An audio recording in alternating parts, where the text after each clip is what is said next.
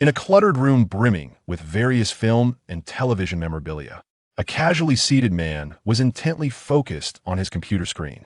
Liu Ji swiftly navigated through the vast expanse of information within the game he was engrossed in.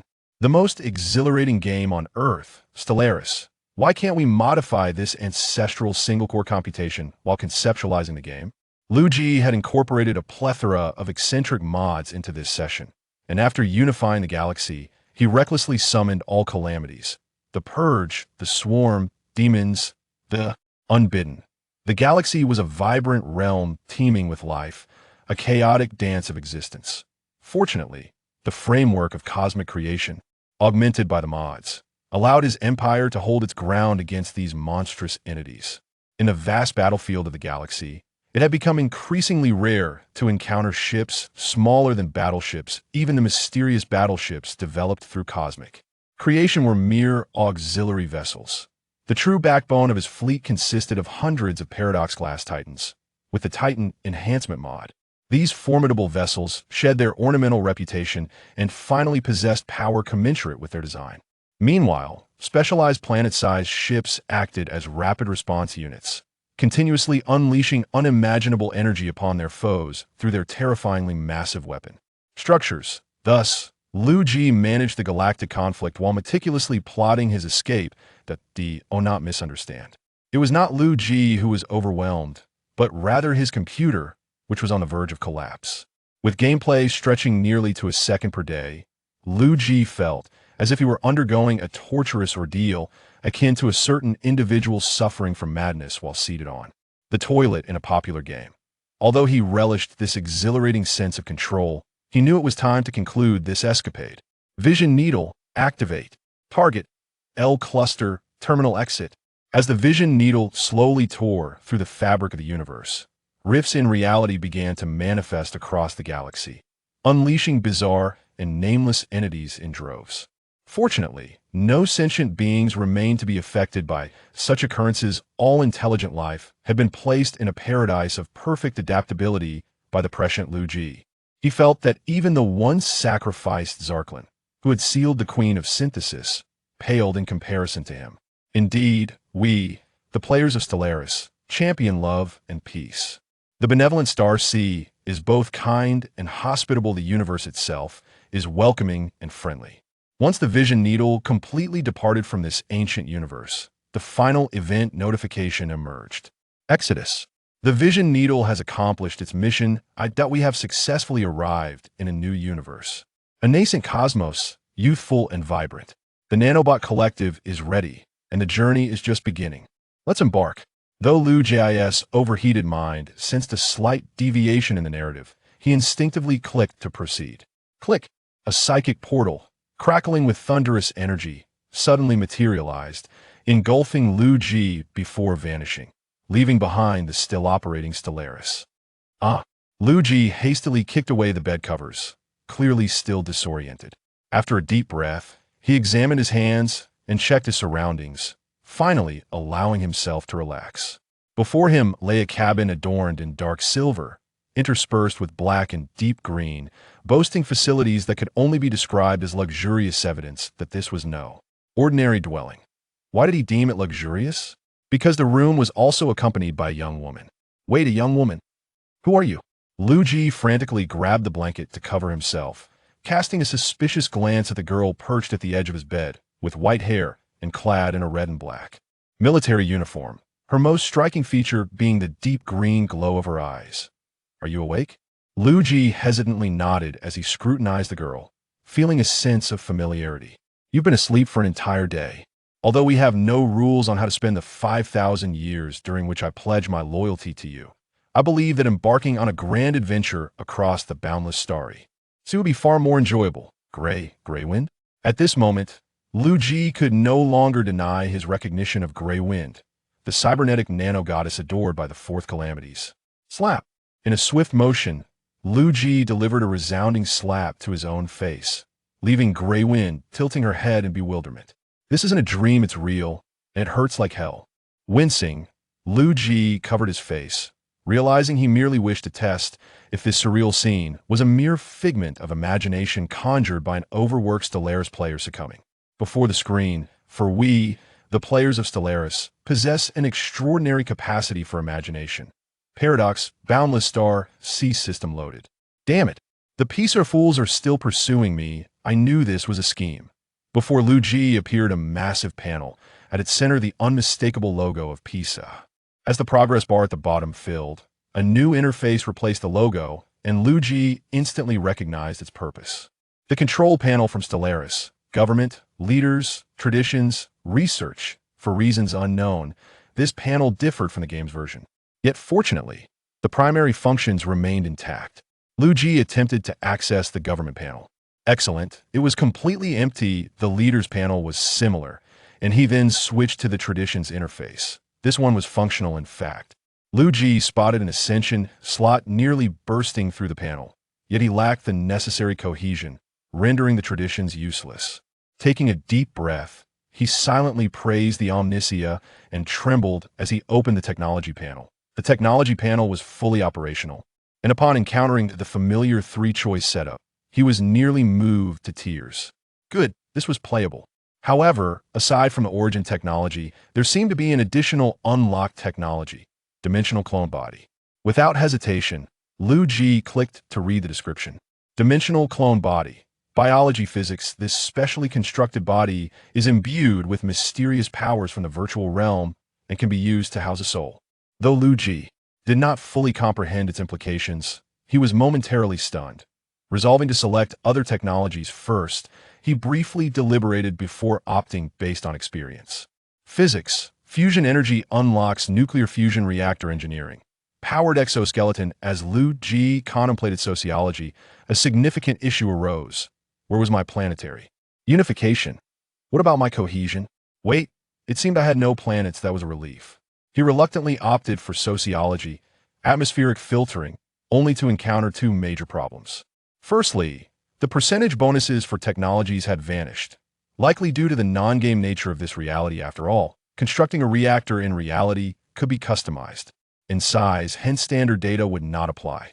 Secondly, the research progress did not display at all, but Liu Ji quickly deduced the reason. He possessed no research facilities.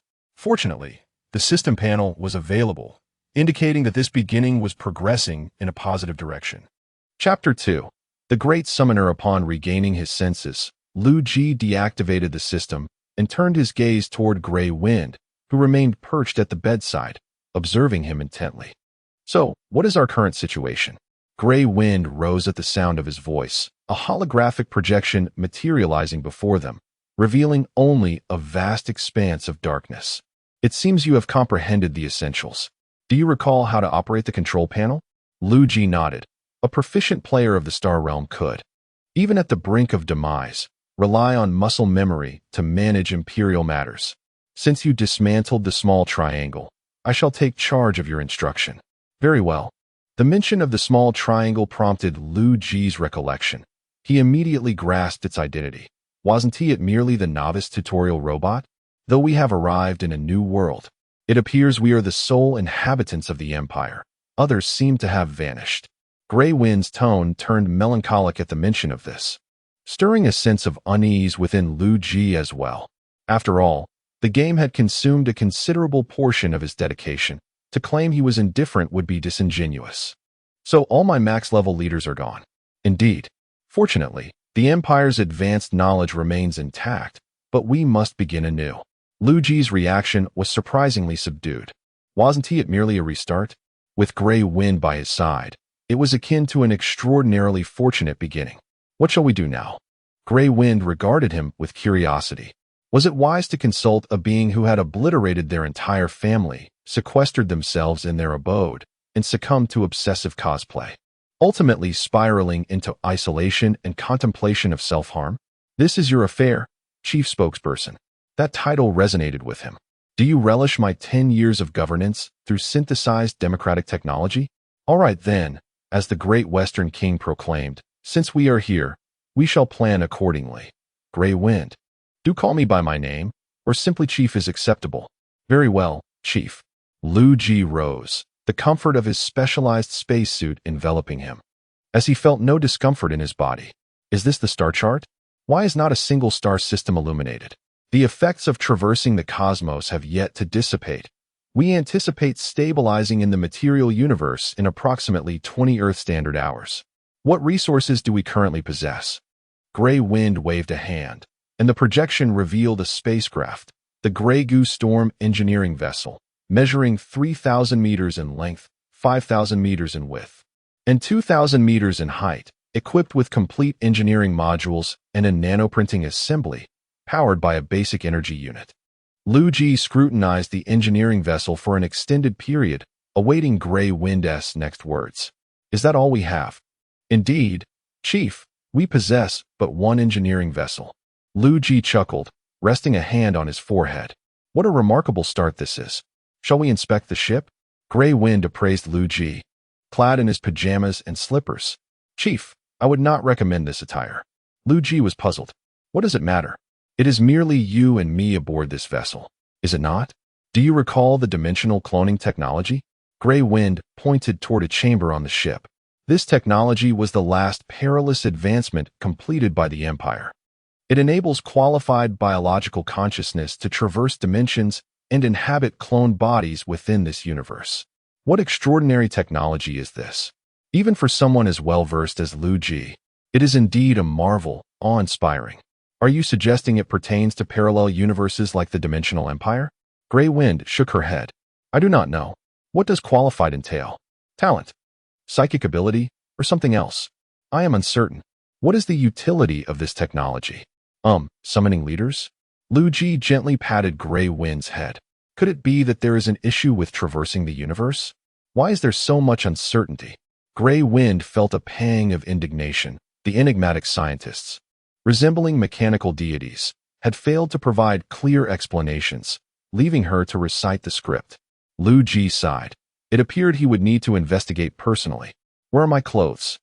As he spoke, his pajamas began to transform, layers shifting from top to bottom, evidently crafted from nanomachines. Once the metamorphosis concluded, he donned an outfit akin to Grey Wind's, a marshal's uniform. A mirror projection appeared at the opportune moment, and Liu Ji, quite satisfied, admired his appearance. Who would not relish the attire of a Grand Marshal? Let us proceed, my dear lady of Grey Goose Storm. Liu Ji extended his hand, inviting Grey Wind to join him. She smiled and took his hand, and together they exited the chamber. Although the Grey Goose Storm engineering vessel was substantial, the living quarters for biological entities had been arranged later, limiting Liu Ji's access to approximately 1/3 of the entire ship. The corridors boasted portholes, yet outside lay only an abyss of darkness, which Liu Ji soon lost interest in. As they walked, Grey Wind elaborated on the ship's layout. The vessel comprised 4 main zones: living quarters, bridge, comprehensive area, and hangar. Liu Ji learned that not only was this an engineering vessel, but since Grey Wind's integration into the Empire, all newly constructed ships were straightforward, as nanomachines could undertake the majority of tasks and routine maintenance. The living quarters were the most expansive, featuring complete residential areas, recreational zones, and dining facilities. The bridge was divided into 2 levels. The upper level had a panoramic observation area, while the lower level served as the central command center. The comprehensive area functioned as a storage facility, a repository of data, essentially housing all manner of oddities. The hangar was simpler, designated for the docking of industrial drones.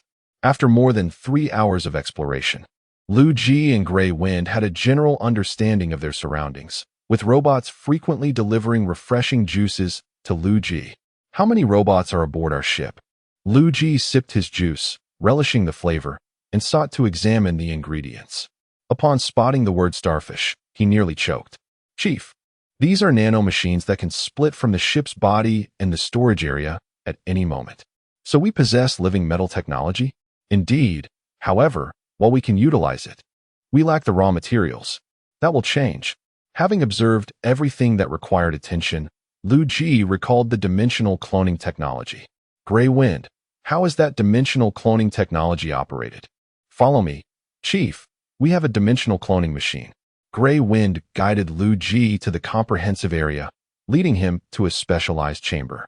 The space was quite ample, with a device resembling a sci-fi movie's cryo-sleep pod at the center. Is this it?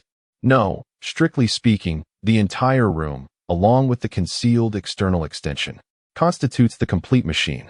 How does one operate this device?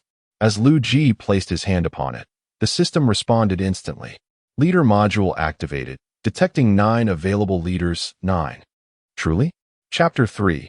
The celestial beings gather like flax. Liu Ji was momentarily taken aback. The control panel was now operational. Although the decrees and agenda remained inaccessible, the cabinet was functional, with Liu Ji himself serving as the chief spokesperson. The positions of the Minister of Science and the Minister of Defense were still vacant, prompting Liu Ji to decisively appoint Huifeng to the role of Minister of Defense. Upon glancing at Huifeng, he noticed the title of Minister of Defense materializing above her head. Shall I take command? Rest assured, Huifeng saluted Liu Ji. While the leaders here possessed no overt enhancements, their selection in the game indicated their status as the pride of the Empire, true geniuses among geniuses.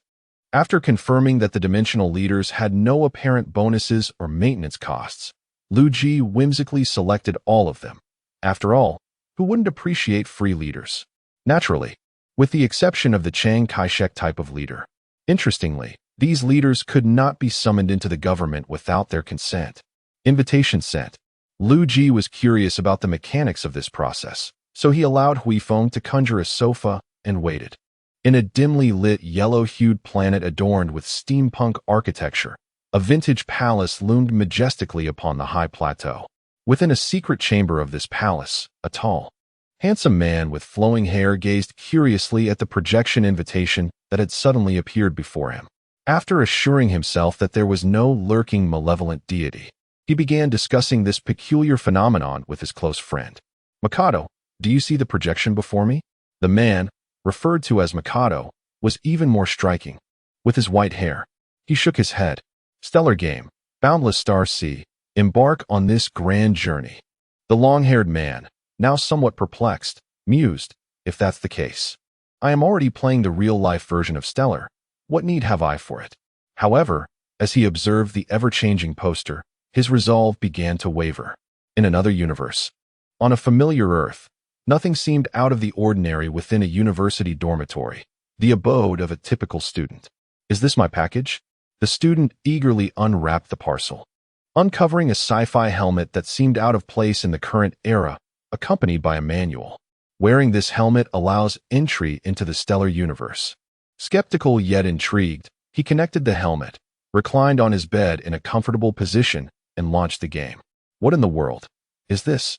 In yet another universe, the Earth appeared somewhat unusual, seemingly on the brink of monumental change that threatened to engulf the entire human realm. Stellar? This helmet certainly seemed valuable. A young professor, basking in success, discovered the package at his doorstep upon returning home. Let us turn our gaze to the next universe. Here, technology appeared remarkably advanced. Yet the pale yellow atmosphere whispered tales of humanity's costly choices. In an inconspicuous room within a coastal city on North America's west coast, a young child picked up a peculiar chip from the living room table. What is this, a super dream? In an alternate dimension, a pair of pale blue eyes observed the boy. Meanwhile, elsewhere in North America, a young woman, fresh from a brawl, found a chip in her pocket that she could not recall acquiring. Where did this come from? It looks decent. It should fetch a good price, but before that, let us spin our thoughts once more. In this universe, for individuals had received mysterious little gifts, though none bore the characteristics of a protagonist. What is this? Do I need to create a game name, scan, or manually input body data? Back on the engineering ship, Liu Ji and Huifeng had been waiting for a while. Invitation accepted. 9-9. There was a response. Liu Ji excitedly rushed to the cloning chamber, followed closely by Huifeng. Before them, a body was being constructed within the chamber. As Liu Ji caught sight of a female head, he instinctively shielded his eyes. Do not gaze upon that which is improper. Fortunately, the cloning chamber provided clothing, and the brown-skinned woman emerged from the chamber without opening her eyes, making room for the next body to seamlessly integrate. Why isn't she opening her eyes? Liu Ji and Huifeng curiously scrutinized the motionless figure. With black hair and brown skin, she stood approximately 1.65 meters tall, quite beautiful. Suddenly, the woman opened her eyes. startling Liu Ji, but instead of speaking, she began to survey her surroundings with curiosity. Liu Ji refrained from greeting her. He was captivated by the unfolding scene, gesturing for her to join in the observation. In the meantime, he glanced at the woman's name. I am not a god. How amusing, quite juvenile. As I am not a god approached the cloning chamber, her pupils dilated, astonished by the extraordinary void printing. The cloning chamber operated with remarkable efficiency, producing one body every 10 seconds. Another male emerged, his name rather unremarkable, Qinghua Socialite. Qinghua Socialite was taken aback, repeatedly observing his surroundings, brimming with questions. Yet he too joined the gathering at the prompting of the others. Amidst this atmosphere of observation, 5 men and 2 women were successively created. Once the process concluded, Liu Ji, accompanied by Hui Feng, returned to the resting area, allowing the dimensional leaders a moment to acclimatize. Observing Liu Ji and Hui Feng's departure, the leaders did not pursue them, but rather marveled at the game's realism. However, Liu Ji perceived something amiss with their names. Little Gray. Do you think this dimension might refer to the second dimension?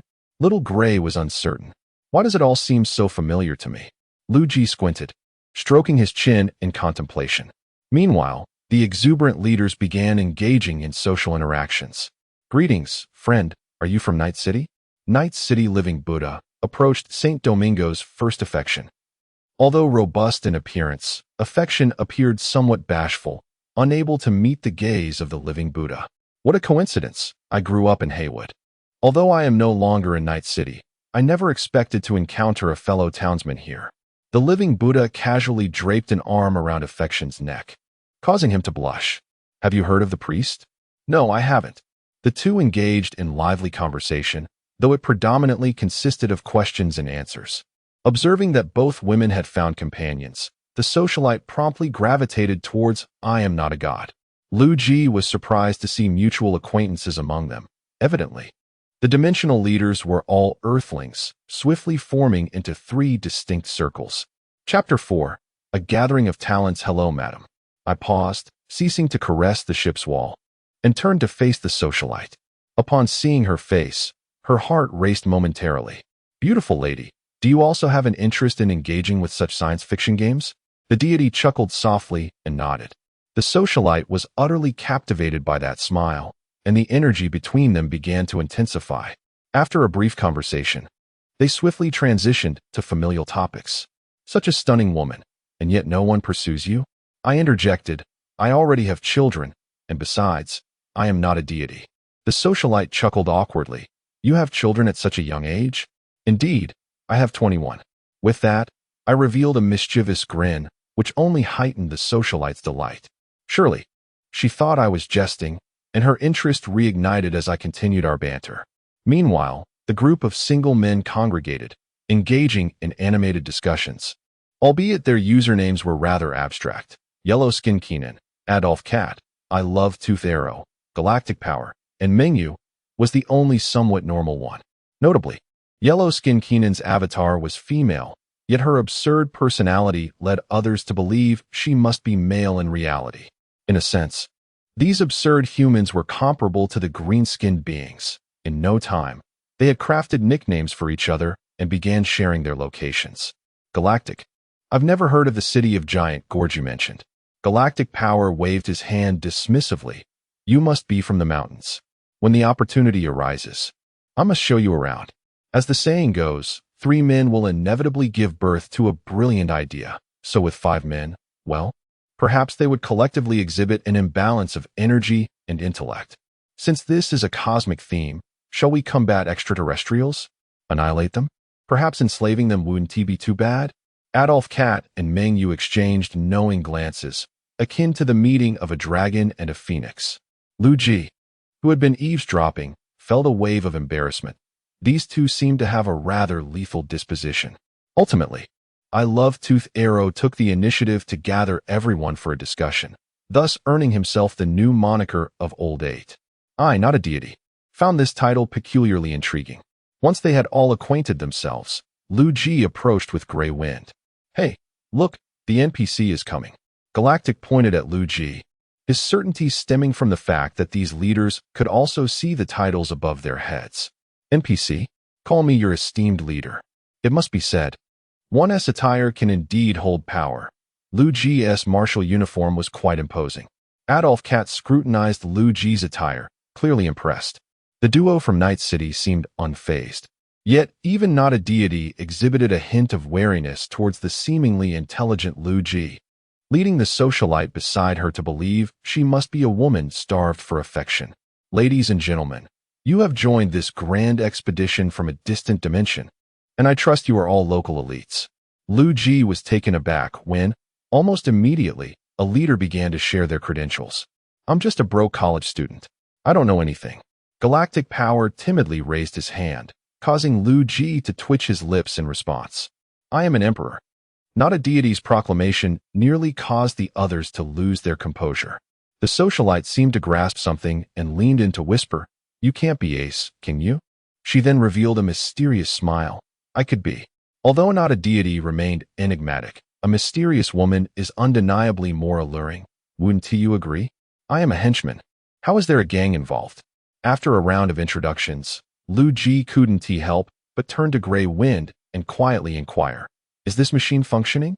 Among this group, only one university professor can barely be considered an elite. What do the others even do? It should be fine. I've kept this machine in the safest part of the ship's hull. There won't be any issues. Besides, who has to say what constitutes a leader? You're still picky when it's free. Liu Ji pondered this and decided to continue with the introductions. As the chief of the empire, I extend a warm welcome to you all on behalf of myself and the entire empire. I trust there will be questions regarding your arrival. Feel free to direct them towards my defense minister, Lady Grey Wind.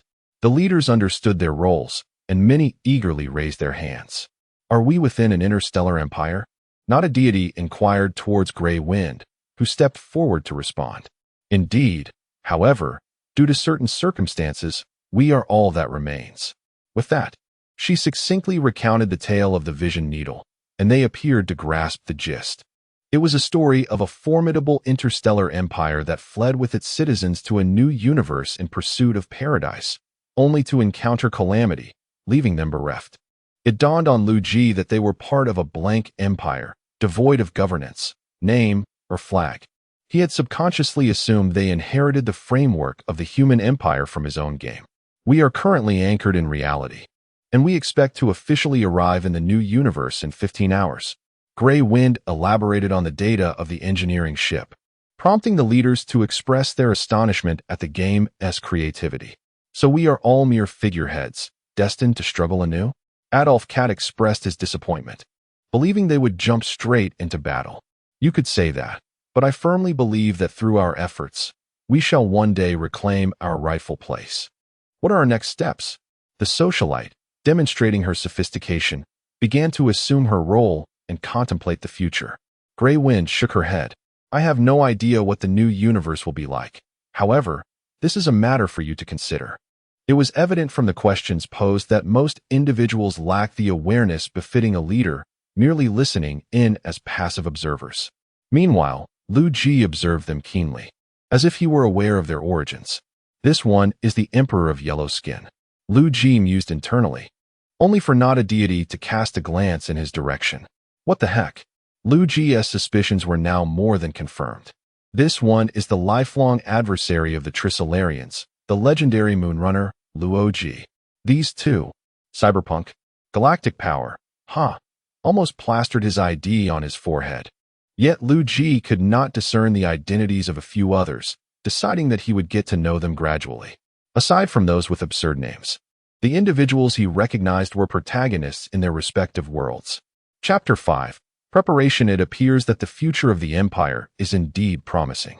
Although Liu Ji is not entirely familiar with his ability to recruit others for clandestine labor, he harbors confidence that his fully developed leaders will not betray him, as they have no need to indulge in the comforts of the synaptic refinement machine. In contrast to others who inquire incessantly, I am not a deity exhibits a keen interest in the Empire's technology, clearly distinguishing herself with an attitude that treats this realm as something far more than mere amusement. Grey Wind is also responsive to inquiries, although her knowledge is limited. The mere mention of a hyperspace engine ignites a spark of excitement in I am not a deity. Regrettably, the engine can only be utilized in conjunction with hyperspace routes. And when it comes to constructing these routes, Grey Wind admits her ignorance. Despite the Empire's capacity to create routes in its twilight, the current inability to apply the relevant technology leaves I am not a deity somewhat disheartened. So, Chief, what shall we do next? Liu Ji inquired, casting a glance at Hitler Meow, speculating that she must be engaged in some cosplay, considering her true self is likely preoccupied with other matters. Shall we head to the cafeteria for some fries? The leaders were momentarily taken aback. Was the sci-fi game truly this relaxed? Why are you all looking at me? Liu Ji shrugged, noting that they had yet to arrive in the new universe, and that adaptability would be crucial then. Thus, it was better to take a moment to rest, and perhaps show them around the ship. Let us proceed, everyone. The others had no choice but to follow Liu Ji, expressing their awe as they walked, mirroring his earlier demeanor. Liu Ji had no intention of revealing their identities prematurely. Such matters could unfold gradually, though special circumstances would warrant special treatment. Thus, Liu Ji led the group on a brief tour until they reached the bridge, which had already been transformed into a spacious lounge under his guidance. They could either relax there or utilize it as a conference room. Liu Ji recognized that, despite being an experienced group leader, he lacked practical combat experience. It was best to consult with others regarding any matters, as he firmly believed in the wisdom of the people. Coincidentally, Liu Ji recalled that the cabinet could accommodate another chief scientist, so he opened the relevant interface, only to discover that only I am not a deity and Buddha of the city of Night qualified for this role. Liu Ji announced this to everyone and sought their opinions.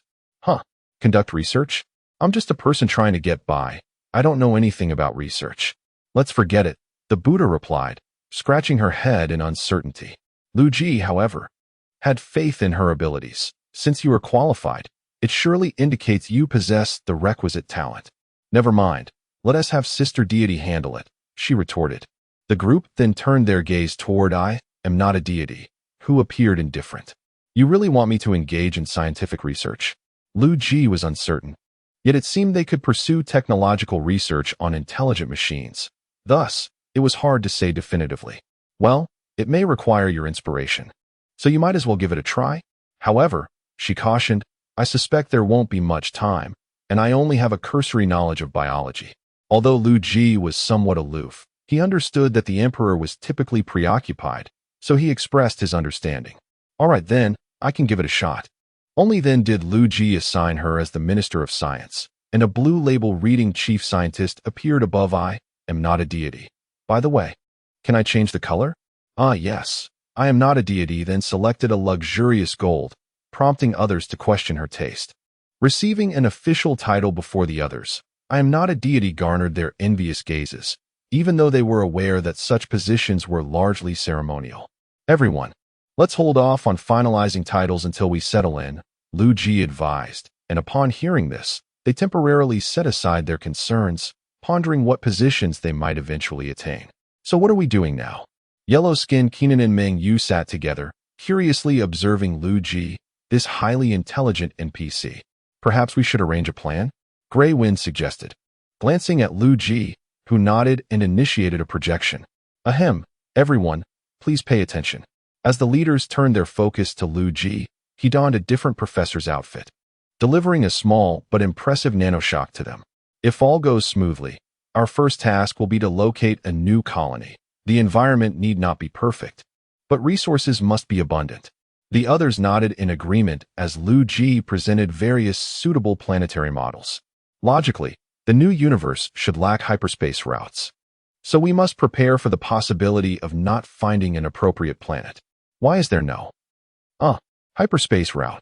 Buddha of the City of Night raised her hand to inquire, and Liu Ji acknowledged her question. Excellent question. Hyperspace routes are a natural phenomenon of the previous universe, formed by the multidimensional movement in hyperspace.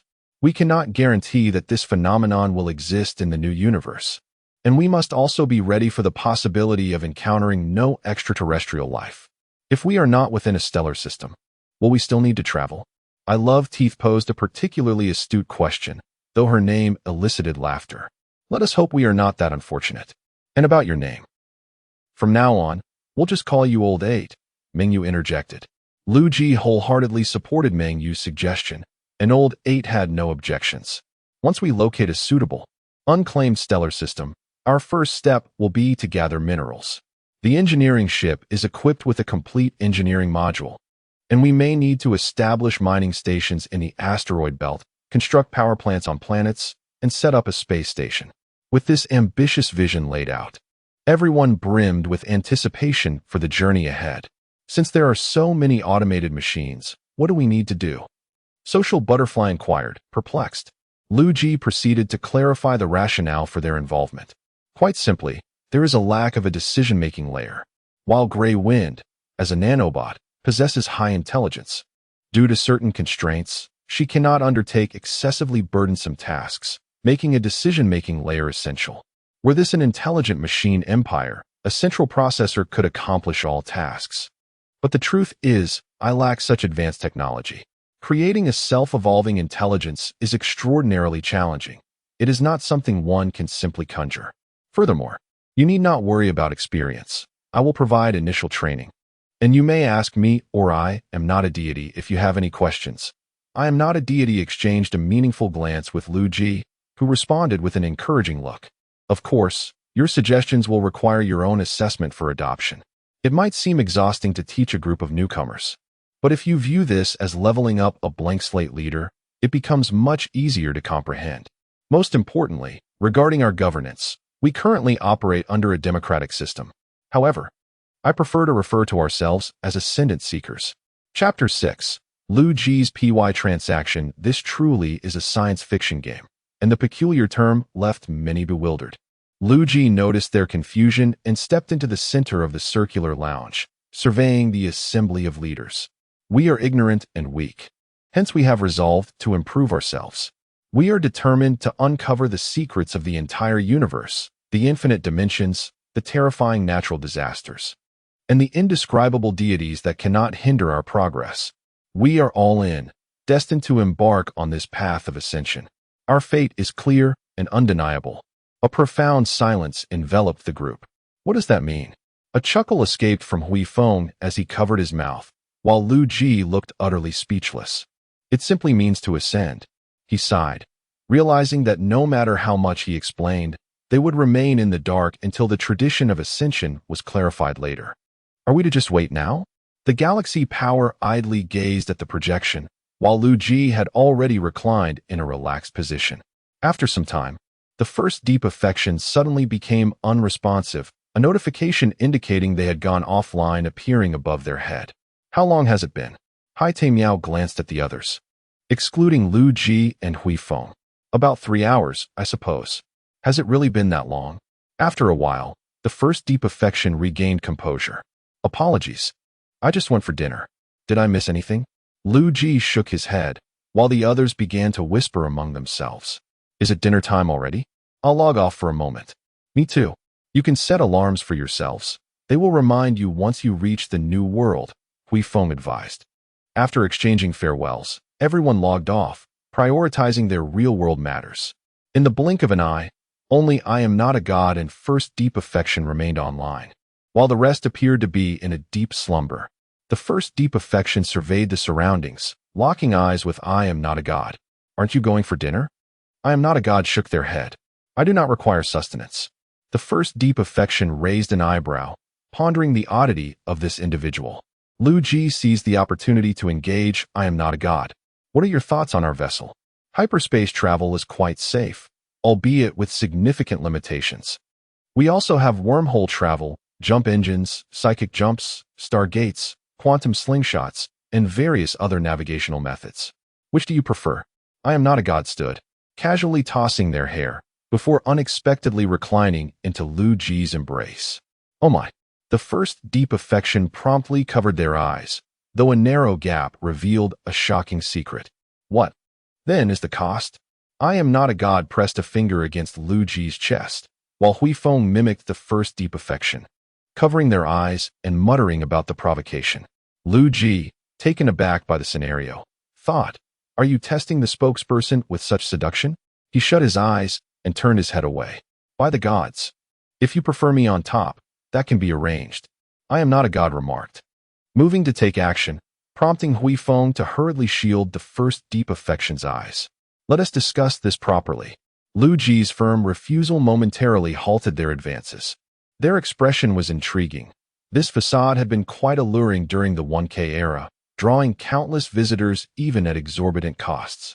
Acquiring such technology would necessitate the operation of scientific facilities on a large scale, which, if all goes well, would take approximately 200 years. 200 years? I am not a god, fell silent, a hint of despondency creeping in. Indeed, and what is your current situation? I am not a god, understood the reference. As an expedition was underway, with their current location being Terra. You ought to keep a close eye on your sons, Liu Ji suggested. I am not a god, nodded and inquired further. I need to gather more knowledge about this place, including some confidential information. Of course, you are my chief scientist. All imperial privileges are granted to you. I am not a god, suddenly smiled, leaving the three in a state of confusion. It's nothing. I just didn't expect this visit to be so abrupt. I wasn't prepared at all. I have matters to attend to. I will log off now. I am not a god logged off immediately, leaving Liu Ji and the first deep affection in a silent standoff. I wish you both a happy union for 100 years. The first deep affection, having overheard, grasped little of the conversation, only that the deity seemed to genuinely have offspring. You're back? You startled me. I thought your soul had been ensnared by some malevolent deity. I am not a god, playfully slapped Mikado's backside, who surveyed the research projects around him. Mikado hauled all of this. Why? I don't understand, your majesty. This is the hope of our entire empire. I am not a god, or rather, the emperor waved his hand dismissively. With more efficient and safer jump methods now available, I have no interest in the subpar subspace. I have discovered a safer means of cosmic travel, independent of subspace. Upon hearing this, the imperial chancellor, the sorceress Mikado, displayed an unprecedentedly agitated expression, having no doubt in the emperor's words. How long will it take? Mikado recognized that the new method would undoubtedly require time. Otherwise, the emperor would have already propelled him out the door to implement new technology for the empire. 200 years, or possibly longer. So soon? The emperor nodded, eliciting genuine joy from Mikado.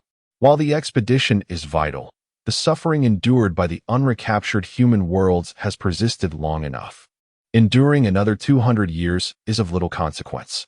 During this period, I will conduct experiments in another universe. Old friend, the entire empire is entrusted to you. Mikado solemnly nodded, and the emperor further instructed, the great expedition may slow progress, prioritize stability. My prophecies have foretold that this expedition will not proceed smoothly. Additionally, I need to convey a critical message to the originals. The emperor issued a strict command to all originals, including the two from Alpha, stating that within 300 years, no one was permitted to engage in any activities. Even if they found a stasis field to sleep for 300 years, that would be acceptable until my return. All matters are to be directed by Mikado. Should anyone dare to interfere with the empire upon my return, my first order of business will be to deliver a resounding slap to you. When the emperor logged back on, most individuals were online. Coincidentally, Galaxy Power also came online. And I am not a god nodded in his direction, sparking unspoken thoughts in this perpetual singleton. Oh, finished up? Though I have an early 8 o'clock tomorrow. I can't resist playing Stellaris. Galaxy Power's comment elicited laughter from the crowd, and Liu Ji nodded with a look of satisfaction. Chapter 7. A New World. Are you all free most of the time? Not really. I'm a professor of a niche discipline, so I hardly have any classes.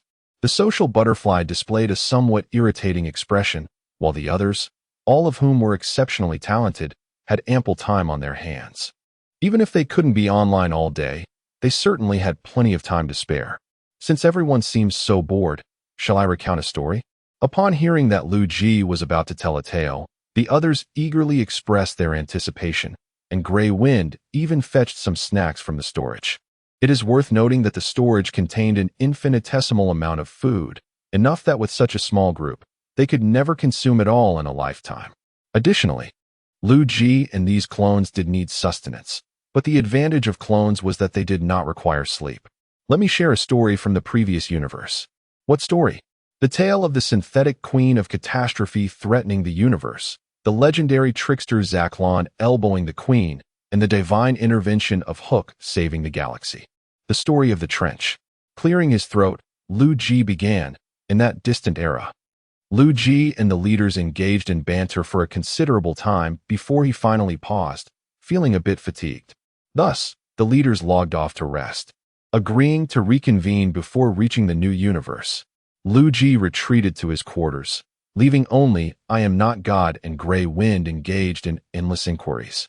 During this time, Liu Ji was curious whether the cosmic timelines of these leaders were interconnected. Grey Wind expressed uncertainty about the specifics, but confirmed that they were certainly not synchronized. Their current shared sense of time must be related to their own nature. With half an hour remaining until they arrived at the new world, the leaders received a reminder and promptly logged back in. Upon their arrival, they found Liu Ji standing before the viewport, hands clasped behind his back, brow furrowed as he gazed into the endless darkness. The social butterfly leaned closer to I Am Not God, asking, "What is the chief doing?" "Oh, he's just been striking a pose for nearly 10 minutes to show off."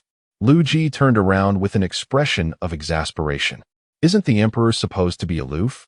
Why does he enjoy watching others make fools of themselves? Yellow-skinned Kanan gathered her close comrades in a circle, glancing at Liu Ji before looking down. "I feel like the chief is not an NPC, but rather a real person." "Well, of course, if I weren't a real person, would I be a cyberlex?" Liu Ji's sudden emergence startled everyone. Despite his repeated assertions of being human, they remained skeptical. With a sigh, he chose to say nothing further, knowing they would come to realize the truth eventually. "All right, everyone, are you ready? We are about to reach the new world." "The chief, you haven't yet named this ship," Grey Wind reminded him. After a moment of contemplation, Liu Ji decided that the flagship would be named Expedition, a non-fixed and unique designation. Now, the expedition is set to embark. As the countdown on the viewport slowly concluded under the expectant gazes of all, it felt as if an eternity had passed, or perhaps just an instant, as the resplendent starry sky unfolded at a singular point, enveloping the entire expedition. Everyone was awestruck by this extraordinary sight, while Grey Wind efficiently processed a multitude of data, conducting fundamental cosmic data checks. Completed. The similarity to the previous universe stands at 98%. Star map comparison complete, with no matches found. Hyperspace routes detected. Liu Ji immediately turned to Grey Wind. "Hyperspace routes?" "Indeed, Chief. This universe also possesses hyperspace routes. With hyperspace routes, everything becomes manageable," Liu Ji remarked, then gazed out into the cosmos.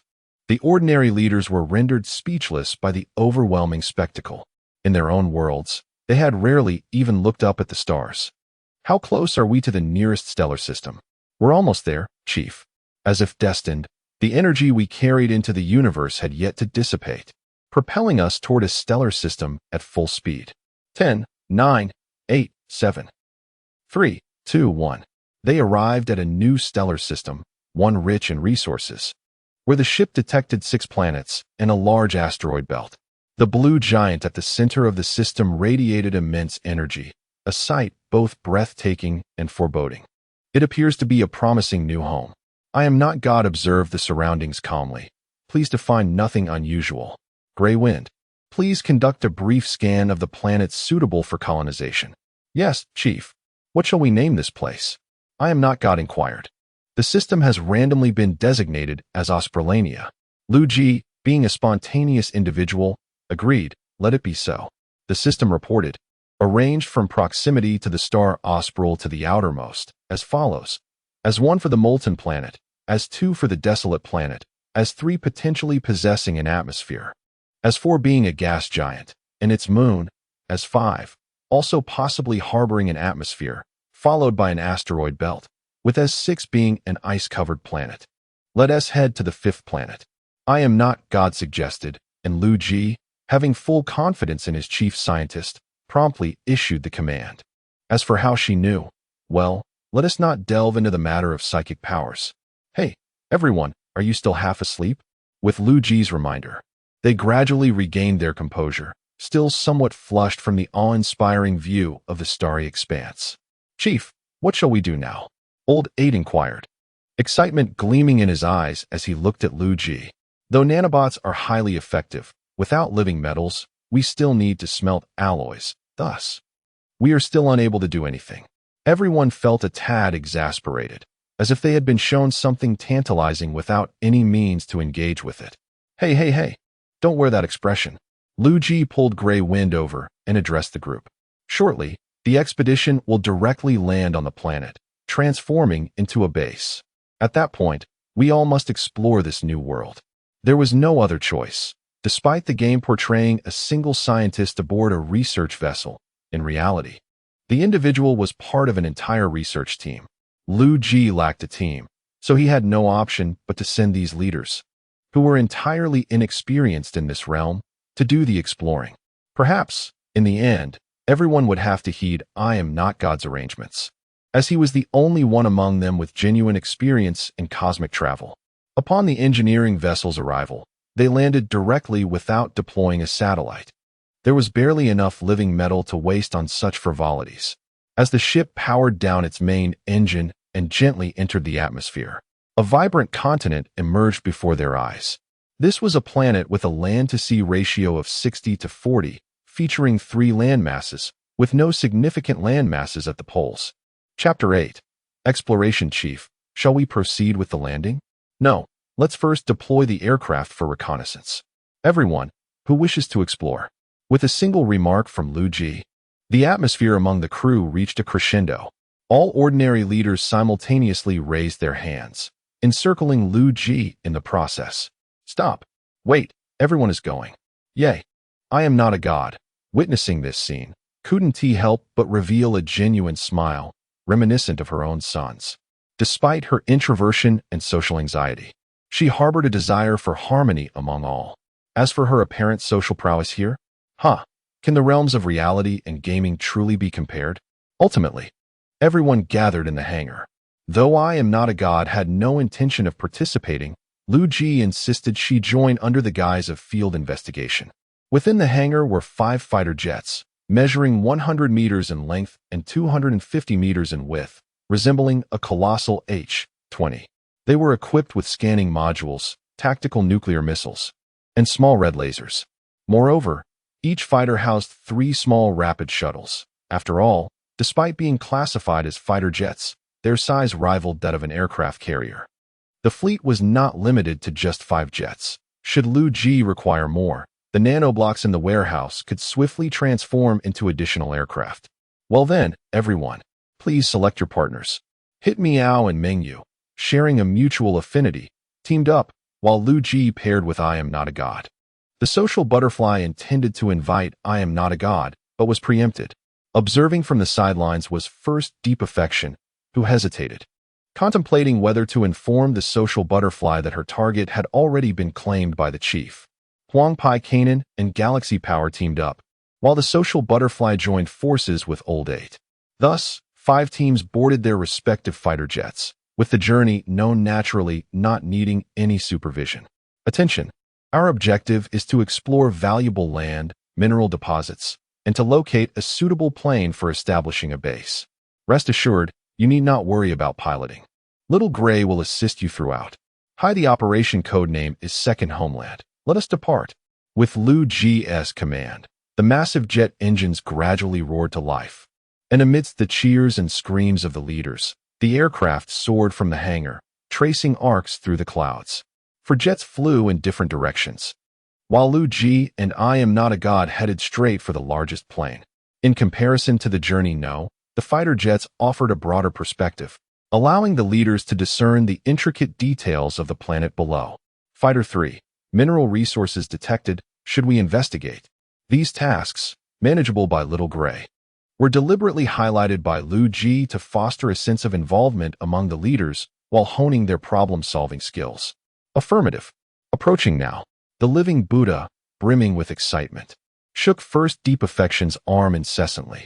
Wow, this is absolutely incredible. Just the other day, I was fighting off thieves in an alley. And now I find myself soaring through the skies in this magnificent machine. Damn, I even considered selling my game chip. Super dream? Huh. I can now guard the stars until I draw my last breath. First, deep affection, though equally exhilarated, pondered what to say after all the words had been spoken. Fighter 1. Iron resources detected. Data uploaded to the command center. The first fighter jet, known for its speed, was likely piloted by Hit Meow and Mengyu, who favored rapid maneuvers. They reached the second largest landmass, situated near the edge of the first, where Journey No resided. Below lay a lush meadow, teeming with peculiar creatures that frolicked and thrived. Notably, on a hillside near a small lake, a herd of herbivores resembling ceratopsians appeared to be driven away by extraterrestrial intelligent beings. The two were intrigued and boarded a shuttle, boldly making their way to the scene. These humanoid extraterrestrials rode creatures that stood upright on hind legs, and upon seeing the shuttle soaring above, they fell to the ground in fright. Subsequently, they began slaughtering their livestock, gathering them together, and brandishing stone spears while calling out to the heavens. What on earth is this? Uncertain, but it resembles some sort of worship. Neither had experienced such a sensation before, and a sense of secret delight filled their hearts. Let us transmit the data. Soon, the information about these creatures was relayed to various units. Extraterrestrial intelligent beings detected, exhibiting a degree of intelligence, suspected to be in a tribal stage. Hit Meow messaged Liu Ji over the public channel, expressing astonishment that these aliens were revering them as deities, revealing their sycophantic tendencies. They foresaw potential future troubles and requested permission to deploy tactical nuclear missiles to cleanse the area. This left Liu Ji at a loss. So he instructed the two to continue with their mission, believing the natives could be dealt with at a later time, while others were racing on as. 5. Liu Ji and I Am Not a God swiftly arrived at their destination. What do you think of this place? I Am Not a God nodded, recognizing it as an ideal location for nesting. Forgive my boldness, but is this the sort of disorganized, inefficient, haphazard site I envision? Indeed. Liu Ji said nothing further, giving her shoulder a reassuring pat. Once the scientific facilities are established, let us contribute something substantial to the empire. I Am Not a God had intended to do just that, surprised by Liu Ji's directness. Take whatever you need. After all, in her mind, she was currently working for Liu Ji, with the agreed-upon compensation being the shared technology of space travel, while all other technological ownership remained with Liu Ji. I remain curious. Why do you place such trust in me, or in us leaders? Liu Ji displayed a nonchalant expression, stating, We, the players of the stars, are a community that trusts those we employ, while remaining vigilant of the unworthy. Moreover, I owe my gratitude to the Emperor's protection. Why do you say that?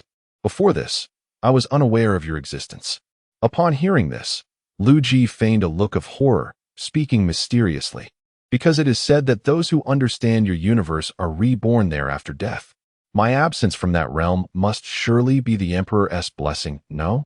Ha ha. What a joke. The Warhammer of Hell quip elicited a strained smile from her face, surprised to find that the reputation of her universe had reached this other world. Damn. It must have been the work of the trickster, and when I return, I must share this with McAdoo. Little Gray, conduct a scan, and if all is well, designate this location as our base. Understood, scanning now. By the way, Fighter 1 has requested tactical nuclear missiles again, citing a desire to witness the might of these weapons. Liu Ji sighed and called Fighter 1.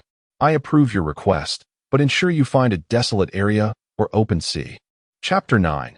The completion of the base. I must ensure that my valuable resources are not destroyed. Otherwise, I shall summon the two of you to mine for me. After they repeatedly assured me that they would not act recklessly, they gleefully sought a spot to cultivate mushrooms. Upon hearing about this additional endeavor, others eagerly applied, and Liu Ji granted his approval. Consequently, small mushrooms began to sprout across as. 5. Frankly, tactical nuclear missiles hold little value for Liu Ji. He wouldn't even flinch at using them as mere firecrackers in his idle moments. The scanning by Gray Wind was swift, quickly confirming that this was an ideal location. Everyone, the base has been located. Proceed to the designated area upon mission completion. Received. The Voyager has landed and is descending. The colossal Voyager gradually approached the ground, transforming into a pool of molten iron upon landing. Nanorobots rapidly began to clear the surrounding environment and construct a comprehensive zone along with a manufacturing facility. In the span of merely half an hour, a base of 100,000 square meters was established, leaving both Liu Ji and I, not a deity, utterly astonished. The various structures displayed a distinct style influenced by the Grey Goose Storm, and once capable of producing an array of industrial goods. They would soon be replaced by superior construction materials. As the fighter jets descended, Liu Ji donned protective gear and descended alongside me. The leaders' bodies were not their own. If one were to perish, a replica could easily be created. However, if Liu Ji were to be lost, it would be a genuine loss. Is your body still from the 3K era? Indeed, what of it? Are you planning to perform an interstellar warrior operation on me? I wish to upgrade you to the Forbidden Army. Liu Ji took a step back. What? Can you perform surgery now? I, not a deity, shook my head. Not at present. Resources are lacking. But at this rate of development, it will soon be possible. Liu Ji hurriedly waved his hands in refusal. Let's forget it. The Forbidden Army procedure carries risks. I shall wait and see. I, not a deity, did not press the matter further, instead reaching out to touch the nanorobots at work. One advantage of nanorobots is their ability to change forms as needed. Liu Ji pointed at their fighter jets, which were now merging into the pool of molten iron and spreading outwards. I intend to retain only one fighter jet, preserving the shuttle. Let those jets establish bases at various resource points. It will enhance efficiency. I, not a deity, nodded. Liu Ji's plan was sound. After a day of exploration, we had only managed a cursory investigation of the surroundings, certainly not as thorough as the research vessels, which could even probe the depths of the Earth with precision.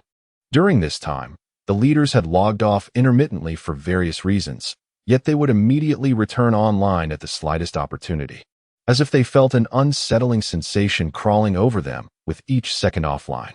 To wholeheartedly fulfill our mission and relish the thrill of detonating nuclear bombs, the Galactic Force had not held classes for 2 consecutive days. Night City's living Buddha was a talent in his own right. After a brief skirmish and attending to his wounds, he logged back on. Everyone remained online throughout the night. Initially hesitant, they soon discovered that playing all night did not detract from their physical well-being, leading them to indulge even further. A day later. Report. All teams have completed their exploration tasks. Good. Teams, pay attention. We are now assigning the next phase of tasks. Liu Ji sat in the base's conference room, conducting an online projection meeting with the leaders. Team 1, proceed to establish a sub-base at the large mine on Continent 3. The naming of the 3 continents in As. 5 remained rather arbitrary, based merely on size. This was a habit of Liu Ji. He was primarily interested in naming ship models, while other names were chosen for ease of management. Received. Hidi Miao and Meng Yu performed an awkward salute, to which Liu Ji reciprocated in kind, albeit with equal awkwardness. He had already determined their developmental trajectories. Imperial Navy, Fleet Commander. Team 3, head to the designated location to establish a small power plant. Ensure mission completion. The living Buddha and the first deeply passionate had not anticipated the need for a salute, and Liu Ji paid no mind. Team 4, go to the equatorial belt and find a suitable location. We have a significant task ahead. What task? Huang Pai Kanan, ever the curious one, began to inquire. To establish a launch base, we require a space elevator. Compared to the warships and formidable fighter jets capable of traversing the cosmos at will, the term space elevator held a certain allure. A space elevator? Indeed. With it, we can gather resources from outer space. Team 5, return to the base for modifications. You will be responsible for transportation tasks. The leaders maintained high efficiency. Although they were excited by the base's construction, they were not overly surprised. Unbeknownst to them, they had developed an anticipatory understanding of the high technology they had never encountered before. Liu Ji speculated that upon encountering extraterrestrials, their instinctive reaction would be to regard them as mere bumpkins. This was particularly true for the Galactic Force and the social butterfly among them. In Liu Ji's recollection, their world was not devoid of aliens. Observing their current cheerful demeanor, it seemed that the dramatic events he recalled had yet to unfold. After the meeting concluded, Liu Ji led me, not a deity, to a modest room. Though rather simple, it contained some equipment. Until we have an abundance of energy and resources, we cannot establish a giant computing array. I hope you understand. Liu Ji expressed regret. It seemed embarrassing to have the chief scientist working without pay, let alone lacking a proper research facility. I, not a deity, expressed my understanding and then seemed to recall something, glancing at Liu Ji. Grey Wind mentioned that you possess a system left by your empire. Yes. Liu Ji opened the control panel. To his surprise, I, not a deity, could also see it. Or rather, all leaders could. Liu Ji disregarded the extraneous functions and opened the technology interface. I have never witnessed such a remarkable method of research. Is this the research progress? Indeed, but I do not know how to accelerate it. Liu Ji looked regretfully at the 3 technological options, but I, not a deity, had always been quick-witted. I pondered deeply on the physics, controlled nuclear fusion. I have an idea. I, not a deity, activated the nearby storage device and began rapidly inputting a plethora of data on the projection keyboard. Liu Ji watched with wide eyes as the progress bar advanced rapidly alongside my input. 10 minutes later, physics, controlled nuclear fusion, completed. What?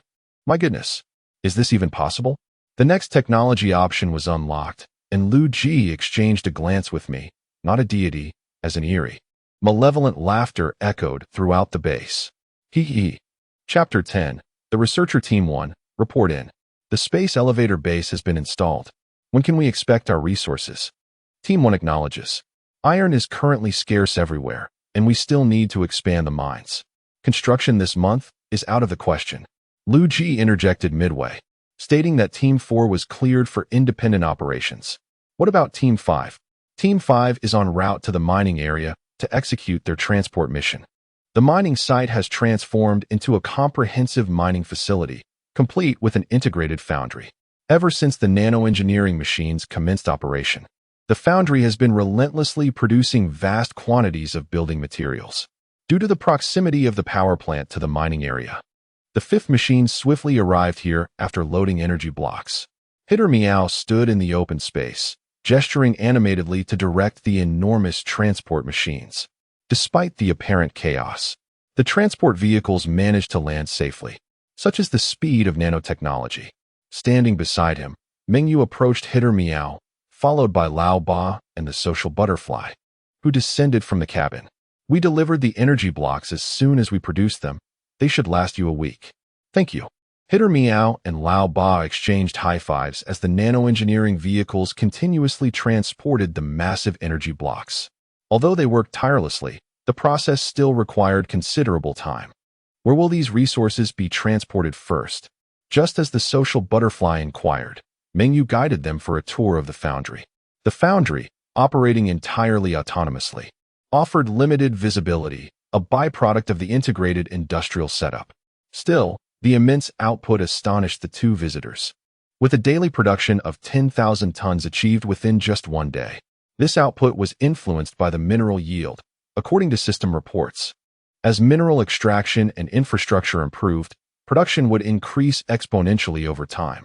The chief has instructed us to draft a plan for his approval, Mengyu explained.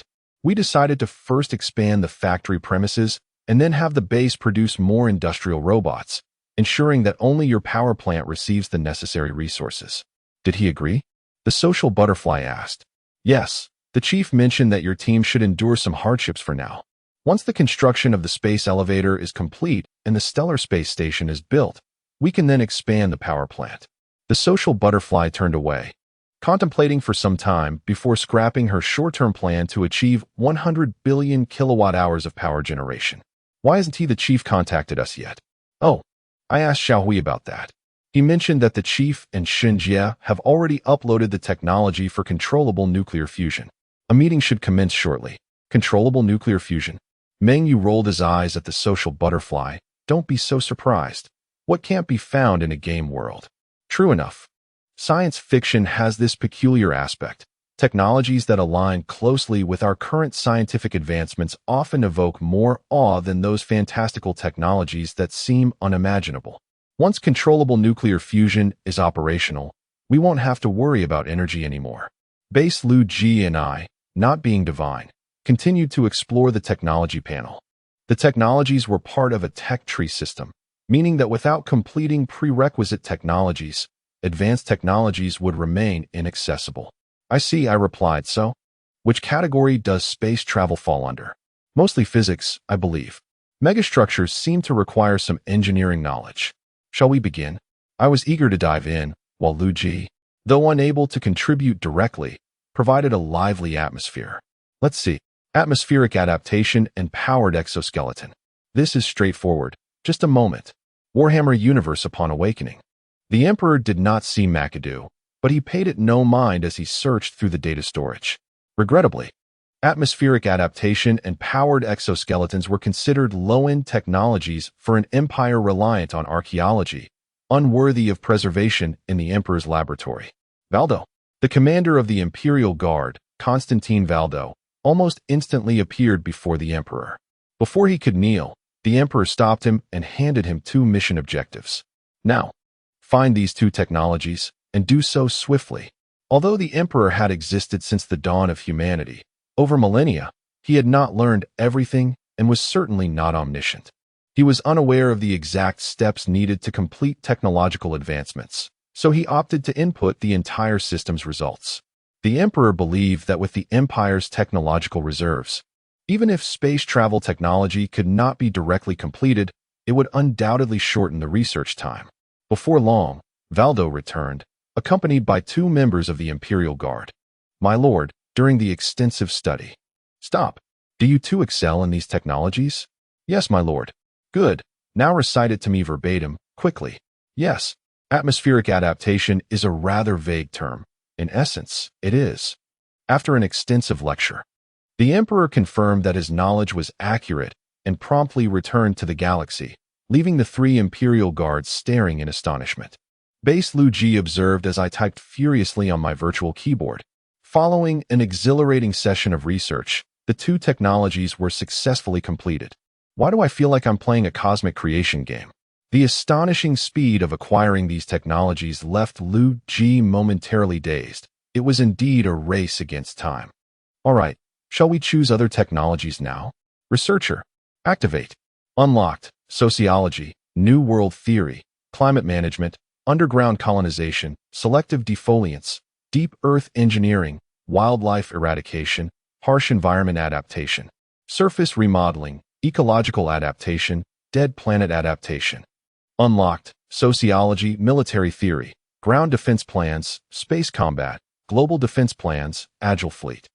The good news was that Liu Ji and the others could now colonize all types of habitable planets, and there were significant advancements in fleet command and formation.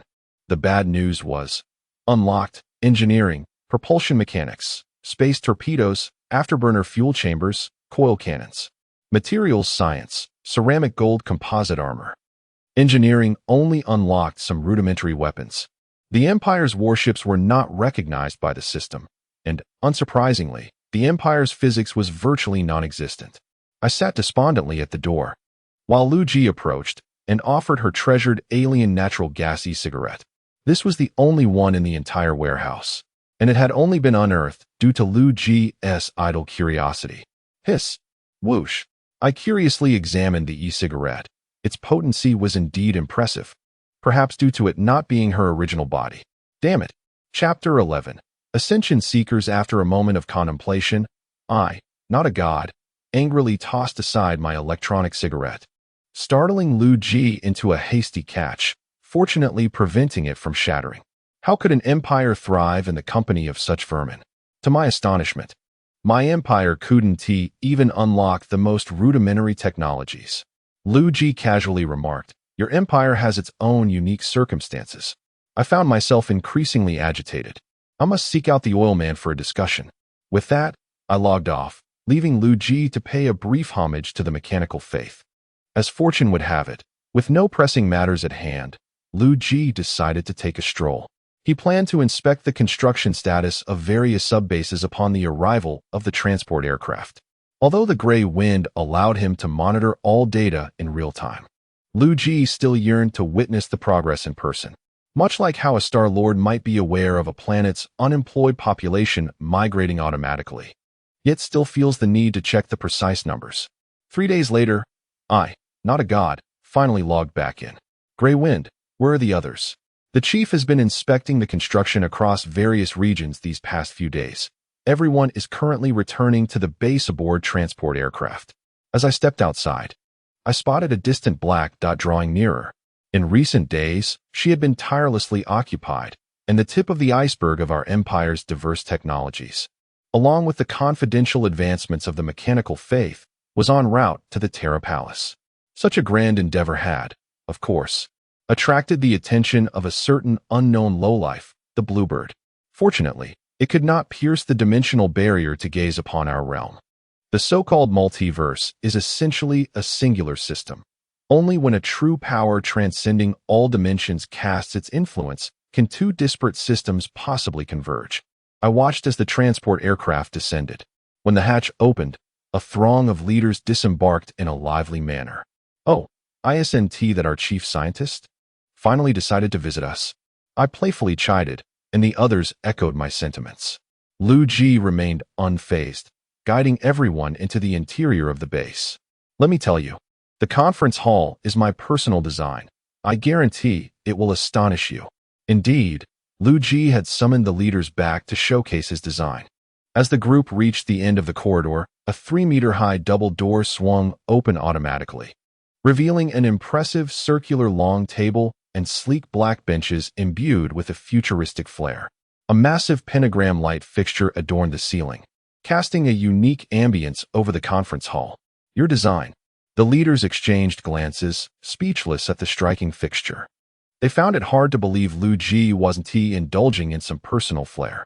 This space is equipped with the latest holographic projection technology, allowing everyone to convene online. Of course, there was a purpose behind gathering everyone. Please take your seats. Including Gray Wind, there were 11 seats, devoid of any special markings, prompting everyone to choose their spots at random. Once all the leaders were seated, Liu Ji surveyed them, who were all attentively awaiting his words. The overhead light added an air of gravity to the assembly, causing the leaders to instinctively adopt a serious demeanor. After a week of development, we are now on the right track.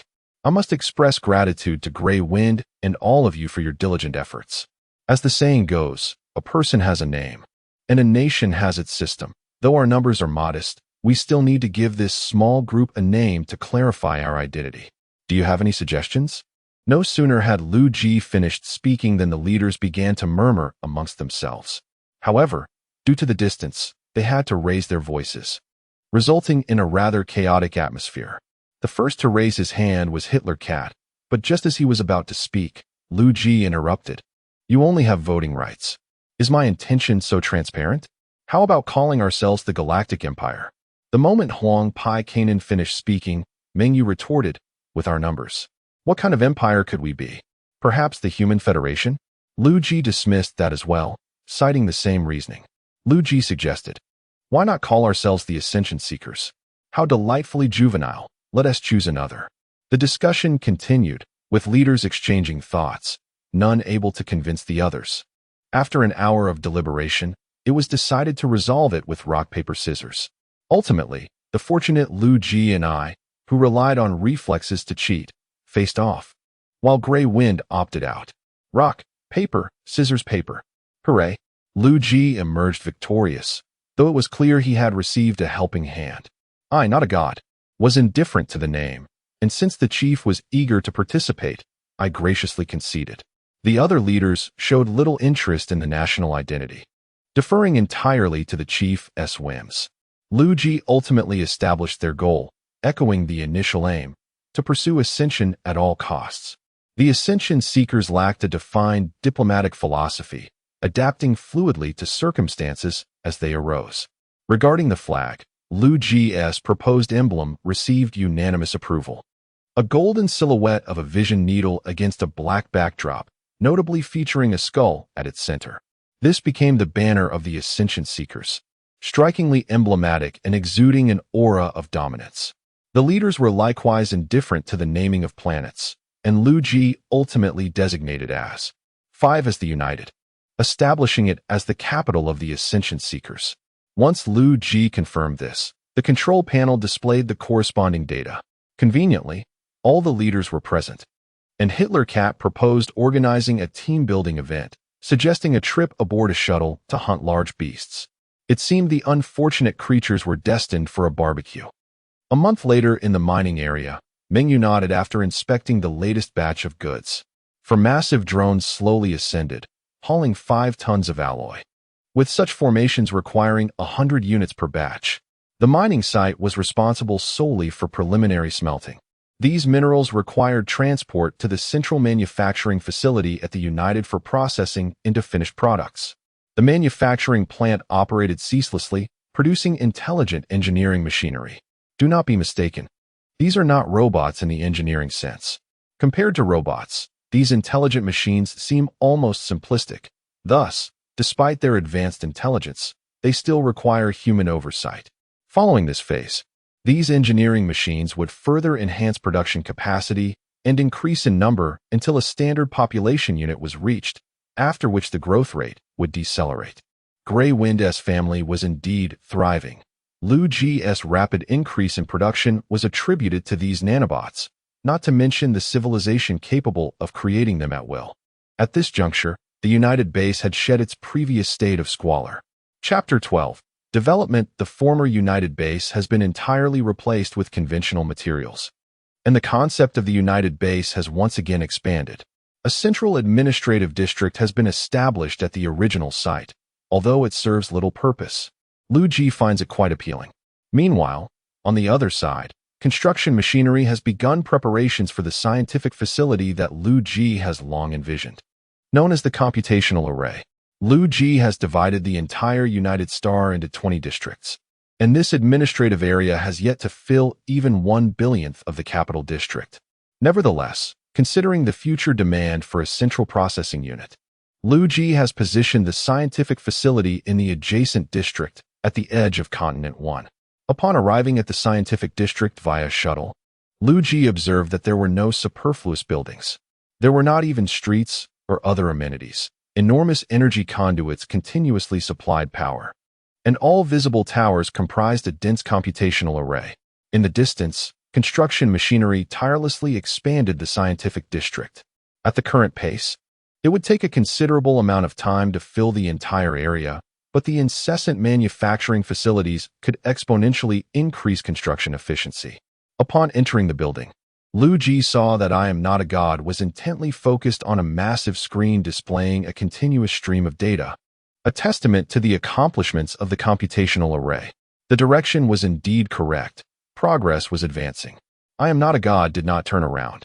Engrossed in the simulation calculations of the project titled Physics, Force Field Modulation, aimed at enhancing power generation efficiency. However, the name alone suggests that the technology's implications extend far beyond such a narrow scope. Previously, Liu Ji had discovered a bug, or perhaps a cheat. The progress bar of the research project would only increase when both the research direction and stage outcomes were accurate. This meant that Liu Ji could assess the correctness of the current research direction by observing whether the progress bar increased. By allowing the computer to simulate various scenarios, he could deduce the correct answers one by one. Consequently, research progress soared. Unfortunately, due to the limitations of material data, only theoretical physics had yielded substantial results, while materials science had made little significant advancement. Do not misunderstand. I Am Not a God brought along a ceramic gold composite material from the Empire, commonly referred to as Tier 2 armor, typically utilized in the Imperial Guard's armor. In contrast, Tier 3 armor, made of plastic steel materials, is often found in the cores of white dwarf stars. Thus, the difficulty of research is evident, making it futile to rely solely on the process of elimination for rapid advancements. In today's technological landscape, what do you have at your disposal? Liu Ji surveyed the cultivation tanks within the vast chamber below. Indeed, aside from various planetary constructions, Even a single artificial intelligence would be enough for the Empire to ponder for quite some time. Have you utilized it? Liu Ji turned to I am not a god, who had finally detached from her busy work. She approached Liu Ji and gazed down at the chamber. No, these technologies still require some verification time. It could be next year, 3 years from now, or perhaps even longer. Does this mean faster-than-light communication is also unavailable? Liu Ji expressed some regret, as he was quite curious to see what a well-governed empire would look like. We must ensure that the malevolent deity does not corrupt these intelligent creations. Otherwise, I shall not promote them. Liu Ji nodded, but reminded, I suggest you provide all genetic entities with communication devices, just in case. I have already done so. That's good. Liu Ji sighed in relief, realizing that the greatest loss from the grand celebration would likely be averted. In Liu Ji's memory, Horus seemed to think his father's rule was inadequate, insisting on burning the galaxy, which was indeed rather abstract. Honestly, since you are not lacking in funds, why not construct some frigates to protect Terra? I am not a god, pondered, seemingly contemplating the merit of the idea. Liu Ji possessed a standard frigate technology with lengths ranging from 500 to 1,000 meters. Even the Empire's smallest escort vessel was twice its size. However, when stripping away artificial intelligence, combat computers, and other advanced technologies, focusing solely on weaponry, a standard frigate could carry 2 small red laser emitters. Despite their diminutive size, red lasers, though initial technology, could effectively burn glass, as evidenced in various game scenarios.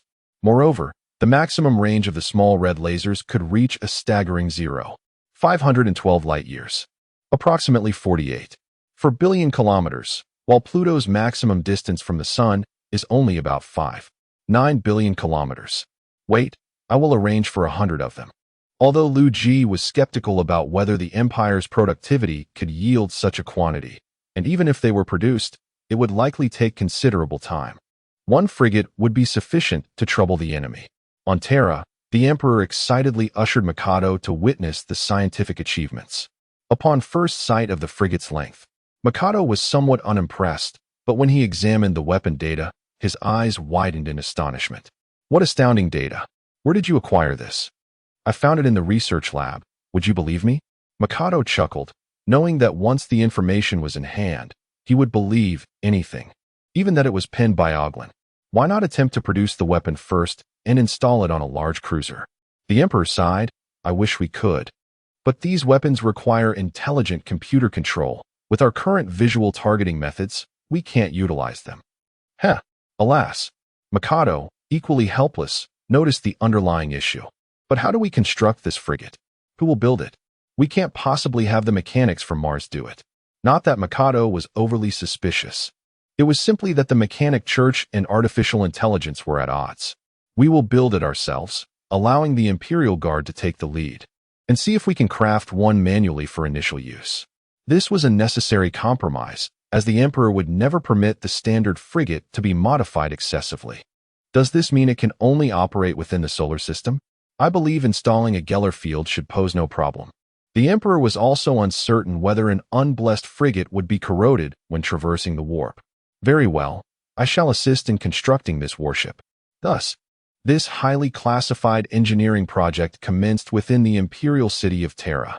Despite its size, there were advantages, aside from the bewildering technologies. Constructing a remarkably sci-fi vessel was not a challenge for the Empire.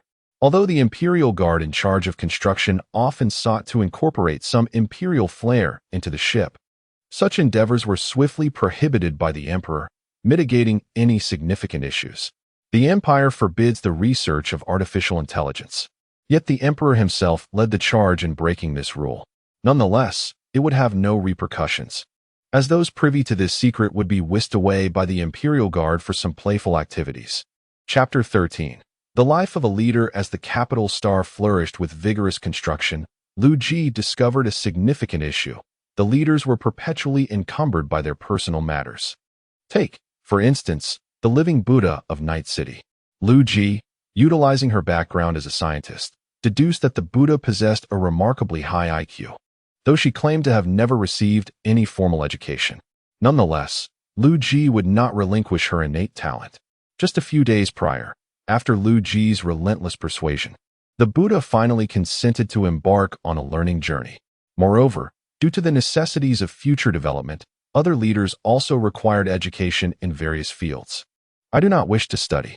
Liu Ji unexpectedly uncovered that both the galactic power and the first affection possessed high learning aptitudes. So she decided to have the three of them become students of Xiao Hui, hoping that they could assist her in the future.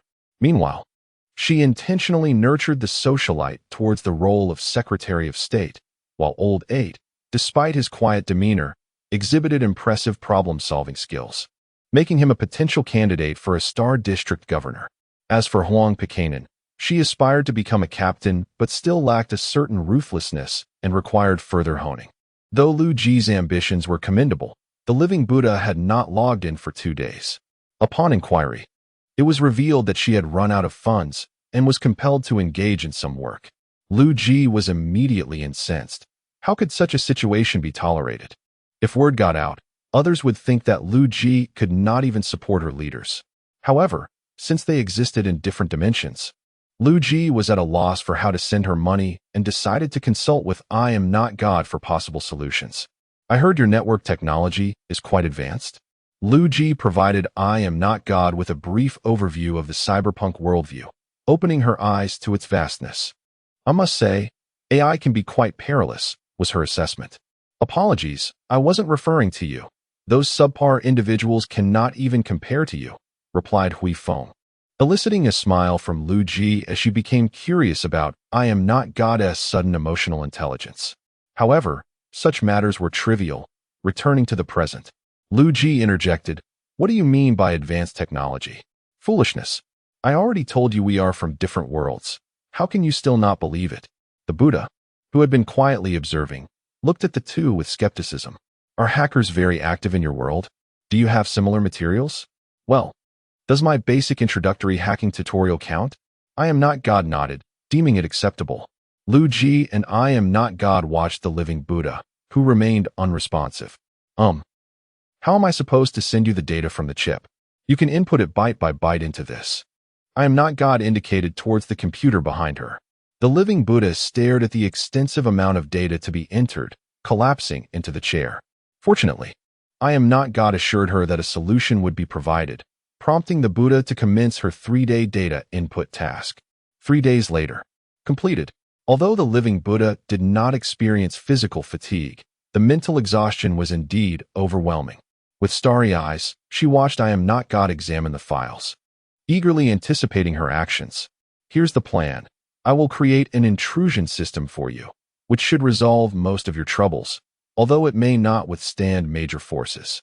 To her surprise, I Am Not God had acquired considerable knowledge from Hui Feng during this time. "Really? That's fantastic." The living Buddha leaped towards I Am Not God, showering her with fervent kisses, leaving her momentarily flustered. The system's functionality was minimal, yet it was simple to replicate, requiring no extensive understanding from the Buddha. Atlanta, capital of Georgia, New America. In this so-called free new world, some open customs had naturally been preserved. V, also known as Valerie, was on her way home as usual. It seemed the space elevator was about to commence construction, and she pondered when she would be able to participate in new missions. Sighing, she wondered why the chief insisted she had the potential for divine research, compelling her to study those arcane texts. While she could comprehend the current curriculum with diligence, she still felt somewhat fatigued. Moreover, the courses of the Night City Fellow and Galactic Power were entirely different from hers. The First Affection's curriculum seemed akin to that of an elementary school, while Galactic Power studied material structures. Despite the cerebral challenges of learning, she found the environment quite enjoyable. The people were attractive and spoke eloquently. Hey, beautiful. Lost in her thoughts, V inadvertently wandered close to a narrow alley. As expected, she found herself surrounded by a group of thugs. Normally, she would merely state her name to scare them off, but today she wanted to test her new weapon. Infiltration protocol activated. Target count 2. Prepared. V flashed a meaningful smile and followed the thugs into the alley. By the time she emerged, the thugs had been converted into euros in her electronic account. United Stars, Equator Space Elevator. All the leaders gathered together, gazing upward as the towering structure pierced the clouds, gradually rising higher. The living Buddha's body had been transported in advance, and upon logging in, she excitedly rushed to I am not God. Indeed, the chief scientist had finally stepped out. After all, such a significant day marked the commencement of the airport's construction, and it was only fitting that everyone came to witness it. Sister God, your system is incredibly powerful. I encountered a gang of thugs, and they were dispatched in an instant. I am not God smiled, as if everything unfolded as anticipated, exuding an air of mastery. If you wish to be as strong as her, then you must study. The living Buddha rolled her eyes, glancing back. Chief, could you refrain from lurking like a ghost? The living Buddha noticed an intriguing pattern. Whenever a topic of interest to Liu Ji arose, he would invariably appear nearby to eavesdrop. By the way, everyone, if you have any needs, please let me know. I will do my utmost to support you. The others exchanged glances, each reflecting a profound understanding of one another. Chief, can I pilot a spaceship in reality? Get lost. The first space elevator was not particularly large. It was merely a segment of the entire spaceport. In the future, second, third, and even more elevators would be constructed, interconnected, and networked. As containers filled with construction materials soared into the sky, the crowd erupted into jubilant cheers. The completion of the space elevator seemed to trigger a switch, propelling the capital star's construction into an astonishingly rapid pace. Within a mere 3 months, the existing buildings had multiplied tenfold, and the first standard engineering vessel had begun construction at the spaceport.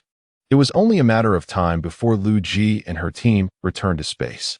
Xiao Hui, summon them for a meeting. Understood, Chief. The familiar conference room now boasted considerable expansion of the government building. Chief, what have you summoned us for this time? Chapter 14. The first glimpse of brilliance. The social butterfly stifled a yawn, his spirits not particularly high. While the gathering of stars was indeed entertaining, personal needs required attention. Just yesterday, he had spent the night studying with a female student. Let me tell you, with your demeanor, Sister Shun would not give you a second glance. The social butterfly chose to ignore Lao Ba, both of them aware of the reality that they were merely two individuals in the same boat. Oh, what a statement. Sister Shun is so busy every day. When would she have time for me? Although the social butterfly held a fondness for I am not a god, the lack of daily encounters did not lead to a debilitating longing. Upon hearing this, I am not a god cast him a flirtatious glance, suggesting, come to my room tonight. The social butterfly's eyes sparkled momentarily before dimming again. Don't even think about it. Everyone knew that I am not a god had a penchant for mischievous antics. He had no doubt that should he actually go, he would be dragged into a night of intensive physics tutoring. All right, let us not get too carried away, Liu Ji, the chairman of the Ascension group, declared, believing that the current leaders were merely taking their first steps. I think it's time to clarify everyone's roles. I am not a god would remain as chief scientist, while the social butterfly and Lao Ba would be appointed as governors. Me? Both exchanged astonished glances, recognizing the shock reflected in each other's eyes. Indeed, one of you will serve as the governor of the Star District, and the other will become the Secretary of State. Can we manage that, Chief? Liu Ji waved dismissively. Excluding our small number, it's just a bunch of robots. Do you really think you can't handle it? Trust me, I'll be here to support you. It's settled then. Liu Ji disregarded their protests and continued assigning roles to others. Next, Grey Wind would no longer serve as the Minister of Defense, but transition to my secretary, assisting in the operation of our small government. Meng Yu and Hit Miao would become fleet commanders, eventually taking on the roles of Minister of Defense and Supreme Commander. Is there a difference between the two? Meng Yu inquired. The Minister of Defense focuses on overall command, while the Supreme Commander is responsible for specific operations. Then I'll take the position of Minister of Defense. Hit Miao exclaimed eagerly, with Meng Yu having no objections, preferring to lead in frontline operations. Liu Ji regarded Hit Miao with some hesitation, hoping he wouldn't be as meticulous as Little Mustache. Galactic Power and First Deep Affection would begin their studies. Galactic Power would ultimately assume the role of Army Commander. Army Commander? Liu Ji looked at Galactic Power. Isn't it true that you enjoy wielding a grandsword? Galactic Power paused, admitting he did enjoy it, but questioned whether it was too foolish to use cold weapons in an interstellar era. Rest assured, the equipment I arrange for you will be top-notch, impervious even to nuclear blasts. Upon hearing this, Galactic Power beamed with joy. All right, I'll heed the chief. As for the living Buddha, no further instructions were necessary. He was to assist I am not a god once he had mastered his tasks. Hearing this, the living Buddha slumped over the table. Fine thus. The responsibilities of the leaders were formally delineated. The most burdened were the social butterfly and Lao Ba, while everyone else had been preoccupied with construction. Now others began to draw salaries without work, leaving the weight of development squarely on the shoulders of the two. Although Liu Ji was quite competent and others would lend a hand, it was predictable that the two would remain exceptionally busy for an extended period. Industrial district layout. Liu Ji walked along a towering iron framework, beneath which lay a vast smelting plant. In the distance, the sun was setting. The temperature fluctuations on Capital Star were considerable, yet for the continuously operating industrial zones, nighttime provided a more suitable climate for human habitation. Xiaohui, we are on the verge of constructing our first space station. Gray Wind accompanied Liu Ji. Chief, on the day we arrived, I distinctly detected only one superspace route in the vicinity. Only one route. What a splendid location. Liu Ji looked up at the gas giant AS-4, marveling as white mist dissipated into the air with his speech. Let us proceed to inspect the progress of the spaceport. Gray Wind nodded, summoning a shuttle with ease. Months passed. The primary divisions of the Union had been established: an electrical district, a mining district, an industrial district, and a scientific facility. Liu Ji and his companions required no consumer goods or specialized food areas. A simple assortment of sustenance would suffice. Therefore, the industrial district was dedicated to alloy production. And due to extensive mechanical usage, their demand for electricity was immense. 2 power districts were included in the upcoming construction plans to support the ever-growing intelligent machinery. Moreover, for reasons unknown, as the leaders became more familiar with one another, the atmosphere shifted to one that was somewhat, liberated. However, Liu Ji felt no particular need for concern. He was well aware of the effects of network desensitization. Until, hey chief, did you spend another night alone with Sister Shin? The living Buddha, spotting Liu Ji approaching the conference room, rushed forward to give him a playful slap. Yes. When will you all add me to the mix? The social butterfly slumped into a chair, speaking in a tone tinged with melancholy. Brother Hua, why not be bolder and invite Sister Shun, Buddha Sister, South Sister, and Xiao Hui along too? Galactic Power teased, appearing rather unrefined. Yet no one seemed to mind as they all exhibited similar behavior. Huang Pai Kanan playfully whacked Galactic Power on the head with an electronic device, knowing it wouldn't hurt him. Do you believe I would toss you into the furnace to warm you up? Liu Ji calmly approached the meeting table with a thermos in hand. Since the completion of the government building, all necessary facilities were in place, allowing the leaders to remain grounded without needing to roam about. They typically stayed within the government building unless work necessitated otherwise or curiosity struck. After all, humans are social beings, and once venturing far, they were left with only the omnipresent Gray Wind for company. He exhaled slowly, taking a sip before stating, I have instructed Xiao Hui to replace all your clones with models I prefer, so we can enjoy some leisure. Laughter erupted among the group as they began to engage in light-hearted banter. When fatigue set in, they each resumed their respective tasks in silence. Suddenly, the living Buddha turned to Liu Ji. Chief, I want to be online for the next few days. Please inform Sister Shun. Chapter 15. Meeting in person. Liu Ji was observing the construction progress of the engineering vessel, which had been completed 2 months prior. Subsequently, it was assigned to build a stellar base, equipped with a multitude of nanobots to expedite the process. Additionally, the construction of the research vessel had been prioritized. Is something the matter? Liu Ji inquired, setting aside his electronic tablet and regarding the living Buddha with concern. His care for his employees was genuine, as he worried about her well-being. Yes, I have no intention of staying in Atlanta any longer. Is it that unbearable? The social butterfly glanced at the living Buddha, who merely nodded. There's no future for me here. Thanks to Sister Tua, I've saved some money. I plan to return to Night City, where I have acquaintances, fewer troubles, and can focus on playing Star Cluster. Liu Ji regarded the living Buddha with admiration, impressed by her discipline. I shall arrange for you to take on an executive role in the future. The living Buddha chuckled. You just want to use me as your laborer, chief. Liu Ji feigned displeasure. Who is spreading rumors about me? In the next moment, his expression softened. I am merely concerned for you. I will ensure you are well taken care of. The living Buddha waved her hand, as if recalling something. By the way, what about First Deep Affection? First Deep Affection was resting his head on the table, frowning as he pondered the after-school assignment assigned by Xiao Hui on the principles of nuclear reactors. He only lifted his head when someone called his name. Ah, what is it? Let us meet up, perhaps grab a meal together, the living Buddha suggested unexpectedly, capturing everyone's attention. The mischievous Hui Feng connected the projection communication to the absent leader. What? First Deep Affection exclaimed, incredulous and somewhat bewildered. I thought you were in Santo Domingo. I'm heading to Haywood. It's not far apart. First Deep Affection scratched his head awkwardly, responding in an uncertain tone. Is that permissible? Hey, don't be shy. We've been friends for so long. Suddenly, First Deep Affection blushed and fell silent. Not friends?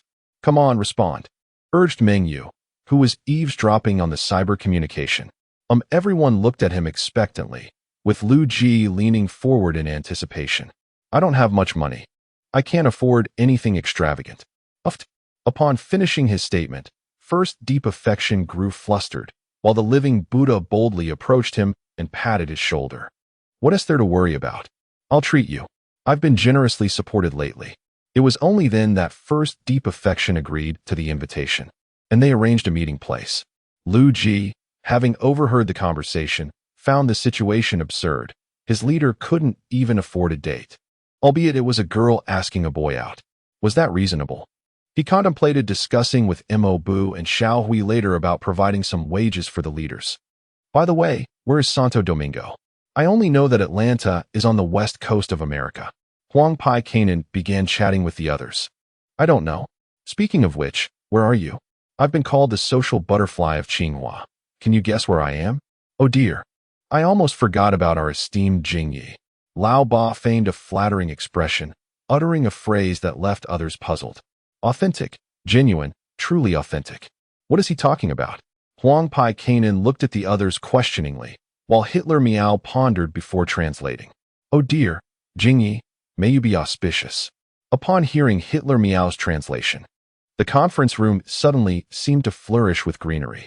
Lao Ba nodded approvingly, recognizing the potential in the youth. By the way, let us have a gathering sometime. I'd like to see if you're just a bunch of couch potatoes under that skin. Sure, we'll all go. Chief, will you join us?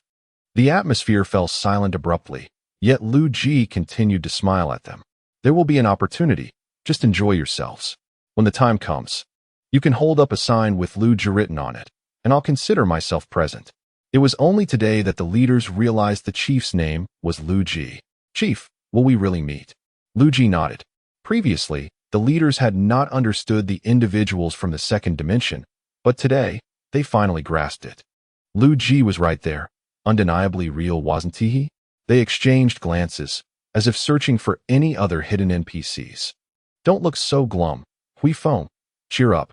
If you say that, then I want to be happy. Hui Feng huffed at Liu Ji, who began to console her, gradually lifting the mood.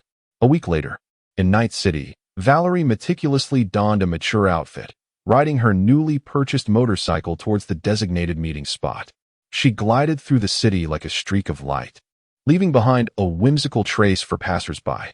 Upon arriving near an overpass in the old district, the daylight still shone brightly. Throughout her wait, various thugs or peculiar individuals approached her, but she dismissed them effortlessly. However, after waiting for several minutes, the familiar figure still had not arrived. Valerie felt a pang of regret for not inquiring whether First Deep Affection's avatar mirrored reality. Just as she contemplated leaving, a voice emerged from behind her. Are you the living Buddha? Valerie's expression brightened as she quickly turned, yet saw no one. When she lowered her gaze, she discovered a small boy partially obscured by her figure. At that moment, Valerie realized this was likely her colleague. First Deep Affection? The boy blushed, nodding excitedly. Valerie, incredulous, removed her sunglasses to observe the shy child. First deep affection appeared to stand just over 1.60 meters, while Valerie was a striking 1.75 meters. The disparity in their heights was stark, resembling a child and an adult. My name is David Martinez. David extended his small hand, looking at Valerie with anticipation. I'm Valerie. You can call me V. On the street, Valerie sped along with David on the motorcycle, her mind racing with thoughts. Meanwhile, David was exhilarated, experiencing the thrill of riding such a cool bike for the first time. Valerie glanced down at her waist, choosing not to comment. After all, why argue with a child? Upon reaching Valerie's favorite restaurant, she was greeted by familiar faces. Hey V, trying something new? A woman with a distinctly cybernetic appearance greeted Valerie, who playfully retorted, Get lost. With David present, Valerie's demeanor softened considerably. Come here, little cutie, let me give you a hug. Chapter 16. Playtime. After 7, the woman whistled at David, startling him into hiding behind Valerie. Valerie shot a glare at the woman and led David inside. Let's get something to eat. Despite the chaotic atmosphere outside, the restaurant was surprisingly tranquil. The pair found a cozy corner to sit, with Valerie fixated on David, while he curiously surveyed his surroundings. By the way, David, how old are you this year? 14, but I'm almost 15. The chief is actually employing child labor. So, the reason you're rarely online during the day is because I have classes during the day. Valerie struggled to contain her disbelief, pinching her forehead. She had considered various possibilities before meeting David, even the prospect of him being an exceedingly unattractive middle-aged man. But this was unexpected. After a simple meal, their conversation flowed effortlessly. David was an excellent listener, and they chatted as if they were in a game, gradually shedding any earlier awkwardness. I bet if that group of fools knew your true identity, they would be terrified. Ha ha ha. I think they would be more fascinated by you, Sister Buddha. You're even more beautiful than in the game. Valerie, not one to shy away from compliments, waved her hand dismissively, feigning modesty. Ahem. I just worry that my striking looks might hinder group cohesion. Changing the subject, David inquired. I heard the stellar base is nearing completion? Yes. Soon we'll officially begin extracting resources from other planets. Does that mean we all need to go and learn? Well, if we must, we must. The chief's word is final. Valerie was unsure why participating in this game felt akin to working a job, but perhaps she was indeed gaining substantial benefits from it. Oh, the chief asked me to give you this. What is it? Having already exchanged contact details, Valerie sent David a file. This is the basic invasion system. It will protect you. I relied on this system to dominate in Atlanta. Is this the system developed by Sister Shin? Valerie nodded, prompting David to express his curiosity.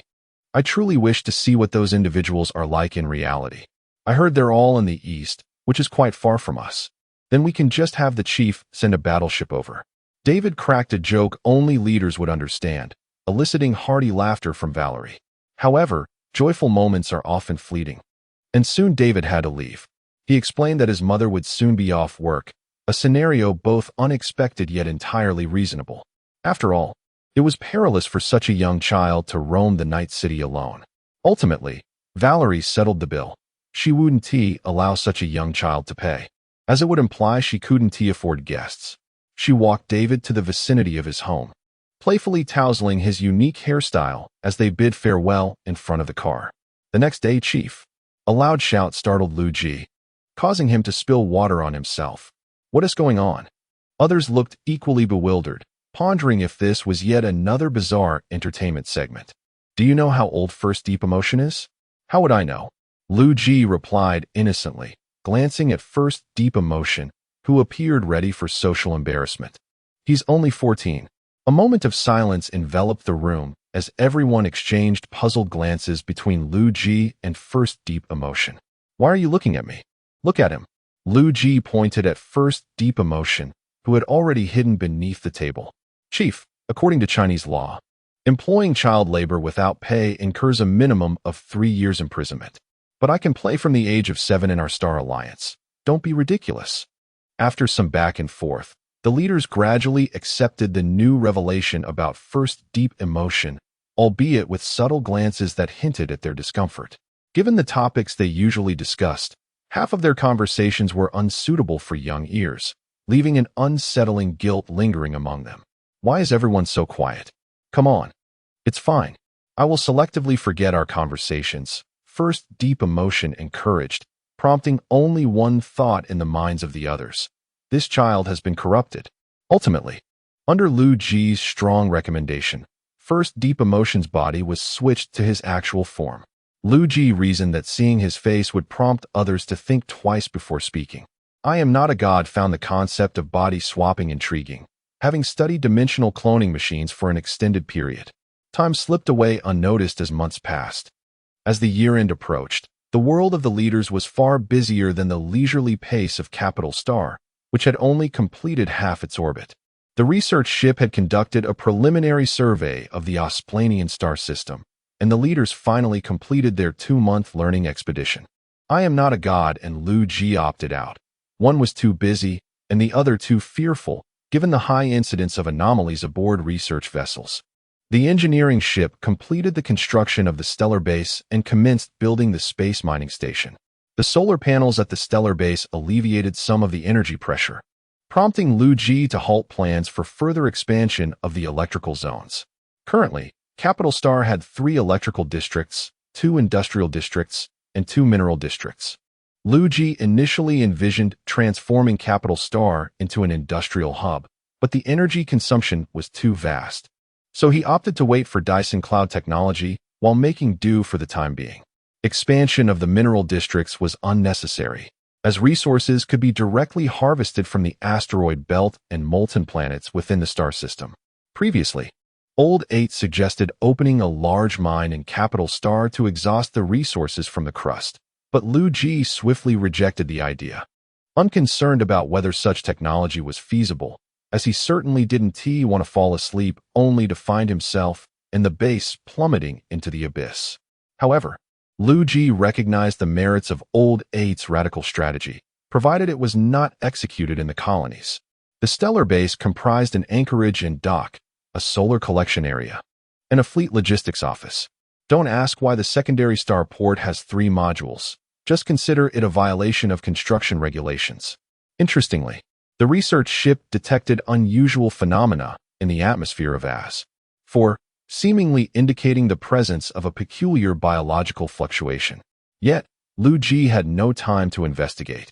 He preferred to send the research ship out to assess external conditions and deal with matters within the star system once the next batch of ships was completed. Chapter 17. The frigate. In accordance with Liu Ji's vision, as industrial capabilities improve, a certain number of frigates can be constructed for unforeseen circumstances. Therefore, next year's agenda includes a total of 3 frigates, 1 multifunctional engineering vessel, 1 research ship, and at least 100 transport ships. The transport ships, with their rectangular shape extending up to 1 kilometer in length, are economical, boast substantial cargo capacity, and can also perform simple engineering tasks. In times of necessity, these vessels can be linked together to tow additional cargo. Reality is far from a game, and the resources of other planets are exceedingly abundant. The complete development of Osprania will undoubtedly take considerable time.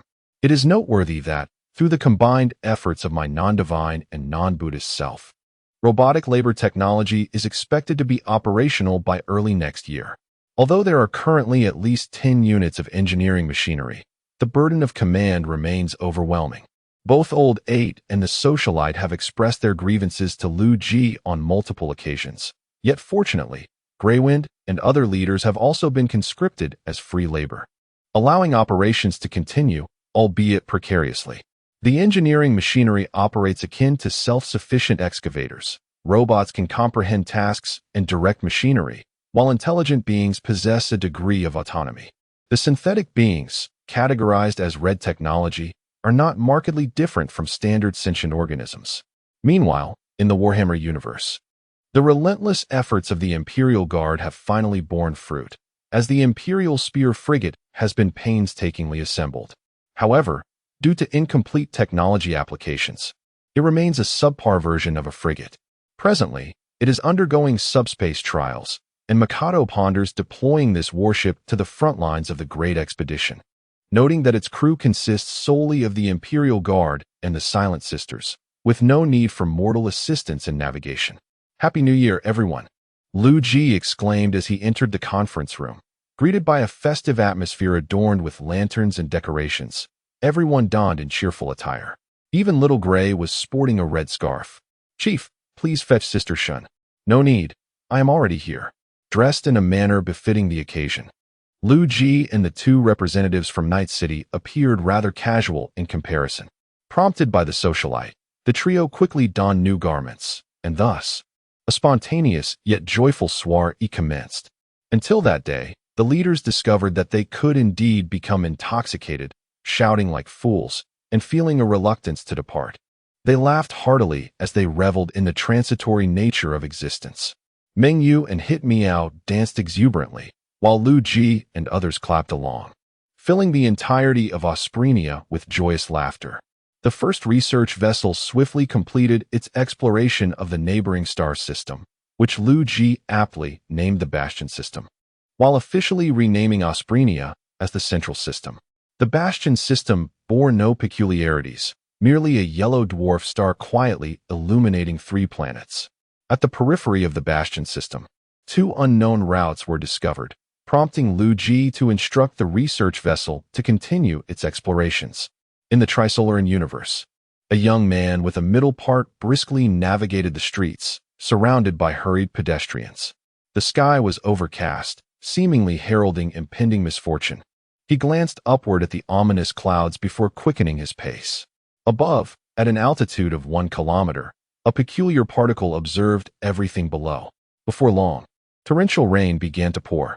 "Professor Luo, why didn't you bring an umbrella?" A drenched Luo Ji looked up, surprised to see a woman in the living room. He suddenly recalled that he had left the battlefield from the previous night due to an urgent matter, thinking that the diligent student would have already departed. Yet she remained at home. "Some matters took up my entire day," he replied, shedding his dripping wet coat as he headed towards the bathroom. "Have you eaten?" The female student seemed to recognize the inappropriateness of her behavior, clutching her left arm. "Yes, I ordered takeout." After a brief hot shower, Luo Ji comfortably reclined on the sofa, beckoning the student over. With a gentle smile, she lay in his embrace. "What is keeping you busy, Professor Luo?"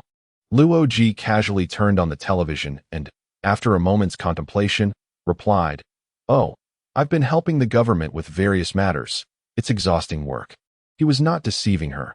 After all, who could say he was referring to the government of Huagua? The student's eyes sparkled at his words. "Professor Luo, you're so impressive." "Haha, it's nothing much," he said, just as Luo Ji was immersed in the warmth of her presence, nearly dozing off while watching television. The channel unexpectedly switched. "Good afternoon. This is the United Nations Security Council." The sudden change jolted both of them awake, along with all viewers around the globe. "After our investigation into the terrorist organization ETO, we regret to announce some unfortunate news." "Ladies and gentlemen," the spokesperson suddenly fixed a serious gaze upon the camera. "Aliens do indeed exist." "What?" Luo Ji exclaimed, standing abruptly and leaning closer to the television. "Designated as Trisolarans. This species hails from the Alpha Centauri system and exhibits hostility towards humanity. According to reliable reports, Trisolaran fleets are en route to the solar system, and they have launched 2 sophons towards Earth.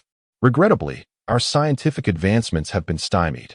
Here are the detailed reports. Luo Ji stared blankly at the screen, his head nearly pressing against it. How could this be? Aliens, do they intend to destroy Earth? Is humanity doomed? "Professor Luo?"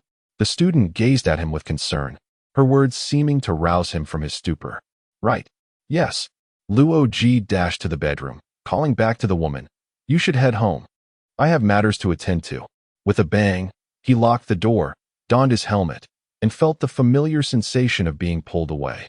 When he opened his eyes again, he found himself in the conference room, yet it was empty. As expected, Liu Ji and I Am Not God were engaged in research with the living Buddha. Meng Yu, Hit Meow, and Huang Pai Kanan were occupied with military simulations. Old 8 was busy making arrangements, while First Affection discussed army strategies with Galactic Power. Greywind, Little Gray's holographic projection, promptly appeared at the center of the round table. I'm here, what is it? Please gather everyone. It's urgent. Grey Wind, taken aback by the leader's apparent anxiety, nodded and sent out messages to the others. They too were puzzled, wondering what was amiss that day. Within half an hour, everyone arrived at the conference room. What is going on? The group looked towards the visibly anxious socialite, their own tension mounting. What is going on? Haven't you seen the news? What news? Aliens. The Trisolarans are coming. Apart from Liu Ji, everyone else wore expressions of confusion. Chapter 18. Leaders embracing reality. Old 8 hesitated as he gazed at the socialite. You aren't having nightmares anymore, are you? I am not. Oh dear, you all should check. The group exchanged glances, and soon after, they all logged off, only to log back in shortly thereafter. I suggest you take a break for now. I'll handle your responsibilities, Meng Yu said, patting his shoulder, but the socialite still thought they were jesting. What time is it? Stop joking. Hey, what has gotten into you today? As the atmosphere grew increasingly tense, Liu Ji spoke up. The socialite is right. This left everyone even more bewildered. Could it be that the socialite was actually an NPC? You wouldn't have seen the news, which is understandable, because the socialite exists in a different universe from you. Liu Ji's words were astonishing. Before anyone could respond, he continued. You arrived in this universe through a dimensional cloning machine, utilizing a method akin to consciousness transfer. Wait, are you implying that the chief is actually a real person? The living Buddha pointed incredulously at Liu Ji, who nodded helplessly in affirmation. I have mentioned this before, but you didn't believe me. What is your system, then, chief? Meng Yu questioned. Have you forgotten the history I shared earlier? Liu Ji briefly recounted the previous tale. My empire can traverse universes. What is so strange about having a system? This explanation was compelling, effectively addressing all doubts. So, the socialite universe has indeed been invaded by aliens. The socialite had once anticipated encountering extraterrestrials in the galaxy, only to find that they had already invaded. It's not an invasion yet. The news claims it will take over 400 years. Huang Pai Kanan was rather optimistic. Well, that is not a problem. By then, you won't even have a bone left. His crude words held a certain truth. The socialite found unexpected comfort in Huang Pai Kanan's manner. 400 years for aliens to arrive. You are thousands of light years away, aren't you? I am not, God inquired. Liu Ji interjected. Sister God is quite skilled at handling extraterrestrials. The others now regarded I am not God with surprise, but the current topic was not about her. Right before our eyes. The Trisolarans from Centaurus. So, it takes them 4 years to travel 4 light years, which means their speed is 1% of light speed. The socialite shook his head, uncertain. I don't know. The news only mentioned this much. With all due respect, don't you think the Trisolarans are a bit slow? Hitler Meow chuckled, but realized that laughter was inappropriate in this context, and he lowered his head to regain composure. They are indeed rather slow. Yet even so, they are far superior to humanity. The socialite, despondent, rested his head on the table. Unbeknownst to him, after such an extended period of interstellar existence, he had developed a sense of responsibility towards his civilization and a sense of shame regarding failure. Old 8 was still quite worried about his good friend and quickly turned to Liu Ji. Chief, you must think of a solution. The socialite is on the verge of tears. The socialite weakly raised his hand in defense. It hasn't reached that point. Liu Ji pondered for a moment before looking at I am not God. What is your suggestion? Kill. Liu Ji nodded, unsurprisingly. How can we kill them if we cannot even defeat them? We may be strong, but we are not in the same universe. Let us do this. The others looked expectantly at Liu Ji for a solution. Socialite, you should return and learn more about the Trisolarans, while also trying to connect with government agencies. If it comes to it, we can provide you with technology, and you can build a fleet in your universe. Hey, that is a brilliant idea. Upon hearing this, the socialite perked up, and the cloud of despair brought by the Trisolarans dissipated with Liu Ji's words. Chief, I love you. The socialite excitedly embraced Liu Ji, feeling immensely grateful for his earlier playful self. It was indeed the chief who was ready to step in when needed. Get off, I'm not your boyfriend. Ha ha. Although the immediate crisis posed by the Trisolarans seemed to have subsided, the leader's doubts remained unresolved.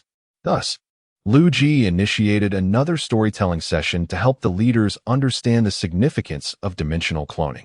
During this time, everyone exchanged their true names, but due to habit, they struggled to revert to using those names instead of their nicknames.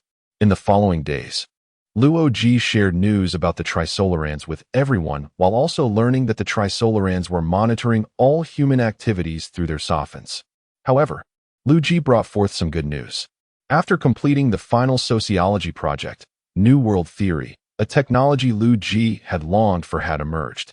Sociology, governance techniques, planetary unification. Upon completion of the research, a substantial amount of cohesion was acquired. Liu Ji selected this without a moment's hesitation. And to everyone's surprise, the technology was completed almost instantaneously. The selection of traditions was a significant matter, and the leaders leaned in, eager to see the effects of these traditions. Exploration, expansion, supremacy, hostility, prosperity. The multitude of traditions dazzled them, and more importantly, each tradition explicitly provided percentage bonuses. Liu Ji was curious whether these percentage bonuses would indeed enhance their productivity in the void. What do you all think we should choose? Liu Ji glanced at the leaders. Supremacy. Hitler Meow and Meng Yu exclaimed in unison. Supremacy would enhance the combat power of warships, reduce shipbuilding costs, and increase shipbuilding speed. I think prosperity is quite good. Exploration could work, and expansion is feasible, but the others might not suit us. Old 8's proposal garnered the approval of the majority, prompting Liu Ji to explain to the two war enthusiasts. We are not familiar with the situation in the Star Sea, and as long as we have no conflicting interests with the aliens, there is no need to build a massive fleet. Corvettes are not strong. It's possible we could take our fleet out to battle and encounter a formidable opponent, only to be annihilated on the spot. It's also possible we would spend ages finding that there are no aliens at all, so I do not support your suggestions. The two listened and nodded in understanding. While they enjoyed fighting, they were not mindless brutes. Thus, it became evident that the first tradition to choose would be prosperity. Prosperity could provide a substantial production bonus while reducing maintenance costs, making it an ideal choice for cultivation. This aligned perfectly with Liu Ji's current situation. Is it confirmed? The leaders focused intently as Liu Ji's hand descended slowly. When prosperity was selected, its foundational bonuses immediately affected the entire empire. Unlocking agenda. Preferential society. Do we even have a society? Never mind, it's unimportant. The key was its effect. Resource extraction stations would see a 20% increase in output. Chief, it has improved. Chapter 19, Catastrophic Technology. Shocking revelations. Gray Wind, visibly astonished, spoke with disbelief. Not only did her bionic exterior exhibit signs of shock, but even her mainframe experienced a brief pause, allowing her to conduct a self-diagnostic. Yet, after several checks, she found no discrepancies. What has improved? Liu Ji and the others leaned in closer, their anticipation palpable. Under their eager gazes, Gray Wind projected a data chart. Just moments ago, our total output inexplicably surged by 20. For instance, when we mined, it was 1 ton. During transport, it remained 1 ton. Entering the blast furnace, it was still 1 ton, yet upon emergence, it transformed into 2 tons. I am truly at a loss to comprehend what has transpired. Liu Ji, of course, bore no ill will toward her, as everyone shared in the confusion. Catastrophic technology, indeed, is awe-inspiring, Liu Ji murmured, and then he realized he could suddenly interact. Eagerly, he activated one of the branches of the prosperity tree. Unlocked. Standard construction template. Effect. Building costs reduced by 10. Construction speed increased by 25. Simultaneously, the intelligent machinery constructing the new district suddenly accelerated. Its mechanical arms moving with astonishing swiftness, more outrageous than in overload mode, yet operating with remarkable stability. Upon achieving their construction goals, they discovered surplus materials. Oh, we can still interact? Exclaimed Liu Ji, causing the leaders to tremble, akin to the thrill of striking a lottery worth 2 million. Unlocked. Superconductive energy transmission. Effect. Maintenance costs reduced by 10. Oh, we can still interact? Liu Ji's hands trembled with excitement as he selected the next option. Unlocked. Ultimate performance. Effect. Output increased by 10. Wow. Unlocked. Modular superstructure. Effect. Construction speed increased by 40. Incredible. The final option. Liu Ji's hand struck decisively against the last branch of the prosperity tree. Unlocked. Efficient algorithm. Effect. Energy output increased by 10 upon unlocking all branches of prosperity. An icon on the right illuminated. A small figure sat cross-legged, radiant golden light cascading from above, both dazzling and sacred. Traditional completion. Prosperity. Effects. Output increased by 10. Maintenance costs reduced by 10. Unlocked. Ascension Talent 1. The cohesion has finally been exhausted. This must be the might of the Divine Emperor. Am I not a god? Liu Ji eagerly opened the Ascension talent, and the others, still reeling from their astonishment, were caught off guard by the revelation. Liu Ji quickly skimmed through the Ascension, discovering an additional talent. Ascension talent. Dimensional Walker. Effect. Gain Dimensional Anchor technology. Dimensional Anchor. A massive structure that, upon completion, can link with one or more dimensional anchors located in another dimension, forming a dimensional passageway. Liu Ji reread the information repeatedly, confirming he had not misread, then glanced up at the other leaders. Do you comprehend what this signifies? The group could not suppress their collective gulp, their eyes shimmering with the same fervor. Choose it. Previously, while they understood they existed in a genuine universe, they could only seek solace or request technology from the chief. But now, as their efforts could yield tangible results, the age-old utilitarian mindset that had endured since humanity's inception drove them to a frenzy. Liu Ji decisively selected the option, and suddenly, the data center was inundated with a wealth of intricate information. Does this mean we can meet? The social butterfly gazed incredulously at the others, and Liu Ji nodded affirmatively. Soon, the group erupted in joyous cheers, embracing one another. Once the revelry subsided, Liu Ji abruptly recognized a significant issue. My friends, it seems I have uncovered a blind spot. What? The majority of you appear to lack the capacity to construct megastructures. Logic then let out a sudden wail. I had assumed the chief could summon reinforcements to combat the Trisolarans, yet we find ourselves unable to call for help. No worries. We shall take it one step at a time. There is ample time ahead. Liu Ji was aware that, in the future, the Trisolaran Earth would possess stasis pods, and logic would be selected as a Wallfacer. Hence he harbored no concerns regarding resource shortages. This reassured the others temporarily, as they acknowledged that the Empire was currently in its most crucial phase of development, and they must not let wonders lead them astray. By the way, why not attempt constructing one in your realm? Liu Ji gently elbowed the Emperor, who introduced herself as Neos, a name she often used during her youthful escapades. The Emperor informed the group that she was a leader of an interstellar empire, and although they displayed admiration and curiosity, the Emperor revealed little more, nor did they inquire further. Thus, the Emperor's current persona resembled that of a playful leader, indulging in the game of stellaris with an air of flamboyance. No, Liu Ji found the Emperor's resolute stance intriguing, yet she promptly elucidated her reasoning. We do not yet comprehend the transmission effects of the dimensional anchor. I must prevent any possibility of the chaos gods invading other universes. I almost forgot about that. The Emperor cherished all of humanity, including those in other universes, and would never allow the filth of the Warhammer universe to contaminate other realms. Liu Ji, feeling repulsed by the chaos gods, hesitantly regarded the Emperor. Surely those vile deities would not venture here. The Emperor shook his head, categorically denying such a possibility. All are subspace deities, anchored in reality. Do you truly think they could traverse to other universes? It would be more feasible to dream that all other gods perish. That is reassuring. Liu Ji exhaled, relieved. You vile creature, I shall rise at 8. No response. Seeing this, Liu Ji grew bolder. You wretched abomination. You are but a, Liu Ji faltered, at a loss for words to describe the abomination, and swiftly moved on. You, sinner, are my divine selection. Though the others failed to comprehend, they were not taken aback. If their leaders were abstract, how could their chief be anything but abnormal? However, the Emperor appeared somewhat strained, as this was a rare occurrence within the Warhammer universe. I meticulously reviewed the description of the dimensional anchor. It cannot be understood by conventional logic. Its activation requires a power that transcends dimensions. Without that power, the dimensional anchor appears to others as nothing more than a hunk of scrap metal. Upon hearing this, the others fell into contemplation. The power that transcends dimensions. Is that not us?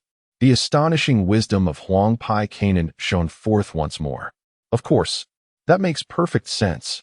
The group expressed their admiration, and upon receiving praise, Huang Pai Kanan's nose nearly ascended to the heavens. Does it also possess anti-replication capabilities? Liu Ji was somewhat surprised, glancing at logic, his mind already formulating an entire plan.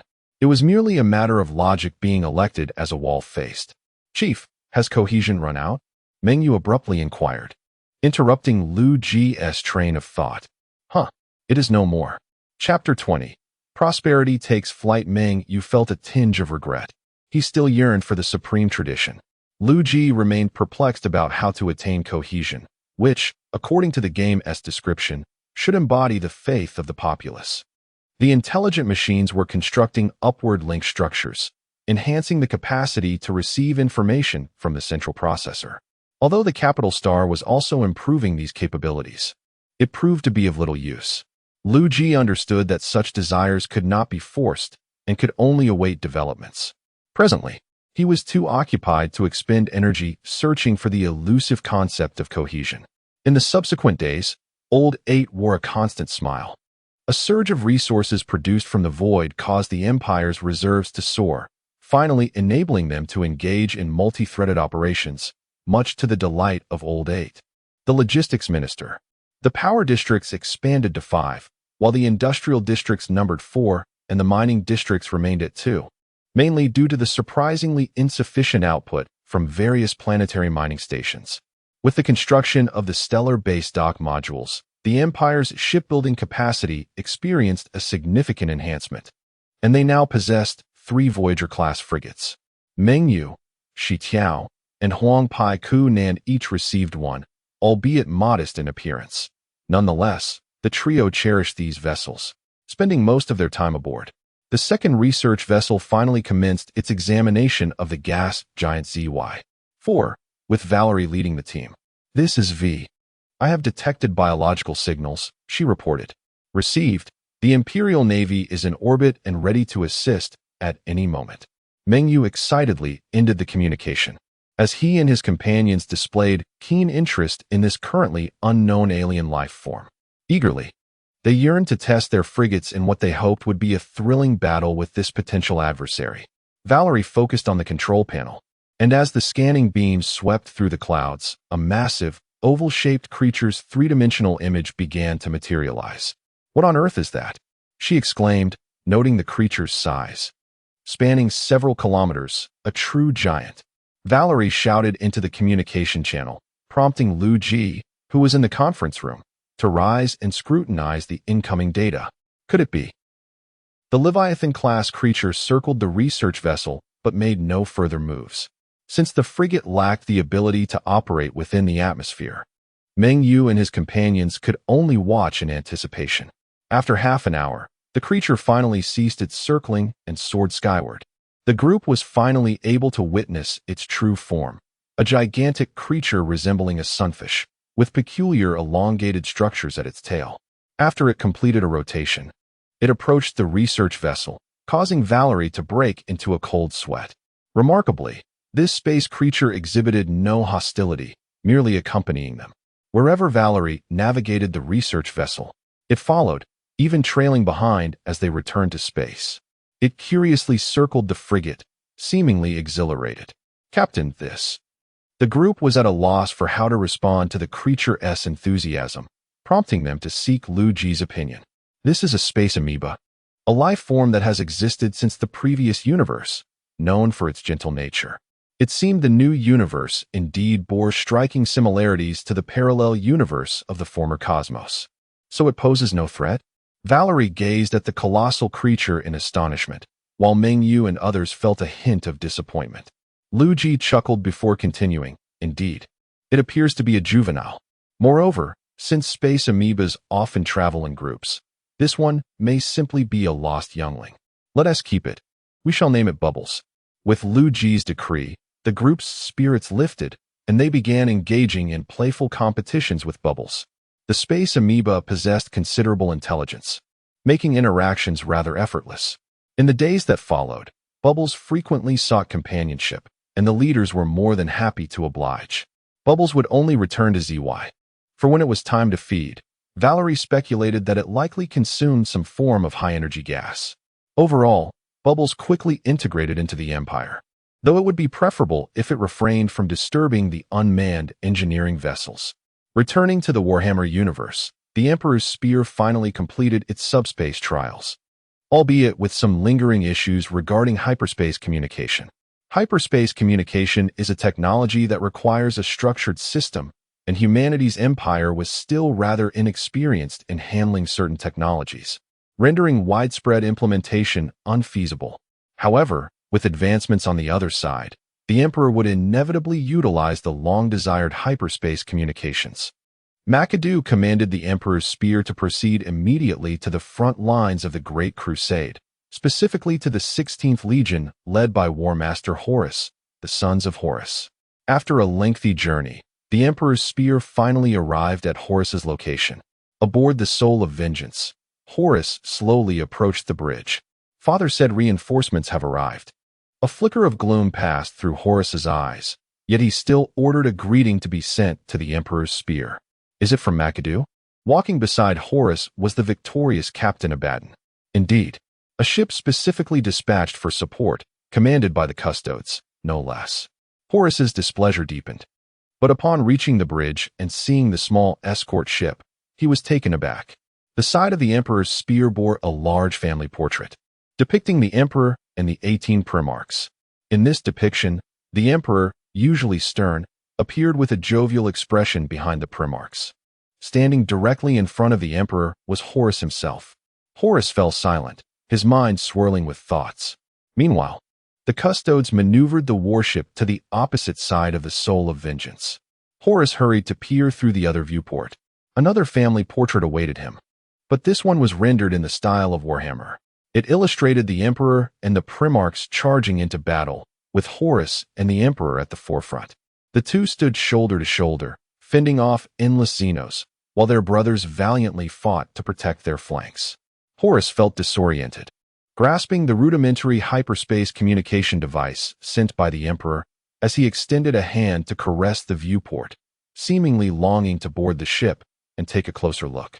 War Master, greetings to you in the name of the Emperor, came the voice of the Custodes, filling Horus's heart with emotions of gratitude and guilt. His father cared for him so deeply, yet he had harbored discontent with his father's decisions. Without a moment's hesitation, Horus activated the hyperspace communication, sending a message to Terra. Chapter 21. Dimensional Shift. What's going on? Coincidentally, the Emperor was not in the stellar universe and managed to receive Horus's message. Nothing. Father, I just miss you a little. Don't bother me unless it's important. I'm busy. Beep, beep, beep. Horus hung up the communicator. Although the Emperor had cut him off, could that prove his father didn't love him? No. Wasn't this escort ship a gift from his father, who was just being contrary? Horus was already imagining the Emperor sitting before a mountain of administrative tasks, yet still regretting not having communicated properly with his son, thinking about how to make amends. It had to be like that. Just as Horus was lost in thought, the Emperor had already returned to the stellar universe. The escort ship has arrived. I believe we'll soon witness its power. Liu Ji nodded. Have you finished the family portrait? Indeed, the family portrait was Liu Ji's suggestion. The Emperor wasn't interested in such things. However, Liu Ji said it was beneficial for family harmony, so she complied. At the time, Malkador had been giving him strange looks, making the Emperor uncomfortable. Yes, that's good. Although Liu Ji didn't know what use such a thing had, he treated it as a whim and did it casually. Liu Ji had always been this way, doing things if he found them interesting.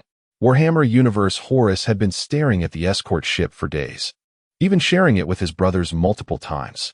He even made some of them envious. It wasn't that Horus hadn't wanted to board the warship, but the Custodes had received orders from the Emperor, forbidding him from doing so. The custodes explained that the Emperor had used some incomprehensible dark technology to create the warship and that, for some reason, only specially trained individuals could operate it. However, the training was too arduous, and the Emperor didn't want him to be hurt, so he forbade him from boarding. The custodes' words were full of suspicious points, yet Horus believed them, moved to tears. Even Abaddon was somewhat disgusted, but since the pre-march believed it, what could he say? He followed suit. The battle lines continued to advance, and they soon encountered the enemy. This was a star system called Tofa, and there were traces of Xenos on one of the planets. Horus had encountered many such Xenos while advancing in this direction, and based on experience, it should be a small Xenos empire.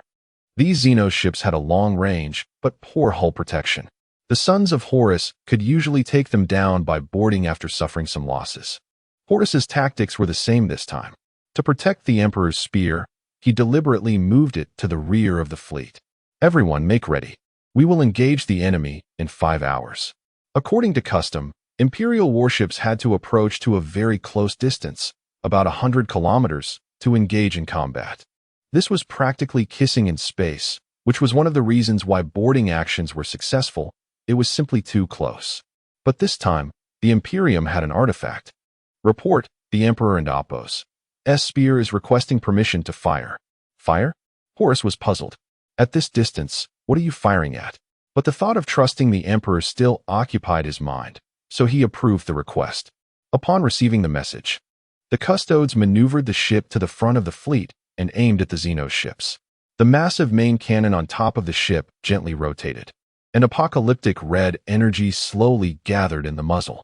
In an instant, the thick beam of red laser crossed billions of kilometers and struck the largest Xenos ship 5 seconds later. The Xenos ship didn't even have time to activate its shields before being melted into liquid metal, scaring the other Xenos ships into quickly raising their shields. But it was useless. After a brief cooldown, another laser shot out. Another Xenos ship was destroyed, and the laser continued unabated. Since the Xenos ships had just set sail, their home planet was directly behind them, and the laser struck the planet.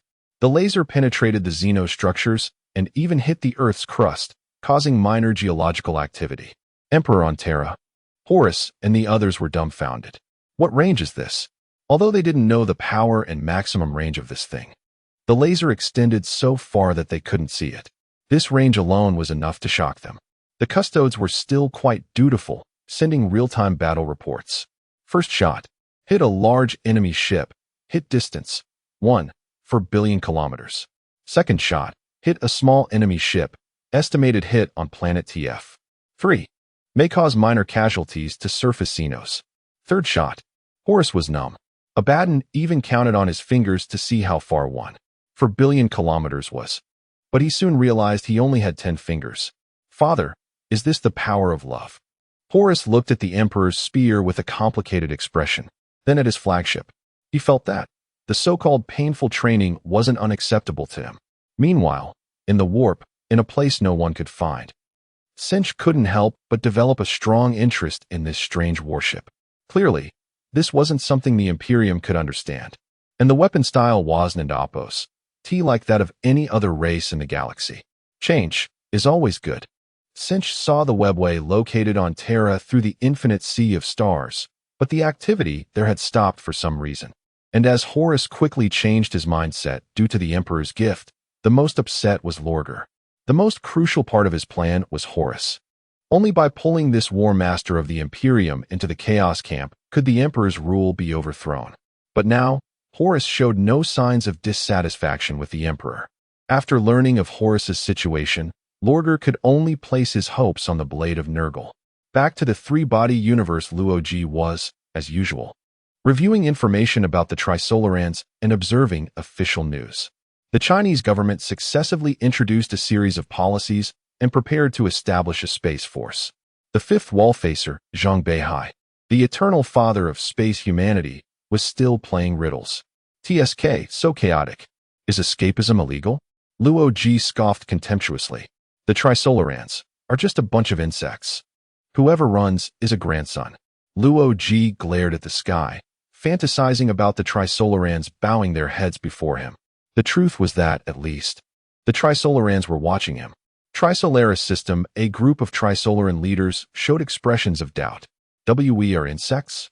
Although this high-threat target seemed a little neurotic lately, he still had to be killed. Chapter 22. An unconventional tale due to the recent seclusion of Liu Ji at home. The car accident depicted in the original narrative did not transpire. Just as Liu Ji donned his helmet to enter the cosmic realm of the stars, an ETO member had already assembled a large-caliber sniper rifle on another building. The QBU-201, a domestically developed heavy anti-material sniper rifle with a caliber of 12.7 mm, was ready for action. This ETO operative loaded the rifle, possessing a total of 5 rounds, 5 opportunities. However, he deemed it unnecessary to use all his ammunition. For Liu Ji lay reclined in a chair with only his head exposed to the open air. Though just a small portion of him was visible, it mattered not to an anti-material sniper rifle. Bang! The man acted decisively and swiftly. At the moment the bullet was discharged, he imagined Liu Ji fragmented into pieces. The bullet effortlessly penetrated the glass, and upon contact with the helmet, the majority of its kinetic energy was astonishingly absorbed and transformed into other forms of energy by the helmet. At that moment, Liu Ji felt as though someone had forcefully struck his forehead. Warning, original body is under attack. Suddenly, Liu Ji, engaged in conversation in the conference room, was disconnected as his head collided with the table. The other leaders sprang to their feet. What happened? In the Trisolaris universe, Liu Ji swiftly opened his eyes, then skillfully rolled and scrambled away in a flurry. The man was momentarily taken aback by this unforeseen turn of events, and by the time he regained his composure, he had wasted several rounds of ammunition in vain. Hello? Is this the police? I have been the victim of a terror attack. Liu Ji, now panicking, swiftly deduced the identity of his would-be assassin. Had he known the Trisolarans were so petty, he would have refrained from his provocative remarks. Coincidentally, the sound of police sirens echoed from downstairs. Aware of his mission's failure, the man pulled out a handgun and took his own life. Hasty footsteps resonated in the corridor, prompting Liu Ji to carefully conceal himself amid the profound silence. Rather than the expected knock on the door, he heard the sound of a key turning in the lock. Thus, he watched as a middle-aged man accompanied by a team of men in black entered his home. Half an hour later, in an armored jeep. Are you the police? Liu Ji inquired with curiosity regarding the middle-aged man. Typically, police response times were not so swift, and who had such a formidable police presence at their home? Used to be, I am Shurchong. Liu Ji. Liu Ji had no intention of shaking hands, and Shurchong glanced at the box in Liu Ji's grip. Sensing Shurchong's gaze, Liu Ji tightened his hold on it, compelling Shurchong to withdraw his gaze and retrieve a pack of cigarettes from his pocket. Would you like one? Liu Ji glanced at the offer, shaking his head. I only smoke the e-cigarettes flavored with extraterrestrial natural gas. Indeed. This explained why Liu Ji could never find his e-cigarette.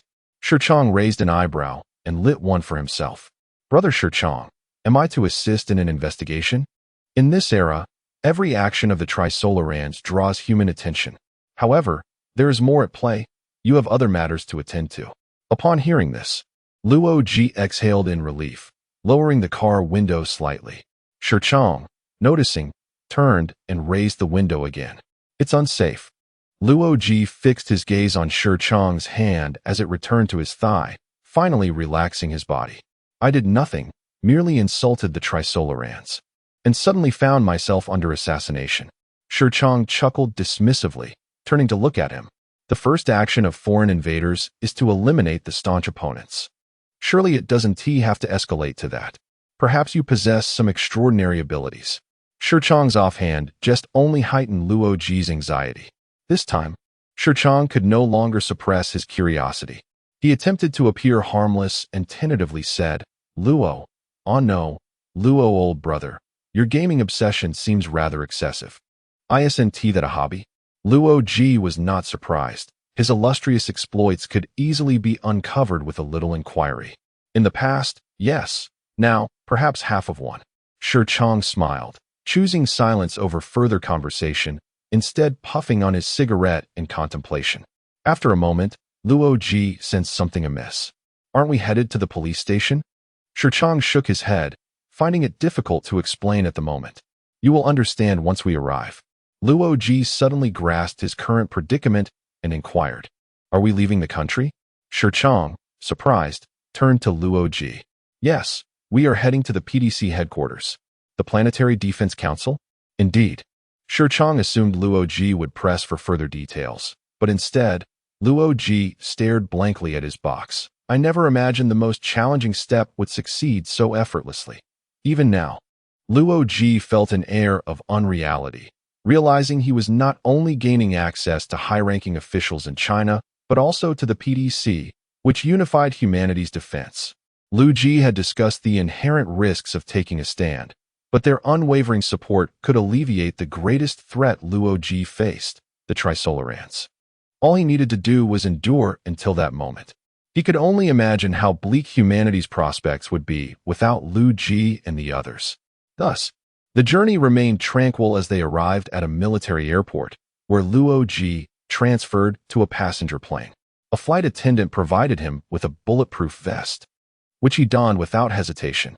Due to the attendant's instructions, Luo Ji was required to fasten his seatbelt throughout the flight.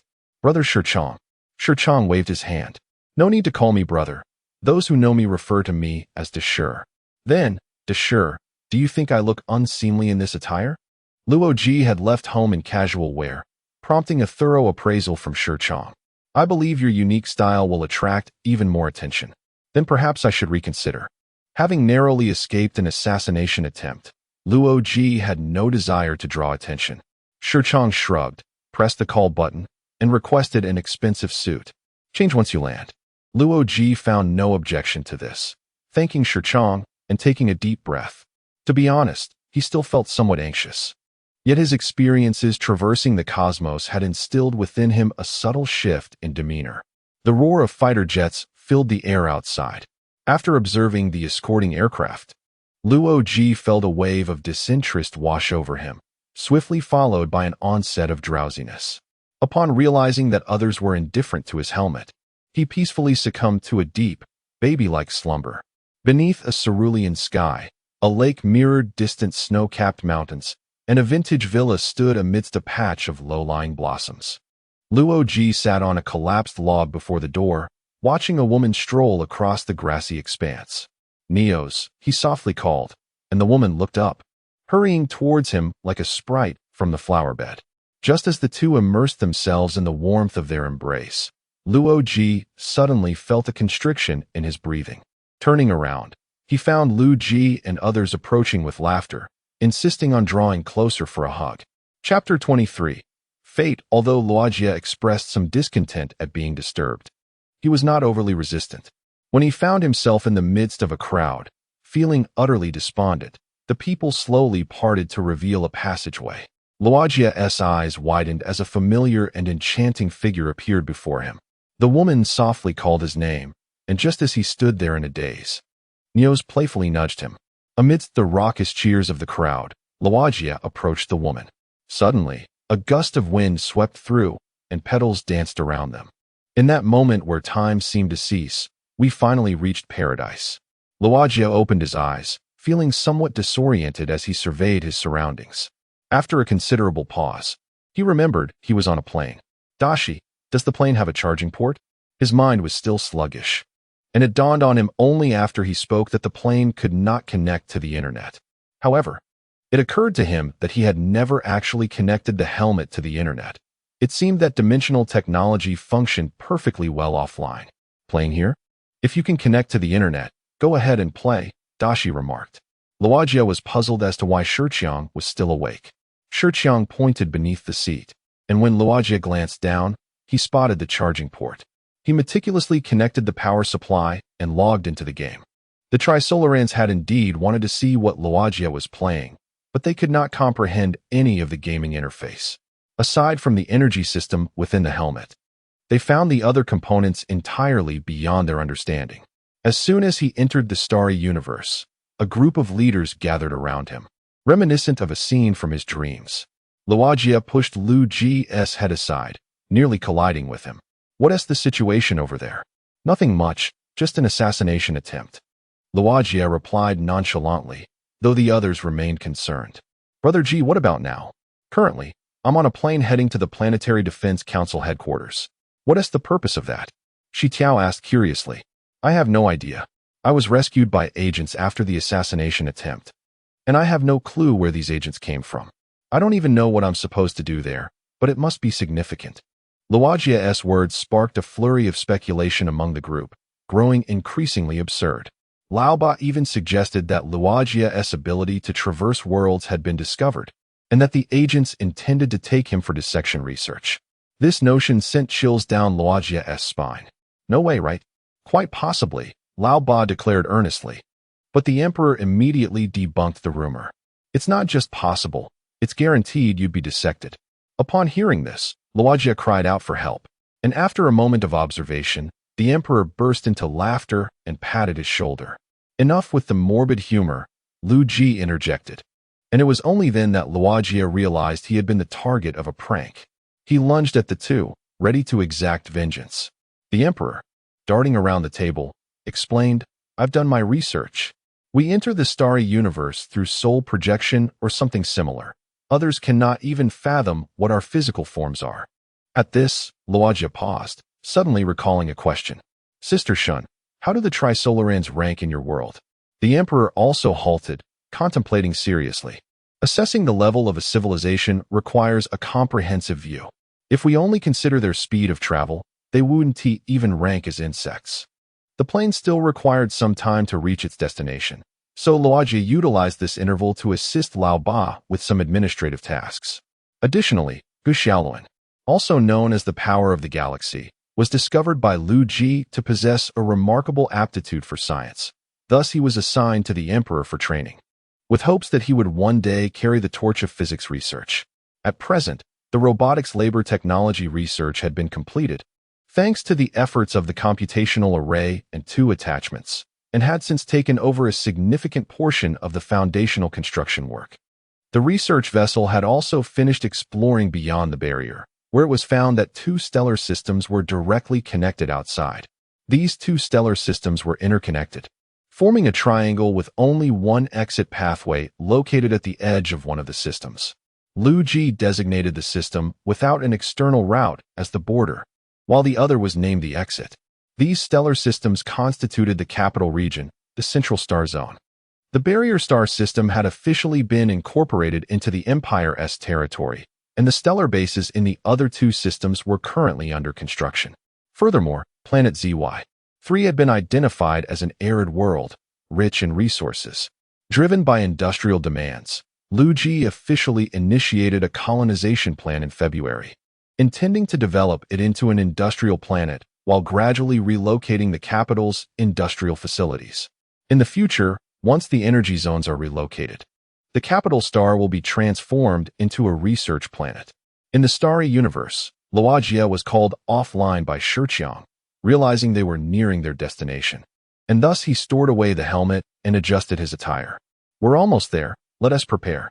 Luogia freshened up briefly and grabbed a quick bite before the plane began its descent. Once the aircraft landed, Shiqiang instructed Luogia to wait while he exited the plane. Shortly thereafter, an official with European features entered alongside Shiqiang. Are you Dr. Luogia?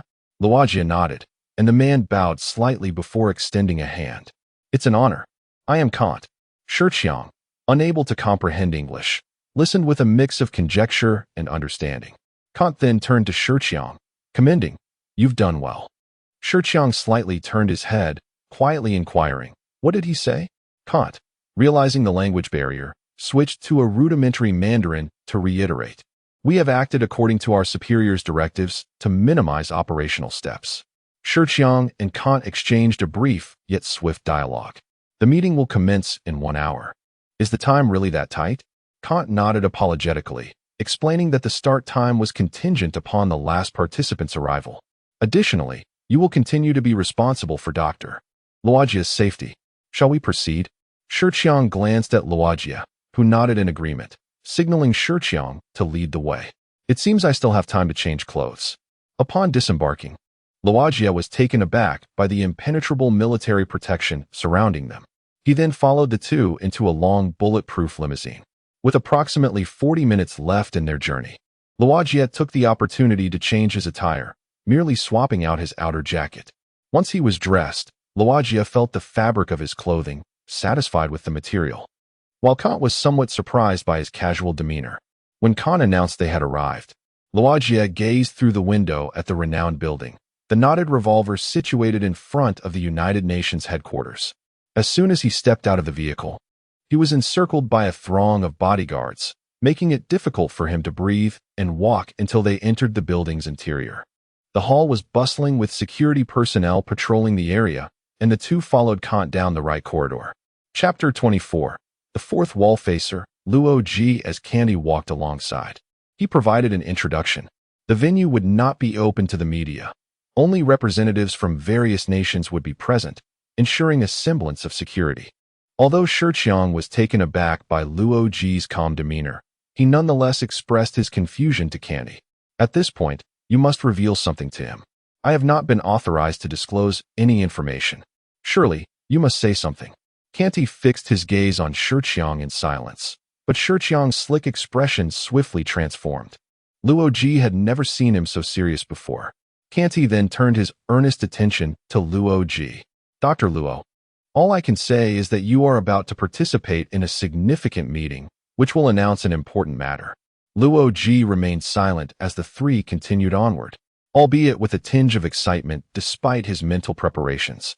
Upon reaching the door, Canny softly remarked, "You need not do anything, Doctor." He opened the door and exchanged a few words with someone inside before ushering Liu Ji in, leaving Shiqiang outside. As they entered the United Nations Assembly Hall, they found it filled to capacity, a low hum of conversation resonating throughout the space. "Where shall we sit?"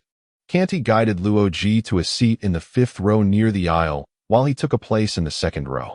Liu Ji, cradling a box, caught the attention of the neighboring attendee, but after a glance, the individual turned back to converse with a companion. Liu Ji paid them no mind, instead reflecting on his recent discussions with the leaders and his curiosity about the cosmos beyond the Empire. The hall gradually quieted down as Ms. Tsai, the then Secretary General of the United Nations, ascended the podium, casting a glance in Liu Ji's direction. After surveying the assembly, she announced, "The 19th meeting of the Planetary Defense Council is now entering its final agenda. The announcement of the final selection of Wallfacers and the commencement of the Wallfacer project." Below, Liu Ji was still contemplating the previous efforts of Liu Ji, who had inundated the leaders with supplies under the guise of social preference, which evidently bore little fruit as the cabinet's agenda progressed at a painfully slow pace. Before we formally proceed with the agenda, I believe it is necessary to briefly review the Wallfacer project. Liu Ji listened intently. Due to the constraints imposed by the Sophons, which obstruct technological advancements and probe human information, a critical flaw existed. They could not delve into the thoughts of the human mind. Hence, the Wallfacer project required the selected Wallfacers to employ cunning and stratagems against the Trisolarans in pursuit of victory. The remaining lives of the Wallfacers would undoubtedly be tragic.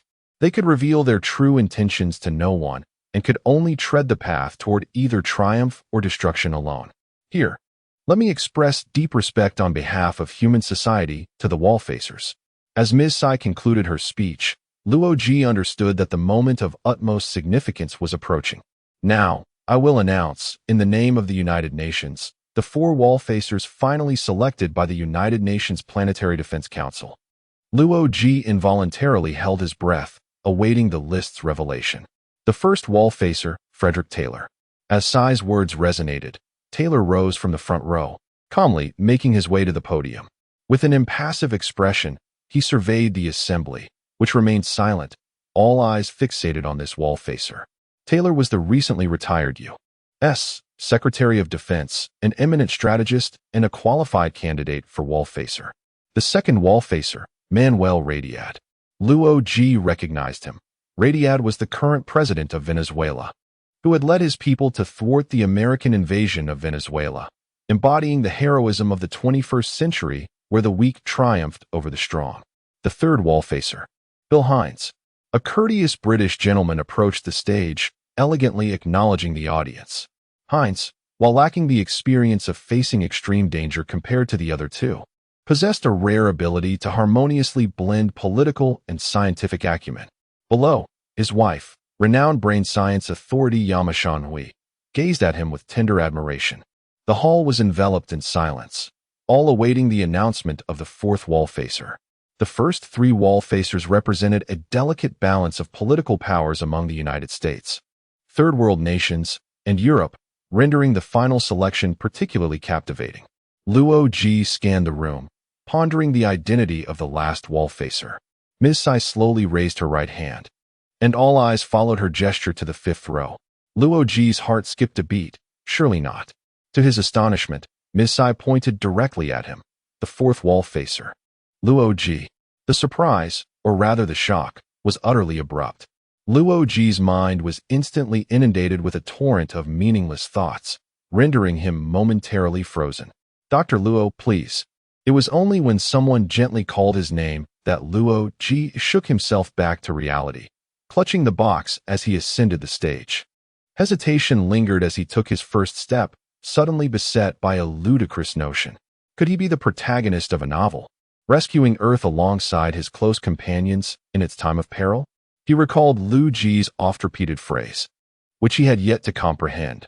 This must be the Divine Emperor's great power. Amused by his own thoughts, Liu Ji unconsciously moved forward, his mind racing with future plans. As the Wallfacer, the hope of all humanity, surely they could rally global strength to summon reinforcements. Unbeknownst to him, he had already arrived at the podium. When he regained his senses, he found himself confronting the somewhat perplexed Ms. Sai, who he had inadvertently pushed aside. Future colleagues regarded him with a mixture of curiosity, while the representatives below wondered what the Wallfacer was doing. At this juncture, Liu Ji briefly gathered his emotions, infusing his forthcoming words with a blend of indignation and pride. I do not know why I have been entrusted with such a monumental responsibility, but the Trisolarans have provoked me. Upon uttering this, he felt a tinge of embarrassment, his cheeks flushing, yet he pressed on resolutely. Not merely because I was assassinated, but also due to the audacity of the Trisolarans to encroach upon Earth. I can assure you all that my selection as a Wallfacer will stand as one of the most astute decisions made in the annals of humanity's foolish and erroneous history. Finally, he sought to correct a statement made by the Trisolarans. I know you are watching. Liu Ji's gaze sharpened as he looked toward the assembly above. The profound arrogance of a superior civilization over an inferior one manifesting unmistakably. Trisolarans, you are the true insects. Liu Ji's brief speech undoubtedly left the audience in shock, as humanity found itself thoroughly suppressed, relying on the seemingly whimsical Wallfacer project. He had rendered the Trisolarans utterly contemptible. The astonishment of the three other Wallfacers was palpable, and Ms. Sai reevaluated this seemingly unremarkable man. Recognizing Liu Ji's predicament, she initiated applause, leading to a thunderous ovation from the assembly. Here, humanity would officially sound the trumpet for the counteroffensive against the Trisolarans. Chapter 25. Power. Once the announcement concluded, there was nothing more to discuss, and the representatives gradually exited the venue. After exchanging brief greetings with Liu Ji, his three colleagues also departed. It seemed that Liu Ji's somewhat reckless remarks had garnered him a modicum of respect from them. Dr. Liu Ji, it appears you are still somewhat perplexed, Sai observed, as only Liu Ji and Sai remained in the hall, accompanied by Jizi. Indeed, I am curious about the extent of authority bestowed upon the Wallfacer, born from the machinations of political games. Sai, somewhat taken aback, responded, Are you not curious as to why it is you? Liu Ji shook his head. At this juncture, understanding those matters may be beneficial to the Wallfacer project, yet they hold little relevance to my own plans. Do you already have a plan? Indeed. Liu Ji gazed into the void. Trisolarans, how do you believe I shall triumph over you? The Trisolarans remained their usual aloof selves, offering no reply. Sai followed Liu Ji's gaze and, seeing no response, redirected the conversation. Dr. Liu Ji, the Wallfacer wields immense power, theoretically capable of mobilizing all of Earth's resources. If that is the case, humanity should achieve victory swiftly, Liu Ji mused. Sai paused for a moment. I am intrigued as to why you possess such confidence. Of course, You are under no obligation to answer.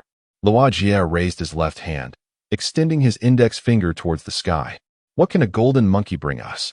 Sai furrowed his brow, pondering for a moment before slowly relaxing. It seems you are that golden monkey. Incorrect. Call me the great sage equal to heaven. Sai chuckled at Liu Ji's humor. Of course. That is your prerogative. As Liu Ji turned to leave, Sai continued to watch him. He pushed open the door and stepped into a realm of light. Beside the Fourier pendulum, Liu Ji encountered Shirchang and Kant, along with several security personnel clad in black. All regarded Liu Ji with a serious and admiring demeanor, to which he adapted well. Ahem. With merely 2 coughs, all eyes converged upon him. Well then, sure, he said, let us be on our way. Shirchang promptly approached him. It may not be safe outside. Do you require security? Despite his bravado, Liu Ji was indeed concerned for his safety. Yes. He pointed to a security officer. You there? Conduct a thorough sweep of the area, every room, rooftop, and nook. The officer immediately relayed the Wallfacer's orders via his walkie-talkie. Your command has been executed. A complete search will take approximately half an hour. Liu Ji nodded and found a nearby bench to converse with Shirchang. Relax, just as before. Shirchang shook a cigarette box, and only upon Liu Ji's nod did he extract a cigarette and light it. Ah, your orders are duly noted, Wallfacer. I said to act normal.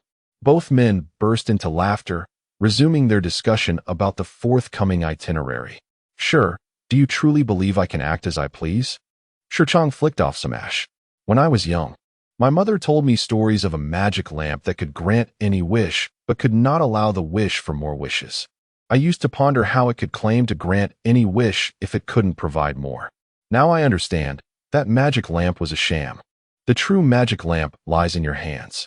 Liu Ji opened his palms, revealing nothing, but when he clenched them, it felt as if he had halted the Earth's rotation with a mere thread. A different sensation. What? Liu Ji crossed his legs, gazing at the enormous United Nations emblem on the wall. God possesses unparalleled power, yet why create humanity? Shirchang shook his head, unable to comprehend the thoughts of a deity. If God's might goes unseen, how does God even know he is divine? Shirchang puffed on his cigarette, contemplating the implications of Liu Ji's words. Liu Ji surveyed the surroundings and spotted Kant conversing with the security personnel not far off. Kant. Upon hearing the Wallfacer's call, Kant hurried over. Dr. Liu Ji, how may I assist you? Is the Wallfacer plan to be publicly disclosed? Kant nodded. Global news will be released immediately following the conclusion of the meeting. Very well. Do you have any further tasks? I am responsible for your daily correspondence. Liu Ji stroked his chin, contemplating the matters to be addressed. Who is accountable to the Wallfacer? The execution and command of the Wallfacer plan fall under the Planetary Defense Council, with the rotating chairperson serving as the highest leader. I wish to meet the PDC chairperson. Very well, he is currently in the adjacent conference center. Shall we go now? Wait, let the security sweep conclude first. Liu Ji gestured for Kant to take a seat beside him. Kant sat with perfect posture, while Liu Ji casually draped an arm over his shoulder. Do you think it unreasonable for me to request some minor perks in life? Kant was momentarily taken aback by this line of questioning. The living standards for Wallfacers are indeed high, and you may certainly request enhancements. Oh, Liu Ji chuckled, deciding to test this soon, having already concocted a rationale. Before long, a security officer entered. Standing at a respectful distance from Liu Ji, the area has been thoroughly searched, and an assassin has been apprehended. An assassin indeed? Liu Ji stood, his mind racing with ingenious thoughts. I wish to see him. The assassin? Yes, right here. Understood. Soon, the assassin was escorted into the room. He was a young European man, his face adorned with a seemingly eternal smile. Is it you who sought to kill the Wallfacer? Liu Ji scrutinized him from head to toe. Not all Wallfacers, only you. Really now, are the Trisolarans truly so petty as to target me specifically? The man continued to smile. This is the task from the master. I apologize. But I do not know the reason. Ah, how polite. You jest. We merely stand on different sides. In truth, I admire your courage in facing the master. The perverse mission that only an abnormal person can endure is the most dreadful of tortures. Liu Ji, unconvinced, replied, as you mentioned. This is not something an ordinary person can bear, but I am no ordinary person. Your courage is commendable. Yet one day you will realize that the chasm between humanity and the Master is akin to comparing ants to giants. Liu Ji grew somewhat irritated. You incessantly refer to the Master, but I wonder, what aspect of the Trisolarans warrants such a title? Technological prowess, culture, or something else? Pray, enlighten me. Chapter 26. I am the Master. The comrades of ETO have come to a profound realization that humanity is incapable of governing itself effectively. Thus they yearn for divine assistance. Yet, on what grounds do you presume that the Trisolarans can manage humanity? The man finally set aside his smile, exhaling a resigned sigh. We are uncertain, but the Master will reach Earth in 400 years, which speaks volumes. Liu Ji finally obtained the answer he sought. He leaned closer to the man, an unusual light glinting in his eyes, instilling an inexplicable dread within the man. By your reasoning, why not acknowledge me as your master? I am far superior to the Trisolarans. You jest, we. Liu Ji interrupted him, saying, if I possessed such power, would you abandon the Trisolarans and revere me as your master? The man almost instinctively replied, yes. The conversation concluded, and you can look forward to becoming my fervent follower in due course. Take him away and imprison him. The man attempted to protest, but Liu Ji disregarded him and followed Shirchong and Canny out. In the office of the conference center, Liu Ji was delighted to meet Gao Ning. Good day, doctor. Liu Ji, what brings you here? Gao Ning, a robust Russian elder, was buried under a mountain of paperwork. I wish to inquire about the other 3 Wallfacers and their current activities. Liu Ji hesitated to be direct, opting instead to engage in some trivial chatter. They have yet to take any significant actions, and I cannot ascertain their plans. By the way, they will soon establish their own advisory office. I recommend you expedite this process. If you desire, I can assign you some consultants. Liu Ji quickly shook his head. Consultants? Not necessary. Very well. Should you find it essential, I can recommend the most suitable personnel. Gao Ning fell silent, waiting for Liu Ji to speak. May I borrow some paper and a pen? Please. Liu Ji took the pen and marked a black dot on the white paper. With the fountain pen, the dot quickly expanded. Mr. Chairman, do you have dreams? In what sense? For instance, have you ever fantasized about residing in a beautiful place? Gao Ning chuckled wryly. I face an unending workload daily. With various meetings and constant travel around the globe, I spend no more than 3 months at home each year. I lack the energy to contemplate such matters. Yet I have an ideal place in mind, and it is the most exquisite of all. Upon hearing this, Gao Ning sensed Liu Ji's intention, and a visible melancholy shadowed his countenance. Liu Ji set down the pen, gesturing animatedly. Picture this: towering, perilous snow-capped mountains, their grandeur accentuated by the azure sky. Gao Ning pondered earnestly. It must be a frigid locale. No, it cannot be cold beneath the snow peaks. It must have a subtropical climate, accompanied by a vast lake.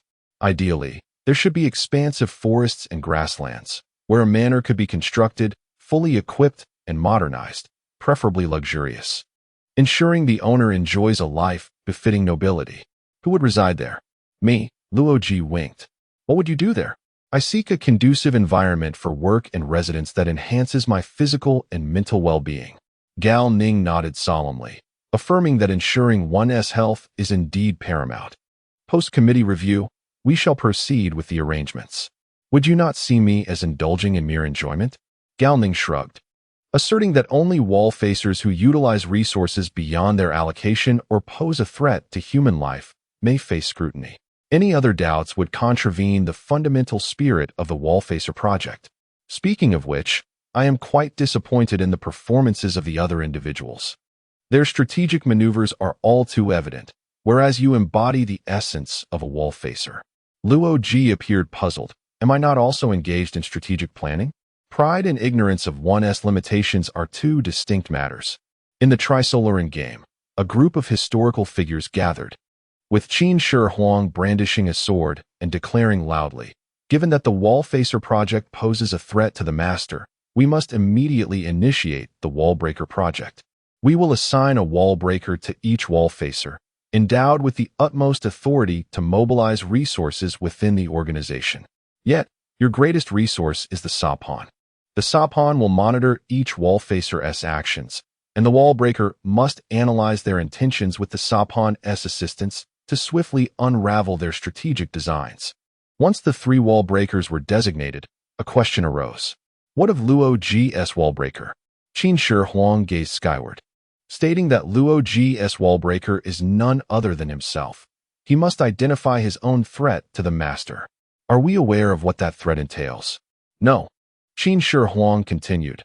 The Master knows, and Evans is also aware. He taught the Master to conceal this secret before he perished. Among all, is Liu Ji not the gravest threat? Someone inquired cautiously. I cannot say for certain, but one thing is clear. Liu Ji will confront the Master directly. Liu Ji's dream materialized as Gao Ning indeed found him such a place. Upon disembarking from the plane, Liu Ji was rendered speechless by the breathtaking landscape before him. Do not be astonished. One can dream of places that genuinely exist.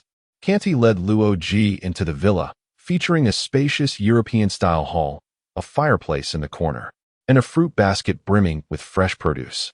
Canty then guided him on a brief tour before introducing the butler of the villa's original owner. The former owner sends his regards, expressing his honor that a Wallfacer resides here. When Liu Ji returned to the living room and sank into the soft sofa, he thought of Shirchong. Mr. Shirchong has transferred your security duties. He may have already departed. Liu Ji felt a pang of reluctance toward Shirchong. Though their acquaintance was brief, they had formed a strong rapport. Summon him back in my name. He lacks proficiency in other languages, so communication may pose a challenge. Then replace all security personnel with Chinese individuals. Candy acknowledged and went to contact the relevant parties. Liu Ji gazed through the window at the distant snow-capped mountains, caressing the helmet beside him. The other 3 Wallfacers had also embarked on their respective plans. Re-Diaz pursued nuclear research. Taylor sought Ding-E for high-energy particle studies, while Zions delved into his original field of brain research.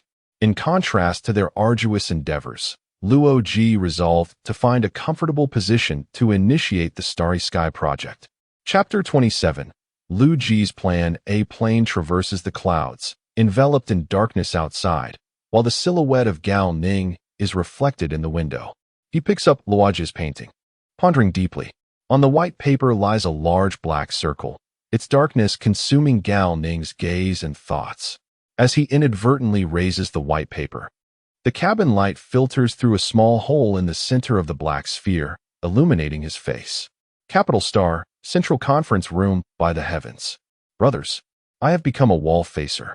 Liu Ji exclaimed excitedly to the crowd, who exchanged bewildered glances. Wallfacer? Nonsense. He kicked Old Eight aside. As Huang Pecanin approached with a new task list in hand. Could you enlighten us? Liu Ji recounted the recent events, and the group began to comprehend, gazing at him with envy. Uffed.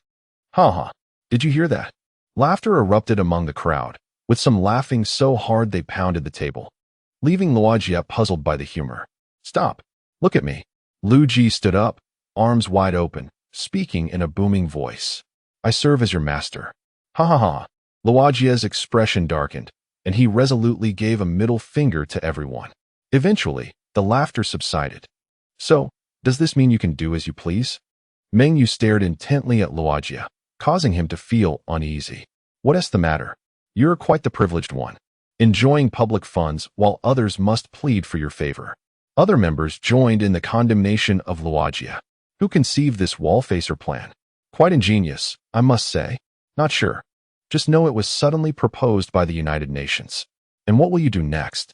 Liu Ji's words plunged Liu Ji into deep contemplation, with the leaders nearby offering suggestions. What else can we do? Build a fleet. A grand expedition. Let our alien friends from Centaurus respond. Meng Yu smacked Hitmio on the head. Have you forgotten about the Sapon? Valerie interjected. Protons can also covertly learn technology, and who knows, the Trisolarans might outnumber the fleet we construct. Moreover, our technology surpasses theirs in certain aspects. Let us not inadvertently aid the enemy. Perhaps we could utilize Earth's resources to construct a dimensional anchor. That should suffice. This had been Liu Ji's previous thought. He wasn't foolish enough to mindlessly support the United Nations of Earth. Liu Ji signaled for Grey Wind to speak. Grey Wind stepped forward and displayed data on the dimensional anchor. The dimensional anchor is a complex, large-scale structure requiring immense resources. Given Earth's current productivity, it would take merely a century to gather the necessary alloys. However, when factoring in other elements, such as the time needed to comprehend the technology, this time frame could extend into an uncertain span. Furthermore, the United Nations lacks large-scale space construction capabilities, but given the Chief's nature, some assistance should be expected.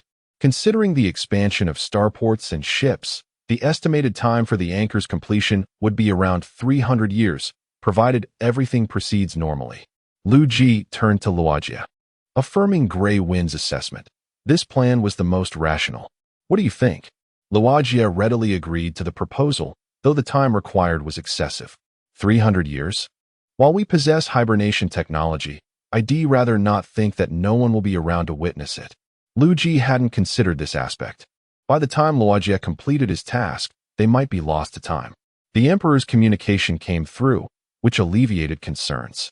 You might try linking your helmet to the hibernation pod.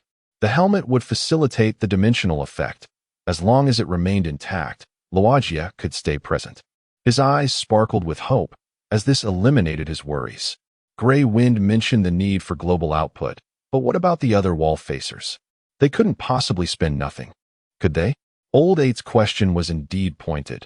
The future expenditures of the other Wallfacers would also amount to a staggering figure. We can't obstruct their efforts to save humanity, Luogia sighed, as Hitmio leaned closer, persuading. Who are they to dictate terms? They can't advance technology. Their efforts would be futile.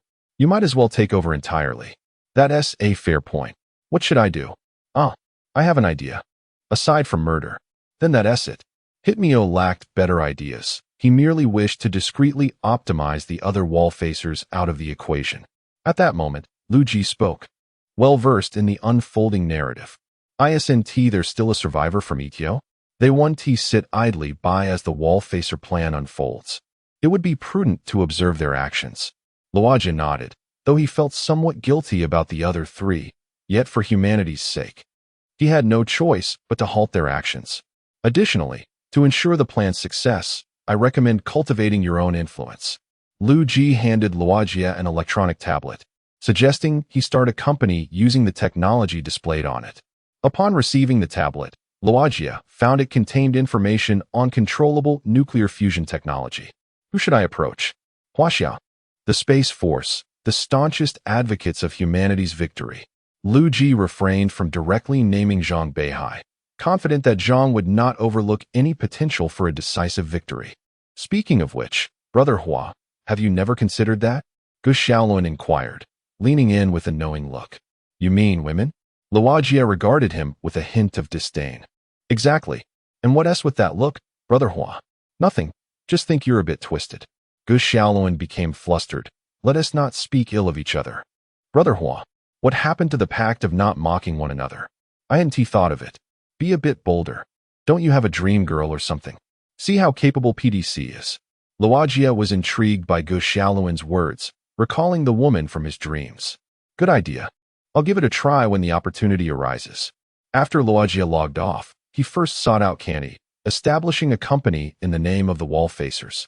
Called Ascension Technology. He tasked Canty with finding truly loyal personnel dedicated to humanity, to swiftly set this company in motion. What would be the future direction of this company? Energy, materials, and aerospace technology. Canty looked at Luogia. Aerospace technology? The resources in the solar system are abundant. We cannot afford to leave them untapped. Very well. Do you need anything else? Luogia gazed out the window. I'm off to the Huaxia Space Force to select suitable individuals. Chapter 28. The Chess Saint of the Three-Body Problem. When Liu Ji arrived at the headquarters of the Space Force, a meeting of the political department was in progress, and he was invited to attend as an observer. Comrades, this is Dr. Liu Ji. I trust you are all familiar with his esteemed name, introduced Chang Weisi. After the introduction, Liu Ji stood and acknowledged them. He was merely a passive listener this time. Let us continue our previous discussion. I invite everyone to embody the mindset of the Trisolarans so we may gain insight into our own thoughts, Chong Wei-si said, his gaze lingering on each officer for a brief moment. Our duty is to instill an unwavering belief in the inevitable victory of our forces in future warfare. So, do we possess such faith? If so, please raise your hands. Remember, we are simply engaging in a candid conversation. No hands were raised, and Liu Ji was flooded with myriad thoughts. This did not signify a lack of courage. Rather, it was a rational and objective inquiry. It echoed the sentiments of the 20th century when the people of Huaxia faced immense suffering, and the pioneers believed it was a pivotal moment for the survival of the Chinese nation. They were acutely aware of their potential for utter defeat, yet charged forward, transforming their lives into blades of steel, carving a bloody path. Courage does not alter the tragic state of affairs, nor can the tragedy extinguish the flame of courage. Is there anyone who believes victory is possible? He continued. Note that I am not referring to a chance occurrence, but rather a genuine triumph. Zhang Beihai immediately raised his hand. He was the only one in the room to do so. Excellent. Thank you all for your honesty. Comrade Zhang Beihai, would you kindly share how you have cultivated such a conviction? Zhang Beihai stood and began to speak eloquently. The establishment of belief is a lengthy and intricate process. Liu Ji listened with growing satisfaction, seeing in Zhang Beihai the ideal candidate. Though Zhang's belief in victory had an air of metaphysical sophistry, Liu Ji sought individuals of steadfast conviction. Only such individuals could withstand unimaginable pressures and expend all resources to construct an iron lump in space amidst the threat of annihilation. After the meeting, Liu Ji sought a private audience with Zhang Beihai. Do you consider yourself a believer in humanity's inevitable victory, a kind of escapist? The remark struck Zhang Beihai like a bolt from the blue, yet he quickly regained his composure. I am unsure what you mean, Dr. Luo. I believe humanity will face the Trisolarans head-on and emerge victorious. Liu Ji waved his hand dismissively. There is no point in trying to mislead me. Please, have a seat. Zhang Beihai sat across from Liu Ji, his expression a mix of curiosity and uncertainty. How do you propose we defeat the Trisolarans, given our current technological capabilities? Zhang Beihai pondered, seemingly at a loss. Utilize your imagination, unencumbered by conventional thought. Zhang Beihai earnestly complied, contemplating for a full 5 minutes before conjuring an idea that resembled a fantastical tale. Unless we truly possess a miraculous savior, shouting great sage equal to heaven. He smiled ruefully, unable to find a more fitting metaphor. Liu Ji, however, was quite pleased with this outcome. How about we engage in a game of chess? Certainly, but I am not an exceptionally skilled player. Let us make a wager. If you win, I shall forget today's events. If I win, you will work for me. Zhang Beihai nodded in agreement. Liu Ji produced a suitcase containing his specially crafted chess set, finally ready for use. Now, be cautious when playing against the Wallfacer. Liu Ji warned as he set up the board, gesturing for Zhang Beihai to make the first move. After half an hour of play, Liu Ji appeared to make erratic moves, and Zhang Beihai had advanced to his territory. Dr. Luo, you have nothing left but a pawn. I, on the other hand, still possess my knights and cannons. You have lost. I hope you will honor our agreement. Liu Ji smiled enigmatically. We have only just begun. To Zhang Beihai's astonishment, Liu Ji placed a new knight on the board, capturing one of Zhang Beihai's cannons. Zhang Beihai swiftly retaliated with his knight. Yet Liu Ji slowly turned the knight over to reveal a renowned sword, the Sword of Fate. Apologies, but you cannot defeat my knight. Despite Liu Ji's overt declaration, Zhang Beihai remained resolute in playing the game. Over the next 10 minutes, he witnessed an array of fantastical pieces, including tanks as vehicles, soldiers and exoskeletons as pawns, and even generals personally engaging in battle. Upon concluding the game, Zhang Beihai was left in a state of bewilderment. Apologies, Dr. Luo, but I do not comprehend this unique form of chess. It does not adhere to standard rules. Liu Ji smiled warmly at him. Precisely. That is the essence of it. As I mentioned, expand your thinking. Only by defying convention can one achieve victory. Zhang Beihai understood Liu Ji's subtle implication, yet Liu Ji chose not to elaborate further, patting him on the shoulder before departing. Come find me when you have figured it out. This was Liu Ji's first encounter with Zhang Beihai. Yet he had no inkling that Zhang Beihai was a staunch escapist. This realization stemmed from a previous conversation Liu Ji had with Liu Ji. Chief, what do you think we would do without you in our fight against the Trisolarans? Liu Ji sipped his tea. Why do you think the Trisolarans are intent on exterminating you? Liu Ji shook his head. It certainly isn't because I insult them. Of course not. Let me pose you a question. Do you believe a society exists in the universe? If so, what would it look like? Liu Ji pondered for a moment. Recalling the woman who had brought the Trisolaran commander to Earth, Yi Wenjie. I once heard a theory from a predecessor, termed cosmic sociology.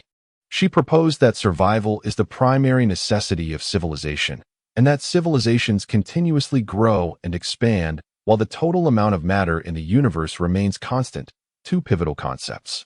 Thus, I perceive cosmic society as perilous, if not entirely devoid of communicative potential. Liu Ji nodded thoughtfully. Indeed, but also not entirely. Allow me to share a story. The leaders settled in, attentive to Liu Ji's narration. Long ago, there existed a race known as the Dark Terror. This was not their true name, but a code name derived from their origin. Prior to their venture into space, a small asteroid obliterated a planet within their solar system, resulting in a schism within the race. One faction believed it was an alien assault, while another deemed it mere coincidence. However, the faction of fear gained considerable traction, and ultimately, the government had no choice but to relocate the fearful populace to a terraformed planet. Chapter 29. The Dark Forest. The attitudes of these two brother civilizations towards extraterrestrials were strikingly divergent. One was eager to collaborate with aliens as long as it served their interests, while the other was resolutely determined to annihilate all extraterrestrial beings. What transpired later? Liu Ji chuckled, revealing that the rabidly xenophobic civilization was ultimately obliterated by a small federation, which, regrettably, also forced the amicable faction into its ranks.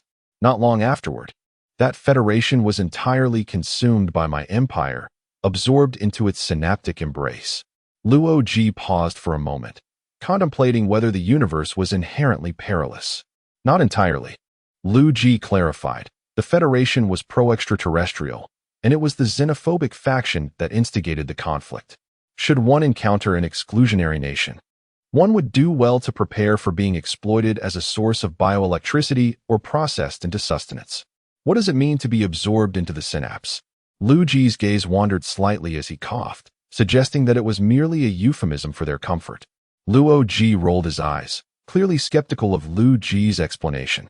How does this narrative relate to your inquiry? Of course, it bears significance. Consider the implications if the story of the Dark Forest were to be extrapolated across the entire galaxy. Imagine a scenario where the stars in a particular region vanish without warning, simultaneously observed by all spacefaring or pre-spacefaring civilizations. Liu Ji broke into a cold sweat as he quickly deduced the consequence. The races across the galaxy would likely succumb to rampant xenophobia, perhaps all embracing extreme exclusionary ideologies. Upon encountering one another, their first instinct would be to eliminate their counterparts, irrespective of the possibility of contact. Liu Ji probed further. What if such phenomena were the result of natural occurrences or the impact of advanced civilizations at war? Liu Ji shook his head, asserting that the truth of the matter was irrelevant. Precisely. Thus, even if the broader cosmic backdrop is a society capable of communication, the civilizations within this region would undoubtedly initiate a brutal survival of the fittest. That expanse of stars resembles a dark forest, with every civilization akin to a hunter armed with a firearm. To survive, they must remain concealed and eliminate all competitors. After hearing Liu Ji's words, everyone was drenched in a cold sweat.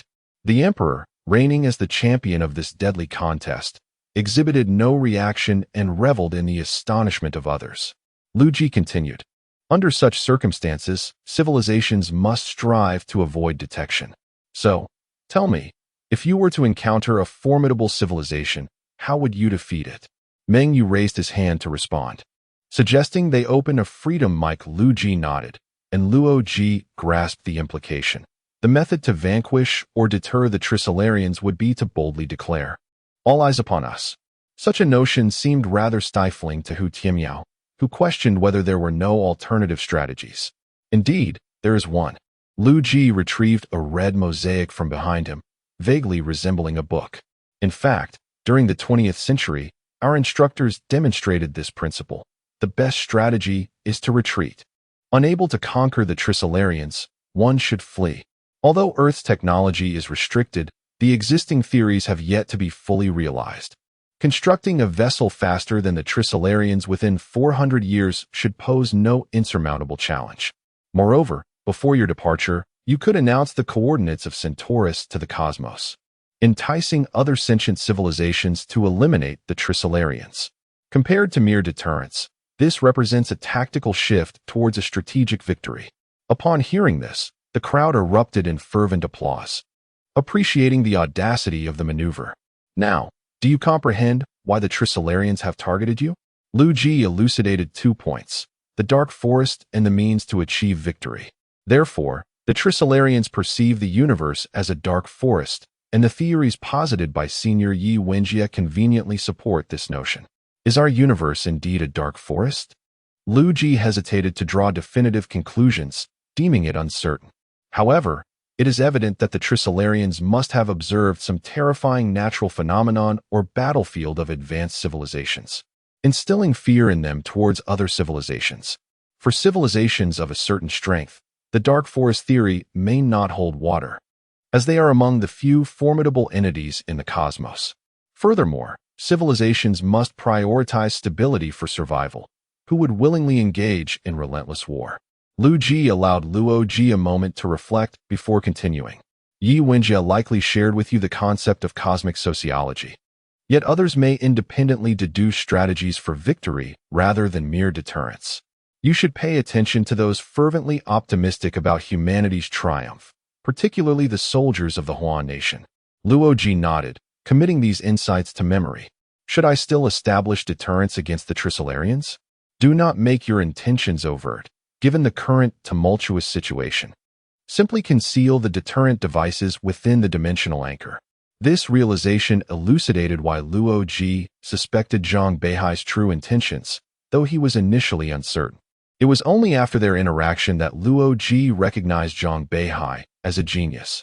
Santo Domingo David, over here. The burgeoning adolescent David, now nearly the same height as Valerie, exclaimed, "V, what are we doing?"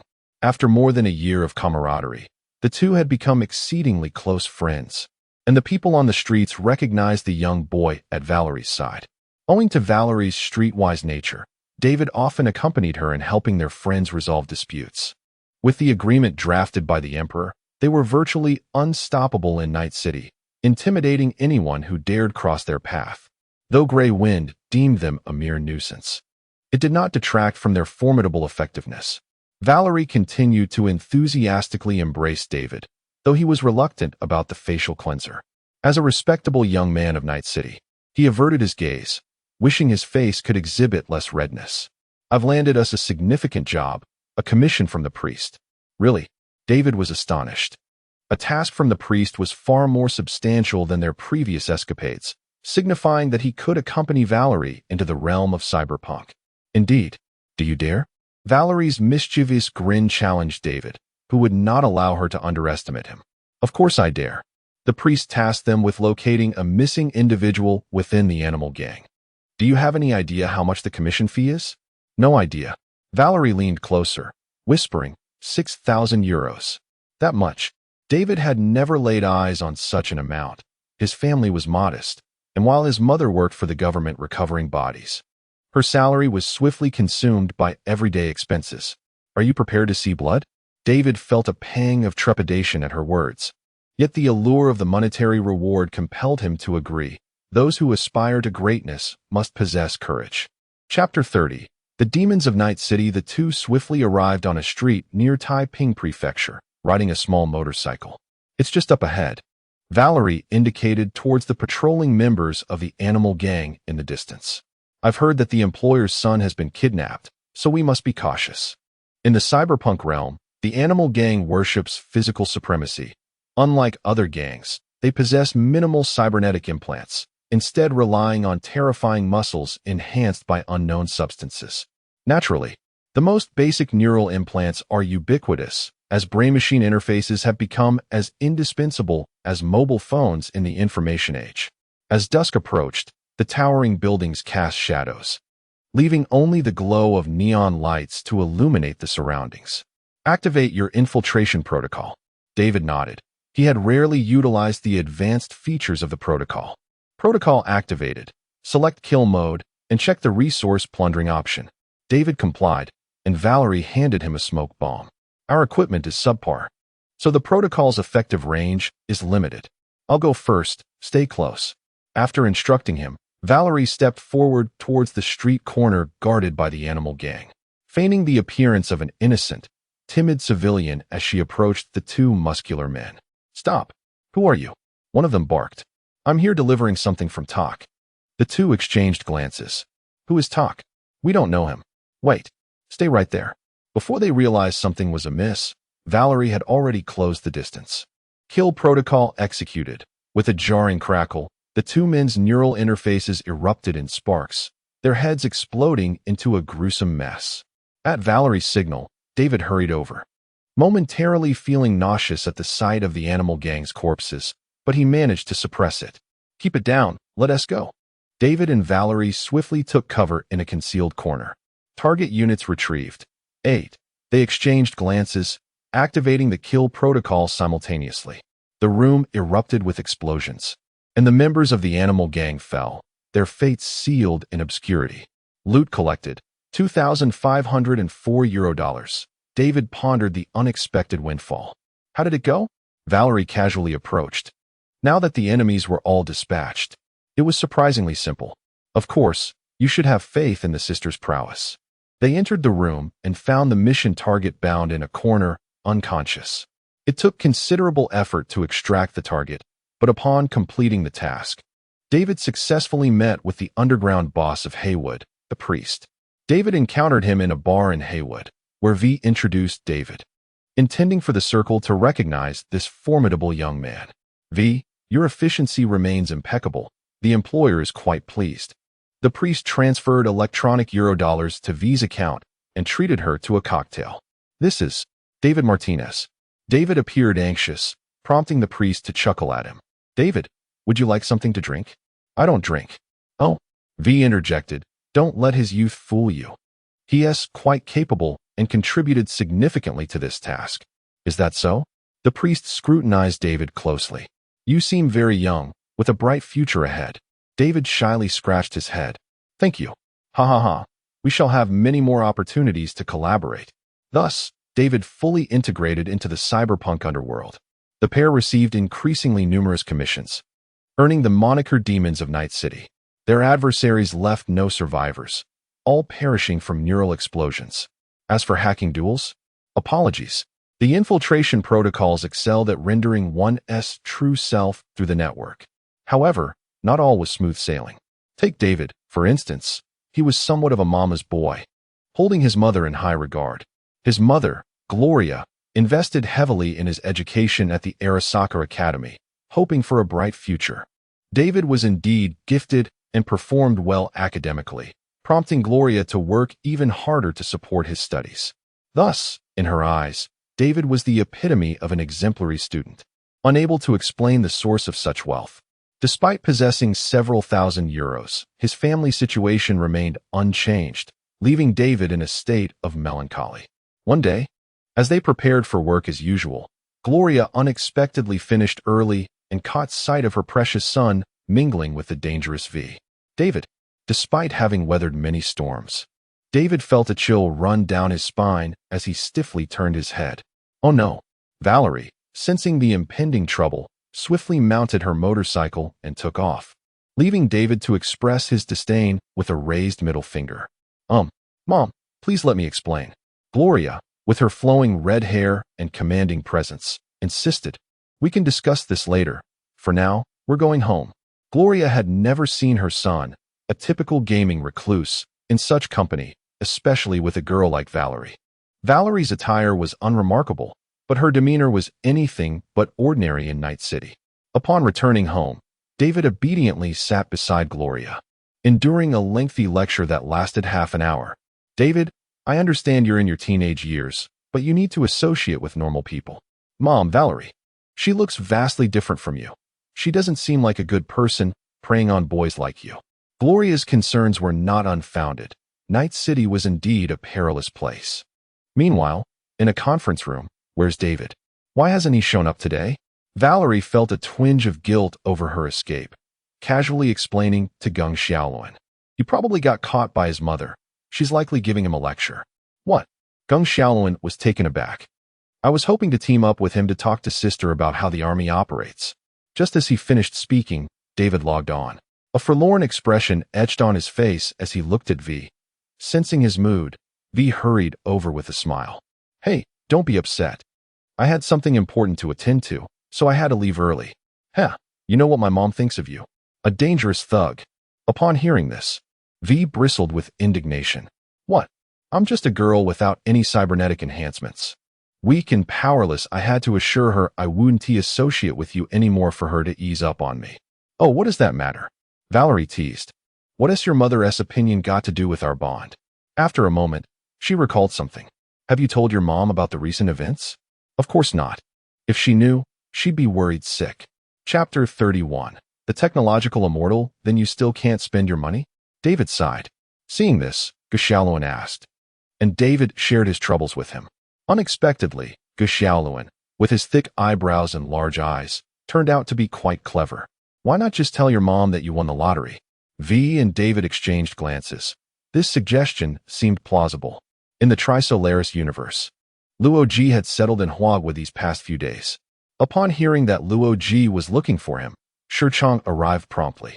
Dr. Luo, a guest has come to see you, named Zhang Beihai. Liu Ji and Shichang exchanged a glance. Let him in. Zhang Beihai entered, dressed in casual attire. Guided by Kant. Hello, Dr. Luo. I believe I have come to understand your intentions. Shichang and Kant, aware that the two had important matters to discuss, took their leave. Please, have a seat. Liu Ji toyed with the chess pieces. Speak. What have you come to realize? Are these chess pieces your own? Liu Ji held the pieces without responding, prompting Zhang Beihai to nod in acknowledgement. Shall we play another game? This time, you must be genuine.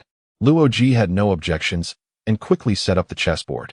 You shall play the adversary. Very well.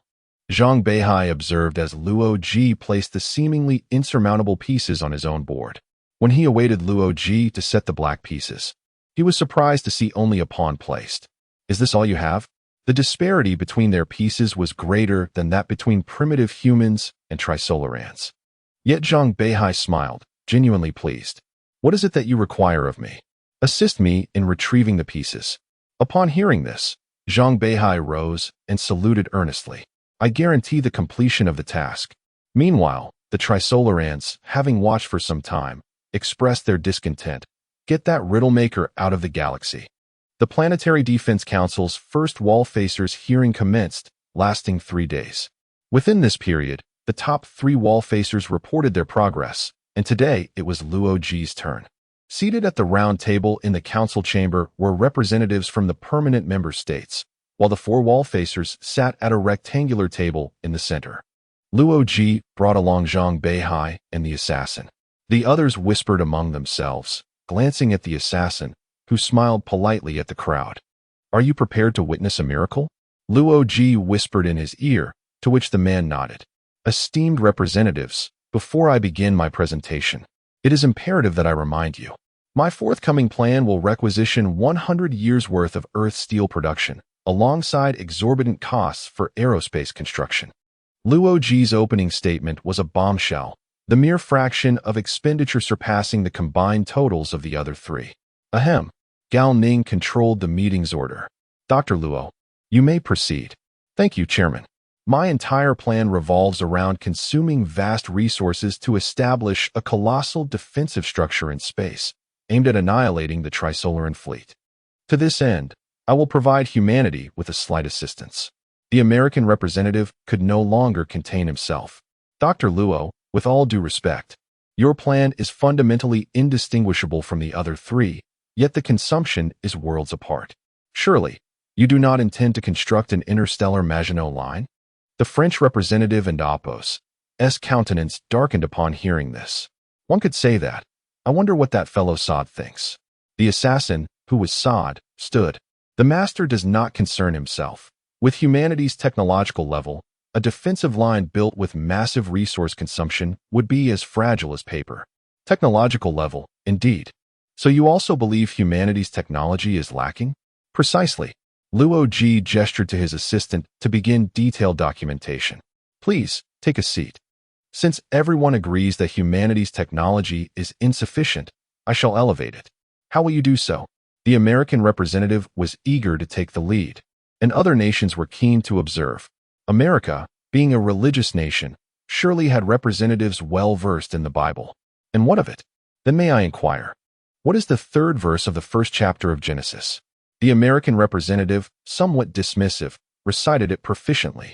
God said, "Let there be light," and there was light. This marked God's first action and his initial words. So what exactly are you aiming to accomplish? A smile crept upon Liu Ji's lips as he anticipated what he was about to say. Ladies and gentlemen, prepare to witness the swiftest leap in human civilization. Particularly for you, Trisolarans. Controlled nuclear fusion. This is a concept familiar to everyone. I declare, let there be light. And thus we have this artificial sun. Its theoretical application is. For the next half hour, the audience grew increasingly astonished, with some representatives rising unconsciously. The American representative, too, fell silent, standing solemnly with a look of disbelief. As for the veracity of this theory, physicists present were witnessing the spectacle, visibly astonished. Did everyone grasp the concept? Silence enveloped the room. Even the Trisolarans appeared bewildered. Liu Ji sighed, surprised that they failed to comprehend. The leaders had been sternly instructed by Liu Ji to master those rudimentary technologies, memorizing them for potential future use. An elderly physicist felt his mind expanding, taking a while to process the information. Dr. Luo, is it about new materials? Then let me ask you. He inquired about numerous points of confusion, and Liu Ji patiently elucidated each one.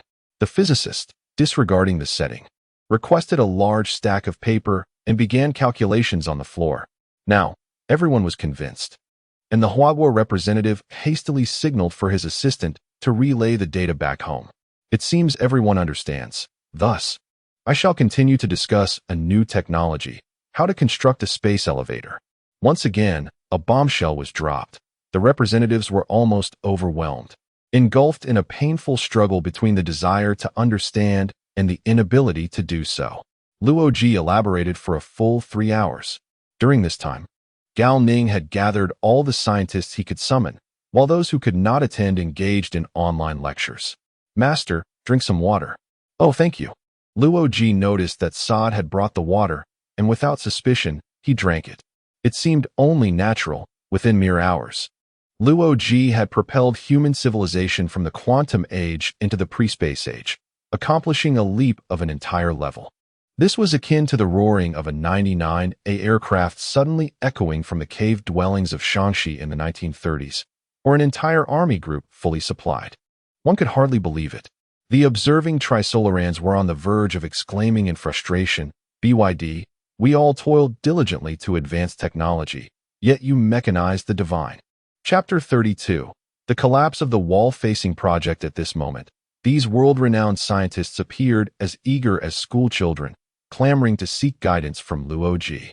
The representatives dared not interrupt, and thus 2 hours of instruction passed. The duration was not a reflection of Liu Ji's completion of the lecture, but rather an indication that further elaboration would exceed their comprehension. Seizing this opportunity, Liu Ji finally allowed himself a moment of respite. "Satyr, this has exhausted me greatly," he remarked. Satyr immediately understood, fetching a chair and thoughtfully offering to massage Liu Ji's shoulders. "How many messages have I received from the ETO?" "Well, I am uncertain about that," Satyr replied, for he had lost contact with the organization long ago and was unaware of the wall-facing project.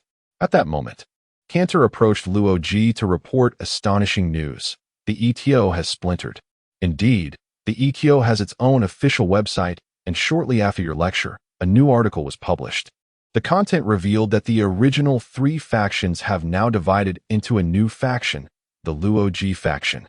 This faction has directly absorbed all wavering members of the ETO, primarily from the rescue and survival factions. These 2 groups, initially at odds with the arrival faction's desire for the Trisolarans to exterminate humanity, naturally gravitated towards Liu Ji, who presented a vision more aligned with their beliefs and was, after all, also human. Currently, the Liu Ji faction has publicly declared allegiance to him and has commenced a purge of the arrival faction, though the latter managed to flee with the aid of the Protons. Despite having anticipated this outcome, Liu Ji could not suppress an exclamation of disbelief. At that moment, a senior official approached directly. "Master, I am the representative chosen by the Liu Ji faction." Galning, upon witnessing this, could hardly contain his astonishment. A spy, indeed. The representative appeared somewhat awkward but stood obediently to the side. "Yes, Master. Do you still have the wall-facing project?" "Master, the executors of the wall-facing project were designated by the First Emperor, and we currently have no information on their whereabouts." Liu Ji nodded in understanding, not pressing the issue further, and naturally accepted this new subordinate. Galning and the other representatives refrained from further comment. The Wallfacer had his own plans. "By the way, inform the others that Liu Ji faction sounds rather unpleasant, akin to a yoke faction. Henceforth, it shall be called the Ascension faction." "Yes, Master." The representative hesitated momentarily before inquiring, "Master, is this all the technology you are aware of?" This was a rather tricky question, for these 2 technologies alone were insufficient to vanquish the Trisolarans, leaving most of the Liu Ji faction still in a state of ambivalence. They found themselves in a state of rebellion without complete defection, after all. The Trisolarans sought to eliminate them, and Liu Ji appeared to be a more agreeable choice. I have stated before, the Trisolarans are mere insects. Upon hearing this, the Trisolarans finally sensed something amiss. The Protons suddenly unfolded into a 3-dimensional sphere. The attendees immediately became alert, the bodyguards raising their weapons, while the 2 members of the Liu Ji faction loyally positioned themselves in front of him. Liu Ji waved his hand, indicating there was no cause for alarm. Yet others remained on high alert. "May I inquire, have you received assistance from a higher civilization?" Seeing the Trisolarans still looking rather clueless, Liu Ji could not help but chuckle. "More or less. Are you an envoy supported by a higher civilization?" "Not at all." Liu Ji was indeed truthful. He was not merely supported by a higher civilization. He was an integral part of it. "I am Liu Ji, the State Secretary of the Empire." The Proton then fell into silence. The Trisolarans could not discern the veracity of Liu Ji's claim. However, if a higher civilization were to intervene, Earth's fate would be grim. It would inevitably face annihilation. We shall continue our journey to Earth. Under the looming threat of extinction, the Trisolarans resolved to proceed to Earth, initially speculating that Liu Ji might have uncovered relics of other civilizations' technology. The Proton displayed its message and then vanished. The room fell into a profound silence, though the pace of the Liu Ji faction's purge accelerated.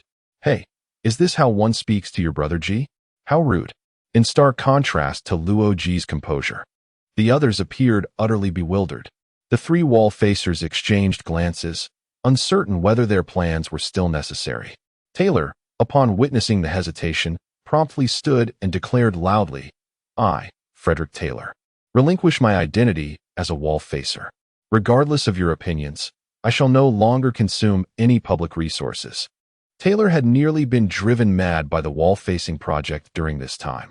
The pressure he felt was immense, and now, relieved of work, he thought, if the sky falls, there will be tall ones to hold it up. He first looked at Liu Ji, then turned to Galning. "Mr. Taylor, your request will require deliberation by the Council." "Thank you, Chairman."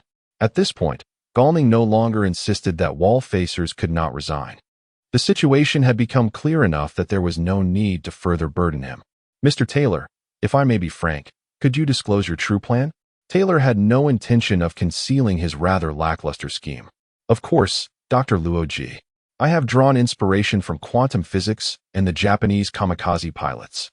Intending to utilize macroelectronic nuclei, and spherical lightning in combat. The Japanese representative felt a sense of foreboding at this revelation, sensing their involvement.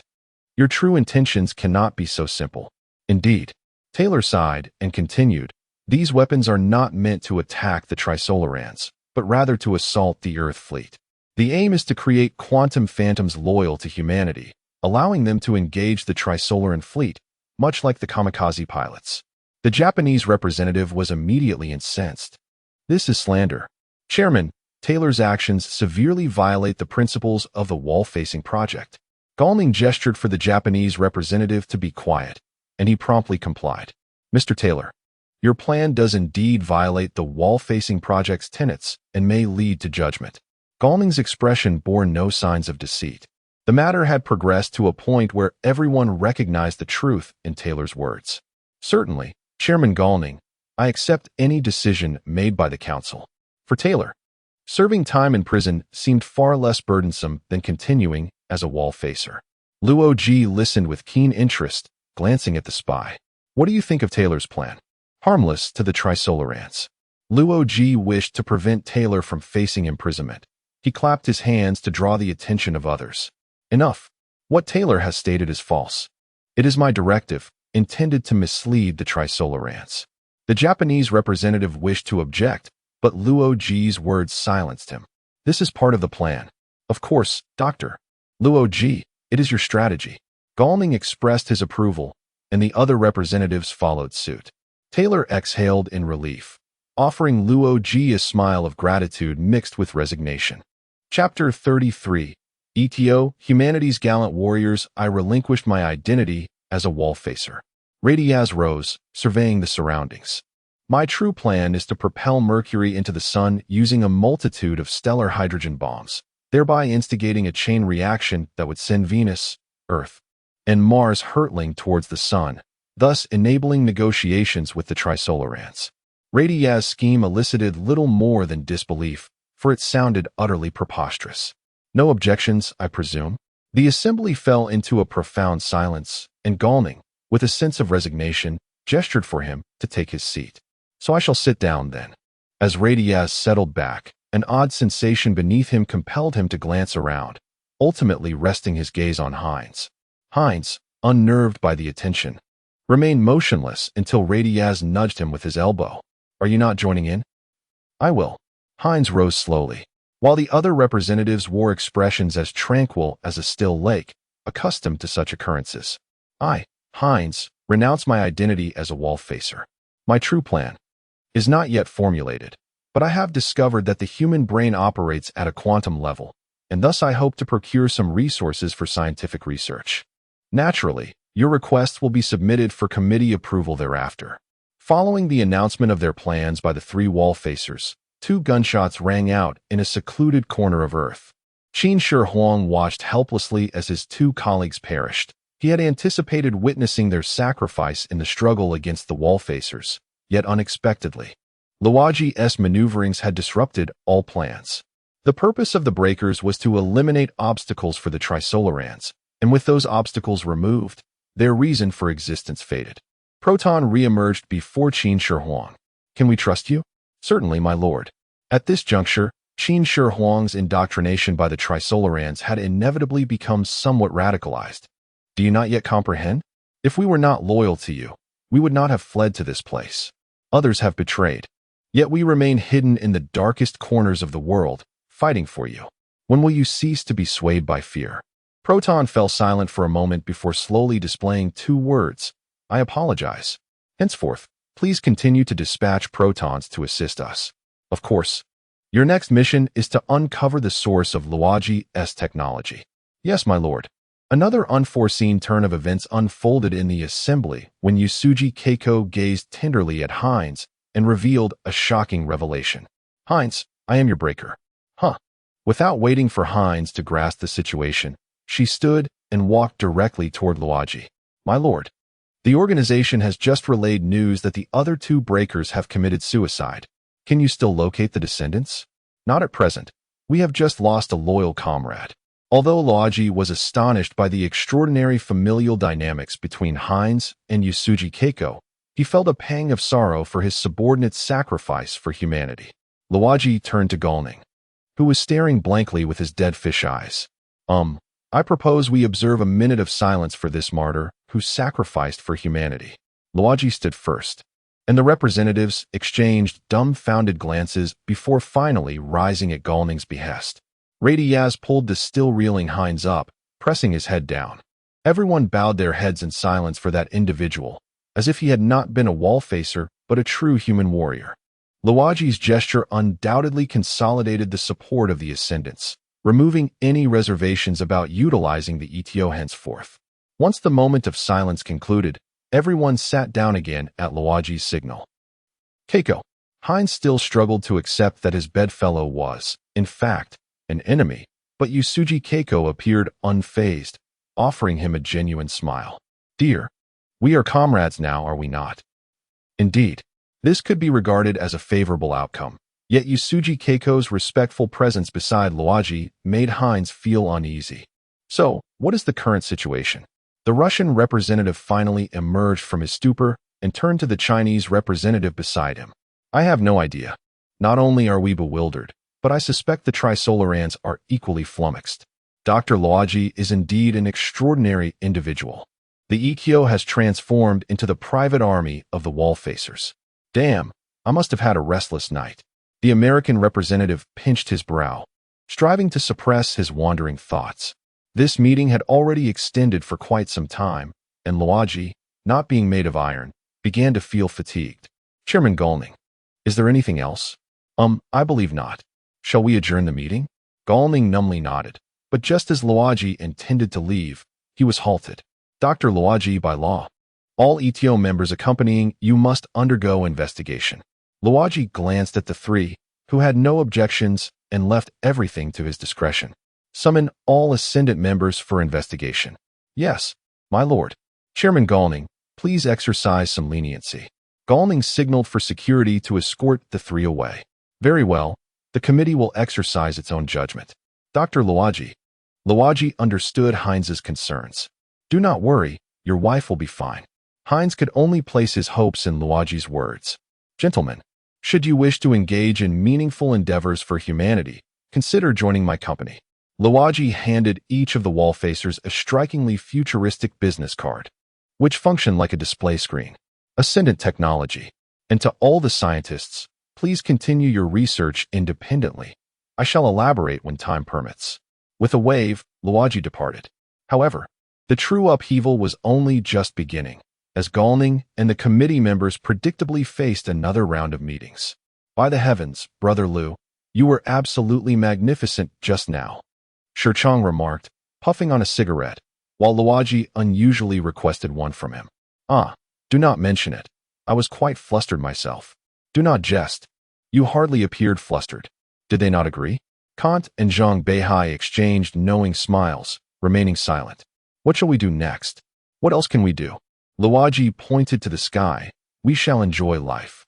In the following week, Liu Ji relished his time in the small villa, undisturbed as everyone was preoccupied with meetings. Whether due to Liu Ji's renown or his technology, a multitude of esteemed researchers from around the globe joined Ascendant Technology, leaving Zhang Beihai and the other three Wallfacers overwhelmed with work. It is worth noting that Kant welcomed a new colleague, Saad. Indeed, after scrutiny, the ETO was granted significant autonomy, now recognized as a legitimate organization on Earth. Chapter 34. Dream Lover. As for the Adventist faction, apologies, but the ETO has expelled the Adventists, leaving only the Ascendants in the current ETO.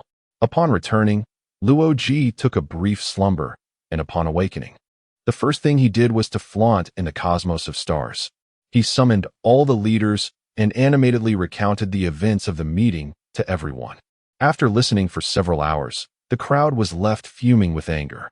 Wasn't this a legendary experience? Shouldn't we give Liu Ji some applause? The leaders exchanged glances, and in unison, they decided to confront him.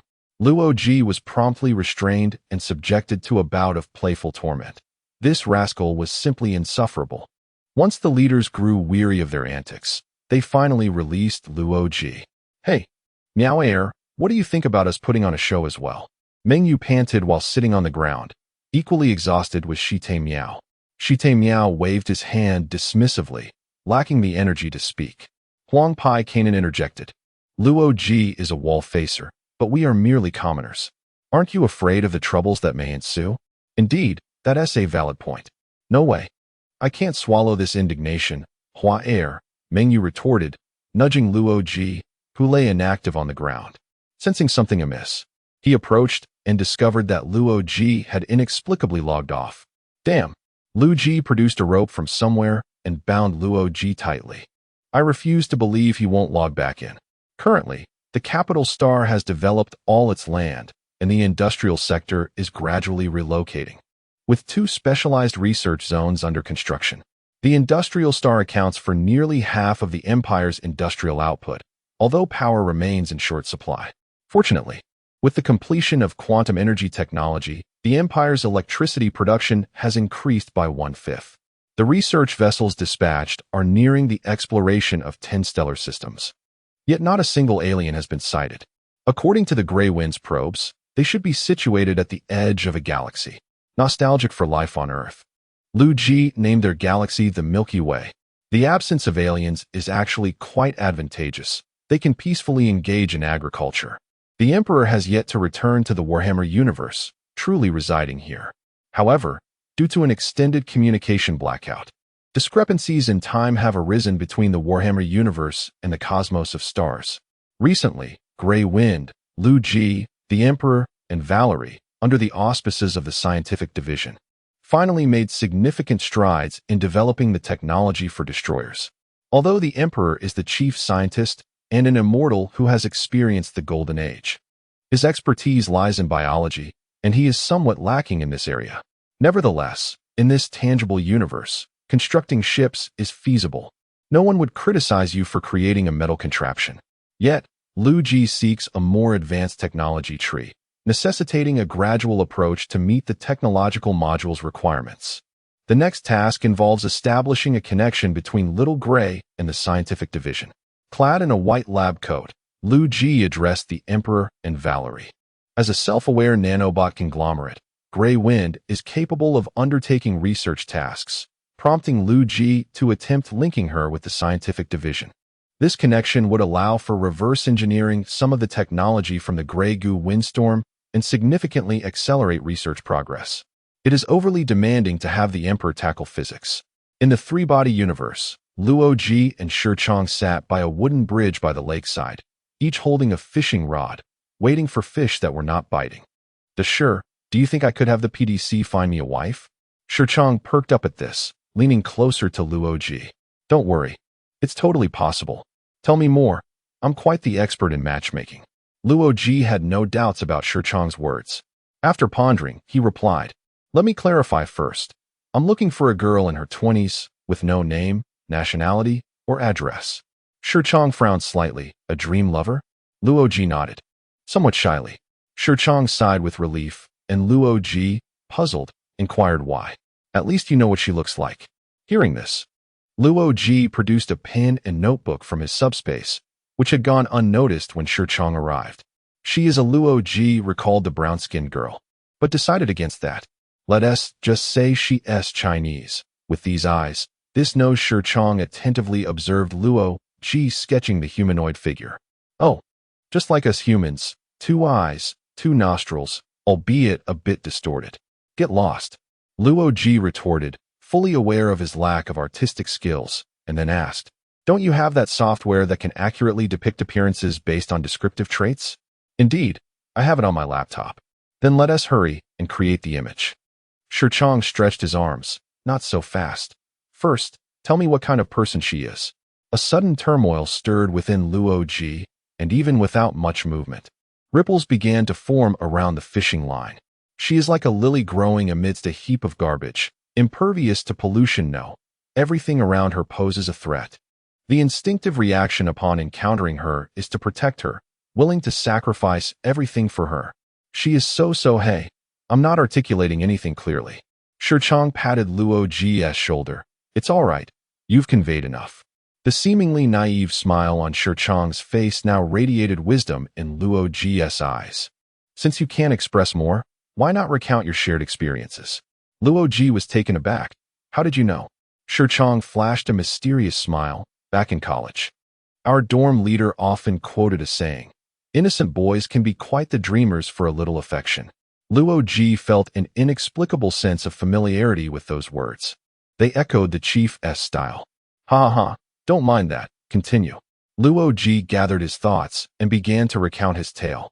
From their initial meeting, daily interactions, and blissful moments, to her hobbies and style.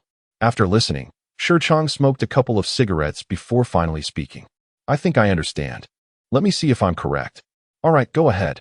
She hails from a middle-class family, raised with parental affection, and has had minimal exposure to the lower strata of society. Oh, and her education level is above a university, but below a doctorate. Exactly. She dresses modestly, standing around 1.60 meters, the kind of figure that could be swept away by a gust of wind. The admiration in Luo Ji's eyes was palpable. That's spot on, brother. All right, I'll see what I can find and aim to give you results by tonight. No problem, I can wait a few days. As they walked back together, Luo Ji watched Shi Chong depart with a gaze filled with respect. Chapter 35. The ingenious use of robots. At this moment, Sato approached. Master, we have comprehended your request and shall endeavor to locate the target for you. Wait. When did you start eavesdropping?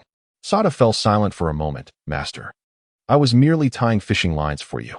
It dawned on Luo Ji that he had assigned Sato to the role of a free laborer, inadvertently neglecting him amidst the chaos. Ahem, well then, do your best. I have faith in you. Yes. As Luo Ji observed Sato depart with enthusiasm, he felt a peculiar discomfort. Most of the ETO personnel were employed at his company, yet he himself had never set foot there. The company relied heavily on the three wall-faced individuals and Zhang Beihai to manage significant matters. He was merely a figurehead, disengaged from the responsibilities. This won't do, Luo Ji. How can you afford to be so indolent? You ought to strive for the salvation of humanity. Thus, Luo Ji resolved to activate the starlight. Upon entering, he found himself bound like a zongzi. Is anyone there? While attempting to break free, he called out to Hui Feng. What is this new form of binding? Enough with the shouting. It was then that Luo Ji noticed Lao Ba in the corner, preoccupied with his tasks, unable to endure the interruption. Lao Ba, please help me untie these ropes. Lao Ba rolled his eyes and tapped on his electronic board. Instantly, the ropes fell away. Luo Ji stretched his limbs and approached. Where is everyone? The chief, along with Shun Jie and Vi, has taken Xiao Hui for an upgrade. The others are all occupied with their own tasks. Am I left with nothing to do? At the mention of this, Lao Ba became irate. The chief knows you've been busy and has asked me to take on more work. Heh, our esteemed Lao Ba is so capable. I truly appreciate it, little brother. Lao Ba, not one to shy away from praise, waved his hand, accepting the compliment. By the way, is our system still operational? Indeed. Xiao Hui's upgrade does not hinder the mainframe's functionality. Then I shall give it a try. Luo Ji was eager to see if the Empire's formidable technology could assist him in finding his dream lover. He summoned a control console and commenced his operations. Lao Ba raised an eyebrow. What are you attempting to do? I wish to see if the AI can compute the visage of my ideal partner. Huh. Lao Ba was both bemused by Luo Ji's whimsical thoughts and intrigued by the endeavor. What are you busy with? The door swung open, and Mengyu and Hit Meow entered together. Flower Brother wishes to see if the AI can calculate the appearance of his dream lover. Upon hearing this, both were immediately captivated and joined the spectacle. Luo Ji, unreserved, input his specifications into the computer before them. As numerous parameters accumulated, a model of a young woman increasingly aligned with Luo Ji's desires began to materialize. At last, the computer effortlessly rendered the appearance of his dream lover. Quite beautiful, Mengyu remarked, while the other two concurred. She exudes the essence of a devoted wife. Indeed, she possesses an angelic aura. The group engaged in lively discussion, but Luo Ji remained silent, entranced by the image before him. Hit Meow, noticing Luo Ji's dazed expression, gestured for the others to follow him. Where are we going? Hit Meow wore a mischievous grin to surprise Flower Brother. Mengyu and Lao Ba exchanged glances, then followed suit. The trio arrived at a small printing room. and Mingyu and Laoba quickly grasped Hit Meow's intention. You don't mean to. Correct. Ha ha ha. Command. Retrieve model. Print mechanical skeleton. Understood. Executing now. The AI, receiving the command, rapidly began printing the robot's framework, subsequently integrating the Dream Lover's features according to the database model. Liu Ji was wholly absorbed in observing the model, intent on imprinting every detail of his Dream Lover in his mind. His focus was so intense that he failed to notice the other three had already departed. She is exquisite. An ethereal female voice resonated, and Liu Ji instinctively replied, Indeed. Is she your Dream Lover? Liu Ji caught a whiff of a sweet fragrance. I cannot explain why, but she has been my companion in the realm of the mind for quite some time. Is that so? The voice continued. How much do you cherish her? I cannot say. Liu Ji's response was blunt. His feelings for her transcended mere words. The woman smiled softly, then, to Liu Ji's astonishment, took his hand. Thank you for your love, Liu Ji. You. Are you surprised to see me? The woman tossed her hair, her every gesture enchanting, captivating Liu Ji's full attention. Are you not merely a figment of my imagination? The woman pouted. There exists another universe. Thus, my presence is entirely reasonable. That is a valid point. Liu Ji felt a sense of unease in her presence, uncertain of what to articulate. You have not visited the Empire in quite some time. Shall we explore it together? Liu Ji gazed at her outstretched hand, his eyes clouded with reverie. Very well. She grasped Liu Ji's hand, leading him into the passageway. They walked, yet it felt as though they transcended the speed of light, drawing ever closer. In the corner, you performed splendidly. Mingyu and Laoba watched Hit Meow in astonishment, unaware of his talent for performance. I was not in control at all. Their expressions morphed into terror. Then what was that? Uncertain. Hit Meow's voice trembled slightly. Shall we seek the chief? Turning to face the two, he noticed they were both staring wide-eyed behind him. Hit Meow mechanically turned his head to find Liu Ji glaring at him, a lifeless robot at his side. You enjoy performing, do you? You fancy becoming a beauty, do you? Allow me to fulfill your wish. With a swift gust, Hit Meow bolted away, while Mingyu and Laoba cursed under their breath and hastily followed suit. Liu Ji glared at the trio as they fled, then sighed deeply once they were gone. Due to Liu Ji's configuration, the leaders possessed equal authority, thus Liu Ji immediately recognized this as a robot, which had staged an entire performance. He regarded the robot with a complex expression. It must be said, the imitation was indeed quite convincing. After some contemplation, Liu Ji ultimately could not bring himself to destroy her and instead placed her in his bedroom. Unbeknownst to many, the leaders had their own living quarters within the government building, though they rarely utilized them. With no pressing matters at hand, Liu Ji commenced addressing the tasks before him. This alloy data seems incorrect. Why has there been such a substantial increase? He shook his head and ordered a thorough review, noting that while the effects of prosperity were commendable, they had introduced considerable complications to the statistical data. Chapter 36. Everyone has their own destiny, a gravitational anomaly between capital star and industrial star. Liu Ji had never encountered such a phenomenon and could only set it aside for the moment. The bubble had caused another disturbance, even swallowing a probe. Liu Ji shook his head and promptly dispatched a research vessel to investigate the bubble's condition. Thus, he labored until dusk before finally logging off. Shichong and Khan arrived at Liu Ji's villa, greeted warmly by him upon their arrival. I say, Brother Luo, your hospitality is rather excessive, Shichong remarked, savoring a fine cigar that Liu Ji had personally lit for him. I am merely anxious, Liu Ji replied. Kant leisurely enjoyed his red tea, indifferent to the playful banter between the two. Look at this, Shichong said, opening his laptop to reveal an image that bore no difference from the AI-generated calculations. Indeed, just like that. Shichong was somewhat taken aback by Liu Ji's response, expecting him to leap with excitement. It's beautiful. It even gives me the impression she is not of this earthly realm, Kant remarked, admiring the image. If there is anything amiss, do let me know, and I shall make the necessary adjustments. No need. This is sufficient, Liu Ji replied, glancing at Kant, who immediately understood what he was about to say. The committee has approved your request.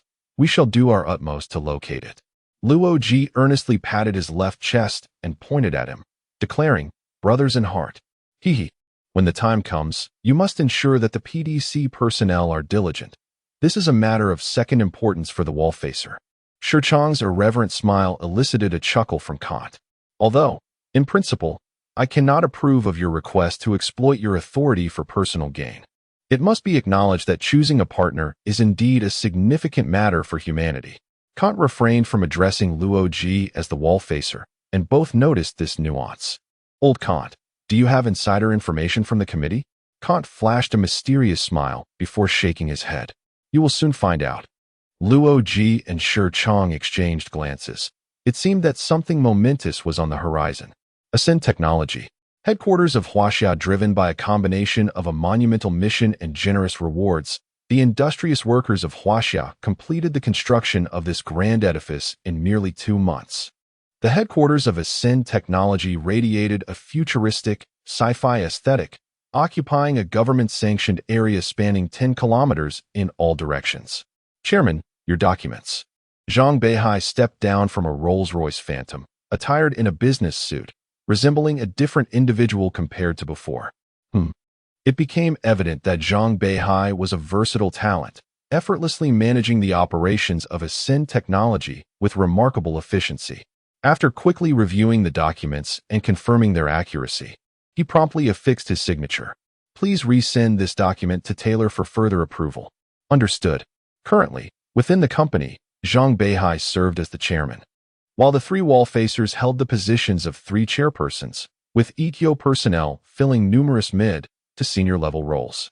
As for the scientists, they were diligently engaged in their research within Ascend Technology's own scientific academy.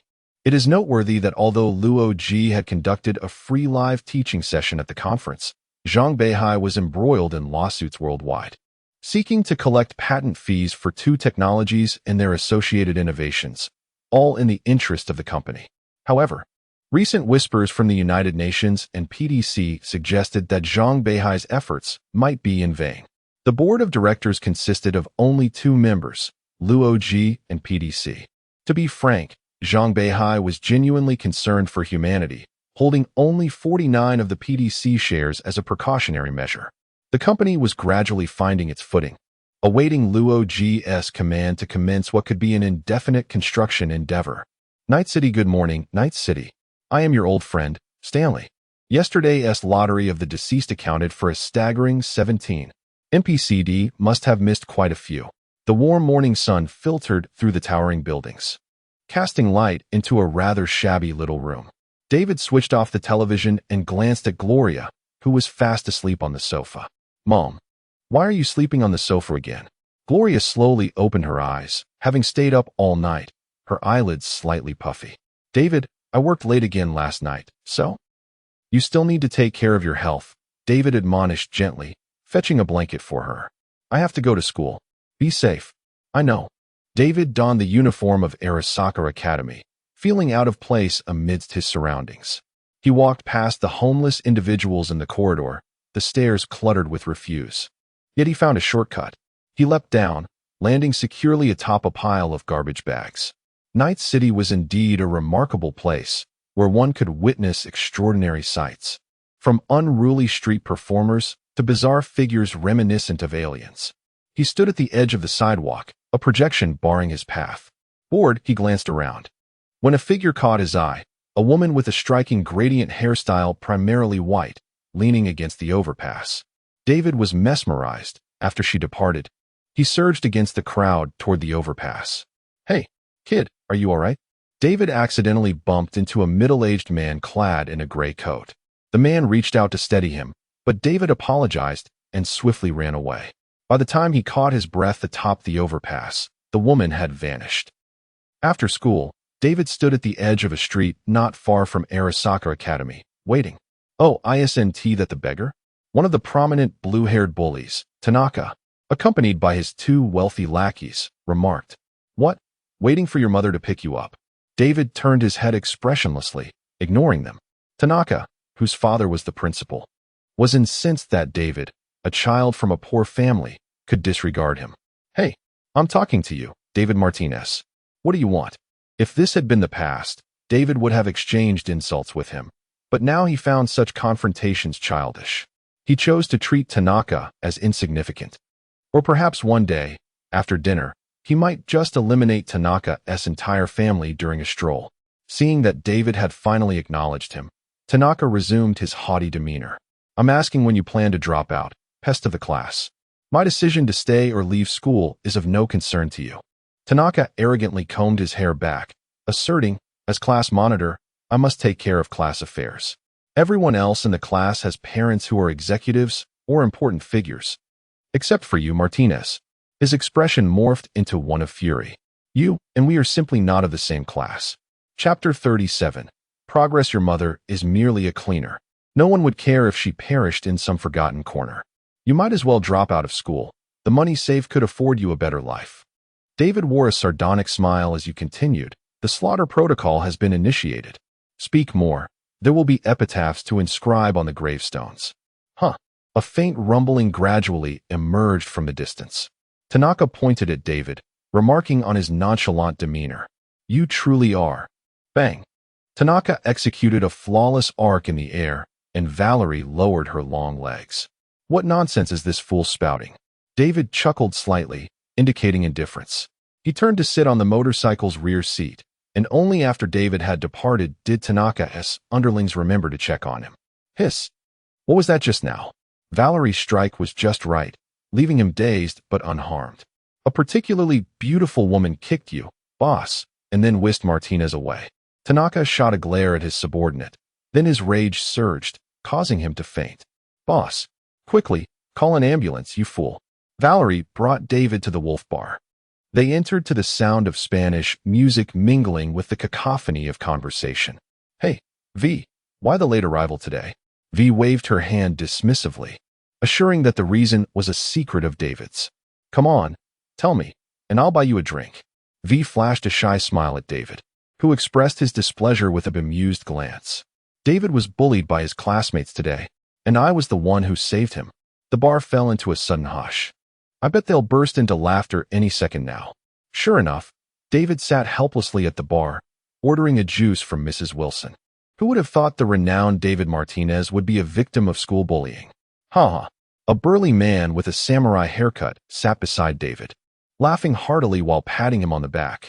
Jack, enough already. Jack finally toned down his mirth. I'm not joking. This is a once-in-a-lifetime occurrence. It truly was amusing. Wouldn't you agree? The patrons stifled their laughter, nodding in agreement, while David let out a long sigh. V, you're paying. Valerie, aware of her moral debt, hurried to console him. Don't be upset. I'll cover the drinks this month. Come on, how much could a drink possibly cost? All right, everyone, please quiet down. Mrs. Wilson, the owner of the Wolf Bar, commanded respect from the patrons. Although the laughter had subsided, David anticipated that news of the incident would spread throughout the circle by tomorrow. How are things with Misty? Valerie inquired, sitting beside David and glancing at Jack. Brothers. To be honest, I feel it's about to happen. Jack wore a serious expression, but Mrs. Wilson placed a drink in front of him, cautioning, with your impatience. Don't scare her off. Oh, come on, Mom. I'm always gentle with ladies. Besides, Misty is into my type. Jack flexed his arms, showcasing his muscles. I'll bet €5 that Jack won't succeed this week. Valerie turned to Jack. No offense, mate. Jack was unbothered, laughing. Just wait to lose your money. I'll bet €10 that I will. What about you, David? David felt gambling was an unwise habit. €20, with V. A small bet doesn't count. Speaking of which, a month ago, during a chance encounter, a priest introduced the two to Jack. Their personalities meshed well, leading to a strong friendship. Although Jack was oblivious to what his two friends often busied themselves with, he didn't mind such trivialities. V, I heard your mission is nearing completion? Valerie swirled her drink, confirming, yes, Little Gray will soon connect with the mainframe, enabling us to reverse engineer considerable technology. I estimate it will be within a couple of days. The two resumed discussing topics Jack didn't grasp, but he had grown accustomed to it. In such situations, he simply opted to drink. In the Warhammer universe, a realm steeped in fatalism, one could attribute much to the dark gods. Horus' legion arrived on the savage world of Davin. Having received a distress signal from Erebus, "I sense an unsettling presence," Horus remarked, gazing at a distant planet. "Perhaps we should withdraw the Imperial forces and incinerate the surface with the Emperor's spear." Horus chastised Abaddon sternly. "Every planet is the Emperor's property. We have no right to dispose of them at will." Abaddon lowered his gaze. "Understood. Prepare for orbital insertion." Horus remained unaware that this was a pivotal moment of fate, marking the beginning of the end for the warlord. In the super-god universe, Earth had become the epicenter of a storm. The sinister forces of the fallen were beginning to resurge. It was a tumultuous season. In the Meluo celestial realm, within the Grand Palace, brilliant sunlight streamed through the windows, illuminating the entire hall, creating an atmosphere of sanctity and solemnity. The ruler of the angelic civilization, Kesha, reclined on her throne, crossing her legs. On Earth, Xiaoluan hurried back to his dormitory after a meal, as usual. He glanced at the roadside barbecue stall where a group of thugs were drinking and boasting. Nothing unusual about that, but the leader of the thugs, perhaps emboldened by drink, harassed a passing woman. Xiaoluan paused to observe before hastily moving on. The less power one possesses, the lesser the responsibility one bears. He had no intention of meddling in such affairs. However, someone was able to intervene.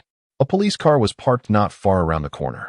Xiaoluan rushed over and politely tapped on the window. "Officer, there are some ruffians over there. The situation is quite dire, and there may be risks of robbery and disturbance." Inside the vehicle sat a middle-aged policeman and a beautiful policewoman in the front seat. "What?" Xiaoluan embellished the situation, almost framing the thugs as robbers. In broad daylight, how could anyone be so audacious? "We're on it." Once Xiaoluan saw the police advancing, he felt relieved. Time to get back to work. Upon returning to the dormitory, he greeted his roommates before donning his helmet. Over the years, he and his roommates had settled into a relationship of familiar strangers. Xiaoluan saw no issue with this arrangement. They played their games, and he played his. As he logged in, he noticed a few individuals stealthily gathered around the central panel. "Did you steal the chief's electronic cigarette?" Chapter 38. The male protagonist of the harem novel Xiaoluan. "Come take a look at this." Lao Ba and the cousin duo glanced at Xiaoluan before returning their focus to the main console. "What are you tinkering with?" "I discovered a fascinating feature of the mainframe. It can deduce the most suitable partner for you based on genetic data and even display an image." This was all thanks to Liu Ji's previous operations, which had unlocked a new realm for everyone. "But we are not transmigrators. Where does the genetic data come from?" "Oh, who cares about that?" Xiaoluan stepped forward, while Mengyu was lost in thought, gazing at her genetic partner's image. Tall, dark-haired, and alluring, these children. "Stop staring, or you'll start daydreaming." Shite Miao waved a hand in front of Mengyu's eyes, noticing her already drifting into fantasies. "Move aside. Let Xiaoluan give it a try." Mengyu's forehead was lined with veins as she delivered a sharp jab to Shite Miao. "Xiaoluan, it's your turn." "All right." Xiaoluan stood confidently before the main console. Genetic sequence detected, analyzing. Although he wore an indifferent expression, his heart raced with trepidation. "What do you think Xiaoluan's wife looks like?" "Huh, what luck could a loser like me have with romance?" Xiaoluan, feeling embarrassed, made a self-deprecating remark.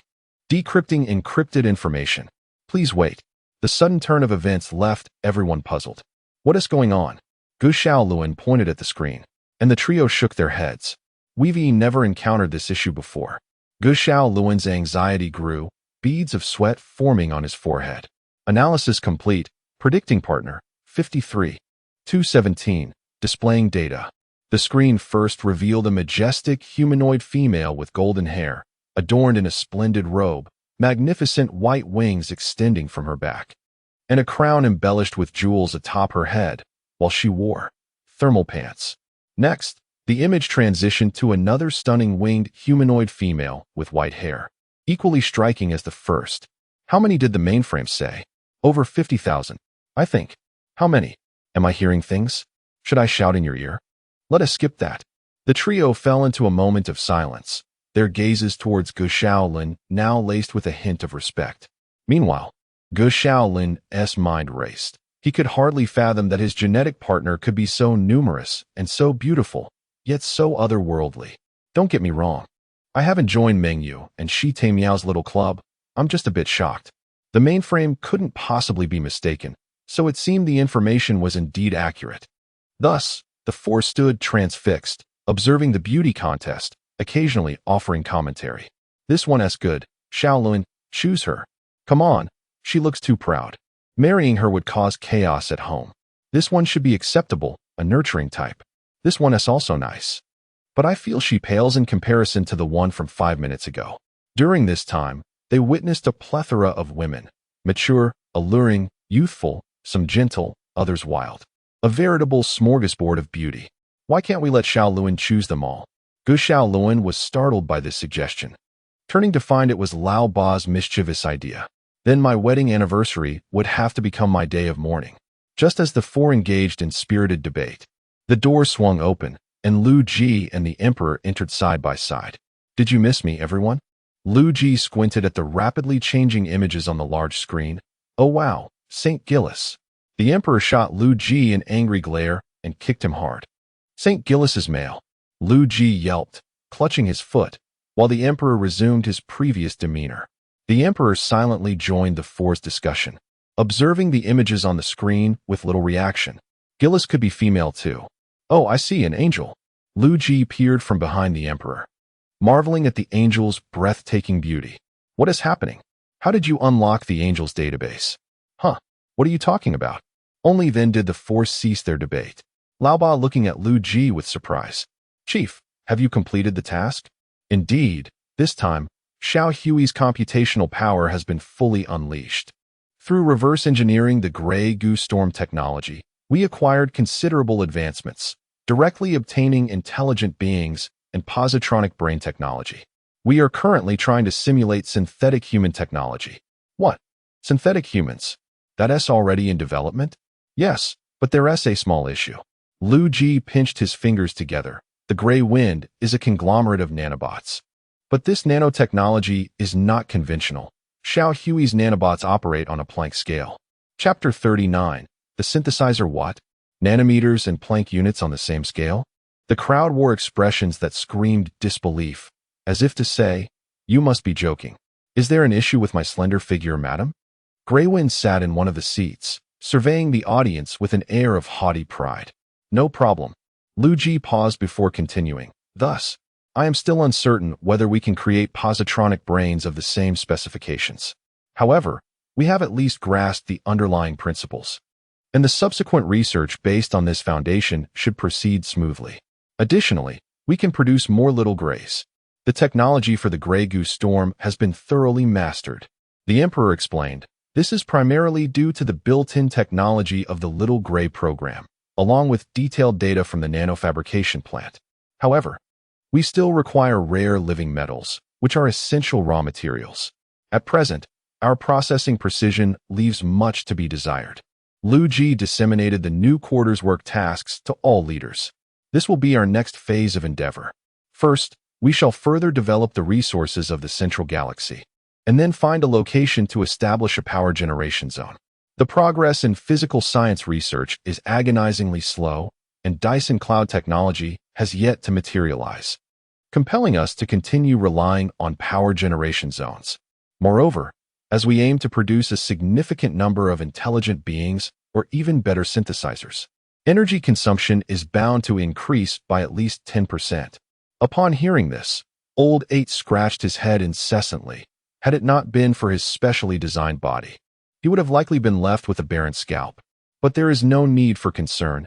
Intelligent beings are no different from normal humans, and they can completely take over the lower-level tasks, Liu Ji remarked, intending to show the leaders the intelligent being. Where did this idle special unit come from? Liu Ji scrutinized the map and discovered a unit marked as special within the residential area. Logicians? Logician's face flushed as he recalled the robot. Oh, that one. Liu Ji gestured for him to be silent, casting a knowing glance that any man would understand. Little Grey, it's your turn. Greywind nodded and summoned a mini-transport vehicle. 2 robots disembarked from the flatbed, which was less than 2 meters long. Both robots moved with agility. One stood stiffly, while the other's ocular scanner whirred incessantly. "Good afternoon, esteemed leaders." The robot's voice was unmistakably synthetic, while it could be rendered more lifelike. Liu Ji found this tone more captivating. The leaders approached with curiosity, occasionally reaching out to touch the intelligent being, which shyly recoiled with subtle movements. "How does this compare to your Iron Men?" Liu Ji and the Emperor observed as the leaders playfully interacted with the intelligent being. The rebellion of the Iron Men had indeed left a significant psychological scar on the Emperor, causing her to frown at the mere mention of them. Superior to the Iron Men, they merely obey commands as subordinate machines. In terms of intelligence, they should be on par with Stone Men. The Iron Men, constrained by their limited intelligence, betrayed humanity. Why is that? Liu Ji posed this perplexing riddle, acknowledging that he could barely distinguish the levels of Stone Men, Iron Men, and Gold Men. The Emperor shook her head, remaining silent as she stared at the intelligent being, lost in thought. Liu Ji did not press further. The history of the Iron Men held little significance for him, merely a fleeting curiosity. Greywind introduced, this intelligent being was constructed using nanorobots. If we were to mass-produce it using the current foundry, various standards might be compromised due to processing precision. This intelligent being is an unpersonalized model. Generally, intelligent beings can be tailored based on predetermined emotional simulation data. The intelligent being cautiously raised its hand. "May I wear a piece of clothing?" Seeing the intelligent being display such intelligence, the leaders excitedly continued to engage with it. "What is your name?" Unit 001. "Does the intelligent being have a gender?"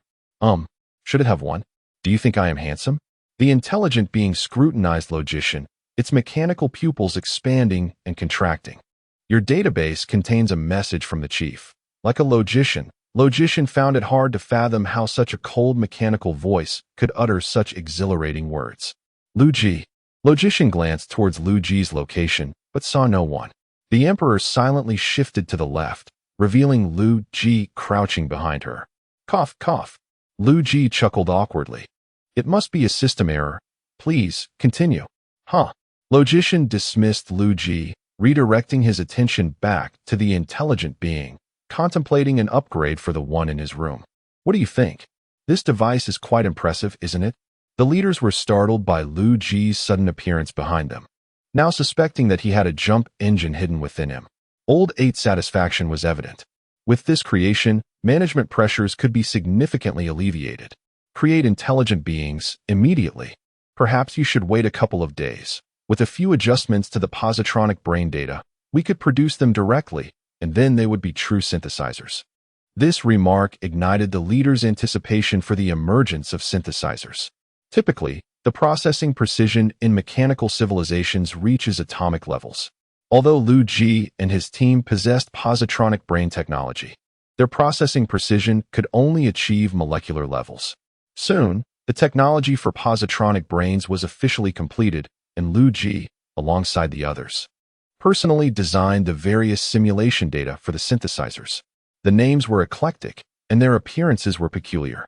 Although this technology was expensive, these were intelligent biological entities capable of performing all tasks. The leaders finally liberated themselves from their overwhelming responsibilities. While the synthesizer technology was not yet fully matured, Liu Ji did not require them to possess exceptional hardware.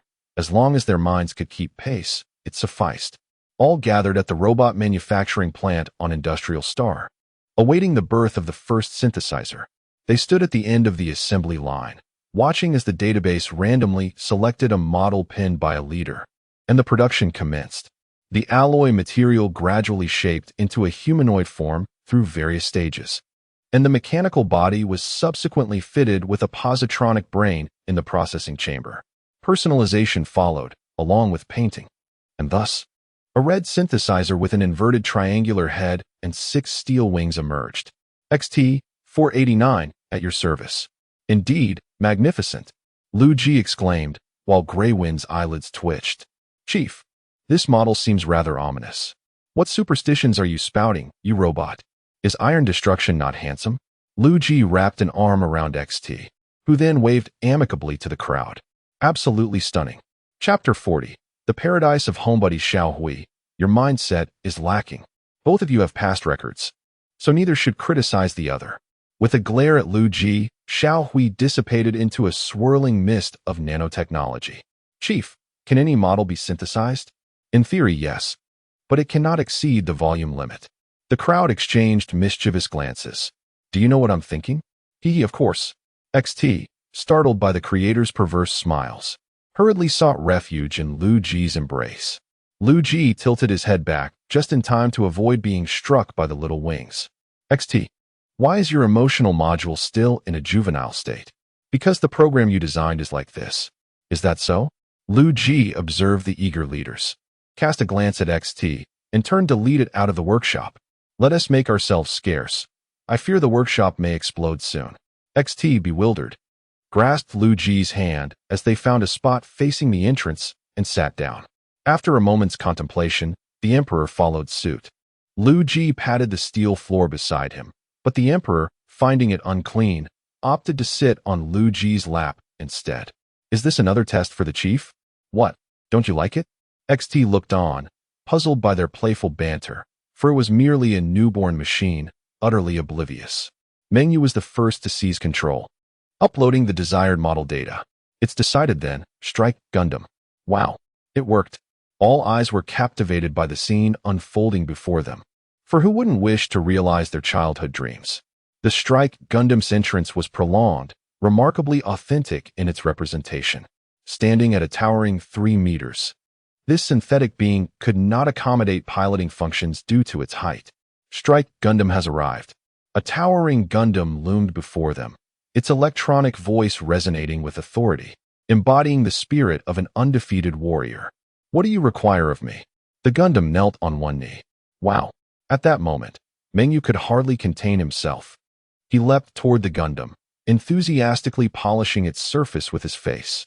The overly affectionate creator left the Gundam somewhat flustered, yet it was pleased to have such admiration. Its warning lights glowing brightly. I want to try too. Let me. Don't hog it. Let us input the data together. At the entrance, Liu Ji and the others stood in awe as they witnessed a battle between the Gundam and the vengeful Wanderer, with Optimus Prime and the Evangelion racing alongside. Naturally, most of the materials were provided by the Blue Star Quartet. As the Gundam and the vengeful Wanderer clashed, they inadvertently approached XT, which scampered away in a hurry. Creator, why are they fighting? XT cowered behind Liu Ji, appearing quite diminutive, prompting Liu Ji to reassure it. The Gundam delivered an uppercut to the Wanderer and turned to address little XT's inquiry. This is the command of the creators. We will determine a victor without harming the core. The Wanderer regained its footing, and its decorative reactor began to spin rapidly. This is our glorious battle. Only then did Liu Ji notice Meng Yu and Hit Meow, who were fervently cheering for their creations not far away. Go, Gundam. Wanderer, you must not lose. Encouraged by their creators, the two colossal machines resumed their spirited conflict. In a flurry of excitement, Liu Ji quickly pulled XT away, while the Emperor found amusement and settled nearby to watch. Children, do not emulate them. XT nodded earnestly, following Liu Ji away. Once the revelry subsided, Liu Ji began to lay out the production line, securing several standard templates. According to the current task requirements, the factory would produce either industrial synths or leader-type synths. Considering the psychological aspects and other factors related to the synths, Liu Ji ensured that all models resembled humanoid biological forms. In the following days, Liu Ji often observed the leaders accompanying their beloved creations, clearly enamored. Lost in play, they show no ambition. Liu Ji shook his head at the two-dimensional spectacle in the conference room, and XT promptly handed him a cup of tea. Creator, your tea. Oh, thank you. Liu Ji affectionately patted XT's head, growing increasingly fond of this little entity. Speaking of which, given the high plasticity and advanced technology, could it be? Not long after, I beg you, please help me just this once. Liu Ji lay sprawled on the ground, clutching the Emperor's silky black thigh, while the Emperor scowled, attempting to extricate himself. The idle leaders lounged in chairs, snacking and watching the spectacle. The synths had no time to rest, merely casting curious glances. What is the chief doing? Who knows? Perhaps he's having another episode. Listening to the leader's chatter, XT seemed to resolve something within, and with the astonished gazes of all, it clutched the Emperor's other leg. Please, help the Creator. The Emperor was at a loss for words, unable to move, and ultimately acquiesced to Liu Ji's plea. Ha ha ha, truly my progeny. Liu Ji laughed heartily, stroking XT's head as it obediently lowered its gaze. The surrounding leaders were rendered speechless, with Huang Paikanen shaking his head. Chief, if there's something wrong with your neck, perhaps you shouldn't be carrying a child. TCH, you wouldn't understand. Soon enough, you'll be envious. XT mimicked the scene, but was too timid to speak loudly to the leaders. Soon enough, you'll be envious. Huang Paikanen face-bombed, suddenly feeling that this nation was doomed. In the vastness of space, the Imperial Navy had expanded to 5 frigates and 1 destroyer, truly unparalleled. Literally invincible. Thus, the duo had grown quite idle, resorting to assisting others to pass the time. With the creation of synths, they found themselves with little to occupy their hours. Seeing their lack of tasks, Liu Ji permitted them to escort the research vessels on their expeditions or explore independently nearby. This news thrilled them, leading to meticulous maintenance of their fleet before embarking. Thanks to the leader's traversal mechanism, although Liu Ji was perplexed by their mode of arrival, they could choose their own bodies. The condition being that the body must be manufactured by the dimensional cloning machine, meaning they could opt for a new body through relogging. The others were also intrigued by this venture, so they decided to bring along their backups. While Liu Ji wished to join, he knew that once he logged off, he would truly be offline, leaving him to remain in the capital to rest. Notably, the dimensional cloning machine had shown no signs of activity thus far, merely gathering dust and storage. Chapter 41. Zhuang Yan, I am your wall breaker. Luo Ji reclined on the sofa, his legs dangling over the edge. Outside, a torrential rain poured down, the wind whipping the rain against the windows, scattering his thoughts into disarray. Are there any great beings among the Trisolarans? He mused. I doubt it. The environment there cannot possibly sustain the emergence of a humanoid sun. With that self-reflection concluded, it was time to activate the stellar array. The Trisolarans, noticing him retrieve his helmet, sprang into action. They were not foolish. They sensed something was amiss with Luo Ji's intense gaming, yet could not pinpoint the issue. Not to mention, they were still being hunted by the ETO. A knock on the door, muffled by the storm, still reached Luo Ji's ears. He set down his helmet and rose to answer it. Is Teacher Luo in? Peering through the peephole, he glimpsed a slender figure standing in the rain. He hastily opened the door. The woman, clad in white pants and a dark coat, resembled a wilting lily. Luo Ji's rationality triumphed over his fantasies as he urged her inside. Hello, Teacher Luo. The woman greeted shyly, leaning slightly as droplets cascaded from her clothing to the floor. Greetings. Luo Ji fumbled for a towel from the coat rack, his gaze lingering on her. Thank you. The woman appeared curious about her surroundings, yet hesitant to look around, rendering her somewhat stiff. What brings you here at this hour? Who sent you? Such poor manners. It's quite all right, Teacher Luo. Meanwhile, the PDC and ETO members left in silence, braving the cold outside. It's not cold in the car. The white towel wrapped around her head. But Luo Ji knew she must be smiling, though it is a bit chilly here. Oh, by the way, my name is Zhuang Yan. Zhuang Yan. I shall remember that. Please, have a seat by the fireplace. Only then did Zhuang Yan relax, curiously surveying her surroundings. She followed Luo Ji to the fireplace, where he crouched to ignite a fire. Have you ever seen a fireplace before? Zhuang Yan pondered, recalling only having witnessed one in films. What do you think of the architectural style here? Luo Ji appeared enthusiastic in his conversation with Zhuang Yan, though his heart raced with excitement. How on earth had this girl been found? It felt surreal. In the next moment, he was certain he was not dreaming. The entire upper echelons of Earth were assisting him in locating her. How could they possibly fail? It suits you well, as if it were destined to be your abode. Indeed, destined. Your presence here is also a matter of fate. Zhuang Yan smiled at the flickering flames, remarking, It's so warm, so delightful. Luo Ji's heart stirred once more. Is this place as you imagined? Zhuang Yan shyly replied, I thought you would have maps and incomprehensible materials hanging everywhere. Oh, Those are in another place. Home and studio must be separate. Luo Ji fabricated an excuse, feeling guilty for misleading her. You must be weary from your journey, especially in this cold. He rose and walked to a cabinet. How about a glass of wine to warm you up? Zhuang Yin nodded, accepting the goblet he offered. Thank you. She sipped delicately, and Luo Ji observed her innocent demeanor, feeling a soft spot in his heart awaken. Zhuang Yin was so pure. She bore no innate wariness towards anyone, even in a world fraught with threats against her. She was a fragile doll in need of protection. Luo Ji knew where she could live securely. The capital garden. What? Luo Ji snapped back to reality, realizing he had let something slip. Oh, the capital garden is a beautiful place, truly a paradise on earth. You must visit when you have the opportunity. The capital star garden, under Liu Ji's orders, was a grand endeavor. Though termed a garden, it spanned hundreds of thousands of square kilometers, encompassing the entire ecological environment of the original planet. Zhuang Yan's gaze drifted, contemplating the place Luo Ji described, which she had never heard of. Luo Ji settled onto the opposite sofa, striving to maintain his composure. What were they saying before you arrived? They told me to come for work.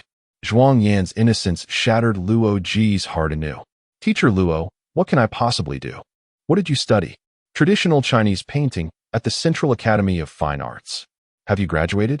Yes, just graduated, juggling graduate school applications and job hunting. Luo Ji pondered her potential contributions to their cause, and an awkward silence enveloped them. Do you think you can manage the work here?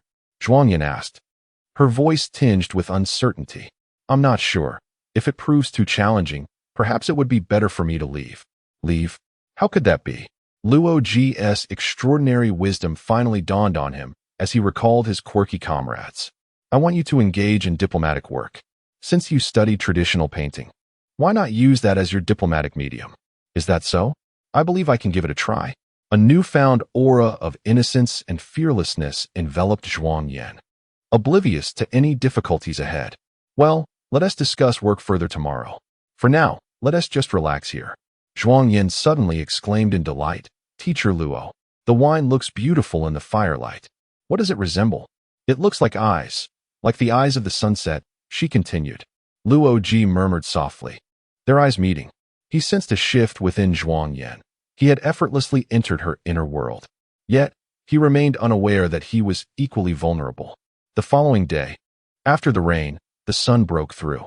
Luo Ji donned a coat, its hem tugged by the wind towards Zhuang Yan, who gazed vacantly at the distant snow-capped mountains. Did you always enjoy painting? Zhuang Yan took a moment to respond. Yes, but if I had grown up here, I might not have liked it. Why is that? Once a dream is realized, it becomes impossible to paint beautiful things. Indeed, the realization of dreams can be quite. Luo Ji struggled for words as he observed Zhuang Yan, suddenly overwhelmed with an impulse to crush the Trisolarans and savor life with her. Teacher Luo, have you been to the snow-capped mountains? No, but we can go now. Really? Zhuang Yan hesitated. What about work?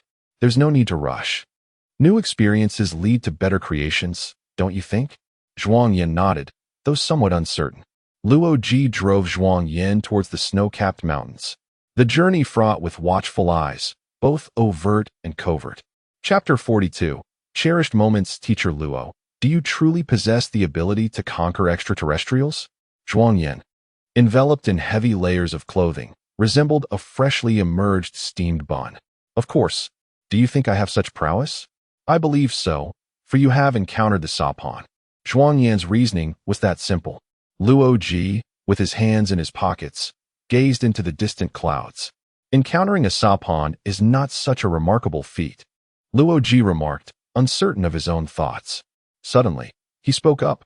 Would you like to see a Sapon? I can summon it. Zhuang Yan's face lit up with disbelief, quickly shaking her head. Forget it, forget it. I'm afraid that if I see a Sapon, I might die of fright. Luo Ji chuckled, choosing not to pursue the matter further. Teacher Luo, why can you command the Sapon? Because it is an order. Zhuang Yan had no doubt about his words. How impressive. The two observed the majestic eagle soaring overhead and pointed at the deer cautiously traversing the forest. The phone rang, and Luo Ji retrieved his device to find a call from Shi Chang. Brother Luo, I hope I'm not interrupting. No, not at all. What could possibly trouble me? That is good to hear. How is Yin Yin? She is doing splendidly. Shichang seemed to breathe a sigh of relief. Well, I've finally completed my last task. What? Last task? Luo Ji's voice rose suddenly, prompting Zhuang Yin to glance in his direction. Yes, I'm returning home to get some much-needed rest. Why? I've been diagnosed with leukemia and need to seek treatment in the future. Luo Ji glanced at Zhuang Yin, continuing to inquire, when did this occur? I sustained nuclear radiation during a mission. Problems began last year. What will you do? Can the future provide a cure? Who can say for certain? The future is bound to advance. My apologies, Deshur, for delaying you. Shichang quickly laughed it off. What are you saying? By the way, I was thinking that since we might meet again in the future, if we don't, could you do me a favor? There are 3 forms of unfilial conduct, and failing to produce offspring is the gravest. Brother Luo, the legacy of the Shur family relies on you. Zhuang Yin's lively eyes flashed in Luo Ji's mind, reminding him of her paintings and the group associated with them. I completely forgot in my haste. Luo Ji shifted to a lighter tone.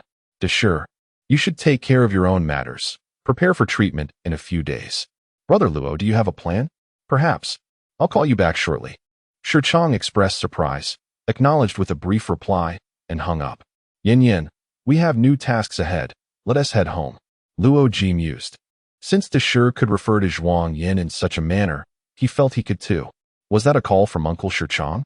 Yes, have you met him? I met him before. He is quite a wonderful person. Did he say anything to you? He mentioned that you are engaged in the most important work in the world, and asked me to assist you. Luo Ji smiled, realizing he had forgotten to say something.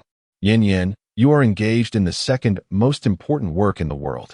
Zhuang Yin was momentarily taken aback, and Luo Ji sensed a peculiar sense of responsibility emanating from her. I will strive to do my best.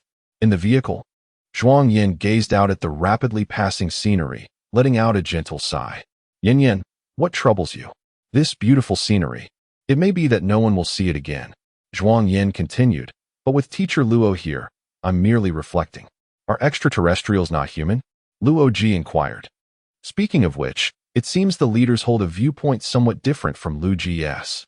The pro-extraterrestrial duo is quite exclusive, yet they are warmly welcoming toward familiar aliens. The inherent contradictions of humanity are vividly embodied in these two. Others harbor strong wariness towards extraterrestrials, giving rise to simple rejection. However, Liu Ji is quite accepting of them, which does not stem from a lack of vigilance. According to him, judging friend or foe based on genes and appearance is utterly meaningless. He only cares about shared ideals. As long as it serves one's interests, they're allies. Mechanical ascension and genetic ascension have shattered traditional notions of race. Exclusivity in the galaxy resembles engaging in racism on Earth. Of course, this is a discussion from the perspective of advanced civilizations.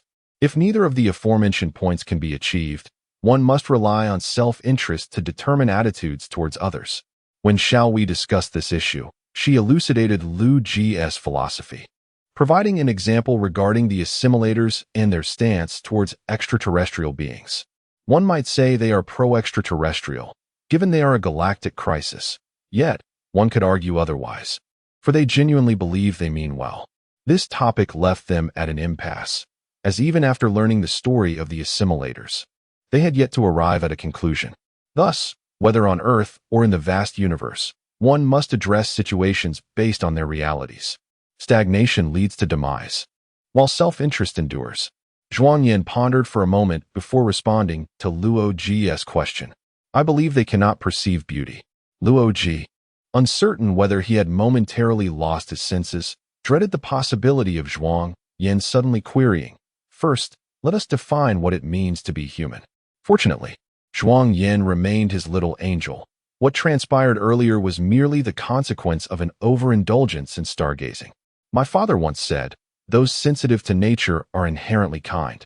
If they lack kindness, they cannot perceive beauty. Yin Yin, the choices of the Trisolarans are indeed quite rational for the survival of their race. This has nothing to do with kindness or malevolence. This is the first time I have heard someone say such a thing. Teacher Luo, will you meet them in the future? Perhaps. Luo Ji was uncertain whether the Trisolarans could reach Earth before the Imperial fleet arrived. If they truly are as you describe, then you defeated them in the final battle. Could you? Luo Ji felt a twitch at the corner of his eye, his heart racing. What could possibly happen? Could you avoid casting them into the void of space? They would perish. Instead, grant them a place to coexist with us. How wonderful that would be. Zhuang Yin shyly fiddled with the hem of her garment, realizing her thoughts seemed rather naive. Luo Ji remained silent for a while, finding the situation both unexpected yet within reason. Yin Yin, your words were not solely for my ears. At that moment, Zhuang Yin became aware of the gravity of her statement, anxiously glancing at the sky. There must be many Sophins flying around us.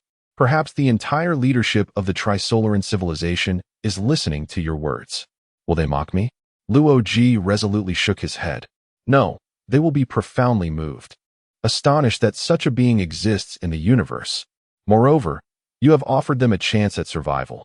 They might be hiding in corners, secretly rejoicing, too afraid to ridicule you. At that moment, the Trisolaran officials and leaders fell into a deep silence upon hearing these words. Chapter 43. Research District. Zhuang Yan's face flushed slightly. Teacher Luo, you must be joking with me. I was thinking, perhaps the one most likely to save the world is you. Me? Luo replied. Well, you are like an angel. Everyone would adore you. You can eliminate a multitude of meaningless conflicts, facilitating dialogue among people. Wouldn't that be akin to saving the world? Zhuang Yin gazed at Luo Ji's countenance. Teacher Luo, you are speaking of your own thoughts, aren't you? I lack such capability. Haha. Perhaps Luo Ji dismissed the notion, pondering that any sense of destiny or purpose is something one must create for oneself. Upon returning home, Luo Ji immediately donned his gaming helmet. What is this? Zhuang Yin inquired, eyeing the peculiar device with curiosity. I am about to commence my work. Feel free to do as you wish. Oh, all right. Luo Ji moved with remarkable efficiency, opening his eyes, disregarding the bizarre items in the conference room, and stepping outside. The androids were divided into two main categories, industrial and governmental. The industrial androids varied in appearance according to their work requirements, while the governmental ones were predominantly humanoid, equipped with multifunctional auxiliary components resembling cannon barrels on their backs. Due to insufficient production capacity, androids were only employed in critical positions. However, Liu Ji repeatedly emphasized the importance of addressing the psychological issues of androids and their rights, as well as the various standards and regulations governing them. This led to a palpable tension among the group, particularly for Lao Ba, who had anticipated some respite but found his tasks multiplied. Luo Ji was on leave, so he had to gather others to discuss the arrangements for the androids. Androids possessed their own thoughts, making the regulations concerning them particularly vital. Luo Ji happened to observe two androids passing by and called out to one. Where's the chief? The android humbly lowered its head and replied, The chief is at the research center. Luo Ji nodded and briskly made his way towards the helipad extending from the building, gradually distancing himself. Oh, the Secretary of State has finally made an appearance. We rarely see him. Hush, that's not a topic for us to discuss. The android hastily covered its voice emitter and departed with its companion. Upon arriving at the helipad, Luo Ji noticed that the world beyond the semicircular glass dome was enveloped in steel. He boarded the shuttle, and the protective shield gradually opened. There were no superfluous buildings here, thus no towering skyscrapers. As he approached the research district, a low black wall obscured the distant horizon, revealing a land of darkness upon closer examination. This was a zone filled with various computational arrays, energy facilities, and defensive towers or testing grounds. The construction philosophy of the research district adhered to integration, resulting in an exceptionally compact appearance. Numerous aircraft buzzed overhead, each weather vessel measuring several dozen meters in length, connected to the orbital space station to ensure that no meteorological variations occurred nearby. Viewed from the atmosphere, the research district resembled a colossal black disk, with a 1,000-meter-high tower at its center receiving data from all directions, serving as the heart of the area. The shuttle flew directly to the uppermost section of the tower and landed there. The tower, aside from numerous maintenance passages, contained only a few corridors. Liu Ji easily located Liu Ji's laboratory, encountering several androids along the way, each one a specially treated research type. Though these androids may not possess extraordinary capabilities, they were certainly preferable to having none. With a hiss, the alloy door slid open, and Liu Ji entered. Upon entering, he noticed a rest area to his left, where Xiao XT sat like a schoolboy, engrossed in solving problems. For some reason, Liu Ji perceived a sense of anguish etched upon its metallic face. "How is the construction of this district?" Liu Ji greeted him from a nearby control console. "Quite impressive. V and Sister Shun are here as well." The Emperor was engrossed in processing data and did not acknowledge Liu Ji. V turned to glance at him and sighed. "Return this information to Laboratory 2. Their ideas are commendable, though ultimately ineffective." All right. V now occupied the role of an assistant, aiding the Emperor with various tasks while learning in the process.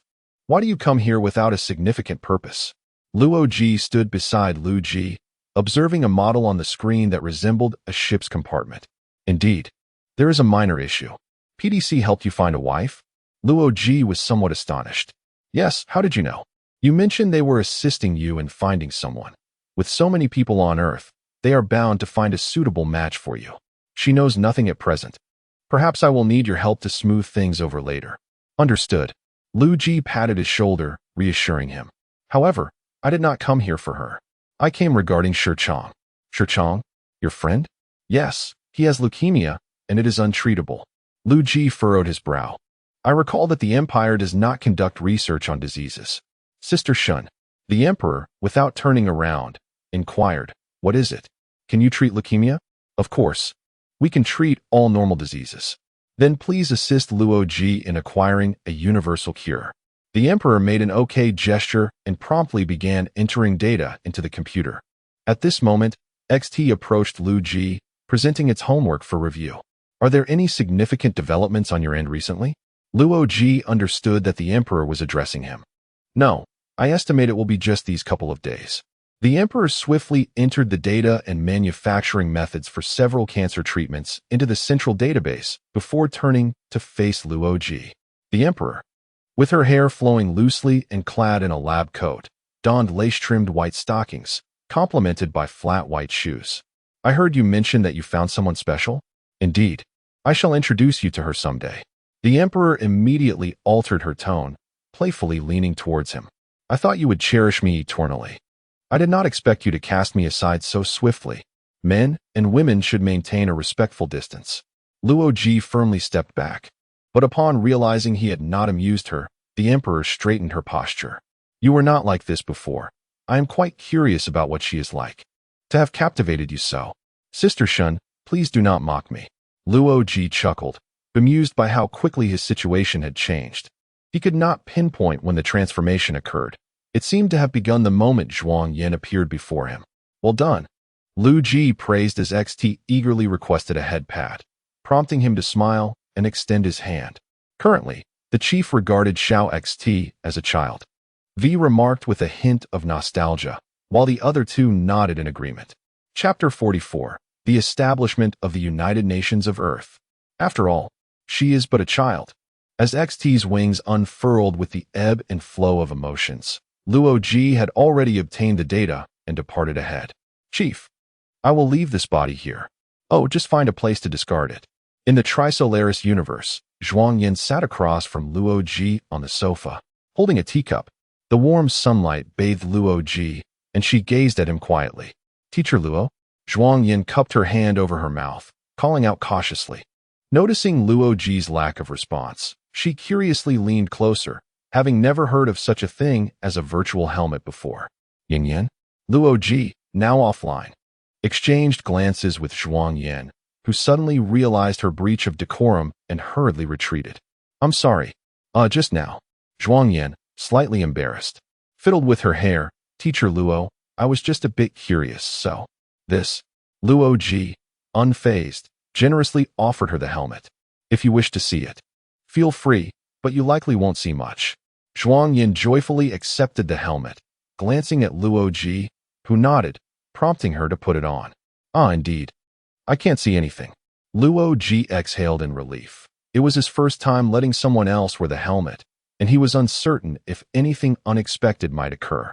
Zhuang Yin returned the helmet. Teacher Luo, is it because it isn't charged that it won't operate? Look, it is charging. Then why can't it be used? Zhuang Yin pondered, touching the wire behind the helmet. Haha, I don't know.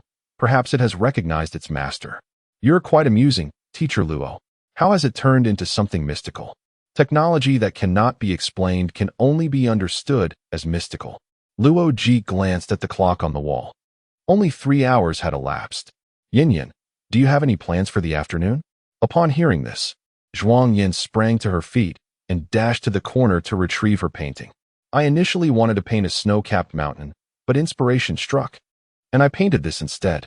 Luo Ji carefully accepted the painting, which depicted a vast grassland he recognized from just outside the house. This isn't a traditional Chinese painting. I wanted to try oil painting. It's beautiful, Luo Ji genuinely praised. Do you mind if I use this painting for my plans? Of course. Zhuang Yin was delighted to be of assistance. I'm glad you find it useful. The painting reminded Luo Ji of a scene from his dreams. Just as he admired the artwork, Canny knocked on the door, and Zhuang Yin went to answer it. Although Canny had long known that the authorities had found a potential partner for Luo Ji, he was still taken aback by Zhuang Yin's appearance. Good day, miss. Please forgive my intrusion. Zhuang Yin felt flustered, sensing Canty might have misunderstood something. No, it's fine. Teacher Luo is inside. Canty stepped inside, nodded respectfully to Zhuang Yin, and then approached Luo Ji. My apologies, Dr. Luo. Luo Ji stood tall, fully aware that the moment he had been waiting for had arrived. An important meeting was about to be convened at the United Nations, and all the Wallfacers were required to attend. Canny paused. You must go. Luo Ji nodded solemnly. Now? All right, let us go. Zhuang Yin anxiously watched Luo Ji. Teacher Luo, is something happening? Don't worry, everything is fine. I'll be back. Zhuang Yin nodded, standing at the door as she watched Luo Ji and Canty depart. She would make a wonderful wife. The best, Canty remarked with a slight smile, acknowledging the difficulty in finding someone like her, and it seemed that PDC's efforts had not been in vain. On the private jet, Luo Ji gazed out the window, noting at least 20 fighter jets accompanying them. Remember to relay a message for me. Don't let Shirchong hibernate yet. Wait for the meeting to conclude. Sod, seated across, loyally executed the command. Luo Ji needed to be fully alert for the upcoming meeting. He intended to seize the opportunity to catch up on some sleep. Ascension Technology Zhang Beihai stood before the floor-to-ceiling window, watching the Wallfacer's private jet take off from the company's airport. Prepare the funds and all contracts. Submit all tenders in advance.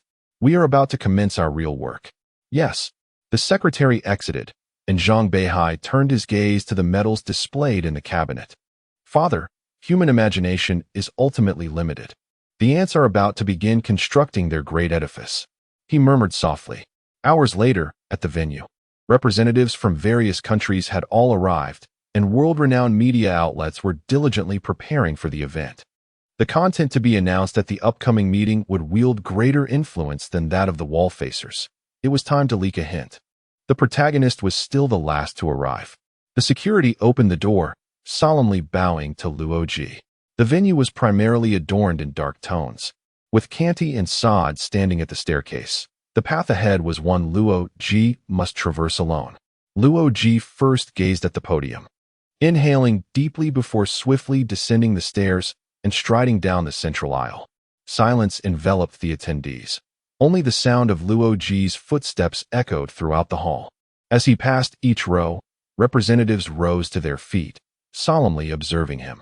He made his way to the front row, taking a seat on the left. He was the only occupant of that row. The representatives from the 5 permanent members and the other 3 Wallfacers were seated in the second row. Once he settled in, the representatives followed suit. Luo Ji glanced back. Tyler's eyes brimmed with gratitude. Radia's gaze reflected respect and admiration for the strong, while Hyen's appeared somewhat apologetic, yet steadfastly regarded Luo Ji. Soon, the meeting's host, Sai, stepped forward, following a brief opening statement. Every word she spoke next would be etched into history. The Wallfacers have faithfully fulfilled their mission. Henceforth, There will be no more Wallfacer plans or Wallfacers. For humanity no longer needs to conceal its intentions or employ devious schemes. Next, I shall announce the final decision of the United Nations Assembly, marking the last resolution of the United Nations. All attendees, including those watching on television, inhaled deeply. The United Nations voted to abolish the position of Wallfacer and terminate the Wallfacer program. The Planetary Defense Council will be reorganized, giving rise to the Galactic Development Council. Reorganization. Sai lifted her gaze, steeling herself. Reorganize the United Nations. Establish the United Nations of Earth. Form the Earth United Nations Government and establish the Earth United Nations Parliament. Initiate the STAR program by vote. Liu Ji is elected as the Navigator and is concurrently appointed as the Honorary Prime Minister of the Earth United Nations. Now, let us welcome Liu Ji to the stage to address us. Chapter 45. The Navigator in such a momentous occasion, one that would determine the fate of humanity. What thoughts occupied the mind of Liu Ji? He posed this question to himself, and soon received an inner response. There was no need for grandiose thoughts. He simply needed to move forward, onward. He took a step, the sound of his polished shoes resonating across two worlds. With each step he took, the shadow behind him diminished, and the primal emotions that had existed since the dawn of humanity surged within the hearts of all. Sai respectfully stepped back, creating a vast space. Liu Ji stood at the podium, quietly observing the crowd. What resided in his eyes? Was it solace, compassion, encouragement, or perhaps profound reflection? He stood for a full 5 minutes, yet not a single soul exhibited impatience. A unique emotion welled up within everyone, as if a mission had arrived, one that humanity could neither refuse nor wish to refuse. Earth is our shared home with over 9 million species. We are all products of nature, yet we are distinct. We are nature's firstborn, and no other creature can disturb humanity's dominion, even in the slightest. To reign over Earth is humanity's destiny, a significance that emerged when the first hominid learned to wield fire. From that moment on, Earth ceased to be an ordinary planet. It became humanity's homeworld, the cradle of our existence, destined to be the center of the universe. Humanity is not merely the favored child of Earth, but of the cosmos itself. Fellow compatriots, behold, dinosaurs once ruled the Earth but perished beneath the impact of a meteor, granting humanity its chance to rise. While all other creatures evolved limbs, our ancestors chose to evolve their intellect. After millions of years of evolution, humanity has achieved remarkable strength in just a few centuries. Gazing into the starry expanse, the solar system appears so perfect. Our moon harbors abundant rare resources. Mars is a potential colony, and the distant asteroid belt offers a plethora of materials. Our journey into space unfolds seamlessly. The universe has existed for 13.7 billion years, yet its meaning remains a mystery to all, be it the Trisolarians or any other beings. But humanity knows the universe is devoid of meaning. Thus we shall bestow its significance. Let the universe be filled with meaning through humanity's existence. Liu Ji raised his right arm, and the attendees instinctively stood, lifting their own right arms. Along the banks of the Mississippi, the Yellow River, the Nile, in every corner of the world, in Liu Ji's home, everyone followed suit. Trisolarians, take heed. Humanity shall gaze into the depths of space, beyond the speed of light. Gaze into deep space, beyond the speed of light. As the third call concluded, Liu Ji grasped the microphone. Fellow compatriots, prepare to honorably embrace humanity's illustrious destiny. He offered a final salute to the crowd, set down the microphone, and descended the steps. The glory of humanity, the illustrious destiny. A voice broke the silence, and a thunderous cheer erupted in the venue. People on both sides strained to draw closer to Liu Ji, yet none could surpass the protective barriers. With a click, a photograph, an heirloom of millennia, emerged, capturing Liu Ji center stage as he strode toward the exit. The crowd pressed together, reaching out desperately to touch him.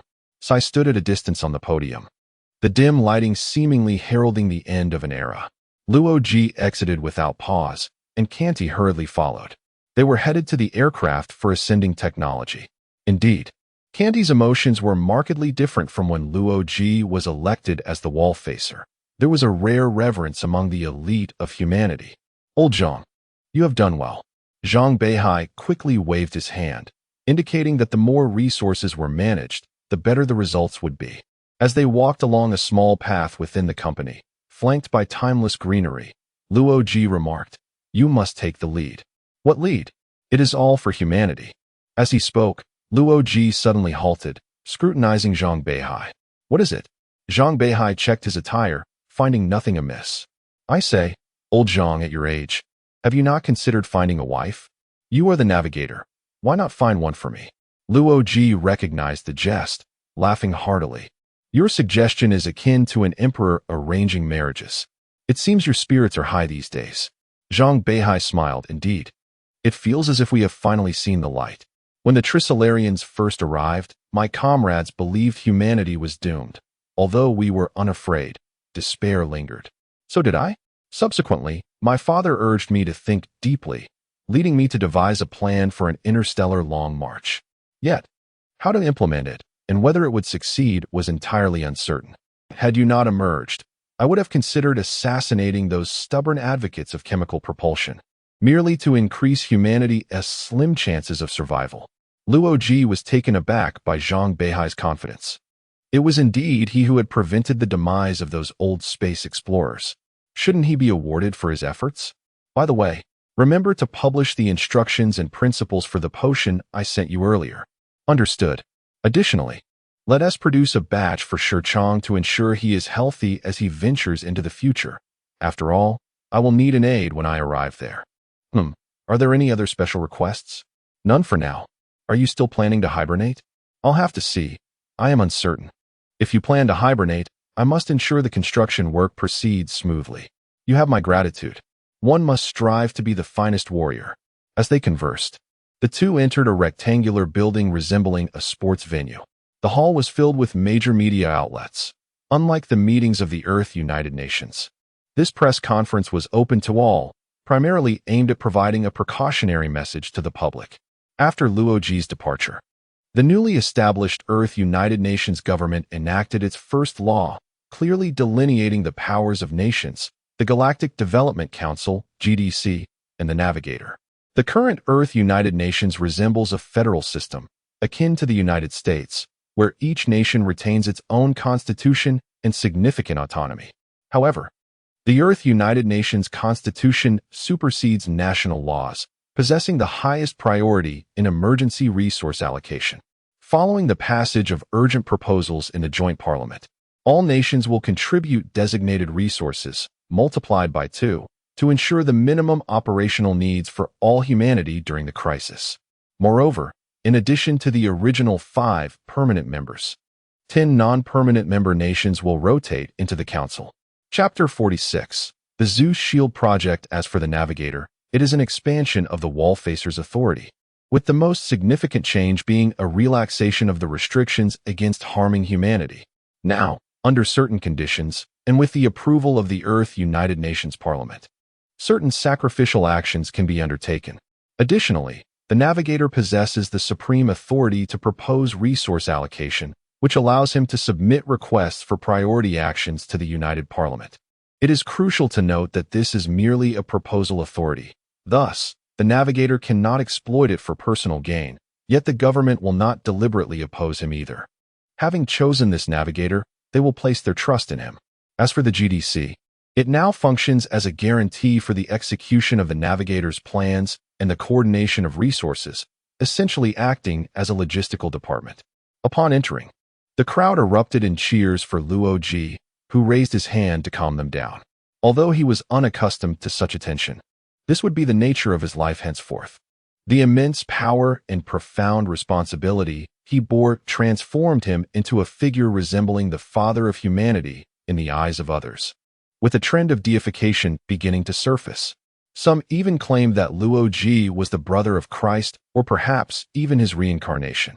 This was a speech addressed to all of humanity. Luo Ji glanced at the excessively lengthy manuscript, dismissively tossing it aside. As the Navigator, I, Luo Ji, now convey the upcoming mission to my fellow humans, the Zeus Shield Project. He looked at the large screen in the center, where the backstage crew had demonstrated remarkable responsiveness, projecting pre-prepared images. This is the Zeus shield. Adjacent to the dimensional anchor was a prominently displayed label reading Zeus shield, designed to engrave the name deep into the collective consciousness. Liu Ji stared at the label for a prolonged moment, pondering how he had conceived such a confounding method to mislead the enemy. You think this is the Zeus shield, but it is, in fact, a rainbow bridge. A wave of astonishment rippled through the audience, followed by murmurs of discussion. The dimensional anchor resembled an elongated gyroscope with a particularly sharp base. Extending from both sides were rods, with even longer rods beneath, resembling a compass, their bases equally pointed. This was humanity's ultimate defensive weapon, requiring vast resources for construction. And once completed, it would obliterate the Trisolarans. Liu Ji fell silent, staring blankly at the dimensional anchor, still contemplating how to persuade both humanity and the Trisolarans. Do you have any questions? Although the reporters were eager for the Navigator's attention, they refrained from being overly intrusive, raising their hands respectfully. Liu Ji randomly selected one, a young Asian man. Greetings, esteemed Navigator. May I ask if the resources required for the Zeus shield are truly as extensive as you previously reported to the United Nations? Liu Ji gestured for him to sit down. Regarding that question, as I mentioned earlier, with current productivity levels, we will require a century's worth of resources, and the construction will take 300 years. However, this is based on our current capabilities, and as we advance, this timeline will undoubtedly shorten. Furthermore, with the full support of the government, we can commence preliminary construction work immediately, including space elevators and spacecraft. Thus, there is no need for concern. Constructing a massive structure thousands of kilometers in size at the edge of the stellar system should not pose a challenge for future humanity. Flashes from cameras continued to illuminate the room as Liu Ji pointed to another individual. Can the Zeus shield truly withstand the Trisolarans? Indeed, he replied. But refrain from asking me this question in the future. Simply refer to the Earth Union's official website. How can you ensure that the Trisolarans cannot destroy it through technological means? If they could strike across light years, I would have perished long ago. Next question. Given your assertions, the Zeus shield must possess advanced technology. Will the Sophins not be able to steal its secrets?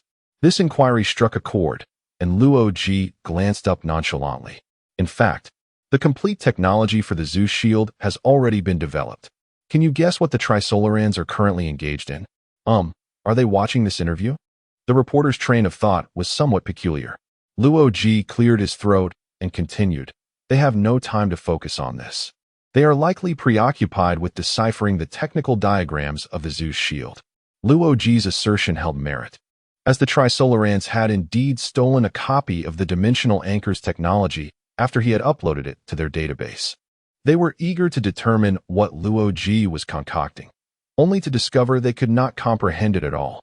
They understood the materials and nuclear energy, but 80 of the components were entirely beyond their grasp, akin to Liu Ji's helmet. It was not that Trisolaran technology was lacking, rather, they found it challenging to comprehend the design's purpose. For Earth's inhabitants, constructing a house followed a series of steps. Yet to the Trisolarans and other races across the cosmos, this design seemed akin to building a door of concrete, walls of instant noodles, and decorative steel bars framing the entrance, an utterly incomprehensible structure. Is our technology insufficient to understand this? The chief scientist of the Trisolarans inquired of the governor, harboring doubts about their species' capabilities, while the governor was incensed. This is your concern. It was reasonable to assume that if Earthlings could grasp such concepts, the Trisolarans should also be able to understand them. The technology of the dimensional anchor was not as lofty as Mount Everest. It merely transcended the individual universe's scientific framework, making it incomprehensible to the races of this universe. If they could comprehend it, they would also grasp the mysteries of dimensions. Therefore, while the Trisolarans could construct it, they would find it useless, and beyond that door lay no allies. Once Liu Ji finished speaking, the crowd erupted into further expressions of awe and astonishment. He felt akin to a wealthy magnate returning to his village, with every revelation drawing gasps of surprise that could last for a month. Navigator, how did you acquire the technology for the Zeus shield? Why not try greasing the wheels and knocking your head? He laughed, jesting. That's classified. The individual looked somewhat embarrassed as he glanced around, noticing that the security personnel showed no intention of detaining him before cautiously taking his seat. Once he sat down, others instinctively began to distance themselves from him. Liu Ji recalled a day when he entered the research tower and witnessed a scene that shook his very being. There stood I am not a god, adorned in sacred robes and familiar white silk, blindfolded and seated upon a high throne. Liu Ji, dressed in peculiar red attire, wielded strange tools like wrenches, surrounded by candles, prayer papers, and skulls. Praise the OM Messiah. Liu Ji knelt before I am not a god, causing Liu Ji's mind to spiral. Just as he thought this was a new form of play, the scientific progress displayed on the large screen unexpectedly surged forward. Then he too learned this peculiar practice. Chapter 47. The fleet set sail. Are there any questions? Liu Ji surveyed the room and, seeing no one respond, signaled the end of the press conference. For him, the workload of the past 2 days far exceeded that of the previous 2 months. It was time to indulge in some leisure. As he settled into the private jet heading back to the estate, his thoughts wandered to teasing the Trisolarans. Trisolarans, do you still dare to boast? Can you comprehend this Aegis shield? Not even the Trisolarans, nor even the Quadrialarans, could grasp it. This time, the Sapon was no longer aloof. It transformed into a small orb before him. However, nothing was displayed, indicating that the Trisolarans wished to convey something but were at a loss for words. A smirk curled at the corner of Liu Ji's mouth as he let out a soft hum. Upon entering the quaint villa, he was greeted by the sight of the adorable Zhuang Yan cooking small fish in the kitchen. Yan, did you miss me? Liu Ji hung his coat and wearily sank into the sofa. Teacher Luo. Zhuang Yan turned around, her face lighting up with joy as she donned an apron, a spatula in hand. You're back. Yes, why are you cooking for yourself? Where's the chef? I wanted to prepare something myself. Liu Ji inhaled deeply, savoring the delightful aroma. Hey, I made quite a bit. You should try some. Of course. I'm rather surprised that you can cook. I learned a little from my mother. I'm not that skilled. Zhuang Yan, fearing she might splatter oil everywhere, hesitated to sit down. Teacher Luo, you looked so handsome on TV. Oh, you saw it. At the mention, Zhuang Yan's eyes sparkled with admiration. Yes, you resembled a knight from a fairy tale. That's the feeling you gave. My princess, if you don't pay attention to the pan, the fish will burn. Only then did Zhuang Yan notice the burnt smell in the air, and she hurried back to the kitchen. Liu Ji watched, pondering if this was the life he desired. At least in the past 20 years, nothing had been more splendid than today, yet he believed this was far from the finest day of his life. Central, edge of the stellar system, the formation of 3 frigates had entered a state of readiness for transition, while the remaining ships remained stationed at the stellar base. The duo, accompanied by Huang Pikai, continued to operate 1 ship each. With the manufacturing of the synthetic beings, the control and management resources of the vessels had finally become ample. Managing such colossal entities solely by personal means was exceedingly challenging. Previously, they merely explored the stellar system. Now, they were finally ready for adventure. Old Gu, enter the hyperspace lane. Charging complete, entering now. The synthetic being referred to as Old Gu was a military specialized model, its operational logic favoring blitzkrieg tactics and rapid maneuvers, well suited to the duo's preferences. A blue energy field enveloped the 3 frigates, and with a flicker, the formation vanished from observation. Their next destination was to patrol the central star area, followed by joining forces with external research vessels to form a new fleet.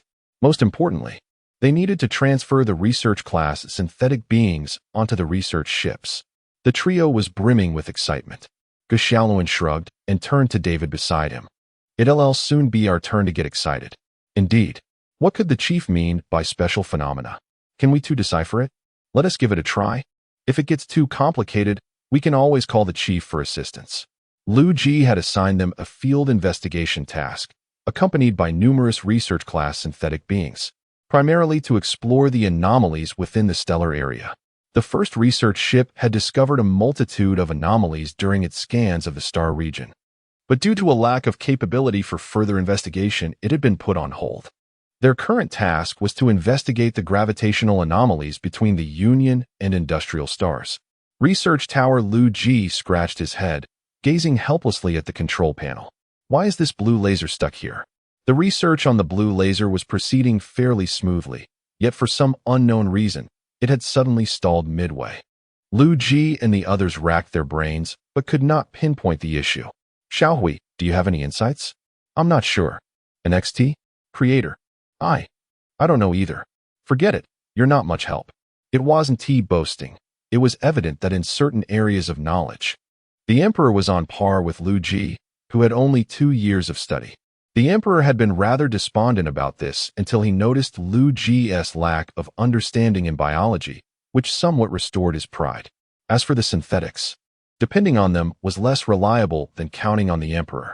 Whether it was a technical issue or not, these synthetics lacked significant research capabilities akin to blank slates. Valerie watched the proceedings with amusement, and Liu Ji chose not to inquire further. Let us put that aside for now. Has Liu Ji logged in? No, he hasn't been online for 2 days. Liu Ji nodded, realizing that he must indeed be quite busy. By the way, Emperor, how is that frigate you built coming along? The Emperor summoned a panel, adjusted some data, and compared it with the current version of the frigate. Why is there such a disparity in these values? The Emperor sighed in resignation. This is one of the better figures. We haven't even installed the hyperspace engine. We're using a subspace engine instead. And you even crammed in a Galar field? Yes. Have you figured out why the hyperspace engine cannot be used? The Emperor nodded, releasing a long sigh. When the ship was completed and ready for trial, problems arose one after another, and at one point, we almost didn't make it back. Later, I discovered that there are flaws in the Warhammer universe, and they are man-made. Hyperspace is a form of subspace within the physical universe and should not be affected by mental subspace. Thus, the Emperor remained hopeful. However, perhaps due to the war in heaven, or the capture of the star god by the Necrons, or even the star goddess' own influence, hyperspace transitions within the physical universe proved highly unstable and prone to issues at any moment. The Emperor speculated that with advancements in jump technology in the future, normal transitions might become feasible. Did you place anything peculiar on the ship? No, the Imperial Guard wanted to install some decorations, but I declined. Actually, a few wouldn't hurt. Looks like we truly have no other options, if it comes to it. We can establish a dimensional anchor in the future and conduct our research there. Let us discuss that later. Liu Ji shifted the conversation. Now that alloy production is so abundant, should we not continue to ramp up production? The Emperor was reluctant to discuss internal affairs. He always coughed when the topic arose. Liu Ji glanced at the others. Valerie waved her hands repeatedly, feigning interest in the data alongside the Emperor. XT, however, was eager to converse with the beloved Creator. Creator, I believe we should expand the existing fleet tenfold. All right, you may cease speaking now. Oh. Chapter 48. Gaia Paradise. Liu Ji was not one to squander resources, at least not until he encountered an extraterrestrial being to discuss the prospect of war. It had only been 2 years. Who would initiate conflict so soon? Xiaohui, what is your perspective? It would be prudent to complete the colonization of the border star systems before considering further actions. Very well, let us proceed with that plan. Although the border star systems were rich in resources, none possessed a habitable planet. However, the synthetic beings and robots were not discerning. They could thrive anywhere, serving as excellent laborers. Meanwhile, Geshaluan and David were nearing the region of gravitational anomalies. Currently, ZY-4 was towing the United and Industrial Star on the opposite side of this area. This anomaly was first discovered when a transport ship passed through while the Industrial Star was yet to complete its revolution. Upon detecting the gravitational anomaly, calculations commenced. As the research vessel approached, it quickly registered anomalous data, and the two began methodically organizing their tasks. The probe was deployed. A spherical probe, several meters in diameter, swiftly flew into the distance. As soon as the probe arrived, it seemed to activate some unseen switch, causing the surrounding space to exhibit irregularities. We have detected spatial fluctuations and sent the data to the central control. The communication reached Liu Ji, who was equally perplexed by the situation. Exercise caution. Continue the reconnaissance and prioritize safety. Something is approaching. The Emperor furrowed her brow, issuing a warning. She could not employ her full powers in this universe, only possessing a vague sense of foreboding. David and Gu Xiaoluan exchanged glances, swallowing hard. In an instant, as if a brush were painting on black paper, a verdant planet emerged before the research vessel. The vessel was not far from the planet, whose immense size seemed to encompass the entire world. The crew stood transfixed, gazing at this breathtaking orb, where every cloud and every texture appeared meticulously crafted. This is Gaia Paradise. What? Liu Ji could hardly fathom that such a marvel was concealed within the capital. What is this? The Emperor, too, had never encountered such an astonishing planet, reminiscent of a gemstone in the cosmos. A cosmic wonder, Gaia, a world where all races could thrive, a living paradise. It is alive. Indeed, the Emperor recalled something. Is it akin to Catalan? You must be familiar with Catalan, yes? Not quite. Gaia is a nurturing mother, while Catalan can at best be described as a drunken, gambling, abusive father. I see.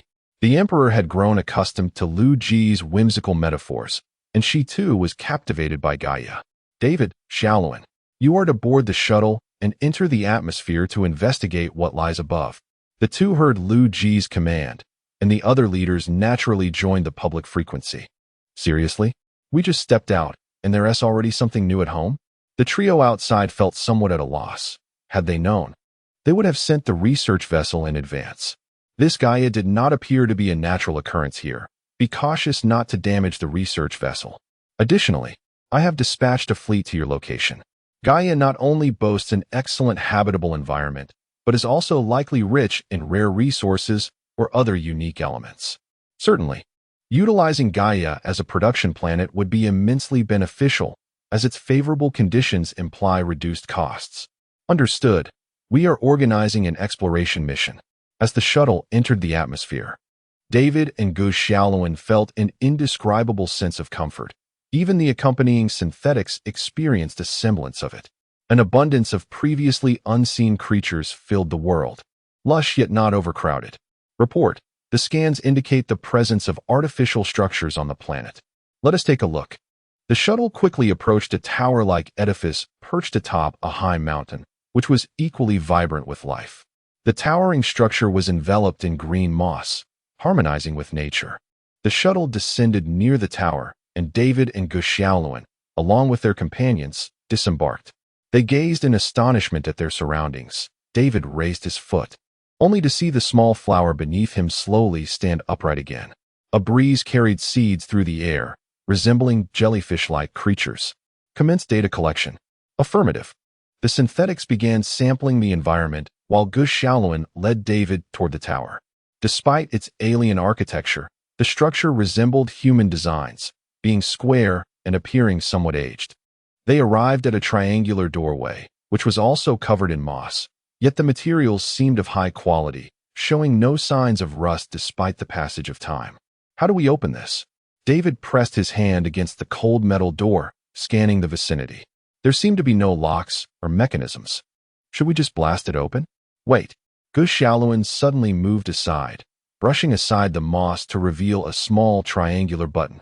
He looked to David, who gestured for him to press it. With a thud, Gu Xiaoluan pressed down forcefully, and to their astonishment, the metal door emitted a sound and subsequently rose. There is still energy inside. The commotion attracted the attention of others, and the two summoned several guard synthetics to enter with them. The guards brandished laser rifles, while the two wielded laser pistols. The interior of the tower was dim, featuring only a single passage. Darkness often signifies danger.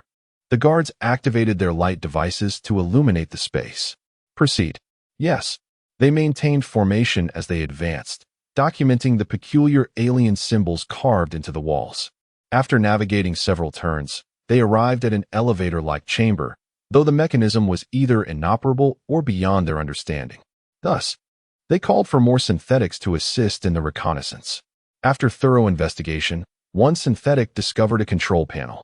With the group's assistance, he managed to grasp the operational methods of the console, opening a passageway to the upper levels. To ensure no damage was inflicted on the artifacts, destructive archaeology was deemed a last resort unless absolutely necessary. The second floor, roughly 100 meters square, yielded little of value, as they only found some peculiar storage devices, some damaged, others still functional. Understanding these items would require time, so they continued to the next level.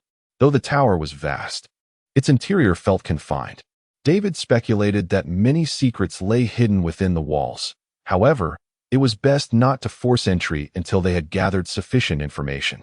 Surprisingly, the third floor proved more spacious than the second, featuring a colossal and peculiar device at the center of the room. The group cautiously approached, discovering a massive storage device on a pedestal resembling a display case. Chapter 49. Gugu and the Organic Codex look over there. David pointed towards the exhibition stand, where Gu Shaoluan and the synthetic beings were approaching. A circular, transparent device was filled with a myriad of unknown, multicolored particles, and at its center resided a small, blue creature. What is this? How adorable. This was the collective first impression, a charming little being. The atmosphere felt as though time had come to a standstill. Do not disturb it, Gu Shaoluan cautioned the others, turning to record the details of the storage device on display. Is this Gugu? Liu Ji squinted, his expression tinged with confusion as he regarded the image transmitted on the screen. Little Gray, am I seeing things? Chief, based on its appearance, it indeed resembles Gugu, came the response.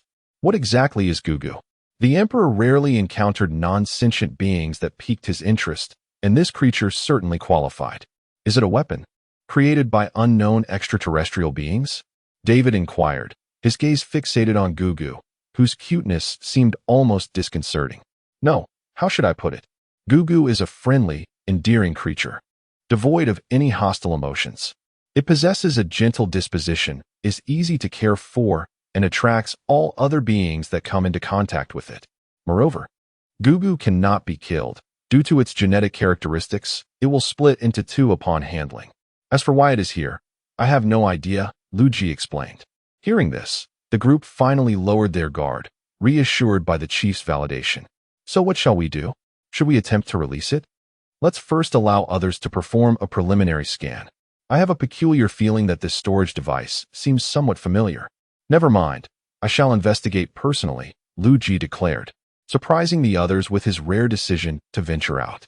Chief, is this creature truly significant? Valerie asked, seemingly engaging in conversation, but actually preparing to accompany Liu Ji on his excursion. Whether it opens or not remains to be seen. Your Majesty, shall we go together? The Emperor nodded in agreement and followed suit. The trio summoned a destroyer and subsequently boarded a shuttle to enter the vessel. The Zhengtu destroyer, currently the Empire's flagship, boasted comprehensive weaponry and personnel arrangements, making it an undisputed mainstay of power. Only aboard this 3-kilometer-long warship could Liu Ji find a semblance of security. During Liu Ji's brief absence, the others remained occupied, further exploring their mission and retrieving data. The research vessel had uncovered a plethora of resources on the planet, including a peculiar type of exposed orange crystal. The synthetic squad delved into the tunnels near the crystal and discovered an immense crystal mining area. After conducting preliminary tests, the synthetics found that this crystal effectively concentrated laser beams, promising unexpected efficacy when utilized as weaponry. Consequently, Liu Ji named this newly discovered crystal Rare Crystal, completing a trio of rare resources alongside the extraterrestrial natural gas previously found on ZY-4, leaving only the volatile microparticles to be identified.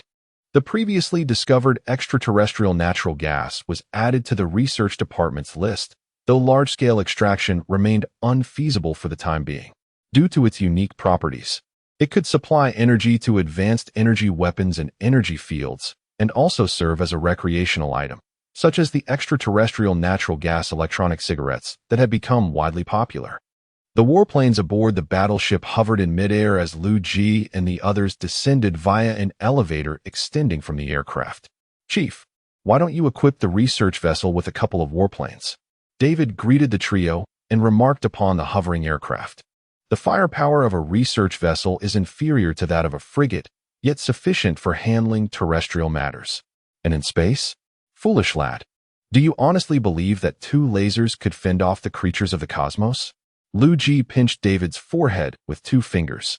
I have no idea, David retorted, rubbing his forehead as he watched Liu Ji depart. Valerie stood beside him, also observing Liu Ji and the Emperor as they advanced toward the tower's edge. Do you know who is currently the strongest in the Empire? David shook his head. In terms of one-on-one combat, Bubble is the strongest. Huh? What's with the huh? Let's go? Valerie urged, pulling him along to catch up with the 2. Along the way, they observed numerous temporary bases, each spanning several meters, with countless synthetic squads engaged in research activities. Upon passing through the guarded gates, Liu Ji paused to admire the murals adorning the passageway. The Emperor, however, exhibited little interest and moved ahead. By the time Liu Ji reached the 3rd floor, the Emperor had already begun pondering the unlocking of the display's storage device. This does appear somewhat familiar, Liu Ji mused as he approached the device, which resembled a mobile phone. Little Gray, access the database. There are no records of this item in the database. What exactly is this? The operational logic of the display's control panel was not particularly complex, and Liu Ji managed to unlock it after a brief period of effort. As the glass of an unknown material descended, the energy field surrounding the sphere vanished, causing Gugu to fall to the ground from its suspended state. Just as Liu Ji picked up the storage component, he noticed a commotion on the other side, prompting Valerie to rush over and attempt to cradle Gugu. We are still uncertain about its temperament. Be cautious, and do not get bitten. Valerie, startled by the warning, almost released Gugu but then remembered her apparent lack of fear, which led her to embrace the creature. Gugu gradually stirred, its 4 bubble-like eyes blinking in bewilderment as it surveyed its surroundings. After sniffing Valerie's scent, it shifted into a more comfortable position in her arms and emitted soft Gugu sounds. Being large has its advantages. No, it's all advantages, Liu Ji thought, observing how Gugu snuggled contentedly in Valerie's embrace. Chief, it is so adorable. The others gathered around, while Liu Ji stood at a distance, tinkering with the component, maintaining a degree of separation. Yes, I see that, he replied. Can we raise it? Suit yourself. I am currently studying this device. Don't you think Gugu is incredibly cute? Liu Ji paused in his actions to glance at Gugu before turning back to manipulate the component in its direction. I believe I am beginning to ascertain its nature. You are correct, yet Gugu is simply too cute. Liu Ji hesitated, while Valerie chuckled lightly, finally realizing she had been teasing him. Chief, is it time for another story? Liu Ji signaled Little Gray to record the data, then addressed the group. This should be the Organic Codex. Organic Codex? The Organic Codex refers to a mechanical empire composed of gentle, intelligent machines and cyborgs, dedicated to indexing all species throughout the galaxy to ensure organic life does not vanish due to extinction events. Chapter 50. The Rights of Synthespians. They created the Organic Compendium, bearing the name of their empire. However, their ideals were not well received at the time, ultimately leading to their destruction by zealots and malicious hive minds. Liu Ji held the Organic Compendium aloft for all to see. In theory, the Organic Compendium should be a vast mechanical construct, capable of restoring the biological data contained within, and it was expected to be located on the compendium's home planet. Yet here we discovered it, suggesting this was merely a data backup facility, along with the entity known as Gugu, which is also their creation. Upon hearing its name, Gugu rolled over contentedly, responding with a couple of sounds. You may find it hard to believe, but this long-lost empire had data backups resembling human genes, enabling us to utilize the Organic Compendium. I shall give it a try. The Emperor, hearing of something within her realm of expertise, instantly became intrigued. What utility does this possess? Gu Xiaoluan attempted to take Gugu from Valerie, only to receive a punch for his trouble. In the future, should technology allow, we could potentially resurrect extinct alien races using the data contained within. Thus, for the slaughtering of hive minds, this effectively becomes a self-service recipe book. David covered his mouth, but we do not consume aliens. In truth, Some extraterrestrial beings are quite delectable to humans, though one must overcome the initial nausea of consuming sentient life. The group fell silent for a moment, struggling to envision such a scene. Food rising up and pleading not to be eaten sounded utterly grotesque. However, the true value of the organic compendium extends far beyond this. The biological data inscribed within is the most precious treasure. If we were to refer to certain characteristics of living beings as traits, the traits recorded here have the potential to elevate our biology to an unfathomable level. Like this, the Emperor pointed to one of the creatures, resembling a humanoid elephant, complete with various icons and descriptions. Precisely, for instance, the trait of superhuman strength. With such a trait, that species could distort the very laws of physics using mere physical prowess. How formidable that would be! The Emperor grasped Liu Ji's sleeve, her eyes shining with anticipation. It was evident she desired this knowledge. We shall discuss this later. It cannot be comprehended in haste. No, we must investigate it now. The Emperor insisted, pulling Liu Ji towards the exit, while he cast a resigned glance at the others. We shall return. Those of you who wish to continue your research may remain here for a while. Lao Ba will arrive shortly, and you can assist him with whatever he needs. As for Gugu, Valerie quickly turned away, shielding Gugu from Liu Ji's view. Fear not. I have no intention of taking it from you. Just be sure not to let it perish. Finally relinquished of his responsibilities, Liu Ji was whisked away by the Emperor, who was eager to delve into the mysteries of biology alongside him.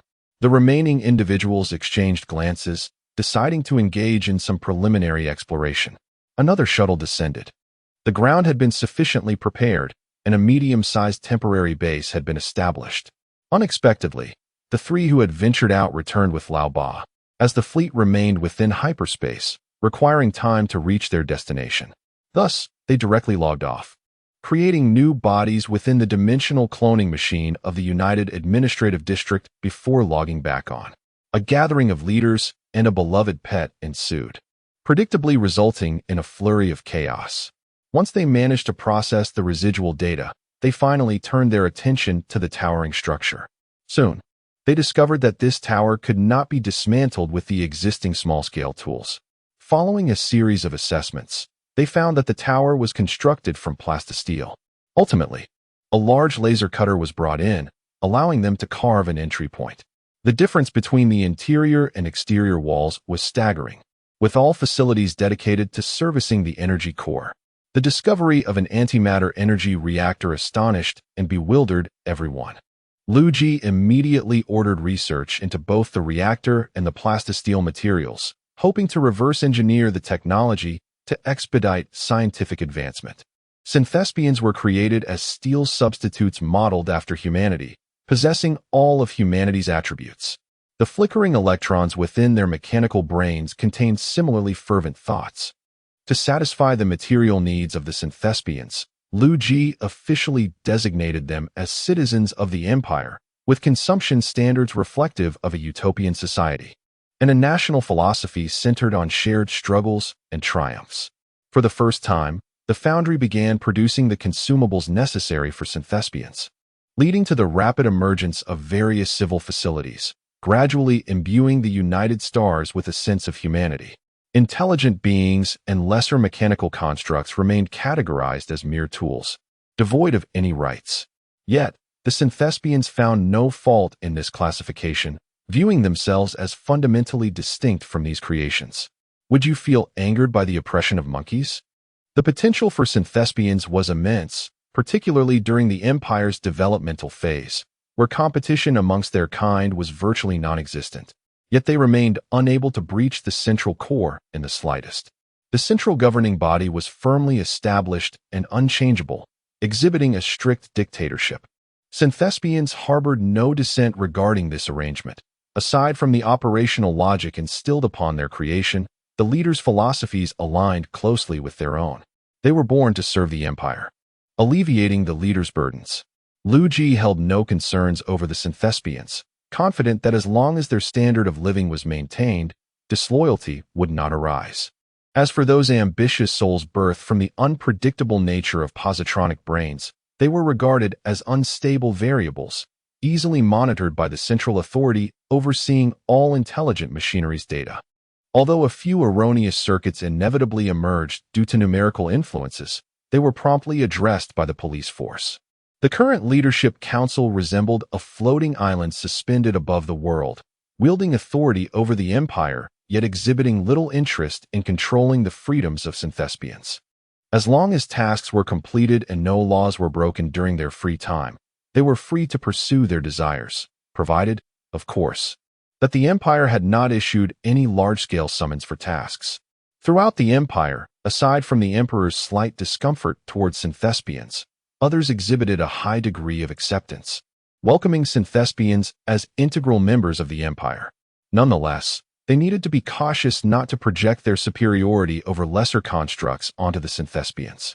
Following the integration of the first batch of synthespians into the lower and middle tiers of government, newly produced synthespians rarely encountered the leaders. Synthespians led their own lives, diligently completing the tasks assigned by their leaders while enjoying excellent treatment. As the year drew to a close, the Empire had conducted a thorough exploration of Gaia, completing initial colonization efforts. Chapter 51. Advances in Biology. Due to the unique characteristics of Gaia, Liu Ji chose to focus on building power plants rather than expanding industrial production. Currently, the emphasis is on electricity, and the government's plan for the first half of next year is to accumulate resources. Research vessels have already ventured to the border star systems to investigate anomalies, while the outgoing fleet is swiftly approaching the research ships. In the realm of scientific inquiry, blue lasers have been successfully developed and are now being installed on the remaining vessels, with the fleet awaiting the next return for upgrades. The synthetic population has commenced reverse engineering of plastic steel materials and antimatter reactors, progressing smoothly with the assistance of Liu Ji's dialectical research methodology. After several days, logic finally came online again. The familiar conference room appeared somewhat desolate. Even old eights seldom frequented the place anymore. The leaders of the Empire are a species prone to migration, following Liu Ji wherever he went. The current gathering point has shifted to the research tower, where one could witness meetings conducted entirely through virtual projections. Logic surveyed the empty surroundings, and upon realizing he was alone, he abruptly logged off. When he opened his eyes again, he found himself within the confines of the research tower. Liu Ji reclined on the sofa, resting his head on Xiao Hui's lap, while his own leg draped over Liu Ji. Liu Ji utilized him as a cushion. Is this pressure adequate, Chief? I'm quite comfortable indeed. Then I shall exert a bit more force. Logic squeezed firmly, prompting Liu Ji to yelp in surprise. Isn't that our Secretary of State? What brings you back today? Liu Ji forced a smile and quietly lowered his leg. Logic sighed, accustomed to the situation, stood up, and activated a control panel. What do you think of this painting? The mainframe displayed the artwork uploaded by Logic, and from the signature in the lower left corner, it was evident that it was a creation of Zhuang Yan. The piece depicted the snow-capped mountains in front of Logic's mansion, with two small figures representing Logic and Zhuang Yan standing on the grass. How shall I say this? Please provide your critique. Liu Ji glanced at it a couple of times, then looked at Logic with a skeptical expression. How did you convince her to do this? I mentioned that I would like her to work, but she studied traditional Chinese painting. Couldn't find a suitable job for her? And then? Logic ran his fingers through his hair. Then I suggested she engage in artistic diplomacy. Diplomacy? I can't believe you thought of that. Oh, let's not dwell on that. Just give your assessment. Logic also shared the painting with everyone and invited XT and Hui Feng to provide their opinions. Beautiful, beautiful. The Emperor, working nearby, glanced at it dismissively before returning to her tasks. Upon hearing this, Logic began to note the Emperor's comments, embellishing them as he went along. This is the finest piece I have ever encountered. Even the stars in the galaxy pale in comparison to the author's talent. Liu Ji read each word slowly, then fell silent. Sister Xin just sent a compressed file, didn't she? Logic's face flushed. As long as you understand the implication, let's move on. I have other matters to attend to. Wait, you aren't here seeking genuine evaluations because she doubts you, are you? Cough, how could that be? I simply missed you all. Liu Ji scrutinized Logic's evasive gaze, choosing not to respond. Oh, fine, my bad. Help a buddy out this time. Liu Ji began to tally up their previous discussions about forming the Earth Alliance. You haven't provided much detail about that yet. Surely there must be some new developments now. And if you truly admire her, why not be honest? It would reduce misunderstandings in the future.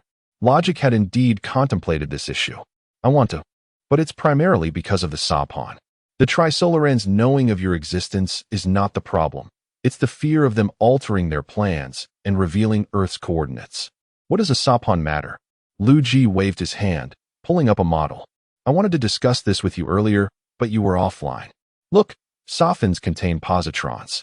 If you construct a chamber with a strong and uniform electric field, you can shield against Sophons through the principle of positive repulsion. Logic's face lit up with enlightenment. There is such a method, but Earth's technology is rather lacking. Liu Ji pointed at the model. I've already prepared everything for you. Just follow the instructions. Thanks. Logic whispered in Liu Ji's ear. Yin Yin is still waiting for me. I must take my leave. He flashed a mischievous smile before happily collapsing onto the ground. XT seldom witnessed such emotions from a leader, leading her to curiously glance at Liu Ji. Creator, what happened to the Secretary of State? He's dead. Huifeng tapped Liu Ji and Apos' head.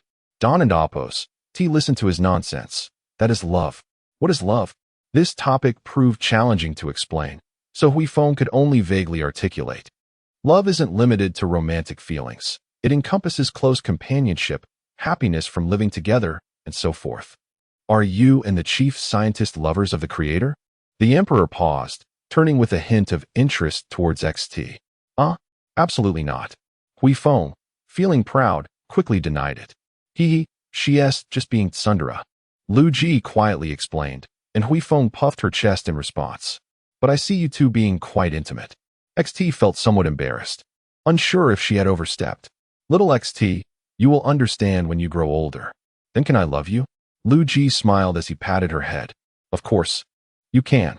XT's small wings fluttered excitedly, accidentally poking Liu Ji's arm.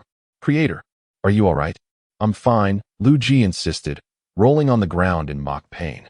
From a distance, the Emperor remarked, it seems we must prioritize enhancing your physical condition. We can't have you falling ill and perishing unexpectedly. Liu Ji nodded vigorously in agreement, continuing to clutch his arm as he rolled. The synthetics were crafted from porcelain gold materials. A mere bump would not harm them, thanks to XT's timely intervention. The Emperor, ignoring the antics of the group, focused on the data before her, contemplating how to enhance the stability of the genetic procedures for the Imperial Guard. The organic compendium's information was indeed beneficial, yet she found herself incapable of replicating the race through data. The reason was simple. She lacked the understanding and capability. By combining alchemy with the Empire's formidable technology, a direct upgrade for Liu Ji might be possible. Her gaze shifted to the cultivation chamber behind the glass window, where a human infant resided. It seemed that the cultivation period for subject number 22 would be extended once more. Could such a formidable being truly be cultivated through physical means? The Emperor recalled past conversations with Liu Ji regarding the ideal human prototype. Coordinates of the Central Star Region Joint Star, X 795, Y 330, Z 128, Chapter 52, The Power of the Galaxy upon his return to this universe. Liu Ji immediately commenced preparations for the construction of the Sapon shielding room, while also bringing back the leader's evaluations of Zhuang Yan's artwork. Teacher Luo, these reviews appear rather casual. Do they not appreciate my paintings? Zhuang Yan, seated cross-legged on the sofa, expressed her concern, while Liu Ji sat across from her. Their relationship had progressed swiftly, partly due to Zhuang Yan's gullibility. She did not suspect the origins of these evaluations, but felt disheartened by the seemingly perfunctory and flowery language employed. Perhaps it's a translation issue, haha. Sensing the awkwardness, Liu Ji hastily shifted the topic.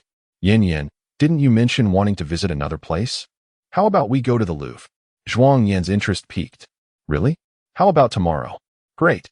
With a joyful leap, she embraced Liu Ji, who, despite his seasoned demeanor, found himself momentarily taken aback.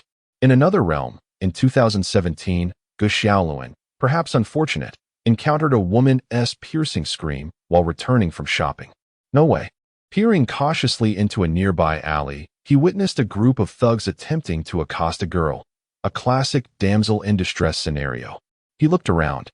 There was not even a phone booth in sight, and the street was deserted at this late hour. Damn, I should have brought my phone. Gritting his teeth, Gus Shaolin prepared himself. I can handle this. A few thugs? I'm not afraid. Though he typically avoided trouble, he was no coward.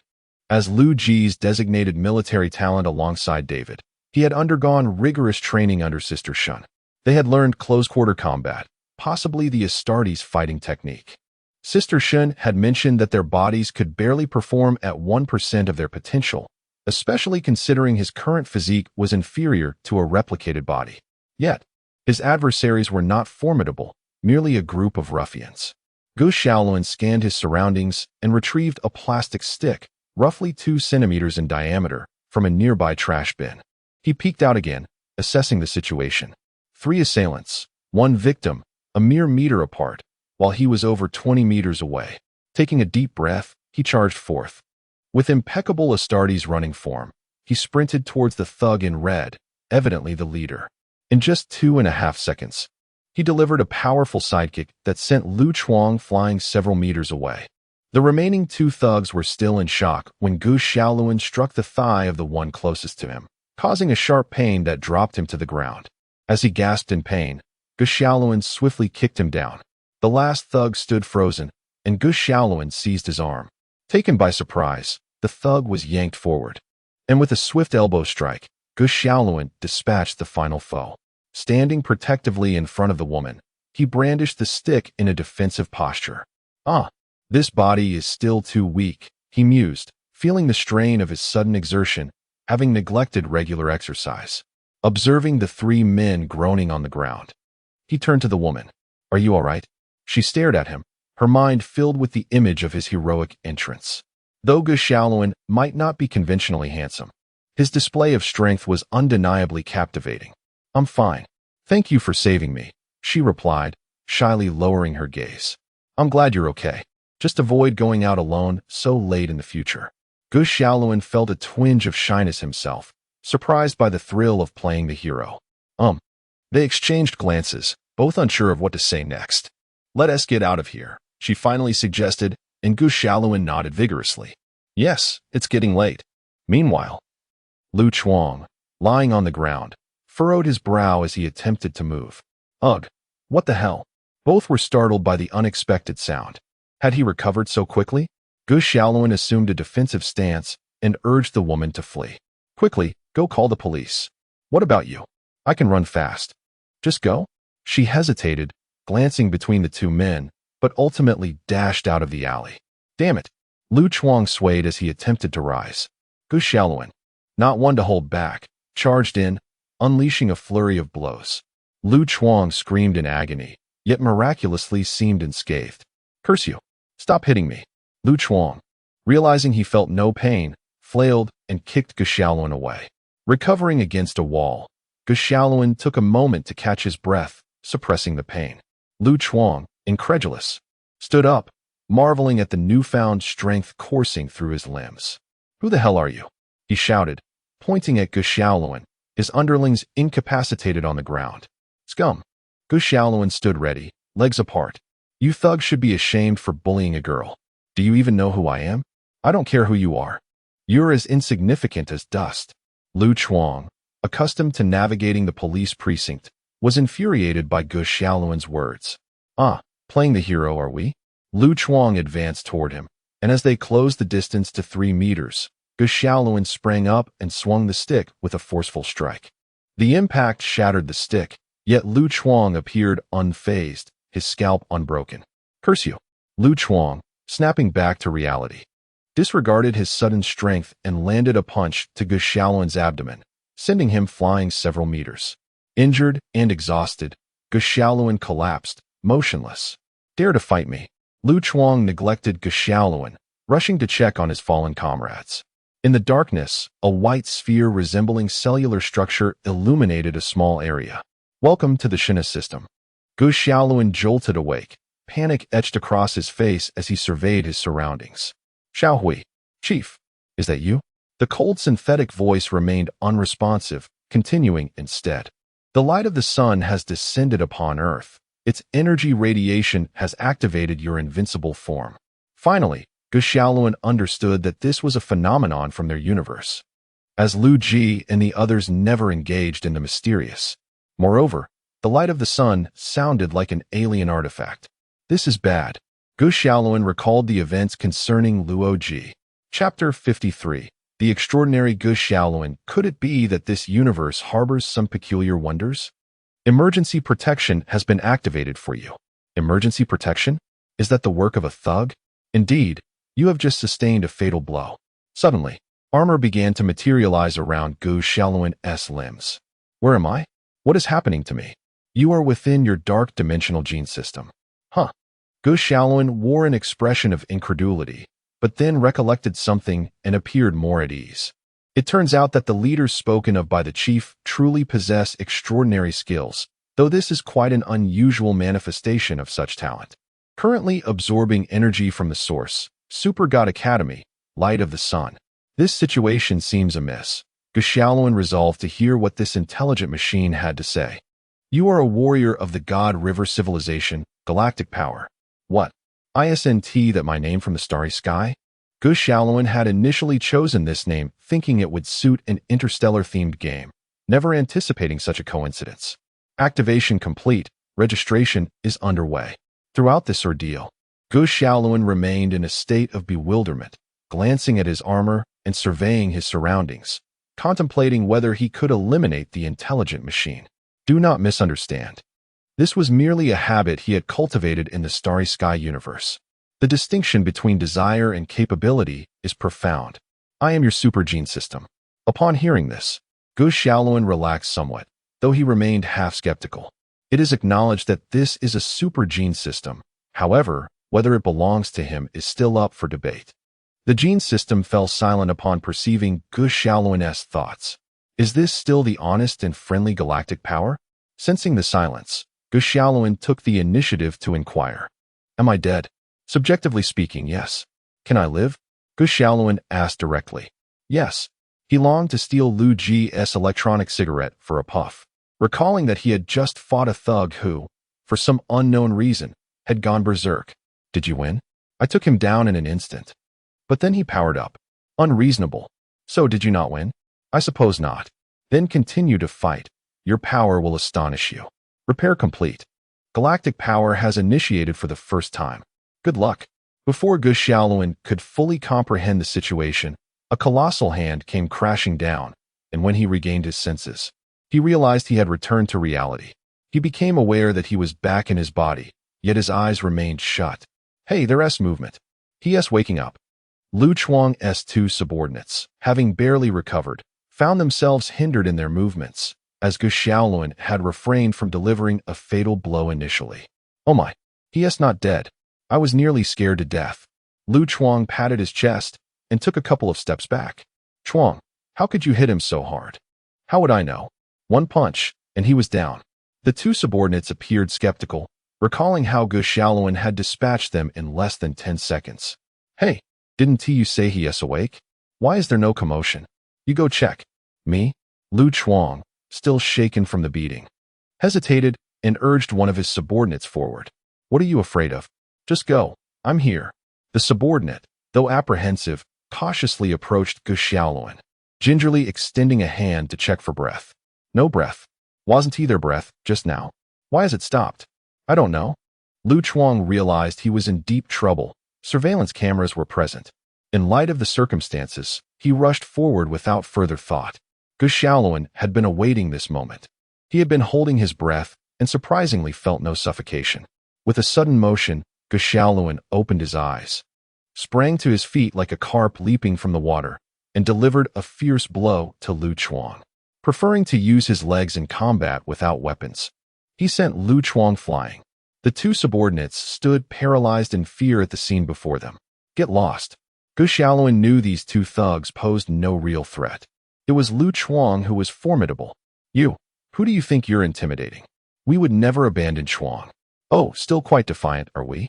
Just as Gu Xiaoluan was about to deliver a blow to each of them, Lu Chuang rose again. You two are no match for him. Run. The two thugs, feeling as if they had narrowly escaped death, hurriedly fled the alley to summon help. Gu Xiaoluan paid them no mind. Having now confirmed that either Lu Chuang possessed a similar system or that he was an alien, Lu Chuang jumped in fright at Gu Xiaoluan's shout. Why are you yelling so loudly? Gu Xiaoluan could sense that his current physical prowess allowed him to fully employ the Astartes martial arts, even exceeding expectations. He gasped for breath as powerful energies surged within him, exuding an aura of danger. Lu Chuang swallowed hard, sensing something was amiss. Today, I shall put an end to you. Lu Chuang steeled himself, grasping a kitchen knife from a nearby shelf and charging at Gu Xiaoluan. Gu Xiaoluan assumed a Wing Chun stance, swiftly seizing Lu Chuang's armed arm and wrapping his other hand around his neck. With a swift kick, he tripped Lu Chuang and sent him sprawling. Thud!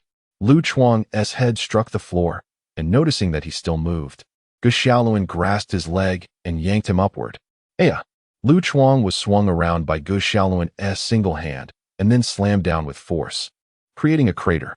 Faced with such an impenetrable opponent, Gu Xiaoluan had no choice but to restrain Lu Chuang physically, attempting to choke him into submission. Counting the previous encounters, they had only fought for a few minutes when the sound of police sirens pierced the air and a patrol car halted at the alley's entrance. What is going on here? A beautiful police officer and two officers rushed over, followed closely by the girl who had been rescued, standing not far away. Gu Xiaoluan had Lu Chuang pinned to the ground, the atmosphere thick with tension. With a forceful grip, Lu Chuang cried out in pain. Are you convinced? Yes. You're the boss. Lu Chuang truly capitulated. This seemingly insignificant college student was handling him as if he were a mere chick, leaving no opportunity for retaliation. Stand up. Hands on your head. Gu Xiaoluan glanced at the police, noting the girl behind them, then released Lu Chuang, choosing to comply with the officer's directives. Lu Chuang, accustomed to being apprehended, felt fear well up within him. Despite his newfound strength, he dared not act out. Are you all right? The woman hurried over. Concern etched on her face as she looked at Gu Xiaoluan. I'm fine, he can't hurt me. Gu Xiaoluan rubbed the back of his head, feeling a bit bashful. You. Lu Chuang was about to explode in anger, but upon meeting Gu Xiaoluan's glare, he immediately fell silent. Who would have thought that Lu Chuang, a man of great renown, would find himself bested by a young upstart? Chapter 54. The Turmoil of Earth Young Couple. Save your sentimental moments for later. You all come with us to the station. Naturally, the group dared not refuse and obediently followed the officers back to the precinct. The alluring policewoman called for another vehicle, which finally had enough space for everyone. Inside the car, Gu Xiaoluan sat beside the captivating officer, gazing out the window, lost in contemplation over the recent events. The policewoman observed his pensive expression and initiated a conversation. So, was that fight you two had earlier? Gu Xiaoluan nodded. As a master of mind clearance, even in such a serious situation, he swiftly accomplished his task. The policewoman, noticing his demeanor, did not dwell on it. For someone as confident and capable as her, a man's glance could signify acknowledgement and admiration, while averting one's gaze reflected politeness. That's quite a tall tale, she remarked skeptically. The crater appeared as if it had been struck by a mortar. It was hard to believe it was the result of a mere brawl. Gu Xiaoluan smiled faintly, but refrained from replying. His mind raced with myriad thoughts. Was Earth truly under the scrutiny of extraterrestrial beings? Had he transformed into a superhero? Were there many superheroes on this planet? All these considerations seemed to unravel a vast conspiracy, and as he looked out the window, he understood that contemporary Huaxia, or indeed all of humanity, would be impacted. I must establish a force, Gu Xiaoluan mused, recalling Liu Ji and the leaders. Though he couldn't create a dimensional anchor, he could certainly mobilize the research department to develop some basic military units or even construct a vessel, as long as it was equipped with the latest ion propulsion technology. The ship could be built on land and still be capable of taking flight. A blue laser, a weapon capable of obliterating planets, should suffice for humanity's self-defense, he thought. Come to think of it, if I am this powerful, could I pursue 10 campus beauties? No. Where is your imagination going? Shouldn't it be the campus beauties chasing after me? Uft, that's even more misguided. Gu Xiaoluan feigned a melancholic expression, causing the policewoman beside him to raise an eyebrow in confusion at his sudden change in demeanor. The dragon of the Republic, forged from steel, pierced through the clouds, soaring high above. Within the cockpit, communication channels relayed the latest intelligence. A conflict had been detected between Gu Xiaoluan and Lu Chuang on High Ground Street last night at 10 o'clock, and they had since been apprehended by the police. The pilot, a woman with flowing dark red hair, fixed her sharp gaze on the instruments. Rose, prepare for landing at the Grand Canyon in 10 minutes. Please respond. Grand Canyon. Rose, Grand Canyon acknowledges. The runway is ready. Received. In a top-secret command center of the Black Great Wall, within a dimly lit and evidently confidential hall, the central screen displayed a map of the solar system. The report from the Dinner 3 system indicated that a strange spatial structure emitting luminous signals had been detected near Pluto. Through microwave analysis, it was suspected that the Great Insect Bridge terminal had been activated. A message also arrived from the sun of the Shinha star system, indicating that the Empress had initiated a portion of Earth's supergene program and hinted at the possibility of an invasion by interstellar civilizations. Rose entered the hall, standing before a notably stern-faced officer. She saluted and reported, "Rose has arrived to deliver her report." The officer returned the salute, inquiring, "Are you aware of the sunlight?" "Yes. That alien. 2 days ago, I detected a cosmic civilization arriving in the galaxy, and their intentions are malevolent." The officer's brow furrowed deeper, motioning for Rose to follow. The invaders were referred to as the Tao Tai, and the sunlight had activated the super genes on Earth in preparation for unforeseen circumstances. Go keep an eye on them. They are currently facing numerous troubles. Rose seemed dismissive, retorting, "What good will that do? Whether or not it's useful." The premature activation of the super genes necessitates a change in plans. "Wow, this fellow is quite formidable," Rose remarked as she observed Gu Xiaoluan wreaking havoc on the monitors. There was consideration in this decision. He was still quite young and had not received professional training. Yet, his combat skills were far beyond that of an ordinary person, reaching the pinnacle of Earth's capabilities, which was highly unusual. In Tianhe City, at Angel International, a meteor streaked through the sky, engulfed in flames, heading straight for the conference room atop the Angel International building. With a resounding crash, the meteor shattered the glass, creating a cloud of steam. The attendees were momentarily blinded by the steam, and when their vision cleared, they beheld a stunning woman with wings seated at the head of the table, her retro-style armor strikingly evident. Whether it was a flaw of Angel's, she exuded an air of arrogance and perched herself with an air of nonchalance. The woman who had been presiding over the meeting stared incredulously at the Angel before quickly dismissing the others. "All right, everyone, please leave." The remaining attendees understood the urgency and hastily departed.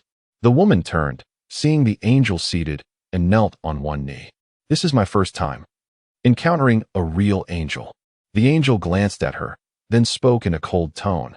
"Do you recall over 2,000 years ago when your ancestors proclaimed that the faith of angels should guide the world?" The woman hurriedly explained. "With the Super God Academy in place, we have altered our approach." The Angel appeared displeased with her explanation. "What approach? Financial contributions? It's an investment." The woman weakly clarified, realizing the feebleness of her justification as she lowered her head.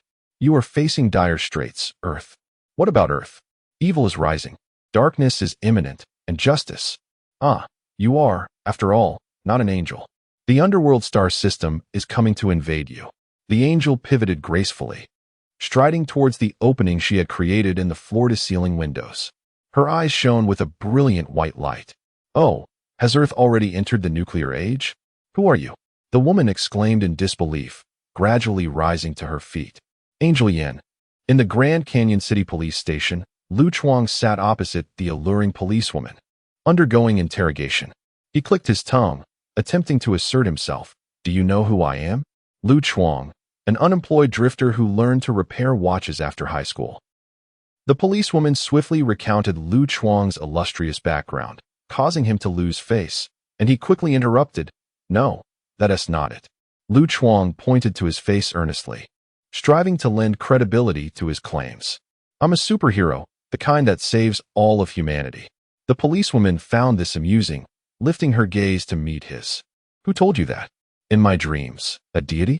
The two officers beside them stifled their laughter. Hey, don't dismiss me. Apologies. We are professionally trained and generally do not find humor in such situations.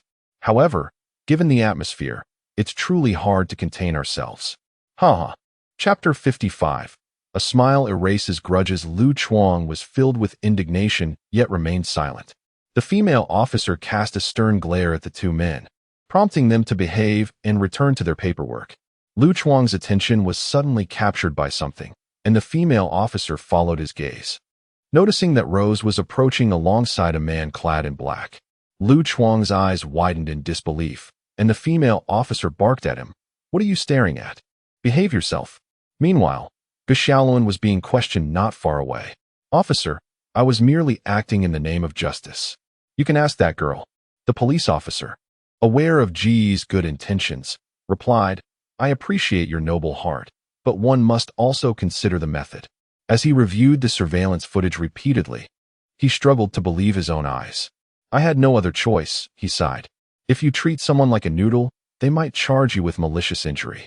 Don't scare me, Gu Xiaoluan retorted, sitting sideways with a serious expression that suggested wisdom. I first incapacitated them temporarily, and then when one struck me, I merely defended myself. The officer was taken aback by Ji's understanding of the law, rubbing his forehead in confusion.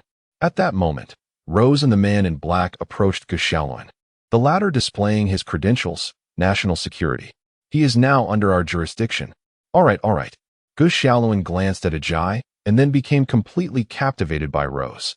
Her striking attire, fiery red hair, and alluring figure mesmerized him.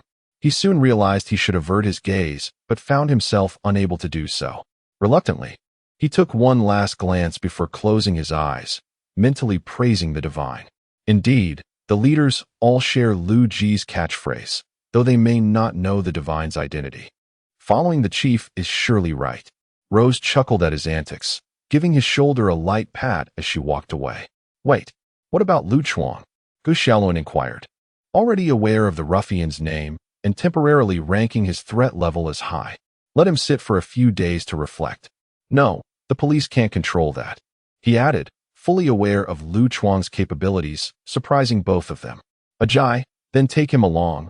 Ajay nodded, calling Lu Chuang over. Lu walked over obediently, not daring to breathe too loudly, having never encountered someone of national security's caliber before. Under the direction of Marshal Yuan Nuoxing and General Du Cao, Lu had been discreetly monitored since childhood.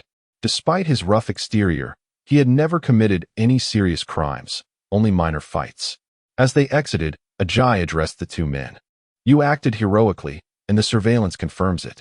For now, I will release you, but go home and rest. Huh? What do you mean, huh? As for you, Lu Chuang, Ajay continued, motioning for him to stand straight. This is a private settlement. If anything happens again, you'll truly find yourself in trouble. Understood, sir? Gu Xiaoluan, puzzled, remarked. Are you really letting us go? Lu Chuang whispered. Isn't it good that we are being released? Do you have an issue? Ajay scrutinized Gu Xiaoluan, sensing a peculiar aura about the so-called otaku mentioned in the intelligence report. I thought we should head straight to the higher-ups or a secret base, or at least a special forces unit. Are there really many superhumans on Earth?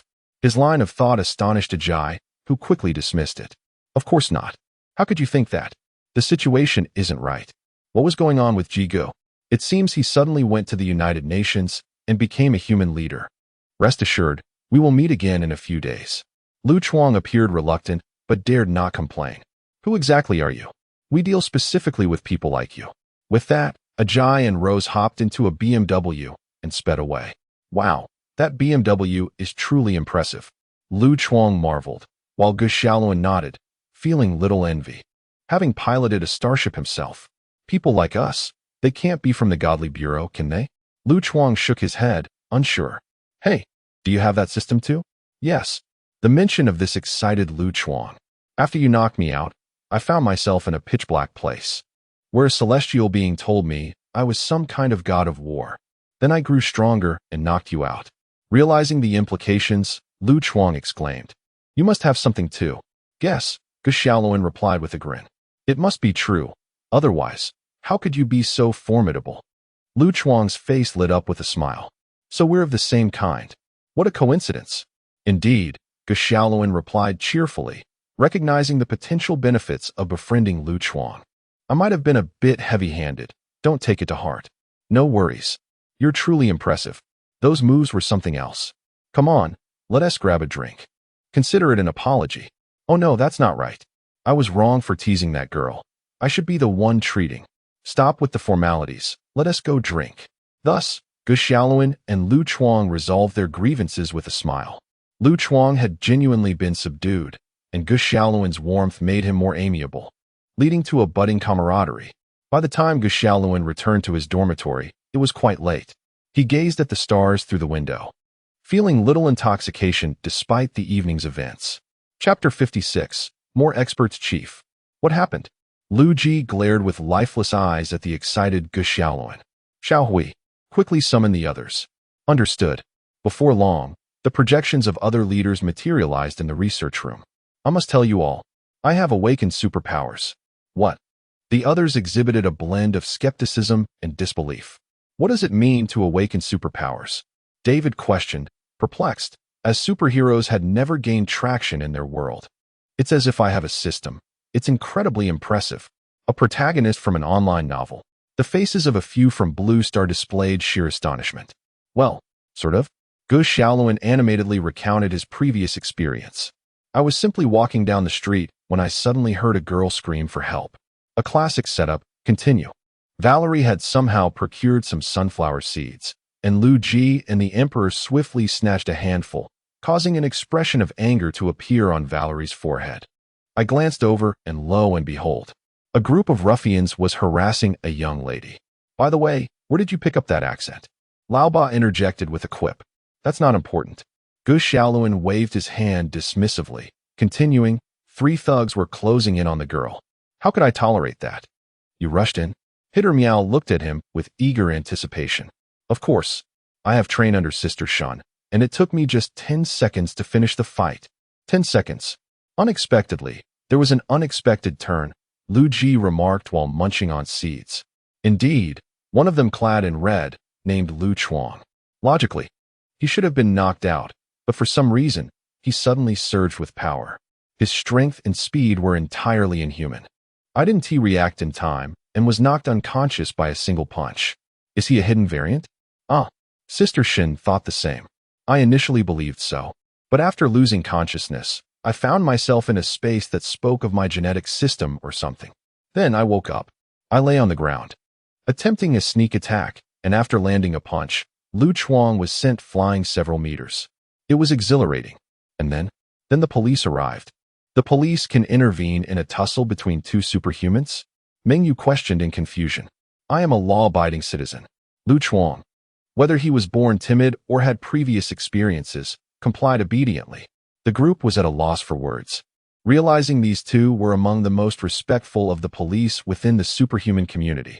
Then, 2 national security agents arrived, one of whom was a stunning beauty named Rose. And she was truly captivating. At this, everyone perked up, including V and Huang Pai Kanan, 2 pure girls. How captivating. Far more than the angels we've encountered. Whoa. Is there footage? Yes. The host read Gu Xiaoluan's memory images, projecting the previous events in video form. This technology involved dimensional cloning, much like when logic brought the painting. The group watched with keen interest, as the short film from Gu Xiaoluan's perspective was indeed quite novel. Upon seeing this city, I recalled that Xiaoluan's incident seemed to have occurred in 2017. Wow, the victim is indeed impressive. Impressive is one thing. What on earth is a victim? The female officer is quite commendable as well. After viewing, everyone gained a clearer understanding of Gu Xiaoluan's current situation. Brothers, what is the stance of national security? Logic, familiar with both Huaxia and the global government, pondered before speaking. Firstly, your world has many superhumans. Your rarity is not particularly high. Secondly, you have been under surveillance since childhood, so the government is naturally aware of this. Gu Xiaoluan felt a wave of sweat, The first point seemed reasonable, but the second was rather frightening. Liu Ji nodded, pouting. This is highly probable. No way. Are we two not products of some secret experiment? The Emperor, recalling her past, said with a mischievous smile, perhaps so. Suddenly, Gu Xiaoluan felt a sense of danger. What are you afraid of? You are stronger than Sister Shun's big golden corn stick. The Emperor glanced at Liu Ji, contemplating, before murmuring in agreement. What is a big golden corn stick? Essentially, it is incredibly strong. Oh, I see. Your situation is unclear. You know even less than logic. I suggest you gather more information. Certainly. But there is a small issue. What? Gu Xiaoluan pretended to grasp something, waving his hands. I need a suitable weapon. When I fought Lu Chuang, I could only wield a plastic stick. Liu Ji nudged the Emperor beside him. Will you teach him? You teach. All right then. What kind of weapon do you desire? It must be a great sword. Upon hearing this, Liu Ji began to sift through the weapon data the Emperor had catalogued.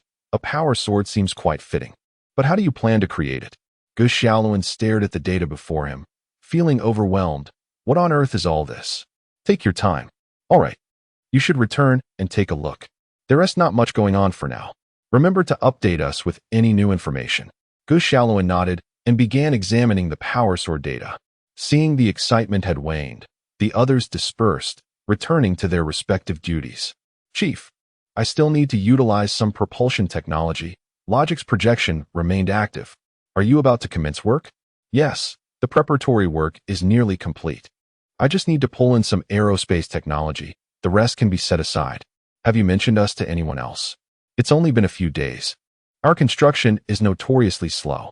Liu Ji suddenly realized that the Empire's super efficiency had given him a false impression. Enough talk. I must sign off. I was in the midst of flirting when Xiaohui summoned me.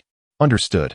The leader's helmets had a timing function, and naturally, they also featured an emergency alert. Logic happened to be at home and logged on upon seeing the helmet's flashing light. Chief, the data on the power sword seems incorrect. What's wrong? Why is this material so brittle? Hiss. Never mind. Just replace the raw materials with porcelain gold. Oh, understood. Currently, Liu Ji was responsible for researching physics, while the Emperor was tinkering with her biological studies and some peculiar experiments. Engineering was entrusted to Valerie, as her current projects were relatively straightforward, and she could handle them with ease. As for XT, she was not particularly suited for research, and her learning had not been remarkable.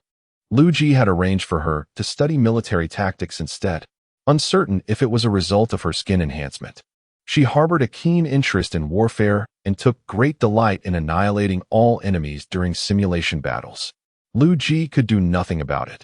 If the child enjoyed it, he could only indulge her. What else could he do? Chapter 57. The fraudulent contract. Is someone calling for me? Gu Xiaoluan was engrossed in his studies when the system alerted him that someone in the primary dimension was seeking his attention. I'll take my leave now. Valerie glanced at the data panel and swiftly concocted an excuse to depart. I'm off to collect samples on Gaia. Liu Ji waved his hand without turning back, indicating that he understood. Why the haste? This was not a topic prepared for her. By the way, Emperor, how is your old subordinate, number 22? Not well. I still can't enable her to store her soul here like we do. I must say, this technology isn't something we can comprehend at this moment. It would be wiser to wait a few years. The Emperor sighed. Well, it seems that's the only option. And how are your sons faring now? I don't know. It has been ages since I last visited.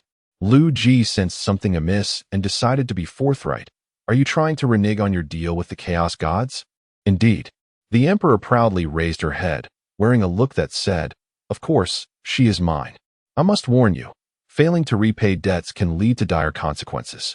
The Emperor and Apos' movements froze. She knew Liu Ji would never speak without reason. Surely, it can end Apos. TB. Tell your sons, especially Little Ma, to steer clear of the subspace. But did they heed your warnings? They did, I suppose. Bang. Ouch. Liu Ji lightly tapped the Emperor and Apos' head. Honestly, I don't know how to express this. To be frank, the Chaos Gods discreetly added a line to your fraudulent contract. Can you guess what it says? The Emperor clutched her forehead, looking aggrieved. What? Emperor. In the future, among the 20 original entities, 9 will surely betray. No matter how time and space are altered, this remains unchanged. Considering the 2 sons you lost, the loyalists and rebels are evenly split. Count them, right? That can't be right. There are also the twins. Count 1. Oh, the Emperor appeared somewhat wronged, and Liu Ji was uncertain if she was feigning pity, but he no longer felt inclined to admonish her. Do you know who revolted in the original timeline before you encountered me? I have no idea. Liu Ji sighed, weary. He was now certain that the Emperor was playing coy. Yet, at this juncture, he wasn't sure whether to commend her for her naivety. Your dear Horus, the Imperial War Marshal, the Lord of the Shadow Moon Wolves. What? The Emperor seemed perplexed. How could Horus possibly belong to the Loyalist faction? He was seduced by chaos and led his brethren to eliminate your allies. You two even had a skirmish. Horus was blessed by the 4 gods. And you ended up incapacitated, seated upon the golden throne. As the Emperor listened, she felt indifferent until the mention of the golden throne sent a shiver down her spine. Details? I don't know. Liu Ji wished he could travel back and search the browser, but that was impossible. Doesn't your universe believe in fatalism? You ought to be cautious. What should I do then? The Emperor squeezed out a couple of tears, grasping Liu Ji's hand. You love me the most. Dear, you wouldn't abandon me, would you? I think Little Gray and XT are cuter. Humph. Little Gray promptly popped up a cute Q-version smiling face icon in midair, clearly pleased by Liu Ji's words. I won't let this go. What if you create a dimensional anchor, and I gather a fleet to assist? Perhaps that would be unwise. Upon hearing this, the Emperor adopted an earnest demeanor in an instant. Liu Ji found her expression control rather remarkable. You can't just ignore this. The Emperor sighed, as you said. It is all fate. What more can be done? I tell you, if you incapacitate little Ma, his psychic phone is far more perilous than Horus's rebellion. Liu Ji was unsure what the psychic phone referred to, but if the problem could not be resolved, it might be prudent to eliminate its source. The psychic phone? The Emperor fell into contemplation. The term indeed conveyed very little information. Why not simply construct some synthetic beings? With their productivity, they could easily turn the entire galaxy upside down. Don't even think about it. Then you might as well wait for death. Liu Ji feigned indifference. The Emperor knew he was jesting, yet finding a solution to this issue was undeniably challenging. According to Liu Ji, there would certainly be 9 original entities that would betray. Hence, if she could neutralize a few, perhaps the remaining ones would not revolt. Alternatively, she could resolve all original entities at once. Contemplating this, the Emperor felt some reluctance, but still conveyed the thought to Liu Ji. Liu Ji's hand lingered in the air, unsure of what to articulate. Perhaps you should first attempt a lighter approach. We shouldn't resort to killing them all. What if I'm mistaken?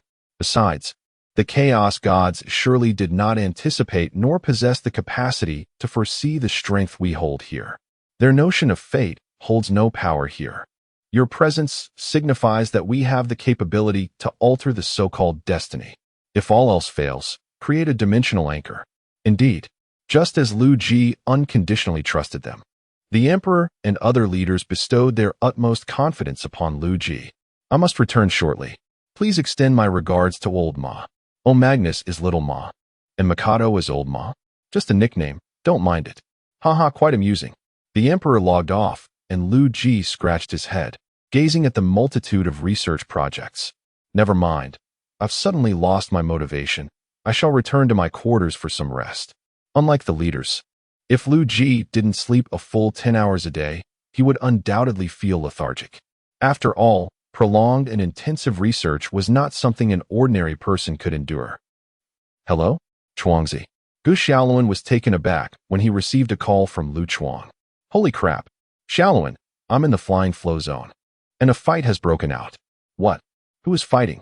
Aliens. Holy crap. Tanks have arrived. Can you handle it? Don and Apos, to even mention it. Several people have already died. I'm hiding at a distance, too scared to approach. Wait for me. Gu Xiaoluan didn't suggest Lu Chuang join, given his skills. It would be a miracle if he didn't cause more trouble. As for himself, he was unsure why he felt compelled to go. Gu Xiaoluan did not believe he could contend with any aliens. He merely thought that once he arrived, he might lend a hand. He could take a beating. The flying flow zone had already been cordoned off. leaving Gu Xiaoluan unable to find transportation. Anxiously scanning his surroundings, he gritted his teeth, removed his shoes, and decided to test his limits. Once again adopting a familiar running posture, the 182-meter-tall man surged forth at a terrifying speed of 30 kilometers per hour. After acclimating to his body, his speed soared to over 50 kilometers per hour. This is the navigation tower. Previously, there was subspace interference. The correct coordinates for the capital are Central Star District United Star Coordinates, X, 805, Y, 889, Z, 520. Chapter 58. Devourer. Before Gu Xiaoluan could approach the Flying Flow District, he spotted a great fire raging on the distant bridge. He found the location Lu Chuang had mentioned over the phone, finally catching sight of him in a street corner. Chuangzi, what is going on? Oh, Xiaoluan, you finally made it. Lu Chuang, crouching stealthily, quickly pulled Gu Xiaoluan down as he saw his friend remain undeterred. What is happening over there? I have no idea. I was just thinking of heading home after a drink when I suddenly saw the area cordoned off. Curiosity got the better of me, and I was drawn in, only to witness a skirmish between a little white guy and the military. Gu Xiaoluan gazed at the burning tank, surmising the current state of affairs. Why aren't you running? Lu Chuang responded with a drawn-out Right. Why am I not running? It dawned on Lu Chuang that Gu Xiaoluan had instilled so much confidence in him that even with an alien invasion, he was first inclined to have Gu Xiaoluan assess the situation. Besides, aren't we superheroes? Shouldn't we be saving people? Are you really that altruistic? Gu Xiaoluan looked at Lu Chuang with skepticism, who sheepishly scratched his head. Honestly, I was just hoping you could handle it, and I could tag along. Brother, are you out of your mind? I'm a university student. How could you possibly think I could defeat aliens? Well then, should we run? Gu Xiaoluan shrugged it off. If you want to leave, go ahead. Lu Chuang, not as quick to adapt to his newfound abilities, felt a rush of brotherly camaraderie fueled by the alcohol. Look at you. Do you think I, Lu Chuang, am that cowardly? Gu Xiaoluan echoed his sentiments and studied the scene ahead intently. Damn aliens. A police car was obliterated by a laser. Though Gu Xiaoluan couldn't see far, he could roughly deduce the aliens' positions. I've got it. Do you have a plan? We have a system. Right. How could I forget that? By the way, how do we use it? Gu Xiaoluan closed his eyes and clapped his hands, signaling Lu Chuang to follow suit. This was how it was done in novels. Close your eyes and call upon the system in your mind. Oh, Lu Chuang furrowed his brow, gritting his teeth, feeling a sense of constipation. Welcome to the Divine River Gene system. The familiar synthesized voice reappeared, and Gu Xiaoluan's spirits soared. You're a system. Can you help me enhance my strength? Insufficient energy. No way. Then what can you do? The system, somewhat indignant, retorted. You asked me what I could do when I said there was no energy. Hey, come on. Gu Xiaoluan couldn't be bothered to argue with the system. Can I defeat that alien? Data is chaotic, unable to calculate. Can that alien kill me? Its laser attacks cannot harm your body. All right then. Gu Xiaoluan received his answer and exited the space, opening his eyes to find Lu Chuang still straining. Hey, Chuangzi, are you constipated? Lu Chuang angrily opened his eyes. Damn it. Why is this system so abrasive? Just ask if that alien can hurt you. Lu Chuang closed his eyes again, and after 2 seconds, opened them once more. It can't hurt me. It called me the North Star War God. It's not scared. More like you're the Norhand. You're still just a little Gu. Get out of here. Knowing time was of the essence, Gu Xiaoluan hurriedly devised a plan. Are you going or not? Going. I, Lu Chuang, stand by my word. Though Lu Chuang felt a twinge of cowardice, the system's assurance reassured him. You'll draw their fire while I sneak attack. What? Gu Xiaoluan turned to Lu Chuang. If you can beat me, I'll help you carry the load. Then forget it. I'll listen to you. But I need a weapon. You expect me to go empty-handed? Isn't there plenty of stuff on the ground? Gu Xiaoluan retorted. Don't tell me you can't lift a car. Fine. Given the circumstances, Lu Chuang gritted his teeth and charged forward. Hey Xiaoluan, once we finish, let us have a showdown in LOL. Who told you to set that flag? Gu Xiaoluan kicked Lu Chuang, who then grumbled as he moved ahead. On the bridge, the Devourer's minions hovered in the air, contemplatively observing the carnage below. The intelligence was accurate. It seemed that Earth was indeed as it appeared. As it admired its handiwork, it spotted Lu Chuang sneaking in the distance. Lu Chuang believed he was concealed perfectly, only to raise his head and lock eyes with a devourer minion. "What are you looking at?" Well. The minion hadn't anticipated encountering such an audacious human, yet it had no intention of engaging Lu Chuang, casually firing a laser. Lu Chuang panicked and dodged, but ultimately failed and fell to the ground. The system was right. The laser indeed couldn't injure him, but the pain it inflicted had him rolling on the ground. The devourer was surprised that this little ruffian could withstand the hit. Upon closer inspection, it recognized him as a potential super soldier of the Divine River civilization. Not far off, another figure was tampering with the tank. Just as it aimed to fly over, a large iron rod came crashing down, striking it. Thud! The devourer landed at the edge of the bridge, sparks flying from its body. It soon realized the object of its assault was the tank's cannon. The cannon, propelled by immense force, had severely injured it. In truth, a standard tank shell could harm it, but tanks were not able to hit it. Is this it? It watched helplessly as Gu Xiaoluan assisted Lu Chuang toward it. Damn, that really hurts. Ugh. Lu Chuang, feeling unsatisfied, delivered a couple of hard kicks before relenting. Identifying Divine River Gene warrior Gu Xiaoluan seized the mechanical head, twisting it off, and the devourer fell silent. Holding the mechanical head, Gu Xiaoluan exchanged a glance with Lu Chuang, and they high-fived. The two then surveyed the battlefield, but alas, apart from a female officer, there was not a single living soul. Wow, isn't that the girl from earlier? Is she still alive? The police officer had a gaping wound in her chest, but was still struggling. The two were at a loss for what to do. Fortunately, the regular armed forces soon arrived, initially dispatched to handle the aliens, only to find that the peculiar duo of a ruffian and a university student had already dispatched them. As they prepared to take the two away, the National Security Agency intervened. "I must say, you two are quite impressive." Jia watched as the officer was lifted onto an ambulance, then turned to Gu Xiaoluan and Lu Chuang. "You two want to eat from the nation's plate?" Lu Chuang, having learned to be clever, quickly nodded with a smile at this. No, it's all part of our duty. Nothing else intended. Just wishing to serve the people." Chapter 59. The Desire for Progress. Jia looked at the two with astonishment. How could their aspirations for advancement be so different from what the documents described? Especially Gu Xiaoluan. Wasn't he just a nobody? How had he suddenly become capable of leading teammates to battle extraterrestrials? He recalled the footage captured by the surveillance in Gu Xiaoluan's dormitory. Could it be that the helmet was truly problematic? Although they had no interest in observing Gu Xiaoluan's daily life, his frequent use of that helmet was indeed peculiar. "You two have made significant contributions," Lu Chuang quickly said, nodding at Gu Xiaoluan. "Rest assured, rewards will be granted tomorrow. You shall not be overlooked." All right, they chimed, eager to conclude the conversation and bid Jia farewell. "Are you seriously aiming for a secure position?" Lu Chuang asked, his expression one of casual certainty.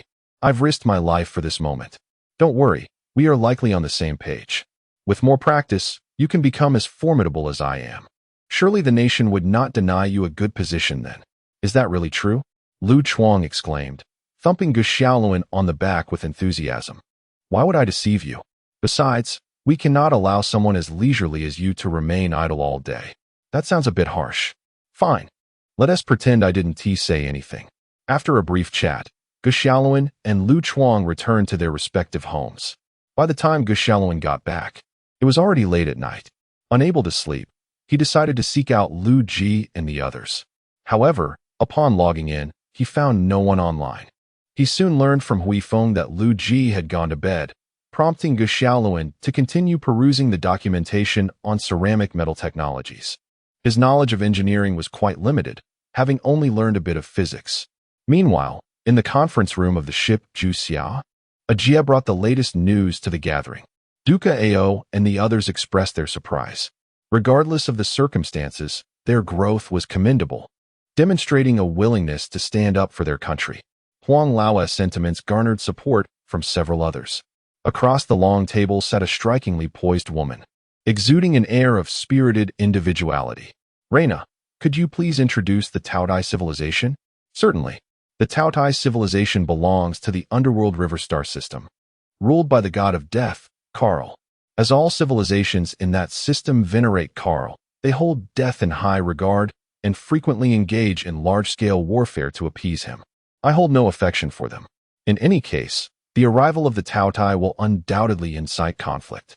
Therefore, I propose we activate the Black Great Wall plan that General Pan Zhen mentioned to you. Duca Ao nodded. Sir, what are your thoughts? I concur with this assessment. I will return to the command center to make the necessary requests. Huang Lao turned to Duca Ao. Old Du, you will be responsible for the execution of this project. Duca Ao stood, saluting. I guarantee the completion of this mission. Huang Lao continued. I propose we name this special unit the Heroic Brigade. Gu Xiaoluan yawned and suddenly realized how much time had passed. Shall we? Is the chief still asleep? Not yet, but he has been sleeping for quite a while. I will go wake him. Huifeng's excited voice made Gu Xiaoluan feel a bit uneasy. In the bedroom, Liu Ji lay under a thin blanket. The room temperature comfortably regulated. Liu Ji, rise and shine. Liu Ji struggled to open his eyes, only to find Huifeng perched on him, grinning. Get off. Do you wish to crush me? Not a chance. Huifeng huffed, bouncing a couple of times. Get off. Huh. Are you afraid of a reaction, dear chief? To Liu Ji's surprise, he was unfazed. What? We are like an old married couple. Do I need to be concerned about that? Who are you calling an old married couple? Huifeng blushed and hurriedly fled the scene. Just get up quickly. Xiaoluan is looking for you. All right, whatever Shao Wei says goes. Humph. Huifeng fell silent, and Liu Ji chuckled, finding the spirited little girl quite stubborn. After a quick tidy-up, he grabbed a jelly platter made of some unknown ingredient and stepped outside. This jelly was not only deliciously tangy, but also quite filling, making it Liu Ji and Appo's favorite snack during busy times. Chief, what happened? Is there an issue? I just had a skirmish with some aliens. Upon hearing this, Liu Ji immediately called for a meeting with the others. Luo Ji and Di Huang did not respond. One was likely flirting, while the other was occupied. Didn't you just awaken some system? How did you end up fighting aliens? Don't even get me started. Chuangzi called, saying aliens were invading Earth. At first, I didn't believe it, but it turned out to be true. Gu Xiaoluan recounted the details of how they battled the aliens, and unsurprisingly, the leaders grew increasingly agitated. The two from the Night City were accustomed to death, yet the others were like sheltered flowers. Upon hearing about the aliens slaughtering humans, they were instantly incensed. Once Gu Xiaoluan's memories were projected, their fury intensified. Shall we? Is this normal? Liu Ji stared in disbelief at the panel displaying the national sentiment. Originally characterized by extreme equality and gestalt, it had now filled up entirely, yet the chart for xenophobia was inexplicably glowing. Though the national ideology held little sway in reality, Liu Ji was nonetheless startled by the situation. The icon flickered momentarily before dimming again. I've never witnessed anything like this. It's quite alarming. Liu Ji and Huifeng exchanged astonished glances, watching as the leaders vehemently condemned the Taodai. Are we awakening our psychic powers? Liu Ji shook his head, dismissing the absurd notion. Aliens, I curse you. This is utter madness. That's a soldier of Huaxia. How could they do this to such beautiful women? The two from the Night City were equally enraged. Humans might battle amongst themselves, but who are these alien scum to act so brazenly? Where are my warships? Where's my army? The leaders seethed, wishing they could reach through the screen and strike the Taotai, and this ire was directly transferred to Gu Xiaoluan. Though others participated in the meeting via projection, they all turned to look at Gu Xiaoluan, causing him to break out in a cold sweat. Why is everyone staring at me? Xiaoluan, quickly create a dimensional anchor. I am prepared to lay waste to something in the name of humanity, the Deputy Minister of Logistics. The composed Old Eight was seething with anger.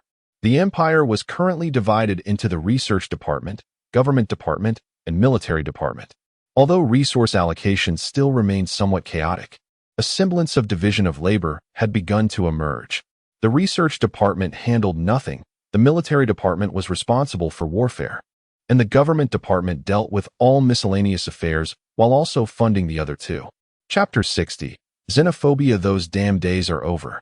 I shall allocate 3 cruisers, 10 destroyers, and 30 frigates to eradicate the aliens. His grand proclamation astonished everyone present. Liu Ji, however, felt somewhat bewildered. Why was he suddenly left in the lurch? Is it really over? Liu Ji inquired cautiously. It's over, Chief. Ask the others if they can endure. They cannot. Right. None of us can endure. Liu Ji shrugged, acknowledging the majority's sentiment. The technology for cruisers had been highlighted, yet advancements in weaponry of the same class were rather stagnant. You all may not be able to endure, but I lack the power to construct a dimensional anchor. Ge Xiaoluan expressed his helplessness, unlike Liu Ji, who wielded considerable influence. That's your concern. Xiaoluan, the Empire has been built from the ground up by us. Now, we simply require you to replicate this process. We all believe in you. Keep it up. Ge Xiaoluan felt a wave of embarrassment. But can it really be the same? Why not? Ge Xiaoluan cast a pleading glance at Liu Ji, who then ceased to observe the spectacle and mediated. All right, Xiaoluan knows everyone is agitated, and I share your frustration. However, ponder this. Can he truly comprehend the workings of a dimensional anchor? Let us be practical. Xiaoluan's world lacks any advanced technology. Rather, we should provide technical support for him to construct ships there, saving time and effort. Moreover, I must remind everyone that our ships in this universe are unparalleled. Typical interstellar civilizations are courting death by confronting us. Upon hearing this, the leaders regained their composure, recognizing Liu Ji's truth. As I have previously stated, the most advanced warships there fall drastically short compared to our imperial vessels by a staggering factor of over 45 billion times, even when compared to basic red lasers. Other interstellar civilizations in different universes engage in close-quarter combat, while those within the galaxy confront each other from across star systems. Thus, it seemed that as long as the aliens were not particularly formidable, Ge Xiaoluan stood a significant chance of victory. Haven and Opos, you been in contact with the national security? If all else fails, we can send you technology, Liu Ji suggested. With Liu Ji and Opos' support, Ge Xiaoluan finally felt a sense of relief. Enough of this gathering. Have you completed your tasks? Where are you three disciples? Meng Yu glanced at the star map and replied, We are almost there. We consumed some time due to energy replenishment. All right, once you've had your fill, remember to bring the ship back for upgrades. Understood. Liu Ji examined the situation more closely, noticing a discrepancy.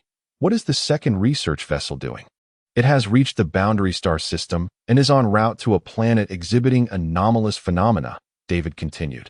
I am on board, and I picked up some additional scientists while passing through the capital, so we are not shorthanded. That's good. Lao Ba, how goes the colonization of other planets? It is in progress. The second industrial and power stars have begun initial colonization. Recently, we have been able to extract a considerable amount of minerals from space resources. So there is no immediate need for terrestrial mining. After gathering insights on the Empire's status, Liu Ji announced the meeting's conclusion, as he had research topics to pursue. Yin Liu Ji smiled like a madman, while Zhuang Yin held his hand as they strolled through the grassy plains. Darling, someone is coming. Following her gesture, Liu Ji spotted Hines arriving with his wife. In a prior timeline, Liu Ji had spent over a year with Zhuang Yin, and rounding it off, he had won her affection in just a couple of months. This was indeed remarkable. Navigator, I apologize for the sudden interruption. Liu Ji waved his hand. What's the matter, old H? Hines disregarded Liu Ji's address. I must resign from my position in Ascension technology. I am truly sorry. Why? Haven't you been doing well? Hines sighed. As you know, Huizi and I wish to unravel the mysteries of the human brain, but current technology does not support our further endeavors. We hope to enter a state of hibernation until a more opportune time, perhaps before you vanquish the Trisolarians, or possibly later. Yusuji Huizi noticed Liu Ji's gaze and bowed gracefully, Master. Ah, hello, Liu Ji responded, then turned back to Hines. Of course, that is permissible. Until we meet again in the future. Hines paused momentarily, then continued, Aren't you attending the inauguration of the space elevator? Your absence at the completion of the first controllable nuclear fusion reactor left many disappointed. Liu Ji chuckled, I am indifferent to such matters. You all should go. He then turned to Zhuang Yin. Yin, are you going? Zhuang Yin shook her head.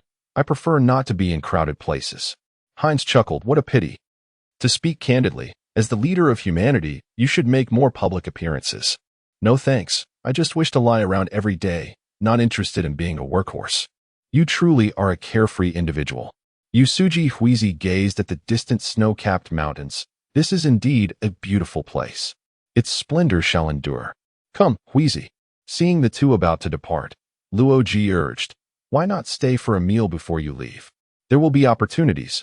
I hope to see you again. Humanity has officially embarked on the journey to the stars. Zhuang Yin clung to Liu Ji's arm. Are we going to the future too? Indeed. Liu Ji exhaled. There's little left for us here. The following day, Gu Xiaoluan was summoned by Ajie and Chong Wei to meet at a CAF. Chong Wei and Ajie sat side by side. She donned her usual attire, consistently capturing Gu Xiaoluan's attention. This was also part of Ajie's strategy as a con artist. Chong Wei noticed Gu Xiaoluan's gaze, but chose to ignore it. You have long recognized your uniqueness and demonstrated a remarkable sense of responsibility. Ajie began, but Gu Xiaoluan quickly interrupted. Discussing sensitive topics in this place? Is this your secret department? Gu Xiaoluan surveyed the CAF State Corps. No. Is this how you maintain secrecy? Ajie found himself at a loss. This was not a particularly confidential topic. To continue, we are the Super God Academy. A school, or a military academy. Ajie gritted his teeth and took a deep breath. A military academy. Oh, please proceed. We specialize in cultivating individuals like yourself. Are there many like me? Not many. So your military academy was established to combat aliens? Not solely to confront the Tautai. The current universe is fraught with uncertainty, and Earth must possess a robust defensive capability. Chapter 61. The Super Academy. It was then that Gu Xiaoluan discovered that the alien was named Tautai. Upon joining us, you shall become a super soldier of the Xiong Bing Lian, a guardian of the nation and a hero for the Earth.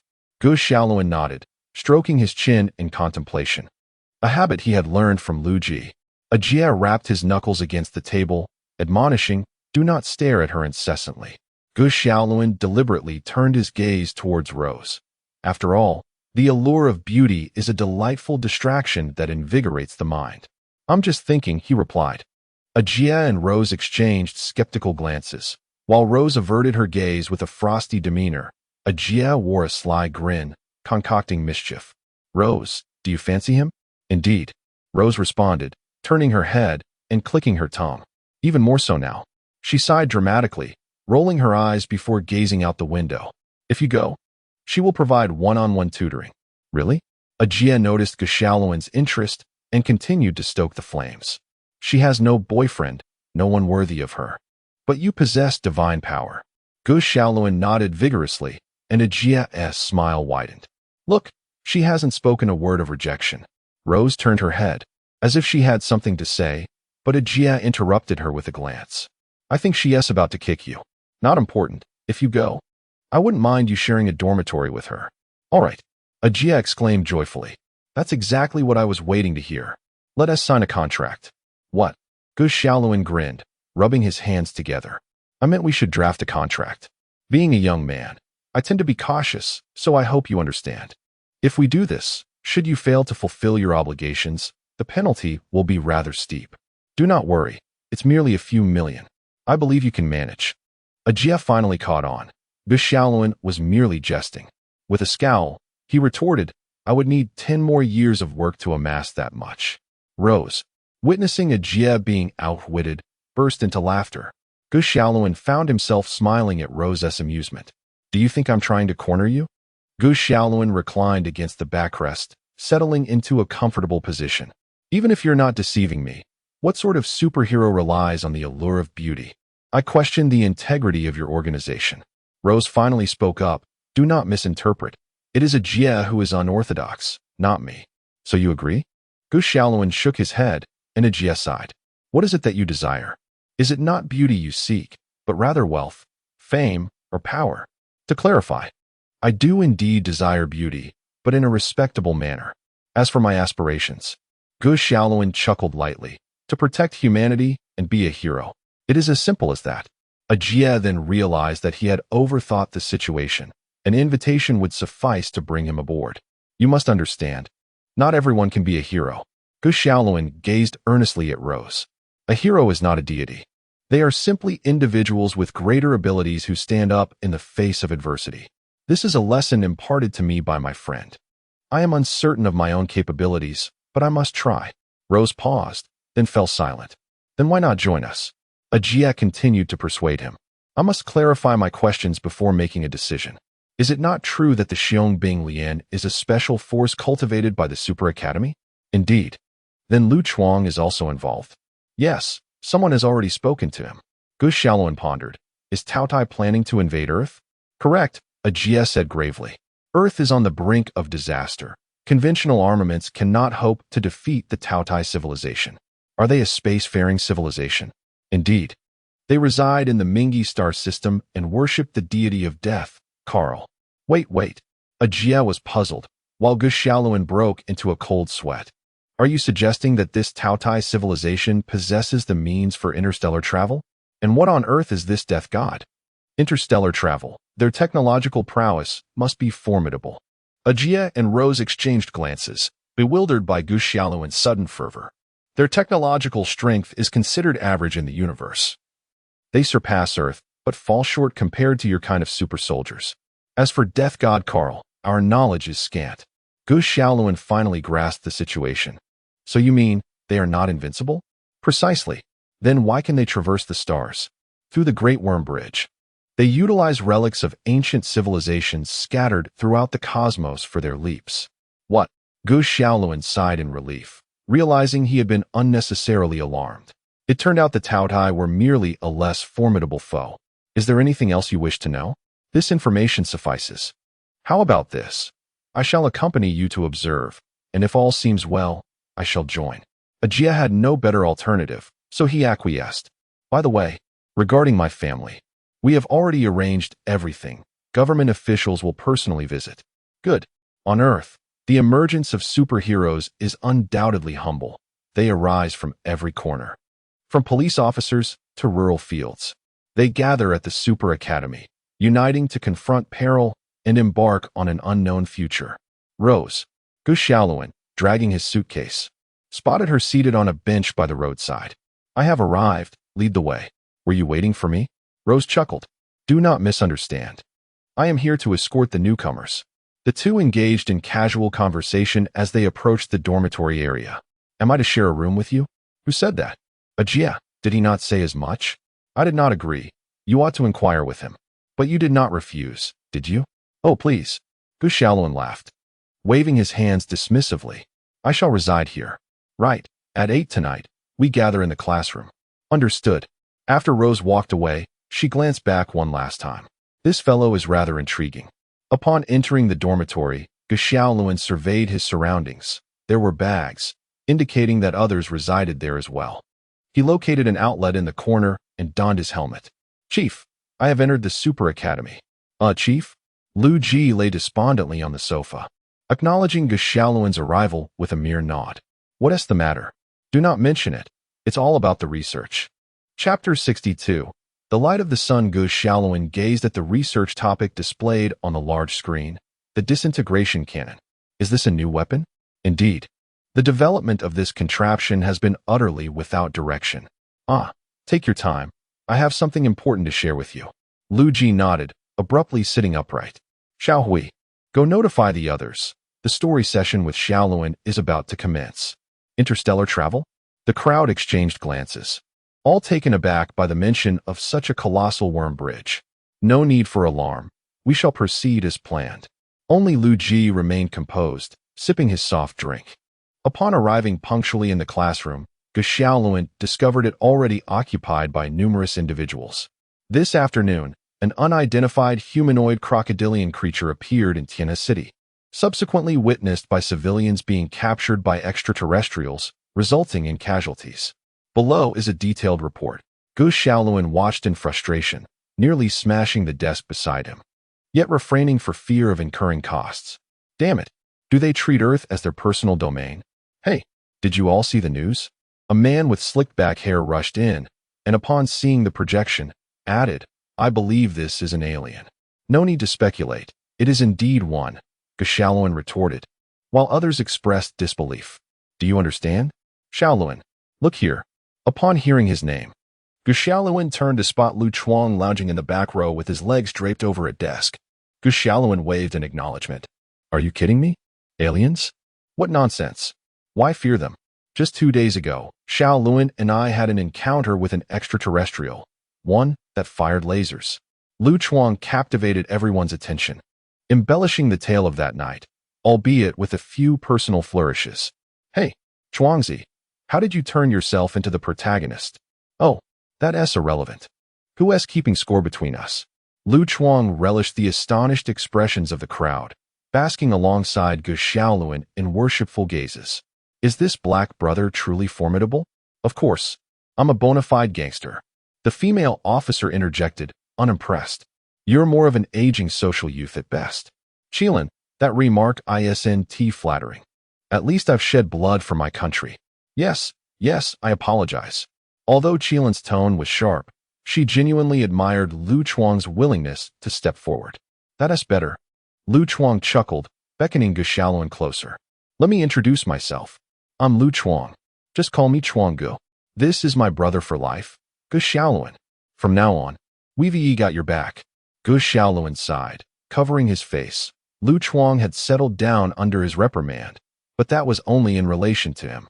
Once interacting with others, Lu Chuang's rogue tendencies resurfaced. Oh, such bravado. Both turned to their right, where Reina scrutinized them. Oh my, look at those long legs and black stockings.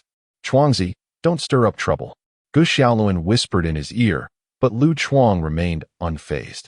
Hey, I know. Aren't all those who come here superheroes? Besides, she's just a girl. There's no need to be so cautious. Well, good luck to you. Xiaoluan, you're young. Being cautious is wise, but there's no need for excessive fear. This is my experience from years of being a black brother. Lu Chuang wore a confident expression while Gu Xiaoluan remained skeptical, sensing that this beauty had come prepared. Gu Xiaoluan retreated 2 steps. You go ahead. Lu Chuang waved dismissively, his eyes fixed on Reina approaching him. What? Are you here to lecture me? Lu Chuang, you just got praised and now you're causing trouble, right? Qilin attempted to restore order, but Gu Xiaoluan subtly shook his head. Although Qilin was puzzled, she complied and fell silent. Are you really considering a confrontation? Lu Chuang exuded confidence, imagining he could easily deflect any attack Reina might launch, only to be unexpectedly seized by her and pinned against the wall. Black brother? How do you measure up against a deity? Hey, miss, who are you? Lu Chuang struggled to grasp Reina's hand. Your goddess, the sunlight, Reina. Oh, so you're the one radiating sunlight. Reina's eyes glimmered, a terrifying energy coalescing in her grasp. Enough. Huh. Gu Xiaoluan abruptly intervened, grasping Reina's arm.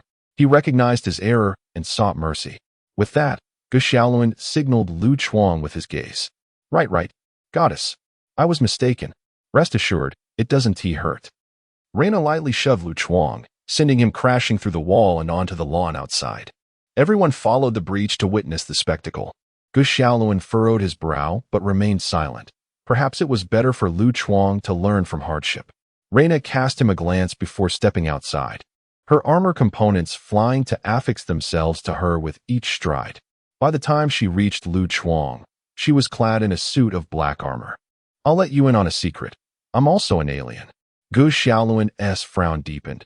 He had not anticipated extraterrestrials resembling humans so closely. I am the supreme god of the sun star, here to aid you in the spirit of friendship. However, you lack proper decorum. Lu Chuang gritted his teeth, rising. Decorum? An alien lecturing earthlings? Without warning, Lu Chuang lunged at her, and as he threw his punch, Reina summoned a shield. Enough. Lu Chuang's strike met the shield, which remained unscathed while he grimaced in pain. As he prepared to act again, a razor-sharp blade pressed against his chest. Gu Xiaoluan held Reina's arm. I said enough. Alien. Reina had never encountered such a gaze in his previous address. Reina retracted her weapon, and Gu Xiaoluan released his grip. Do you wish to fight me? Whether we engage depends on you. Goddess of the Sun, Gu Xiaoluan patted Lu Chuang's back, as if to remind him to learn from this experience. Lu Chuang looked apprehensive, swallowing hard before nodding emphatically. Once Gu Xiaoluan distanced himself from Lu Chuang, Reyna waved her hand, and a similar suit of black armor descended from the sky, landing on Gu Xiaoluan. Galactic power? Taken aback, Gu Xiaoluan stumbled slightly from the force of the armor, managing to regain his balance. Were this, we shall engage in battle. Gu Xiaoluan surveyed his equipment and Reyna, deciding against the confrontation. No, I want to fight. It's absurd to wield a weapon summoned by the opponent. What's the point? The others, along with Lu Chuang, were left astonished by the sudden turn of events, and Lu Chuang's demeanor shifted dramatically. I'll fight, goddess. I'll fight. Not a chance. Reyna haughtily turned her head away. Chapter 63, Training, O Goddess. Am I not also that noble warrior of the North Star god of war? The man with the slicked back hair stepped forward. Is there not a place for me? Mine. Reyna lazily called out. Zhao Xian. Here. Lu Chuang. Hey, Qilin. Qilin stood with perfect posture and even saluted. Present. Rui Miming. Huh? Cheng Yaowen. Cheng Yaowen smiled, remaining silent. Gu Xiaoluan. Du Qiangwei. Reyna paid no heed to the trio's silence, distributing their respective battle armors. Tomorrow, I shall teach you how to wield your powers. Once Reyna departed, Lu Chuang eagerly approached Gu Xiaoluan. Xiaoluan, look at my massive axe. Is it not magnificent? You have truly become a Nor warrior. Lu Chuang pointed at Gu Xiaoluan's great sword. And do not criticize me. Come, try on this armor. When men simultaneously wield armor and weaponry, the consequences are dire not only for their intended targets, but for themselves as well. Lu Chuang wasted no time, swinging the axe and inadvertently striking his own leg armor. Yikes! No harm done. The others, witnessing this, enthusiastically began testing their own weapons. For burly men shared a dormitory. Gu Xiaoluan, unreserved, greeted the others before donning his helmet. Do you think Xiaoluan can hear us? Lu Chuang inquired, glancing at the others. Zhao Xian, from the opposite bed, chuckled and replied. Why not ask him? Xiaoluan. Lu Chuang believed he had spoken loud enough, yet Gu Xiaoluan remained unresponsive. Xiaoluan. He climbed down from his bed, moving closer to Gu Xiaoluan. Xiaoluan, can you truly not hear me? Do not disturb him, Cheng Yaowen cautioned. However, Lu Chuang was unfazed. Hey, it's nothing. We have our own rapport. That reminds me, what were you all up to before this? Zhao Xian perked up at this topic, declaring, I am a renowned hero, known far and wide as Lord Xian of the Jianghu. Oh, so you're part of the underworld? Not quite. I specialize in dealing with bullies.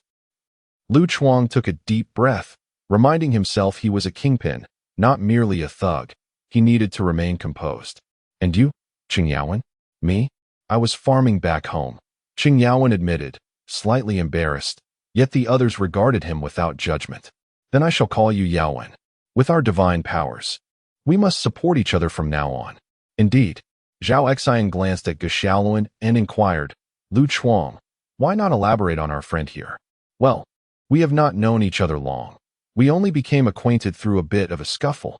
In contrast to boasting in the dormitory, Gu Xiaoluan preferred to engage in discussions of grandeur in a conference room. However, today's revelations were limited, and he merely shared a brief account with the others, while Lu Chuang encouraged him to delve deeper. The next day, high above in the clouds, aboard a transport aircraft. Are we really jumping? What's there to fear? I've experienced far more thrilling escapades. Gu Xiaoluan smiled enigmatically, leaving the others puzzled. He chose not to elaborate. After all, the leaders had once braved the unimaginable, facing nuclear blasts head-on, reassured by the prospect of resurrection. The few times the leaders had met their demise were beyond the comprehension of ordinary mortals. Quickly, bears, jump now. Gu Xiaoluan charged ahead. Let us go. Seeing his bravery, the others gritted their teeth and followed suit. Thud. Gu Xiaoluan emerged from the earth, spitting out dirt. Ugh, that landing was off. Next, Gu Xiaoluan observed as dark figures descended, transforming into super soldiers upon hitting the ground. Reyna demonstrated the creation of a hand-formed light orb, and Gu Xiaoluan gazed at the sphere resembling a model of the sun. This is what you call divine power. We, on the other hand, refer to it as technology. Technology? Reyna turned to Gu Xiaoluan before launching the light orb skyward. The orb soared to a height of 1,000 meters, expanding silently, as it unleashed a torrent of energy. Indeed, it's God-making technology. Is it genetic or mechanical? Reyna scrutinized Guxialuan, asking, "What? Is it genetic ascension or mechanical ascension? It cannot possibly be spiritual ascension, right? What are you talking about?" Guxialuan then realized that Reyna and he were on different wavelengths. "Never mind, just disregard my question." Though he said this, Reyna still offered a brief explanation. Genetic warriors are, of course, genetic. Each of you possesses unique abilities derived from the divine river gene within you. Xiangwei has time-space abilities. Lu Chuang has brute strength for offense. Qilin is a divine sniper. Rui Mengmeng is a shock trooper. Chung Yaowen embodies the heart of the earth. And Zhao Xian is as swift as lightning. And I? You? Reyna smirked mischievously. You can take a hit. Huh. What are you so surprised about? Next, we will train you to harness your abilities. After a day of training, Guxialuan sensed something amiss. Why did it feel like their intensity was somewhat lacking? It wasn't that it was ineffective. He simply compared it to his experiences in the Empire. Interstellar warfare often involved hundreds of thousands of ground troops, not to mention the formidable ships that could not be easily subdued by ground forces. Even if they could overpower the Tathagata forces, should their numbers swell, they would find it increasingly difficult to respond in time. I need to speak with the higher-ups. Guxialuan approached Reyna, who appeared somewhat puzzled. I can certainly help you reach them. Is there something you need? Yes, I have a few concerns. Reyna didn't press further. She retrieved her phone and made a call. Shortly after, someone arrived to escort Guxialuan to the tarmac. Where are we headed? The crew member replied. To the giant canyon. And who are we meeting? General Decao. Is he in charge of us? I'm afraid I do not know. Guxialuan mimicked the tone of logic when boasting, I wish to speak with General Decao. The crew member made a direct line. And soon Guxialuan was summoned to the cockpit. Through the communication system here, Guxialuan connected with General Decao. Galaxy Force, what brings you here? A deep, robust voice resonated from the other end. Guxialuan quickly organized his thoughts. General Decao, can you oversee our situation? Of course. And what if the matter is of a higher order? How high are we talking? On a diplomatic level. A silence lingered on the line. I can. Excellent. I shall make my way there right now. Aboard the giant canyon, Guxialuan had never encountered such a magnificent aircraft carrier in reality.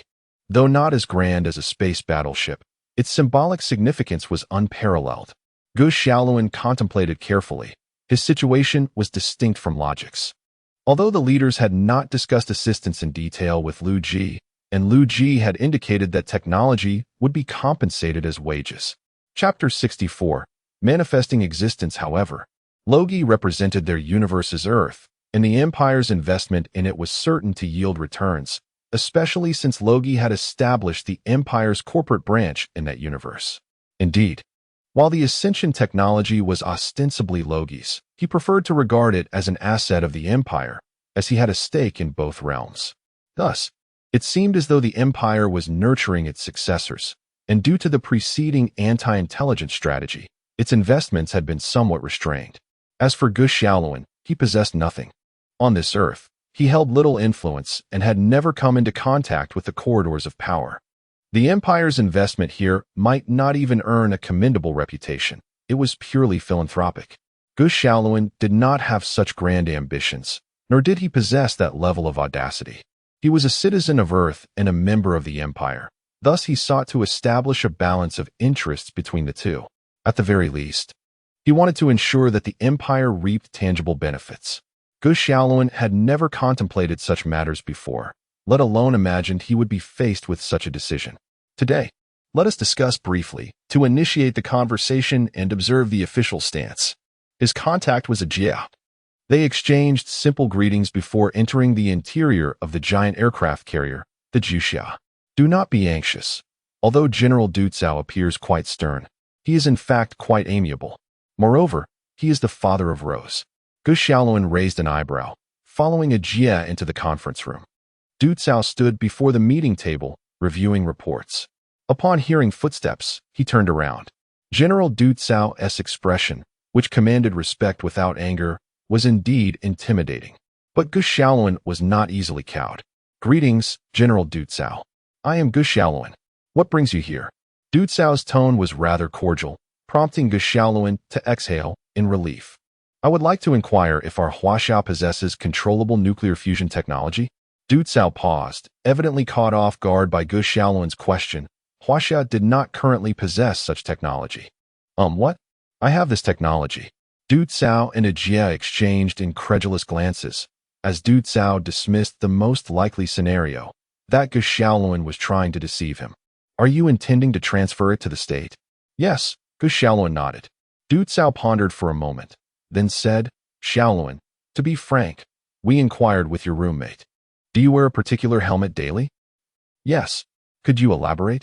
Du Cao gestured for Jie to leave, closing the door behind him. Certainly. After careful consideration, Ge Xiaoluan decided not to conceal the existence of the Empire. There was little need for secrecy, as there was no conflict of interest. Moreover, the Empire could provide him with additional confidence and leverage in negotiations. As Liu Ji had once remarked, show the natives our existence. General Du Cao, I must ask you to keep what I am about to say confidential. Du Cao switched off the surveillance, displaying a pristine white screen to Ge Xiaoluan. Please. Taking a deep breath, Ge Xiaoluan spoke. I have actually joined an extraterrestrial nation. That helmet serves as my communication device with them. Oh, I see. Du Cao nodded, maintaining a composed demeanor, showing no extraordinary surprise. Are you not astonished? No. In fact, we had surmised this possibility. That device is clearly not of earthly origin. You haven't been spying on me while I was away, have you? Ahem, indeed. Du Cao showed a hint of embarrassment, but Ge Xiaoluan was not overly concerned. The state had long been aware of their existence, thus some necessary surveillance was only to be expected. You may find this hard to believe, but it is entirely inhabited by humans. I believe you. In fact, the human appearance in the universe is referred to as the Shinha body, which is the prevailing form. Ge Xiaoluan recalled Liu Ji's earlier words, feeling perplexed about how Liu Ji had come to know this. Yes, it is the Shinha body. Their leadership is quite small. And I am one of them. You too? Du Cao scrutinized Ge Xiaoluan, astonished that he could ascend to such a leadership position. Yes, we are very close friends. More akin to brothers. That is quite surprising. Ge Xiaoluan nodded and continued. They have learned of our situation and have decided to assist us. They have entrusted me with this technology as a gift. Du Cao pondered for a moment. So, they are indeed a benevolent extraterrestrial civilization? Yes. Ge Xiaoluan had indeed made significant progress, spinning a tale without faltering. However, they cannot directly send troops to assist Earth. Understood, the current Earth is scrutinized by multiple powers, and their involvement to this extent is already generous. Their intention is to gauge our attitude and decide on further assistance. Du Cao's demeanor turned serious. What kind of assistance can they provide, and what do they wish to obtain in return? The assistance could involve warship technology or other useful technologies. As for their demands, they have not specified, stating that we can discuss further once we agree to engage. Du Cao inquired, may I ask what position you hold? Army Commander. Wow, that's impressive. Du Cao had a newfound respect for Ge Xiaoluan, though he was unaware that the Empire lacked any ground forces altogether. Du Cao solemnly extended his hand, which Ge Xiaoluan grasped firmly. Please convey our gratitude to your side for their gift, and express our willingness to continue engaging. Certainly. After releasing hands, Du Cao voiced his thoughts. Xiaoluan, you are a deity of Earth. You will surely lead humanity into the cosmos. Therefore, we do not oppose your contact with extraterrestrials. However, you are of utmost importance. You must possess discernment. Ge Xiaoluan nodded earnestly. I will now upload the technology to the database. After everything was concluded, Ge Xiaoluan took his leave. May I submit a record of our conversation? Ge Xiaoluan nodded, pushed open the door, and departed. Once he left, Du Cao gazed at the documents on the table, pondering. Has Earth caught the attention of yet another extraterrestrial force? We are indeed in tumultuous times. Direct contact with the galactic power. There are few in the universe capable of such. Which faction could it be? Mama. Gloria was downstairs conversing with a man clad in a gray coat, turning to signal David to approach. David stepped forward, scrutinizing the man before him. His attire was immaculate. He held a felt hat, sported a slicked-back hairstyle, and was a strikingly handsome middle-aged Asian man devoid of unnecessary modifications. "Is this your son?" "Indeed, this is David. David Martinez." The man smiled, extending his hand to pat David's head, but David recoiled in apparent resistance. "Oh, quite a spirited child." Chapter 65. The General's Assassination. "David, you mustn't be so rude." The man chuckled, waving his hand dismissively. "If that's the case, I shall not impose any further. Farewell." Gloria waved goodbye as the man receded into the distance, and only then did David inquire, "Mom, who was he?" "Oh, he is a business associate," Gloria replied with a proud smile. "Indeed, your mother is quite remarkable." David casually complimented her, then feigned excitement. "Mom, you will never guess what happened." "What is it?" "I'll tell you when we get home." Once they arrived home, Gloria could hardly contain her curiosity. "What is it?" "I won the lottery. 100,000 euros. Gloria stood frozen, disbelief etched on her face as she stared at David. It wasn't until David showed her his account that she let out a jubilant scream and embraced him. "Son, you are my lucky star." In the Night City, the atmosphere was quite liberal. Engaging in gambling was considered a pastime for good children. Upon returning to the laboratory, the Emperor surveyed his surroundings, only to notice Vardo watching him intently. "My lord, I bear grave news. The general has been assassinated and lies in a coma." Following Horus's collapse, the Imperial Guard had already relayed the information back to Terra via hyperspace communication. However, with the Emperor absent, Horus had to be secured, which was also why Vardo awaited the Emperor's return.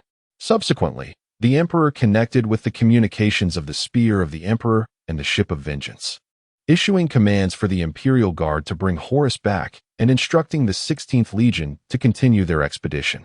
"Bring back the other Primarchs as well." "Yes, my lord."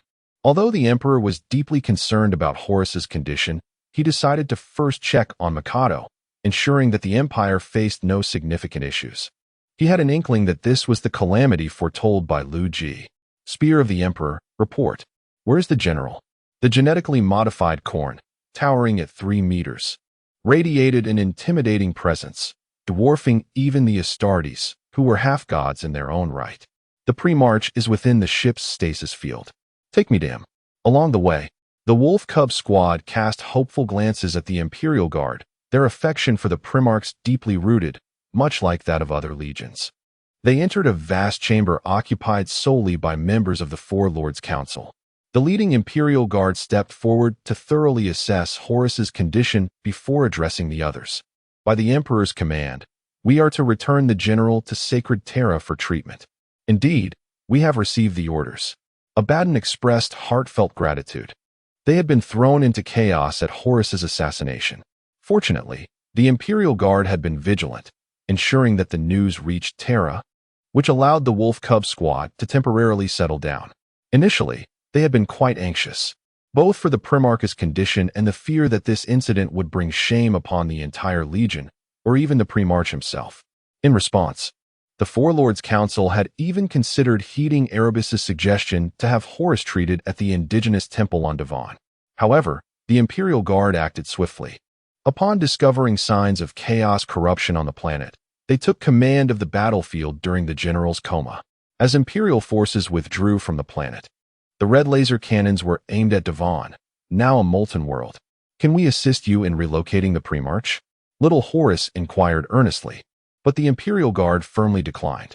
"Boarding the Spear of the Emperor is prohibited for any unauthorized personnel. We will ensure the Primarch is safely transferred." "But, are you questioning us, soldier?" Little Horus bowed his head at Abaddon's gesture, and only then did the Imperial Guard commence their transfer operations. The process was straightforward, involving the relocation of both equipment and personnel. Erebus watched from a corner of the corridor as the Imperial Guard took Horus away, before abruptly vanishing into the shadows. Once the transfer was complete, the Spear of the Emperor slowly adjusted its course under the eager gaze of the Wolf Cub squad. "My lord, we are about to escort the general to Terra." The squad leader of the Imperial Guard stood in the futuristic command room, contrasting sharply with the surroundings. The next moment, the communication panel received a reply. "Oh." As they traveled through subspace, a navigator was needed to guide their path. "Proceed to Terra." "Affirmative." Entering subspace now. The spear of the Emperor gradually slipped into subspace, but scarcely had they moved when the Geller field system began to sound alarms wildly. From the Navigator's perspective, the scene was becoming increasingly terrifying. Master of wisdom, war, blood, blessings, desires.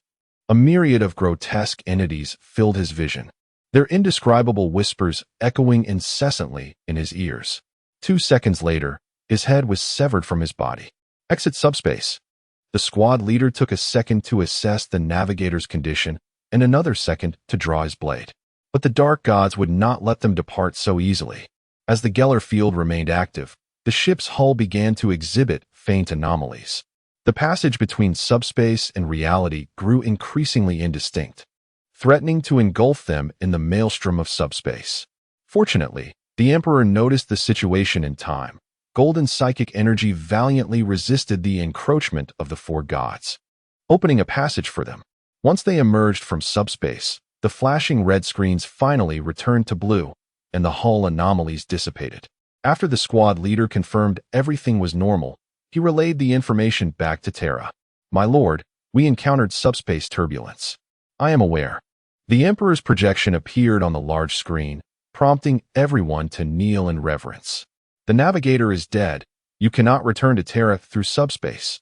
The squad leader glanced at the Navigator's corpse before lifting his head. What shall we do, my lord? The Emperor pondered for a moment before suddenly declaring, use the warp drive. Navigate through the physical universe. This, my lord, the unpredictability of such an action is too great. The squad leader of the Imperial Guard directly countered the Emperor's suggestion. While they were indeed the Emperor's elite, it was normal for them to rationally challenge his views. Not traversing subspace. Mikado, seated amid a mountain of meticulously organized files, lifted his gaze in disbelief at the Emperor.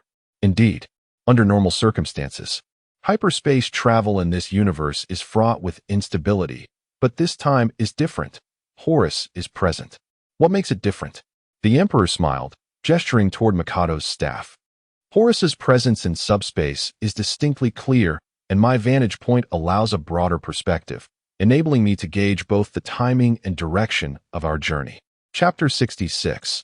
Vassalage. Upon hearing this, Mikado gazed at him with astonishment. Such a genius yet reckless idea could only belong to the Emperor. The Imperial Guard, who were listening, had nothing to say. After all, you are the Emperor, and your word is law. Prepare to activate the warp engine.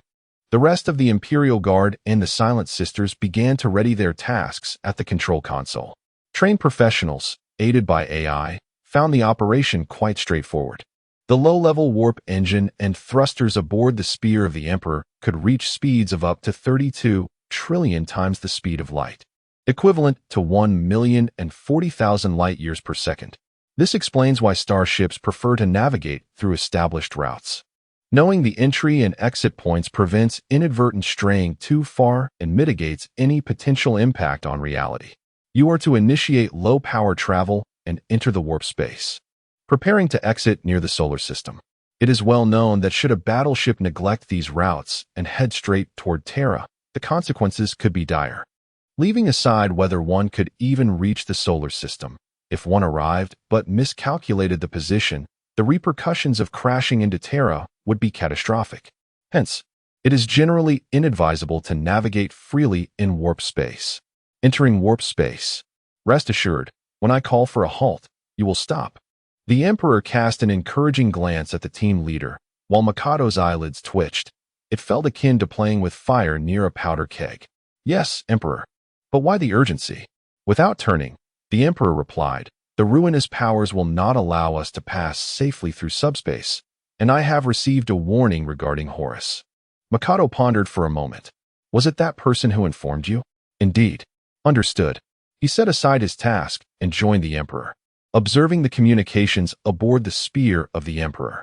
I will accompany you into subspace. At least you will have some assistance. Thank you. Mikado smiled and grasped his scepter. On the other side, 5 seconds to enter warp space. 4, 3, 2, 1. The Emperor and Mikado remained highly alert, focusing intently on the projection in subspace.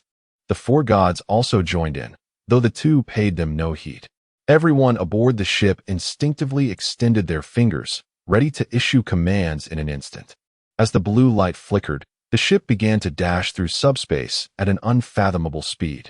Stop! With a sudden jolt, the ship came to a halt, exiting warp space. The four gods were left bewildered. What just zipped past? Where's Horus? The subspace projection was right there. In the blink of an eye, he vanished. Where is he? The Imperial Guard meticulously compared the star maps and soon discovered that there were no bright points around them. My lord, it seems we are beyond the Milky Way. I know. The Emperor sighed in exasperation. He had spoken up intentionally, yet the moment the Imperial Guard issued commands, the ship had already flown beyond the galaxy. Reduce power by 50%, reverse direction, and prepare for another jump. Yes. Thus, the four gods observed Horus flickering between the Milky Way and intergalactic space, leaving them utterly perplexed. What trickery is this? This was part of the plan. Although Korn claimed this, he was merely deceiving the other gods in his usual manner. I am the master of change, yet, dear children, I have never encountered such a situation.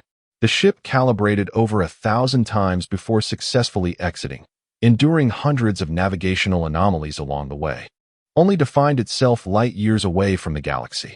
My lord, we have succeeded. The star map indicates we have reached the edge of the solar system. If we engage the thrusters at full speed, we can return in mere months. The Emperor and Mikado exhaled in relief. This journey had indeed been exhausting, as even searching for someone in the vicinity of the galaxy proved to be quite laborious. We cannot afford to do this again. Mikado nodded fervently. The accident rate was already alarmingly high without venturing into warp routes, let alone with them. During the ship's trial runs, the most severe and frequent issue encountered was jump anomalies. For instance, the ship might intend to navigate the route between the Sun and Alpha Centauri, only to emerge hundreds of light years away in an entirely different star system. This was fortunate, given the relatively short predetermined travel distance. Had it been longer, they could have ended up lost. Fortunately, the ruinous powers would not incessantly torment the Empire's vessels. Horus had been detected by the ruinous powers due to a hit from the blade of the unclean, while other entities returning would not face such convolutions. The entities required additional time for their return, and the Emperor wished to avoid dealing with numerous political matters. Thus he returned to the realm of the stars. The Emperor, propping himself up, exited his quarters to find Liu Ji and the leaders engaged in discussion. Your Majesty? Liu Ji exclaimed with delight and relief. You have finally returned. Yes, there has been no significant progress on that front. The entities are on their way back. Horus has been wounded, inflicted by the ruinous powers. Liu Ji pondered this for a moment, then realized. So this is the reason for the rebellion. The ruinous power seduction? It appears so. By the way, what are you all discussing? Present were Liu Ji, V, Geshaluan, Lao Ba, and Luo Ji, while others participated virtually. We are discussing Shaluan's matter. It is the Empire's first diplomatic endeavor. Diplomacy? The Emperor inquired, puzzled, as Liu Ji gestured for Geshaluan to elaborate. Sister God, it is as follows. Upon hearing this, the Emperor understood. So you are deliberating on how to engage with Earth on Shaluan's side? Liu Ji nodded. We need to determine our approach for engagement. I personally lean toward treating them as equals. The others concurred. Hui Feng spoke up to clarify, according to the rules of the previous universe, that Earth would be considered a fractured ethnicity, still incapable of faster-than-light travel. Yet, the chief and other leaders grant them equal standing out of emotional considerations. Then why discuss it further? Is it of any significance? Liu Ji nodded. This is merely one aspect. Shaluan's idea is for us to establish influence there.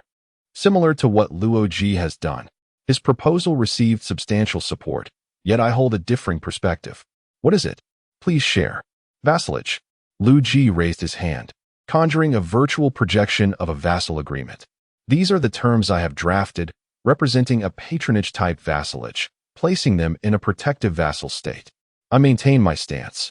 Rather than establishing a new power, it is wiser to select one to foster. The object of support need not be elaborated upon. All present are of Huaxia descent. As for the two night cities, the Americans, the mental Huaxia people are still Huaxia. Chapter 67. This provision left other leaders in a state of bemusement. It was referred to as a vassal clause, yet it imposed no restrictions on expansion. Tribute was unnecessary, independent diplomacy was permitted, and they could still receive assistance from their suzerain. One might as well call it a poverty alleviation agreement, and they would readily believe it. Chief, this might as well be given away for free. Liu Ji smiled at Old 8, saying, am I not merely indulging in the fantasy of being a suzerain? Furthermore, look at this clause.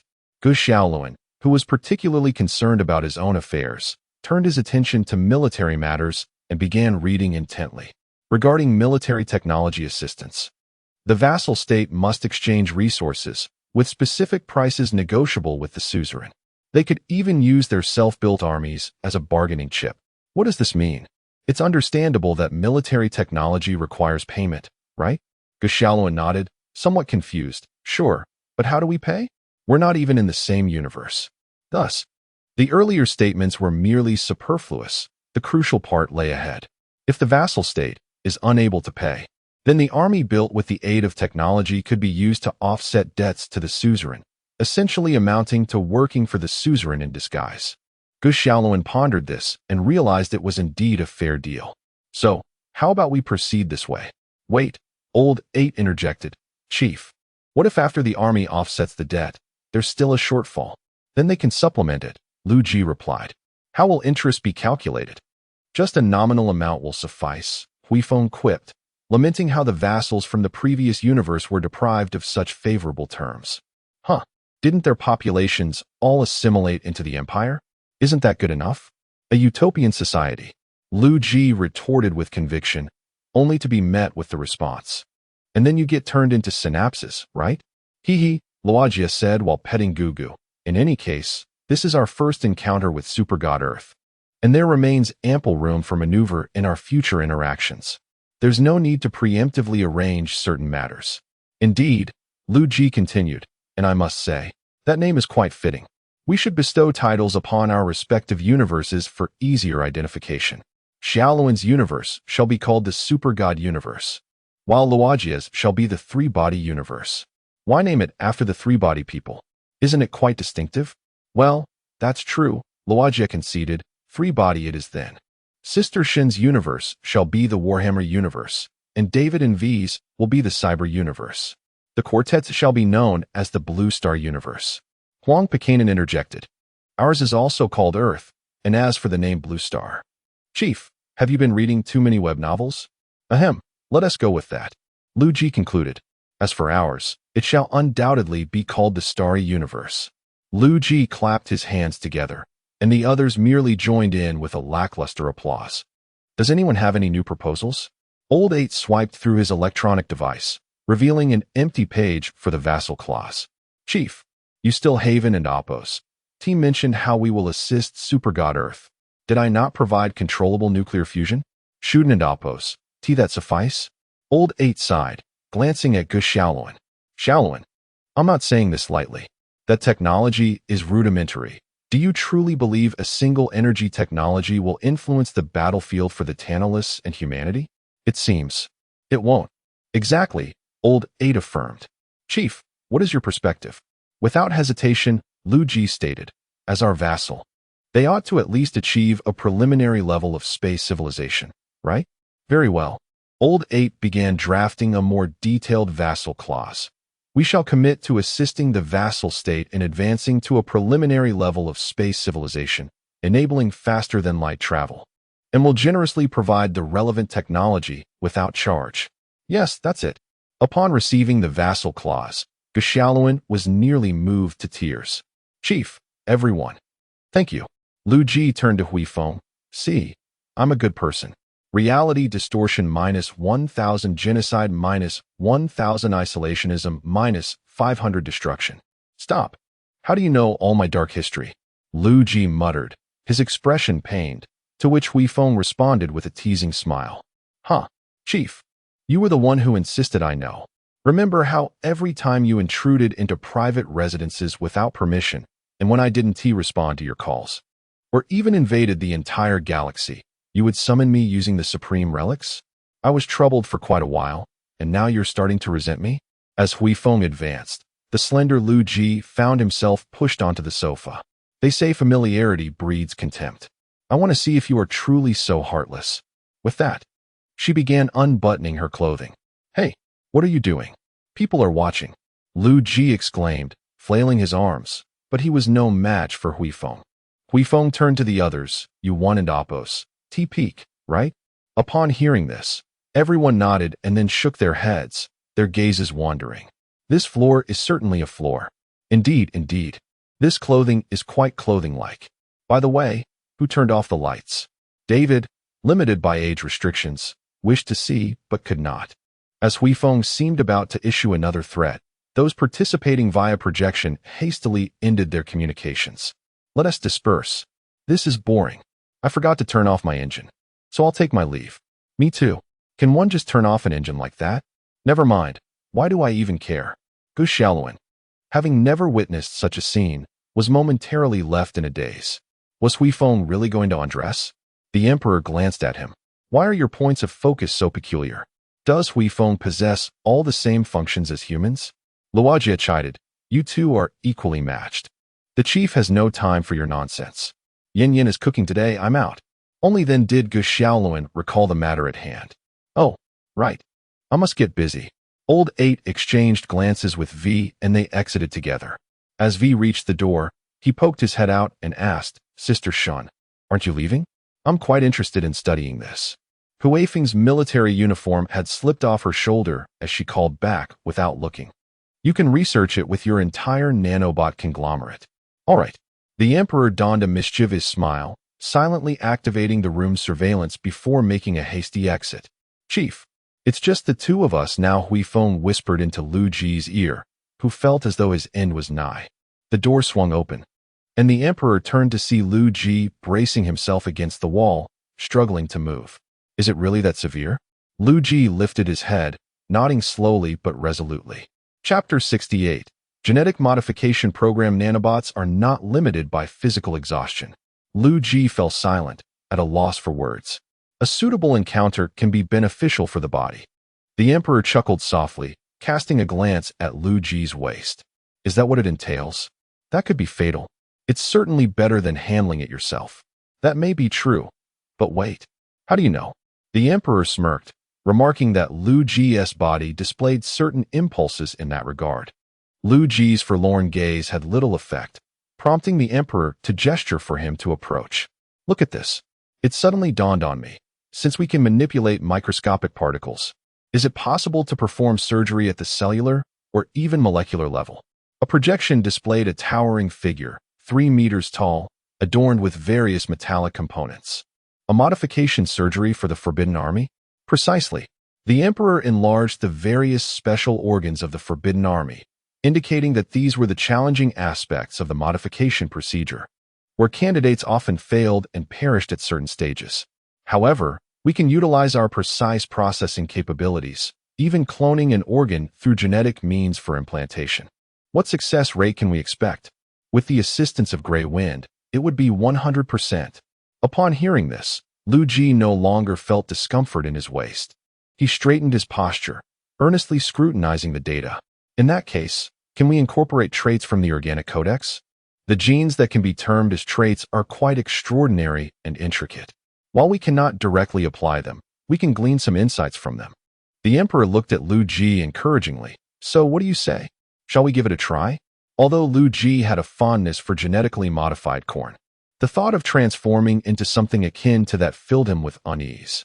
Not that I dislike it. I'm just worried I want to adapt, and besides, the architectural standards here certainly didn't take into account 3-meter-tall giants. What is the issue? You'd adapt quickly. Liu Ji pondered for a moment, then had a sudden idea. How about we modify this template, removing some less impactful modifications and instead adopting a portion of the trait modifications? The Emperor called up data to begin simulations.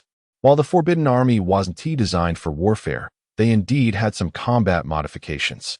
Considering your situation, those aren't necessary. It would be better to enhance physical attributes or develop the brain. Liu Ji nodded excitedly. Exactly. That is what I was thinking. The Emperor worked swiftly, removing some modifications. resulting in a slightly reduced but still formidable template. Which trait should we add?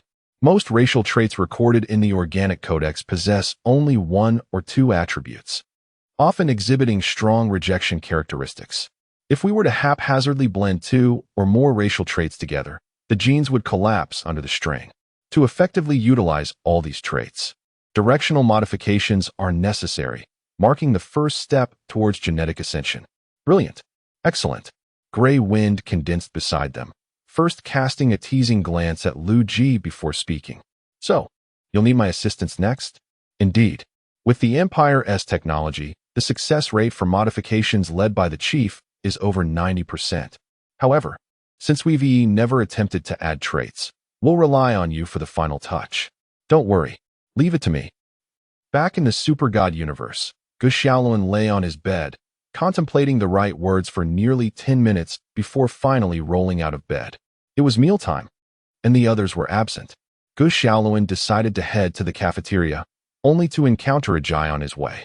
Hey Xiaoluan, you're finally back. Ajay? What is up? Ajay pulled out his phone. Just a moment, let me make a call. Commander, yes, Xiaoluan has returned all right. Understood. Gu Xiaoluan listened quietly, waiting for Ajay to end the call before speaking. Is it about the matter above? Indeed. The leaders wish to meet you. They've been waiting here for quite some time. Can you tell me who is here?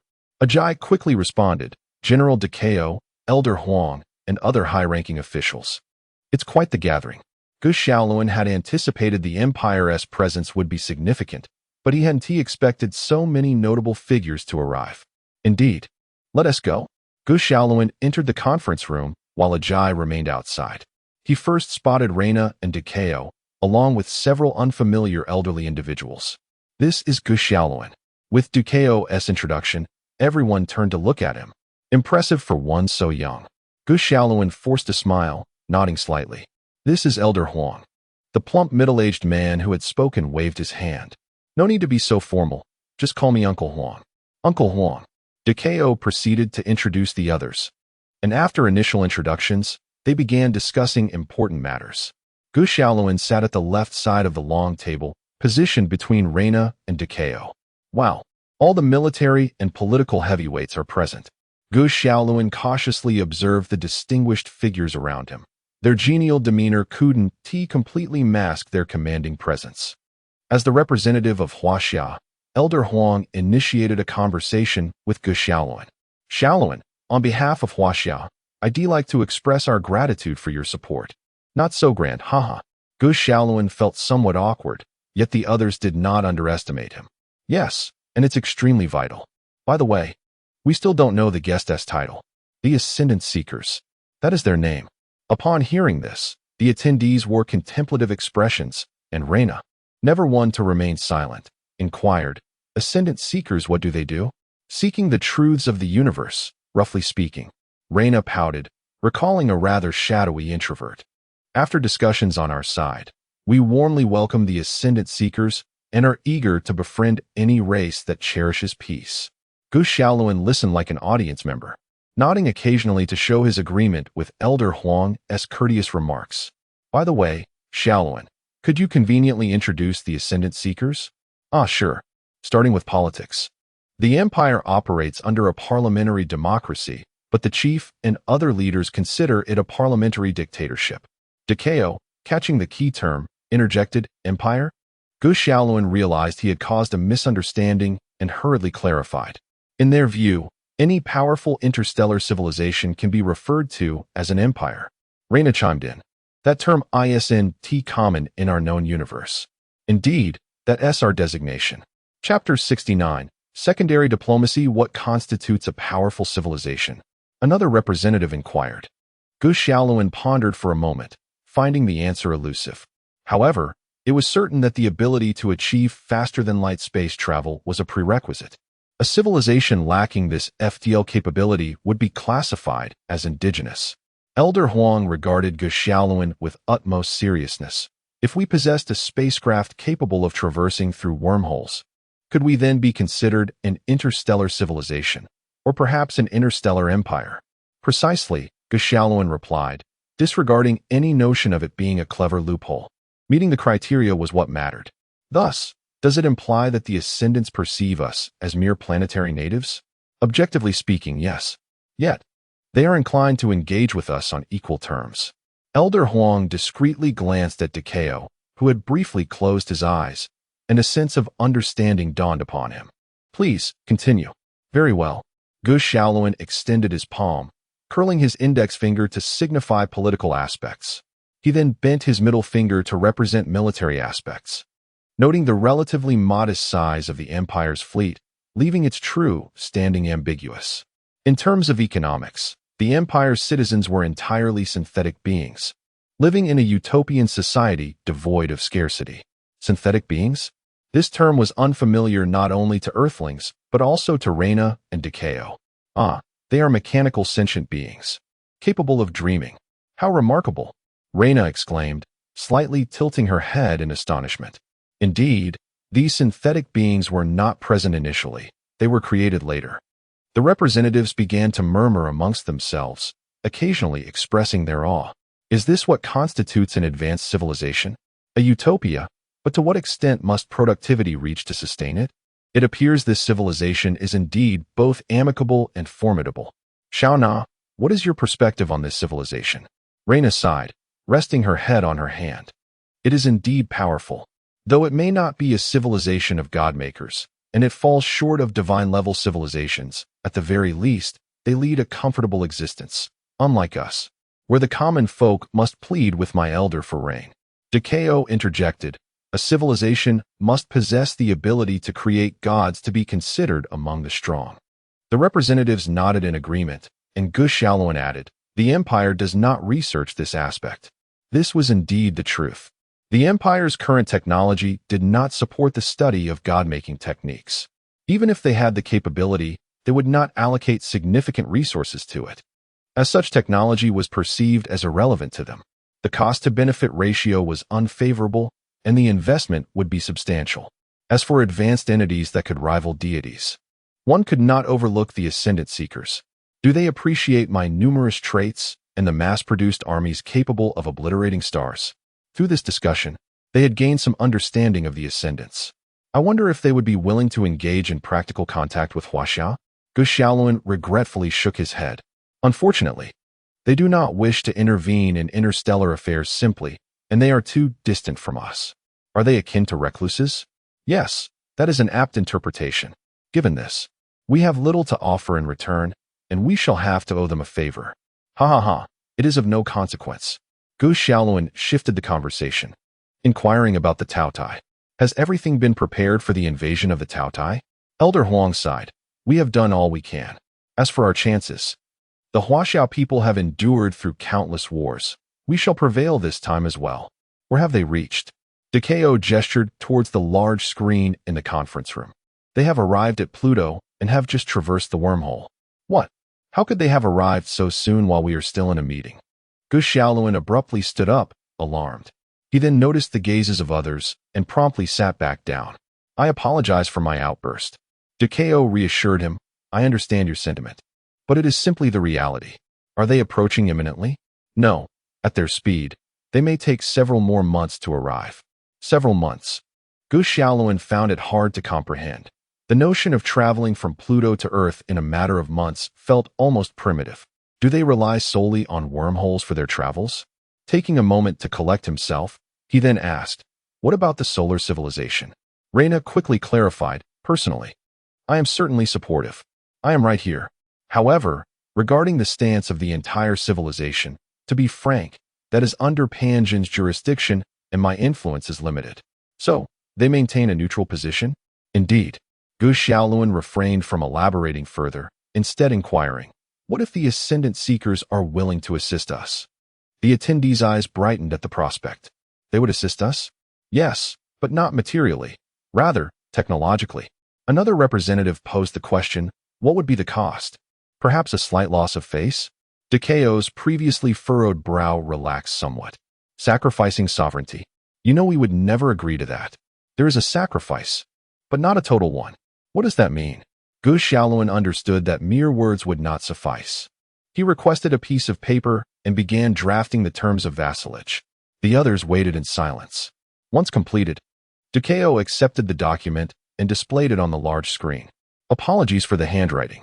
The others were unconcerned with such trivialities, engrossed in discussion as they examined the terms.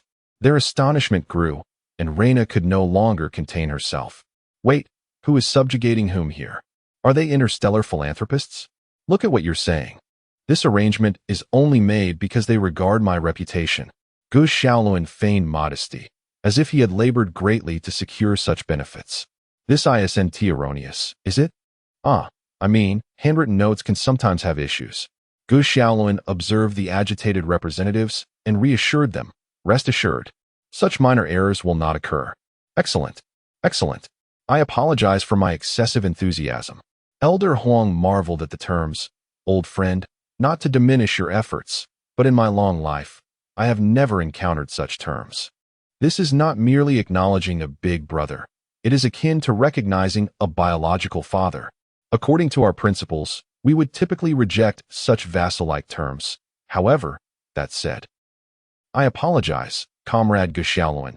This matter is critical, and we must convene a meeting to decide. I understand, but the Taotai are approaching swiftly, and I am caught in the middle, anxiously awaiting your decision.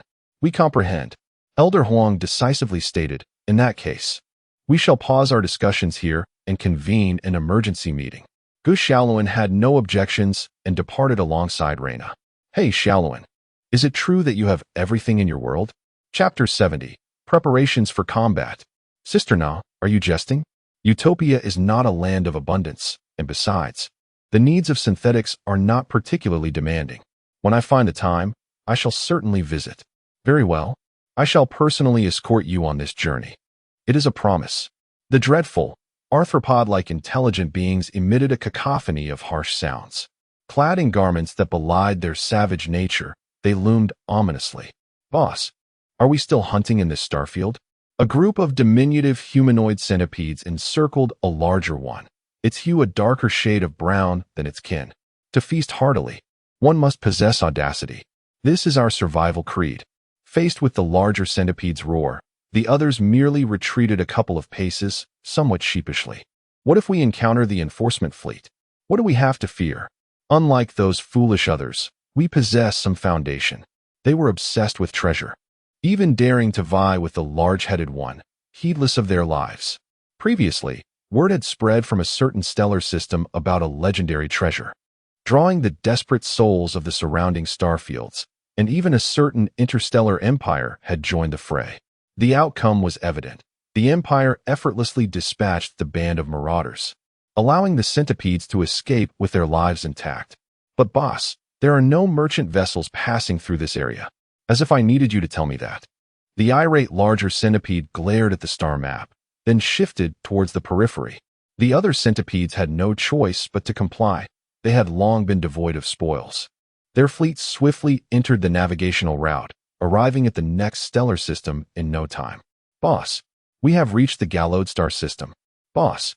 The larger centipede flung an object aside, exclaiming, "What are you shouting for? It's deafening. Boss, we have detected unnumbered vessels. It appears to be a formation." What? The larger centipede quickly crawled to the command area. Indeed, there were no identifying numbers, and the vessels appeared quite diminutive. They are civilian merchant ships. I know. Little ones. Full speed ahead. It's time to feast. The centipedes emitted excited clicks and busied themselves. Meanwhile, a warning blared. Unknown vessels detected. The battleship's artificial intelligence sounded the alarm, sending everyone's hearts racing. As the Minister of Defense, Hit Meow transmitted an information burst through hyperspace on behalf of the Empire. The parliamentary communication was established. This sudden encounter compelled everyone to abandon their tasks, casting their gazes towards the distant stars. Goodness. Meow. Aliens. I see them. The synthetics also readied themselves for action. Old Goo approached Hit Meow, having already instructed the research ship to retreat. Assume battle formation. Understood.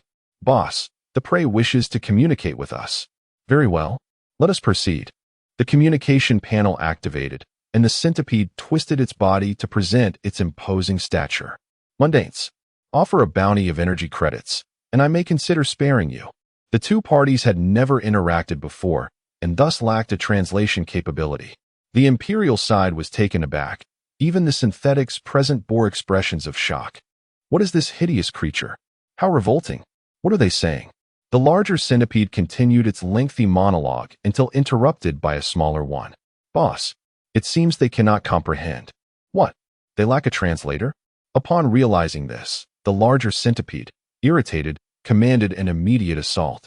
Grey Wind sensed the peril and swiftly engaged the communication. The chief and the divine sister are occupied. I am delegating authority to you. Be cautious.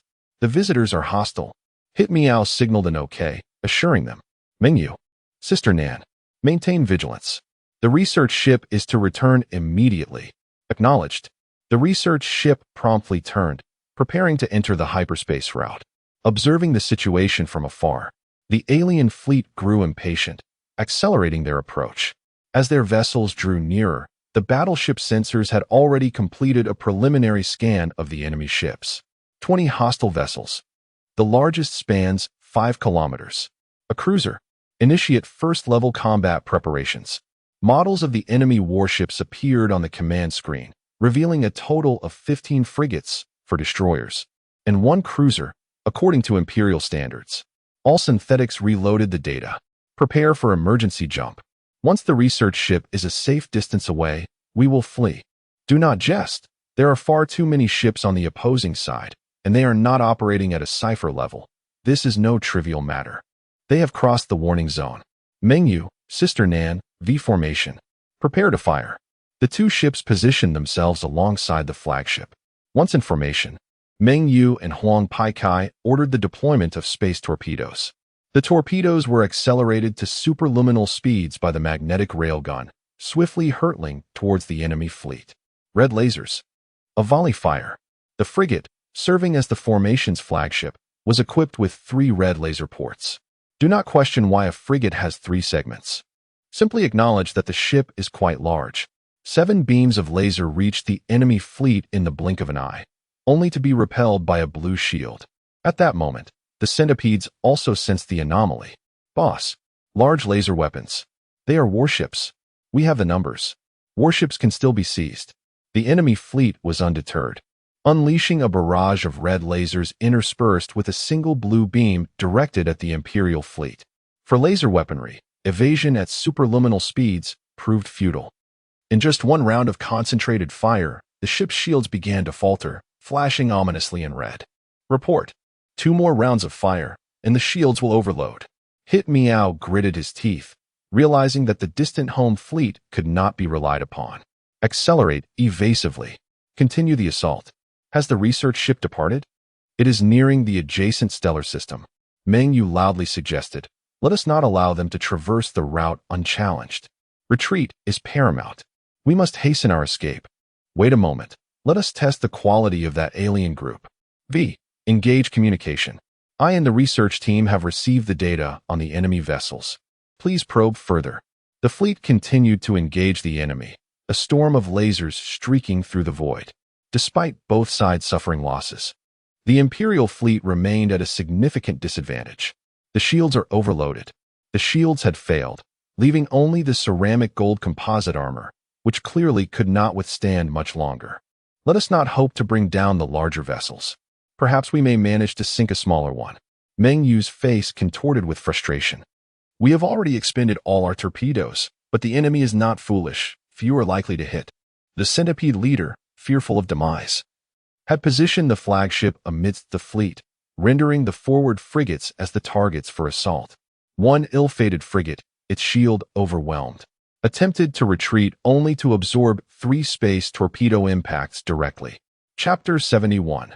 The best strategy is retreat. The space torpedoes struck the hull with devastating force, creating a gaping hole, and one even penetrated the energy sector, causing the frigate to erupt into a magnificent display of fireworks in the cosmos.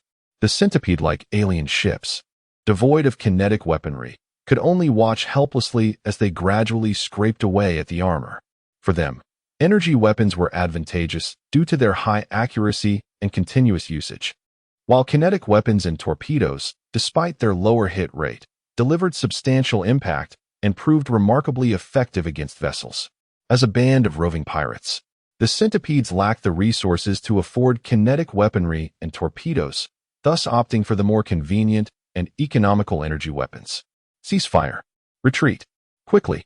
The ship initiated an emergency jump, plunging headlong into hyperspace in the direction of the Empire. The aliens were left dumbfounded. Their prey had been resisting fiercely just moments ago. Why the sudden flight? Hype Meow and his crew wished to continue the assault, yet their armor was in tatters. If they did not flee now, they might never have the chance again. Captain, they've made an emergency jump. The furious centipede could no longer contain its rage, twisting its upper body and sending one of its subordinates flying. Repair the ship. Continue moving in the original direction. But anger was futile. Neither the centipedes nor the Imperial ships had any notion of where they would end up, making pursuit impossible. The crew dared not venture too far and soon exited hyperspace. Old Goo, where have we ended up? Old Goo directed the other synthetics to establish communication links, quickly connecting to the Central Star Zone and the research vessel. Minister, we are fortunate. The emergency jump was a resounding success, and the Central Star Zone is within close proximity. And the research vessel? From the perspective of the capital, the research vessel was just behind them, merely 3 hyperspace routes away. Excellent. If we draw a large fan shape with the capital as the point, the area where we engage the aliens lies within the arc, and their current position is near the point. Hype Meow felt a wave of relief wash over him and proceeded to manage the fleet's condition. South Sister Old Ming, assess the damage to the warships and report back to the mainframe. Understood. And what about you two? My ship nearly had its energy sector obliterated. Meng Yu was infuriated, having cherished the vessel, only for it to be rendered inoperable by aliens. I'm also severely damaged. One of my red laser emitters is out of commission. I'm faring a bit better. Hype Meow's flagship lacked kinetic weaponry, so it had sustained minimal damage from the attacks. Since everyone can still sail, let's head back. What about the research vessel? V, you're in charge of the research department now. What do you propose? Me? Valerie was taken aback. Should we perhaps enhance the research vessel with some weaponry? Hype Meow looked at her helplessly. That's your call. I defer to your judgment. Old 8. After receiving the damage reports, send a message to the fleet. The dry dock is ready, and the materials have begun to be transported. Repairs can commence at any moment. Thank you. Then we shall set sail now. The damaged fleet reignited their engines and set course for the Central Star System. Vessel information identified. Welcome back to the Central Star System.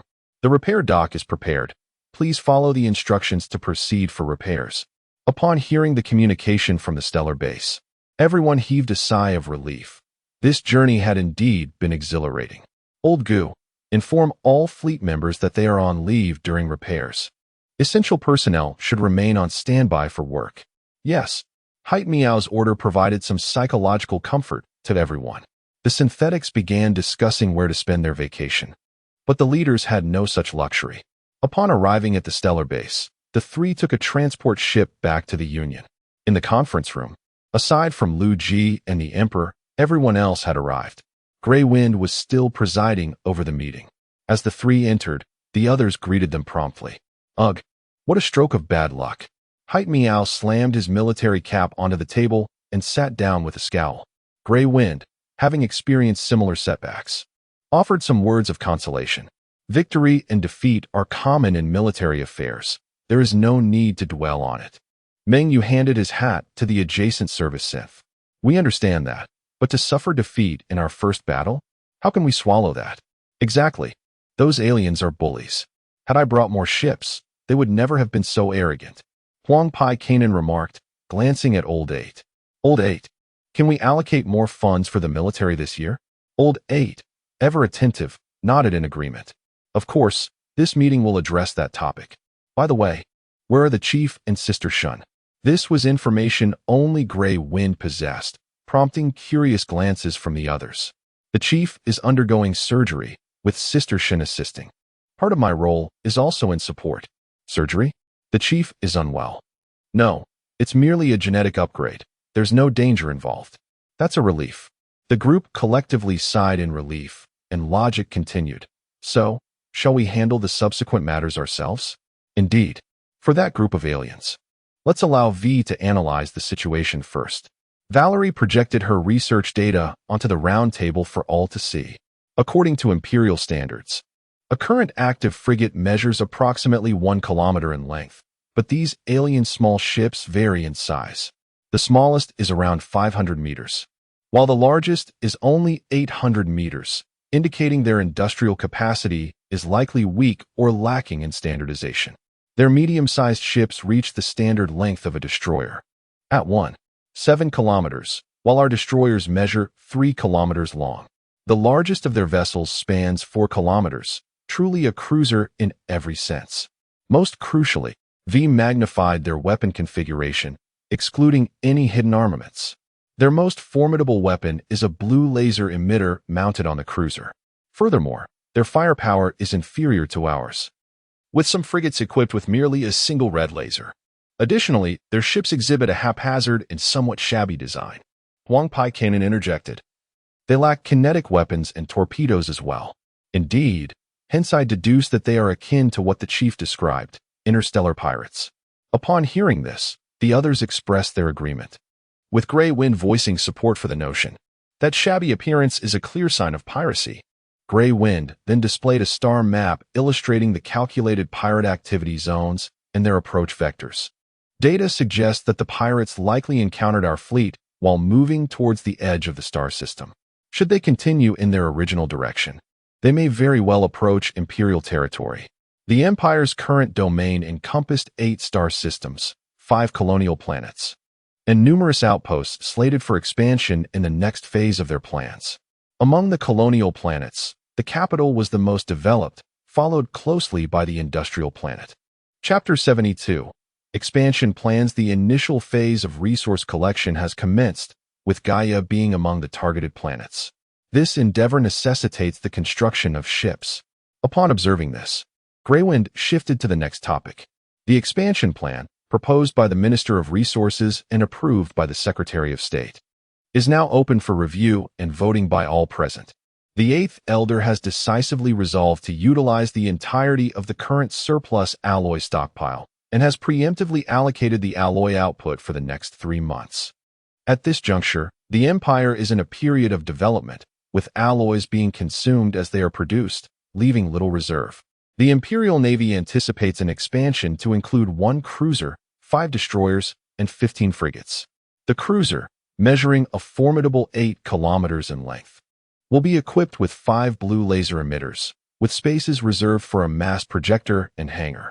V elaborated that a research team has proposed tactics for carrier operations, though the necessary technological validation will require additional time. Due to the lack of experience in cruiser construction, the building of this vessel will be the final arrangement, allowing some time for the hangar technology to be completed. Should it not be finished in a timely manner, the reserved spaces will be filled with alternative components. According to the Empire's standards for ship lengths, vessels measuring 1 kilometer or less are classified as frigates, those between 1 and 4 kilometers as destroyers, between 4 and 10 kilometers as cruisers, between 10 and 25 kilometers as battleships, and those exceeding 25 kilometers as titans. Support. It is imperative to support this initiative. True brothers shall cast their votes in favor. The 3 beamed with enthusiasm, while others, caught between laughter and exasperation, also voted in support. With unanimous approval, the discussion turned to the handling of the alien threat. Minister of Defense, what are your thoughts? Let us pursue and eliminate them post-haste, exclaimed Himiao. We should leave some alive to better understand the galactic situation. Agreed. Support. As Secretary of State, Logic was responsible for external affairs. The existence of such a formidable band of pirates indicates that intelligent life in the cosmos is undoubtedly abundant. We must prepare ourselves in advance. I advocate for establishing preliminary friendly contacts with extraterrestrial civilizations. We shall not strike first, yet we shall not be subjugated. This aligns with the policy previously set forth by Liu Ji, and no objections were raised. With no further decisions requiring a vote, the leaders took the opportunity to engage in casual conversation. David, how is the research on the anomalous border planet progressing?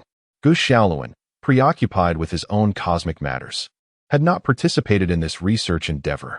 Preliminary work has commenced. It appears there is an alien structure there, and the research team is attempting to gain entry. All right, I leave it in your capable hands.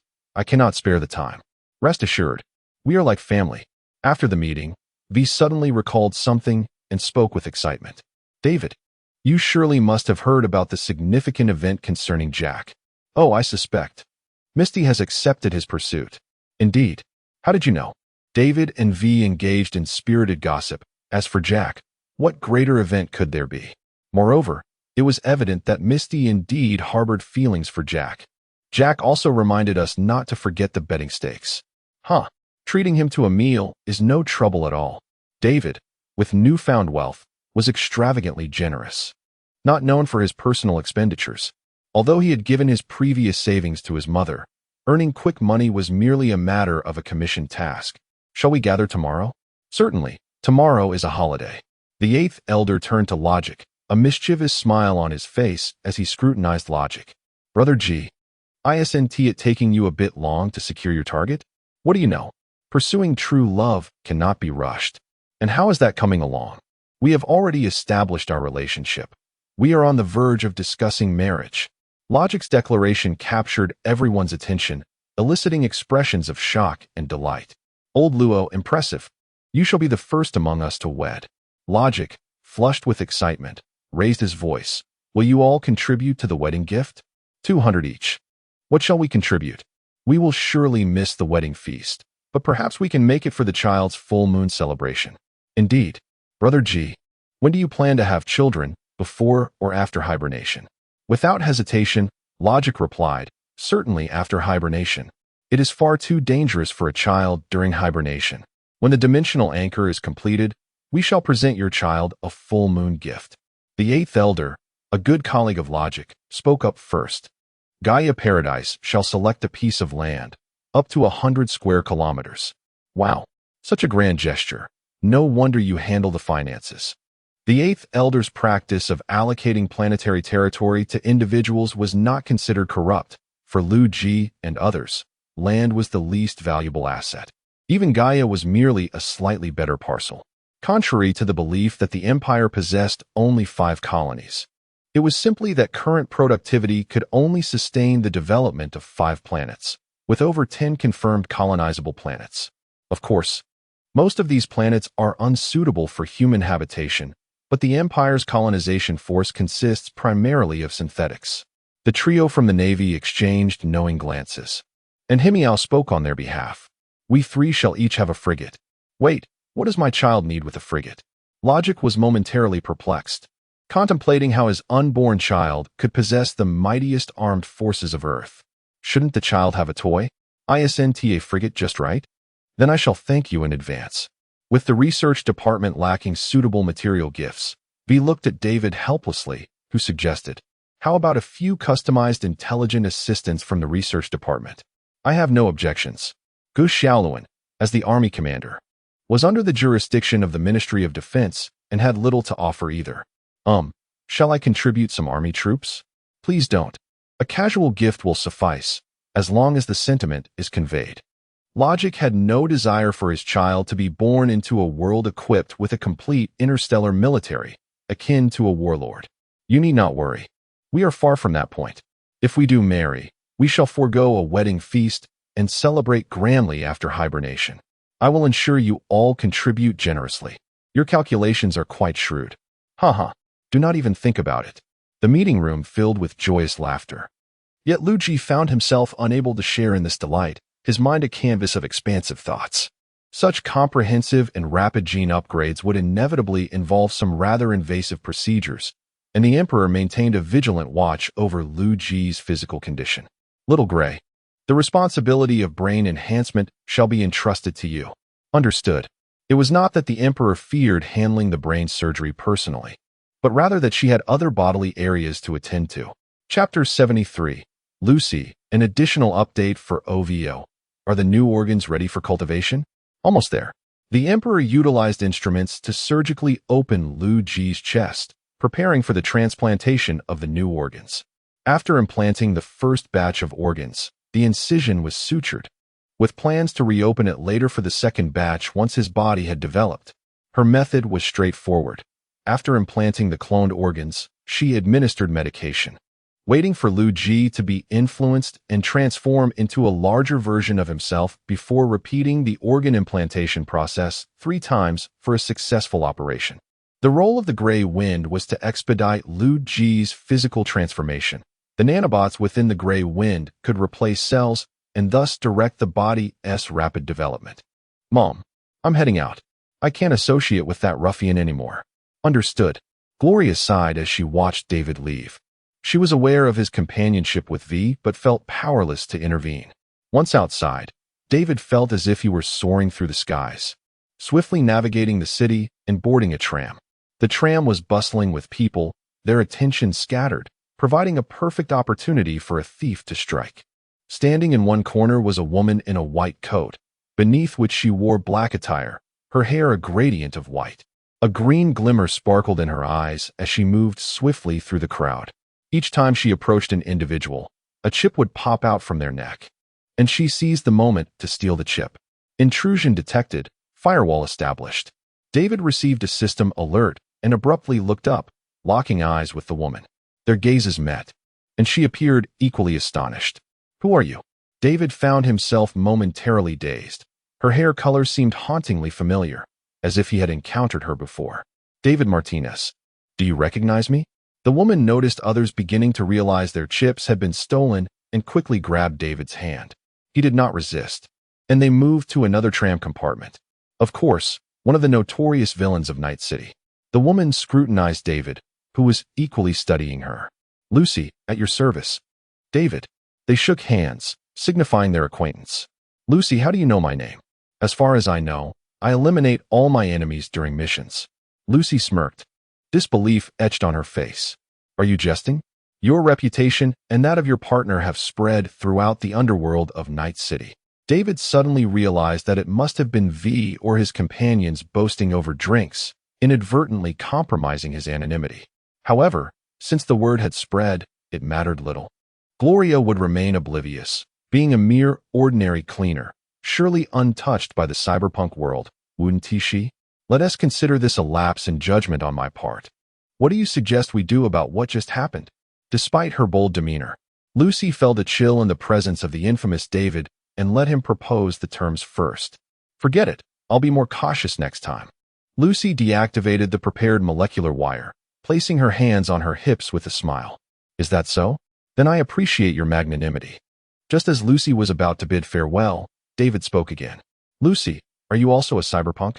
Lucy then scrutinized David's eyes closely.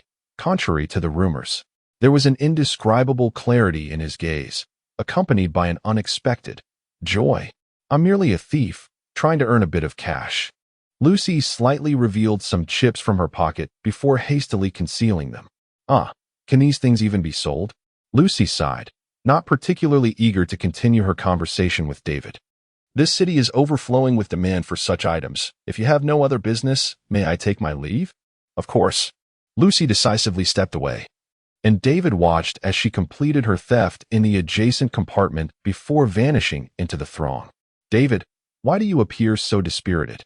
V draped an arm around David's shoulder, bringing him back to the present. This is the 3rd time you've zoned out today. I haven't slipped any cocktails into your drink, have I? David felt uncomfortable being squeezed by V and contemplated pushing her away, but found no suitable opportunity. I'm fine. He turned his head to the side, watching Jack boast while holding a drink. Let me share the secrets to wooing women. Misty sat beside him, gazing at him affectionately. Once the gathering concluded, David called a Delamain for V and accompanied Jack to Misty's fortune-telling shop. Brother, Misty's predictions are remarkably accurate. Jack rambled on about Misty's abilities, clearly intoxicated. Jack, you've had enough to drink. Kindly remain quiet. All right, darling, I'll do as you say. Misty and David exchanged resigned smiles. Don't mind him. I've grown accustomed to it over time. Misty produced a deck of tarot cards, recalling that David had never expressed interest in such things before. What do you wish to know? Perhaps my future development. David thought of his friends, the stars, and the girl he had seen that morning. He was uncertain about what he truly wished to discover. Shall I draw 3 cards? Misty smiled, since you've mentioned it. Let us draw 3 cards. She arranged the cards and said, now, listen to your heart and draw 3 cards. David casually selected a card and flipped it before Misty could speak. Upright, the world. Misty appeared pleasantly surprised. Seems you've been doing well lately. The upright world signifies a joy stemming from within, denoting enduring success and symbolizing the establishment of a permanent and prosperous new era. The second card, upright, was the magician. Quite impressive. It appears you are on the verge of great achievements, David. It represents the commencement of endeavors, transformative actions, skilled techniques, and the realization of one's will to dominate the world. The third card, upright, was the sun. When upright, this card signifies assistance from benefactors in your career, heralding better developmental opportunities. In terms of relationships, it signals new and positive developments. David picked up the 3 cards and inquired, Misty, what do you think of these 3 cards? Remarkably good. Misty struggled to articulate her thoughts. The card suggested an overwhelming fortune. Thank you for your kind words, Misty. It's getting late. I must take my leave. Until we meet again. Westbrook, Japan Street, Turbocharged Bar. This was a favored haunt of the Ronin squad, where they often gathered to drink and converse. Lost in thought, a woman clad in a red trench coat handed Lucy a bottle of liquor, her lower face replaced by a prosthetic resembling a mask. Thank you, Chiwei. Lucy turned her gaze to her mentor and friend, Chiwei. Chiwei, are you familiar with the demons of Night City? Chapter 74. The Shielded Room of Wisdom, the City of Night's Demons? Of course, I am aware. You might not believe it, but I encountered one today. Oh, really? Do share with everyone. A lanky man sporting a flamboyant hairstyle approached, his demeanor rather unsavory. Indeed. Enlighten us. Are the demons not depicted as having 3 heads and 6 arms? The burly man nearby burst into laughter, drawing the attention of others. A green-haired little girl with twin ponytails leaped onto the back of the flamboyant man, exclaiming, You fool! How could such beings possibly exist? I find what Pilar said quite reasonable. After all, no one has ever seen one in the flesh. Ha! Pilar attempted to sidle up to the cat-faced girl, but upon catching her eye, she was met with a jolt from her own cybernetic enhancement. Sasha, we ought to teach this pervert a lesson. Rebecca, whose side are you on? Little Rebecca made a face at Pilar before settling beside Sasha. It's not as terrifying as you all claim. Lucy recalled the child. Had she not seen David's message and experienced the swift interception herself, she might have never guessed that the person in front of her was the renowned David Martinez. So, who did you meet? David Martinez or V? David Martinez. That terrifying muscle-bound man. Dorio, you could never fathom his true identity. Dorio, a slightly stocky blonde woman, interjected. If you tell me, I will know. Noticing Lucy's silence, Dorio persisted. Come on, man is treating you to drinks. The robust man appeared somewhat resigned. Yet he would not dampen his wife's enthusiasm. He was quite young, perhaps around 16 or 17, and looked a bit frail. He also seemed rather familiar. What? No way. The group expressed their astonishment. The discrepancy from the tales was simply too great. This astonishing contrast in narratives might just earn them a round of drinks elsewhere. Trisolaris Universe Yin Yin. Today I shall take you to a special place. Early in the morning, Luogia mysteriously urged Zhuang Yin to prepare for a surprise. They first traveled by car, then by plane, making a considerable detour before arriving at the headquarters of Ascension Technology in Huaxia. Zhang Beihai personally welcomed them, as Luogia wished to keep the news of the Navigator's romantic involvement from circulating. My dear, what is this surprise? Luogia and Zhuang Yin donned heavy protective suits and entered a room. Zhang Beihai closed the thick door, allowing Luogia to take a deep breath. Solemnly locking eyes with Zhuang Yin. Yin Yin, I wish to introduce you to a few individuals. Who? Our extraterrestrial friends. Extraterrestrial friends? Yes. The ones who evaluated your artwork. Zhuang Yin gasped, covering her mouth in astonishment, though her hands merely rested on her visor. Darling, you mean the art diplomacy was for aliens? Not merely aliens. They are beings from other dimensions. Zhuang Yin, though surprised, held no doubt towards Luogia's words, unaware of their profound implications for humanity and the Trisolarans. They hail from various dimensions and gathered in the cosmic cluster at the invitation of the Empire's chief spokesperson. We have walked upon mountain summits and sailed the starry seas. We forged cities from steel and harnessed the stars as our energy source. We knew nothing, yet we possessed everything. Zhuang Yin grasped Luojia's hand, her eyes brimming with anticipation. This sounds utterly romantic. Yin Yin, would you join me in traversing the boundless starry sea? I would be delighted. Luojia and Zhuang Yin engaged in extensive discussions, first introducing the leaders, then sharing fascinating tales. Zhuang Yin laughed heartily at amusing stories and pondered thoughtfully over profound questions. She was a splendid listener. 2 hours of intimate conversation could hardly encapsulate over 2 years of experiences, but the hibernation was not of utmost concern. There would be ample time ahead. Luojia continued to meet with Zhang Beihai and Sai. Navigator, Zhang Beihai and Sai exchanged knowing glances. They understood that Luojia was about to reveal critical truths. Are you both prepared to embark upon a journey into the cosmos? Luojia's gaze was profound, drawing them into a contemplative state. Once they nodded and sat upright, Luojia positioned himself at the table, pressing his hands against its surface. Ascension technology is the enterprise of the Ascension Seekers. The two exchanged puzzled looks before their expressions shifted, realization dawning upon them. Navigator, what sort of extraterrestrials are the Ascension Seekers? They are not aliens. They are humans from other dimensions, akin to parallel universes. This. Sai glanced at Zhang Beihai, then back at Luojia. Navigator, we trust your judgment. You may decide how much information to divulge. Luojia waved his hand dismissively. Fear not. I shall provide you with reassurance. I, Luojia, am the Imperial Secretary of State. Now they comprehended. Albeit uncertain about the nature of this empire or Luojia's connection to it, the Navigator had his own considerations. Moreover, the rank of Secretary of State indicated he was among the highest echelons of governance, essentially leading 2 human worlds. Since we are all family, there is little need for exhaustive inquiries. After the final confrontation with the Trisolarans, we shall inevitably commence our interactions. This information must remain confidential. You may inform the heads of state in the Earth Alliance, but the Trisolarans must never learn of it. Understood.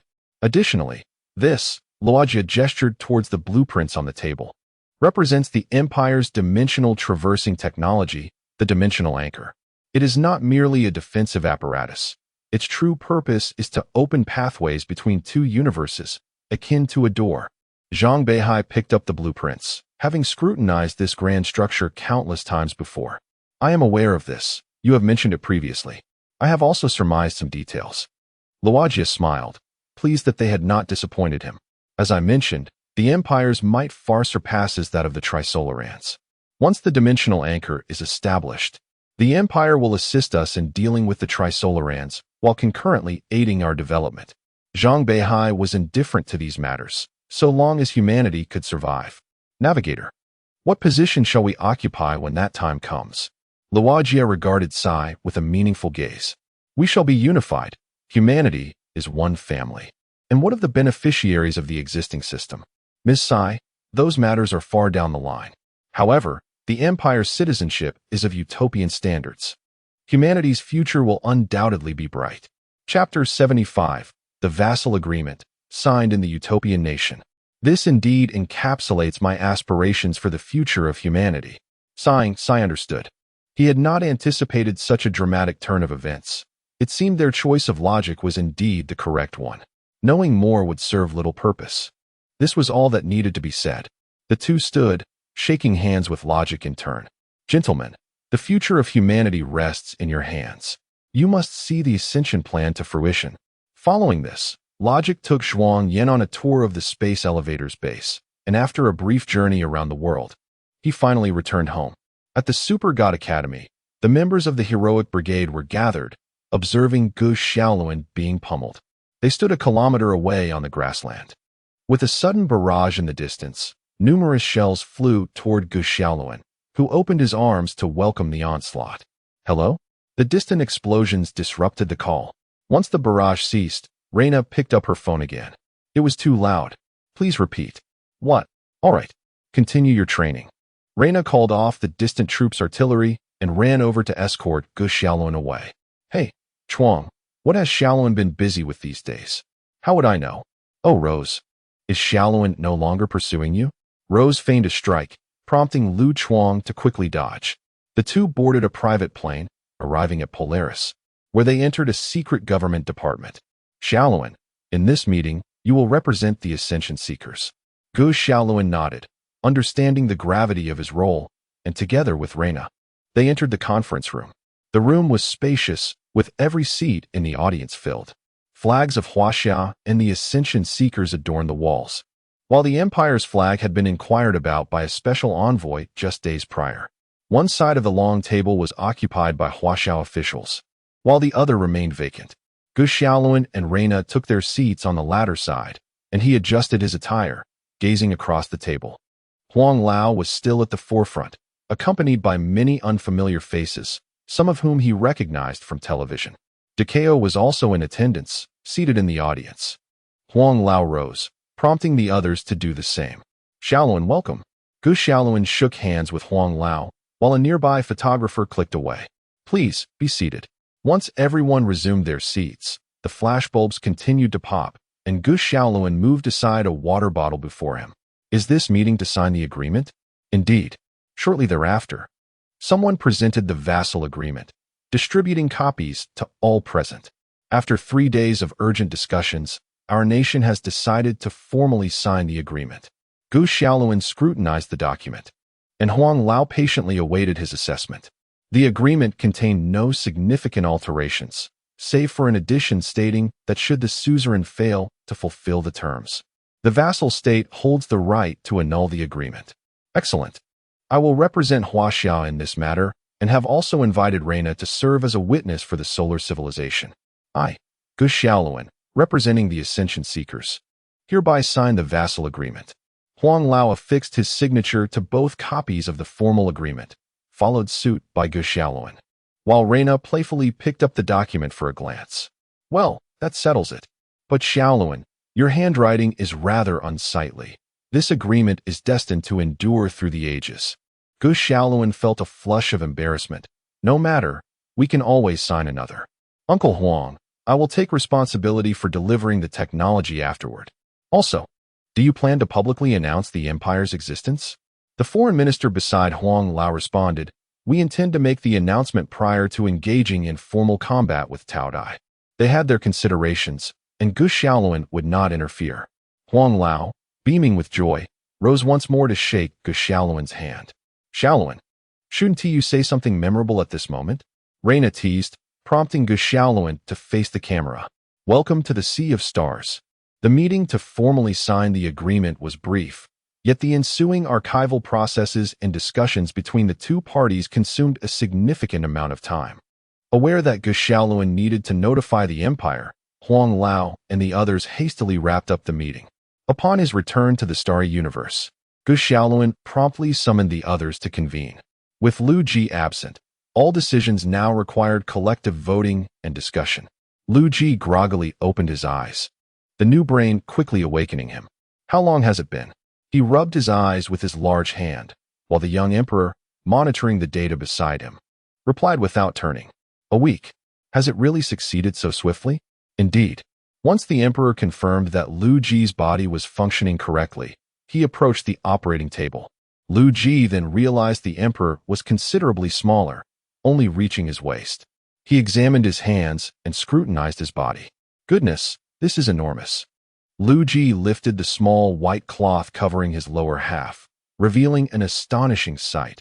His destroyer had transformed into a cruiser. Meanwhile, on the other side, Grey Wind, clad in a white coat, mischievously sat on Liu Ji's lap.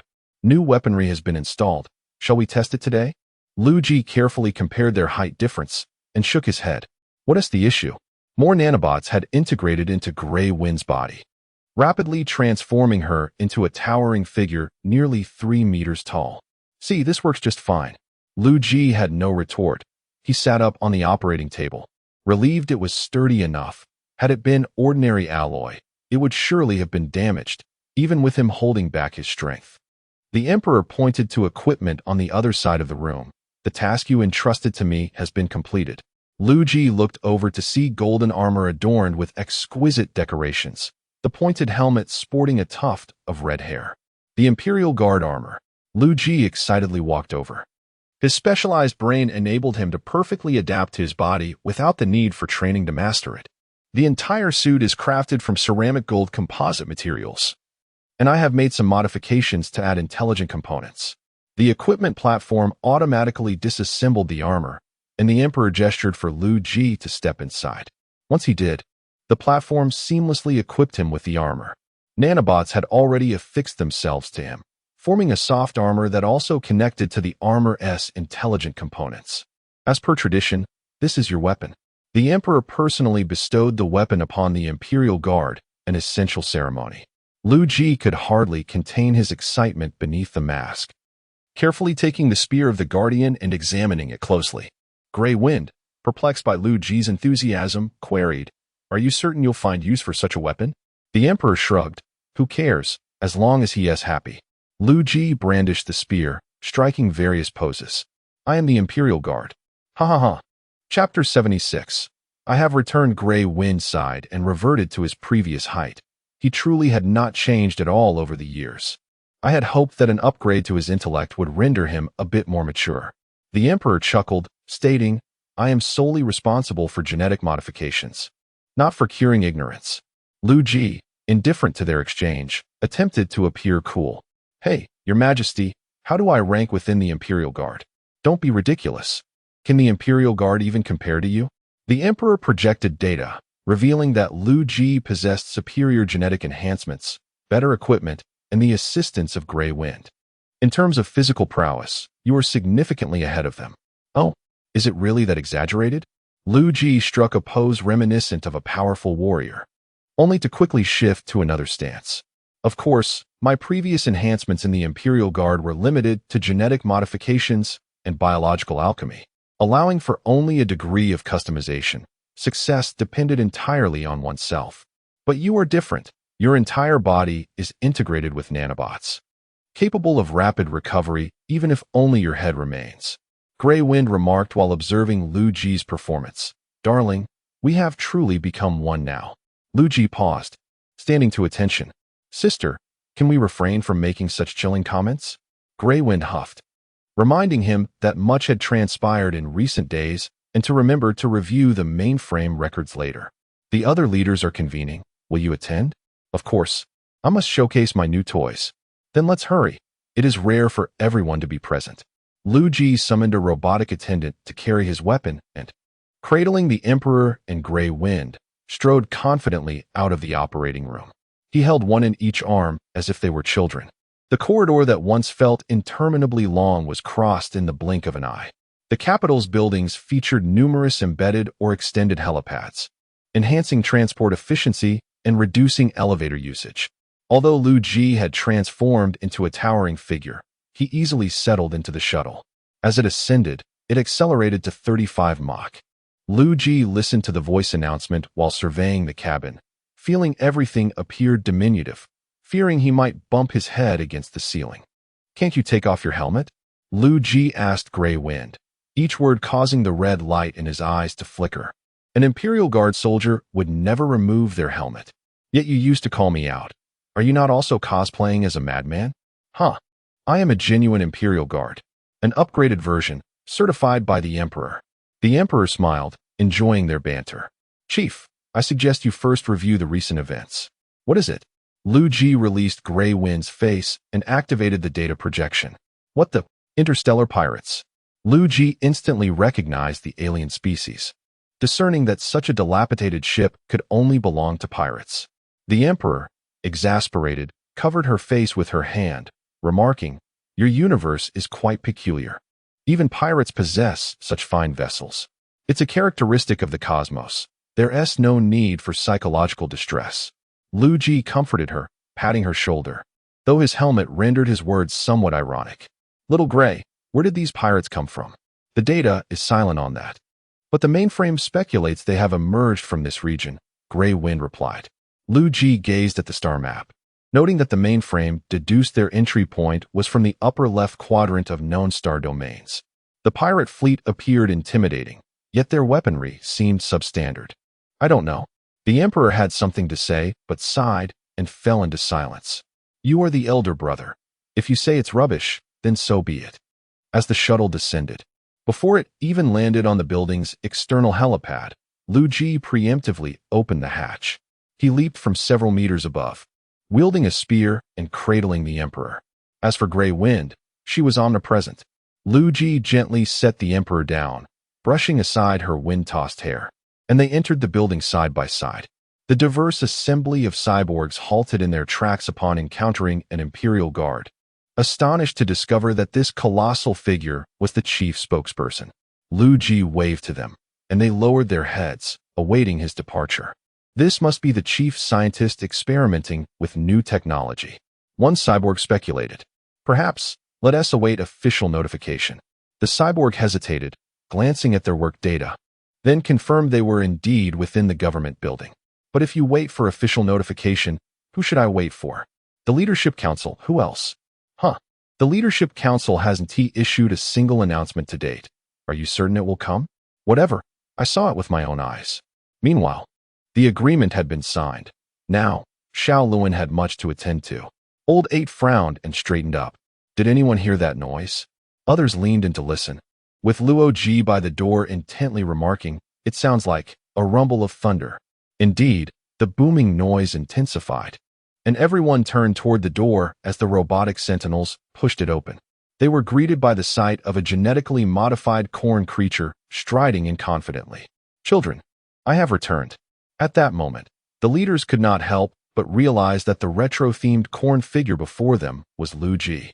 The Emperor, undeterred by the gazes of others, calmly took a seat. Chief, what have you done? Liu Ji removed his helmet, revealing a face that others could easily recognize, albeit now more rugged. Am I not handsome? Seeing the stunned expressions, Liu Ji feigned a profound demeanor. I am the embodiment of wrath, the claw of the Emperor, the golden corn. Do you sense the overwhelming presence akin to a lion? Meng wiped drool from the corner of his mouth, exclaiming, "Ah, shelter from the wind and sand." Old 8 leaned closer to the Emperor, whispering, "Sister, did the operation go awry?" The Emperor nodded. Alas, the chief's surgery failed. His intelligence may have diminished. Gu Shaolun rushed to Liu Ji's side, exclaiming, "Wow, Chief, how did you attain such an absurd physique?" "Of course, I am now larger, stronger, and more whack." The Emperor pointed at Liu Ji, addressing the others. What did I say? While the leaders spoke without restraint, their bodies betrayed them. Drawing closer to Liu Ji, I thought the chief was undergoing a body modification procedure. I never anticipated he would become an entirely different person. V stroked the armor in amazement. Chapter 77. The affairs of Duke Huan of Qi. Liu Ji sensed something amiss. As he lifted his spear, he noticed Hit Meow clutching it. "Brother, I wish to touch your great weapon," he jested. Liu Ji released his grip, and the fallen spear nearly crushed Hit Meow. "Perhaps the Emperor can create another for you," he suggested, but the Emperor promptly declined, stating, "The database contains all necessary data. You may craft it yourself at the factory. Do not involve me." Mengyu had somehow appeared behind Liu Ji and suddenly felt that the sand was quite nice. Indeed, this suit of armor appeared to be of European, medieval design. Although it contrasted significantly with the Empire's aesthetic, it undeniably exuded a sense of grandeur. Liu Ji then struck the armor, inquiring, "Is this porcelain gold?" "Indeed, the armor has been dyed golden," Liu Ji affirmed, raising his arms. "Bigger is better. Gold is magnificent. Sister Shun truly has a penchant for gold." "Sister Shun, can we perform surgery?" Liu Ji asked. The Emperor shook his head, replying, "No. We cannot alter genes recklessly until I thoroughly understand cloning technology." Huang Pai Kanan sighed, resigning himself to gazing enviously at Liu Ji. "Do not be so disheartened. The revamped Imperial Guard armor can accommodate additional features, allowing you to wear it too." "All right, enough of this crowding around me. It makes me feel like a forgotten orphan," Liu Ji declared. Everything around him seemed minuscule. He chose to sit on the ground, prompting everyone to return to their seats. "I observed the situation with the pirates. You handled it well. Let us proceed according to the voting results. As for the vassal matter, Liu Ji glanced at Xiaoluan, who projected the vassal agreement image. After examining it closely, Liu Ji chuckled and shook his head. "Oh, you fool." Xiaoluan did not grasp his meaning at first, but eventually remarked, "Now we are nominally a vassal of the Empire, yet due to the lack of direct contact, we remain unfamiliar with one another.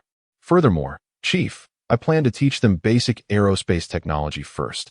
Is there a need to include civilian technology? If you wish to provide it, then do so," Liu Ji replied, swiftly drafting a virtual list. A new brain truly is efficient.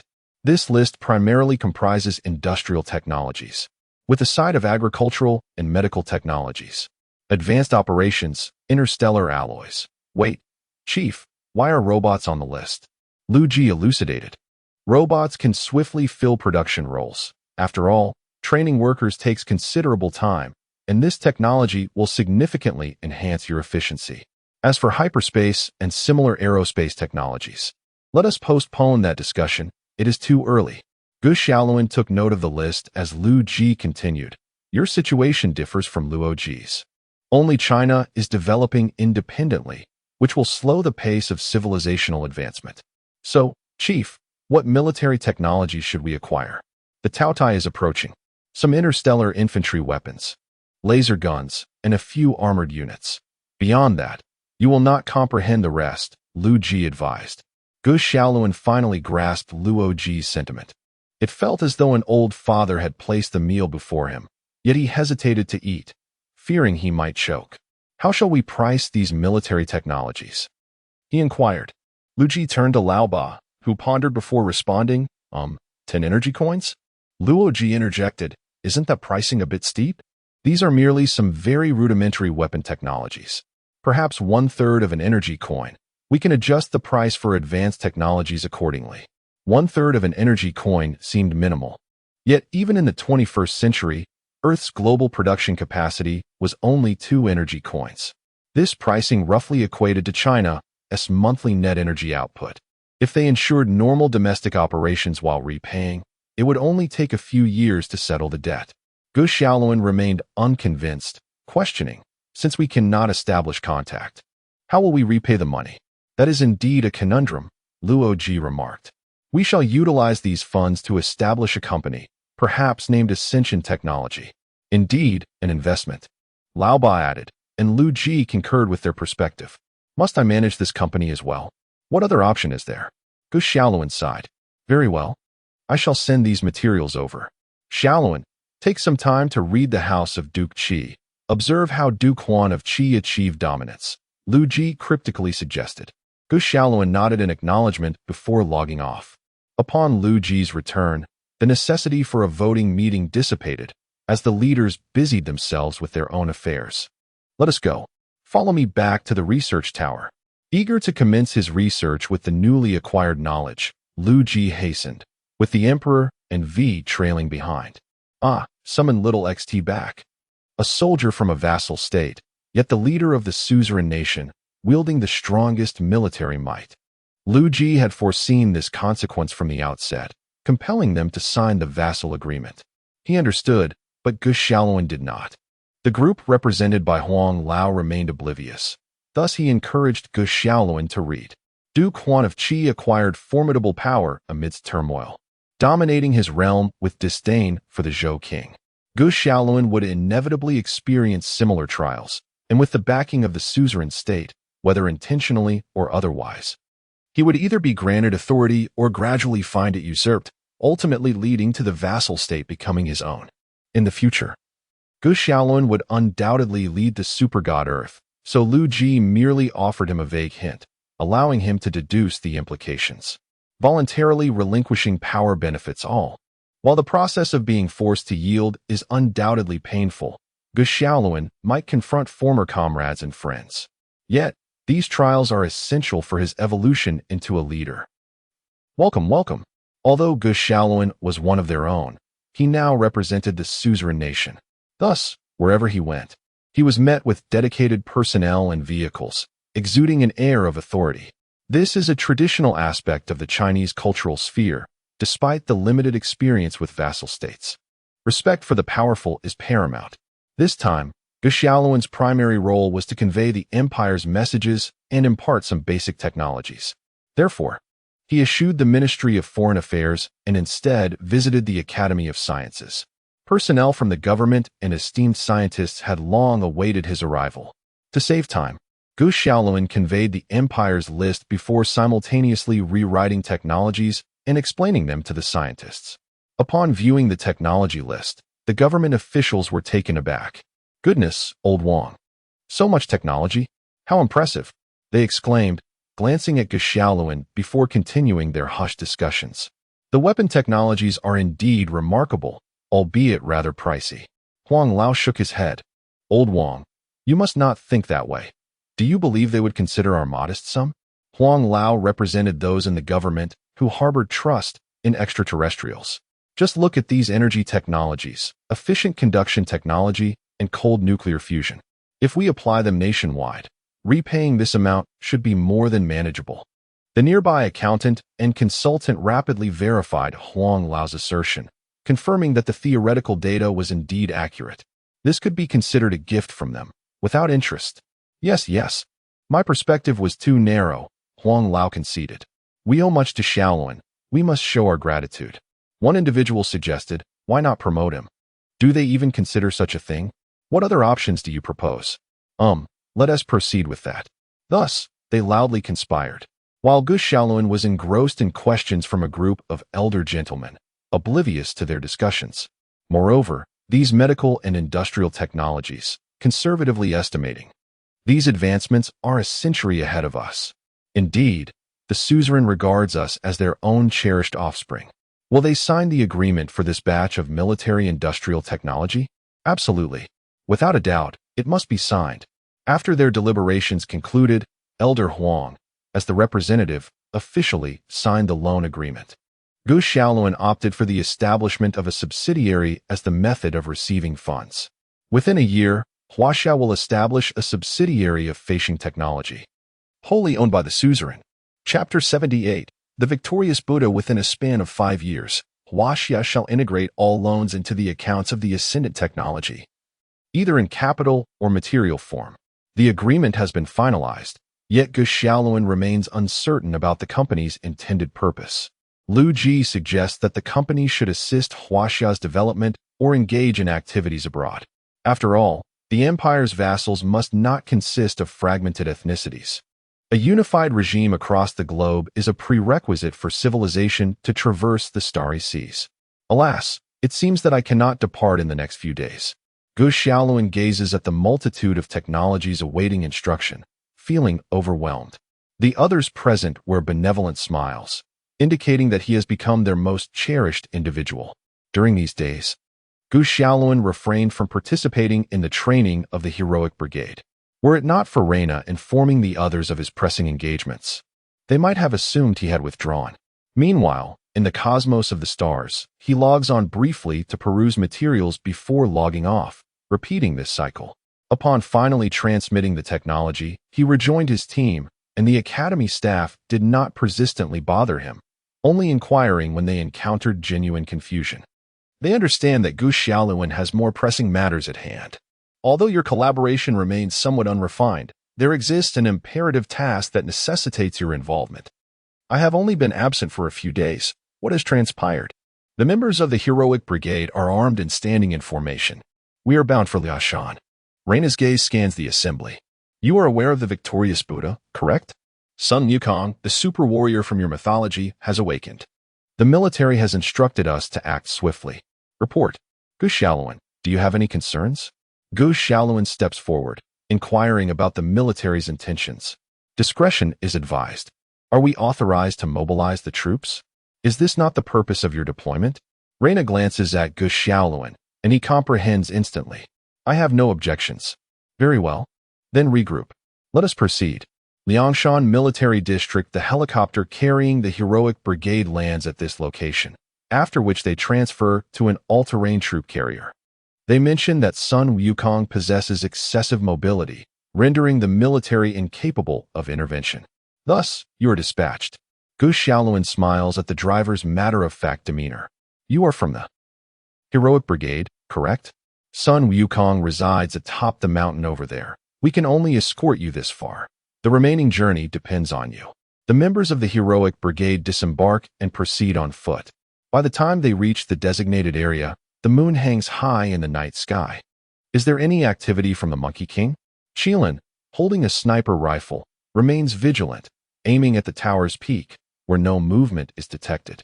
Rose, walking ahead, explains, "We are clad in dark alloy armor, rendering us undetectable by Sun Wukong. But isn't he endowed with the ability of keen sight? The fiery eyes, also known as the dark energy analyzer, are ineffective." Gu Xiaolun inquires, "What about the 72 transformations?" Sun Wukong is a genetically engineered warrior of the Divine River, and Reina's data indicates he lacks such abilities. On the other side, within the conference room of the Super Divine Academy, the dimly lit room is illuminated solely by the light from the long table. "Little girl, am I intruding?" Yin sits at one end of the table, flanked by two angels, while Reina occupies the opposite seat. "Not at all, you old witch." Yin chuckles lightly. "If that group of little brats cannot even handle a monkey, wouldn't your plan falter? What are you insinuating?" The Earth has suddenly come under the scrutiny of various cosmic powers. First, your Liang, then the underworld's Tao Tai, followed by the nefarious demons, and that Ascendant Seeker. Angels possess the capability to scan the entirety of Earth's data. Reina is not surprised that the angels are aware of the Ascendant Seekers' existence.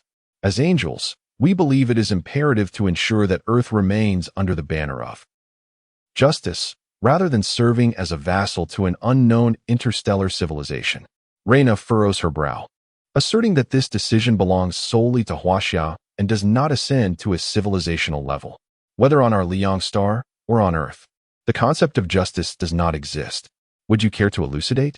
One of the angels beside Yin begins to recite, but Yin interrupts her. The order of justice exists to safeguard the cosmos, ensuring orderly progression while also guaranteeing the autonomy of civilizations. So, you contend that the actions of the Ascendant Seeker infringe upon your so-called order of justice? Not necessarily. Whether they seek something or engage in pure philanthropy is of no concern to us. I merely took note of the galactic force. Outdoors, Gu Xiaolun unexpectedly sneezes while feeling the cool breeze. "Oh, little Luan, can you still catch a cold?" Gu Xiaolun rubs his nose, saying, "Master Exine, please refrain from mocking me. I sense someone discussing me from behind." "Hush, we are nearing our destination. Keep your voice down." They are now very close to the ancient tower, visible lanterns illuminating its structure. Rose gestures, and they swiftly conceal themselves according to the plan, unaware that Sun Wukong has already observed everything. Gu Xiaolun, wielding a massive sword, gazes at the monkey atop the tower with admiration. It truly is the great sage. In the blink of an eye, Sun Wukong leaps dozens of meters, vanishing from sight. This sudden turn of events astonishes everyone, and Rose hastily organizes the formation. "Everyone, be cautious. Chuanzi, come here." Lu Chuan, without a moment's hesitation, rushes to Gu Xiaolun's side, forming a triangular formation with Cheng Yaowen behind them. Buzz! In the blink of an eye, Gu Xiaolun swiftly turns, swinging the colossal sword with all his might. Clang! Chuanzi! Without needing Gu Xiaolun's prompting, Lu Chuan raises his axe and swings at Sun Wukong's head. Unexpectedly, the golden staff elongates, knocking Lu Chuan off balance. Cheng Yaowen, not to be outdone, extends his hand, and several stone columns erupt from the ground, ensnaring Sun Wukong. Seeing this, Sun Wukong ceases his entanglement with Gu Xiaolun. As he attempts to escape the stone prison, Gu Xiaolun lunges forward, embracing him tightly and refusing to let go. "Let go. I shall not." Enraged, Sun Wukong coughs and leaps into the sky with Gu Xiaolun in tow. The others watch as Sun Wukong bounds through the air with him. "Qilin, can you take aim? I am trying my best." "Go." Sun Wukong finds an angle and kicks Gu Xiaolun away, just as he catches his breath. Qilin's sniper shot follows. Bang! The custom sniper round strikes Sun Wukong, enveloping him in a cloud of dust. According to the law of smoke and no injury, when the dust settles, Sun Wukong has vanished from their sight once more. Stay vigilant. Master Xin, Protect Qilin. Little Luan, can you hear me? Chapter 79. Sun Wukong joins the team while the others warily surveyed their surroundings. Gu Xiaoluan sat unceremoniously on the ground, with Sun Wukong standing beside him. How were my moves, Wukong? Sun Wukong chuckled. You're a clever one, kid. Your skills aren't bad either. Hee hee, then I'll stay here. You go try them out. Without a word, Sun Wukong somersaulted away and vanished. The sounds of battle echoed in the distance, and Gu Xiaoluan peeked out from the bushes. Xiaoluan is out of contact. He won't die? Xiangwei attempted to speak, but Sun Wukong's attack interrupted her, forcing her to open a wormhole and retreat. Sun Wukong clicked his tongue in disapproval and flew towards Qilin. Yaowen, intercept him. I can't keep up. Lu Chuang roared, exerting every ounce of strength to run forward. Cheng Yaowen summoned a colossal stone hand, which Sun Wukong deftly evaded, providing Qilin with an opportunity. Bang! Another high-explosive round struck Sun Wukong directly. Zhao Xian, who had been lying in wait, seized the moment and appeared above Sun Wukong in an instant, kicking him towards Lu Chuang. Chuangzi, Nuo Xing decapitation platform. Lu Chuang's giant axe arced through the air, slamming Sun Wukong heavily into the ground. Chuangzi, get out of there. Cheng Yaowen strained with all his might, causing the surrounding ground to tremble. The earth within hundreds of meters began to split, forming uneven chunks that lifted Sun Wukong into the air. Lu Chuang didn't have time to escape, but space twisted, and he reappeared next to the others. Thanks, Xiangwei. Xiangwei nodded, her gaze fixed on the slowly coalescing giant stone sphere. Gu Xiaoluan, watching from the sidelines, was dumbfounded by Cheng Yaowen's technique. Whoa, planetary devastation. Realizing the trial was over, he scurried back to the team. Xiaoluan, where have you been? Gu Xiaoluan, slightly embarrassed, scratched the back of his head and said, I was blown away and just made it back. Continue to be vigilant. As the group remained on guard, admiring the stone sphere, Sun Wukong's laughter echoed from the trees behind them. Ha ha ha, you did well. The others turned around in astonishment to see Sun Wukong perched on a thick tree branch, exuding confidence. You're all still young. I've been on this planet for a long time. I am the victorious fighting Buddha of Earth. They remained speechless, but realized that Sun Wukong was not an enemy. Wukong? Lu Chuang looked back and forth between Sun Wukong and the stone sphere in disbelief. Is this shadow clone technique? Can't believe it. Sun Wukong rolled his eyes. Are you all dumbfounded? Sun Wukong leaped down and approached the group. He observed their hushed whispers and said, You're quite capable fighters. You've worn me out. He walked up to Lu Chuang, who was looking at him adoringly. Behave yourself from now on and be a good person, or I'll break your legs. Sun Wukong tapped his golden staff against Lu Chuang's chest. Lu Chuang, with a flattering expression, resembled a loyal follower. Yes. Wukong, I'm your... No, you're my idol. I'll do whatever you say. Lu Chuang had never committed any serious offenses, and he had fought alongside Gu Xiaoluan against the vanguard of the gluttony. So Sun Wukong didn't make things too difficult for him. So, are you a good guy or a bad guy? Zhao Xian asked with a puzzled expression. Cheng Yaowen spoke up. I think Wukong is on our side. He was probably just testing us. Sun Wukong nodded. You're not completely clueless. This kid knew all along and hid to take a break. Gu Xiaoluan's smile froze as he saw his teammates staring at him. Are you going to vanquish demons and monsters? Gu Xiaoluan quickly changed the subject. We're fighting aliens. It's all the same. Only one in 1,000 worlds can develop into human form. Only the human world is filled with kindness and compassion. Gu Xiaoluan didn't agree with the latter half of the statement, which he felt was debatable. I must protect this world for my master. And we will too. Sun Wukong, seeing the resolute expressions on the faces of the super soldier squad, nodded with a smile. Justice has already come to this world.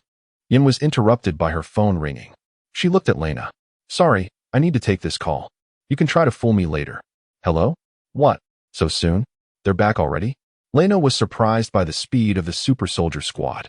She had expected them to struggle with Sun Wukong's trial. But it had ended so quickly. Oh, it seems those little brats have some skills after all. Lena glared at Yin, who was eavesdropping. Yin smiled playfully.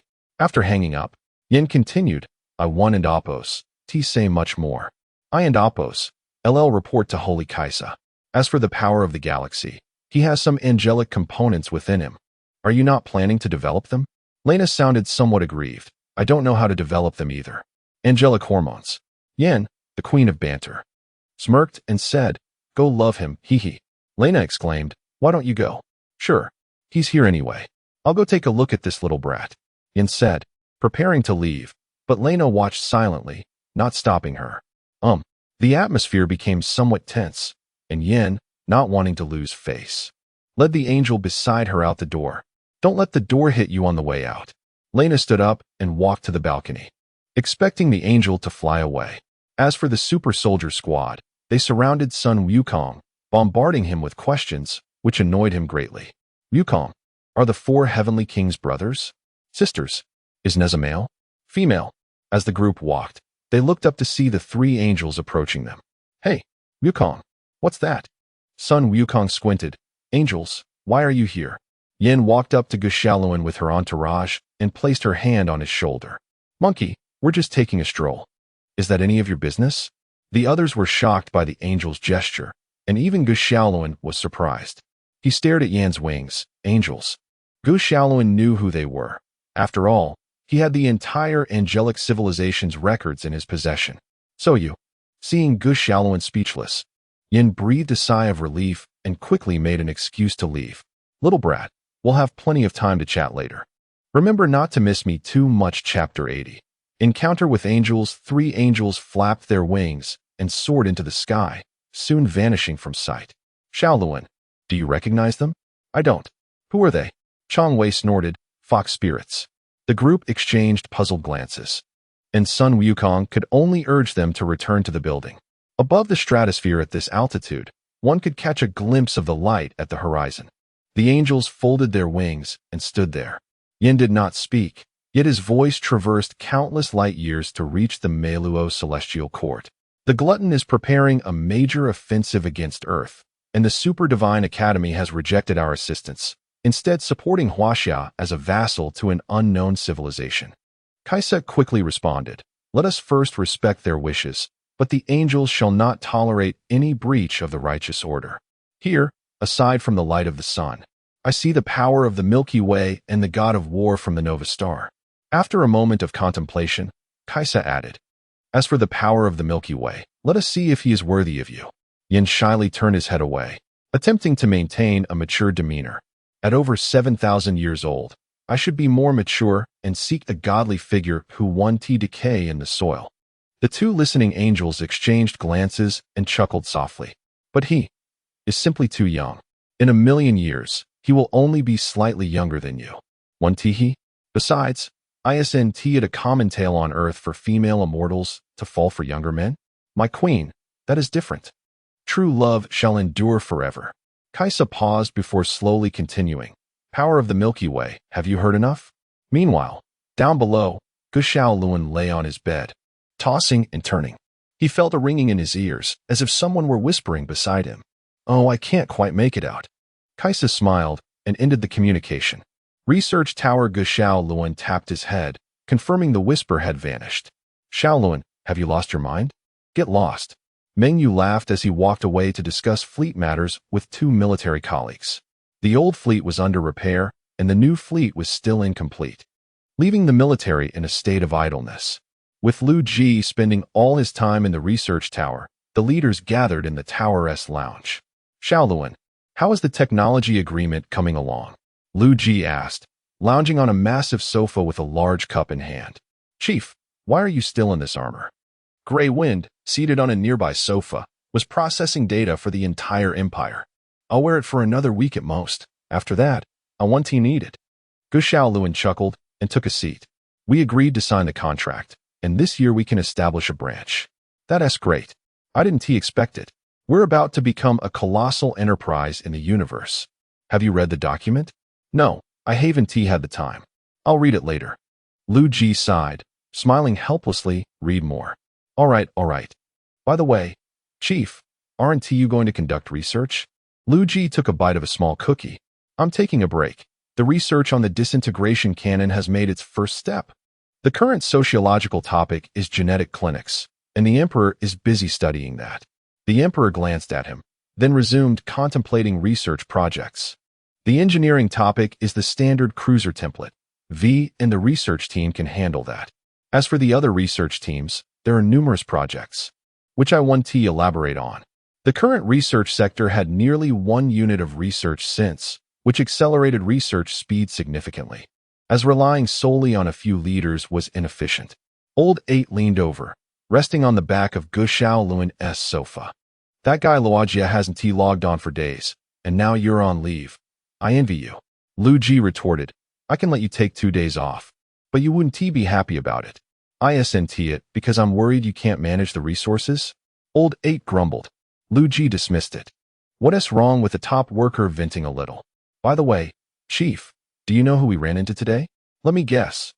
The cosmic flatulence god. Huh. Who? Gushao Luan was momentarily taken aback, then continued. We met the victorious Buddha, Sun Wukong. Monkey Brother? Liu Ji recalled that in the super divine realm, Monkey Brothers seemed to have a high standing, though not particularly strong in combat. The remarkable one. Old 8's voice drew the attention of others. What are you talking about? Old 8 motioned for others to be silent, listening to Gushao Luan. Liu Ji gently nudged the emperor. Have you seen the ancient Taitra sacred beast? Just a myth. Could it be you? The emperor looked incredulous. No. Gushao Luan recounted the day's events in vivid detail. Can I get an autograph from Monkey Brother? That should be possible, right? I think it's better to ask for a strand of his hair. Gushao Luan waved his hand. We'll see when you truly arrive here. Then, on our way back with Monkey Brother, we suddenly encountered 3 angels. Angels? Your genetic lovers? The images witnessed that day were indeed stunning, leaving an impression on those present. Seems so. Liu Ji suddenly pondered. But why did they go to your place? There was a leading angel who seemed to be flirting with me. She said a couple of things, and then flew away. She has good taste, knowing to side with the affluent. Hey, Nenjie, don't tease me. Liu Ji leaned closer to Gushao Luan, a twinkle in his eye. You possess the genes of an angel. Perhaps she has taken a liking to you. How could that be? I'm just a nobody. Yes, the strongest nobody in the universe. I'm not joking, Xiao Luan. Why do you think the pinnacle of power in an interstellar empire would be a nobody? The group erupted in laughter, and Gushao Luan quickly admitted fault to escape the situation. Say, how about we have the angels help us build a dimensional anchor? Huh.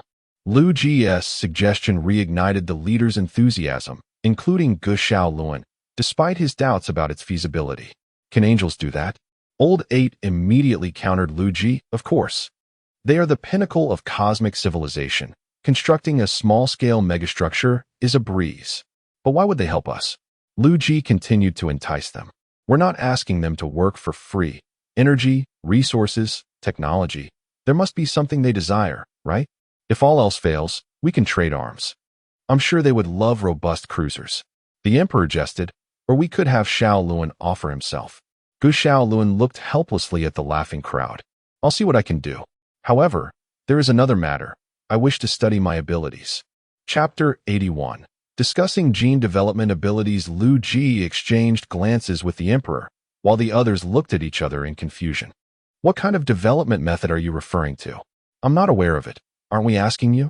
Liu Ji retrieved Gushao Luan's genetic template, noting that it did not reveal any super abilities. How can we assist you? Gushao Luan, feeling somewhat embarrassed, chuckled. I merely noticed that everyone else possesses various abilities, and I felt envious. He then shared his recollections of the skills demonstrated by their comrades. Aside from Meng Yu and me, everyone else has their own impressive moves.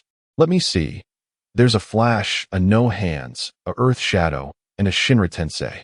Meng Yu playfully tapped Hype Meow on the back of the head. Why does it seem to drift further off topic? Just tell me if my descriptions are accurate. Ignoring the commotion beside him, Huang Pai Kanan asked, So, you really have no skills? Does being tough count? Of course it does. But toughness alone won't suffice. I want to be a mainstay. Then why don't you consult the remarkable chief? Liu Ji pointed to himself. Me? I'm not knowledgeable in genetics. You should ask her. The emperor shook his head repeatedly. I've never encountered such genetic technology in my life, nor do I understand it. I suggest that when in doubt, consult Reina. Reina. A sudden spark of inspiration illuminated Liu Ji's expression. causing alarm among the others. Chief, what happened to Sister Na? Hurry, bring up Reina's data. Liu Ji almost leaped to action, fearing he might inadvertently harm Gu Xiaoluan. It was also Gu Xiaoluan's first time witnessing Liu Ji's fervor, so he quickly retrieved Reina's relevant images. Chief, what's the matter? Lao Ba queried, gazing at Reina, who appeared to be merely a beautiful extraterrestrial being. Beautiful, exceedingly beautiful. Among the leaders present, only David and Gu Xiaoluan were concerned with matters of love. David discreetly glanced at Gue Feng, intending to remind her, only to find her wearing a dazed expression as well. Gue Feng's synergy with Liu Ji allowed her to comprehend his thoughts. What a brilliant idea. The Sun Goddess. Chief, do you have feelings for Sister Na? The chief is not so superficial, V retorted, though she struggled to discern what distinguished Reina. Come on, use your brains. She is called the Sun Goddess. Liu Ji turned to the Emperor, who shook his head in confusion, sensing their inability to grasp the concept. Liu Ji sighed and excitedly explained, the Sun Goddess can harness the energy of stars, meaning all we need to do is create a large dome to encase Reina, and we will obtain a continuous and immense source of energy. A Dyson sphere? Is a Dyson sphere that cost-effective? Reina is merely a creature of 1.70 meters. Even if we wrapped her 3 times, it wouldn't require much alloy. Highly efficient. Gu Xiaoluan, while exhilarated, felt an unsettling vision of a purple skull with glowing red eyes. Genius. No wonder she is the chief. Liu Ji was well aware that the energy utilization rate of the super god genes was exceedingly low. Extracting energy from a star would yield minimal returns. However, it was not necessary to draw from the cosmos of the stars. The stars in the super god universe come without cost. Sacrificing the future of the super god universe to generate energy for the Empire was indeed extraordinarily advantageous. Chief, after all, she is helping Earth. Gu Xiaoluan felt a sense of camaraderie towards his comrades, especially considering Reina's genuine efforts for humanity. I am fully aware. We can negotiate. Let us sign a labor agreement, or allow us to study her genes. Seeing that Gu Xiaoluan did not refuse, Liu Ji continued, Xiaoluan, I have never asked you for anything, but you must assist with this. Just send her a message, all right? It was fortunate that Reina was exceptionally friendly towards humanity. Otherwise, Liu Ji would not have sent Gu Xiaoluan. Don't assume that extreme egalitarianism equates to benevolence. Very well. I promise to accomplish the task. Gu Xiaoluan saluted Liu Ji, who then joyfully took his seat. Oh, I almost forgot about Reina. It seems we must expedite the construction of dimensional anchors in the supergod universe. Meng Yu looked at Liu Ji.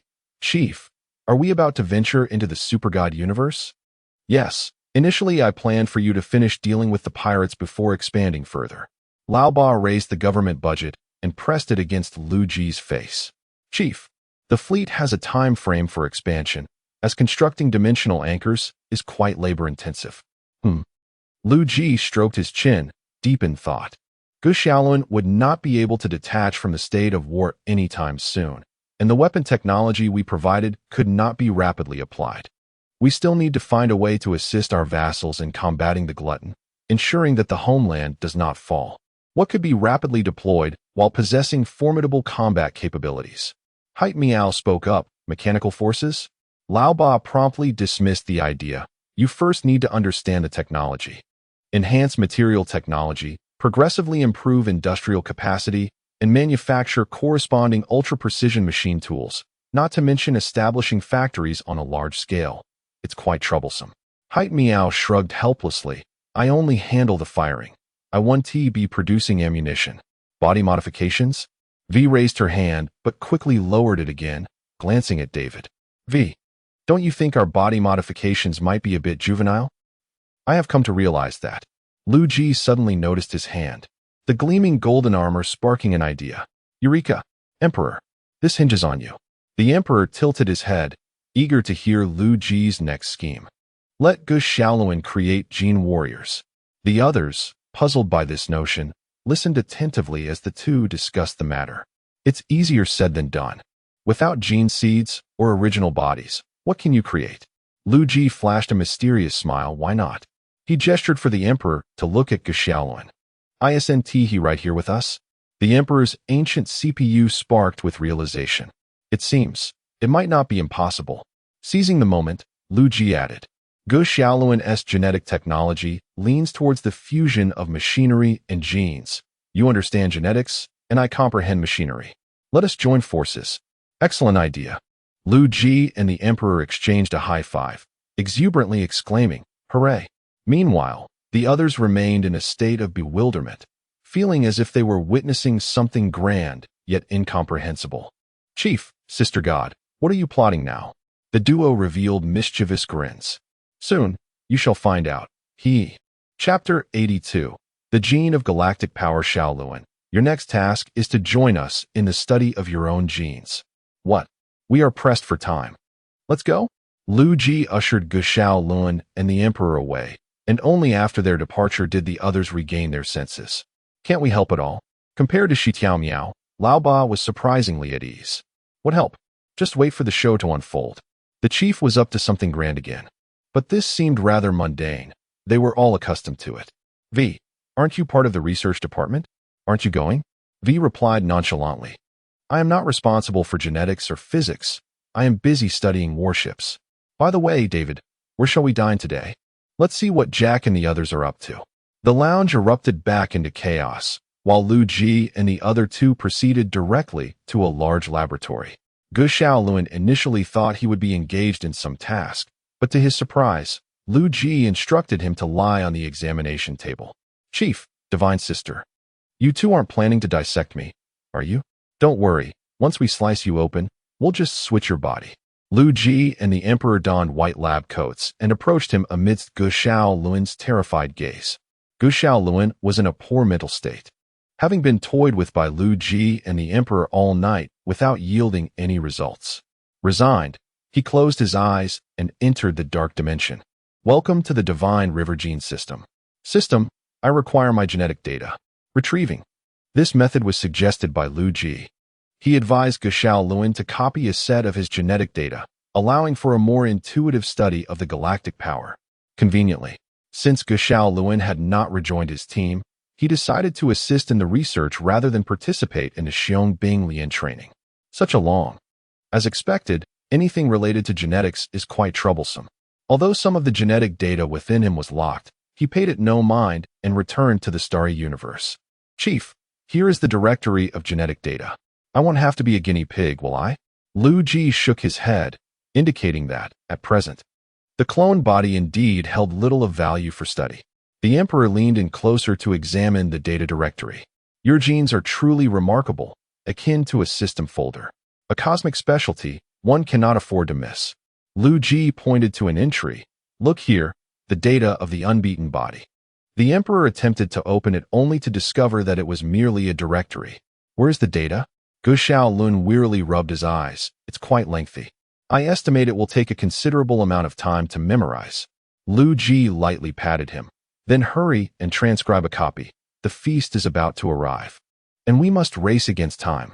Chief, you weren't this anxious before. That was then. No use fretting now. Go quickly. Reluctantly, Gu Xiaoluan gathered his spirit and began to copy his genetic data. Fortunately, everyone realized the ingenious utility of the cloning machine. Gu Xiaoluan only needed to remember the data briefly, as the mainframe would later retrieve it from his memory.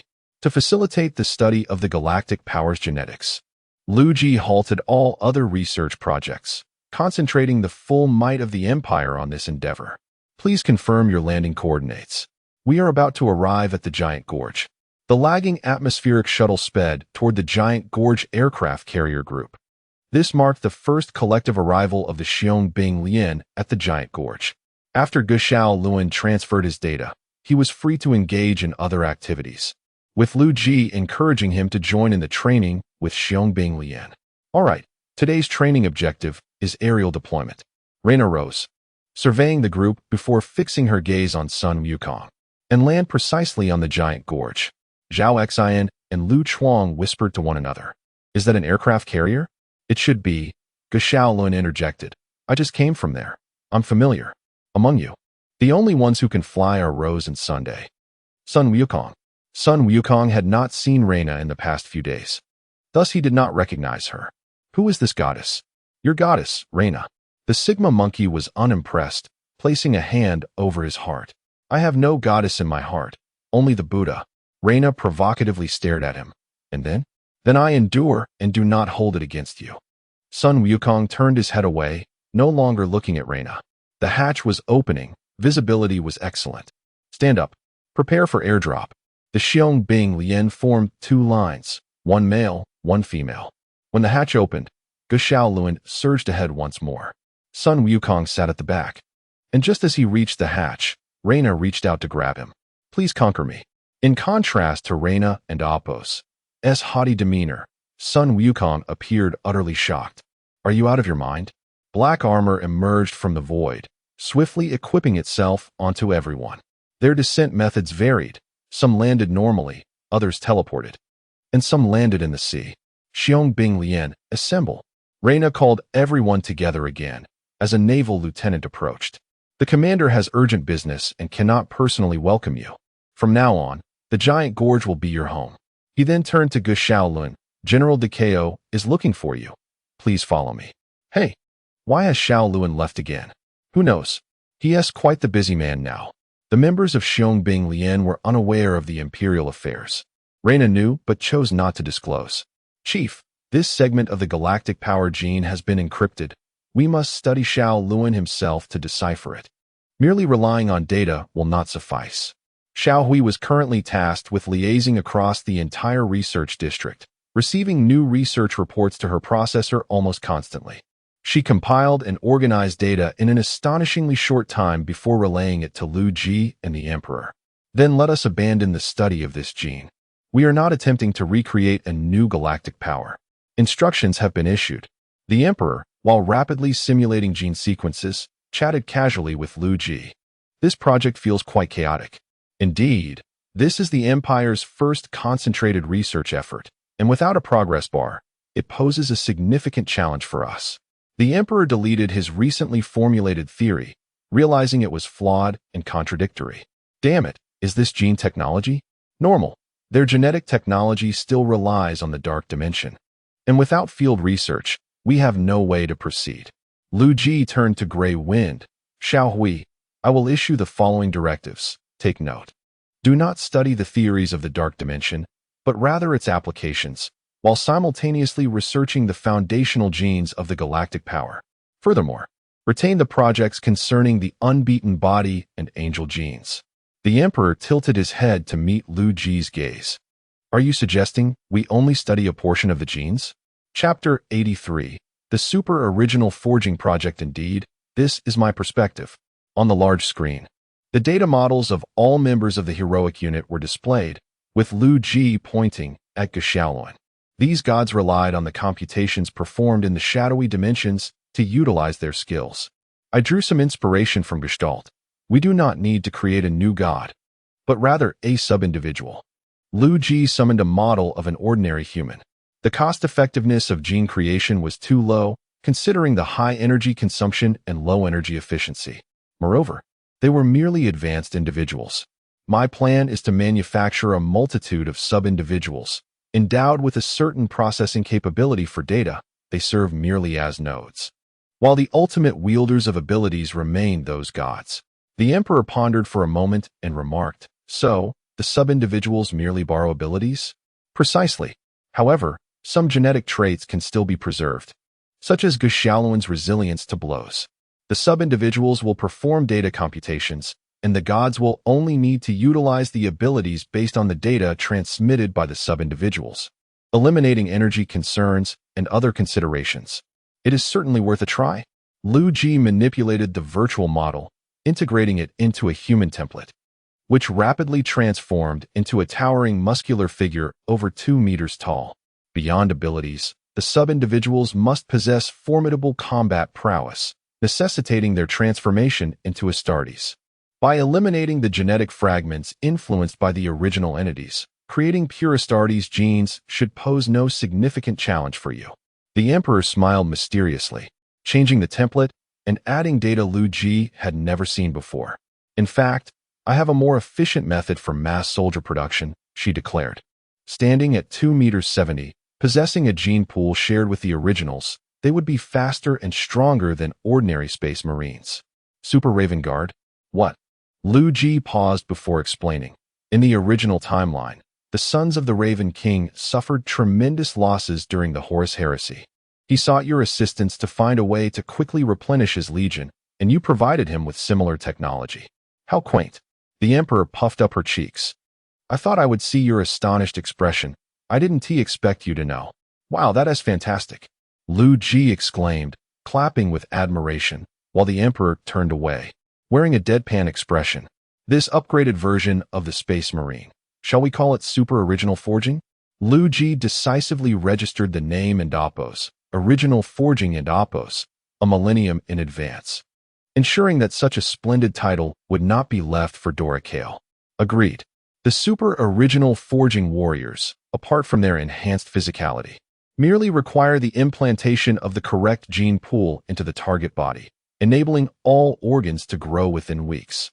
Once completed, implanting a black exoskeleton allows them to engage in combat directly. The growth cycle of the Super Original Forging Space Marines is remarkably brief, with a success rate nearing 100%. Newly birthed soldiers will surpass ordinary veterans of 10 years, and after several battles, they can rival those with a century of experience. We will use the shared gene pool as a template, then integrate genes associated with the galactic power, thus birthing Super Original Forging Warriors based on galactic power. Liu Ji marveled. You don't have an even more efficient technology in hand, do you? The Emperor smiled mysteriously.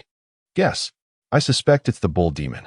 Liu Ji turned around, playfully teasing the Emperor's face, who struggled to utter a few words. Indeed, there is. Then why not utilize it? Liu Ji inquired. The Emperor sighed in frustration. It is precisely because of the Chaos Gods.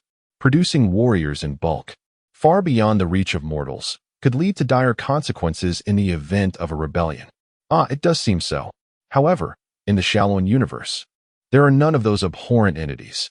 The more advanced technology is beyond his comprehension, making this just right. Liu Ji nodded and subsequently ordered modifications to several research projects. The genes of galactic power had been crafted into a remarkably perfect template by the angels, yet their overly hesitant ideals could not manifest in soldiers. Let us remove those elements. I can also incorporate some characteristics unique to the human empire. No need. I fear that once they are created, they will pursue the angels relentlessly. If they discover angelic genes within themselves, it would be quite the spectacle. Very well, then. However, combat experience and fundamental qualities must still be present. Rest assured, I will take care of that. Liu Ji accessed the gene pool of galactic power, retaining the angels' wings, as they required aerial units and an indomitable physique. While we cannot replicate it entirely, we can enhance the soldiers' resilience. Come on, let us discern what they are composed of. Central Galaxy, Stellar Base. The Stellar Base had commenced expansion at the beginning of the third year, aiming to accommodate the fleet's growth and maintenance needs. An additional 100 cubic kilometers of dock area extended outward from the base. The modular design represented a novel endeavor in imperial engineering, and this area continued to expand. This was also one of the reasons for the Empire's alloy shortages, as numerous new-style construction plans were approved by the government, believing that more refined foundational structures could expedite their effectiveness and contribute to the Empire's development. Wow, it has been completed so swiftly? The three military officials, clad in command coats, disembarked from the transport ship. A red synthetic greeted them. Serving as the head of the maintenance department here. Indeed, Commander. Thanks to the government prioritizing all resources for us, and the chief dispatching the Gregu nanobots, construction has progressed rapidly. Due to the limited number of docks, even with ample resources, we can only work on a few ships simultaneously. Meng Yu lifted his gaze towards the warship under construction, reminiscent of standing on a high building as a summer storm loomed, observing the boundless dark clouds on the horizon. Is that a destroyer? No, certainly not. The maintenance chief denied in surprise. Commander, that is merely a frigate. Meng Yu smiled. It is so large. I thought it was a destroyer. This is a Z-class torpedo frigate, and the one behind it is a Blitz-class laser frigate. The chief activated the elevator, and as they ascended, They reached a height of approximately 500 meters from the top deck. At this point, their view extended beyond the obstructing frigate below, allowing them to gaze further into the docks. There, a Pikachu-class heavy destroyer was under construction. Chapter 84. Preliminary plans commence. Who on earth came up with this name? The trio could scarcely contain their amusement, and the minister cautiously explained, "This is the name confirmed by the chief, since it was issued as a direct order." The military headquarters was unaware. "I knew it." They exchanged knowing smiles, laughter often spilling forth when one is unable to hold back. The minister continued to activate the elevator slider, and the mechanism beneath their feet began to glide smoothly. A special glass encased them, ensuring both safety and ample visibility. As they progressed, they observed numerous synthetic beings bustling amid the towering iron mountains, with black nanoclusters shimmering in green luminescence, clinging to the uncompleted end of the warship. A massive alloy plate raced towards them, deftly avoiding collision. Upon reaching its designated position, cables lowered it, integrating it into the hull of the escort ship.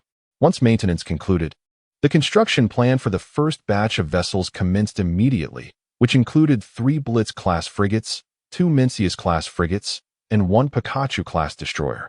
What about the cruiser? We received a notification from the research department that certain technologies for the Hive-class carrier cruiser may not be completed on time. So we are preparing to construct the Suppression-class firepower cruiser. Ah, Xiaoluan, you arrived at just the right moment. Liu Ji pulled Xiaoluan over, who stumbled slightly before regaining his balance. "Chief, is there something for me?" "Of course.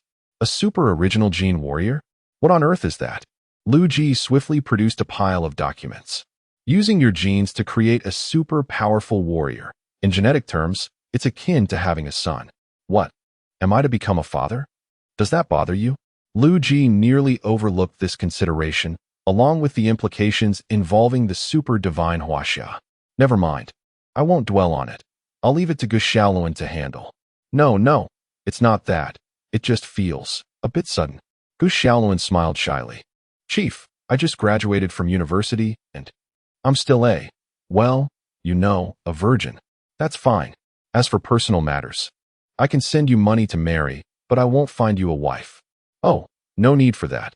I'm content with my state." Xiaoluan repeatedly declined, while Liu Ji raised an eyebrow. "Are you sure you have a salary?" "Wait, what?" Xiaoluan suddenly realized that Reina had never mentioned anything about a salary. "I'll ask about it later. Let's put salary aside for now. Focus on these documents." Upon seeing the lengthy stack of documents, Xiaoluan's eyes widened. "Chief, what is all this?" "These are the detailed compilations I had Huang prepare for you, including the black shell technology for the implantation of interstellar warriors, as well as weapon technologies. The technology for the super original power armor is yet to be developed. I plan to upgrade the power armor currently used by the human empire, incorporating artificial intelligence and the latest imperial technologies. Due to technological limitations, the human empire cannot integrate more diverse and advanced equipment into the power armor. However, the empire's research department has conducted studies on individual weaponry, which can be aptly applied here. Liu Ji anticipates that the design of the power armor will resemble the yet-to-be-unveiled original model, specifically the Mark X power armor. As for why he opted for a somewhat bulky, hammer-like appearance. Because it's stylish, of course. What kind of real man would not appreciate the artistry of heavy armor? While the weak labor tirelessly, the strong create at their leisure. The power armor of the human empire truly resembles armor. Yet Liu Ji intends to incorporate some wondrous gadgets into the substantial design. "Do we need all these weapons?" "Indeed," Liu Ji replied. Xiaoluan was dazzled by the array of options, but the prospect of crafting such magnificent weapons made the effort worthwhile. There are 2 plans included, one utilizing ceramic steel and the other employing porcelain gold composite material. The production of ceramic steel is simpler than that of porcelain gold. You may choose based on the situation. If time is limited, begin with ceramic steel for the equipment. Once we withstand the onslaught of Tao Tai and ensure the local industry remains intact, we can gradually transition to porcelain gold composite material. "Chief, I have never seen this ceramic steel. But isn't the primary material you mentioned the nanocomposite material?" Liu Ji retrieved a page from the documents, indicating it to him. Ceramic steel is simpler to produce than nanocomposite materials, and factories capable of producing nanocomposite materials can also manufacture porcelain gold. If you can use porcelain gold, why bother with nanomaterials? While it may suffice for civilian projects, this is military grade. We must utilize the best. Understood. Liu Ji continued. As for the power armor, I estimate that the design will be ready in a couple of days. You should establish the production line for these armaments, ideally preparing a set of weapons first. Do remember to communicate with the government regarding this. These are classified as military technologies, so discuss the specifics of the transfer with Lao Ba. And, if the diplomatic issues are resolved, inquire with the other members of the Xiong Bing Lian team. It would be ideal to obtain genetic data from them. Gu Xiaoluan felt overwhelmed by the multitude of tasks Liu Ji had assigned him. Has there been any word from Reina? Not yet. Well, no need to rush. We won't be able to proceed anytime soon. There really isn't enough alloy this year. Has Tao Tai entered your detection range yet? Not yet. Sister Na said we seem to lack the capacity to detect them. The Tao Tai fleet possesses technology to evade detection. Liu Ji chuckled. They are traversing the Grand Worm Bridge of the solar system, and they think they can remain concealed? Well, I'm not sure. Does this mean Tao Tai could launch an attack at any moment? Gu Xiaoluan brought up a model of the solar system. Currently, Earth and Pluto are on opposite sides of the solar system. Their travel time might be slightly longer. All right, let us tentatively set a 2-month deadline, Liu Ji said earnestly, patting Gu Xiaoluan on the shoulder. Within a week, you must establish the factory. Within 2 weeks, prepare the genetic technology. The remaining 2 weeks will be for the growth of the super original warriors and weapon production. This plan may be a bit rushed, so do your utmost. Gu Xiaoluan responded with equal seriousness. For the future of humanity, I will give it my all. Remember to be ready to go online at any moment. You still have much to learn from us. Yes. After Gu Xiaoluan departed, the Emperor detached himself from the myriad of tasks. The endeavor of creating gene seeds could take considerable time. Meanwhile, Liu Ji smiled and shook his head, not underestimating Gu Xiaoluan and Appos' capacity for learning. He glanced at the leadership panel, where Gu Xiaoluan's name prominently appeared among the scientists. Chapter 85. The Protection Agreement. Old 8. Where are you? Gu Xiaoluan arrived at the government building but could not locate Old 8, so he decided to send a message. Xiaoluan, I am currently overseeing construction at the planetary defense base. What do you need? Gu Xiaoluan sent a brief overview of the super original casting plan to Old 8. The chief stated that the military technology's pricing was up to him. Hold on. Old 8 quickly reviewed the information. Is this the technology the chief is developing? Precisely.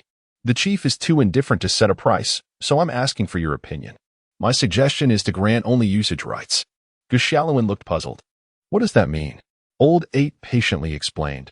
It means that the armies constructed by the vassal state using this technology will be subordinate to us, although some rewards can be provided. I don't quite understand this. I will follow your lead. All right, let us see. Old 8 contemplated and began editing in the shared cloud document. 1. The vassal state possesses the authority to build and command troops, while also being obligated to supply them. 2. When we upgrade technology, the vassal state must enhance troop equipment as long as they are capable. 3. The vassal state is required to submit the genetic data of the Super Soldier Corps. 4. Upon receiving troops, the vassal state may retain 20% of the total number of super original casting warriors, and for every additional 10,000 troops expanded, 1,000 must be surrendered. 5. The vassal state can apply to retain their army in exchange for resources, with specific pricing to be determined. 6. The military technology included in this agreement will be sold to the vassal state at a very low price. This agreement leans towards a protective nature. Although the Empire does not require these provisions, it is essential to earn something in return. If they refuse to sign, you can utilize company assets to create your own. The accountant was indeed less accommodating than Liu Ji. Old 8, fearing Gu Xiaoluan might misunderstand, continued, by signing this agreement, the vassal state will gain access to more powerful military technology. And despite the considerable operability of this agreement, most of the technology serves the super original casting warriors. So we need not worry about the vassals exploiting loopholes. Gu Xiaoluan timidly interjected, I don't think they will exploit any bugs. Well, I trust you. Old 8 indeed harbored grander ambitions. This agreement could potentially provide a method for the super divine Huaxia to benefit without cost, depending on whether they could think of it. All right, if there is nothing else, you may head off. I still need to go to the border planet shortly. Gu Xiaoluan then recalled the anomaly. Old 8. Is there still no progress on that anomaly? There has been some progress. It appears to be a factory constructed by an alien species, possessing some research value. Though it is not particularly critical. Fine, I will take my leave now. As the communication ended, Old 8 sighed in the planetary defense base. Zayat XT. Do you understand what I mean? XT turned around, shrugging in confusion, while behind her, a massive structure pierced the clouds. Minister, I don't quite grasp this. Old 8 chuckled. I knew you wouldn't understand. Forget it. The chief has called you back. You've played enough here. And I will take care of the remaining work on the planetary shield. XT felt a tinge of reluctance, but since it was the call of the creator, she was more than willing to comply. By the way, the chief has undergone quite a transformation. You should prepare yourself. Understood. Old 8 shook his head helplessly. This child was indeed impulsive and overly eager. He approached the railing, gazing down at the steel foundation extending to the horizon, where the immense planetary shield base gleamed with a blue light. What a costly endeavor. I hastily agreed back then, only to find it utterly useless. Sigh. Then, he connected with Liu Ji. Chief, are your conditions not a bit too? Xiaoluan has a long road ahead. He has much to learn. As for you, do you understand? Old 8 sighed in relief. I thought, you believed I would indulge him so recklessly? Liu Ji laughed lightly. His choices are all based on future experience. Whether the future unfolds smoothly or tumultuously rests entirely upon him. The giant gorge ship upon receiving Gu Xiaoluan's notification. The Huaxia government promptly dispatched a delegation to the giant gorge ship. From its inception, the giant gorge ship was designed with multifaceted functions, fully capable of representing the Huaxia government. Coupled with its advanced anti-detection technology and the cutting-edge divine creation technology provided by Duca AO, it was chosen as the venue for this meeting. Moreover, it was impractical for Gu Xiaoluan to make unnecessary trips. After all, he was the representative of the suzerain state. Comrade Xiaoluan, the delegation is on its way. It was once again a Jia who approached, as Gu Xiaoluan was busy drafting a new agreement. All right, I will finish up shortly. Gu Xiaoluan swiftly completed his writing, placed the documents into a leather bag, and walked out with a Jia. Xiaoluan, a Jia. Where are you two off to? The brothers from the Super Soldier Corps had just returned to their dormitory and greeted Gu Xiaoluan. We have a matter to attend to. We will explain later. Fine. You have been quite mysterious lately. We thought you were secretly courting someone. Ha ha ha, exactly. You must give us a thorough explanation once you're done. Definitely. What else with that cluster of helicopters outside? Once they departed, the two proceeded towards the conference room. On the way, Ajia remarked, Xiaoluan, you mentioned something significant is happening, so the higher-ups are taking it seriously. Everyone who can come is here. Everyone who can come? Ajia nodded emphatically. Gu Xiaoluan hurriedly adjusted his attire before pushing the door open and stepping inside. Upon entering, the delegation remained a familiar configuration, but this time, a few more individuals were present. Number 1.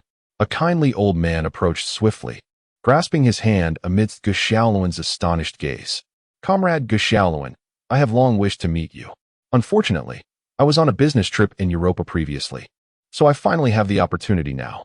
Gu Xiaoluan had at least prepared a bit mentally, and upon regaining his composure, he promptly greeted him.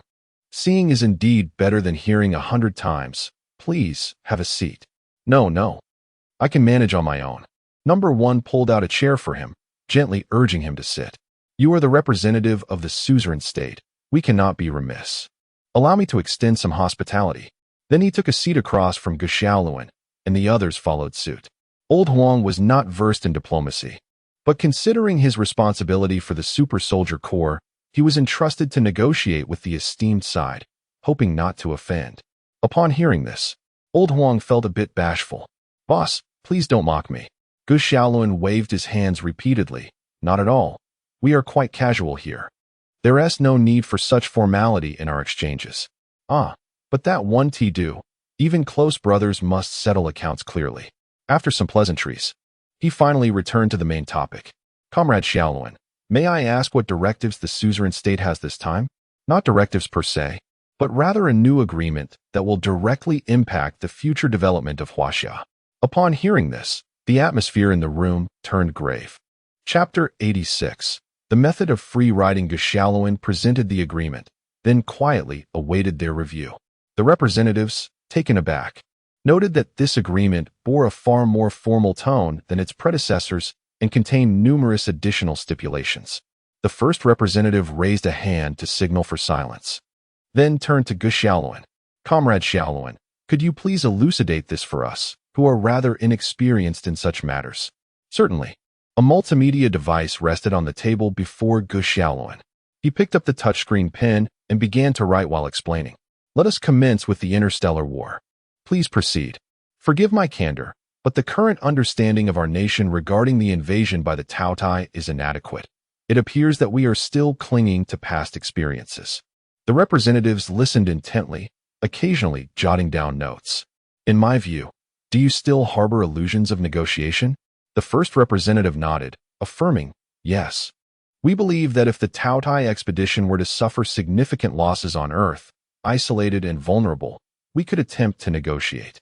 Xiaoluan shook his head, causing the others' hearts to leap into their throats. Ladies and gentlemen, you underestimate the Tautai and overestimate our capabilities. Finding the device too small, he stood and approached the large screen at the conference table. Our legion possesses formidable individual combat strength, but the Tautai's expeditionary fleet undoubtedly represents their full arsenal, outnumbering the total strength of the Huaxia military by a considerable margin. Firstly, due to the vast distances, they must ensure absolute certainty. Secondly, they are aware that Earth harbors super soldiers, and thus will not underestimate us. The first representative furrowed his brow and asked, but the only actions we can take are limited. Our military cannot confront the Tautai head-on, and the weapons your country has promised cannot be manufactured swiftly. Xiaoluan pointed to the agreement. Therefore, I have brought forth a more cost-effective and yet formidable military force. We must treat this war as one for our very survival. The Tautai are not human. We have no room for negotiation. The moment they attempted to lay claim to Earth, the war of life and death had already commenced. The first representative nodded, acknowledging, we are deeply aware of the favors bestowed upon us by the suzerain country. At such a time, your considerations are immensely appreciated. Xiaoluan, guide us. We shall heed your counsel. A collective gasp of surprise rippled through the assembly. However, the first representative signaled them to remain composed. With his eyes tightly shut, Xiaoluan opened them to reveal an overwhelming resolve. National Level 1 combat readiness activated. Reinstate the militia system. Every citizen shall bear arms. Resources will be subjected to wartime control, entering a wartime economic mode, with all factories nationalized. All non-essential scientific research projects will be halted, and efforts concentrated on understanding imperial military technology, commencing the production of weaponry. Close all external communication channels. Prepare for a fight to the death. Damn it! How dare these extraterrestrial ruffians think they can bully humanity? We must strike back with full force. Indeed, the first representative rose, leading the applause that resonated throughout the conference room. As the applause gradually subsided, Xiaoluan flushed with excitement, and the others shared in his fervor. Huaxia has historically been a nation of military prowess, the strongest fighting force on Earth. Faced with the Tautai invasion, their frustration simmered within, and Xiaoluan's confidence ignited their collective fire. Once everyone resumed their seats, a brief discussion ensued. Comrade Xiaoluan, we have decided to sign this agreement. The first representative personally inscribed his name on the document, extending it towards Xiaoluan with both hands. He quickly grasped it, acknowledging that while the agreement was signed, the super-original casting technology was still under research, and there were industrial matters he needed to address. The first representative raised a hand to halt him. Comrade Xiaoluan, you should personally manage these affairs. He then turned to Decao, Old Du, according to the agreement. The relationship between the super-original casting soldiers and the Legion soldiers will be quite complex. You will need to carry out psychological work to ensure task completion. The delegation then stood with the first representative, who approached Gu Xiaoluan once more, clasping his hand. Comrade Xiaoluan, as per your suggestion, should we make a series of plans public to the world? Precisely. We have no reason to conceal anything. Excellent. Gu Xiaoluan felt the grip on his hand tighten. Comrade Xiaoluan, we do not comprehend these matters.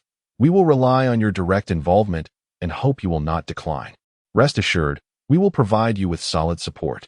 Gu Xiaoluan nodded firmly, and the first representative patted the back of his hand, signaling for them to depart together. Is there anything else regarding my responsibilities? The first representative smiled mysteriously. Of course. Upon returning to the deck with the delegation, Gu Xiaoluan found all members of the Legion awaiting him. We will return to the Northern Star together and prepare to initiate our plans. Absolutely. The first representative approached the Legion members, exchanging greetings before heading towards the helicopter fleet. Huang Laoshao rushed to his side. Boss, have we signed already? The first representative chuckled, shaking his head. Oh, you after all these years. Still lack the acumen for such matters. He gestured to his own Zhongshan suit. Have you understood? Not at all. Indeed, the suzerain country's assistance comes with conditions.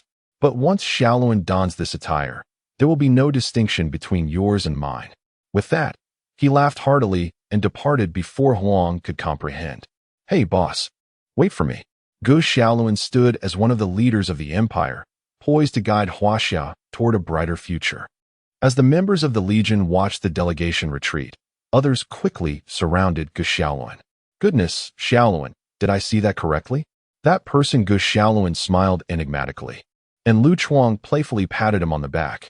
Xiaoluan, now that it's come to this, spill the beans. Oh, but aren't we heading to the Northern Star? You'll find out when we arrive. You're such a tease. Amidst their banter, they made their way towards the shuttle, while Qiang Wei stood rooted in place, gazing at Gu Xiaoluan with a dazed expression.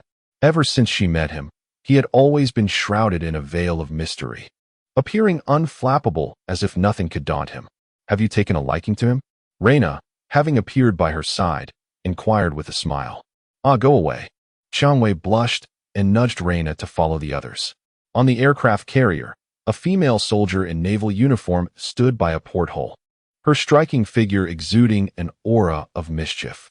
She watched as Qiang Wei boarded the shuttle before turning away. Chapter 87. Afterlife Bar in Night City. David trudged back, disillusioned by the prospect of attending school and the financial burden of upgrading software. As he walked, he spotted a frantic crowd. What was happening? In the distance, the sharp crack of gunfire pierced the air.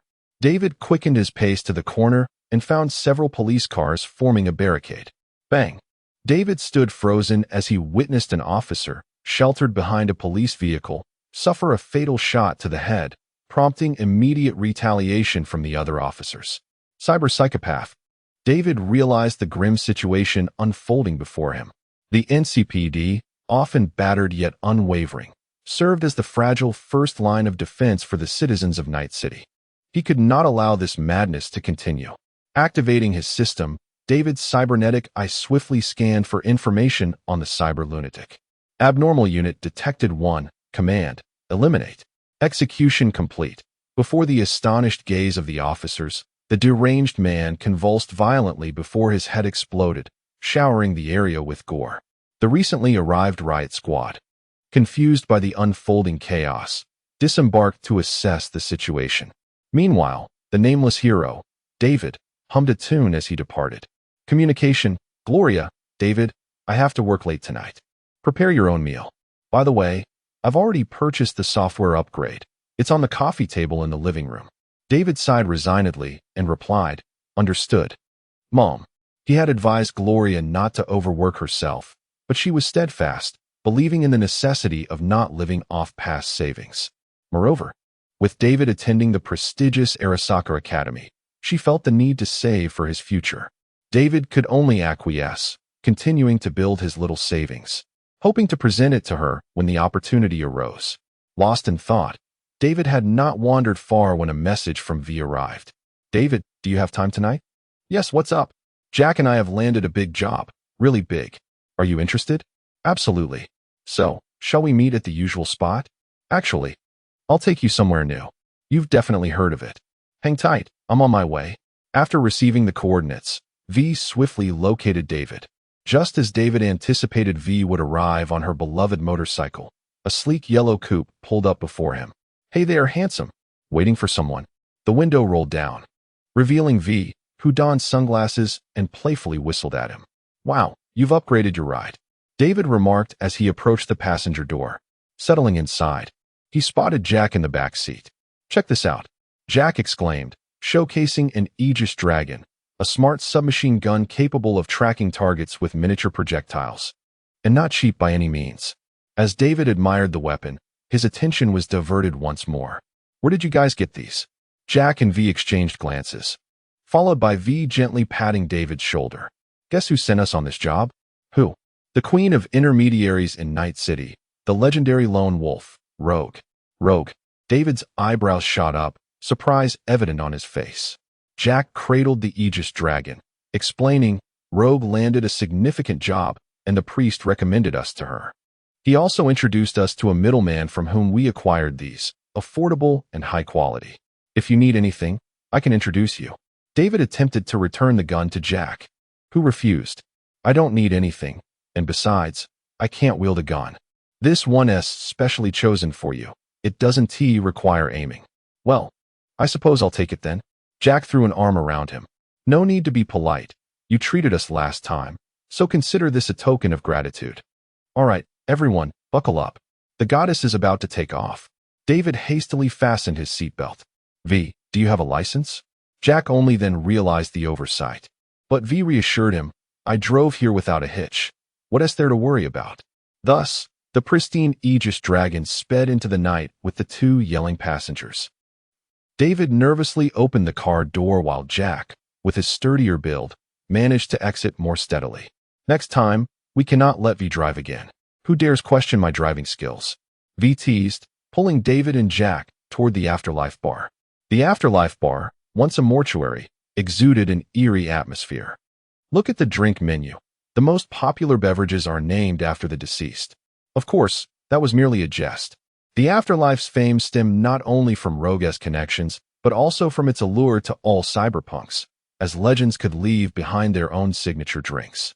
The bouncer, recognizing the trio, lowered his head to grant them entry. Welcome to the Afterlife.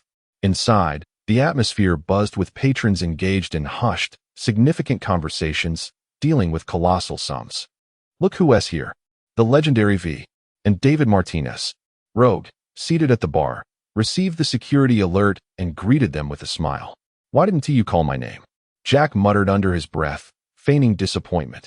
Jack, you still have some practice ahead, V chuckled, patting his back. David joined in. Jack, I believe you'll catch up to us soon enough. Come on, you weren't saying that before, Jack retorted. Let us not waste time. We shouldn't keep Rogue waiting, David urged as they made their way through the bar, patrons subtly parting to avoid their gaze. Only a few audacious cyberpunks dared to meet their eyes, clearly aware of the notorious reputation they carried. Welcome.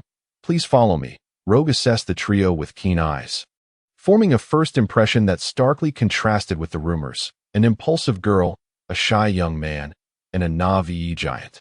They arrived at an upscale private room, where Rogue handed them the drink menu.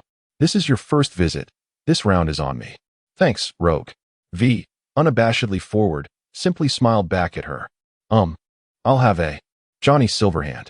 And Jack, I'll have the same. Chapter 88. Conversations under the influence. David, what would you like to drink? I'll just have a beverage, no carbonation, please. Rogue appeared somewhat surprised, yet he promptly summoned the front desk. The waitress soon delivered the drinks, and after her departure, Rogue initiated a conversation with the three individuals. I have long heard of your esteemed names, but alas, the priest has kept you under tight wraps, making it difficult for me to make a move. The intermediaries among the bigwigs were well acquainted, and the trio merely chuckled at her jest. This assignment is indeed challenging. It was the priest who recommended you to me. V responded with an air of ease. Rest assured, we have never failed in our endeavors. If there are any issues, we shall have the chief send over some technology to bolster those cyborgs. David, being more cautious, inquired, could you elaborate? Rog placed an electronic tablet on the table before them, detailing the company's task. Among the trio, Jack appeared the most apprehensive about the company's reputation. Are we really going to provoke the company? Rog calmly nodded. Military technology and Arasaka are sworn adversaries, and they are at odds once again. However, you need not worry. Arasaka's target is merely an inconsequential deputy minister within the military tech division. Are we supposed to kidnap a minister? What then? The method of handling it is entirely up to you. David rhythmically tapped the table, locking eyes with Rog. Is this a warning? Indeed. What about retaliation from military technology? If this job is completed, a reward of 50,000 euros awaits. Upon hearing this, the three exchanged glances and reached a consensus. All right, it's just a minister. It's simple. Rog reassessed these bold newcomers, saying, I trust in your abilities, but the company's retribution is not something the average person can endure. How can the company's retaliation outweigh 50,000 euros? Ha ha ha. You truly surprise me. Rog handed the task list to the trio, detailing their target, Andrea Olive, the deputy minister of the marketing department in military technology. David scrutinized the target and Oppo's information, a bespectacled, middle-aged woman, rather short and possessing an unremarkable appearance, exuding an air of honesty. You have a generous timeline, as long as you complete it within this week. V waved his hand dismissively. No need for 6 days. 1 day will suffice. Rog raised his glass. Then I shall toast to your success. Cheers. Cheers. The North Star S elite unit was assigned to a discreet, yet opulent location. After settling in, as dusk approached, they were invited to a banquet in the hall. Attendance was sparse, but of high caliber. The first individual gestured for Gus Shaluan to sit beside him, while the others found their own tables.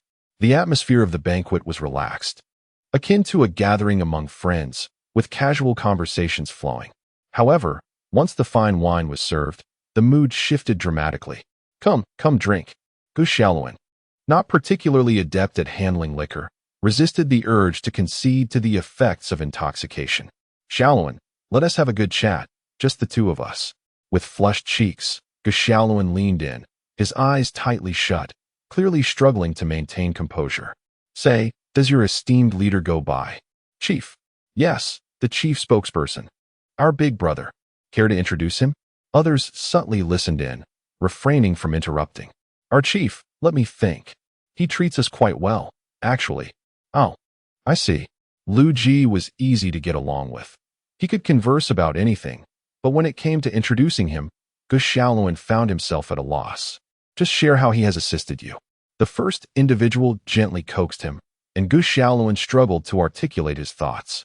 That day, after I defeated the Taotai, the Taoye's advanced troops. I understand. It matters not what you call them. Then I went to inform the chief, and he asked me to observe how you all would handle it. And then I joined the elite unit, and he had me draft the vassal agreement. The first individual set down his chopsticks, resting his arms on his knees. Was that agreement also his draft? Gus Shaluan shook his head, appearing dazed. That was something I discussed with Huang Lao and the others. Did the chief approve it? No, the chief had something to attend to, and we voted on it. Later, he did mention it to me, and then he agreed. Upon hearing this, the first individual raised his gaze to Huang Lao, who chuckled softly. The first individual rolled his eyes and continued listening to Gus Shaluan. Did your chief say nothing at all? No. He did say something. He told me to align with what the king of Qi said. The annals of Qi Huanwang. Yes, that's it. How did you know? A heaviness settled in the first individual's heart. He suddenly realized that not returning in time to sign the agreement was his gravest oversight of the year. Had he known, he would have abandoned his tasks to hurry back. Did he truly say that? Yes. Did you read it? No. The first individual patted his shoulder. You ought to read more. The burdens on your shoulders will only grow heavier. Gus Shaluan, now quite tipsy, nodded unsteadily. As the banquet neared its conclusion, Lu Chuang approached to escort Gus Shaluan away. Wait. Just as everyone thought something was amiss, Gus Shaluan pointed at the dining table. This. We cannot leave the fine food and drink behind. Let us pack it up. Do I need to pay for it? No, of course not.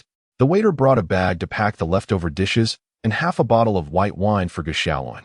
The elite unit bid farewell, continuing their conversation as they walked. The first individual and Huang Lao stood at the entrance, seeing them off. Once they departed, the first individual fixed a stern gaze upon them. "Look at what you've done." Huang Lao lowered his head, at a loss for words. "And you all, this." Others sighed in unison, and the first individual sighed deeply, waving his hand. "You should all go learn. Just do as the chief suggested." Faced with a group utterly ignorant of the matter, the first individual felt a wave of helplessness. So many details had already surfaced, yet not a single person had taken notice. First, regarding that agreement, he had indeed cast a vote in favor during the conference, but he had never heard anything about adding another clause. "Are you all merely bullying Shaolin for his naivety? I see that you are the ones lacking understanding. Does the chief support this agreement out of sheer kindness? Moreover, the origins of the suzerain country truly differ, as they even possess knowledge of the records of the Grand Historian." Never mind. The first individual was aware that Shaolin was destined to become the future deity of Earth, and for now, this was merely early training. Fortunately, he recognized the situation in time. Otherwise, it could have escalated into a significant issue. Chapter 89, State of War Number 1 dismissed the others, leaving only Elder Huang by his side. He gazed thoughtfully at the luminous moon above, while Elder Huang remained silent, not daring to speak. "Have you come to a conclusion about what was discussed this morning?" "I have," came the reply. "Shaolin, how do you find him?" "He possesses a sense of responsibility, decisiveness, and integrity, quite commendable. However, he lacks experience and is somewhat youthful." Number 1 shot him a glance, retorting, "You're hardly in a better position. Someone like you would scarcely know who orchestrated an assassination in ancient times. We truly are growing old. It's time to make room for the younger generation." Elder Huang stepped forward, inquiring, "Shall we revert the vassal agreement? It holds little significance. It's merely a matter of a few months. Once Tao Tai arrives, let Shaolin take charge. At that point, the agreement will be irrelevant." Although Shaolin had indulged excessively in drink, he managed to don his helmet in a daze. By the time he arrived at the stellar universe, his intoxication had faded. "Chief, you're still awake?" Liu Ji happened to be researching genetics with the Emperor. "No, this new body allows me to work continuously. By the way, how are preparations on your end?" Shaolin scratched his head. "Tomorrow, I will send over the genetic data of the others." "All right, but let us disregard son Wukong S. His genes are unsuitable. And what about Sister Na? Her genetic data should still be sent. Even if it's not usable, it would be excellent for research." Liu Ji changed the subject. "What have you been busy with today?" "Oh, we went to the North Star." Shaolin recounted the day's events in detail to Liu Ji. "Our progress has been quite smooth. We should be able to initiate the plan soon." Yet Liu Ji seemed indifferent to this and was more focused on number 1.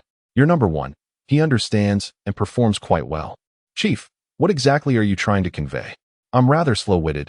Just say it plainly. You must realize this for yourself. I'm not in imminent danger, so you have time to learn at your own pace." Gray Wind, unable to tolerate Liu Ji's riddles, interjected from the air. "Just wait to become your faction's leader, just like Luo Ji." "Huh?" Liu Ji whispered to the air. "If you reveal the answer to him now, what will he learn?" Gray Wind retorted, "Why don't you teach Luo Ji instead? That's entirely different. Luo Ji doesn't have to worry about such matters." "Humph. Suit yourself." Shaolin listened to their quarrel, hesitant to interject until they finished. "Chief, this?" Liu Ji gestured for him not to worry, assuring him that it was normal for an old couple to bicker. "Gray is also looking out for your best interests. She disapproves of my approach. You should first review the industrial data. Prepare the construction plans for tomorrow." Shaolin nodded in agreement, contemplating as he departed. Liu Ji shook his head and turned his attention back to the Emperor. "Are we certain that women can serve as the original bodies?" "Indeed." "Very well.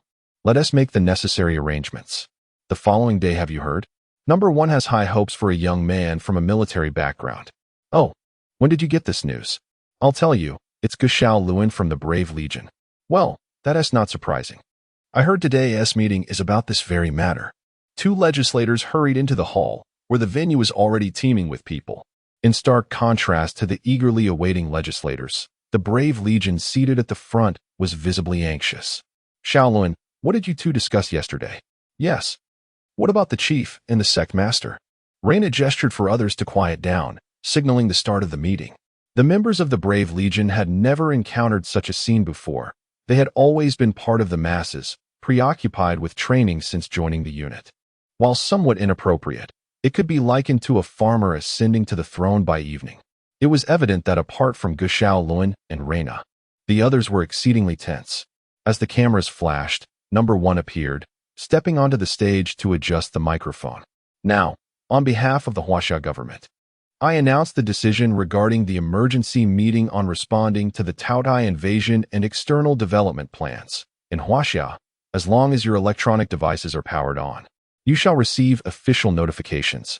Tianhe Square came to a halt, with even the traffic on the roads coming to a standstill. An urgent notification, a rare occurrence over decades.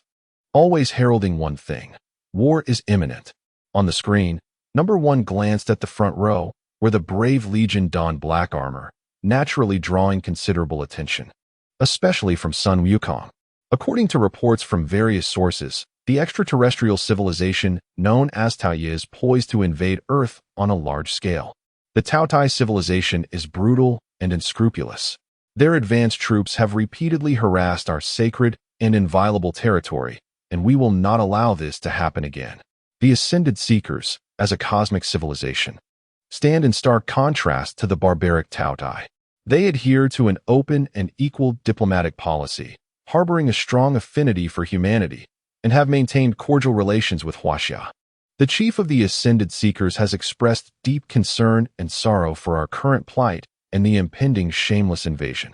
Through amicable negotiations between our government and that of the Ascendant Seekers, we have officially decided to join the righteous side led by the Ascendant Seekers. In interstellar civilization relations, the terms sovereign state and protectorate are used, yet they regard humanity as equal partners and have extended a series of assistance, granting us the strength to confront the Taotai head-on. The Brave Legion, an elite force we have invested heavily in, stands as the first line of defense against the Taotai. Additionally, the establishment of the super original forces, aided by military and civilian technology from our sovereign state, is already on the agenda. Fellow compatriots, we find ourselves once again at the brink of extinction, just as we did a century ago. The gap between us and the Taotai is only set to widen. Therefore, I announce, the entire nation enters a level 1 combat readiness state. We shall fully reinstate the militia system. All factories and individual enterprises will be nationalized, officially entering a wartime economic regime. All resources will be prioritized for military use. Huaxia will formally launch a self-defensive counterattack against the Taotai civilization. Remember, our cause is just, and victory is inevitable. Number 1 extended his left hand, pointing towards Guxiaolun. Next, I will represent the committee in awarding the Brave Legion warrior, Guxiaolun, the title of Galactic Power, with the rank of Colonel. The hall erupted in applause, while the unprepared comrades were left in stunned silence. Guxiaolun flashed a confident smile at them before striding forward with determination. Wow, how impressive. Look at his black armor. Is this what it means to be a superhuman? Chapter 90. Military advancement preparations. The entire world was caught off guard by the maneuvers of Huaxia, as the youth, still oblivious to the gravity of war, gazed longingly at Guxiaolun. Standing beside Number 1, Guxiaolun received a tray from a guard. Number 1 continued, simultaneously bestowing upon Guxiaolun the title of Commander of Space Defense, overseeing all armed forces. Come, Guxiaolun saluted him, then bent slightly. Number 1 affixed a magnetic medal onto the black armor, causing Guxiaolun to involuntarily smile, before he turned to the assembly and saluted once more. Number 1 led the applause, and the venue erupted into cheers again. He stepped aside, chuckling, "Aren't you going to give a speech about your promotion?" "Ah, I'm not good at speeches." Despite his words, Guxiaolun approached the podium.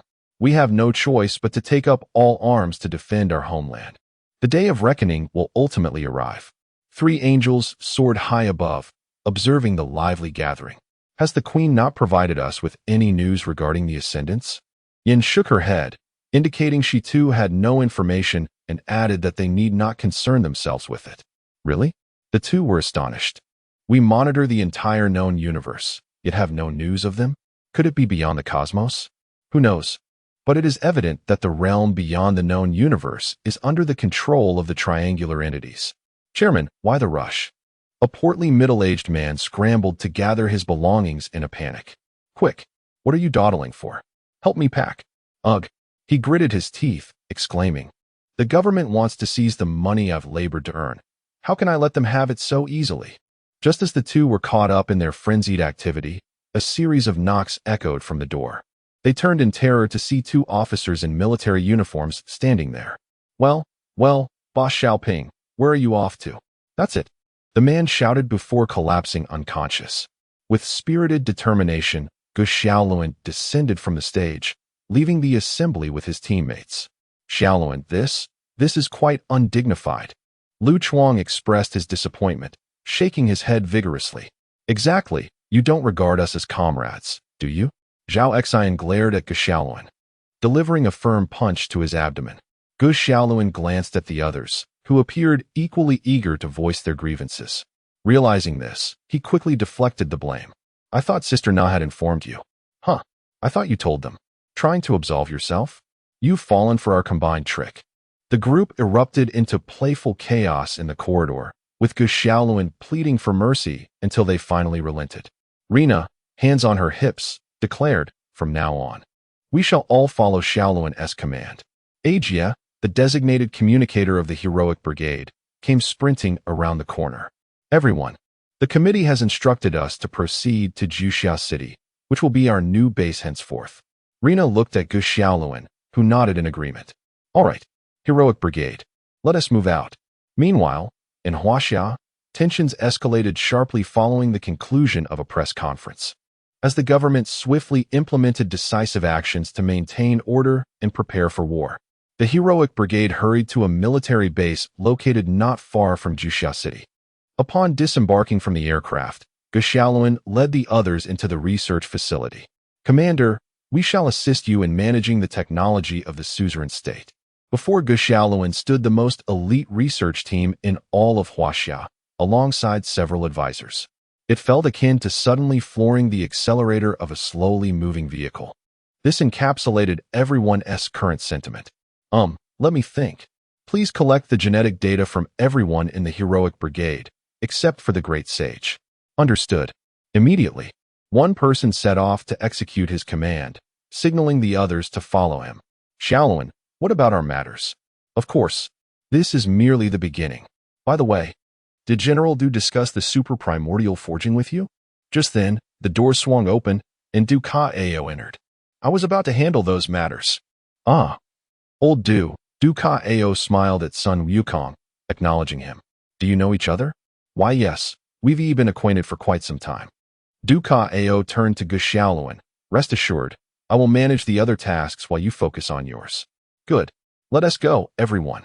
After they departed, Gu Xiaoluan approached the data control console. How shall we tackle this first step? Let me ponder.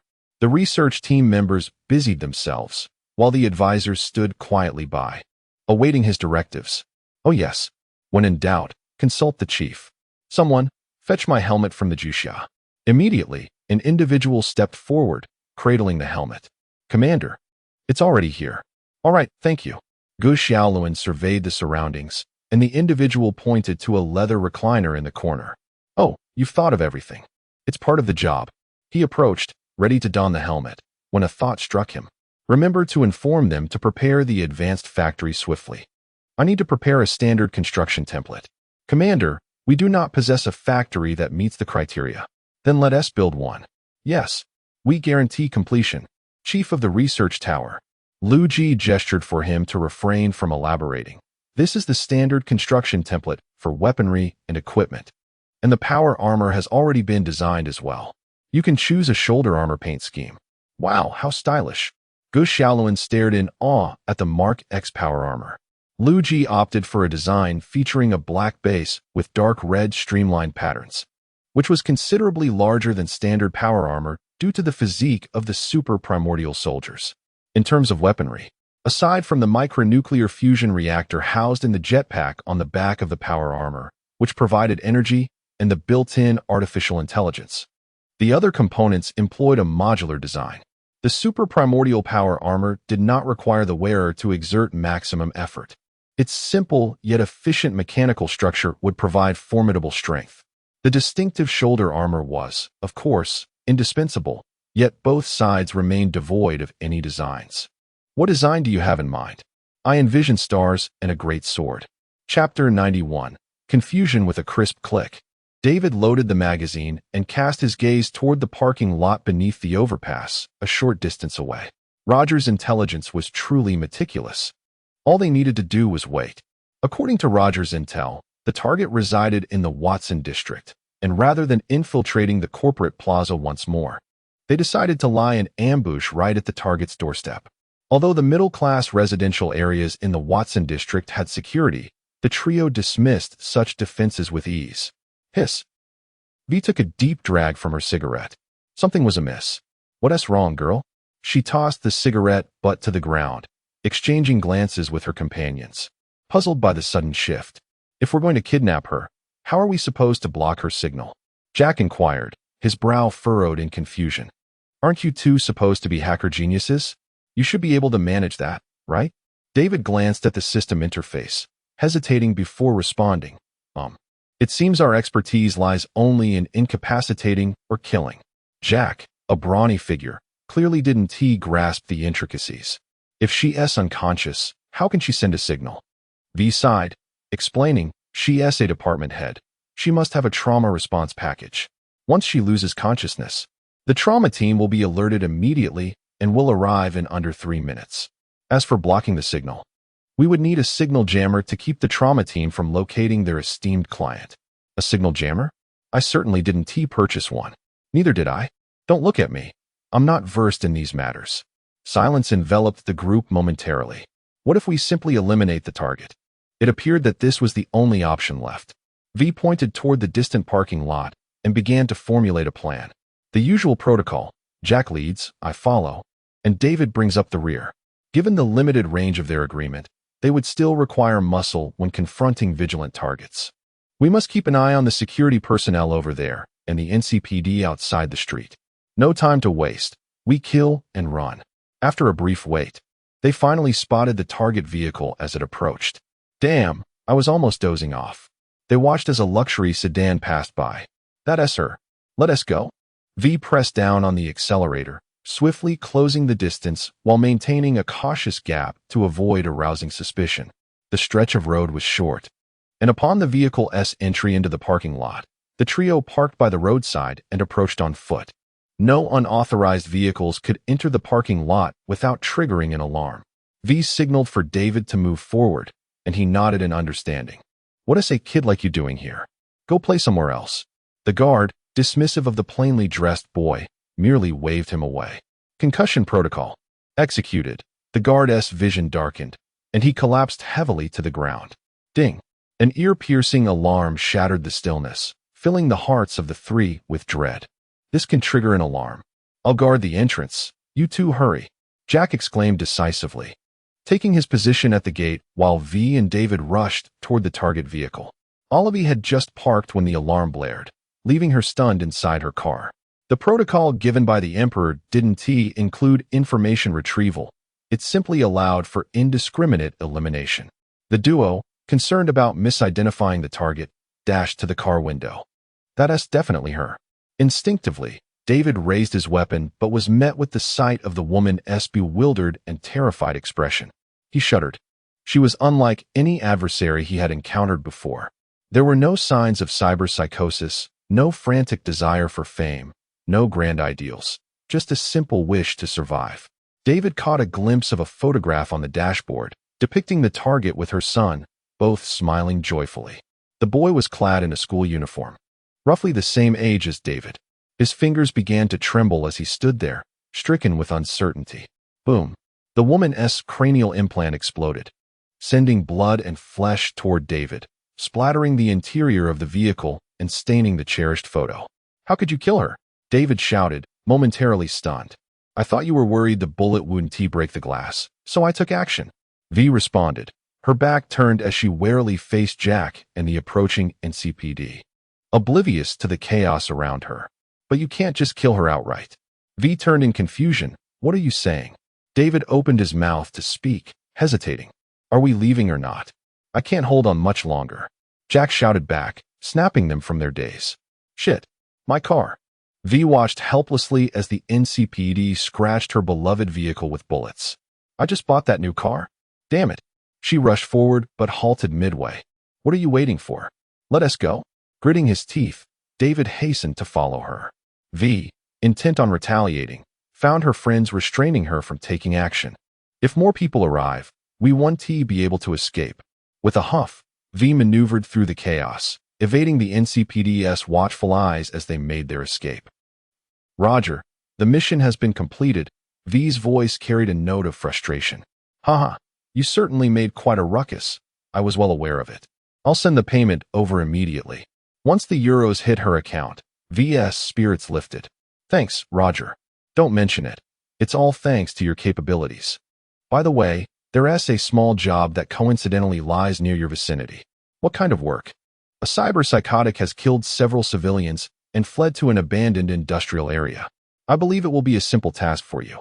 Upon receiving the information, V glanced back to see Jack nodding while David appeared lost in thought. All right, we'll take it. By the way, do you still accept such minor tasks? Roger chuckled. Big jobs aren't available every day. I need these smaller assignments to sustain my team. Rest assured, we'll handle it. With that, the communication ended, and V distributed the reward among her companions. Damn, we really hit the jackpot this time. Jack exclaimed, his eyes gleaming as he checked his account balance. Once I save enough, I'll buy a new house with Misty. We'll discuss future plans later. Right now, we have work to do. Abandoned industrial area, I say. Why the long face? As the trio walked along the crumbling buildings, Jack and V noticed David's downcast demeanor. It's nothing. V affectionately patted his shoulder. Don't be that way. I'll treat you to a drink later. Yeah, when you're like this, it dampens our spirits too, Jack remarked, keeping a vigilant eye on their surroundings. Chapter 92. Encounter with the Wanderers team. Jack suddenly signaled for the two to pay attention. Wait, there's movement ahead. The trio proceeded cautiously, only to find a group of colleagues gathered around a damaged shipping container. This eclectic assembly, a medley of shapes and sizes, was easily distinguishable. They were encircling a disheveled man who was carelessly urinating atop the container. How utterly uncouth, exclaimed one. Pyrrha, Don and Oppos, stir trouble. Man cautioned, but Pyrrha, ignoring his words, gleefully leaped atop the container. Heads up, we have company approaching, Man said, noticing three figures advancing from a distance, prompting the others to take notice as well. Hey, I'm talking to you. Didn't you hear? In stark contrast to the others who were poised to draw their weapons, the trio appeared nonchalant, their leisurely demeanor revealing their formidable strength. Hey, brother. Jack, ever the affable soul, struck up a conversation. While we mean no disturbance, we must caution you that Man is a cyberpsychopath. He gestured towards the man on the container, causing Pyrrha to take a startled step back, followed by an acrobatic flip to the ground. Lucy, sensing the presence of a formidable figure, stealthily maneuvered behind the brawny Doryu. Do you know him? Man inquired, tilting his head slightly. You know him too, the Night City fiend. That tall guy and the woman? No, I mentioned before, it's that kid and the woman. David Martinez. V, and an unfamiliar towering figure. As the leader of the group, Man approached Jack for negotiations. David's spirits lifted upon spotting Lucy, while V's gaze scrutinized her, raising an eyebrow in appraisal. Lucy, acutely aware of their scrutiny, retreated further into herself. Lucy, did you provoke them? Doryu questioned, puzzled. The boisterous Rebecca and Pyrrha aimed their weapons at the cyberpsychopath. Certainly not. Otherwise, how could Lucy still be alive? Seems reasonable. Lucy rolled her eyes, opting for silence. I am Jack Wells, Jack declared loudly, clearly having overheard their discourse. Just call me Man. Noted. Man, he replied, shaking Jack's hand. Man, despite his reluctance, understood the necessity for decorum in dealing with such powerful individuals. V, uninterested in the socializing, moved past the duo, prompting David to follow suit. Shouldn't you resolve the situation with him? Doryu, the elder sister of the group, gestured for her teammates to refrain from brandishing their weapons. Honestly, your reputation is far more intimidating than that of the cyber-psychopath. V smirked, evidently pleased by the remark. Then you all step aside, or shall I take the lead? Concussion protocol executed. The cyber-psychopath paused, then collapsed onto the very ground he had just sullied. The 3 hackers from the Wanderers team were momentarily stunned by the swiftness of the incursion. V hummed a tune as she approached, delivering a kick to the fallen man. David, and whoever you are, come lend a hand. Pyrrha, incredulous, pointed at himself as V nodded, then turned to Doryu. You better look out for yourself. With a glum expression, Pyrrha trudged over.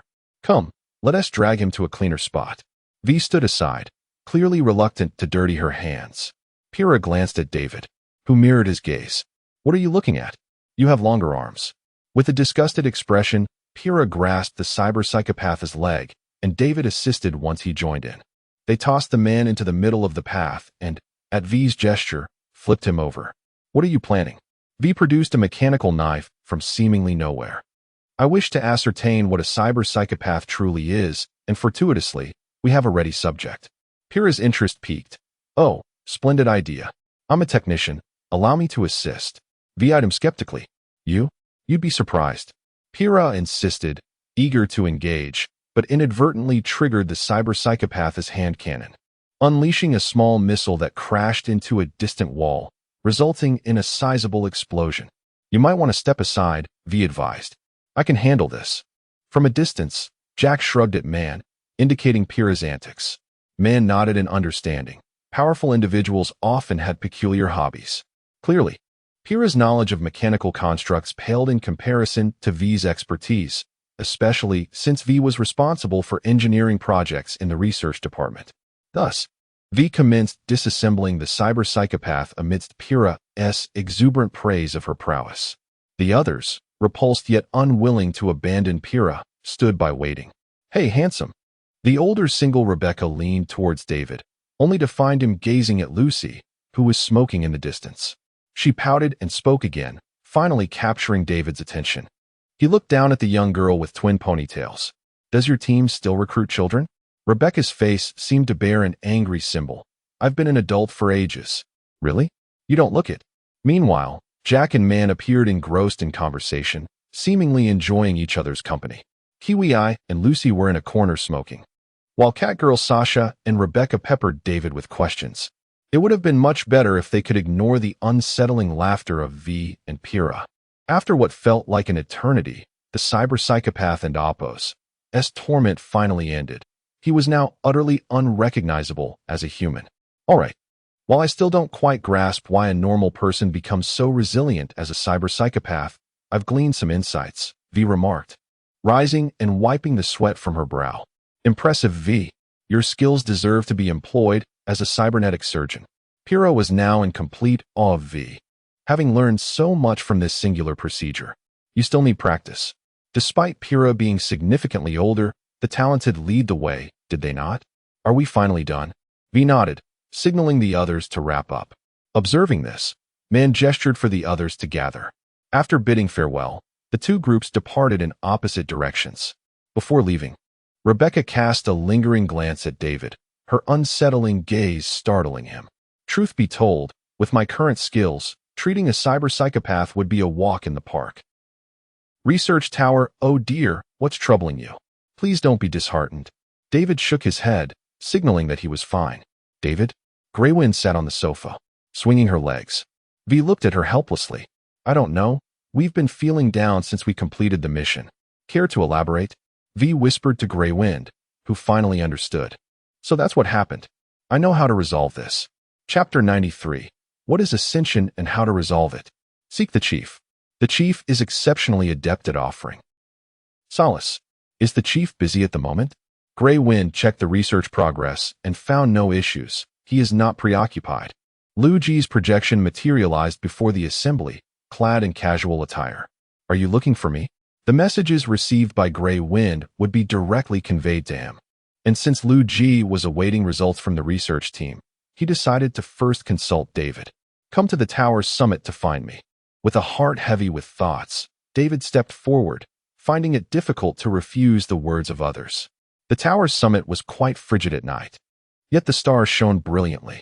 Chief, David arrived at the pinnacle via the ascending elevator, as always, never having uttered Liu Ji's name.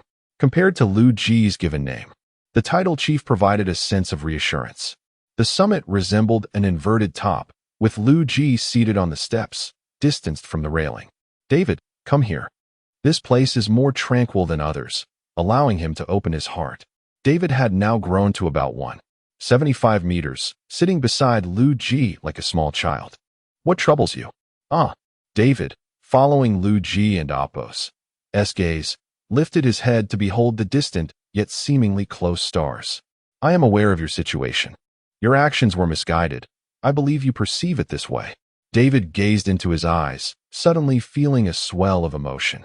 Chief, I do not know. You young lad, I find it difficult to advise you. David lowered his head, yet Liu Ji, despite his words, gently caressed his back. Do you wish to harm her? No, I do not. That is where you are mistaken, since you do not wish to, yet you took her life. David felt like a student who had found a mentor. What should I do? Unfortunately, he would be met with disappointment. Liu Ji merely shook his head. Mistakes cannot be rectified.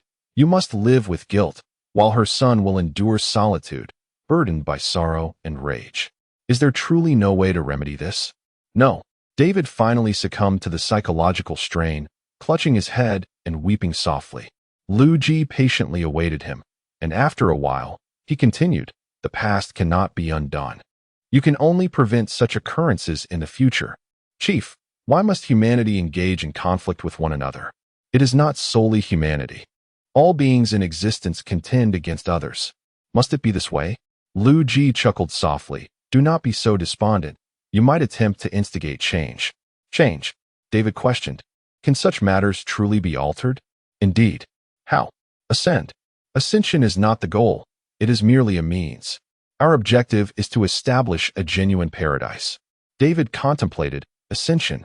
No, it is about creating paradise. Liu Ji patted his shoulder, stating that it is too early to discuss ascension. Perhaps it is best to begin with foundational changes. He rose, hands on his hips, gazing into the distance. Start with small goals. Begin by transforming yourself, then alter your surrounding environment, and subsequently, we can discuss grander plans. Should you have anything to express, feel free to seek me at any time. Liu Ji departed, as his work was not yet completed. David's gaze fell from the vast starry expanse to himself. Report to the chief. The complete set of equipment for the super original forge has been designed and handed over to the army commander. Good. Commence the analysis of all super genes immediately. Liu Ji orchestrated arrangements as he walked, entering the laboratory just in time to see Gu Xiaolin listening to the Emperor's technical explanations. Your Highness, could you perhaps speak a little less? He has no time to learn so much. Chief. Gu Xiaolin promptly turned to greet him. The Emperor wore an indifferent expression, stating that it was fine. After all, there is a standard construction template to follow. Once Gu Xiaolin departed, Liu Ji engaged her in casual conversation. Your Highness, how have you been learning faster than I? The Emperor, slightly indignant, retorted that her learning ability was quite formidable. Then why did you fail the Golden Age exam? Mentioning this made her irate. Previously, she had been neglecting her studies, only to find herself carrying the burden at the end. You must learn more now. By the way, I haven't seen you return recently. Is everything all right on your end? The Emperor glanced at the electronic calendar, assuring him that there was no issue. The original beings would take some time to return. Are you not advancing some technology for the Empire to utilize?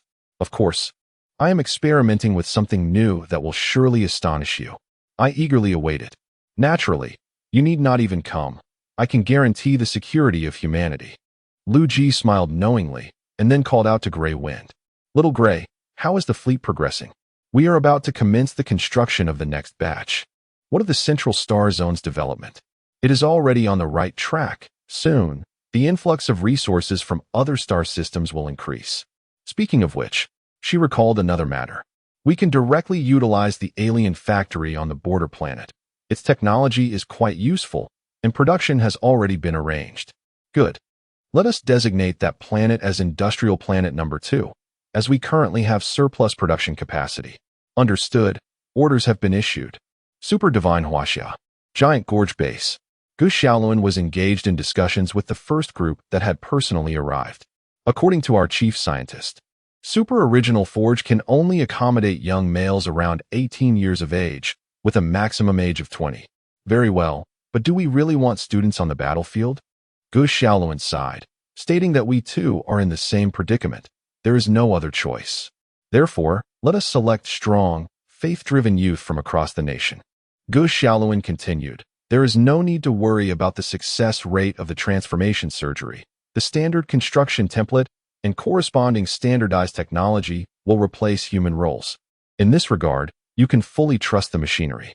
Xiaoluan, you previously mentioned that the transformation surgery would affect one's thinking. Is that? Yes. To put it bluntly, it is akin to brainwashing, yet it is the only method to swiftly acquire combat consciousness and experience. Gu Xiaoluan paused, advising that all candidates be informed of the stakes, allowing them to decide whether to proceed. It is entirely up to you. The first group handed him a tablet, stating that the facilities you requested are under full construction. Humans may rest, machines may fail, but progress must not halt. The construction of the first batch of facilities alone has mobilized 200,000 workers, 3,000 enterprises, with an investment nearing 30 billion. The total consumption of all projects has reached hundreds of billions. The entire nation is engaged in this endeavor, making precise expenditures almost impossible to calculate. Chapter 94. The Dawn of War indeed. The results are remarkable. Huaxia is swiftly amassing formidable military power. Gu Xiaoluan's plan has been fully adopted, receiving the green light and disseminated at lightning speed across various regions. Within a mere day, the news of troop selection had spread far and wide. In Tianhe City, the ubiquitous armed patrols have not disrupted the normal course of life. Rather, they have instilled a deeper sense of security among the populace. Tianhe 3 Middle School has suspended its regular classes to organize students on the playground for enrollment preparations.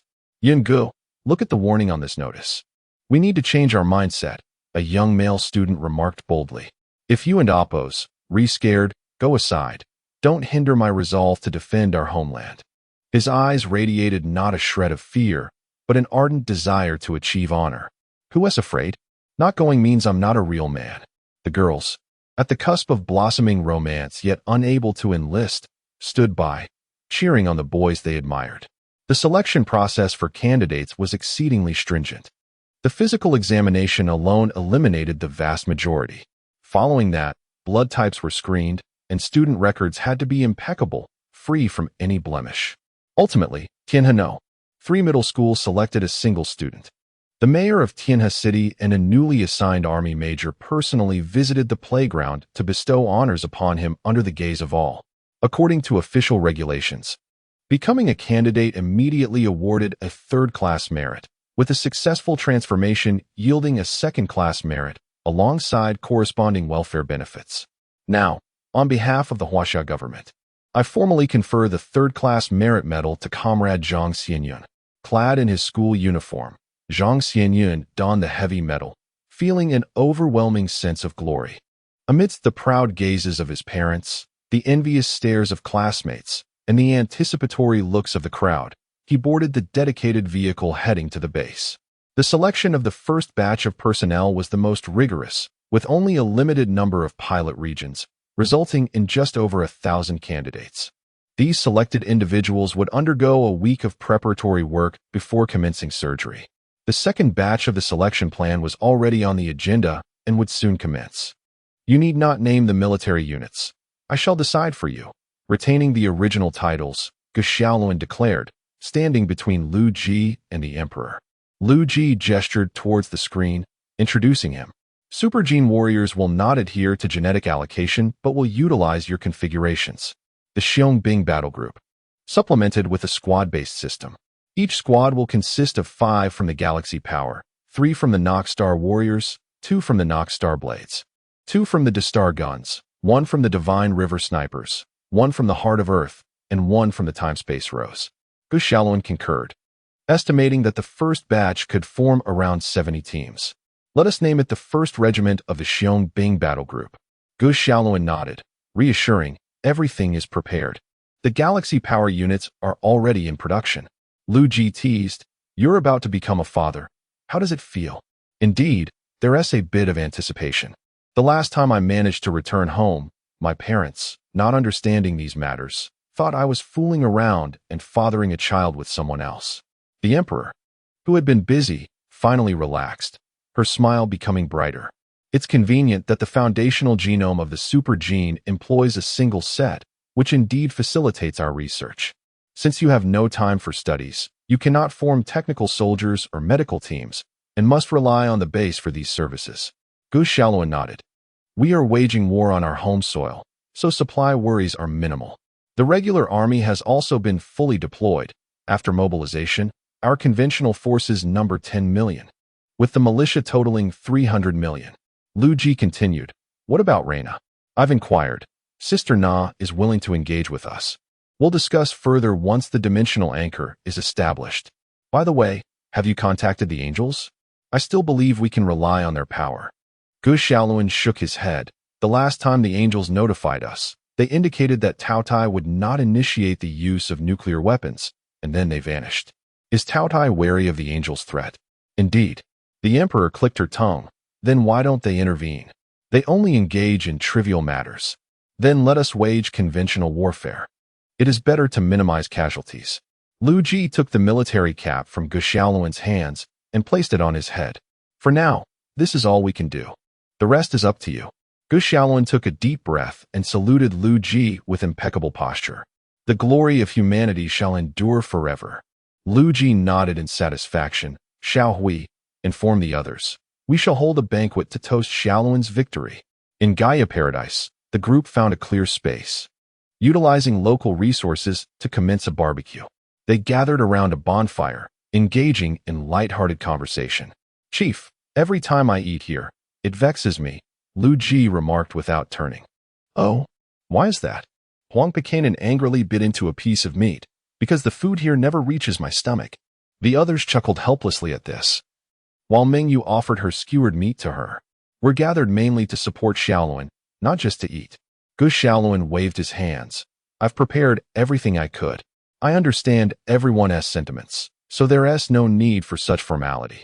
Mingyu, unsure of how to encourage him, could only muster a simple, good luck. The others echoed her sentiment. Let us showcase the might of humanity. Shaolin, take down those abominations. We're all watching you.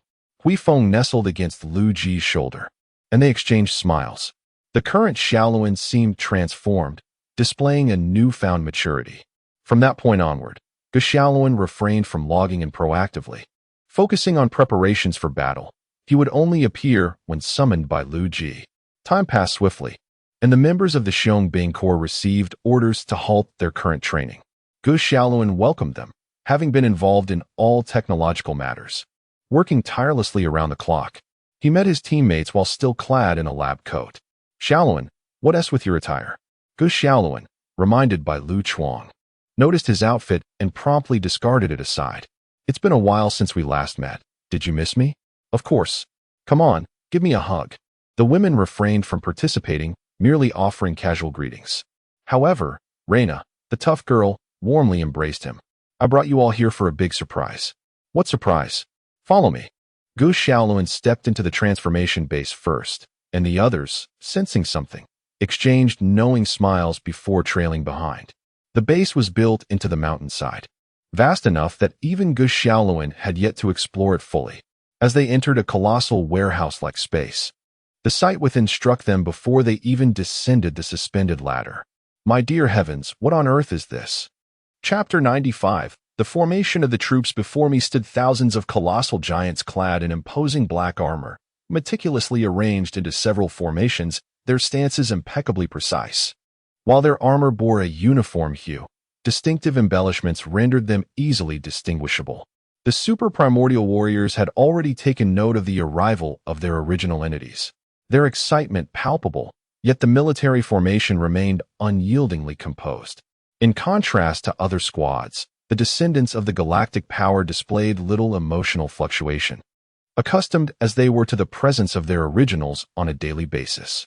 As Gus Shaolin walked, He offered an introduction, stating that this was the Super Primordial Warrior Unit. General Decao had surely elaborated on this to you, so I shall refrain from further explanation.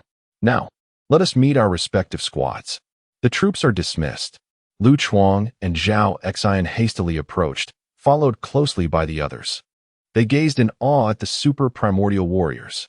"Hey, that's my son," Lu Chuang exclaimed, dashing towards the squad of the god of war, Noxing. "How do you know?" "It's obvious from that massive axe," Lu Chuang shouted without looking back. Upon reaching his descendant, he was taken aback. Standing at 1.8 meters, Lu Chuang was dwarfed by the towering figure of his descendant, which stood at an impressive 2.7 meters, with the Super Primordial Warriors approaching 3 meters in height. Each squad bore distinct shoulder armor insignias. Lu Chuang's descendant wielded an axe, Qilin's descendant a sniper's scope, Rumingming's descendant a dagger, Zhao Xian's descendant a lightning bolt, Cheng Yaowen's descendant a clenched fist, and of course, Rose's descendant was adorned with a rose emblem. Interestingly, Cheng Yaowen, an extraterrestrial, had achieved the status of an original entity not through any special modifications, but rather through the prolonged amalgamation of Denorian civilization and Earth's indigenous culture, resulting in a high degree of genetic similarity, a form of assimilation. However, one might ponder why Earth's civilization progressed so slowly. This is not a fault of the people, but rather an edict of the angels. Should one elevate the technology of a lesser civilization, the angels would come bearing swords to challenge you. In the front row, the Super Primordial Warriors knelt, allowing Lu Chuang to gaze upon them without craning his neck. "Oh my, how impressive!" He poked at the armor crafted from Taoging metal. "Are you truly my sons?" "From a genetic standpoint, yes," they replied. "Then what shall we call you?" "Father." The Super Primordials bowed their heads, eliciting a hearty laugh from Lu Chuang. The others, however, were more reserved in their interactions with their descendants, shyness enveloping them. Sun Wukong and Reina stood aside, lacking descendants of their own, merely observing the unfolding scene. Perhaps it's best not to let Lu Chuang lead. I'd rather not witness a band of ruffians. Sun Wukong chuckled silently as he turned to see Decao and others approaching. "Old Du, what do you think of this group of super soldiers?" Decao, with a benevolent smile, remarked, "We are yet to gauge their true strength, but I sense they shall not disappoint." His gaze lingered on Rose, engaging with her descendants. After all, genetically speaking, he was the progenitor of the time-space Super Primordials.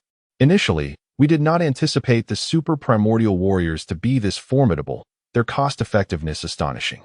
Then we shall wait and see.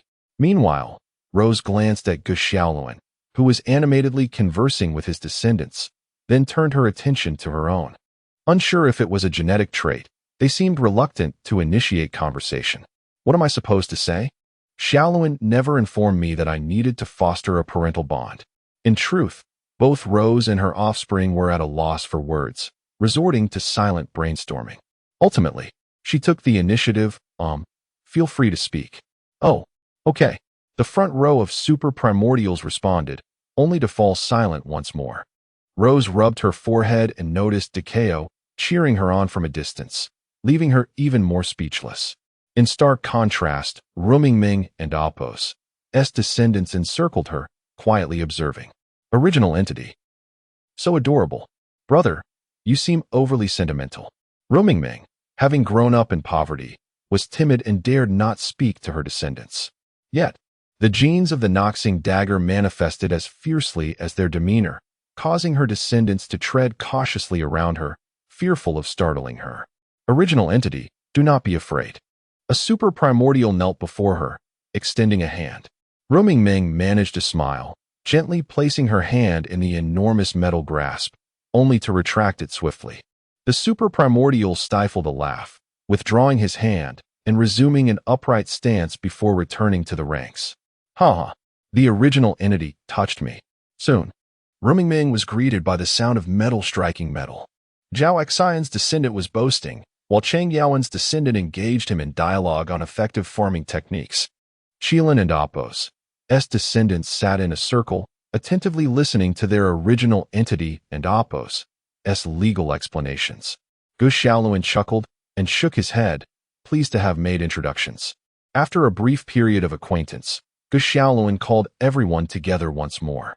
I trust you all understand that your genes align with those of your descendants, and your combat styles are similar. Henceforth, training alongside your descendants is imperative. Rose, Yaowen, and Xian, your tasks are unique. Your descendants require your assistance in harnessing their abilities, so you shall focus on that. Meanwhile, we will engage in team coordination exercises. You are all aware of your squad allocations, but allow me to clarify your respective roles. My descendant will absorb damage and fill gaps. Chuang's descendant will engage head-on, while Mengming's descendant will execute assaults. Xian's descendant will primarily scout, aiding the assault troops as needed.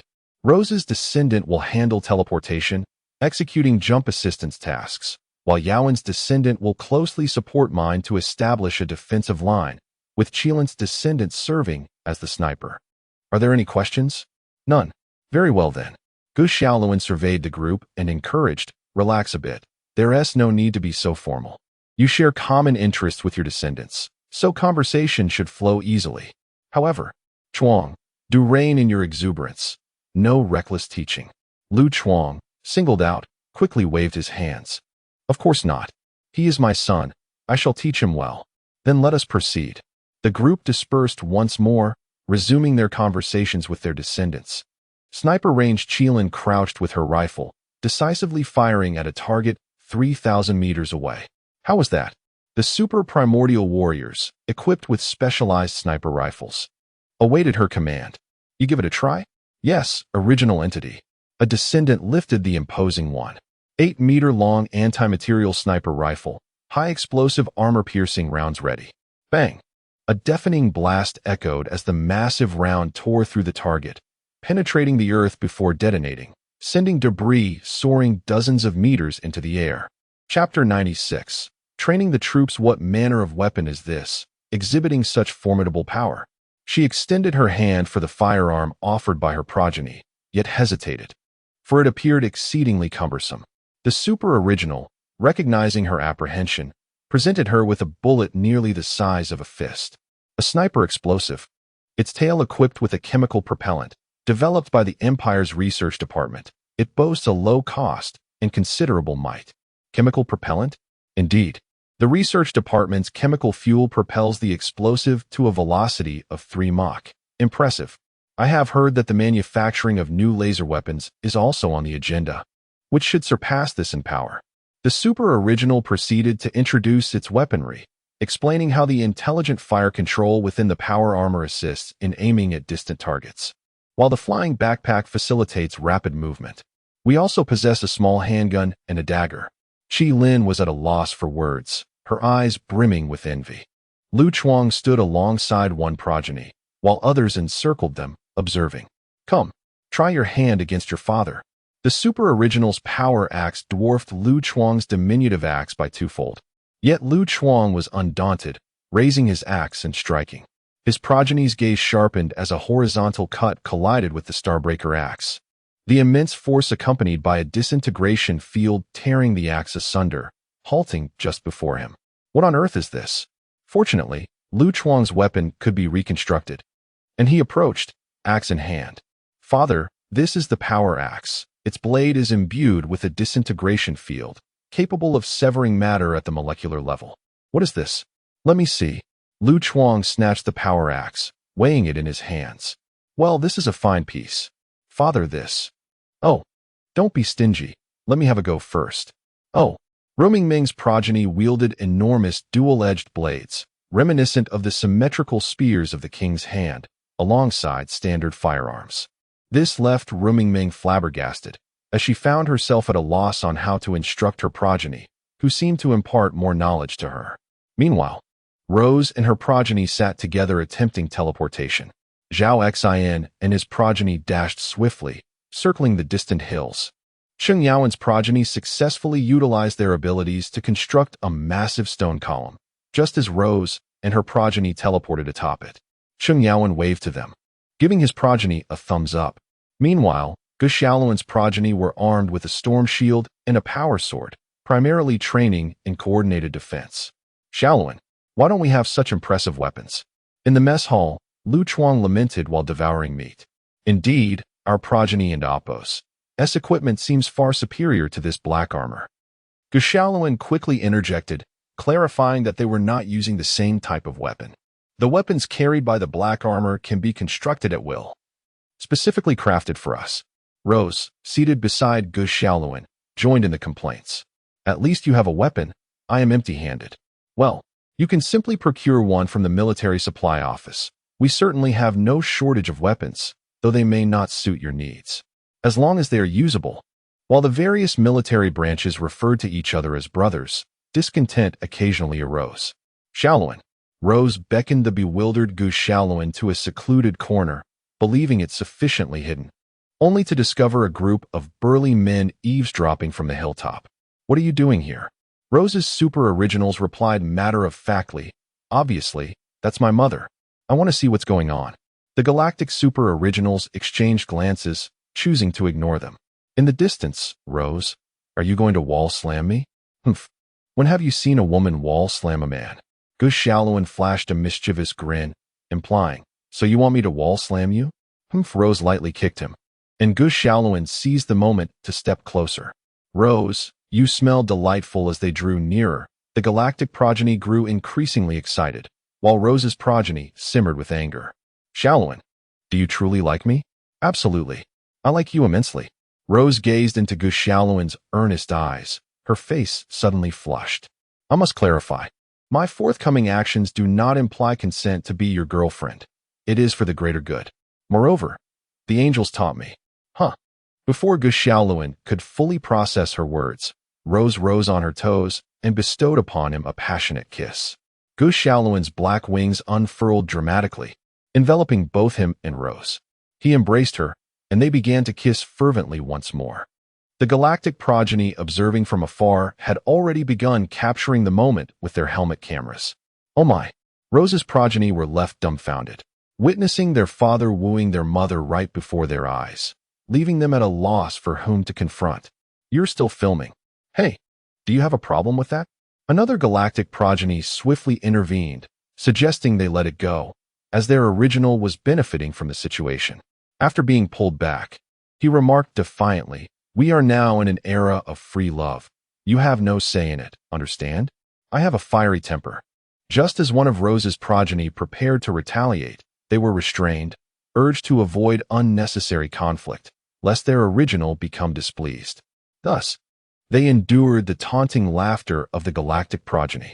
This incident would sow discord between Rose's progeny and theirs for a considerable duration. Meanwhile, on the other side, Rose reluctantly parted from Gu Xiaoluan, about to speak when he cheerfully interjected, I have known how to fly for quite some time. Rose's expression transitioned from surprise to joy, only to shift to playful indignation. Humph, I won't speak to you. With that, she turned to leave, but Gu Xiaoluan's wings blocked her path. Don't be upset. I'll take you to see the skies. Rose turned her head in silence, and Gu Xiaoluan, with a knowing smile, lifted her into the air, swiftly vanishing from the sight of the crowd. The galactic progeny wished to pursue, but found themselves unable to utilize their wings freely, forced to retreat quickly, for the neighboring team was nearly ablaze with excitement. A week passed swiftly, and everyone anticipated yet another tranquil day, only for an unforeseen turn of events to herald the onset of danger. An inexplicable sound reverberated across the earth, affecting only Gu Xiaoluan and his companions. They have arrived. The progeny of galactic power clutched their heads, seemingly attuned to something. The medical personnel anxiously inquired about the situation, while Gu Xiaoluan stepped forward to take charge, signaling for calm. Gather everyone. All squads of the heroic legion, line up. If you're alive, get moving. The galactic progeny gritted their teeth and swiftly assembled with the other super originals, forming ranks in the expansive plaza. Chapter 97. The arrival of the gluttonous beast in the vast expanse of the three-body universe. An intimate moment unfolded between Lojia and Zhuang Yan. Darling, do not speak. Kiss me, Lojia murmured as they embraced on the bed, their passion intertwining with the urgency of impending conflict. Zhuang Yan responded softly, I am your barrier breaker. Oh, how annoying. Luojia chuckled lightly, then initiated the plan to breach their defenses. While the super-god universe had yet to engage in battle, the atmosphere was already rife with the sounds of warfare. The original unit swiftly assembled, as Gu Xiaoluan communicated through his radio, coordinating efforts. Notify all provincial troops to prepare for combat readiness. All militias are to distribute live ammunition, and arms factories must be prepared for immediate relocation. The members of North Star must ready themselves for defense. An assault on the capital is imminent. All nuclear weapons must be prepared for launch, with self-destruction protocols in place. If we lose the front lines, we shall not allow anyone to seize our land. The Navy must return to the inland sea. We cannot afford distractions in the open sea. Dispatch the Juxiao battle group to Bohai Bay to safeguard the capital. Yes, that shall be our course of action. I will command the entire operation. With the alarm blaring, the so-called deities, accompanied by their semi-divine offspring, proceeded towards the front lines under the watchful eyes of ordinary citizens. Gu Xiaoluan and his original unit approached the airfield, where his staff continually reported the latest developments. The gluttonous beast's primary target appeared to be Tianhe City, followed by Juxiao City and North Star. Wherever they wished to strike, we shall meet them. Thanks to the efforts of the populace, they had managed to gather 50 atmospheric shuttles, though this was insufficient for all units. We shall make multiple trips. They arrived at a shuttle developed by the research department, capable of transporting an entire super-original team while boasting commendable speed and firepower, albeit not ideally suited for combat. The originals prepared for departure, their subordinates awaiting blessings from their leaders. Gu Xiaoluan recognized the young man seated at the edge, his progeny. Xiaozhong, you are my first offspring and the captain of the first squad. Give it your all. Yes, I promise to accomplish the mission. As they assembled, all super-originals had already undergone inspections. The modified soldiers would not lose morale in the absence of their originals. Instead, they would fight with greater ferocity, yearning for the original's gaze. The original unit boarded the shuttle, which would serve as Gu Xiaoluan's temporary command center. Each military district was instructed to prepare for defense, with no need to support other locations unless ordered. Therefore, the Air Force ascended, ready to withstand the gluttonous beast's initial assault. We shall arrive shortly. He continued issuing commands. Squads 1 through 25 will defend the central combat zone. Squads 26 through 40 will guard the northern region. Squads 41 through 60 will protect the southern sector. And squads 61 through 70 will cover the western front. All squads must remain ready to reposition. North Star, it is time for us to depart. The first officer glanced at Huang Lao, then shook his head. I trust Xiaoluan. I will remain here at North Star. Just as he intended to speak further, Gu Xiaoluan's communication came through. Report. I have completed the preliminary deployment to counter the gluttonous beast's advance. Good. No need to elaborate. Focus your thoughts on the battlefield. Understood. The Huaxia government issued an urgent message to all compatriots. As confirmed by the Super God Academy, the gluttonous beast has arrived on Earth. However, our satellites are unable to detect their targets, leaving us incapable of accurately predicting their attack vectors. Please remain vigilant. We shall undoubtedly triumph in this war, as long as we stand united. Latest reports indicated simultaneous assaults on 11 key cities, including Tianhe City, Juxiao City, and North Star, by the gluttonous beast. The skies above Tianhe City were filled with the largest fleet of spacecraft, rendering all conventional weaponry ineffective. Though some shells struck, they failed to inflict damage. The heroic warriors of the Xiong Bing battle group were en route to the battlefield, urging their comrades to hold the line. Unexpectedly, the gluttonous beast launched a brazen assault on multiple fronts. Gu Xiaoluan scrutinized the map, his brow furrowed. Xiaoluan, where shall we go? Wherever we are needed. We shall go. This is merely the vanguard of the gluttonous beast. Their main force's target can only be us. Are you afraid? Afraid of what? I will slay them. Reina chuckled. Do not underestimate them. The gluttonous beast possesses considerable power. Fear not. One shall fall before me, and if a multitude approaches, I shall vanquish them all. At North Star, the first officer clenched his fists tightly as he watched the bursts of fire illuminating the sky. Above, a squadron pierced through the clouds, heading towards North Star, closely followed by the arriving shuttles. The captain tightened his grip on the controls and shouted into the channel, Comrades, below lies North Star. Behind us is our homeland. Those unafraid of death, follow me into the fray. Open the assault corridor for the Super Original Team's shuttles. Received. The team closely followed their leader, plunging into the battlefield. Inside the cabin, the Super Originals listened intently to the communications, remaining silent. They prepared their magazines, their explosive rounds ready to express their fury. In Tianhe City, flames erupted throughout the urban landscape, with thick smoke billowing into the air. The transportation network was on the verge of collapse. Fortunately, preparations had been made. Civilians began relocating to reopen bomb shelters upon receiving alarms. However, the sheer volume of individuals made swift evacuation challenging, forcing both militia and regular troops to defend while organizing the exodus. Boom. A squad of soldiers watched helplessly as the elusive gluttonous beast destroyed a nearby tank.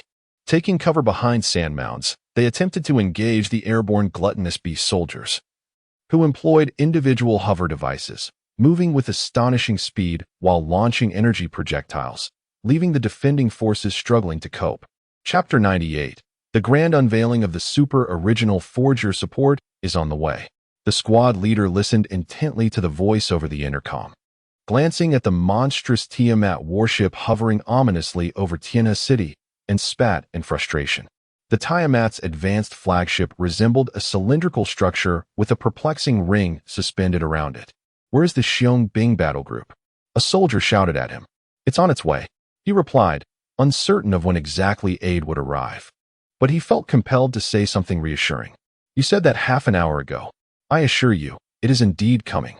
As they attempted to launch another offensive, their efforts yielded nothing.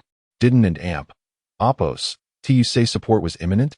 Another soldier remarked, his face twisted in indignation as he glared at the arrogant Tiamat. "Damn it, it's really on its way." Just as the captain was about to retort further, static interrupted their communication. He covered his ears, straining to listen. Crackle. Crackle. A deep, resonant male voice emerged. "Your support has arrived." Feeling a sudden shift in the atmosphere, they all instinctively looked skyward. The world seemed to still, leaving only the sound of thrusters. Whoosh! Several Super Originals soared overhead, landing not far in front of them. Bang! Bang! Bang! This group of 3-meter-tall demigods acted swiftly and decisively, each explosive shot finding its mark on a Tiamat. Advance! Gao Xiaoluan's progeny gazed upward as the remaining friendly aircraft began their return. He turned to the astonished comrades and declared, "Fellow warriors, the front is ours to hold. Your duty is to establish a defensive line and transport ammunition. We have received our orders." "That is good to hear."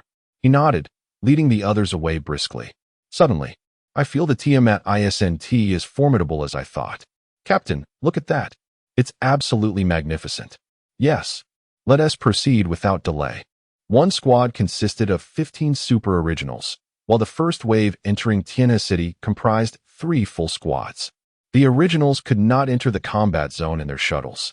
They would arrive by vehicle shortly. Their mission was to act as the vanguard and secure a tactical advantage. The squad leader, a descendant of Qilin, fired as he spoke, reaping the lives of the Tiamat.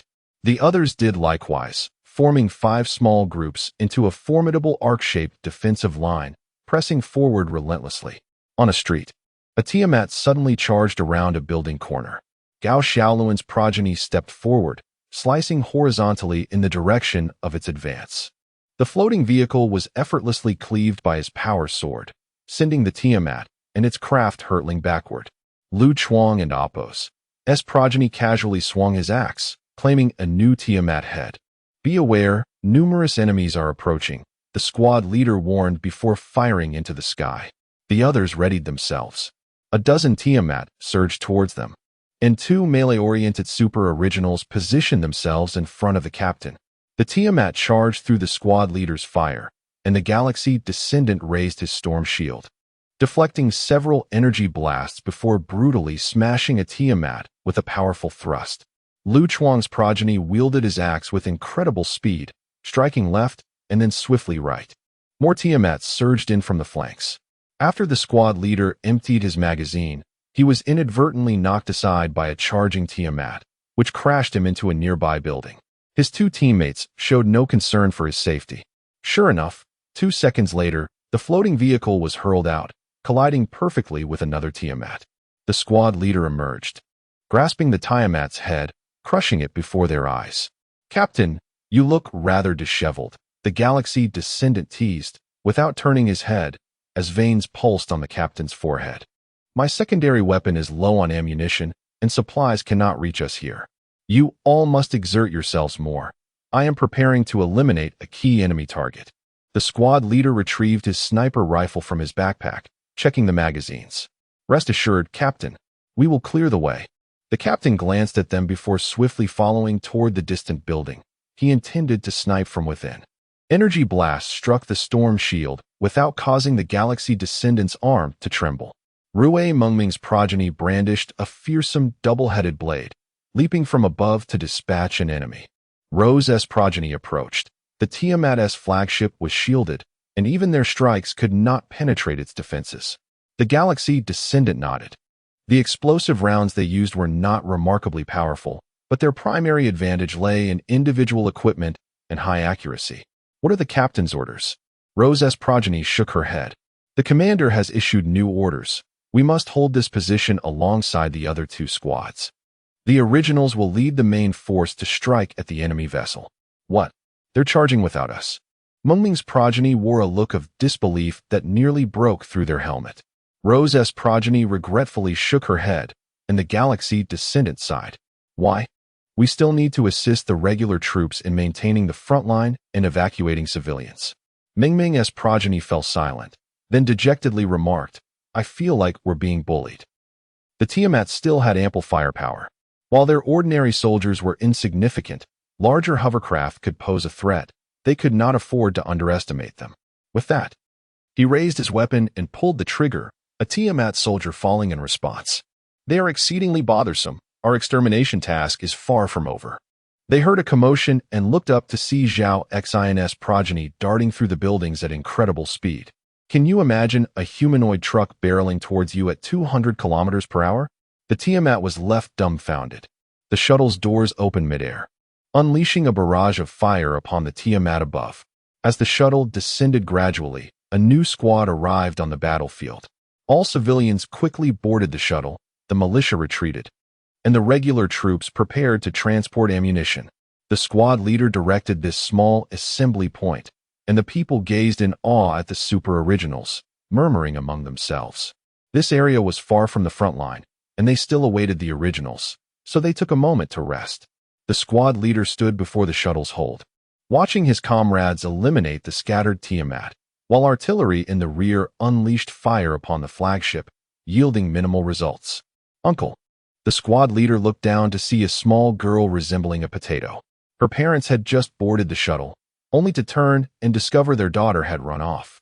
They rushed forward, faces filled with regret as they glanced at the squad leader, attempting to pull her away. The squad leader gestured that it was fine, squatting down to still need to lower his gaze to meet the girl's eyes. "Child, are you afraid?" "No." The squad leader smiled. "Why not?" "My daddy has a big gun. It can shoot bullets. Your father is a militiaman." The little girl nodded proudly, looking up at him again. Chapter 99. The Primarchs have arrived. "Uncle, do you have a gun?" The squad leader produced his bolter, and the little girl's eyes widened with fascination. "Big gun. Wow." The little girl reached out to touch it, and the squad leader didn't stop her. "This isn't your weapon, sister. Maybe you can try an ordinary gun when you grow up. I want this kind of gun too." "Haha, then you have to reach my level." The squad leader stretched out his palm, displaying his strength to her. "Then, Uncle, who are you?" The squad leader stood up and looked into the distance. "I am humanity's guardian angel." He noticed his teammates calling him in the distance. "I hope you never have to use a weapon. And call me brother." Then, he strode away. "Captain, emergency situation. Speak. The Taudai have noticed our strength.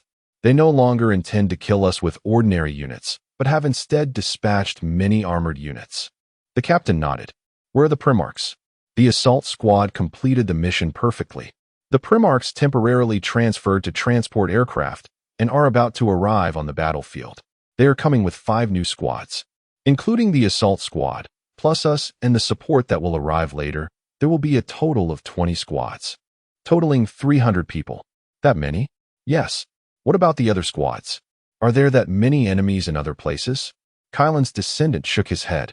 The commander's intention is for the other warzone squads to defend in place.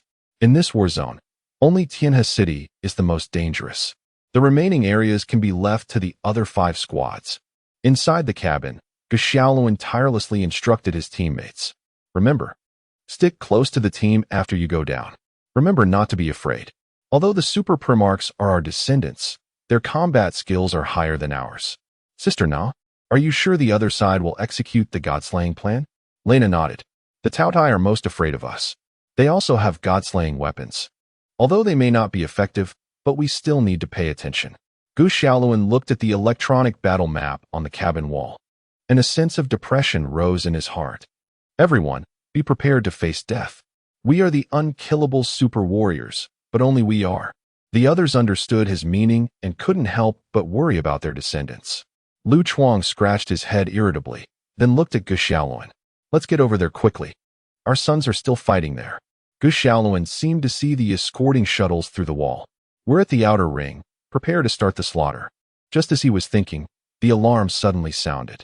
Unidentified combat units found ahead, approaching at high speed. Attention!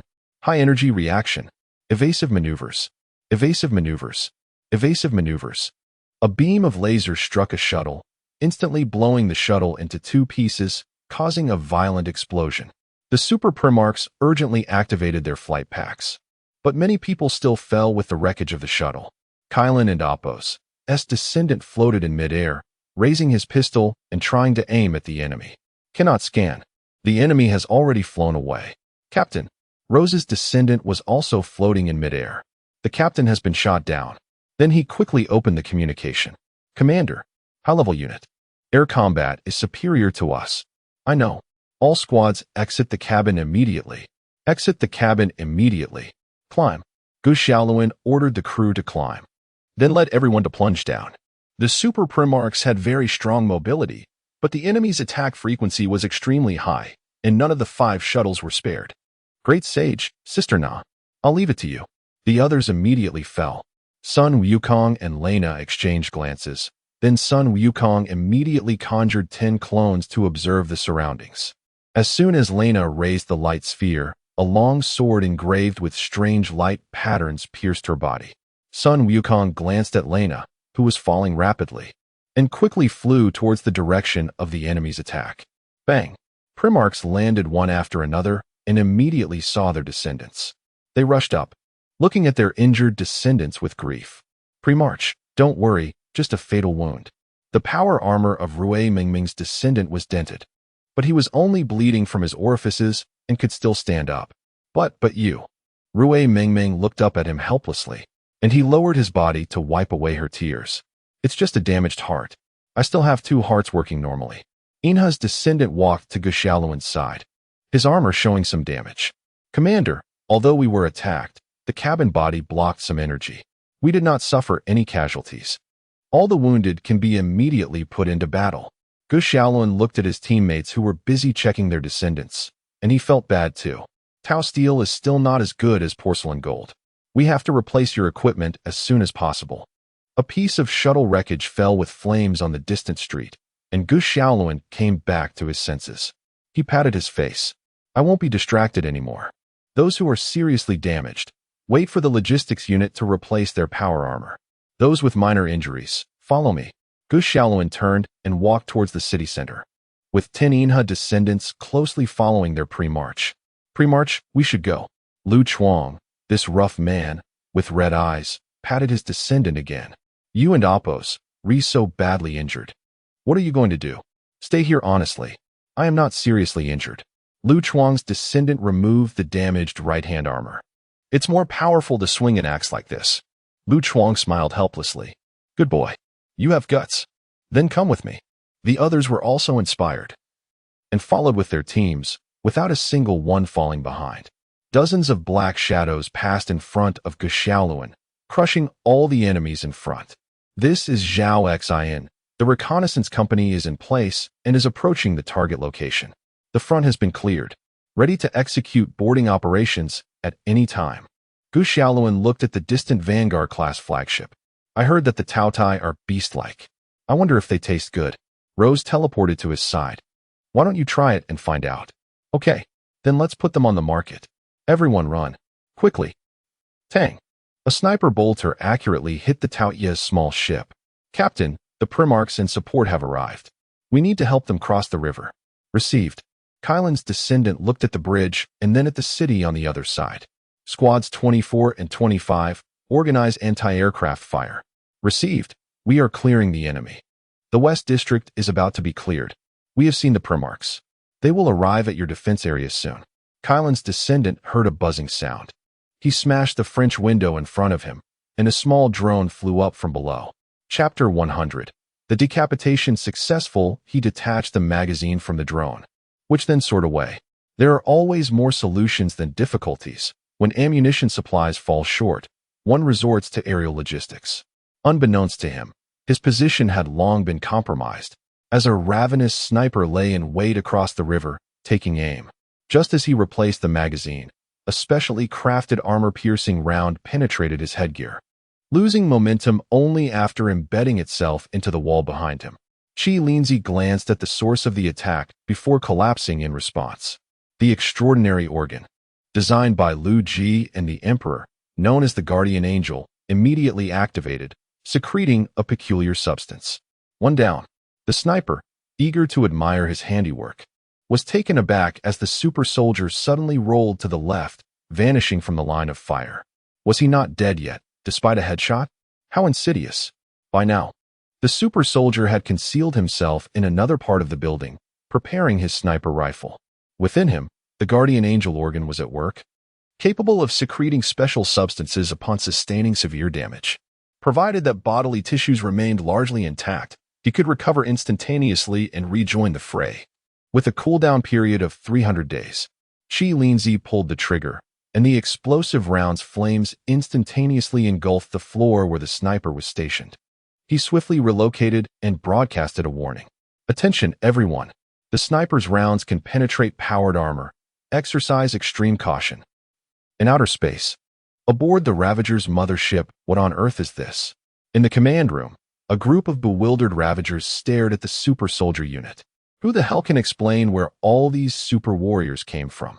When did the Celestial Academy start wholesale production of gene warriors? This army of tin cans is formidable. Our forces are dissipating like snowflakes. Is the firepower of the hovercraft ineffective? Sure, but it can't hit anything. The operational radius of these cans is too far. Precision strikes are futile. Then bombard them. This is Team 25. The Ravagers are bombarding us with machine cannons. We have already lost 2 brothers entirely incapacitated. Without the storm shield, we cannot hold. Other teams, take evasive action. The original warriors listened in trepidation to the messages flooding the channel, unaware of whose progeny had suffered such grievous losses.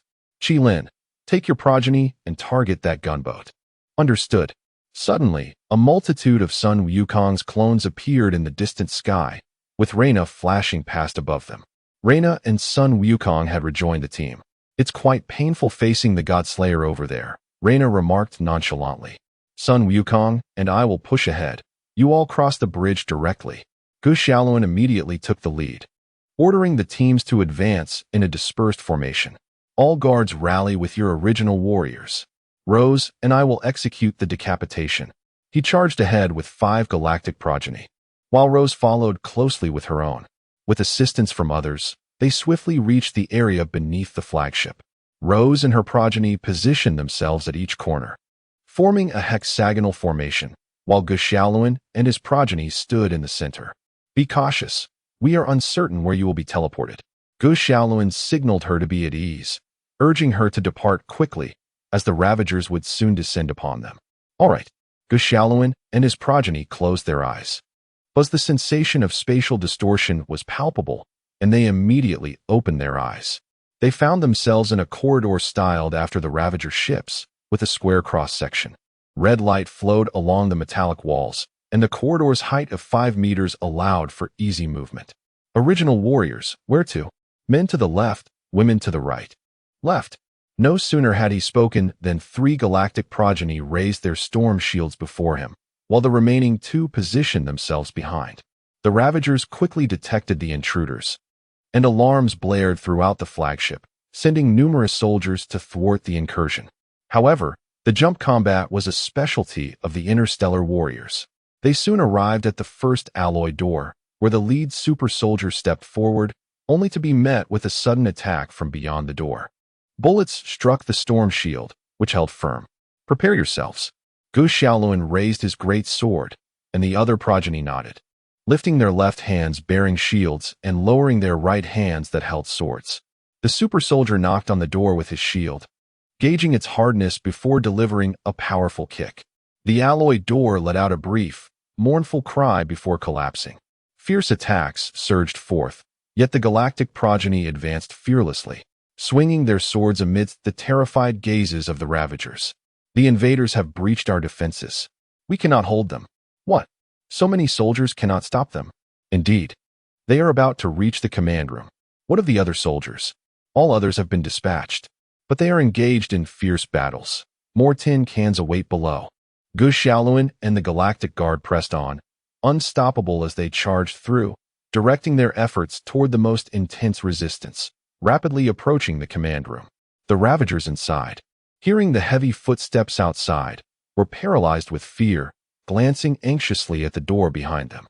The Ravagers, akin to the Titanium Lords, could manage ranged combat, but in close quarters, they were utterly helpless.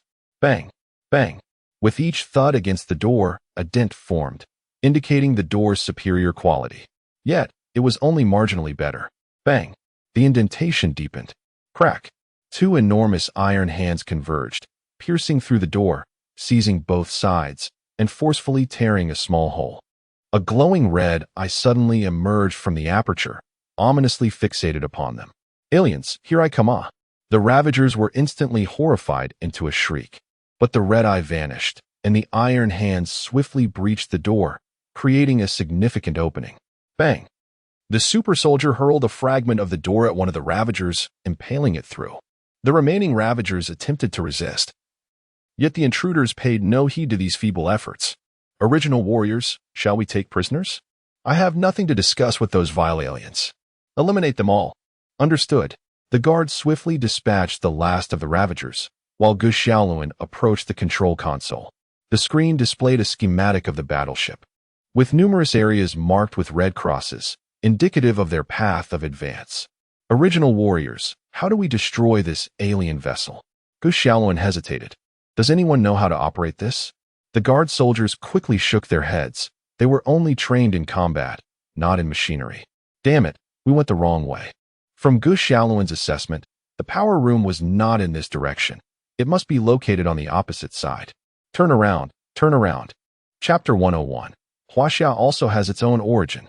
The Taotai began to retreat.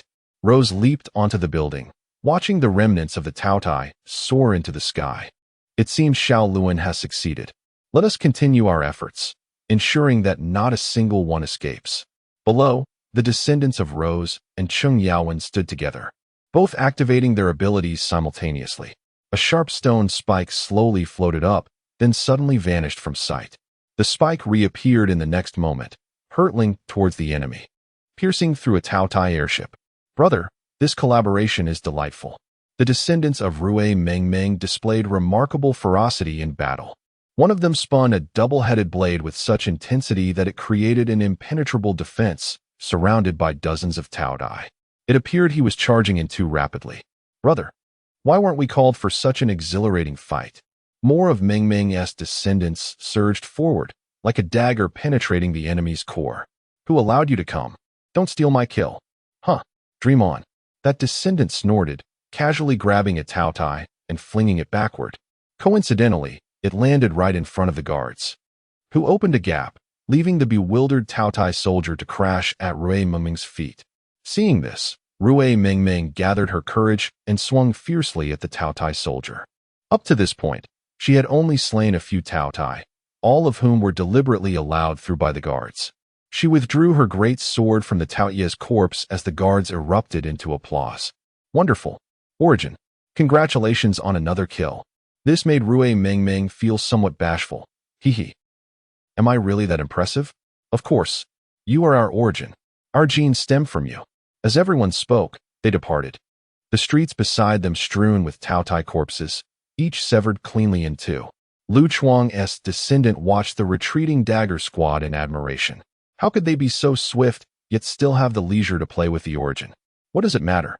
The dagger squad is made for this. Nonetheless, I also wish to charge into battle. The commander forbids it. Our task is to advance the front lines. On board the ship, Gu Xiaoluan and the guards encountered no worthy adversaries, plowing through until they reached the ship and Apos' stern. Behind the stern lay a vast chamber, a circular device connecting the upper and lower sections, with red light flickering in the gaps. It seemed this was the power room. Install the explosives. Yes, Origin. The guards swiftly went into action, securing explosive packages around the device. The BM explosives have been placed.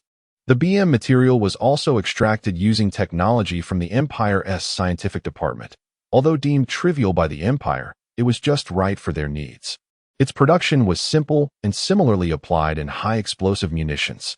Seeing the task completed, Gu Xiaoluan activated the Shin communication channel. Rose, the mission is accomplished.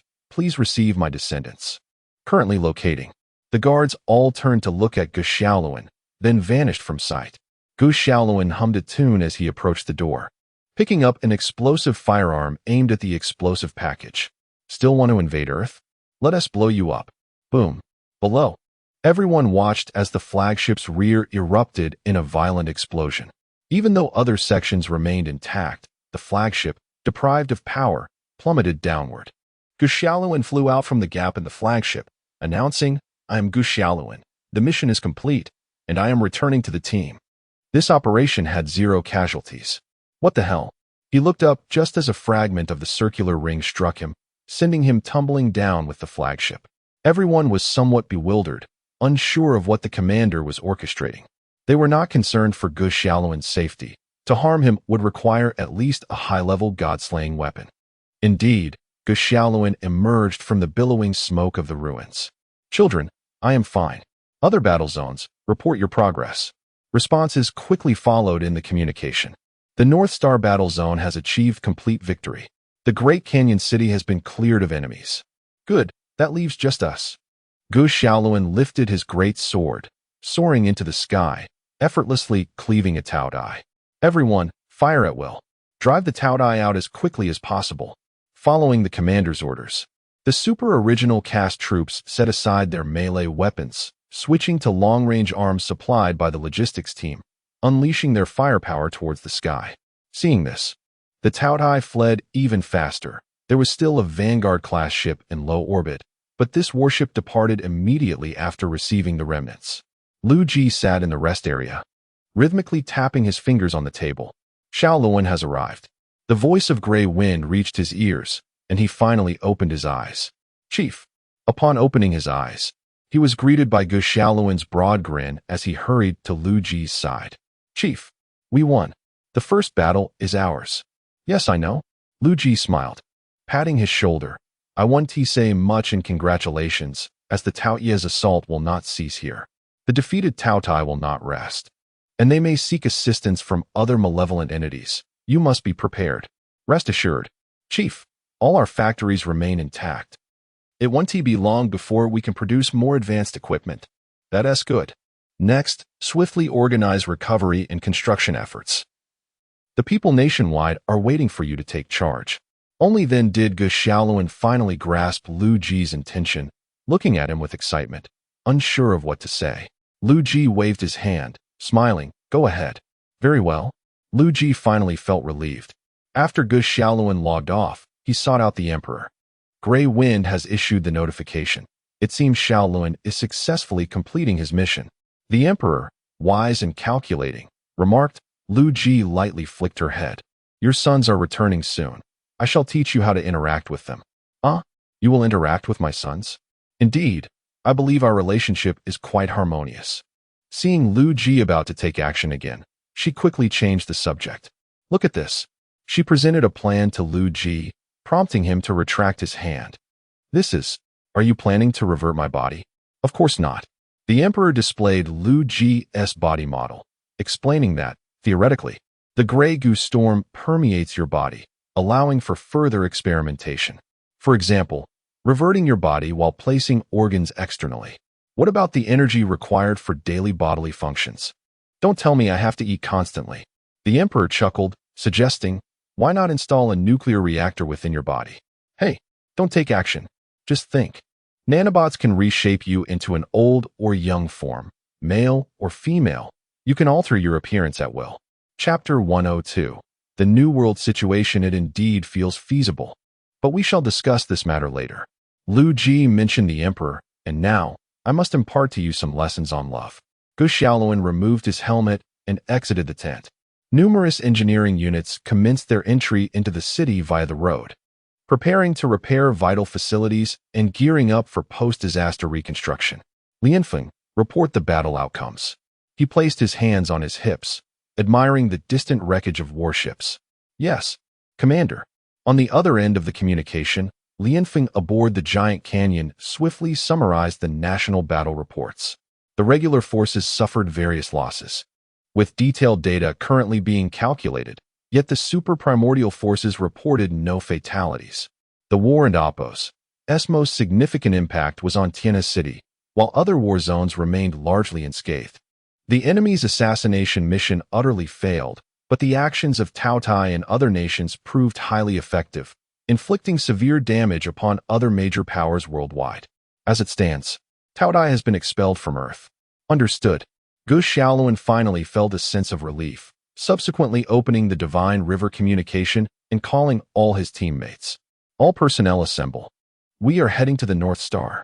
The original entities, eager to spend time with their offspring, quickly gathered and boarded the shuttle alongside Gu Xiaoluan. North Star. Closed-door meeting. Gu Xiaoluan reported the news of victory to the Seven Elders. This success was significantly aided by the Heroic Legion and the Super Primordial Forces. Indeed, the technology provided by the suzerain nation is remarkably powerful. Gu Xiaoluan observed their animated discussions without interjecting. Once they concluded, Number 1 presented a document to Gu Xiaoluan. The United States and other countries have sent us no less than 100 communication requests this month, all of which we rejected without exception. After today, they will understand our reasoning. Elder Huang laughed heartily, while the others wore sly expressions. What a pity, they were on guard, akin to blind men swinging sticks, striking true by mere chance. Gu Xiaoluan glanced at the information, astonished that the alliance of haters in the United States managed to fend off Taoyu's assault. Number 1 nodded, explaining that they paid a hefty price to destroy the Taotai flagship, with the new state forces suffering a third of their strength, alongside their proud air force, which faced substantial losses. As for the Hater Alliance, it seemed a mechanized soldier embraced a nuclear bomb to obliterate the flagship, thus securing victory. Gu Xiaoluan regarded the report with disdain, deeming it inconsequential. Number 1 affirmed, indeed, the critical matter lies here. He activated the large screen, which displayed news from Japan. In response to the unknown life forms and threats from Huaxia, Japan intends to unite with the United States, India, Australia, New Zealand, and South Korea to establish a Pacific Joint Defense Organization, abbreviated as TAI. Is that so? Why do they involve us? Gu Xiaoluan pondered aloud. Are Taotai and we in cahoots? Number 1 appeared equally perplexed, replying, we are uncertain. Elder Huang waved his hand dismissively. What else could it be? They see our strength and fear us. And what do you imply? Number 1 did not answer, but posed a counter-question. Xiaoluan, he smiled yet appeared hesitant. The suzerain nation stated that the unification of civilizations is a prerequisite for entering the cosmos. Is this true? Gu Xiaoluan abruptly lifted his gaze, surveying the room to find everyone wearing expectant expressions. Of course. Oh, understood. Gu Xiaoluan realized this point, unable to suppress a smile. Do you have any thoughts? No. This will depend on the suzerain nation. Well, all right. I will inquire after this meeting. Upon hearing this, Number 1 quickly stood and grasped his hand. Oh, there's nothing to discuss now. Let us handle post-disaster reconstruction and relevant policies. We cannot allow these trivial matters to hinder your business. Very well. I will ask. Gu Xiaoluan recognized the profound significance of such matters for these elders, categorizing it as a top priority. After Gu Xiaoluan departed, the smiles of the 7 elders could no longer be contained. Haha, it's all secure. Everything is stable. Liu Ji did not expect Gu Xiaoluan to return. He was presently showing the emperor, "Where are we going, Dad?" "Chief, where did you find this footage?" "Pulled it from Meng Yu's mind. But let us not discuss that. Why have you returned?" "We wish to inquire about the notion of prosperous unification." Liu Ji abruptly turned his head, a smirk forming at the corner of his mouth. "A meeting is absolutely necessary for this matter. Little Gray, the other nations on Super Earth likely never anticipated that their destinies would be decided within the Imperial Conference Room. Ladies and gentlemen, this is the current situation." After Gu Xiaoluan conveyed the status, they visibly became excited. Tao Dai had indeed inflicted a certain impact on other countries, presenting an excellent opportunity. "Xiaoluan, why hold a meeting for such matters? Let us take action directly." Gu Xiaoluan, however, remained cautious. Other nations were on guard, and once war commenced, there would be no turning back. A careful decision was imperative. "Do you refer to TI?" Hitler Meow inquired with surprise. "With all due respect, they are merely a pack of stray dogs. Allow me to instruct you. Utilize the super primordial forces to strike them swiftly. 1 day to seize the island, 3 days to conquer the peninsula, a week to land in Japan, and a month to reach the East Coast. There would be no issues." Gu Xiaoluan found it hard to believe. "Is that so? My main concern is that Tao Tai might retaliate, resulting in a considerable strain of fighting on 2 fronts. Huang Pikainen suggested, "Then you can simply choose to engage in a skirmish and cease once it concludes." Liu Ji chuckled at this, remarking, "It's not as simple as stopping once started. From my estimation, once they initiate a war economy, the quality of life across various social strata will likely surge." Gu Xiaoluan nodded, acknowledging that number 1 had mentioned this. "See, as I said, once people savor the sweetness of war, they will not wish to cease." The others appeared contemplative, while Gu Xiaoluan harbored concerns. "Chief, do you disagree?" Liu Ji hastily shook his head. "This is a good thing. Huaxiao has always rejoiced at the sound of war. We should maintain this fine tradition." He then glanced at Luo Ji, who appeared puzzled. Liu Ji recalled that after Luo Ji deterred the Trisolarans, humanity entered the so-called civilization era, or maternal era, losing the innate warrior spirit of mankind. While the thought of seeing effeminate young men populating the streets might seem appealing, it was best to avoid such a scenario. "Chief, does this not conflict with your philosophy?" Liu Ji turned to Old 8, raising an eyebrow. "Who said liberating all humanity cannot be achieved through force?" Chapter 103, Let the Flames Soar. You must remember, in the face of adversaries, the weapon of critique can never replace the critique of weapons. Although I have stated otherwise in the past, I consider myself an inadequate student. I have absorbed excellent ideas, yet I have not comprehended them fully. Hence I have resolved to employ the most primitive methods. As Liu Ji contemplated this, he felt an immediate alleviation of his previous confusions. To liberate you does not equate to my abstention from combat. Hitler gazed at Liu Ji, revealing a smile of camaraderie. Meanwhile, Meng Yu appeared entirely indifferent to such matters. The sluggishness of the blade's swing was to blame. If you strike swiftly, there will be no room for extraneous thoughts. The others nodded in agreement. Long live the sage of the ages, the wisdom of the ancients. Gu Xiaoluan harbored no affection for other nations.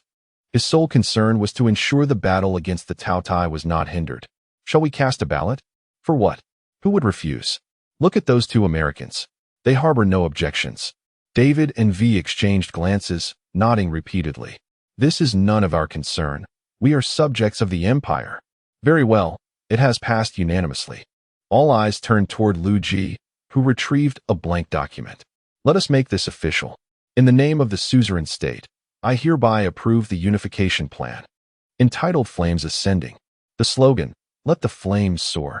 As for technology, utilize what you have. Should you require anything further, simply inform me.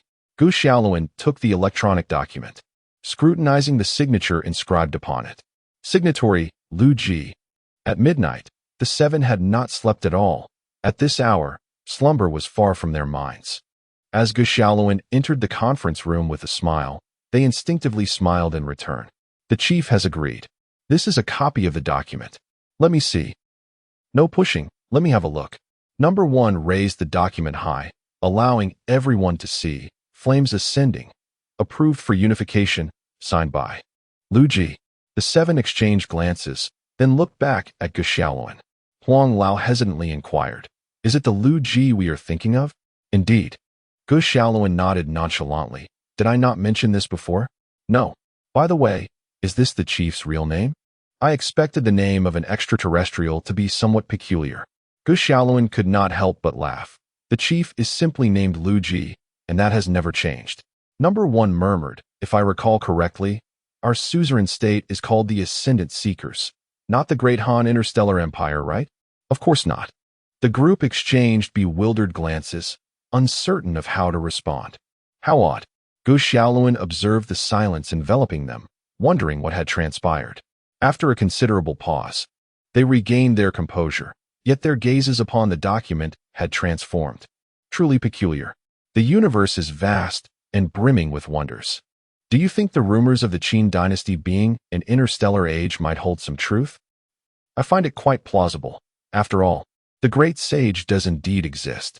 Seeing the topic wander further away, Number 1 swiftly intervened.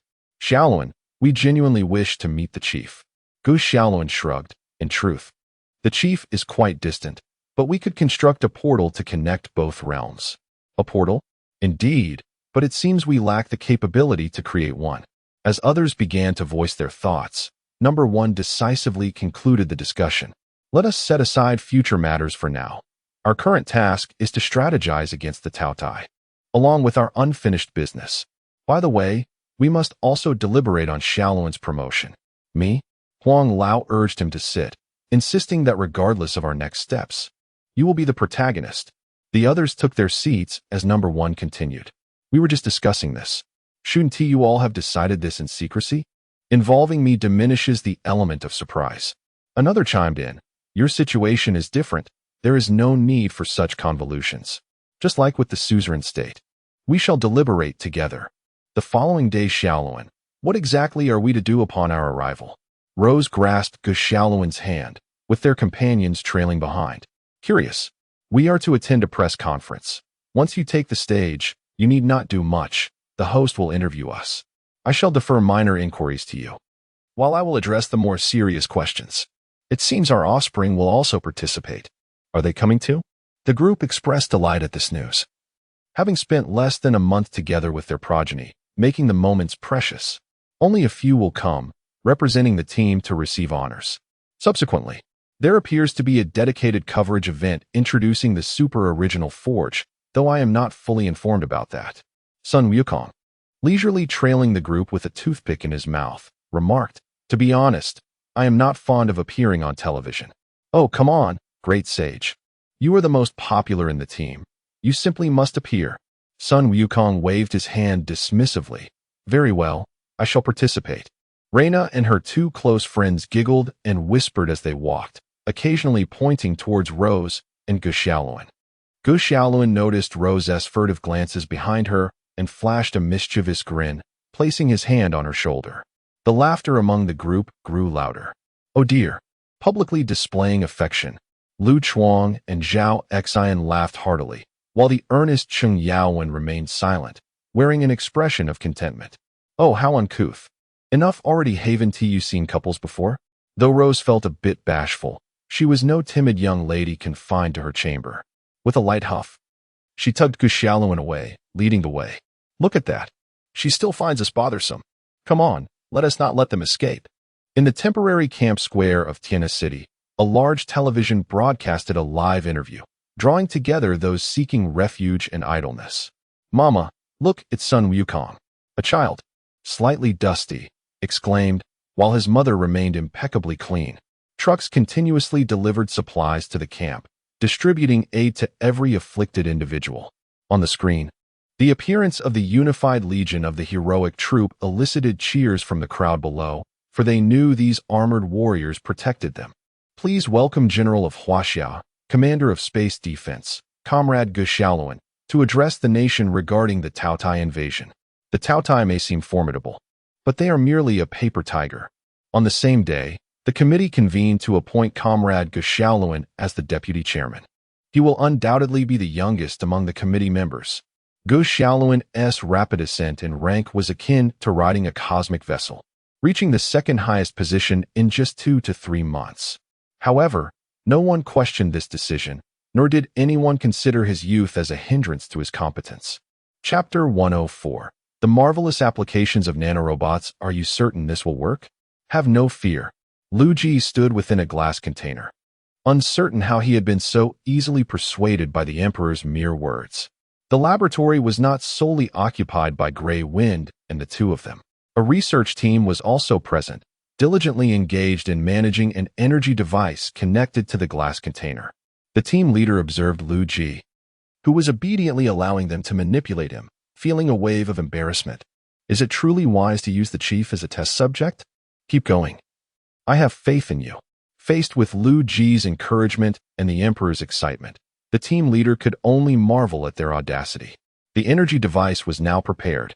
Upon receiving the team and Oppo's report, the Emperor glanced at Liu Ji. Grey Wind, it and Oppo's time to begin. Understood. 3, 2, 1. In an instant, Liu Ji's body began to disintegrate, transforming into a terrifying mass of black filaments. His vital organs were lifted from his form by the black strands, while a mechanical arm descended from above the glass container, encasing the organs in a viscous substance. The chief's bodily functions are deteriorating. The Emperor nodded. This was anticipated. Grey Wind now? Dark strands sprouted intricate emerald lines, forming a structure vastly different from human anatomy. The strands retracted, and the research team promptly activated the energy device to supply power to Liu Ji. Energy transmission successful. Everything is normal. Liu Ji returned to a human stature, albeit with some alterations to his appearance. Slowly, he opened his eyes. Am I still myself? He turned to the Emperor, who wore a mischievous grin and shook his head. You have been brainwashed into a star fury. Feeling a bit itchy, are we? Well, it seems you are indeed yourself. Liu Ji chuckled. Grey Wind, am I still me? Or are you me? Grey Wind lazily responded, yet their thoughts had already established a connection. I have little interest in debating philosophical matters. I think therefore I am. Let us settle for that. In contrast to Liu Ji's acceptance of the situation, the research team was far more apprehensive. The team leader hesitated, glancing at the Emperor. Are you certain this experiment won't erase the chief's consciousness? How would I know? He then turned to Liu Ji. Chief, do you not know either? We won't know until we try. Liu Ji stepped out of the glass container, patting his shoulders. Oh, come now, isn't this quite successful? The research team was at a loss for words and could only document the experimental results. By the way, remember to add that profound bodily transformation does not eliminate the soul. Understood. Liu Ji stretched. By the way, when can we access the virtual realm? Grey Wind remained silent, but her reply echoed in Liu Ji's mind. What do you intend to do in the virtual realm? Did it offend you? Do not mischaracterize me. I merely wish to renovate the ancient virtual realm. The Emperor watched Liu Ji with a knowing smile. Have you not noticed something amiss?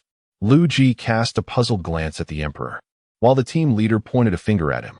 What on earth is this thunderous sensation? Liu Ji pinched himself, finding the sensation rather pleasant. He proceeded to explore further down.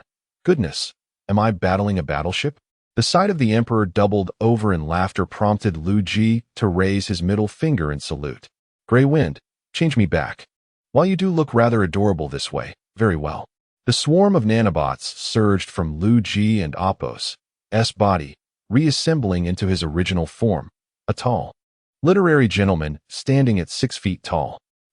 This body feels much more comfortable. The team leader meticulously recorded the changes in Liu Ji's physique. Energy had been transmitted through a quantum state to the chief's body, linking all the nanobots, functioning similarly to the regular Grey Goo Windstorm's energy supply. As long as the Empire had even a single energy unit, the chief would not lack the energy necessary for life. It appeared that nothing could kill the chief at this point. Grey Wind materialized beside Liu Ji. I have backed up your consciousness in the mainframe. The Emperor remained somewhat puzzled. What if we were to create several Liu Jis? Liu Ji pondered for a moment. Why not give it a try? The team leader replied.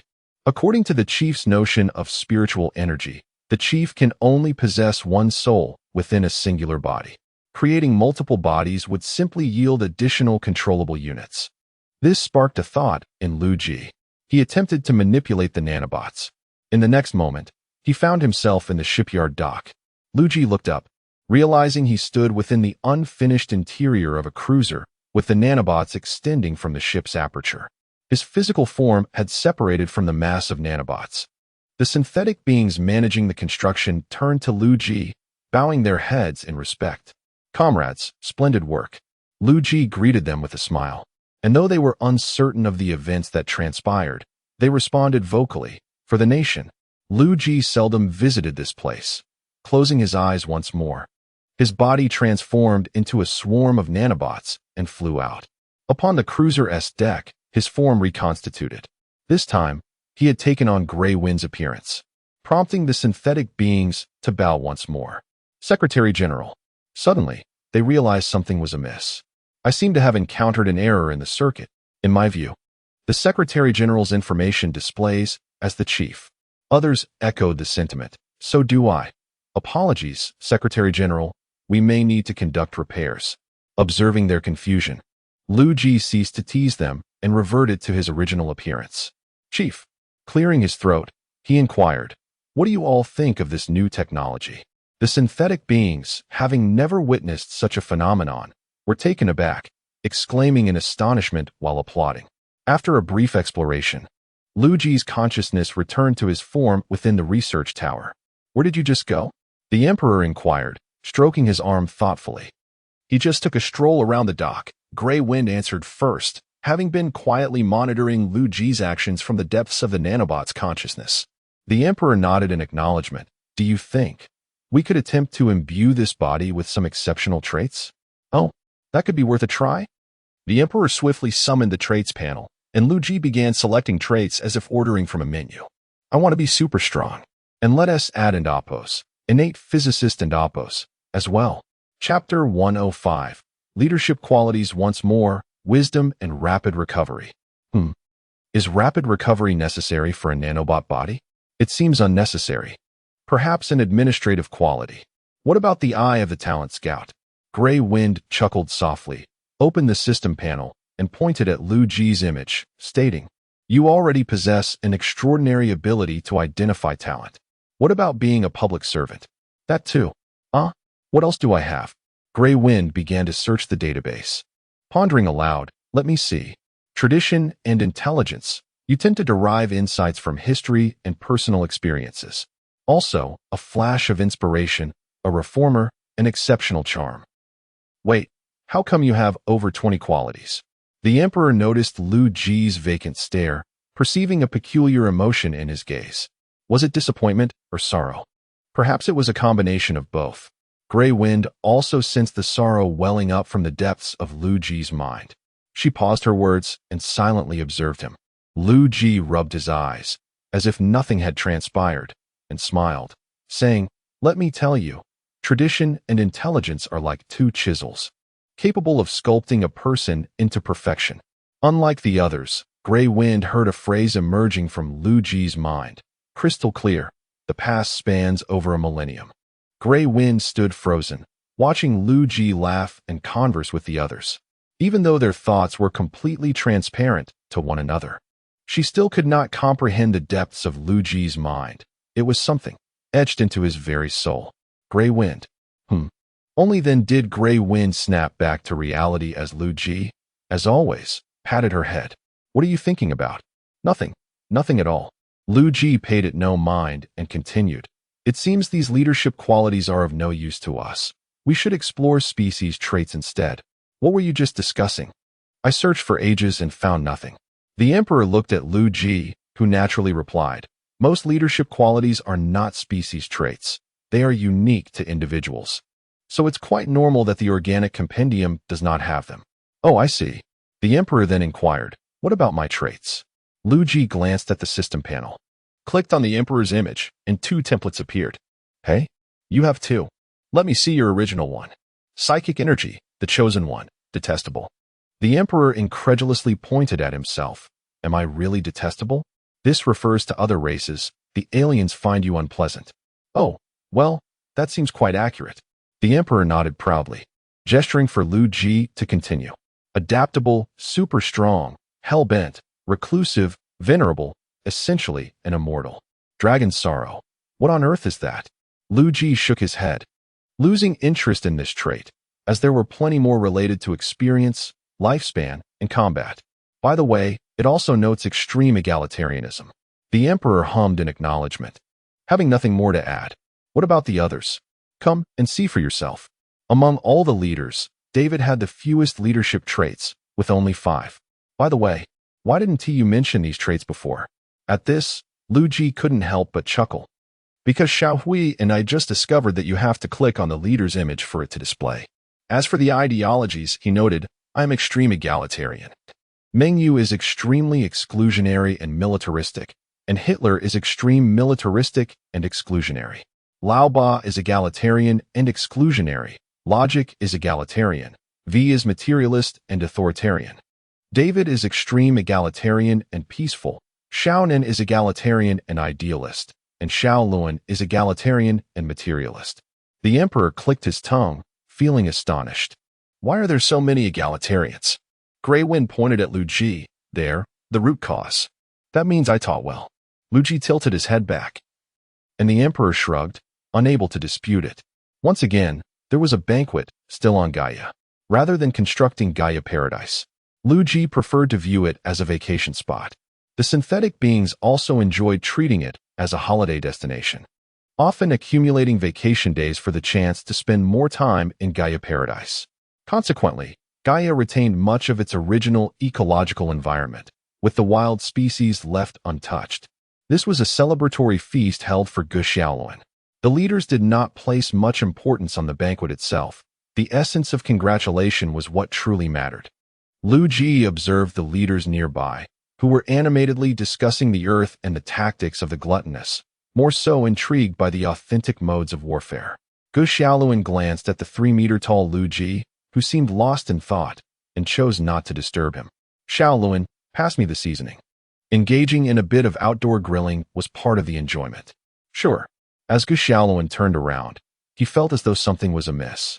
Instinctively, he grabbed the seasoning and handed it to a bewildered David. Similarly astonished, Meng Yu nudged the yellow-skinned Kanan, urging her to look at Liu Ji. Gu Xiaoluan noticed that others shared this expression, prompting him to turn back. Liu Ji remained Liu Ji, yet he was in the primordial form. At first, Gu Xiaoluan did not perceive anything unusual until he saw Liu Ji holding a wooden stake grossly disproportionate to his physique, which made him realize the situation. Gu Xiaoluan rubbed his eyes vigorously, only to see 2 gray winds. Rubbing again, he spotted Liu Ji with long hair. Chief, what the heck? Liu Ji, what are you doing with these potions? Liu Ji proceeded to change his appearance in front of them, even altering the looks of all the leaders. Behold, see my new skill. Liu Ji reverted to his original form, and others couldn't resist gathering around to touch him. Hey, don't touch. The leaders disregarded his protest and began to poke and prod him. Chief, what is going on here? After some playful antics, the group quickly acclimated to the situation. Accustomed to such unexpected surprises, I've replaced my entire body with nanobots, rendering me effectively immortal, and I can transform at will. If you don't believe me, I'll test it with a nuclear bomb. I don't believe it. A nuclear bomb can't kill you.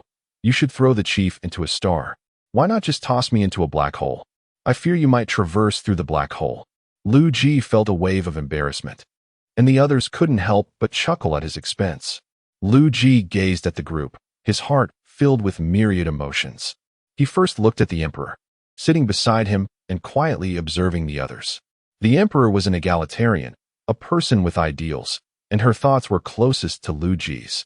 Although she ruled as Empress of the human empire, she still maintained a demeanor of a gentlewoman beside Liu Ji. She was the first to confide in Liu Ji and had spent the longest time with him. They had been inseparable for 3 years and more. Chapter 106. The leader Grey Wind and Liu Ji share a profound bond. However, Grey Wind finds herself unable to fully grasp Liu Ji's intentions. She comprehends only the essence. and perhaps prefers to remain in this state of ambiguity. Thus, Liu Ji refrains from entrusting her with the responsibilities of leadership, assigning her instead to assist in governmental affairs. It becomes evident that Grey Wind diligently fulfills the tasks Liu Ji has set for her, embodying the spirit of unwavering dedication. As the head of the military, Hit Miao is perceived by the common folk as the second most influential figure in the empire. Although he harbors a keen interest in Liu Ji's esteemed position, he unconditionally adheres to Liu Ji's directives, reflecting the great expectations Liu Ji has placed upon him. Yet, he appears unable to align himself with Liu Ji's vision. Liu Ji aspires to mentor him, but realizes that significant change cannot be achieved in a short span of time. Hit Miao focuses solely on warfare, unwavering in his faith in Liu Ji's words, accepting them without question, and has yet to ponder the rationale behind them. Consequently, Liu Ji temporarily abandons the notion of nurturing him, hoping for a more opportune moment in the future. In daily affairs, Meng Yu performs with Liu Ji's complete trust, albeit only in his presence. Meng Yu embodies a staunchly exclusionary ideology. When it comes to his own motivations for exclusion, he remains oblivious. He grapples with the contradictions within himself, yet understands not how to reconcile them. This stands in stark contrast to Liu Ji's philosophy, compelling Liu Ji to make earnest attempts at his education. For instance, during Liu Ji's initial upgrade, when he was offline, Meng Yu vehemently advocated for extremism, which caused Liu Ji to harbor concerns about him. In summary, despite being fundamentally conservative, he demonstrates potential for transformation. As for Huang Pai Kanan, known as Little Nan, she appears rather ordinary compared to others. Her primary concern revolves around food, and she listens to Liu Ji as well as others, believing it essential to heed the words of her nominal leader. The principles Liu Ji imparts to her are treated as mere platitudes, intended solely for her to interject during discussions of profound topics. Contemplation of deeper truths has yet to cross her mind. Old 8 is more inclined towards Grey Wind's ideology, focusing solely on his duties and the Empire's territory. He is a quintessential conservative and nationalist, having expressed dissent regarding the strategies for dealing with the super-god universe on multiple occasions. He oscillates between supporting and opposing Liu Ji, proving to be a capable and intriguing individual. Logic, on the other hand, revels in comfort and shows little interest in matters of construction, perhaps remaining blissfully unaware of its significance. He is learning from Liu Ji, showing some understanding, yet continues to indulge in daily pleasures, albeit with an inclination towards positive change. V, as a burgeoning sovereign on her planet, is synonymous with arrogance. The power she has acquired within the Empire has elevated her to the pinnacle of society. She shows scant concern for the lives of the citizens of Night City, only expressing disdain for the corporations and wealthy individuals upon witnessing truly heart-wrenching scenes. She then resumes her mercenary lifestyle, indulging in the luxuries of the affluent. Liu Ji has yet to take notice of her, making any form of education impossible. Previously illiterate, V has acquired knowledge but has neglected to cultivate her thoughts. David, encountering Liu Ji at a time when he was most ignorant yet eager to explore the world, undoubtedly emerges as the individual most profoundly influenced by Liu Ji. Over time, he gradually assimilates Liu Ji's philosophy. As a student by nature, he learns rapidly.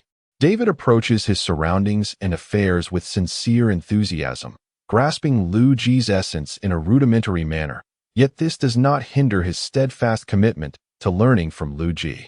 Gu Xiaoluan requires little elaboration. His inherent kindness, though slightly influenced by the military's ideology, keeps him steadfastly by Liu Ji's side. Liu Ji harbors high expectations for him, undoubtedly placing him among his most valued associates. Following his awakening of super genes, Liu Ji commenced his mentorship, seeing potential in him that rivals Hit Miao's suitability for leadership. Gu Xiaoluan is youthful, not merely in age compared to others, but in thought. David is too young, and Hit Miao's mindset is too rigid.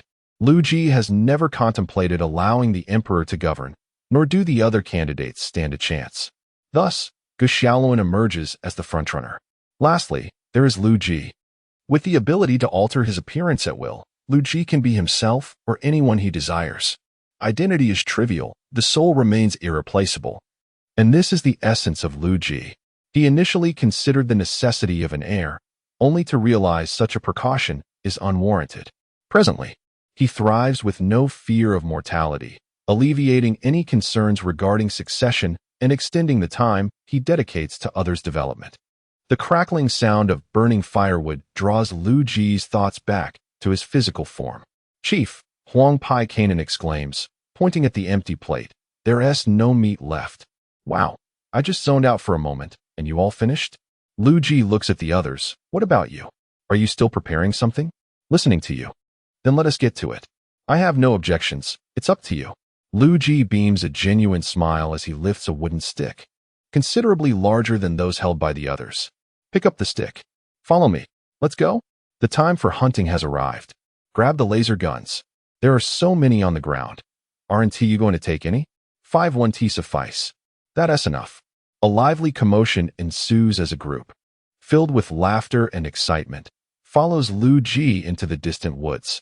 A synthetic human, born from a production line, emerges with an innate knowledge suitable for his tasks. Random name. Hexian. Confirm, customize, confirm. Hexian follows the main group out of the gates, where numerous shuttles traverse the air. Above the manufacturing plant hangs a dreary haze, yet it does not hinder his mechanical eye from spotting transport ships anchored in low Earth orbit. He boards a shuttle alongside others, while a red synthetic engages in conversation with those around. Hexian prefers solitude, choosing to sit apart and review his work log. As an industrially specialized synthetic, he is destined for a construction mission in the border star systems. The transport vessel speeds swiftly, and Hexian, who finds it difficult to connect with others, remains largely silent throughout the journey. There is no need for interaction.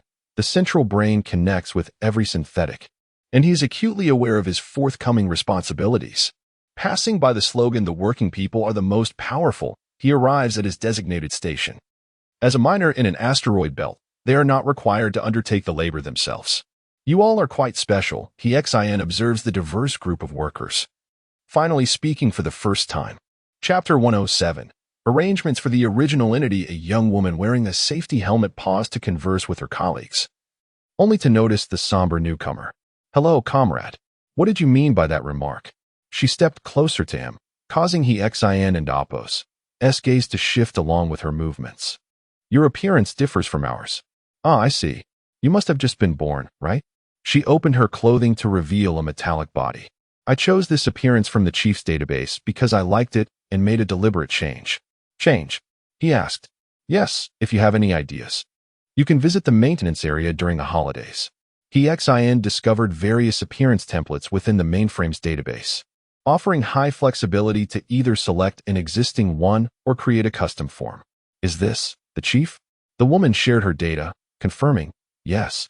The chief has altered their appearance several times. This is the current template. Can I use the chief's appearance?" "Yes." The two heard the mainframe respond before the woman continued. However, no one would adopt the appearance of the leaders as a sign of respect. "How long have you been born?" 1 year and 5 days. "Have you ever met the chief?" The others burst into laughter at this, and the woman wore an amused expression. "Since our birth on the industrial planet, we have never visited the Union. However, we do not need to. The leaders are with us." She gestured towards the mainframe, and Hexian pondered. Then, she took Hexian's hand, urging him to follow her colleagues. "Let us go. We have much to do." Although Hexian's appearance was quite different from theirs, it mattered little. Regardless of their looks, they were all human. Calculating the time, "Your sons should be returning soon." The emperor replied without looking back, engrossed in research. Liu Ji approached. "Is this your secret weapon?" "Indeed, it is complete. Will you not showcase it for me?" "That was my intention." The emperor stepped aside, and Liu Ji advanced. "Ding ding. This is my latest invention, the loyalty nail." Liu Ji suddenly felt uneasy as the emperor continued. The inspiration for the loyalty nail came from the butcher's nail. Once implanted in the brain, it cannot be removed. It contains a loyalty device that will self-destruct if it detects any heretical thoughts from the host. Liu Ji suppressed his anger, feigning calmness. "Who do you intend to implant it in?" The Emperor placed a finger to her lips. Initially, I considered installing it in the original entity, but later realized it might not be very effective, so I thought about the Astartes Legion. That would provide some assurance. Liu Ji's vision darkened with rage, nearly causing him to collapse. Little Gray, find her for me. Where's my copper-headed belt? I'll make you regret this. Hearing this, the Emperor attempted to flee, but Liu Ji transformed his arm into a nanotech tentacle, restraining her. A super genius, are we? Liu Ji did not truly strike her, but pinched her face. Tell me, is your brain filled with nonsense? How did you conceive such a frustrating technology? I thought it would be useful. Upon hearing this, Liu Ji pinched harder. I expect you to follow my commands, understood? With a thud, Liu Ji released her, and the Emperor rubbed her cheeks, saying, Your hands are still soft, but not as firm as before. Back then, when I was 3 meters tall, my palms were nearly the size of your chest. That was substantial. Liu Ji sat on the sofa, while the Emperor settled beside him. What are your plans? First, remove that thing from Angren's head and replace it with a nanotech device. The Emperor nodded, committing it to memory. Fine, I will research it shortly. Nanotechnology was not particularly remarkable for the Empire, as nanomaterials were classified as primary materials in engineering. Although the Empire could not replicate the Grey Nurgle storm, producing rudimentary nanobots was exceedingly simple. I will create the STC standard construction template. You can replicate it directly. Great. Love you. Little Gray's voice chimed in. I'm the one doing the work. Why don't you say you love me? Her tone suggested a sulk, but both knew it was merely her tsundere nature at play. I love you too. Liu Ji smiled indulgently, then continued.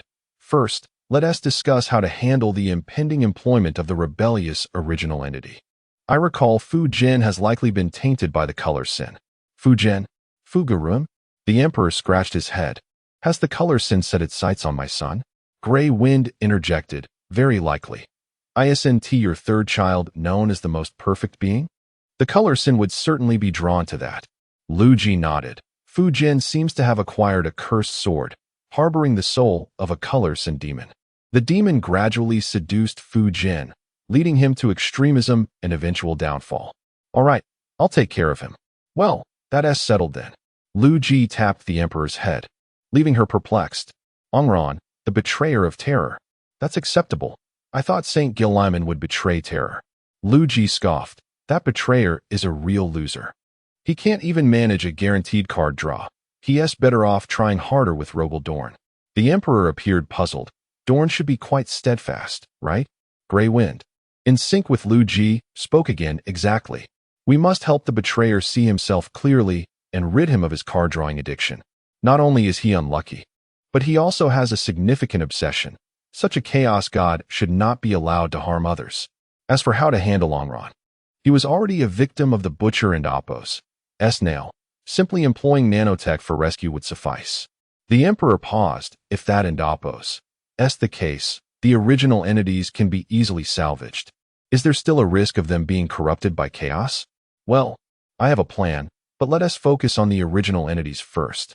Next, we have Loka Aurelius. Who named him that? What's the matter? Liu Ji glanced around before whispering to the Emperor. Aurelius is a name associated with an indescribable entity. It shouldn't be used lightly. The Emperor looked astonished. Is that so? Indeed, I'm concerned. All right. I and Appos, LL change it when I return. Do so promptly. Liu Ji called out to Grey Wind, who appeared beside him. Do you not feel cramped? Grey Wind shook her head, indicating Liu Ji to sit back, then lay her head on his lap. Chapter 108. New forces. Are you two not in synchronized thought?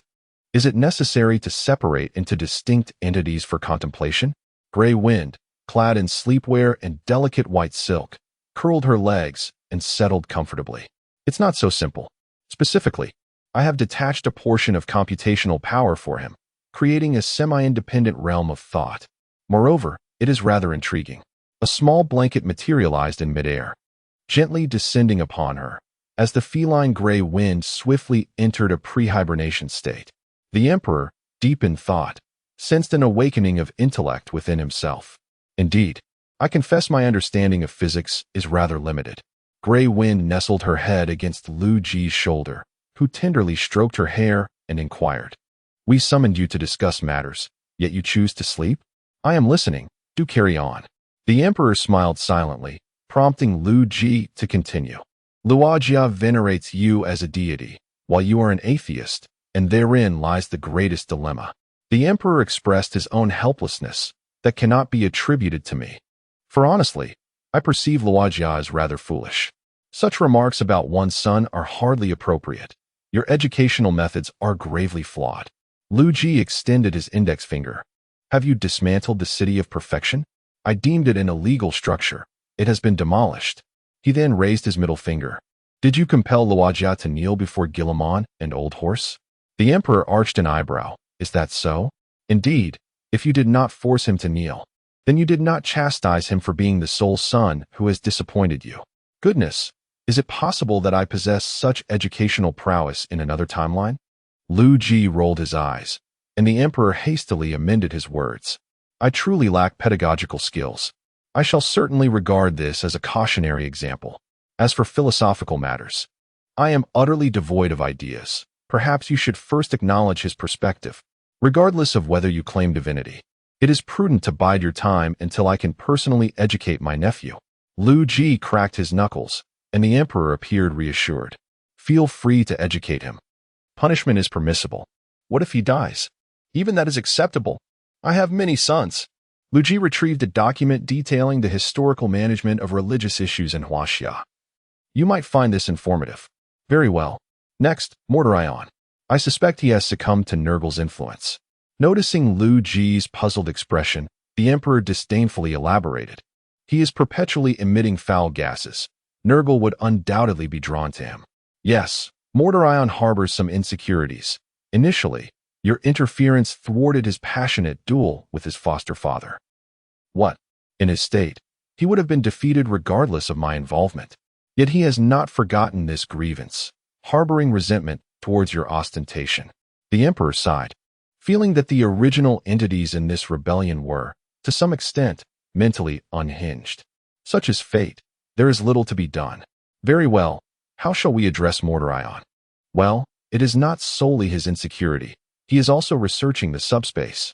Recently, his sons were corrupted by Nurgle, compelling him to embrace that path for the sake of his lineage.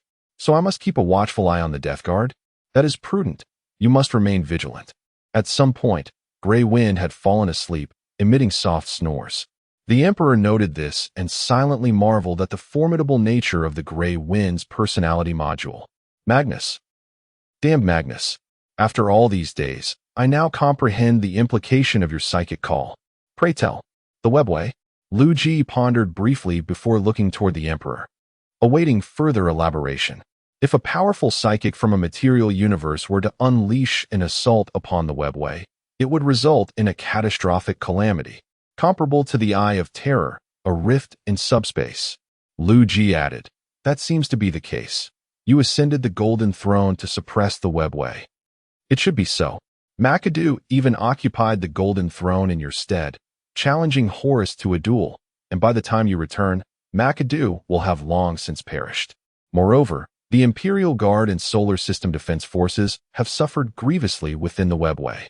I had always assumed the disturbances in the webway were the work of the four gods. This now makes sense. Upon hearing of Mikado's sacrifice for the Empire, the Emperor clenched his fists. Upon my return, I shall break Magnus' legs. Yet you must also caution the original entities to remain vigilant against the malevolent subspace deities. The Emperor exhaled heavily. Should I reveal the truth to them? Of course. It is better to guide than to obstruct. The more you hinder them, the more curious they become. Very well. Pecherabo. This child is far too convoluted. The Emperor nodded in agreement and turned to Liu Ji, awaiting his proposed solution. Why are you looking at me? What is your suggestion? Strike. Hit him hard. Should he dare resist, confine him within the stasis field. And you shall take charge of the Iron Warriors. And if he does not resist, continue striking until he does. The Emperor observed Liu Ji's unusual ferocity, realizing that his fourth child was indeed an extraordinary being. Conrad Kurz. He too is a heavyweight. Liu Ji sighed, gently covering Grey Wind with the blanket to keep her toes warm. Encourage him to read more. With knowledge, he will come to recognize his own errors. The Emperor glanced at the vast array of books Liu Ji had uploaded, nodding in resignation. Additionally, employ nanotechnology to cleanse the minds of the Midnight Lords. They must not remain so delusional. The Emperor meticulously noted Liu Ji and Apos' suggestions. The twins, Alpha and Omega. They must strive independently. Without leadership, they will not rebel. Lastly, Horus. Simply bestow upon him ample affection. Very well. What progress can be made with the nanotechnology? What schemes do you have in mind? Oh, nothing much. I was merely inquiring. Chunks of asteroid hurtled toward the silvery hull of a starship, which remained unresponsive, allowing the rocks to polish its armor.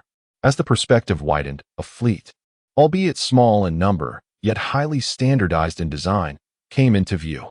Captain, we are traversing the asteroid belt. A humanoid creature resembling a rhinoceros, adorned in splendid attire, stood before the viewport, gazing at the distant star. Hasten. If we eliminate that band of pirates swiftly, we can return home sooner. Understood. After issuing the command, the first officer engaged in casual conversation. That band of pirates has long roamed, repeatedly plundering Imperial merchant vessels. It was high time we dealt with them. Indeed. It is regrettable that we were previously occupied in another star domain. How long have you served with me? The first officer, puzzled by the inquiry, replied. Chapter 109. A conversation among three. It has been 3 stellar years. Indeed, has it been that long? The captain paused, reflecting that once this mission concludes, he would be reassigned to the capital to serve in the government. At that time, you shall take on the role of captain. The aide, momentarily taken aback, quickly expressed his gratitude. The captain waved his hand dismissively and commanded the fleet to continue its journey toward the edge of the galaxy. Liu Ji typically lacked the leisure for idle chatter, yet after his nanomaterialization, he could engage in multitasking. For instance, at this moment, while he worked in the research tower, he was also conversing with someone. Shaolin, do you truly comprehend what I conveyed earlier? I do, replied Ge Shaolin, who, along with David, had been summoned by Liu Ji for a discussion. Please share your thoughts with David. David had been diligently studying, not merely in the realm of technology, but primarily concerning the intricacies of the mind. Ge Shaolin pondered his phrasing before continuing. King Qi Huan rose to power amidst chaos, disregarding the authority of the Zhou Emperor. Are you suggesting that, like King Qi Huan, I could amass formidable strength during the impending war against the Taotai, potentially even challenging the council? Liu Ji nodded, and David wore an expression of newfound understanding. I previously failed to grasp this. The vassal agreement was intended to pave my way and serve as a warning to us. You're not foolish, Liu Ji remarked with a smile, giving a thumbs up. Ge Shaolin beamed with excitement. He had finally gained the chief's acknowledgement. Why do you say that? David inquired, prompting Ge Shaolin to respond. A common citizen, or more accurately, a soldier who aids the nation, would typically be regarded as merely achieving merit, far from entering the ranks of leadership. However, once the vassal agreement is signed, the leader of the suzerain state is merely an ordinary soldier in the vassal state, often without a position in the government. Could this lead to significant issues? Ge Shaolin nodded affirmatively. Indeed, such an inequitable status may not pose immediate problems during peacetime. But once war ensues, especially if the leader has amassed considerable military might and political capital, the vassal state's government may become unstable, teetering on the brink of collapse. At that juncture, the vassal state must find ways to preserve its authority. He retrieved the original vassal agreement, recalling, when I signed the treaty, I consented to the clause allowing the vassal to unilaterally abrogate the agreement, which is an even greater concern. Liu Ji interjected, in your case, aside from number 1, none of the others are aware that this poses a hidden risk. He turned to David, stating, and you as well, are not informed. Liu Ji urged Ge Shaolin to elucidate to David. What the chief implies is that the vassal state is bound to experience a governance crisis, yet wishes to add such a clause, which will exacerbate tensions between the suzerain and the vassal. Should the vassal choose a more aggressive means to eliminate my influence, the suzerain state will undoubtedly sever ties and intervene forcefully in the dispute between me and the vassal. In such a scenario, the vassal regime would be swiftly annihilated by the empire. David's eyes widened in realization, nodding vigorously. So, the situation was that tense at the time? Indeed. That was part of the chief's rationale for endorsing that agreement, to cultivate me and to provide the vassal with an opportunity. I never anticipated that a mere agreement could lead to such monumental consequences. Could the vassal avoid this predicament through alternative means? Liu Ji sipped hot water, which was rapidly assimilated into his system. The vassal lacks that option. They must either elevate Xiaolun into the leadership or seek our assistance in reconstructing a leadership structure for him. From the outset, their only viable future was integration into the empire, which is why I ardently supported the vassal. After all, this is ultimately my territory. Whether or not to sign the agreement makes no difference. David appeared astonished. I had assumed the chief merely wished to support the vassal. Support is correct. But with a caveat, I do not wish to lead an alliance. To ascend, all forces must be unified as one. Gu Xiaolun interjected. Fortunately, Number 1 recognized the chief's warning and proactively included me in the leadership. Peaceful transfer of power, joining the suzerain state. This is the chief's lifeline for the vassal regime. David, still puzzled, questioned, if the vassal state is no more, how can the regime survive? Gu Xiaolun shook his head. The vassal regime consists of people. By joining the suzerain state, those in power will not face reckoning. The populace will enjoy the empire's high quality of life, and the empire achieves its objectives. Isn't that a win-win situation? Oh, that explains why Luo Gu doesn't have to engage in such matters, as he is already the supreme leader among them. If the empire truly ventures into the Trisolaran universe, wouldn't that naturally lead to amalgamation? Indeed. Seeing that both understood, Liu Ji chuckled. It is fortunate that you are the strongest on Earth. Otherwise, I would have had you read the legend of Liu Pensi from the outset. What does that recount? In response to David's insatiable curiosity, Liu Ji patiently elaborated. Liu Pensi neglected his studies, failing to cultivate knowledge, ultimately falling victim to the enemy. David, unfamiliar with the fundamental concepts of Huaxia history, received only a brief overview. Were Xiaolun an ordinary individual, I would not dare to indulge him so. Why is that? If Xiaolun were an ordinary person who had amassed power, on the day of conflict with the vassal, he would remain blissfully unaware. At that moment, the vassal could fabricate any pretext, say, summoning you to a meeting, and upon your arrival, you would be captured, utterly bewildered by the turn of events. David nodded thoughtfully. So it is precisely because Xiaolun is formidable that he has no fear of being captured? Liu Ji laughed, indeed.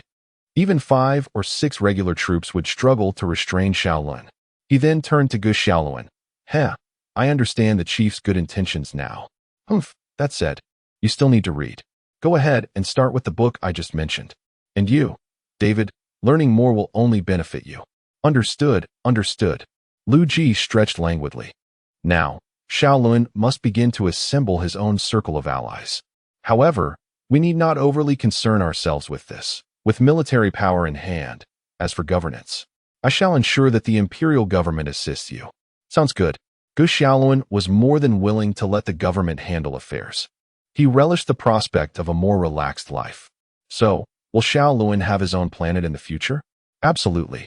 In time, Xiaolun shall assume the role of planetary governor, concurrently serving as the army commander. David gazed at Gu Xiaolun with envy. Chapter 110. A conversation with Mikado. Liu Ji noticed David's gaze and remarked, "You need not look at him with such longing. If you aspire to become a governor, you may simply select a planet within the empire."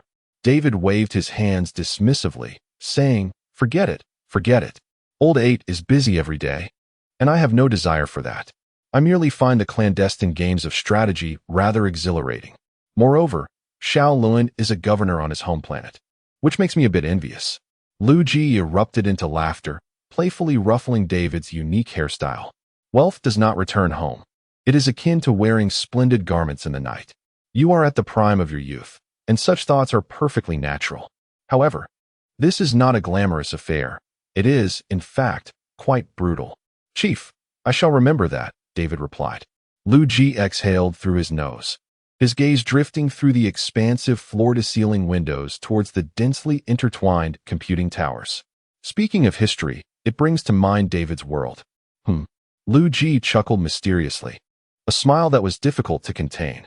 In your cybernetic world, the origin of cybernetics can be traced back to the end of World War II. Furthermore, other advanced technologies have developed rapidly. For instance, your Eastern University attempted controlled nuclear fusion as early as the 1970s. Upon finishing, he chuckled again, covering his face. Gu Xiaoluan and David exchanged puzzled glances. Meanwhile, Liu Ji's avatar donned a familiar white lab coat, accompanied by the already returned XT, as he guided her in her studies. XT did not require theoretical knowledge. The mainframe could transmit data directly into her mind. What she needed was divergent thinking. Creator, the resource minister mentioned that you have undergone significant changes, but I have yet to perceive any difference in you. XT tilted her head, gazing at Liu Ji. Is that so? Take a closer look. In an instant, Liu Ji transformed into a woman, then morphed into a replica of XT. XT finally scanned Liu Ji's detailed data. Creator, have you become a nanobot? Indeed. What do you think? XT regarded Liu Ji, who appeared identical to her, with a sense of novelty. Impressive. I feel as though I am gazing into a mirror. Liu Ji reverted to his original form. Have you noticed any changes in others recently? The leaders? No, not the leaders. XT had little interaction with other hybrids, as she had always been by Liu Ji's side. Well, it seems there are some changes. Many have altered their appearances to resemble the leaders more closely. Precisely. That is the latest trend. Would you like to try it? XT and AMP, Oppo's, SI lights brightened. Is that permissible? Of course. What appearance do you wish to adopt? XT folded her wings tightly, seemingly a bit shy. Creator, you design my current appearance. I would like you to design me anew. Very well, let us go together. Liu Ji took XT's hand, and they departed in tandem. I must take my leave. Time is of the essence. After bidding farewell to Liu Ji, the Emperor returned to the Warhammer universe. Upon opening his eyes, he saw no one else, indicating that there were no pressing matters at hand. The Emperor glanced at the technical data beside him, all of which had been copied from the Empire. As he exited the laboratory, he inquired, Vardo, where is Mikado? My lord, he remains in the palace. The Emperor strode purposefully down the corridor, with Vardo closely following. To what extent have you progressed with the STC template I provided? We have begun producing the corresponding components. The output of the nanobots is somewhat low, but it will increase shortly. The Emperor nodded, contemplating how to handle the Primarchs. He realized he still struggled to communicate with them effectively and would need to rely on Mikado once more. I wish to delegate them all to Liu Ji for instruction. The Emperor muttered softly, while Vardo pretended not to hear. He soon located Mikado, finding the scene unchanged after centuries, the white-haired elder amidst the headache-inducing affairs of state.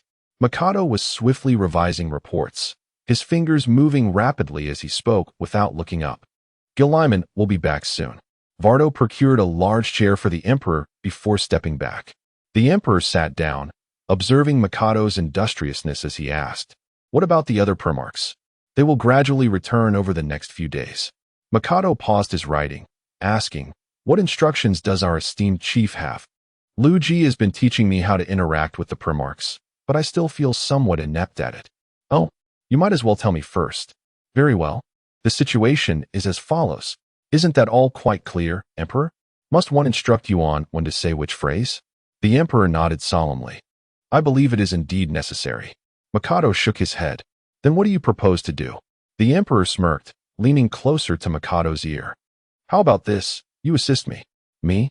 How can I assist you? Simply install a loudspeaker on my armor, and you can communicate with the Primarchs on my behalf. Mikado immediately turned away. Allow me to decline. Then, with a resigned expression, he added, Emperor, we now have the chief to fall back on. You need not confine your emotions and should attempt to communicate with the Primarchs properly. Very well. Are you truly not considering helping me? Not in the least. Mikado ignored the Emperor's pleading gaze and continued with his duties. How is our chief faring lately? Realizing his hopes had been dashed, the Emperor reverted to his casual, yet serious demeanor. He has not undergone significant changes. He has merely evolved into a nanohybrid. A nanohybrid? So now he might rival the universe in longevity? Is it truly that outrageous? The Emperor pondered for a moment. In just 3 years, he has surpassed our 30,000-year existence. It does seem that way. The Emperor continued. I believe that not only 300 years, but give him merely 30, and he could revolutionize the entire subspace. A look of eager anticipation crossed Mikado's face. Then I shall eagerly await the chief's miraculous arrival. The Emperor crossed his arms, nodding in agreement. Once he arrives, I shall certainly delegate all the Primarchs to his care. I suspect he might abduct me first. Ah, your analysis is rather astute. Mikado glanced at the Emperor, exclaiming, So, you would so readily cast me aside? What of our promised eternal friendship? The Emperor waved his hand dismissively. What does it matter? I intend to package the entire human empire and present it to him. Chapter 111. The approaching crisis. When that day arrives, I shall become a leisurely observer, taking time to delve into the wonders of technology and wandering about whenever I desire. How delightful that would be. Crack. The pen in Mikado's hand snapped audibly, yet he calmly replaced it with another. I too yearn for a respite. He then murmured, Speaking of which, do you only wish to stand by and watch, without offering any assistance? Mikado lifted his gaze, only to discover that the Emperor had vanished without a trace.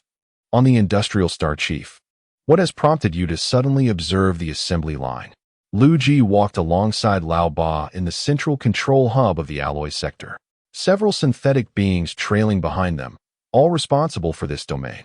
This is but one of my avatars. I thought it had been a while since I ventured out, so I decided to take a stroll. Liu Ji patted his own form, to which Lao Ba responded affirmatively. You could simply access the data directly from the system, couldn't you? That is not the same.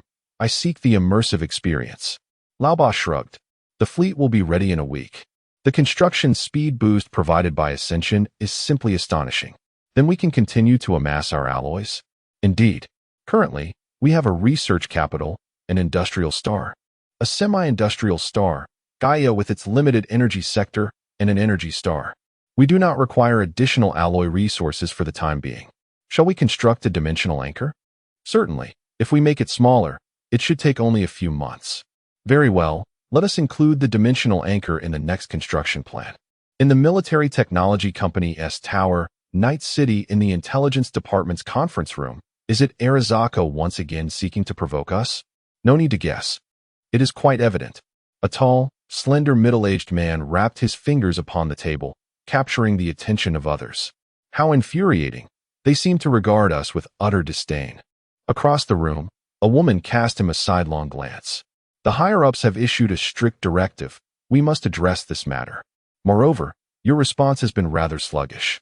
The woman projected a video onto the large screen, showcasing surveillance footage from that very day. As the scene replayed, an identity analysis document appeared in the corner of the screen. These 3 individuals possess significant backgrounds. They have become quite the sensation in the cyberpunk and intermediary circles. The woman leaned over the table. They are the demons of Night City. And so what? The cyberpunk scene is merely inconsequential insects to the company. The woman shook her head, opening additional files. Do not underestimate them. This intelligence is provided by intermediaries we have cultivated. There are numerous documents detailing the actions of David and V, yet much of the information is incomplete, recorded from third-person and cleanup crew perspectives. Without exception, the documents bear the phrase, one-hit kill. Although this marks the first time the demons of Night City have targeted company personnel, they executed their mission efficiently and swiftly. As per usual, without concern for revealing their identities. The video zoomed in, clearly displaying the faces of the 3 individuals. This, a child? The tall man expressed disbelief. A mere child brazenly assassinated a company executive? Has our prestige fallen to such depths? I have already stated that we must not underestimate them. I understand. However, the man hesitated, caught in a competitive rivalry with another deputy minister. Yet this was not the time for infighting. The woman regarded him briefly before continuing. To speak candidly, these individuals are already well known among the renowned intermediaries, while we are only just uncovering their identities. David Martinez, a student at Arizaka Academy. Valerie, a street thug frequently seen in Haywood. Jack Wells, suspected of having ties with the owner of the Wild Wolf Bar. The room fell silent as they observed the relationship diagram. After a moment's contemplation, the man inquired, "Is there a possibility that David Martinez has direct connections to Arizaka?" At that moment, the corpulent man seated at the head of the table spoke, "No such possibility exists. Arizaka would not engage in such foolish actions." "Then what shall we do?" "Place a bounty on them. Eliminate them." The woman hesitated, "But, Minister, it seems our assets lack the capability for such tasks." The minister reclined in his chair, unconcerned. "Let the dogs bark. That will suffice to convey our stance. Naturally, it would be ideal if they could bite." "Understood. Oh, one more thing." The minister turned his chair away from the others. "Let us focus on just one target, that child. Given his age, appearance, and his connection to Arizaka, he is undoubtedly the most suitable target." "Very well. I shall make the arrangements." At the turbocharged bar, the Ronin squad continued their team-building exercises, indulging lavishly after each task reward, purchasing whatever they desired. "Sasha, are you certain that the demons of Night City we encountered last time were indeed your saviors?" Sasha, perched upon Dorio's back, pondered for a moment before replying, "Indeed, but it wasn't solely for my rescue." Sasha recalled that extraordinary day when I infiltrated the biotechnology company. I uncovered incriminating evidence against their products, but my call to man was unanswered, leaving me with no choice but to fight for my life. Dorio glanced at Man, whose sunglasses slipped down his nose, revealing his embarrassment. "I was quite inebriated that day. I sincerely apologize." Sasha shook her head. "I do not blame you. After all, I failed to inform you beforehand. My mother perished due to a biotechnology product, so I could not let this go." Sasha clenched her fists, only to release them again. "Thus, I sent the damning evidence to the media and was discovered by security robots while attempting to plant explosives. Upon being shot, I chose to leap from the high-rise. At that height, survival would seem impossible." As she recounted this, Sasha couldn't help but chuckle at her bizarre experience. Yet, a brawl erupted below, in the company plaza no less. It became a massacre, not merely a skirmish. The deceased piled high enough to form a cushion of flesh. I landed amidst them, splattered with blood and gore. Fortunately, I only sustained injuries to my lower body, and shortly thereafter, you all arrived to rescue me. Had you not come swiftly, I would have been dismantled by the reclamation team. It was likely that V had not anticipated that her intention to eliminate an ordinary wealthy heir would inadvertently escalate into a massacre, ultimately saving an unknown cat girl's life. Chapter 112. Coincidence, huh? Why do you think the anti-terrorism task force hasn't arrived? One might ponder whether V could eliminate everyone within 30 seconds, but it's questionable whether the task force could even contend with V.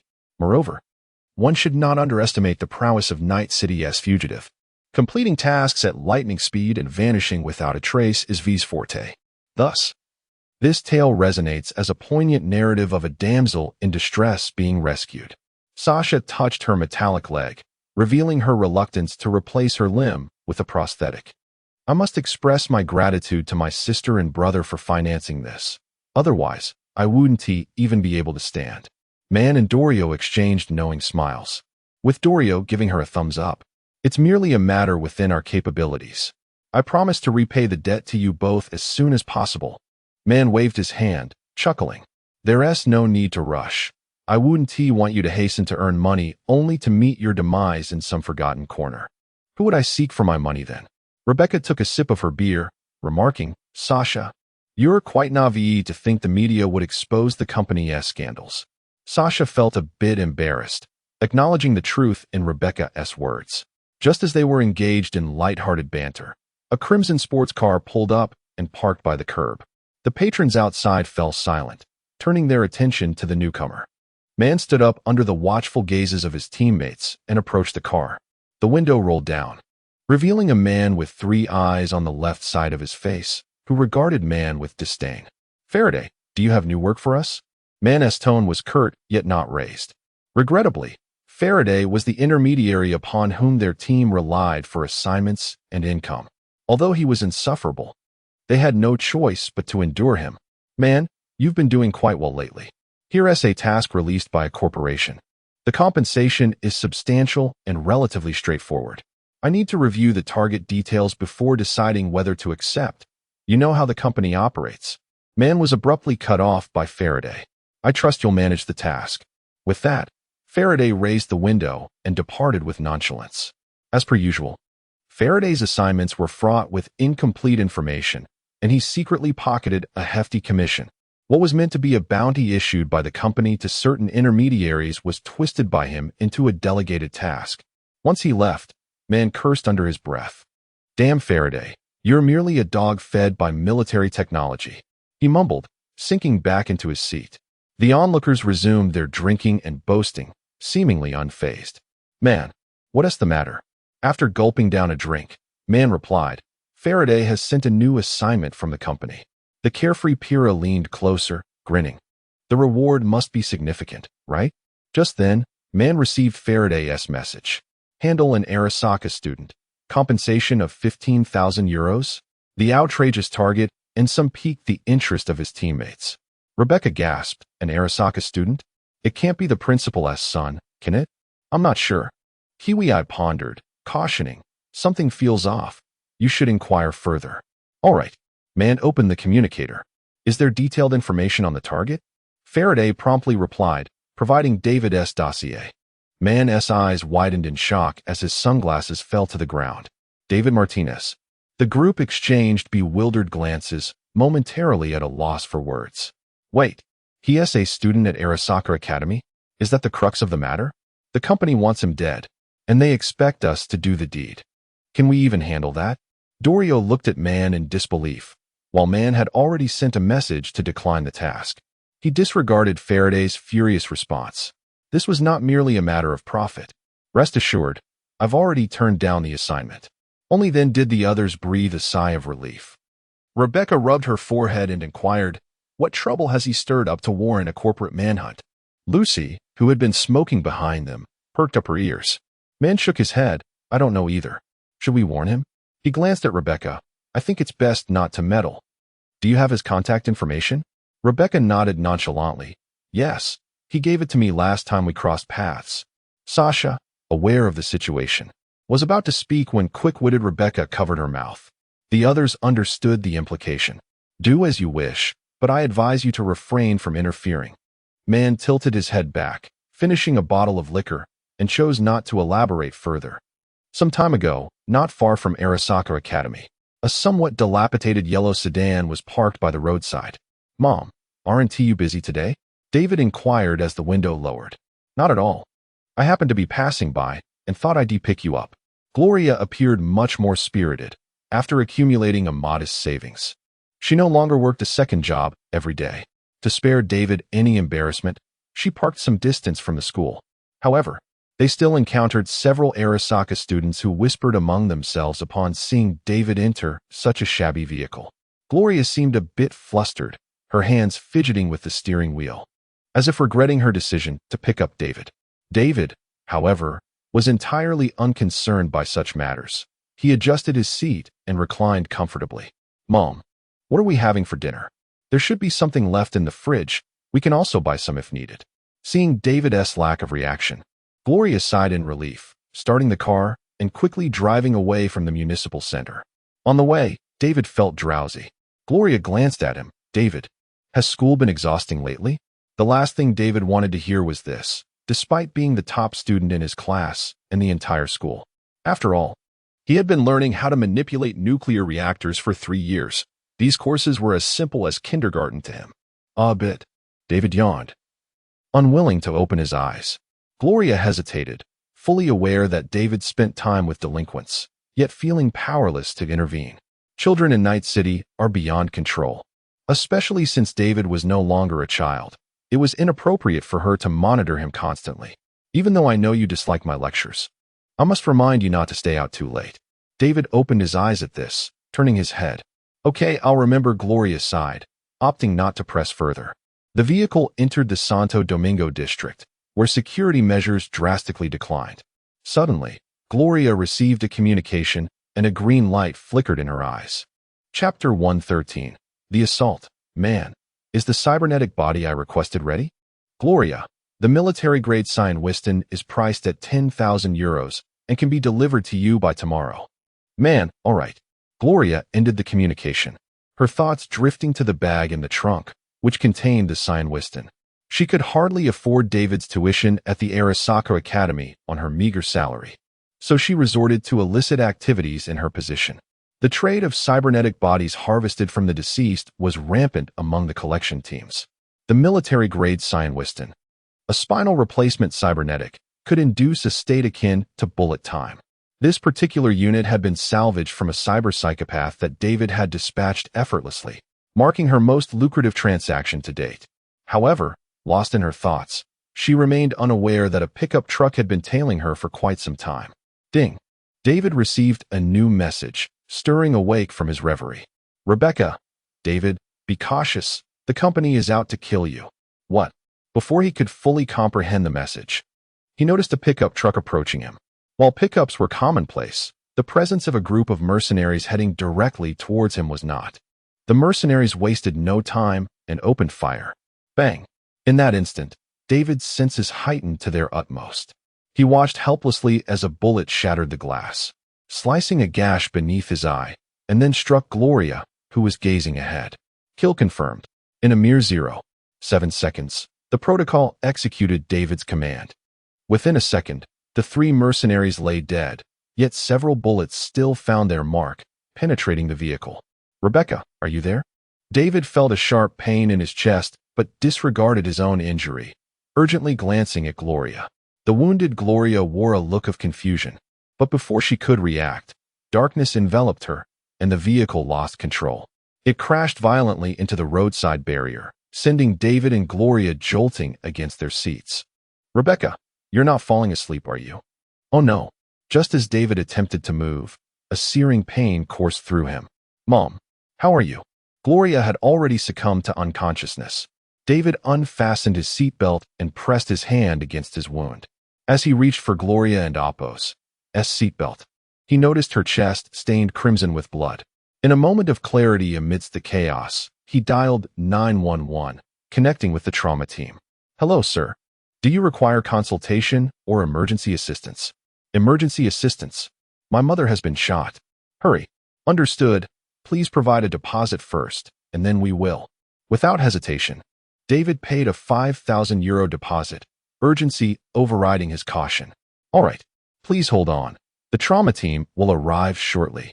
The operator's tone shifted immediately upon receiving the payment, and the trauma team's heavily armored hover vehicle launched into action, racing towards the signal's source. Sir, please remain calm. For the safety of the client and our transaction, the trauma team will arrive within 7 minutes. If we fail to meet this time frame, a refund will be issued.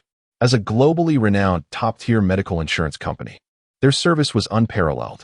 Sir, please describe your mother's condition. David pressed his hand against the wound, exiting the vehicle to assess Gloria's state. My mother has 2 wounds and is bleeding profusely. Very well. If you lack a first aid kit, you can use clothing to staunch the bleeding. Please follow my instructions. The hover vehicle arrived sooner than anticipated. Within 3 minutes, it touched down with the elite medical team on board. The caution warning projected nearby as the vehicle's vector engines reduced power, allowing for a gentle descent. The doors opened, and 2 armed security personnel dashed out, followed swiftly by 2 medical technicians. Confirming client information, the technicians promptly and carefully carried Gloria out, placing her onto a stretcher. One physician began assessing her condition while the other attended to David, performing a quick examination. No need for emergency surgery. Let Apos' get her inside. The security personnel lifted her into the hover vehicle, and another physician ushered David inside as well. The entire process took less than a minute, and once both were aboard, the hover vehicle sped towards the hospital. Your belongings will be organized by a dedicated staff member and returned to you afterward. David nodded and, at the physician's request, removed his shirt to expose his wound. He glanced at Gloria, who lay encased in a low-temperature chamber connected to the most advanced life support systems. Your mother has been shot, but her condition is stable. David nodded, cooperating with the physician as they tended to his injury. 5 minutes later, the hover vehicle arrived at the hospital where medical staff had been waiting. They swiftly transferred Gloria to the operating room. The physician produced an electronic tablet. Please settle the emergency attendance bill. David picked up the tablet, and the physician elaborated. As a non-member, the emergency attendance fee is higher. The total is 12,000 euros. After deducting your deposit, you need to pay an additional 7,000. David nodded and promptly settled the bill. After confirming the payment, the physician added, "You may consider purchasing our company's Platinum membership, which offers better value and enhanced safety assurances." Yes, buy it. Get it for my mother. Unlike David, who only realized his mother's vulnerability after the incident, it was now his turn to protect his family. He directly purchased a 6-month Platinum membership for Gloria, costing 30,000 euros. He was then kindly escorted away by the attentive medical personnel, as he too had sustained a gunshot wound. David's injuries were not severe, and the doctors quickly extracted the bullet. He sat on a bench outside the operating room when he noticed a message notification. "Rebecca? Someone is trying to kill me?" Filled with confusion, he sent a call request. To his surprise, Rebecca answered immediately. "Rebecca, what do you mean by your message?" "The literal meaning. By the way, why did it take you so long to contact me?" Listening to Rebecca's teasing, David, with a hint of exasperation, replied, "I was attacked. I'm all right, but my mother is in serious condition and currently in surgery." "What?" Rebecca exclaimed with concern. "How could this happen? Which damn fool did this?" "I don't know. Everything happened so suddenly." On the other end of the line, Rebecca let out a sigh. Chapter 114, A Narrow Escape. "How is the situation now?" "The situation has stabilized. Thank you for your concern." "That's good. I wouldn't want to hear about anything happening to you. Stay safe." David was taken aback by the sudden message, but still politely expressed his gratitude. Meanwhile, at Rebecca's residence, Pilar had partitioned a small studio in the bedroom using several curtains. He poked his head out from the studio. "Who are you communicating with?" Rebecca, clad only in a bodysuit, responded with exasperation, "David. He's been in an accident." "Huh. What could possibly happen to him?" "Yes." Pilar's eyes gleamed with mischief as he donned a cheeky expression. "Say, haven't you fallen for him? You're so much older than him. Maybe you should leave the young man alone." "So what if I have?" "It and Oppos. It's none of your business, you old geezer." Rebecca raised her hand, firing a shot. The sharp-eyed Pilar immediately retreated. All right. I was wrong." After disconnecting the call, David paused for a moment before sending messages to V and Jackie. "V, what's going on?" "Just you wait. I'll be there right away." "Jackie, brother, should I bring some heavy artillery to protect you?" David exchanged a few more words with them. The operating room and Oppos' sign turned off, and he ended the communication, hurrying to the door to wait. The attending physician emerged, removing his surgical mask. "The patient's condition has stabilized, but she will need to be hospitalized for 2 weeks, with a possible additional month of observation." "Thank you so much, doctor." David promptly transferred 3,000 euros to him. The doctor, who had been working for 2 hours, immediately straightened up. "Ahem, sir, it's our duty. The patient will be moved to a private room, and the bills for hospitalization, treatment, and medication will be provided to you later." "Great. Money is not an issue. Please take good care of my mother." The doctor gestured for him to make way as nurses wheeled a still unconscious Gloria out on a medical trolley. David immediately stepped forward to assist. "The anesthesia hasn't worn off yet, so the patient can't respond to you," a nurse reminded him. David, eyes reddened, nodded and followed them to the ward. "David." V and Jackie inquired along the way and finally located the ward. David was sitting by the bed, gazing blankly at Gloria. He turned around upon hearing their voices, only to see the two of them fully armed. What are you doing?" V and Jackie entered the room, setting their weapons aside. "What do you think?" "Protecting you, of course. How did you bring guns in here?" "That and Oppos. That's not your concern." V looked at David's bandaged torso, feeling a pang of sympathy. What exactly happened? V pulled up a chair and sat beside him. Jackie, meanwhile, glanced down the hallway, closed the door, and tapped on the window to ensure everything was secure before relaxing. "Someone is trying to kill me." "What? Who? A gang, an enemy, or a corporation?" The hot-tempered V was already itching for a fight, and Jackie looked equally shocked and enraged. "I don't know. It happened like this." After listening to David and Oppos' account, the two pondered in silence. "A corporation. Could it be Arasaka? Jackie and Appos' conjecture immediately gained their support. V wanted to curse loudly, but, mindful of the patient, could only mutter, "It must be because we offended Arasaka last time. This is their retaliation." "Exactly, it can only be them." Jackie then asked, "But why David?" V blurted out, "Why else? David seems like an easy target. Those damn corporations. I'll storm their plaza right now and send them all to Kingdom Come." Faced with V's fierce protectiveness, David and Jackie merely exchanged smiles. "We're out in the open, and the enemy is in the shadows. It's best not to act rashly. But we can't just do nothing. We have to retaliate somehow." David nodded. "We definitely will. I was thinking of asking the chief." V waved her hands dismissively. "Why ask him? Didn't and Appos the chief say that when faced with oppression, we should choose violence over diplomacy?" David paused. "I believe he said we should choose diplomacy over violence. Right?" Jackie didn't know who the chief they were referring to was, but after being influenced by them for so long, he could also quote some of the chief's sayings. Moreover, some of the chief's words had resonated deeply with him, so he always considered the chief to be someone important. Didn't the chief also say that all struggles should be turned into massacres? David was even more speechless. Where did you learn that heretical saying? It's clearly that all struggles must not be turned into massacres. V didn't want to discuss that headache-inducing topic any further. "Anyway, we'll stay by your side these next few days. Thank you for your kindness, but I don't think it's necessary. It would be enough if you could take care of my mom." Jackie patted his chest, assuring him that he could rest assured, while V looked somewhat guilty. She knew that Gloria had never liked her, and for some reason, she always felt a sense of pressure when she saw Gloria. Okay, rest assured." As she finished speaking, David uncovered his upper body, revealing his bandages. "As you can see, I won't be able to join you on gigs for a while."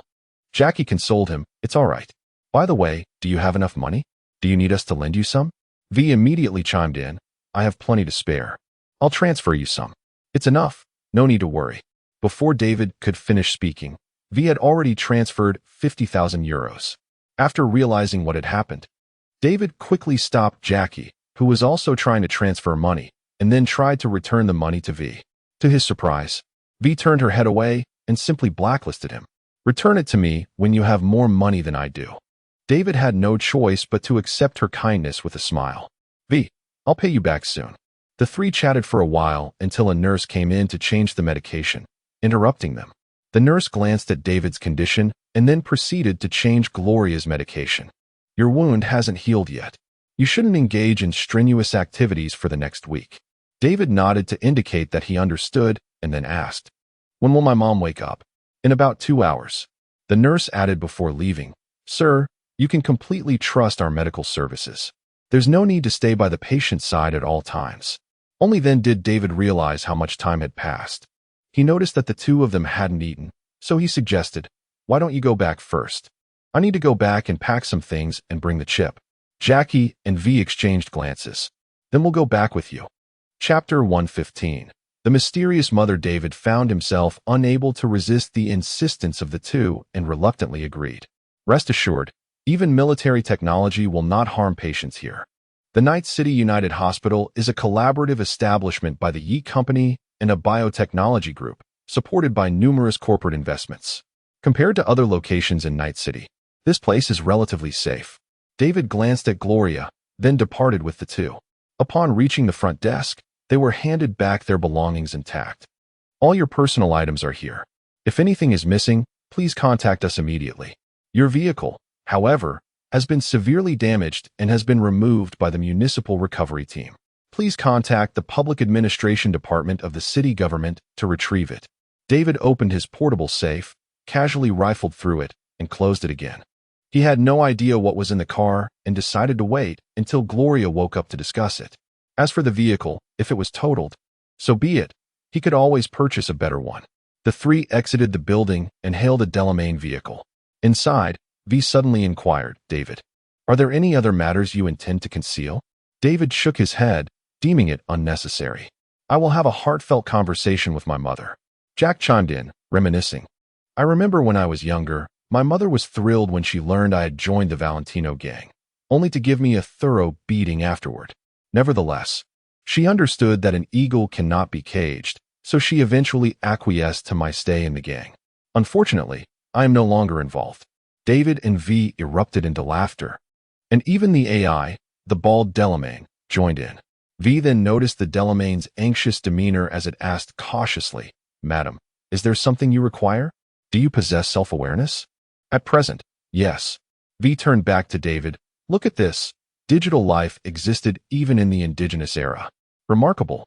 I recall that synths relied on positronic brains to form consciousness, while these AIs operate directly through the network. How on earth did the people of the past develop intelligent AI? Perhaps AI merely exists as a form akin to intelligent beings," David speculated. "What do you think, Delamain?" The Delamain shook its head. "I am uncertain about my origins. The rampant AI crises have led to significant knowledge loss worldwide, making it exceedingly difficult to trace the origins of most AIs. Honestly, I would like to study you in depth," V stated. "Huh, you certainly have a sense of humor. Madam, you are jesting, correct?" The Delamain seemed tense. V reassured it, shaking her head. "Do not worry, I shall not do so. For now." David returned to familiar streets, where two unfamiliar figures sat at a roadside stall. "Man?" Sasha noticed the trio and quickly alerted Man, who turned around, astonished to see David. "You're back?" The three approached, with Jack greeting Man warmly, while the little cat, Sasha, clung to V, leaving her somewhat bewildered. "My injuries are not severe," David replied. Man nodded. "I heard from Rebecca that you encountered trouble. I thought you would be resting for a while." David indicated his chest. "Indeed, I should rest for some time. Be cautious in the future. Thanks for the reminder. I am already aware." After David finished speaking, Jack inquired, "Brother, how is it that you ended up here?" Man evaded the question. "I was meeting someone to purchase something. We agreed to meet here. However, I do not know what happened. Sasha and I have been waiting for ages without any word from her." Upon hearing this, David glanced at Sasha, who was affectionately clinging to V. While V appeared somewhat dazed, he noticed the spark in Sasha's eyes as she fixated on his portable safe. "Is something wrong?" "Man, that seems to be your cargo." David, somewhat taken aback, lifted the safe while the others turned their attention to it. "My ocular implant has detected a signal from Sion Waystan, identical to the information you ordered, Man." "What?" Being straightforward, David placed the safe on the ground and opened it in front of everyone. Inside were a coat, tools, and a bag. "This is it." David pointed to the bag, which was opaque and contained an unidentified object filled with liquid. Upon opening it, he revealed military-grade Sion Waystan. "Wow, it really is." Man was equally perplexed by the turn of events and attempted to contact the seller again. After receiving no response, he looked at David hesitantly. "David, you haven't killed my seller, have you?" "What? Absolutely not. Jack sent something amiss." "Who is your seller?" "Gloria." "Who?" The trio's pupils dilated in shock, never anticipating such a revelation. "Gloria Martinez?" Man and Sasha also realized the implications. "Yes. That's my mother. What is going on?" "It seems we have uncovered David's mother's secret identity." Man closed his eyes and pinched his forehead in frustration. "All right, let us clarify this. Gloria is a body modification dealer. I have conducted numerous transactions with her, making us old acquaintances. This Sion Waystan is what I purchased from her. She is your mother, which means she, like you, has encountered trouble at the hospital. And you were unaware of your mother's involvement in body modification sales?" David nodded vigorously, while Man tilted his head back, at a loss for words. Sasha glanced at V and then at the silent group. "Given the circumstances, let us eat first?" "Forget it. Let's south head to my place. The house is not very tidy. It's rather chaotic, so please make yourselves comfortable." The others felt a bit awkward, while V nonchalantly leaned against the sofa. "Hey, what is this?" David blushed and quickly snatched his personal garments from her grasp. "Haha, David, what are you afraid of? Sit. Only then did everyone take their seats. Sasha sat beside V while Man settled next to her. "I wonder why this little cat girl keeps clinging to me," V whispered to Jack. Jack shook his head. "Perhaps she likes you." V cautiously glanced at Sasha, then exchanged a look with Man, who merely smiled mysteriously in response to her pleading gaze. "TSK. This little cat girl is quite perceptive." Reluctantly, V allowed Sasha to cling to her as David returned to the living room. I only have some ordinary beverages at home. Chapter 116. Stranger V glanced at David and pointed to the neural interface on his neck. I'll inform the chief. As the chip booted up, V leaned back and closed his eyes, drifting into slumber. Sasha found a comfortable position, resting against V. David, I've made a deposit for the CNY stain. Let's discuss it once my mother wakes up. All right. The honest man had no objections and dared not voice any, for among the three, he was only familiar with Jack. But rest assured, my mother will wake up shortly. Man nodded, and David continued his inquiry. Man, how did you come by this information? My intermediary, Faraday, received a task from the company and passed it on to us. Jack raised a question. If you didn't and Oppos, accept the task, why were there still people attacking David? Who knows? Perhaps Faraday is playing us. He's done this before. Oh, he truly is a scoundrel. Man agreed with a solemn expression. It seems our partnership has soured. We likely won't work together again in the future. If that's the case, why not come to Haywood and try your luck? I can introduce you to an intermediary. Man looked surprised. You're not pulling my leg, are you? Jack chuckled. We Haywood folks understand the value of gratitude. You've helped my family, so I will surely repay you. Man accepted this, extending his fist for a bump. I am indeed quite worried about my future livelihood. Thank you. Once the two finished their conversation, David asked, Man, how did you come to know my mother? Man scratched his cheek. Well, we've only known each other for a year or two. It should be around 2 years now. I was looking for a cybernetic limb for my girlfriend, and a certain black market lord introduced me to Gloria. Black market? Yes, this lord is quite renowned. No one in the black market is unaware of him, so I wasn't Oppos. Concerned about being deceived. After confirming the details, I met with Gloria. To be honest, I never expected the seller to be such a seemingly delicate woman, but she certainly possessed great courage. We completed our first transaction smoothly, and that's how we became acquainted. David nodded thoughtfully. I often wondered how my mother could afford to send me to Arasaka Academy. Turns out she was involved in such perilous dealings. David abruptly severed the communication with the principal of Arasaka Academy, now disinterested in the conversation. Your mother is indeed a very brave woman. Jack became animated at the mention of family. I recall my mother telling me that she was still battling with others while pregnant with me. V opened her eyes to find Sasha still leaning against her, and she chose not to engage further. V, you're back? Yes, everyone else is here. I briefly described the situation. David raised an eyebrow. What did you say? V held up 2 fingers, signaling 2 pieces of news. 1. The chief didn't speak. 2. The chief was listening while tapping his fingers on the table. Oh, David's expression was telling, as the others were perplexed by V's words. By the way, are you ready? When shall we return? I'm ready, let's go.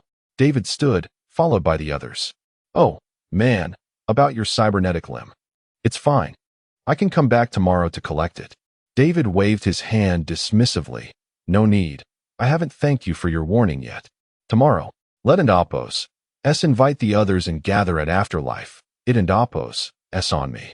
Man gaped, glancing at Sasha, who was equally taken aback. No. I mean, sure, no problem. Man never anticipated he would suddenly be welcomed into the esteemed Afterlife. The 2 groups bid farewell downstairs, and before leaving, Sasha looked back at V with reluctance, making V feel somewhat embarrassed. Sasha wouldn't be developing feelings for you, would she? How would I know? Sister, we support you in pursuing true love. Indeed, go for it. I absolutely do not agree. Ignoring V's protests, the 2 continued to jest. Upon returning to the hospital, the front desk informed them that Gloria had awakened. David excitedly led the way to the ward, unaware of an unexpected guest already present. Gloria sat up, conversing cheerfully with a man in a gray coat, a figure David recognized from a previous encounter. By your logic, am I not merely facing a dead end? The man raised a fruit knife, gesturing with it. Then you might consider purchasing this molecular fruit knife from me. It can penetrate Arasaka Tower single-handedly. If it fails, I offer after-sales support. How so? The man leaned slightly. I can help you breach Arasaka Tower. Ha ha ha. You can keep fooling me with your nonsense. The man smiled silently, continuing to peel an apple, which he subsequently handed to Gloria. Mom. David stepped into the room first, drawing the attention of the 2 inside. V followed closely behind, while Jack sensed something was amiss. Wait, is that an apple?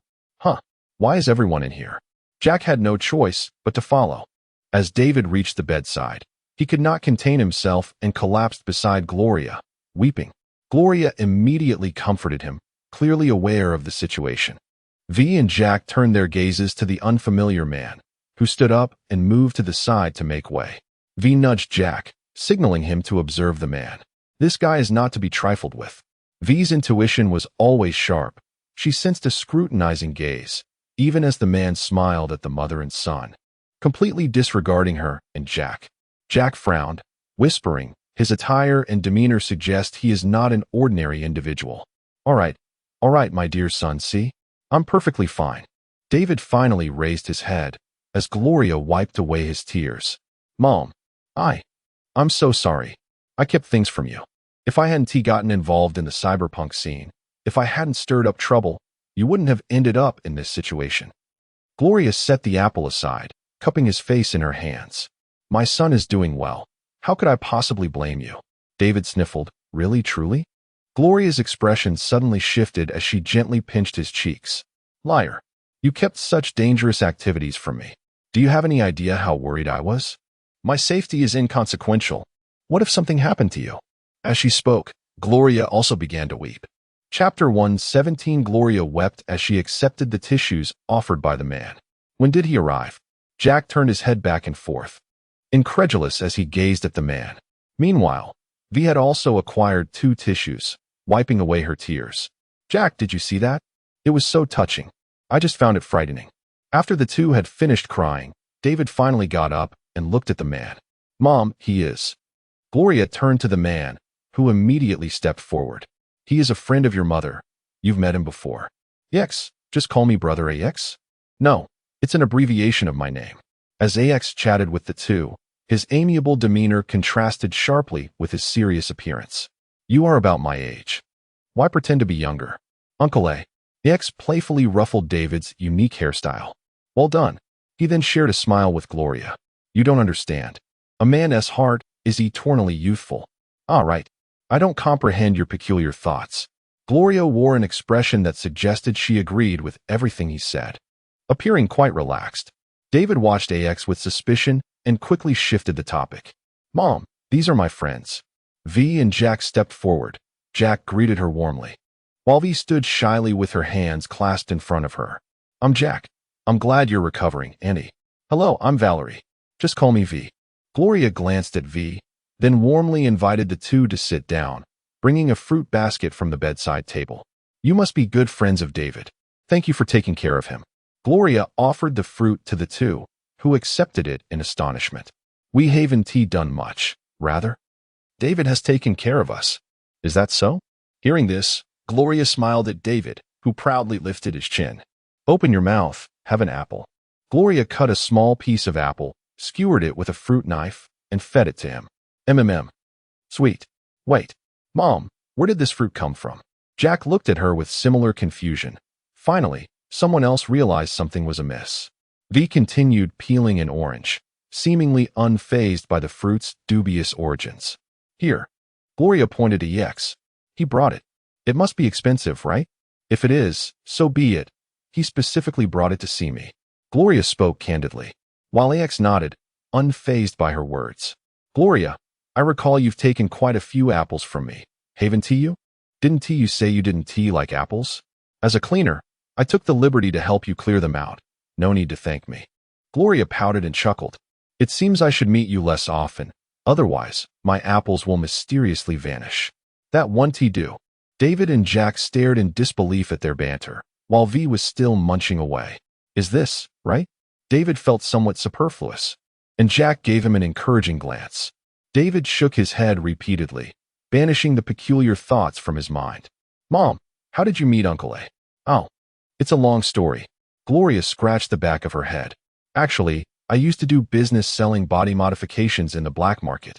David remained calm, while Gloria appeared astonished. David, aren't you surprised? No. By the way, Mom, a man named Man was waiting for you downstairs, saying he wanted to buy a Stanislaus. Gloria clapped her hands. Oh, I forgot. I need to tell him. David quickly stopped her. No need. I'll tell him to wait. Gloria looked at David skeptically. You can intimidate, man? V, having just eaten an orange, stuffed her mouth with apple. She mumbled. Man wouldn't he dare to mess with David. Should I not believe that? V tried to swallow quickly to explain, but ended up choking, turning away to cough incessantly. Jack helplessly handed her a glass of water and patted her back. X took the fruit core from Gloria's hand and tossed it in the trash. I met your mother in the black market. It was her first time selling body modifications. He then mysteriously smiled as he recounted the tale. Just picture it. Gloria was terrified of the black market goods, yet she bravely pretended to be seasoned. I was walking by and noticed the body modification she was holding, found it intriguing, and asked her the price. She didn't understand the pricing and was easily intimidated by my two remarks. I pressured her, and she didn't dare to retort, so she tried to flee. That scene, I could laugh at it again and again.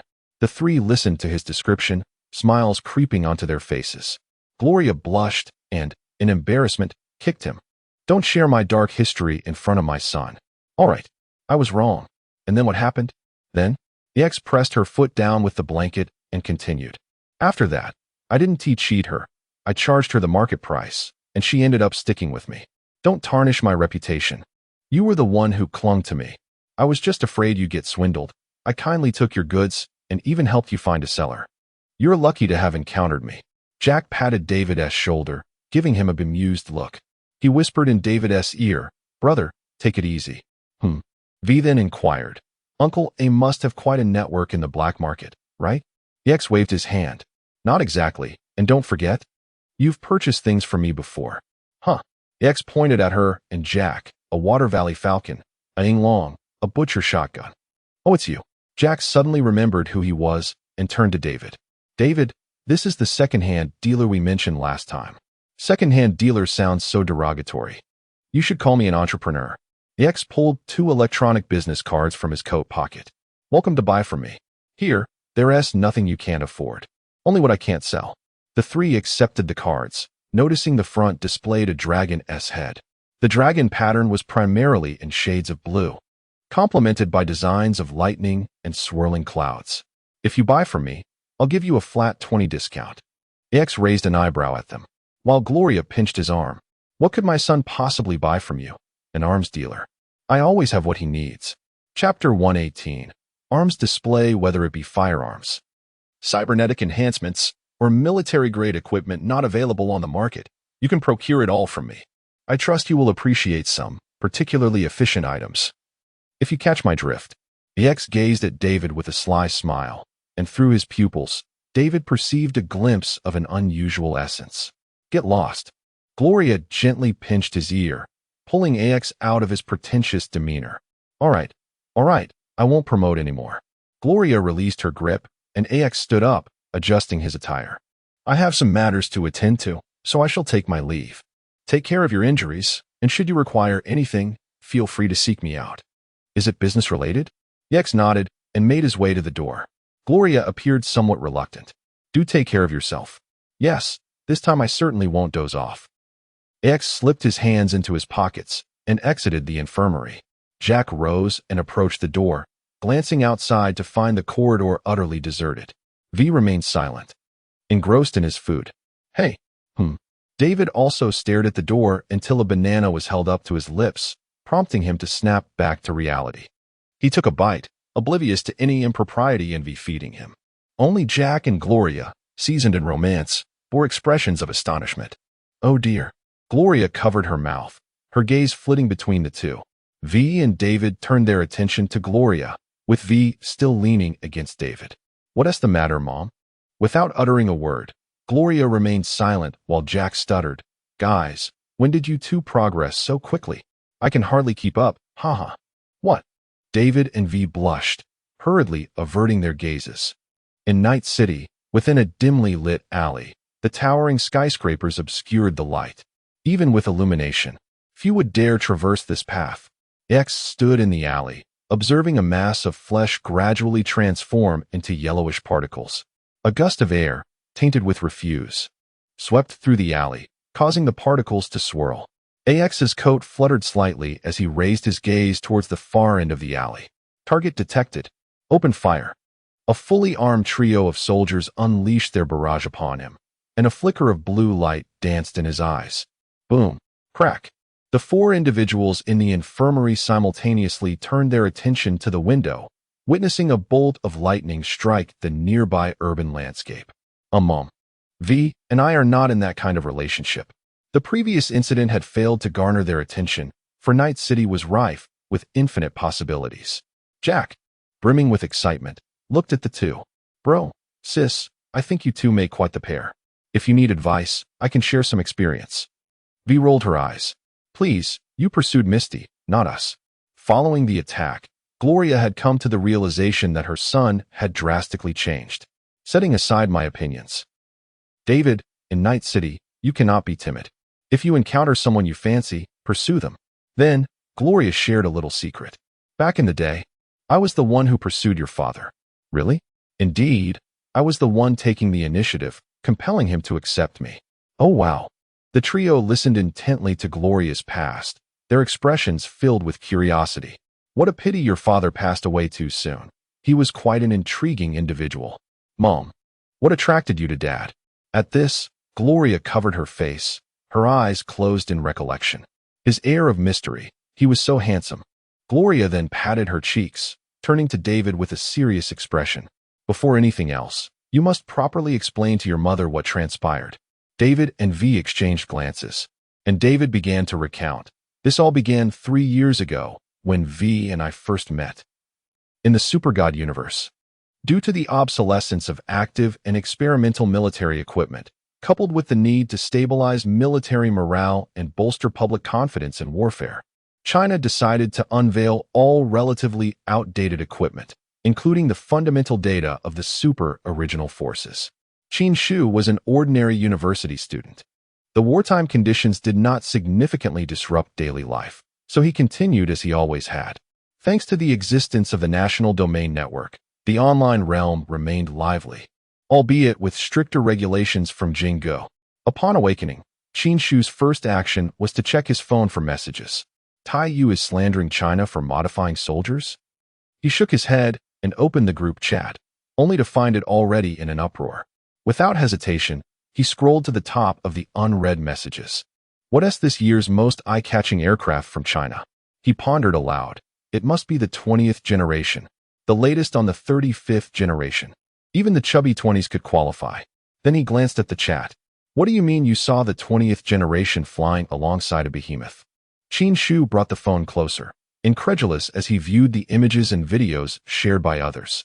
Scrolling down further, he encountered even more astonishing revelations.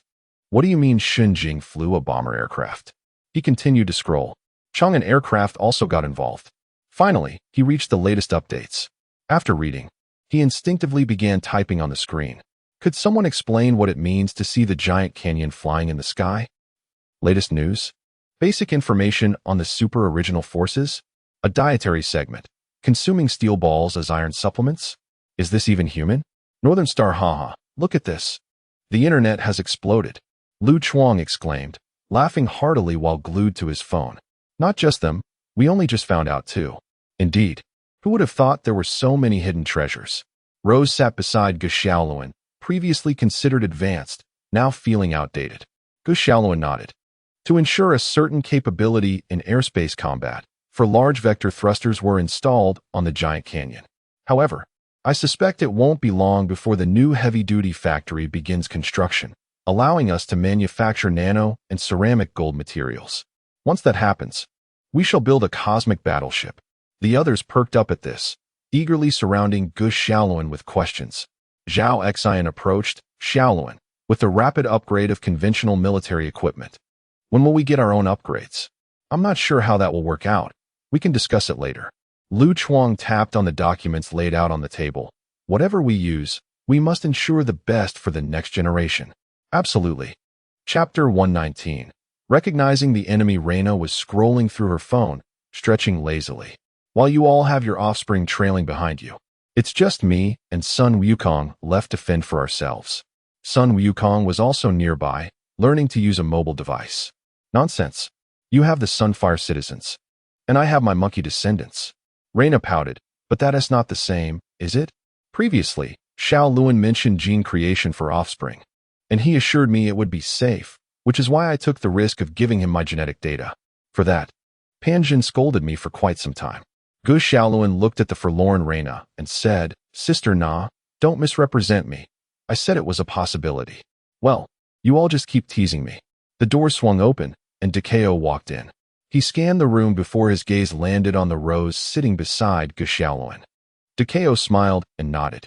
Dad, what brings you here? Oh, I came to see Xiaoluan. Gu Xiaoluan stood up, grinning. Father-in-law, what is the matter? Hey, how can you speak like that? The Rose blushed and shot a glare at the laughing crowd, then turned her annoyed gaze back to Gu Xiaoluan. Dekeo paid no heed. He pointed at Gu Xiaoluan. You two haven't even begun to scratch the surface yet. Don't worry, I will definitely provide a generous dowry. Dekeo appeared quite pleased with Gu Xiaoluan's brazen demeanor. Ahem, then you must be ready to pass my test. Dad, what is going on? If you have nothing to discuss, please leave. Upon hearing this, Dekeo ceased his playful banter. Xiaoluan, didn't you mention wanting to contact the angels? We received notifications from them. They are making a grand entrance. Divine Kaisa is coming to Earth. Gu Xiaoluan and the others fell silent, exchanging glances with Reina. What do the angels want? Dekeo looked at Reina and shook his head. We don't know. It was the angels who reached out to us, and we currently lack the means to initiate contact with them. Gu Xiaoluan inquired further. Is that all you know? Dekeo nodded. Indeed. You are now a member of the committee and oversee extraterrestrial affairs, so it's up to you to decide whether to organize a round-table conference or let us hold a meeting. Subsequently, Gu Xiaoluan followed Dekeo out, while the others eagerly prepared for the new challenge ahead. Night City David omitted the details regarding Liu Ji and the others, only discussing matters concerning himself and V. He doubted that Gloria could accept the notion of extraterrestrials. After hearing this, Gloria gazed at V with a complex expression. Valerie, I'm sorry, I misjudged you earlier. No, it's fine. V forced a smile, clearly struggling to engage in conversation with Gloria. Gloria took her hand, warmly initiating a dialogue. V endured an uncomfortable hour before hastily finding an excuse to leave with Jack. Auntie, I'll come to see you again next time.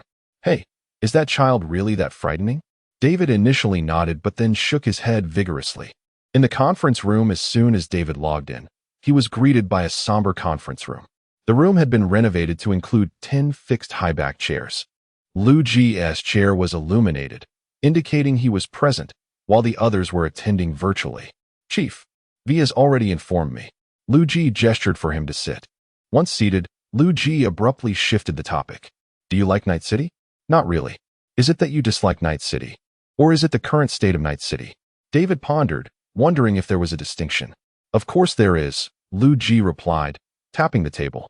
You must recognize what you truly despise and who your enemies are. Just like ordinary Americans who cherish their country in times of prosperity, yet loathe it during decline. Do they truly detest America itself? No, it is the entrepreneurs, the affluent capitalists, who have brought about their downfall. Yet, some fail to identify their true enemies, instead blaming the nation itself. Do they think that by toppling the country without addressing the real enemy, they can lead better lives? They would likely suffer even more. And I'm specifically referring to America. David contemplated for a moment. I think I understand. If we consider the original intent behind the establishment of Night City, it was to create an ideal city for the people. Thus, my disdain lies not with Night City itself, but with the rampant corruption, oppression, and poverty that plague this once ideal realm. The wealthy indulge in excess, while the common folk barely survive. I despise the current state of Night City, not its original vision. Liu Ji nodded, visibly pleased. David, what do you think is the direct cause of Night City's current condition? David observed Liu Ji's amiable demeanor, yet sensed an undercurrent of tension. The corporations? Liu Ji nodded. Is that your view? Chief, are you implying that it's not? If not, could it be the gangs? Liu Ji raised a hand to halt his speech. What I mean is, if you believe the corporations are the problem, then address it in whatever manner you see fit. True knowledge comes from practice. Liu Ji waved his hand, and a multitude of glowing orbs materialized in the air, flying towards David. He looked up to see that each orb contained a piece of technology. David, this is your first true lesson in growth. You have developed an independent personality, along with your own values and worldview. Now, it is time to explore the world. You must exert your utmost effort to try and change your surroundings. Actively practice, recognize your enemies, and advance further. Chief, how should I proceed? David asked. Liu Ji replied. You need to distinguish between your friends and those who could become friends, uniting them to confront the same adversaries. Before David could inquire more, Liu Ji tossed him 5 brighter orbs. You must explore this on your own, but rest assured, I will always stand behind you. Yes, I pledge to complete the task. Nearby the manufacturing plant, the first batch of escort ships had officially rolled off the assembly line, and the 3 military personnel eagerly boarded the new vessels. Chief, why go through so much trouble? Can't we just eliminate them all? Eliminate all of Night City? Meng Yu shook his head. That's not necessary. Just half will suffice. Someone drag him out and turn him into meat paste to place before Confucius' monument. No, Chief. I was just joking. Meng Yu chuckled. I'm exclusionary, not a mass murderer.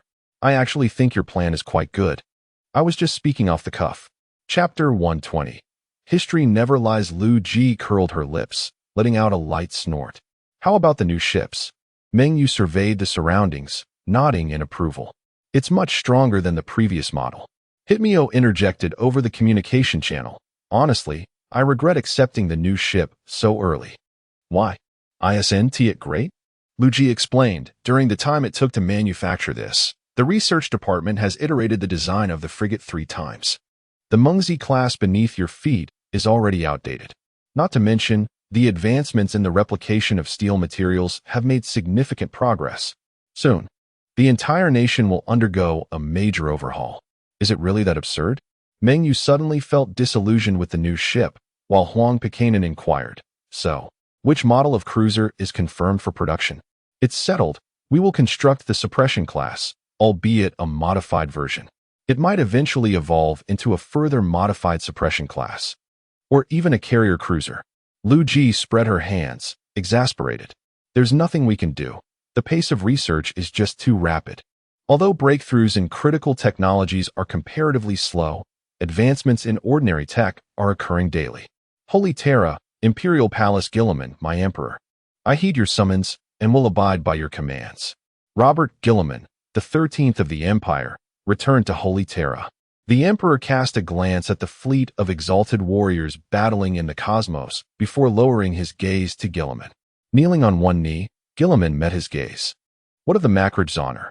Father, to avoid delaying the great expedition, I left Macridge's honor at the front lines and brought back only a small contingent of ships. The Emperor remained silent, turning to leave, but not before uttering a light remark. You have done well. Once the Emperor departed, he rose and glanced at the still-present Mikado. What task has the Emperor assigned to me? We shall discuss it when the other Primarchs return. Until then, perhaps you could construct a table large enough to accommodate all the Primarchs. Gilliman raised an eyebrow, uncertain of what trickery the Emperor was up to. Luo Ji and Zhuang Yin strolled through the streets of a second-tier city. The invasion of the Trisolarans cast a pall over the earth. Yet Luo Ji ignited a candle in the darkness. As more people gathered around the light, his comrades multiplied. Luo Ji gazed up at the 2- or 3-story shops, their various signs showing signs of age. My dear, look, he pointed. Pig trotter and kelp porridge. Zhuang Yin chuckled. I can't even imagine what that would taste like. Shall we give it a try? Zhuang Yin shook her head vigorously. No way. I'm afraid of gaining weight. Luo Ji playfully poked her nose. You're adorable no matter what. Just eat a little, you want to gain weight. Zhuang Yin still declined, prompting Luo Ji to lead her onward. They soon encountered an elderly man clad in a military coat at a stall. Approaching, Luo Ji noticed the collection of seemingly old books. The old man crossed his arms, glancing at Luo Ji before returning his gaze to the books. Sir, these books are quite aged, aren't they? The old man nodded slowly. They are part of my collection. Luo Ji looked around. The street was deserted. On such a cold day, why aren't you at home? I must come out. I can't afford to eat otherwise. A pang of sympathy struck Luo Ji and Zhuang Yan. Zhuang Yan gently tugged at Luo Ji's sleeve, and he raised his hand slightly, acknowledging her unspoken sentiment. Luo Ji knelt by the stall, carefully selecting items. Is there really no one on the streets lately? Everyone's gone to work. The national tasks are heavy. Even those idle fellows have gone to factories or construction sites. The old man sighed wistfully. My old bones can't keep up anymore. Otherwise I could certainly support myself. Zhuang Yin tucked a strand of hair behind her ear and inquired, How old are you? If I may ask. 90. Or maybe 100, I can't quite remember. Luo Ji picked up a small booklet, revealing the old man's military honor certificate. Grandpa Wang, you served in the military? The old man's eyes sparkled with nostalgia as he began to reminisce. Oh, I was so focused on keeping my medals at home that I accidentally brought this out. May I take a look? The old man waved dismissively, and Luo Ji lifted it for Zhuang Yin to see. The certificate had yellowed with age, prominently displaying the classic red sun emblem at the top. This was back in '67. When I was young and full of vigor, I made quite a name for myself. Were you in Pudong before? Yes, but when Pudong grew colder, I moved away. Luo Ji probed further. Was it during the cold wave of 2078? Indeed. You see, historically, it has always been the cold air from Northern Europe descending into Southern Europe. Yet that year, the cold wave came from the south, and it was quite ferocious. It was truly strange. Luo Ji nodded. That cold wave had a tremendous impact. Europe has yet to warm up. The old man shifted his legs. Who knows if Europe will ever warm again? The weather just keeps getting colder. It certainly will, Luo Ji asserted, flipping through a book titled The Biography of Liu Ji, then another called The Chronicles of the Three Kingdoms. Hey, Grandpa Wang, I've read both The Romance of the Three Kingdoms and The Records of the Three Kingdoms. What is this Chronicles of the Three Kingdoms? Is it not a historical text? Luo Ji flipped through, casually selecting a chapter. It speaks of the late Emperor's demise, the fluctuating loyalties of those who accompanied Liu Bang into Shu, the conflicts between the Yizhou and Jingzhou factions, and the ensuing power struggles involving eunuchs and relatives of the imperial family. Liu Feng, the eldest son, was sent to assist Wu and perished in battle. Liu Bei, upon receiving the news, was devastated and in his declining health, chose the young Liu Shan as his successor. Meanwhile, the ministers seized military power, first slandering Guan Yu as defecting to Wei, leading to his demise when his carriage fell off a cliff while fleeing north. It also mentions that Sun Shangxiang and Liu Shan conspired to establish an empire, reverting to feudalism, and they captured them. Is this truly a historical account? The old man took the book from Luo Ji's hands. If there is a book on it, it must be a true event. But the well-known Romance of the Three Kingdoms is entirely different in plot. Yours may be true, but my historical account might also hold some truth, in the end. Who can distinguish between fact and fiction? The old man placed the book back on the stall. Young man, let me tell you, when reading the Three Kingdoms, do not solely rely on the records of the Three Kingdoms, and certainly do not trust the wild histories. To grasp the Three Kingdoms fully, you must read both the records and the chronicles. Once you comprehend both, the true history will naturally emerge in your mind. Luo Ji stood in surprise, enlightened by his words. I shall take these few books. The old man squinted, bursting into laughter. You have a good eye. That fifth volume of 10 Years on Earth is quite rare in the market now. Chapter 121. Hibernation. Luo Ji reflected, history never deceives. It is humanity that deceives itself. You certainly speak with conviction, he remarked. Hey, old Wang, how much for these books? Take them. They are hardly worth anything. Knowledge is priceless. Luo Ji produced his wallet, while Zhuang Yin retrieved her money from her purse. He placed all the money in front of the old man. Do you think this is worth so much? Indeed. I do not merely think it worth this. It is all I possess. It suffices. Not everyone can be a hero in this world, and no hero can alleviate all suffering. To do one's best is already to honor the world. Then, the old man turned his gaze to the end of the road, tears welling in his eyes. Do you see, even the children believe it is worth it all. Luo Ji and Zhuang Yin followed his gaze, observing a marble statue that had stood resolutely for decades. The statue raised its hand, as if greeting or rallying the people. Luo Ji felt as if his soul were pierced by the statue's gaze, connecting him to a great spirit. He remained in a tranquil reverie. Inside the vehicle heading to the Ascension Technology headquarters, Luo Ji and Zhuang Yin sat in the back seat, his hand firmly clasping hers. "Are you nervous about the impending hibernation?" he inquired. Zhuang Yin shook her head. "With you by my side, I feel no anxiety. Do you believe we will prevail?" "I have faith in you all." Luo Ji refrained from elaborating, for they were not discussing the same matter. Soon, the vehicle arrived at the hibernation center. The diligent Zhang Beihai greeted them and led them to the hibernation chamber. Here, Luo Ji bade farewell to his beloved. Dressed in a specially designed hibernation suit, Zhuang Yin lay within the hibernation pod.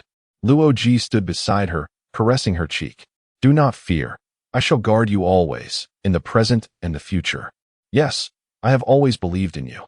Luo Ji stepped back, watching as the pod's lid slowly descended. "Navigator, your hibernation pod is ready," came the announcement. Luo Ji moved to the adjacent hibernation chamber, turning to Zhang Beihai with a serious request. "Regardless of circumstances, awaken me in 1 month." "Understood."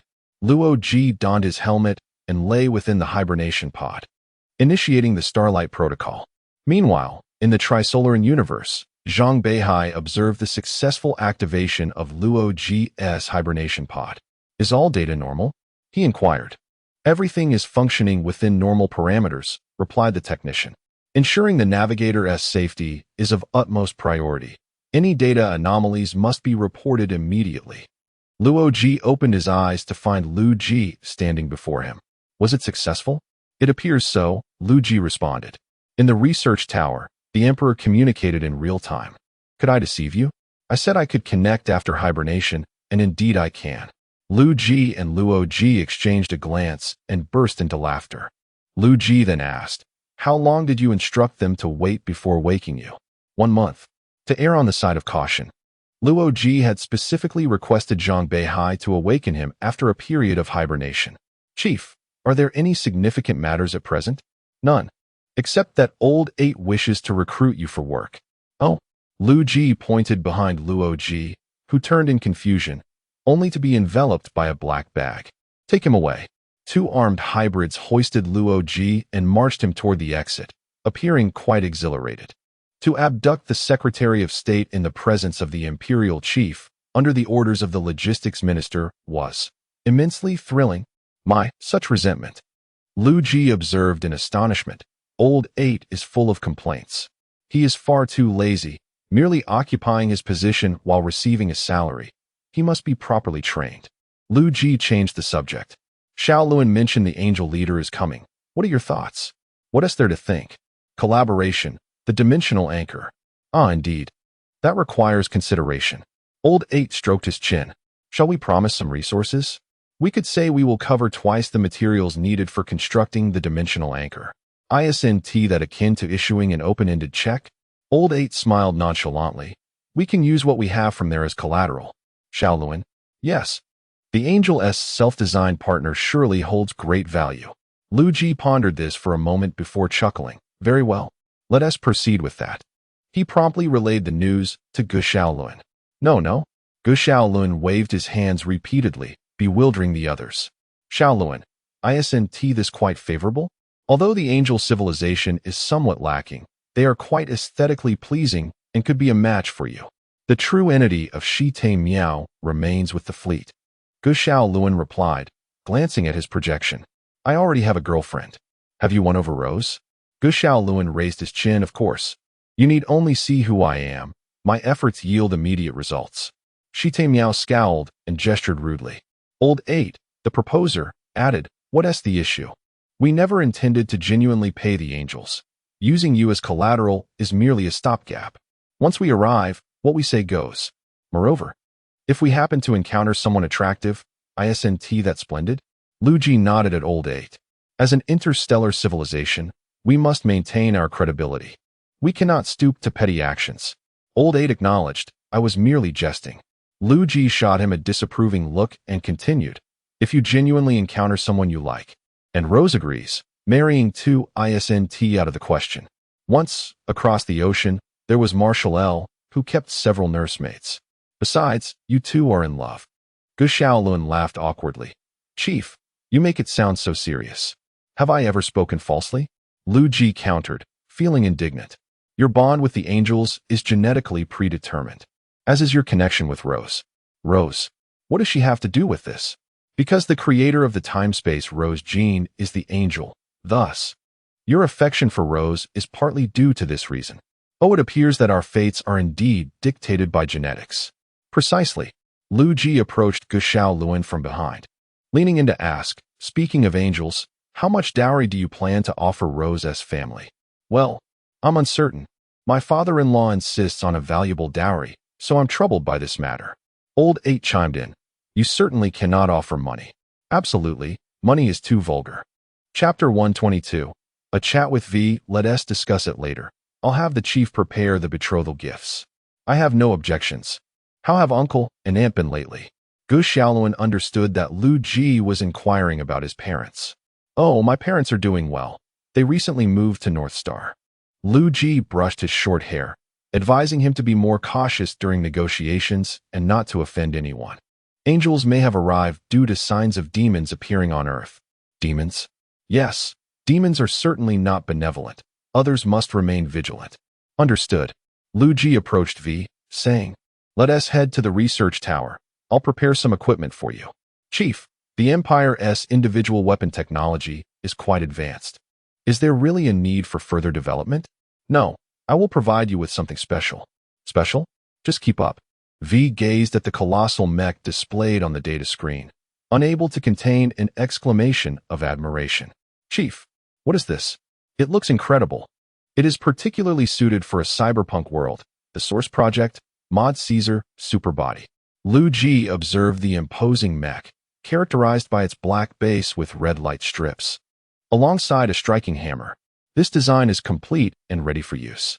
I'm not impressed by the cybernetic enhancements you have. Using them would be counterproductive. V responded without looking back. I will design my own enhancements. My technology is at least half a century ahead of ours. Well, in addition, there is the Source Project, Recton Annihilation. Chief, what are the characteristics of these two mechs? Certainly. Liu Ji presented another set of data, featuring a red inverted triangle icon. These two mechs possess not only formidable combat capabilities, but also specialized functions for cyber warfare. For instance, Superbody is better suited for network attacks than Annihilation. It features an energy shield and can generate a large energy field. Annihilation focuses on brute force. It's all about hacking. What drives these mechs? Antimatter. Nuclear fusion would suffice, but let us go with nuclear fusion. V turned in disbelief to Liu Ji, who nodded with a smile. The successful replication of the antimatter reactor? Indeed, the nation is preparing for an energy overhaul. Harnessing energy from the interaction of matter and antimatter is far more potent than nuclear fusion. Simultaneously, the antimatter reactor alleviates the Empire's power shortages to some extent. Antimatter can be quite dangerous. It's not easy to create it manually. Let us stick with nuclear fusion. V excitedly inquired, how powerful is it? Liu Ji gestured with his fingers. The energy produced by 1 gram of antimatter annihilation is equivalent to 3 times that of a small atomic bomb. Wow, does that mean we could create antimatter missiles? Precisely. A research team has already proposed this topic, and I have prioritized it within military research. Wait, does that mean the First Fleet is already outdated? Liu Ji shrugged, stating that the military was eager to deploy, and upgrading upon return would be acceptable. Then why not install it now? The theory is still being refined. We are constructing experimental reactors, and it's not yet time for formal application. Oh, can I help with that? Liu Ji shook his head, suggesting she focus on her own tasks. Without hesitation, V activated the data to begin her preliminary research. Liu Ji stood beside her for a moment before suddenly asking, what do you think of David? What do you mean? I think he is quite charming. Does that count? Liu Ji shot her a sideways glance. V, you haven't ever been in a relationship, have you? No. V paused briefly before candidly stating, I find dating rather uninteresting. Nothing compares to a good fight. If someone wants to be my boyfriend, they'd better be able to hold their own against me. Upon hearing this, Liu Ji fell into contemplation before speaking again. Having a boyfriend means you could fight daily. What? No, it's nothing. He then inquired, I forgot to ask. How is David's mother doing? V projected her memory of visiting her, and Liu Ji observed quietly. David's mother is quite beautiful. Is she single? V was taken aback by Liu Ji's unexpected question. Single, but Chief, aren't you afraid of little Gray beating you up over this? The voice of Gray Wind chimed in at the right moment. This one is off limits. I genuinely like her. Liu Ji seemed to be talking to himself, asking, Little Gray, do you think I have a chance? Gray Wind retorted, I believe I have a greater chance than you. Well then, let us just make do with each other. I think so too. V listened to their exchange, feeling a bit bewildered on the side. What's wrong? Liu Ji looked at V, who hesitated before saying, My native language is English. Are we speaking Chinese now? Indeed, perhaps it's automatic translation. Then V, with a dazed expression, remarked, I had no idea Chinese could be arranged this way. I must have been quite sheltered. Gray Wind interjected, V. You've been learning Chinese for 3 years. You should have picked it up by now. Oh, right. V suddenly realized that she had unknowingly learned a new language. Never mind. Let us not dwell on this odd topic. Liu Ji displayed another model. Look at this template I designed. A little girl? Liu Ji's smile radiated warmth. What do you think? Quite lovely, like a porcelain doll. Porcelain gold composite material. It certainly qualifies as a porcelain doll. Chief, why are you showing me this? This is a child created collaboratively by me and your divine sister. V fell silent, seemingly pondering the ultimate mysteries of the universe. Chief, I've just realized that the relationships among the three of you could establish a new social science. Liu Ji gave her a deadpan stare and lightly tapped her on the head. What are you thinking? Mine is with little Gray. Isn't that even more complicated? V covered her head, responding weakly. Liu Ji slapped his forehead, explaining, This is our new project. We are attempting to create an entity that can exist simultaneously in 2 universes. Just like you, souls capable of traversing dimensions. Is that something we can actually achieve? I'm not sure, but we must try. This is just the first step, after all. Liu Ji continued. We have chosen little XT and are preparing to modify her. Is that safe? It's safe. The synthetic personalities all have backups. Chapter 123. A new encounter. Very well, I do not comprehend this. V briefly glanced over the introductions of the 2 mechas. Chief, these mechas seem quite laborious to manufacture, do they not? Indeed, they are somewhat demanding, but I am merely preparing them for your amusement. Utilize them when you have the time. If not, you may resort to some outdated yet simpler equipment. To rebel, one must possess suitable weaponry. Upon mentioning rebellion, V inquired, Chief, what do you intend for David and me to do? Shall we expel the entire company? Liu Ji cast a glance at David, who was offline, and thus had to elucidate the matter to V individually. And then? Then all shall be well. Liu Ji rubbed his forehead, suddenly contemplating whether he ought to reflect on his own educational methods. You are no longer ruling Night City. Me, you, or David, at the very least, are part of your own faction. I had not truly considered that. V scratched his head, arriving at an idea. Chief, why don't we establish a company ourselves? Liu Ji nodded. Ascendant Technology Division added. Why must it always be Ascendant Technology? V muttered. Chief, cannot you assist us in selecting a more innovative name? I find the name quite fitting. Why? Because Feek symbolizes the highest mountain and the deepest river.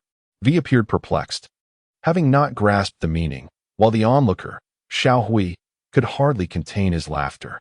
Haraha. This is precisely why I refrain from connecting with Liu Ji's thoughts directly, for he invariably conjures up notions that leave me at a loss. Liu Ji chuckled lightly in response. If I had foreseen it, it would not be as amusing, would it? Gray Wind appeared before the 2, seated at the control panel, swinging her petite legs. Do not obstruct the control panel. Fear not, I am in control. V pouted, calmly observing the 2. Perhaps she ought to ponder what love truly is. Report. Debris from the firefight has been discovered. The Rhino captain rose, gazing towards the central control panel.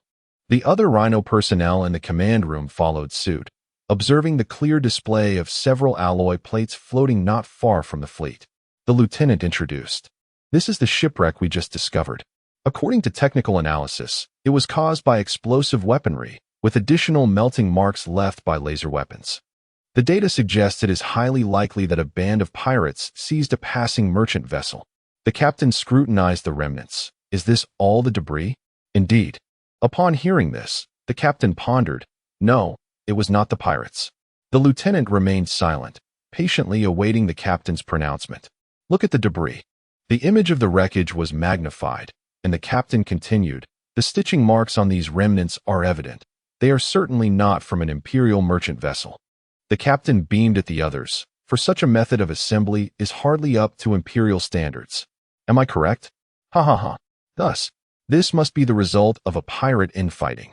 As the captain declared, the others erupted into applause.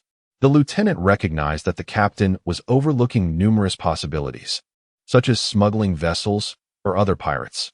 But it was perhaps best not to disturb the captain's enthusiasm at this moment. It appears our task has become somewhat easier. The captain raised his hand, signaling for silence, and proclaimed with an air of command, Now, I order the entire fleet to accelerate in pursuit. To where?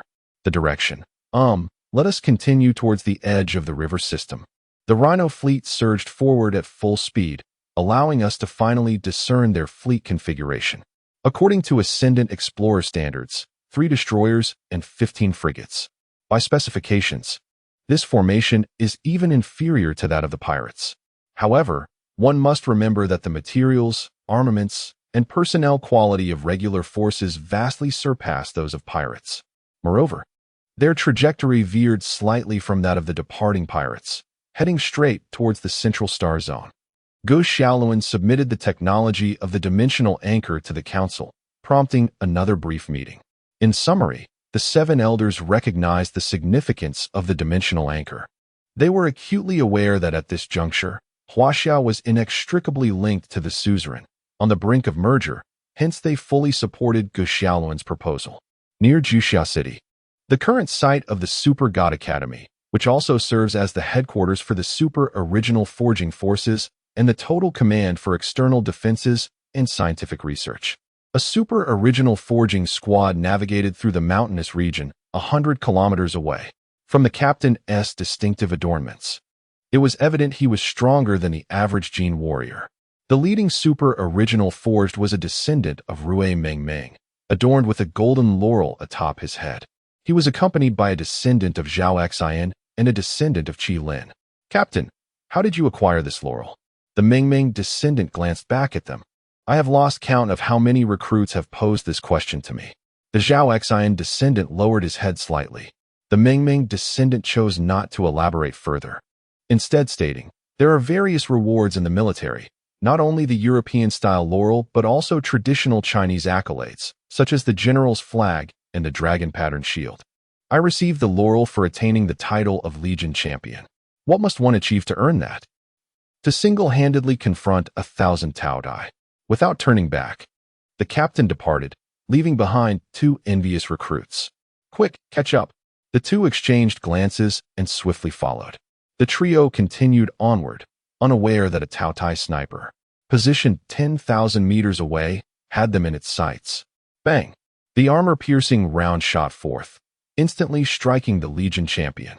The Tao Tai sniper aimed to reload immediately, for the news of the Super Original Forged possessing 2 lives had already circulated. Yet, before it could avert its gaze, it witnessed a shocking sight. The bullet struck the helmet, leaving merely a dent. The Legion champion raised his hand to feel the impact, grasped the bullet, and tossed it aside. Armor-piercing rounds cannot even open a can. The Tao Tai sniper fled in haste, fearing to remain any longer. However, the Legion champion would not allow it to escape. Bellowing at the Qi Lin descendant, terminate it. Yes, the Qi Lin descendant fired a shot without regard for whether it struck the target, promptly reporting back to the captain. Report. Mission accomplished. The Mengmeng descendant's intelligent helmet shared the teammates' visual data, and he nodded, patting the Qi Lin descendant. Recruit, you have a bright future ahead. If another hard-fought battle arises, you may well earn a reward from the squad, or rather, from the Legion. Upon hearing this, the Qi Lin descendant's helmet revealed a beaming expression. Those infernal Tautas still contemplate ambush. Chapter 124. a forceful declaration fortunately. We have already replaced our armor with ceramic gold composite armor. Otherwise, we might have truly fallen victim to a cunning ploy. The Legion champion surveyed the surroundings before connecting to the command center. Report: we have encountered an assassination attempt by the enemy, which has been resolved, though the armor has sustained minor damage. Acknowledged. This marks the third assassination attempt against our forces this week. It matters not. We shall obliterate any xenomorph that dares to invade humanity. The newly outfitted super original cast has significantly enhanced our strength, coupled with an increasingly formidable overall capability, rendering our combat effectiveness akin to that of elite troops.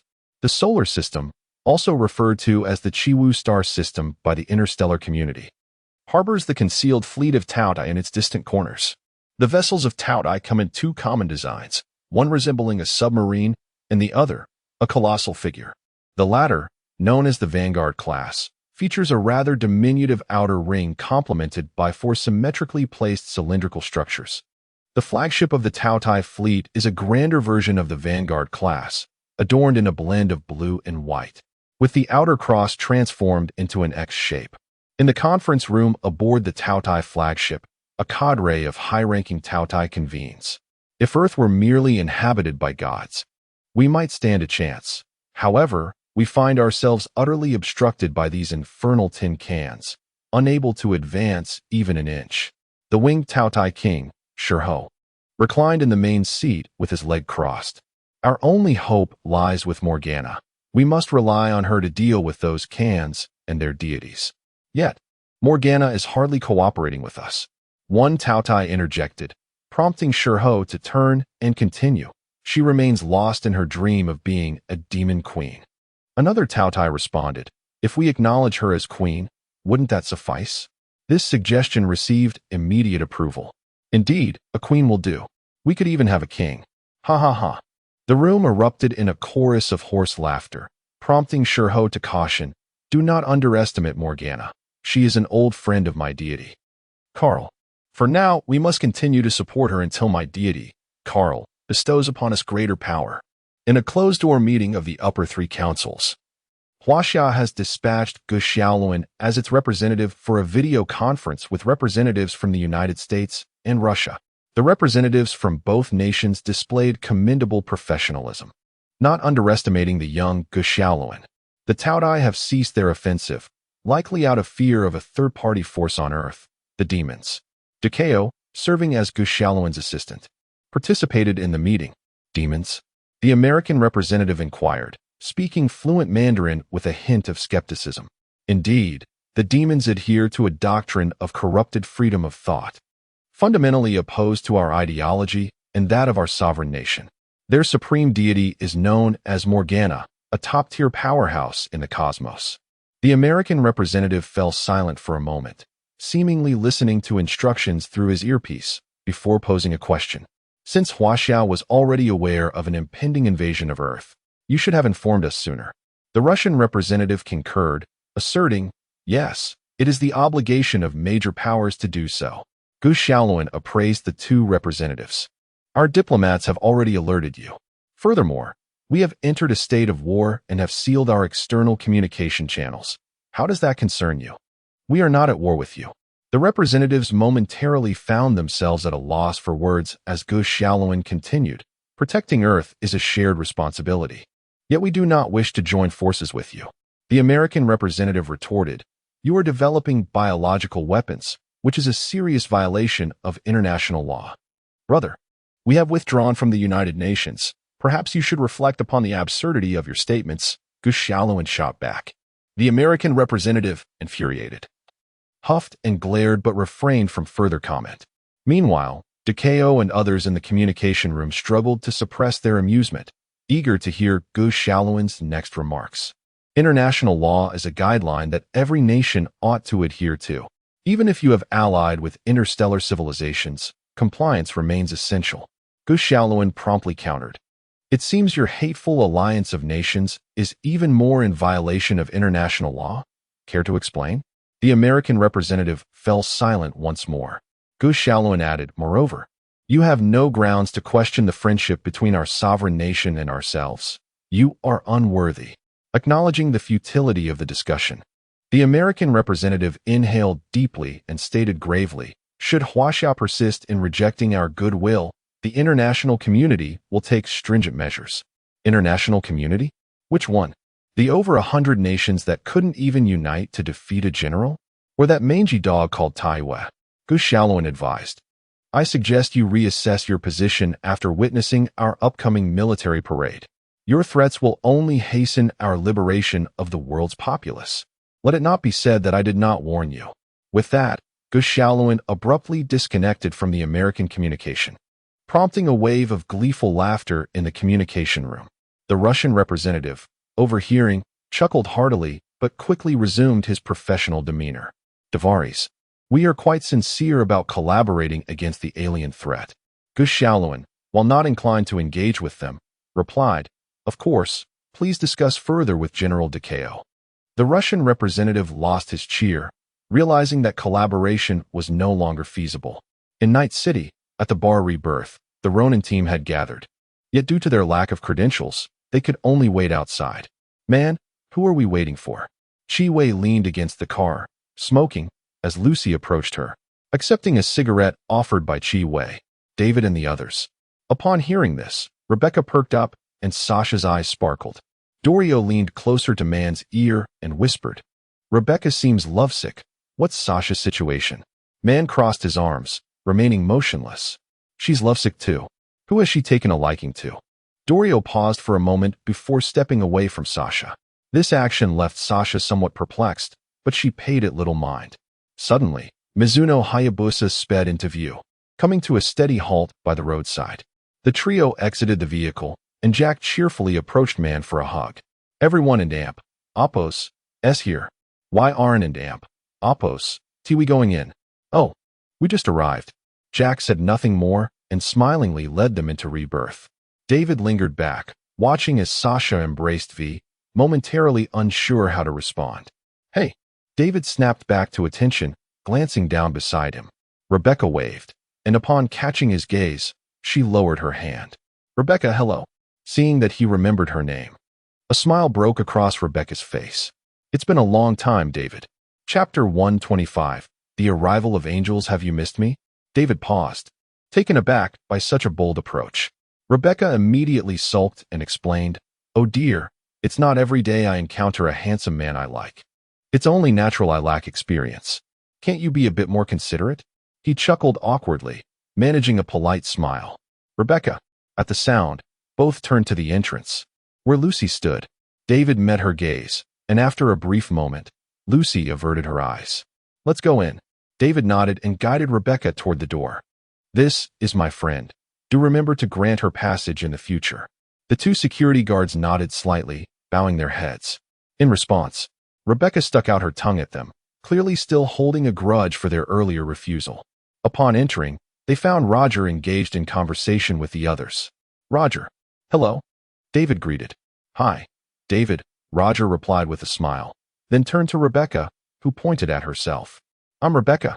Oh, greetings, Rebecca, Roger said, disregarding her rudeness, evidently perceiving her as a minor. I heard you had an incident. Is everything all right? David waved his hand dismissively, assuring him there were no issues. Do you need my assistance? No need to involve you, David replied. Roger smiled again, saying, in that case, I'll ensure you both enjoy yourselves today. In the Super God Academy, General Gu reported, the production of ceramic gold composite materials is now on track, and each super original cast has received a new set of powered armor. Additionally, the energy group's construction is nearing completion. We can attempt to activate the planetary defense cannon soon. Gu Xiaoluan nodded, asking, I heard the Hate Alliance in America was assassinated? Indeed, it was the demons doing. Recently, we have encountered multiple demon attacks, but they were all repelled by the super original cast warriors. Remind them not to be complacent. The demons possess extraordinary capabilities among their higher units. Understood. Gu Xiaoluan approached another data terminal, noting that the technology for the dimensional anchor had also been replicated. Awaiting the arrival of the angels. Suddenly, the door swung open, and Decao rushed in. Xiaoluan, the angels have arrived. A smirk crept upon Gu Xiaoluan's lips as he announced, "The angels are here. You all continue with your work. I'll go meet those angels." As he walked, his black armor enveloped him. Upon his emergence, he spotted Rose and the others waiting in the square. Gu Xiaoluan looked up to see dark clouds overhead, swirling ominously. "What is happening?" Zhao Xian exclaimed in astonishment, while Reina stepped forward, fixated on the vortex. "Angels.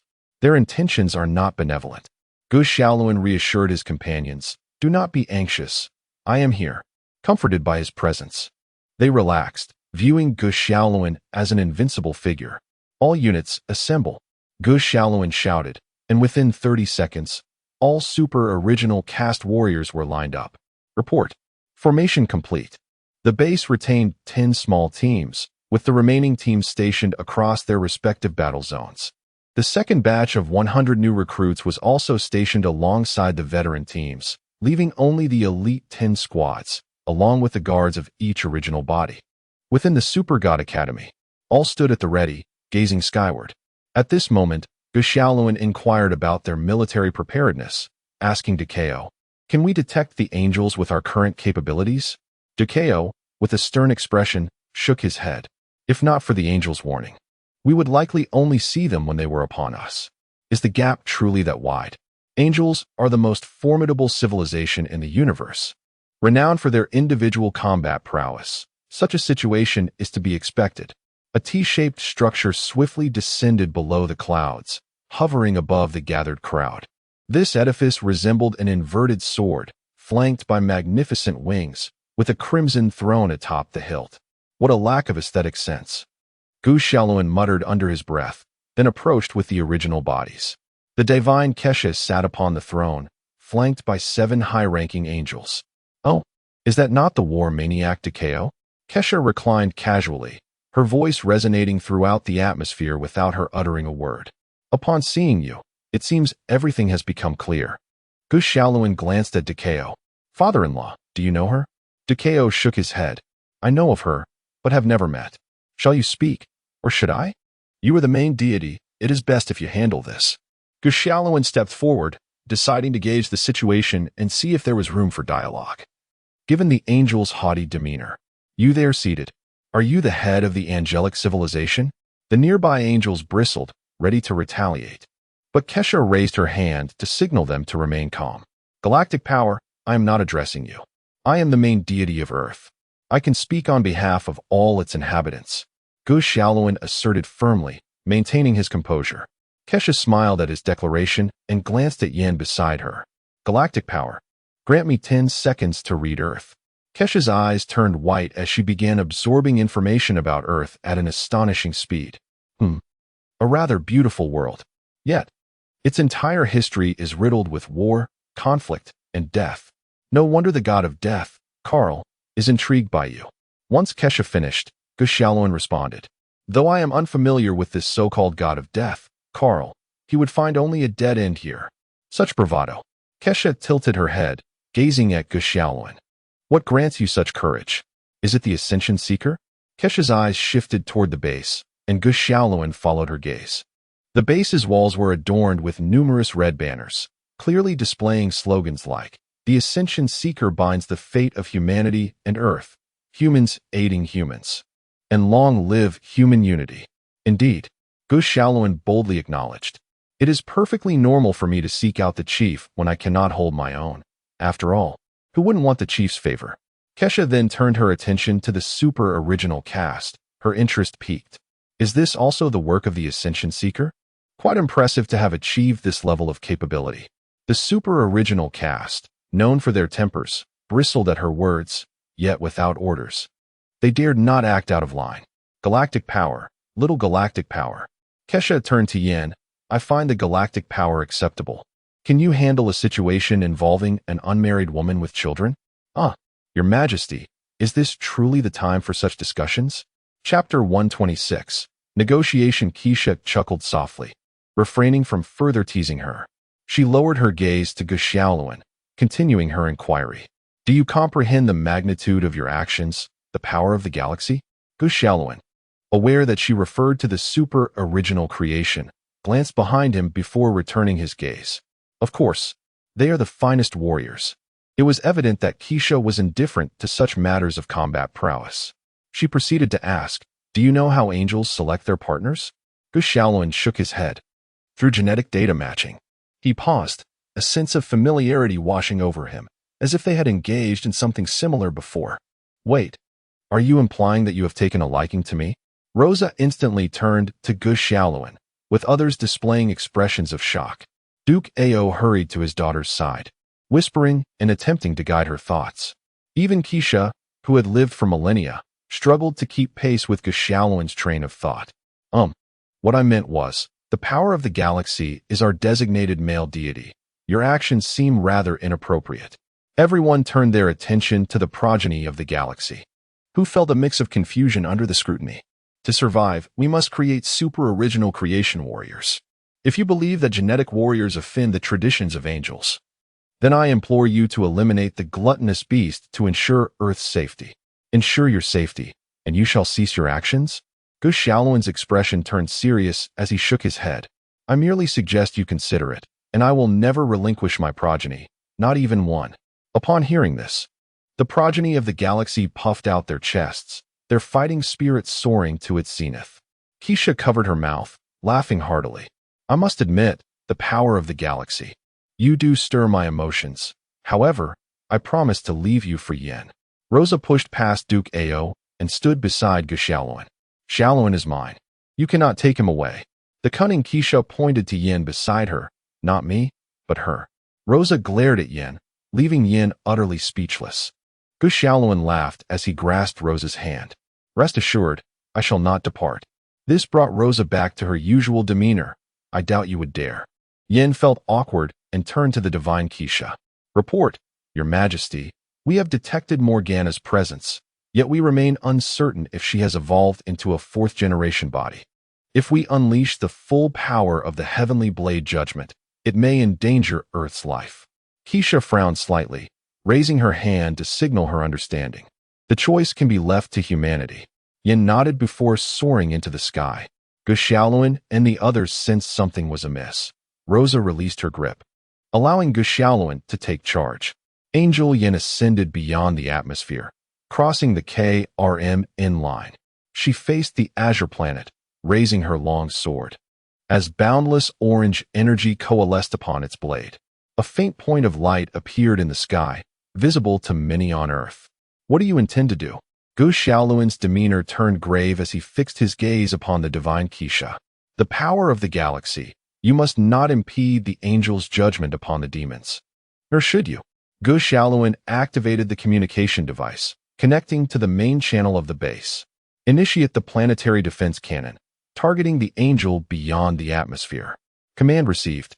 Far away, on the plain spanning thousands of square meters, a colossal array of devices began to activate. One enormous cannon, stretching several dozen meters, rotated with its base before adjusting its angle to aim at the designated coordinates.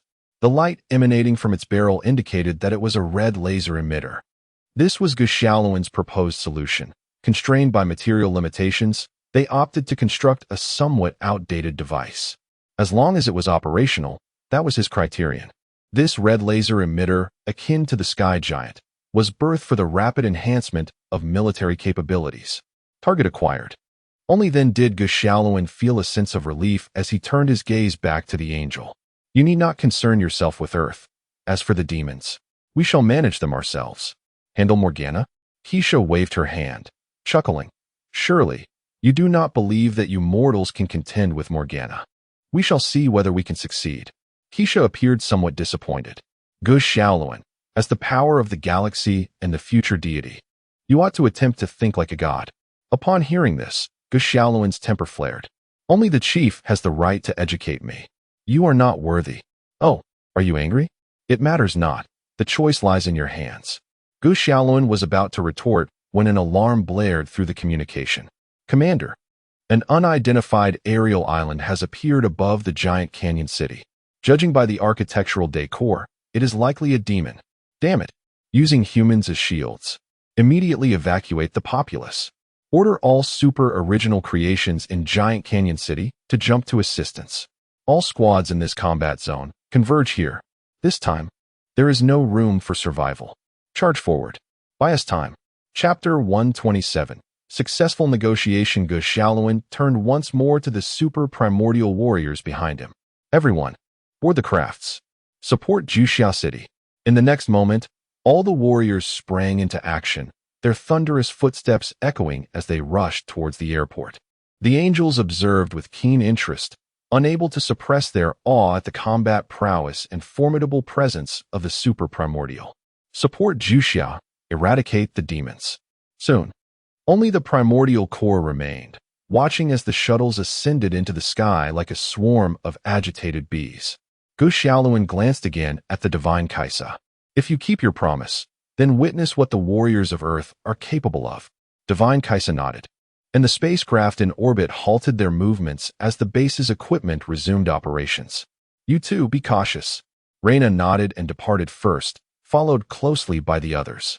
Rose cast a glance at the angels and suddenly planted a kiss on Gu Xiaoluan's cheek before leaving.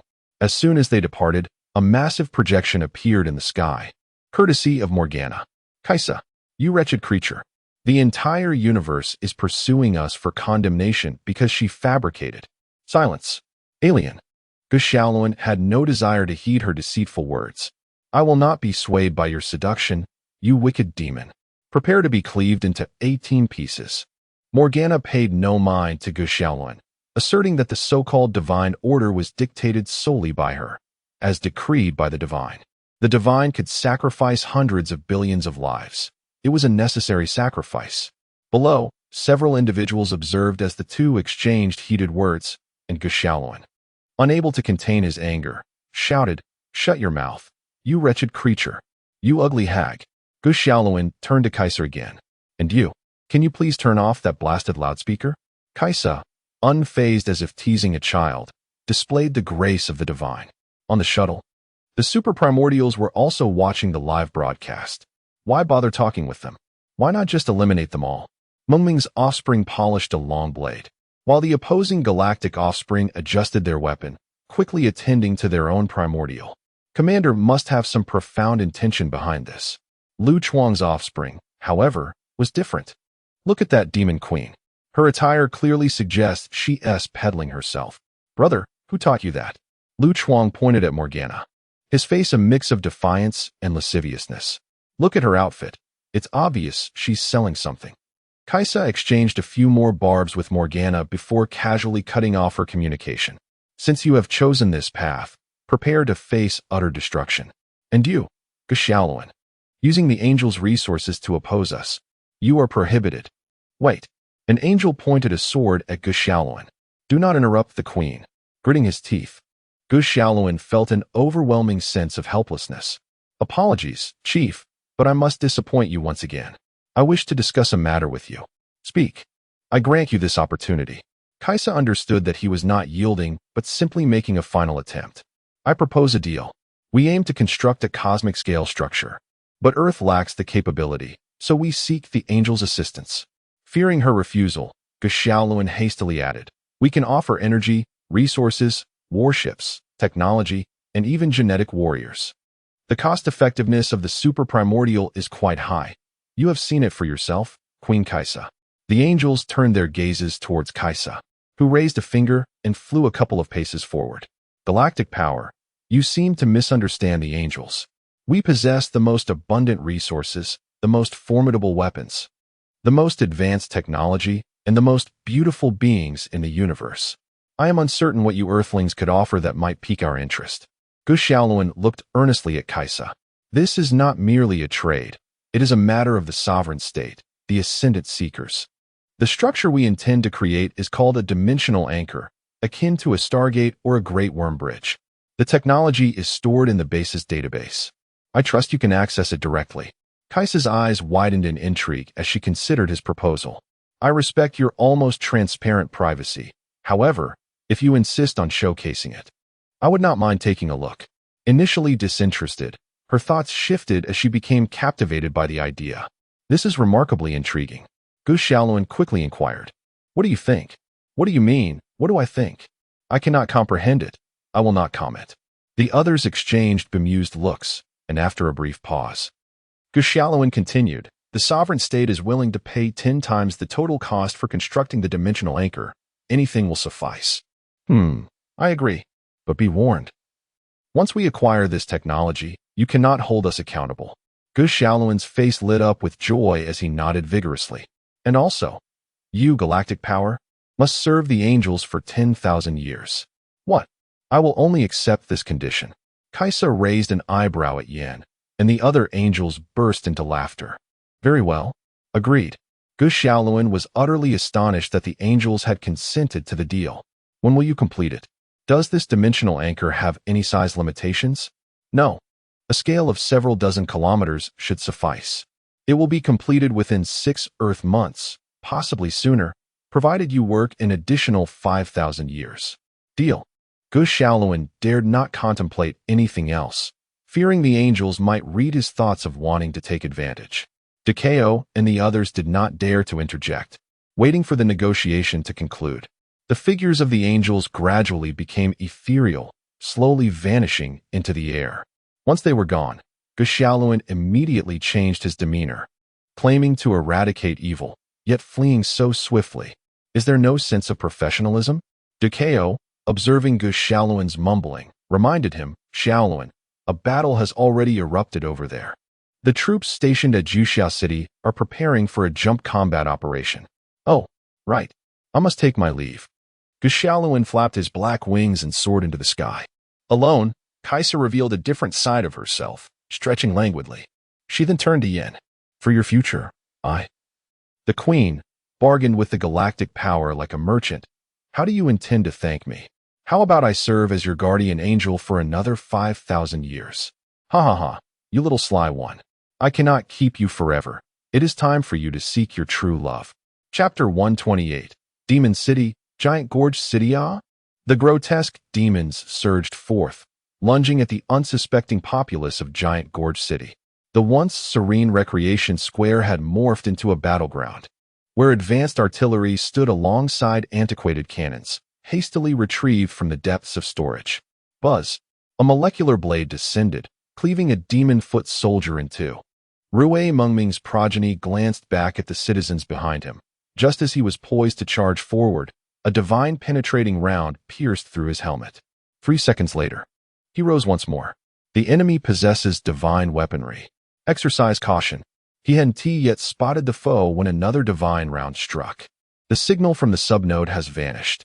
On board the original transport vessel, the others fell silent at the news.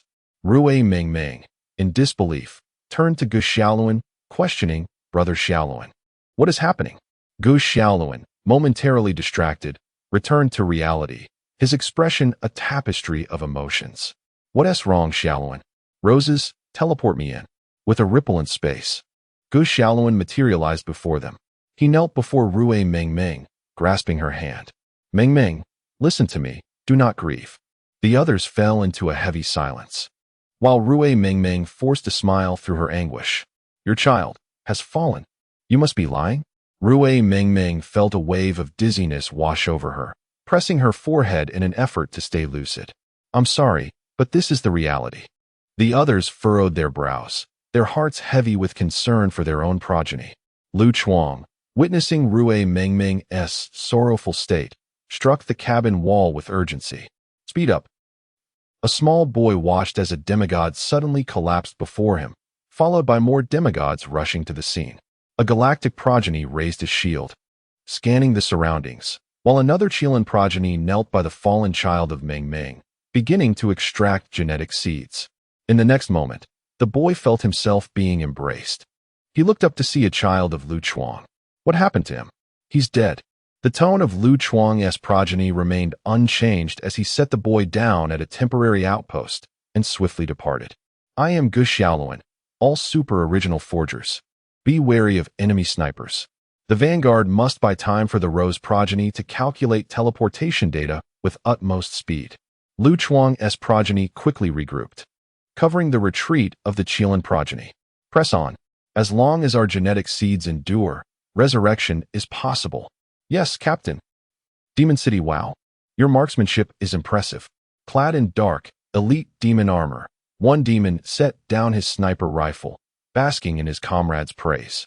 Indeed, those incompetent gluttons claimed the new Kins wouldn't open, yet here we are. But did you really need to expend 2 divine rounds? That seems excessive. That is true. Our resources are limited, so let us not waste any more. Though our numbers may be few, we are not to be trifled with by those cans. Coordinates established, requesting jump assistance, requesting energy. The Rose has confirmed the permissions. The command has been issued. A fully equipped squad stood at the center of a circle formed by 10 Rose progeny, weapons raised at the first hint of spatial disturbance. Buzz bang, bang. The European-style castle brimmed with demons as the squad materialized in the castle's garden. The explosive firearms unleashed their fury, while melee soldiers charged at the bewildered demons. Mumling's progeny, having just lost a brother, surged ahead with fervor. Even the elite demons could not withstand the disintegration field, as one demon was sliced into numerous pieces within a second. Boom. The storm shield of the galactic progeny dutifully fulfilled its purpose, and upon witnessing its damage, the galactic progeny hurled it at the demons. The Chelan progeny, positioned at the rear, engaged in a sniper duel, yet the outdated kinetic rounds were no match for the divine weaponry. The Queen decreed, utilized divine weaponry. This time, the Super Forgers encountered a new divine weapon. A longsword materialized from the void, embedding itself into the wall behind Zhao Xian, who was providing support on the battlefield. The Guardian Angel sprang into action, yet Zhao Xian lacked the strength to even draw the divine weapon. Divine weaponry, specifically designed to counter genetic warriors, naturally targeted the Super Forgers created from the original body of the Heroic Legion. The Super Forgers were momentarily suppressed, but soon, equilibrium was restored as 2 more teams of Super Forgers successfully executed their jump assistance, swiftly aiding their allies in reclaiming the battlefield. Report to command. We have gauged the demon's capabilities. Only the divine weaponry poses a significant challenge. Other armaments cannot breach our armor. Simultaneously, we are subjected to genetic suppression by the divine weaponry. The battle was being observed by 3 factions, with Morgana currently relishing the conflict from atop the castle. By the gods, Otto, observe those cans. They are formidable. The massive demon known as Otto brandished his sword, exuding a fierce battle spirit. Queen, I wish to engage them. Go, but be cautious. Don't damage those cans that can manipulate teleportation. Morgana watched as Otto soared into the fray, single-handedly subduing 2 or 3 Super Forgers. I cannot believe it. My heart swells with delight. I must quickly show that scoundrel Carl. As Morgana recalled something, she spoke into the void. By the way, quickly restrain the roses, and those little roses, don't ruin my plans. Roses, prepare for jump assistance. Roses. The original Legion reached their destination, all others ready, awaiting the Roses' command. Roses? Gu Xiaoluan and the others sensed something amiss as they turned to find Roses clutching her head, visibly disoriented. Hold on. What's wrong? Gu Xiaoluan rushed to support Roses, while others gathered around her. At that moment, communications from the various squads began to filter through. Report to command. The great think tanks have lost their capability to connect. Their condition is dire. Report to command. The Demon City has initiated a jump. Zhao Xian, visibly vexed, observed more transport vessels arriving. Command, we request to crash directly into the Demon City for jump assistance. Understood. Everyone on the ground watched as several transport vessels sped towards Demon City, only to pass through its illusory form at the last moment. Lu Chuang wore a perplexed expression, glancing around in confusion, cursing the air. Gu Xiaoluan, however, remained unfazed, issuing new commands with urgency. Retrieve the great think tanks. Others eliminate the demon foot soldiers. The units yet to arrive should establish positions nearby. He then attempted to contact the units executing the jump assistance. Chapter 129. The encounter comes to an end. I am Gu Xiaoluan. Can you hear me? I am Li Ya, the captain of Team 3's think tank. We have eliminated all the minor minions, but we are being suppressed by high-ranking demons. They wield far too many god-slaying weapons. Almost everyone has been struck by 3 shots from those weapons. Leah lost his teleportation ability and could only fight alongside his teammates with his power sword. He gazed up at the sky. which was no longer the normal blue, but a bizarre amalgamation of colors. Their foes were not limited to the demon Otto. Numerous mid to high-ranking demons were present. As a super original, defeating ordinary enemies was certainly within reach. However, this group of demons wielded a plethora of god-slaying weapons, rendering them severely outmatched. Compounded by the demons' repulsive regenerative abilities. Even they could only resurrect temporarily. Die abomination. Lu Chuang leapt high, and Otto quickly defended himself, then forcefully pushed Lu away. The firepower from the bomb guns immediately surged, and after suppressing the enemy's fire, the two cute descendants struck in unison. Otto's neck and waist were severed. Yet he rapidly regenerated and charged toward the super originals. A descendant of the galaxy attempted to attack with a demon's god-slaying weapon, but it vanished as soon as it was thrown. Meanwhile, the crocodile god Sotan swung a massive crescent blade, rampaging among the super originals. Despite its sharp and resilient weapon, it was easier to deal with than Otto, as it lacked intelligence. 5 super originals skillfully maneuvered around it, but soon another red demon arrived to intervene. Just as they were enjoying the battle, Morgana staggered out of the castle. A descendant of the Chelan focused intently and unleashed a volley from his teammate's bomb gun. As the dust settled, an exhilarated Morgana patted her chest. "Damn, you shot me right in the chest." She looked at the super originals, unable to resist licking her lips. "Come on, show me everything you've got, my dear queens." The Galaxy and Lu Chuang descendants had never encountered someone so infuriating in the blink of an eye. They charged toward her and struck fiercely. "You have a bit of skill." Morgana glanced at her arms, noticing that the two weapons had penetrated only 2 or 3 centimeters. "I like you all the more." The two super originals gritted their teeth, but could not penetrate even a fraction further. "Your weapons are quite impressive." Morgana's eyes glinted with a cold light, and the power sword and power axe immediately lost their disassembly function. The expressions under the helmets of the two super originals turned to shock. This was the first time their weapons had malfunctioned. "Do you have nothing else to say?" "We have nothing to discuss with you, you ugly sorceress." Morgana's expression darkened, and she raised her hand, summoning 2 iron hands towering 5 to 6 meters from the void. The iron hands seized the 2 super originals and flung them toward their teammates. "All right, my queens, this is where I play with you." The Dark Dimension engine has been activated, initiating mental suppression. The super originals present suddenly lost their ability to act, their thoughts gradually fading. Just as Sotan intended to continue his assault, he was obstructed by other demons. "Original, can you hear me?" Rosa slowly opened her eyes. Shaoli, it's me. Original, we are under mental suppression. The demon queen Morgana is attempting to control us. When you next see us, where are you? I'll come to save you." "No, Original, you must remember, do not show any mercy. You must." Detected disappearance of subordinate nodes. All originals received warnings from their descendants, yet they were powerless to act.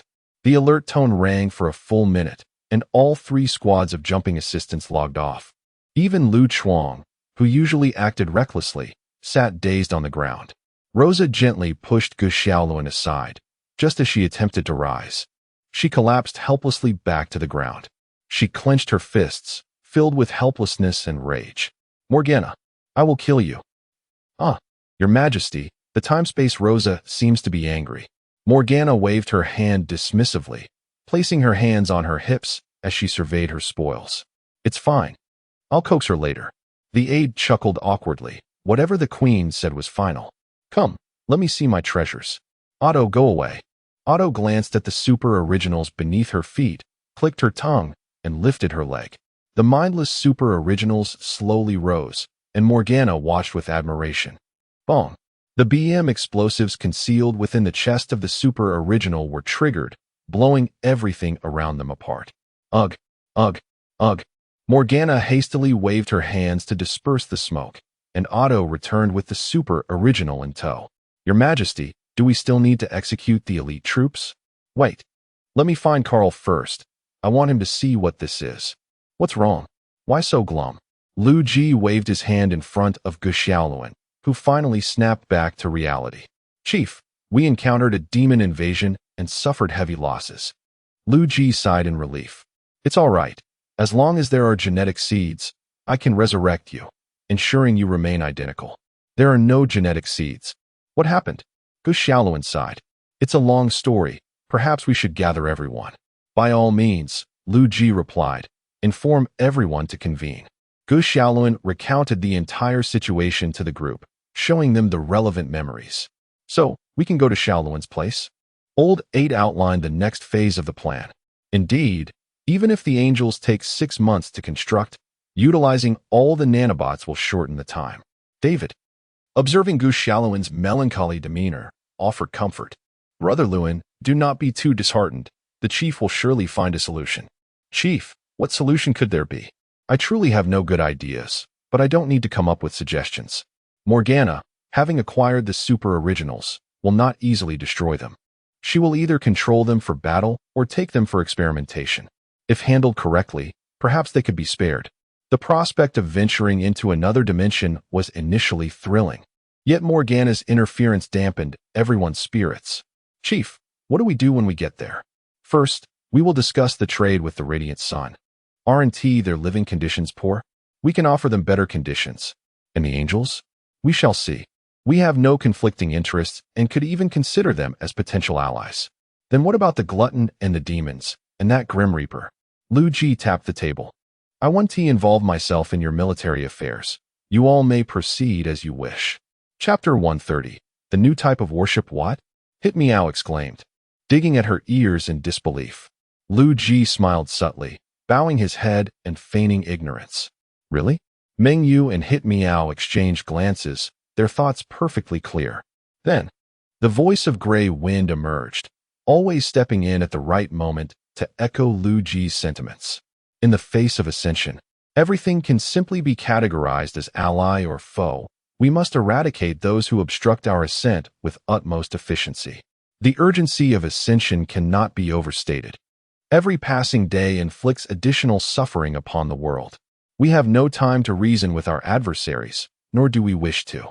Join us, or face annihilation. The two nodded in agreement and beckoned Xiao Nan and Gu Xiaoluan over. Shall we devise a plan? Hit Meow turned to the Emperor. Sister Shun, could you come here?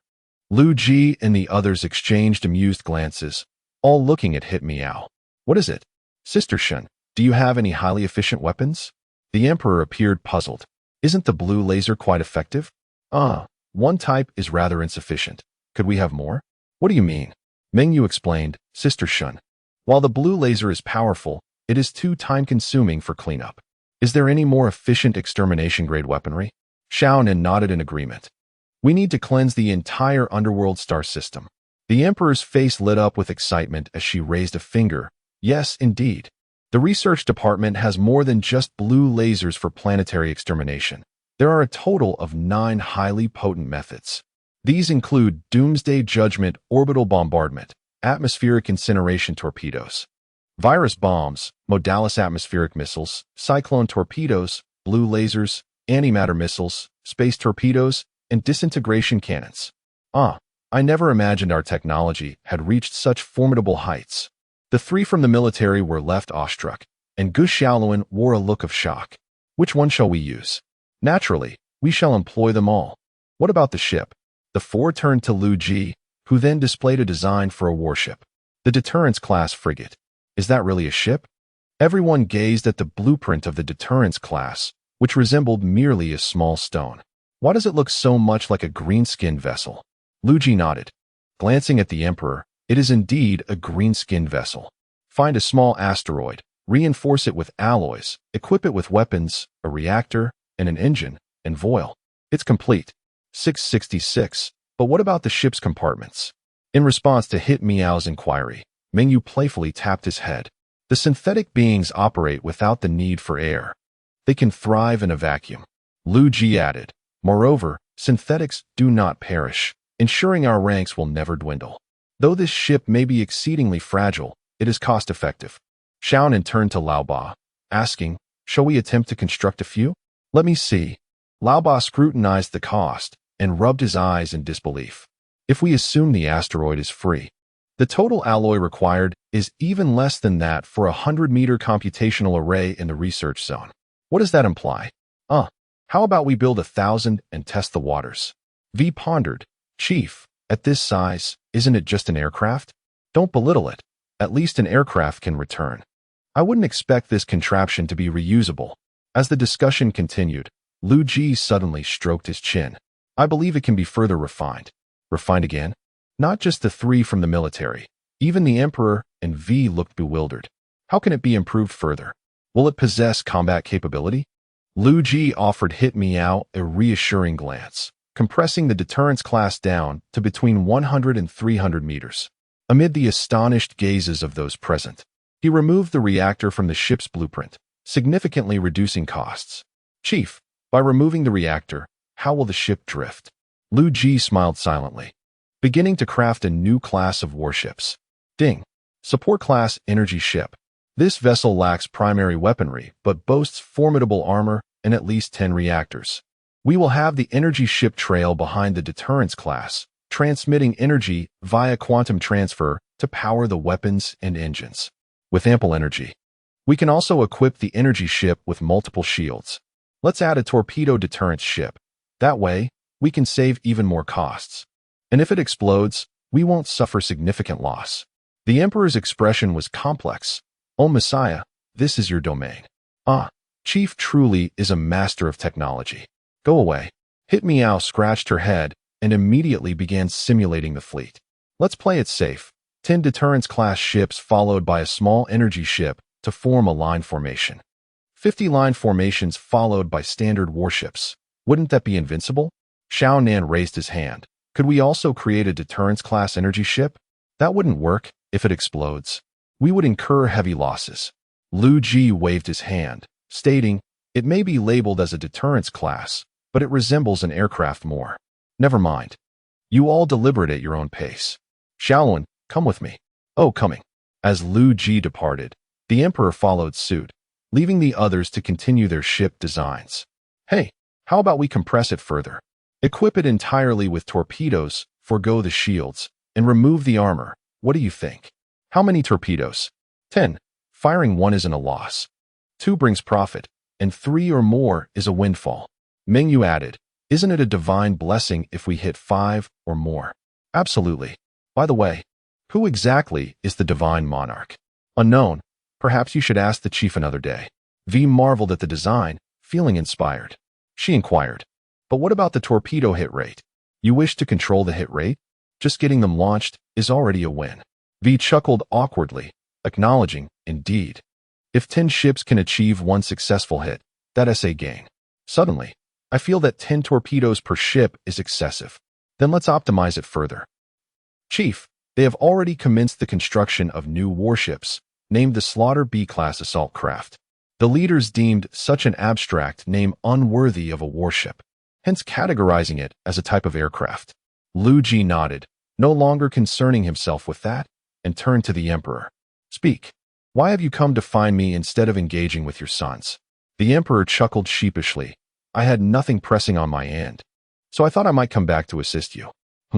I do not require your aid. The Emperor quickly grasped Liu Ji's arm. No, please. I genuinely do not know how to communicate with them. Chapter 131. The Gathering of Primarchs. Liu Ji raised his hand to the Emperor, commanding the grand doors to swing open.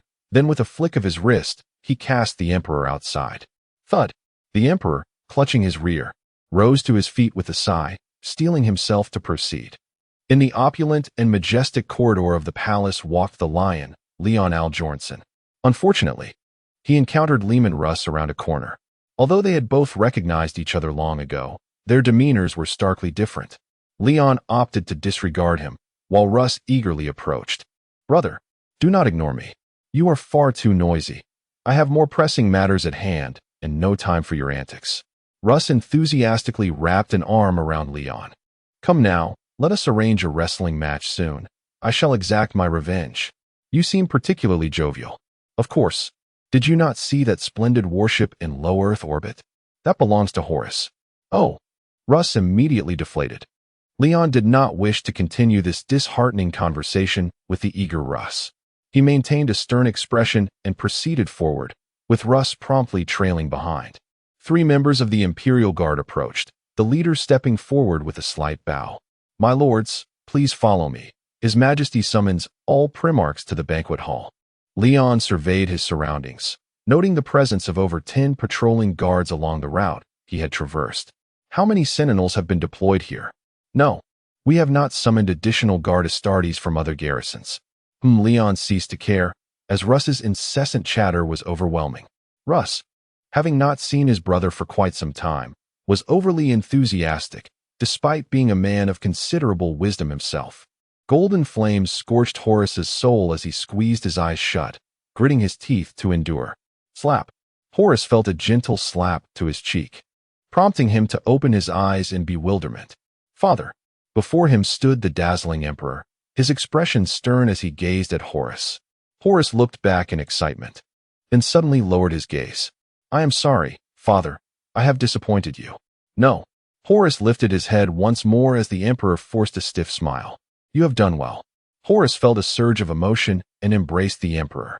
Nearby, Mikado nodded approvingly, pleased with the emperor's transformation. Previously, the emperor had been preoccupied with battling dreadful foes, suppressing his emotions. Now, he could finally relax, revealing a more humane side. Let us go, meet the others. The emperor urged, swiftly departing, with Mikado following suit. Horus glanced around, realizing he was seated within some sort of circular chamber. Shaking his head, he hurriedly climbed out. Mikado, you should have warned me in advance. You cannot summon all primarchs for a gathering in my name while I am absent. Mikado grinned mischievously. I did this for your own good. You have been hesitating for too long. But this... The emperor glanced back, as Horus squeezed past Vardo, trailing behind them. Mikado turned back, stating, Warlord, your legion continues its expedition. There should be no issues. Horus nodded. I trust they will be fine. Once Horus arrived, the emperor fell silent again. In truth, he felt no genuine worry. He merely felt embarrassed about maintaining a faade in front of his sons.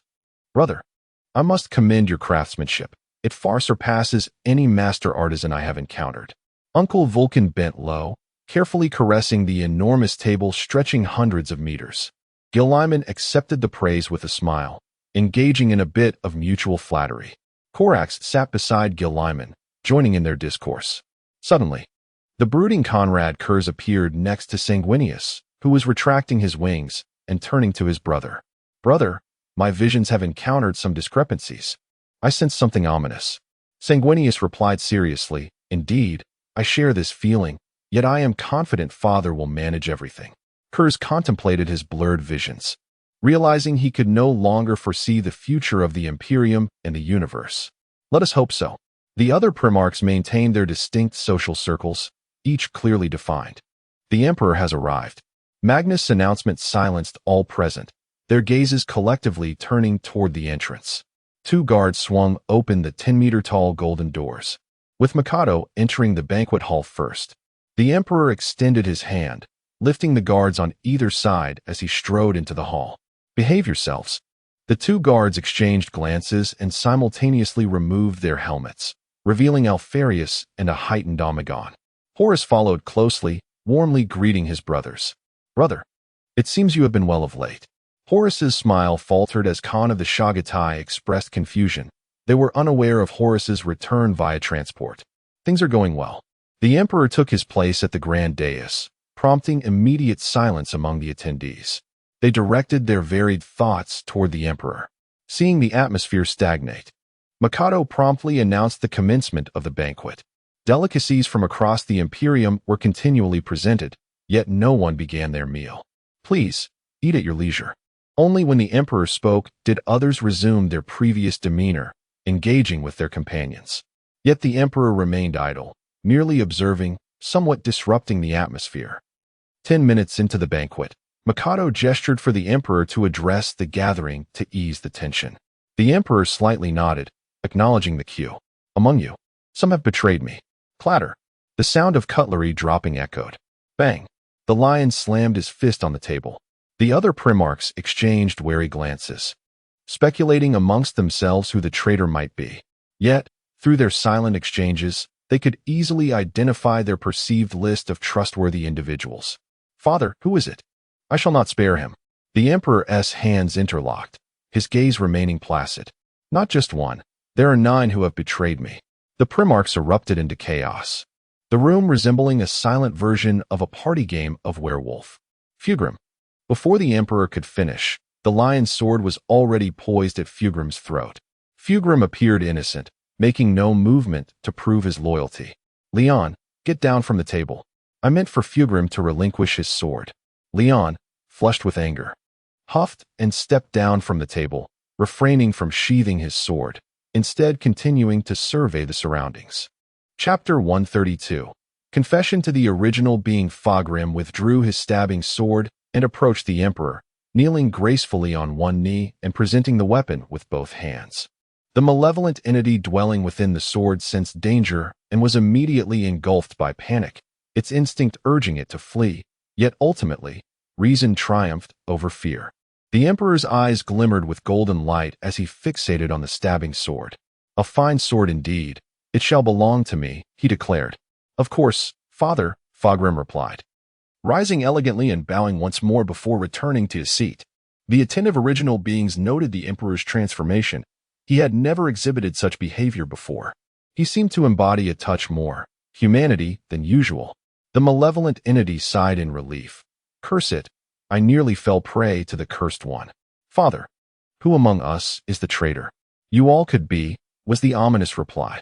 A heavy silence fell over the original beings as they turned their gazes toward the Emperor. Horus was the first to inquire. Father, I do not comprehend your meaning. The Emperor sighed deeply and began. Children, this tale must commence from the realm of the ether. You were crafted from my knowledge of the divine within that space. McAdoo, what? The materialistic Kierman and others. What nonsense is this? The unquestioning Horus and his ilk. Is this true? The idealistic Logia. Surely not. The discontented Pechalabo and others. This is absurd. McAdoo approached the Emperor, whispering, Is now the time for such revelations? Fear not. Should the sky fall, Liu Ji will bear it, the Emperor reassured. Kiraman regarded the Emperor with a furrowed brow, skeptical of his words. The Emperor, perceiving Kiraman's doubt, decided to frighten him. Kiraman, do you have something to say? Speak freely, do not hold back. Father, Kiraman stood. The ether is merely a realm filled with perilous energies. Where's the divinity in that? The Emperor, a man of forthrightness and impatience, had promised Liu Ji a full disclosure and would not veil the truth. The 4 malevolent gods, 3 males and 1 female, are known as the god of blood, Korn, the god of decay, Nurgle, the lord of desire, Slaanesh, and the lord of change, Sench. The Emperor was unafraid to utter the names of these deities. He was not one to shy away from confrontation. He scanned the room, observing Mikado's resigned expression as he covered his face. The expressions of the original beings were equally fascinating, each lost in thought. There is also the life goddess of the Eldar, along with a plethora of unspeakable entities. You are aware of the Omniscia worshipped by the Mechanicum, yes? Horus and the others nodded vigorously as the Emperor continued. They claim to worship me, yet in truth, they revere the star god sealed deep within Mars, the Void Dragon. The secrets of the Mechanicum? Leon inquired, his demeanor cautious. However, under the Emperor's stern gaze, he sheathed his sword. The Emperor turned his attention back to Kiraman, who remained unconvinced, suspecting this to be a ruse by the ancient wizard. Logia, do you believe? Logia swiftly approached the Emperor, prostrating himself before him. Father, you have finally acknowledged your identity. The Emperor, taken aback, retorted, Return to your place. I shall reprimand you later. Elated by the lack of denial, Logia nodded vigorously and returned to his seat. Do you believe? Kiraman maintained his stern expression, shaking his head. Come, step forward. Although Kiraman was apprehensive that the Emperor might strike him, he complied. The Emperor grasped the stabbing sword, urging Kiraman to hold it, while he clasped Kiraman's hand. Observe closely. Kiraman furrowed his brow, curious about the Emperor's intent. Come forth. The Emperor emanated a golden aura of psychic energy, which surged into the stabbing sword, causing the malevolent entity to scream as it fled from within the blade. By the gods! The entity writhed in agony as it was consumed by the flames, revealing its grotesque form for all to see. Within moments, the malevolent being vanished, dissolving into a pure essence of energy. Did you witness that? The malevolent entity. The lingering aura of psychic flames remained, and Kiraman, snapping out of his stupor, recalled the demon's appearance. So debauched. So repugnant. He bit his lip, suppressing his nausea, and nodded. You may return. Kiraman resumed his seat, prompting Shakatai to inquire, what manner of existence was that? That was a true existence.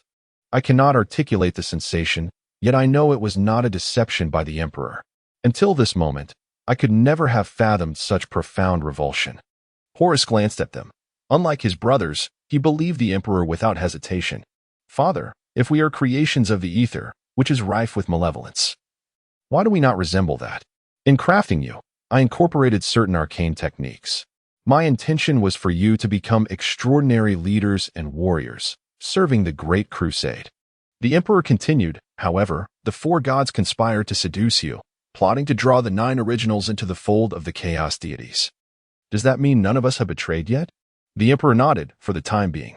Magnus, deep in thought, queried, Father, if you claim the chaos gods will seduce us, why have I been oblivious to this? Magnus, why is your head so pointed? Magnus, perplexed, responded, What do you mean?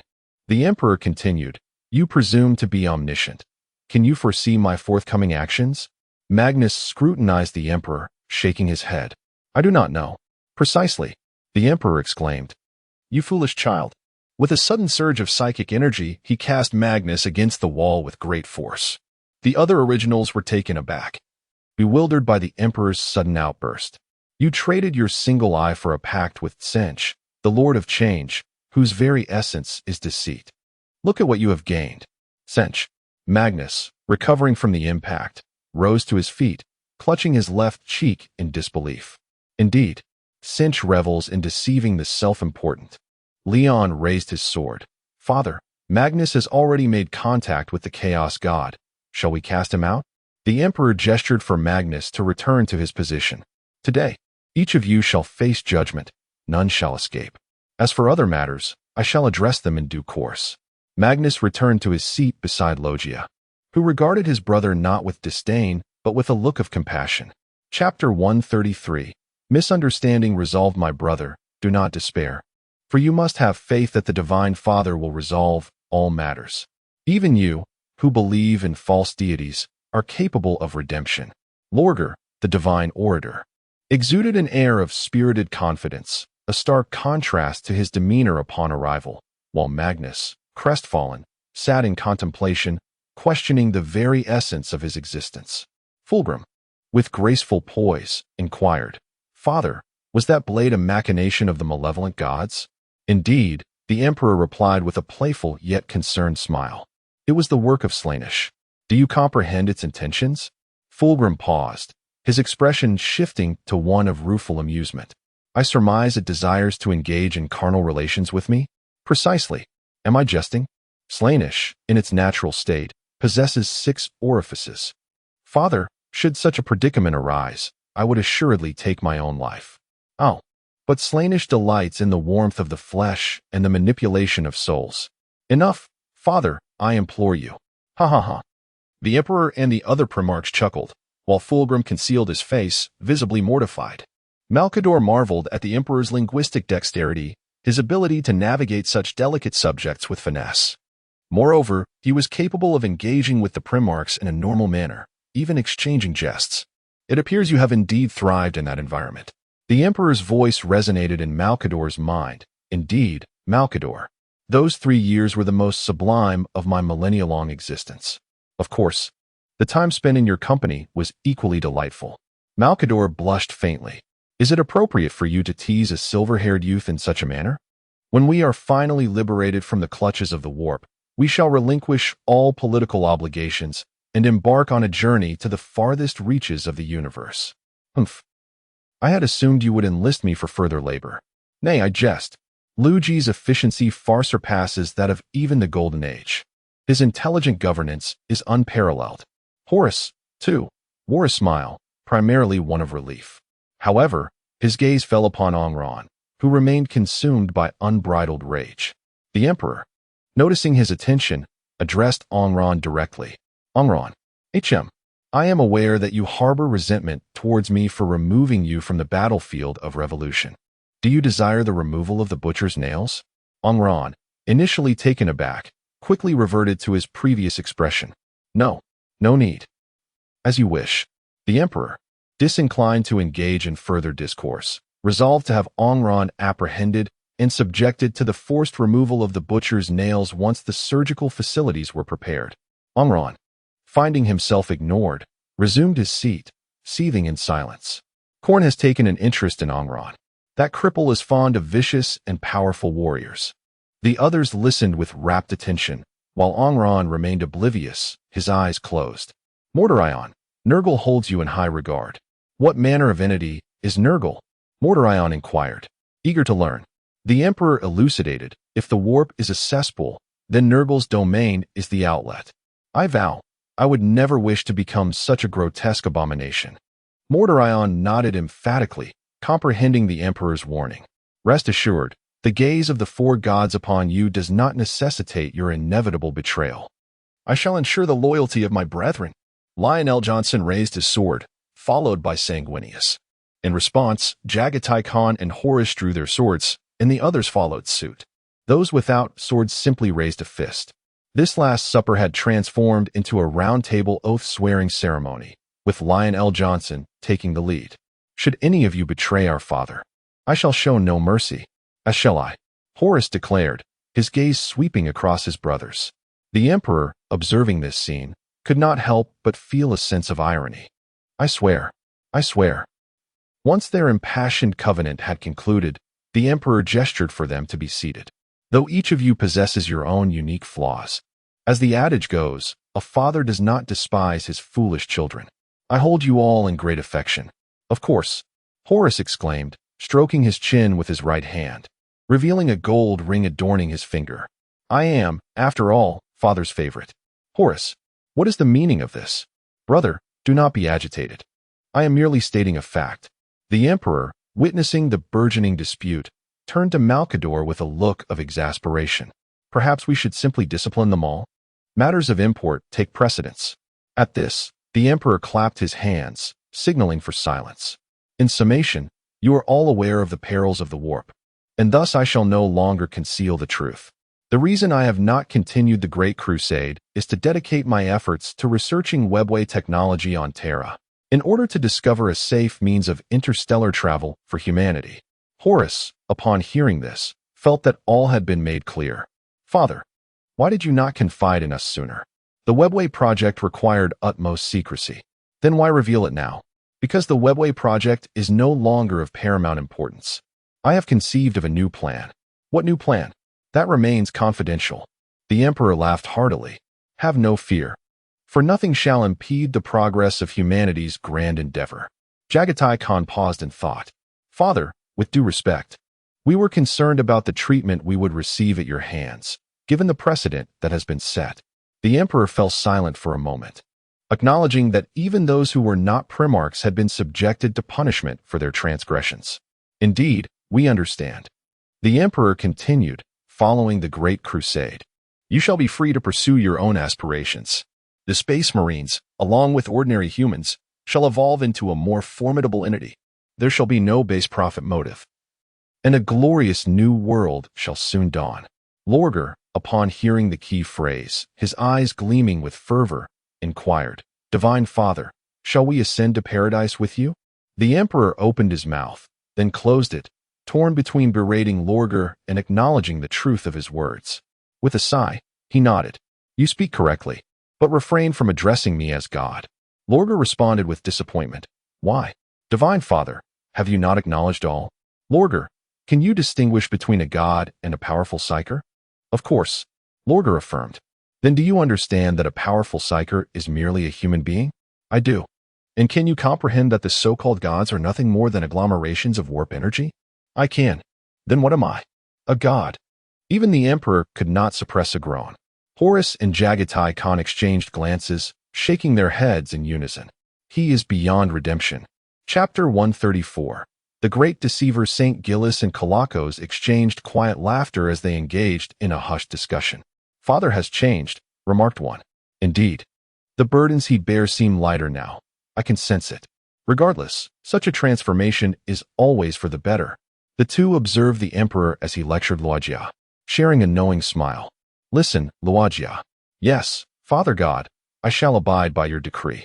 The emperor sat regally on a bench, his psychic flames flickering, his eyes glimmering with golden light. Even his armor appeared more radiant than usual.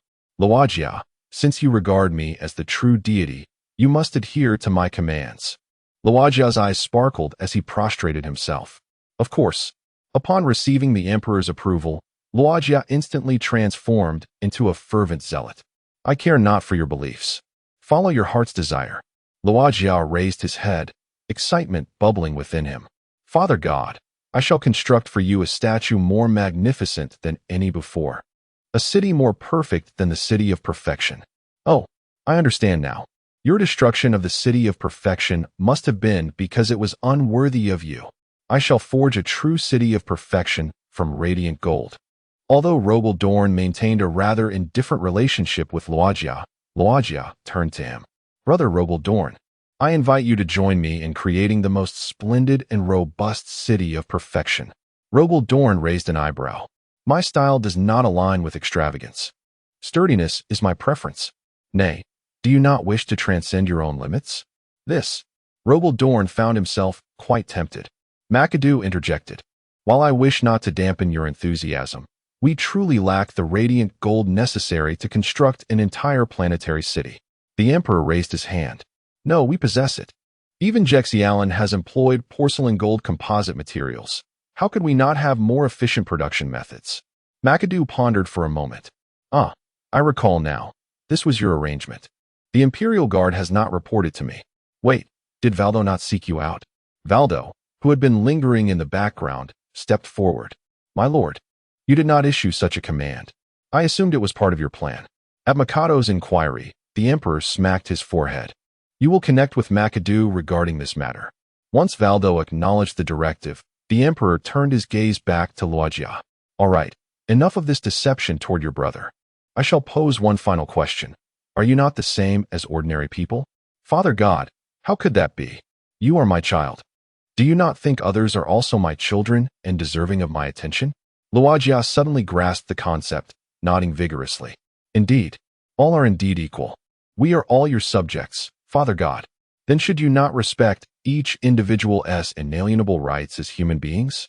Liu Ji nodded again, his face alight with joy, as if he were absorbing the truths of the cosmos. Can humanity freely choose whether to venerate me? Nay, Father God, all should recognize your greatness. All should revere you as the true deity. The Emperor, unfazed by Liu Ji's response, continued, I am the God of reason. My subjects ought to be rational. Only those who believe in reason are my true followers. Liu Ji appeared perplexed.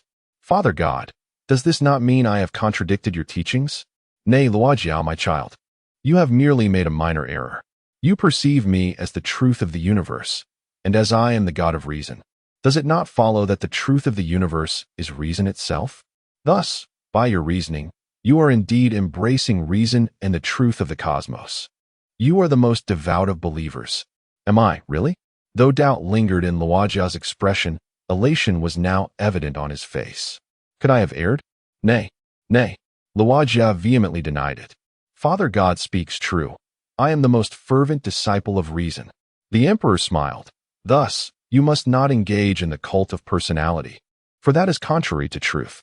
You must allow people to discover the truth of reason for themselves. In other words, you may educate them, but you must not coerce them. What of the city of perfection? The Emperor placed a hand upon his shoulder. Child, you are my most trusted missionary.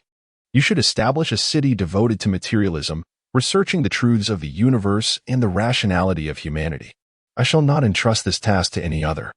It is yours alone to fulfill. Only you can accomplish this.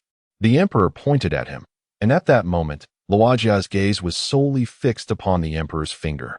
Only I. Indeed. Do you comprehend? Liu Ji bowed his head, murmuring to himself before suddenly looking up. I have attained enlightenment. I understand the truth of the universe. Praise be to Father God. Now, go forth and sketch the perfect blueprint that resides within your heart, then present it to me. This is of utmost importance. and cannot be approached lightly. Yes, I shall heed the will of Father God. Liu Ji hurriedly departed, a look of excitement and joy etched upon his face. The other entities, having witnessed the entire exchange, stood in stunned silence, each one agape. Father's words are profoundly insightful, mused Shagatai, scratching his head in contemplation.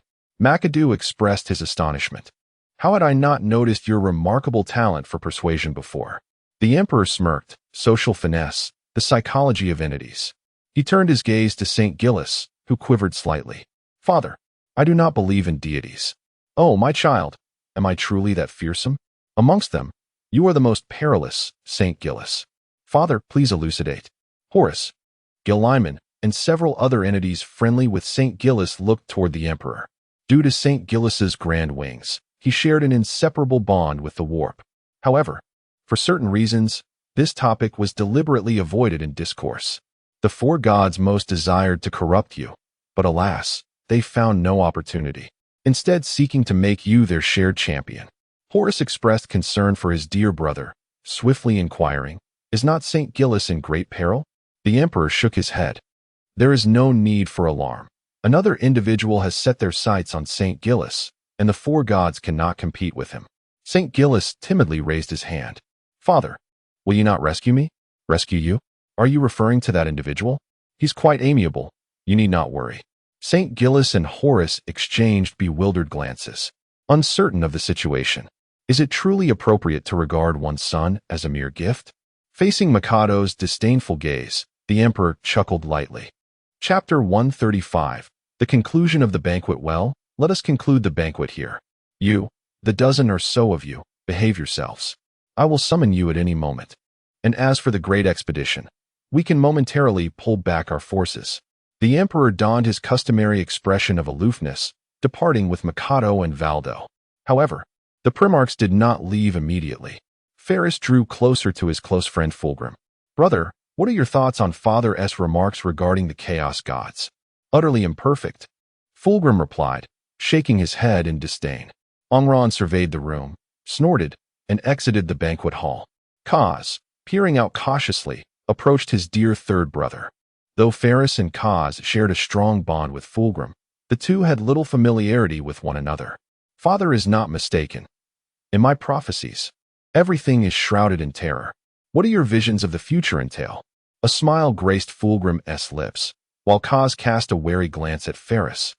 A fleeting moment that Ferris nonetheless perceived. Finding the conversation dull, Ferris excused himself and departed. Fulgrim's smile faltered, a detail Kaz noted. My apologies. No, brother. It is quite all right. Might you share your prophecy with me? A glimmer of interest sparked in Kaz's eyes. Certainly. In my visions, every human realm exists in turmoil, precariously teetering on the edge, filled with distortion and chaos. Distortion and chaos? Indeed. It was only upon witnessing the demons of the warp today that I truly comprehended the nature of this taint from beyond. It seems Father's decision was indeed prudent. Kaz nodded, lamenting that he had now lost his foresight. This is the first time I have encountered such a phenomenon since I began to remember. Fulgrim turned his gaze toward Sanguinius. What of him? Has his prophetic ability also faltered? Yes. Fulgrim placed a reassuring hand on Kaz's shoulder, stating that it would be wise to avoid the warp altogether. I can hardly believe I previously spent my days in the company of such loathsome entities. Kaz added, I could only hear a sort of slimy, squirming sound regarding your future, accompanied by snickering. Fulgrim pondered for a moment, donning a look of exasperation. Brother, you owe me for having to endure such a revelation.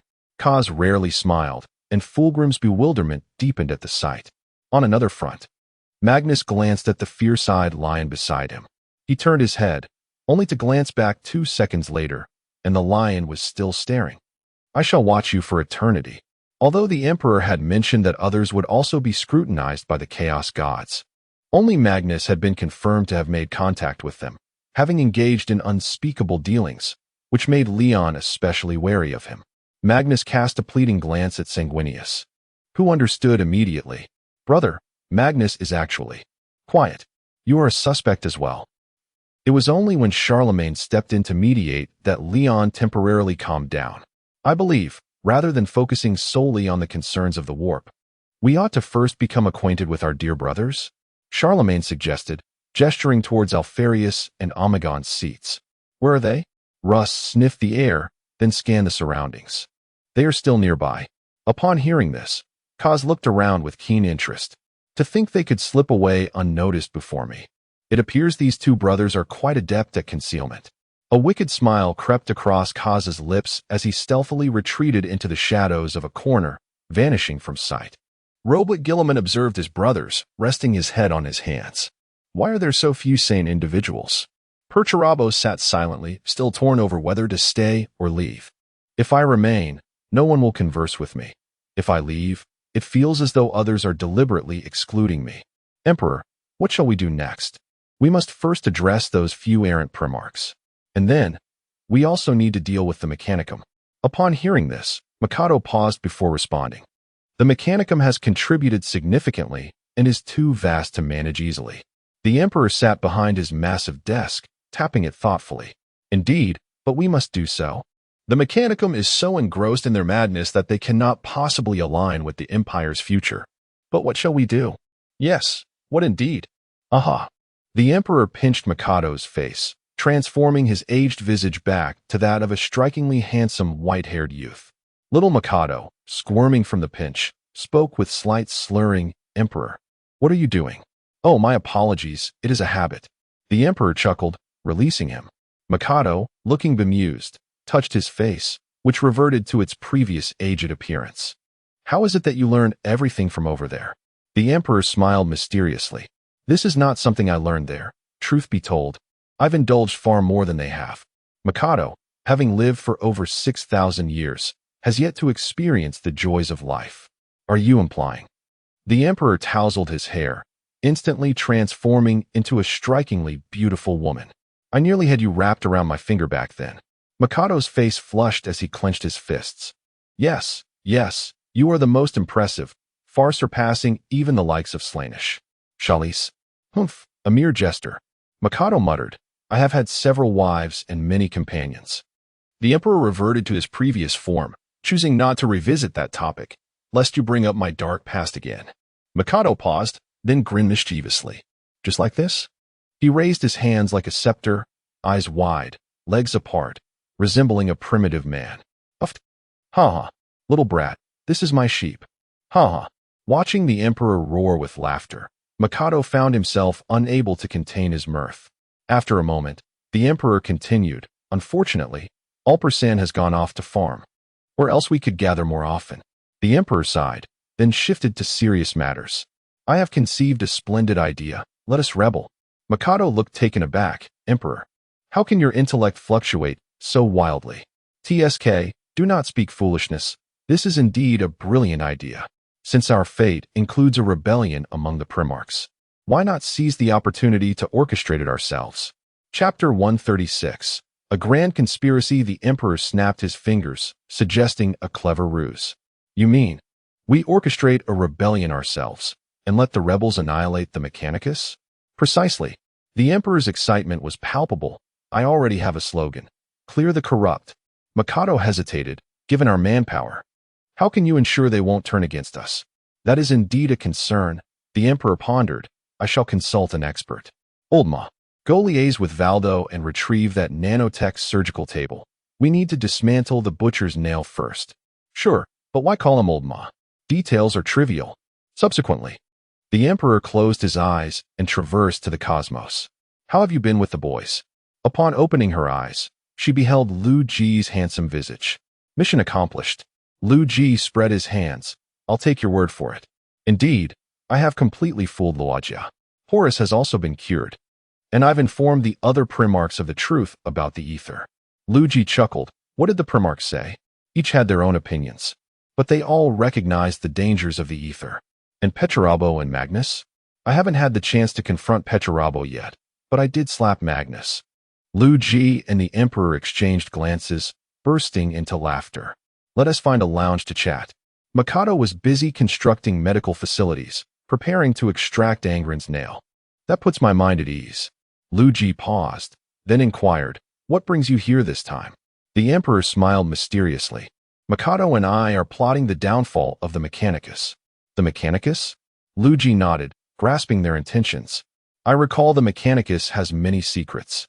It would be wise not to act too aggressively. You must gradually draw them in. Understood. The Emperor shared previous occurrences and his thoughts, prompting Liu Ji to reflect. That approach is viable, but as Old Ma said, a misstep could lead to dire consequences. The Emperor hesitated. Perhaps we should consider a gentler method. Liu Ji suddenly paused, and the Emperor recognized that he had struck upon a new idea. Your Majesty, why not initiate a rational movement or a religious reform? Fracturing the Mechanicus and inciting internal strife? Is that feasible? Might it not be too ambitious? After all, the Mechanicus is quite united. Liu Ji scoffed. United? Not at all. The moment I reveal this, they will implode. The Emperor looked at Liu Ji's hand, which held a holographic projection of the STC standard construction template. Indeed, this could certainly incite chaos among the tech priests. In contrast to the scattered STC fragments possessed by the Mechanicus, Liu Ji could offer a complete suite of STCs, ranging from basic industry to cutting-edge technology, civil infrastructure to military applications. Liu Ji continued with a slight smile. First, use the STC to sow discord within the Mechanicus. Then, amidst the turmoil, launch your rational movement to further divide them. Finally, seize the opportune moment to shatter the Mechanicus. The Emperor nodded vigorously at the crucial moment. I will send in the troops. Let Mars become the second Jerusalem. Let the traditionalists and reformists of the Mechanicus clash amongst themselves. In that case, the outcome will be mine to dictate. Liu Ji and the Emperor clasped hands in agreement. However, Your Majesty, you must be cautious in your execution. We cannot afford a half-hearted effort. Is there room for error? Have a little faith. How could it be impossible? I've already devised a contingency for failure. Liu Ji cleared his throat, adopting a host's tone. The rational reform was an erroneous initiative initiated by the Emperor, characterized by terror, lust, treachery, and corruption, executed by 3 heroes and 1 heroine. The Emperor misjudged the current state of affairs, overly emphasizing the dichotomy of materialism and idealism, severely hindering the empire's development. And let us not forget a certain betrayal by Horus, influenced by the 4 gods, leading to the destruction of the vengeful soul of Horus by Mikado's psychic lightning, resulting in its demise in Chalcedon. Forget it. Let us just proceed with your plan. What kind of alternate history are you concocting now? What is this about the 4 gods? You wouldn't understand. Alternate histories are still histories. At the Northern Star, before the gates, stand at attention. The Xiongnu army, accompanied by numerous dignitaries, participated in the Grand Military Parade, a demonstration of super-divine Huaxia to the Earth and the entire universe. Outside, throngs of people gathered, waving red flags. This parade primarily showcased the regular troops, yet the true stars were elsewhere. Gu Xiaoluan stood alongside number 1, smiling as they observed the formations below. The honor guard marched past, carrying both the Huaxia flag and the Ascendant Seekers banner, the sovereign's flagpole standing half a meter taller. Nations across the globe closely monitored the activities of Huaxia. While they had received intelligence on the Super Primarchs, many remained skeptical, even dismissing the Ascendant Seekers as mere fabrications. Furthermore, having encountered extraterrestrials, they did not exhibit much surprise. After the Army, Navy, and Air Force were reviewed, the impeccably synchronized Super Primarch forces emerged amidst the crowd's cheers. Their formidable armor and agile maneuvers were striking, and as the Supreme Commander, Gu Xiaoluan stepped forward, waving to the crowd. At the end of the procession, 2 trucks adorned with images of number 1 and Liu Ji passed by, marking Liu Ji's debut in the public eye. Gu Xiaoluan couldn't help but feel a chuckle welling up within him at the sight of Liu Ji's likeness. Fortunately, the occasion was festive, allowing for a smile. The public remained largely indifferent to the sovereign's matters. Many were unaware of the events unfolding. Official Huaxia propaganda touted the Ascendant Seekers as a collective. No, that was the truth. The empire was a utopian society. Thus, many citizens maintained a sense of calm. Extraterrestrial humans? They're providing assistance? Well, that is reassuring. Among the crowd, A small boy perched on his father's shoulders exclaimed upon seeing Liu Ji's image, "Daddy, Grandpa, look, it's the chief." His father, clearly informed about current affairs, stood on tiptoe to get a better view. Meanwhile, his grandfather, less informed, squinted and could only make out a vague image of a young man with a distinctive hairstyle. Chapter 137. Progress across universes. Indeed, our supreme leader is the foremost. The teacher remarked that the chief is a truly benevolent individual. The supreme leader. Has Su Xiufu been resurrected? Upon hearing this, his father burst into hearty laughter, promptly explaining to the elder. Inside the room, Rose clasped her arm, a look of bittersweet contentment gracing her face, yet it could not conceal her underlying melancholy. The others mirrored her sentiments, their minds still haunted by the memories of their fallen progeny. Sun Wukong reclined languidly on the sofa, casting a glance at the assembly as he bit into a peach. In warfare, casualties are inevitable. You cannot dwell on these matters incessantly. Lu Chuang immediately countered, "My son's life is far more precious than that of any demon." Monkey King, if you were to witness your descendants perish in battle, you would undoubtedly find it intolerable. Sun Wukong fell silent for a moment, retorting, "Who says I have not experienced such sorrow? In the past, the radiant sun celestial realm caused considerable havoc upon my flower and fruit mountain." Rena, seated nearby, fell silent, her smile faltering. Sun Wukong glanced at Rena and waved his hand dismissively. "Fear not, little girl. I shall not hold you accountable for bygone grievances." Sun Wukong. "Actually, I said I shall not hold grudges." Zhao Xian hastily intervened. "Yes, indeed, on such a festive occasion, it is best for all to maintain a cordial atmosphere." He then patted Lu Chuang. "What is the need for such heated discourse?" In the City of Night, the hospital welcomed V, who immediately spotted Gloria attending to David, while AX stood nearby, fanning her. "You little rascal, how dare you drop out of school while I wasn't watching? Such audacity." David, with his ear pinched, protested, "Mom, it's not my fault. That old scoundrel, Tianzhong, expelled me the moment he saw I wasn't attending." "Did you not inform the principal of your leave?" "I did, but he refused to acknowledge it." In truth, David had not requested leave at all and was berated by Tianzhong for his absence. Gloria sighed upon hearing this and released her grip. "You are on the brink of graduation, and yet you cause such a ruckus." "Sigh. V, what brings you here? Come sit." "Auntie, I came to see you."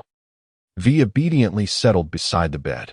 Gloria found herself increasingly fond of her, her prior rigid impressions dissipating. Such a wonderful child. And yet you wish to become a cyberpunk. Surely society is to blame. Gloria contemplated discussing David with V, but upon recalling their affiliation, she quelled the thought. "You see, your mindset is far too conservative." X interjected, putting down his fan.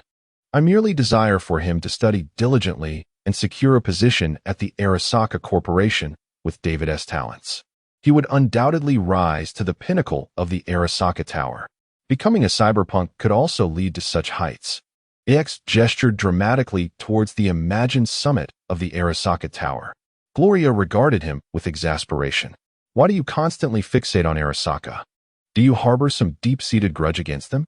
AX's forehead creased with tension as he gritted his teeth. "A blood feud, indeed. But are you not the same?" He gazed at Gloria, lost in contemplation, letting out a resigned sigh. At the docks, in the shipyard, greetings ensued as Old 8 arrived, joined by several members of the military. Just in time, Hype Meow approached, pulling Old 8 deeper into the shipyard. Only the cruiser remains unfinished. Old 8 surveyed the area. Apart from a massive iron sheet, the yard was filled with numerous small asteroids. "Is this the suicide aircraft you and the chief have been working on?" "More or less," Hype Meow continued. "We've been cutting large boulders down to size for modification." Old 8 nodded, slightly skeptical about its efficacy. "Let us not dwell on that. I have mentioned to the chief my desire for a vessel with substantial firepower." He calculated. "If we have enough, this aircraft should suffice, correct?" "Indeed, but we seek a vessel with extraordinary firepower, designed to complement the swarm," Hype Meow clarified, displaying a template of a weapon ship filled with swarm missiles, resembling a mobile armory. "What do you propose?" Perhaps we could convert the latter half of the cruiser into a missile bay for swarm missiles? Agreed. Let us proceed as you suggest. But let it be known, I am not a military strategist, nor have you engaged in battle, so the practicality of this ship remains uncertain. If it fails, I shall not be held accountable. Height Meow waved dismissively. Oh, what a thing to say. If it fails, can the chief truly reprimand us? Suddenly, a holographic projection of Liu Ji appeared beside them. I believe I would reprimand you. Oh, chief, must you always come like a ghost? I am both a ghost and a material one. Seeing Height Meow's incredulous expression, Liu Ji chuckled softly. Once this cruiser is completed, it will serve as the flagship of the fleet, your flagship. Shall we name it the Journey? Liu Ji shook his head. No, it shall be called the Journey, Trident Class. From now on, Trident Class will be your flagship designation. Height Meow considered this and nodded repeatedly. I find this name quite impressive, truly formidable. Old 8 interjected.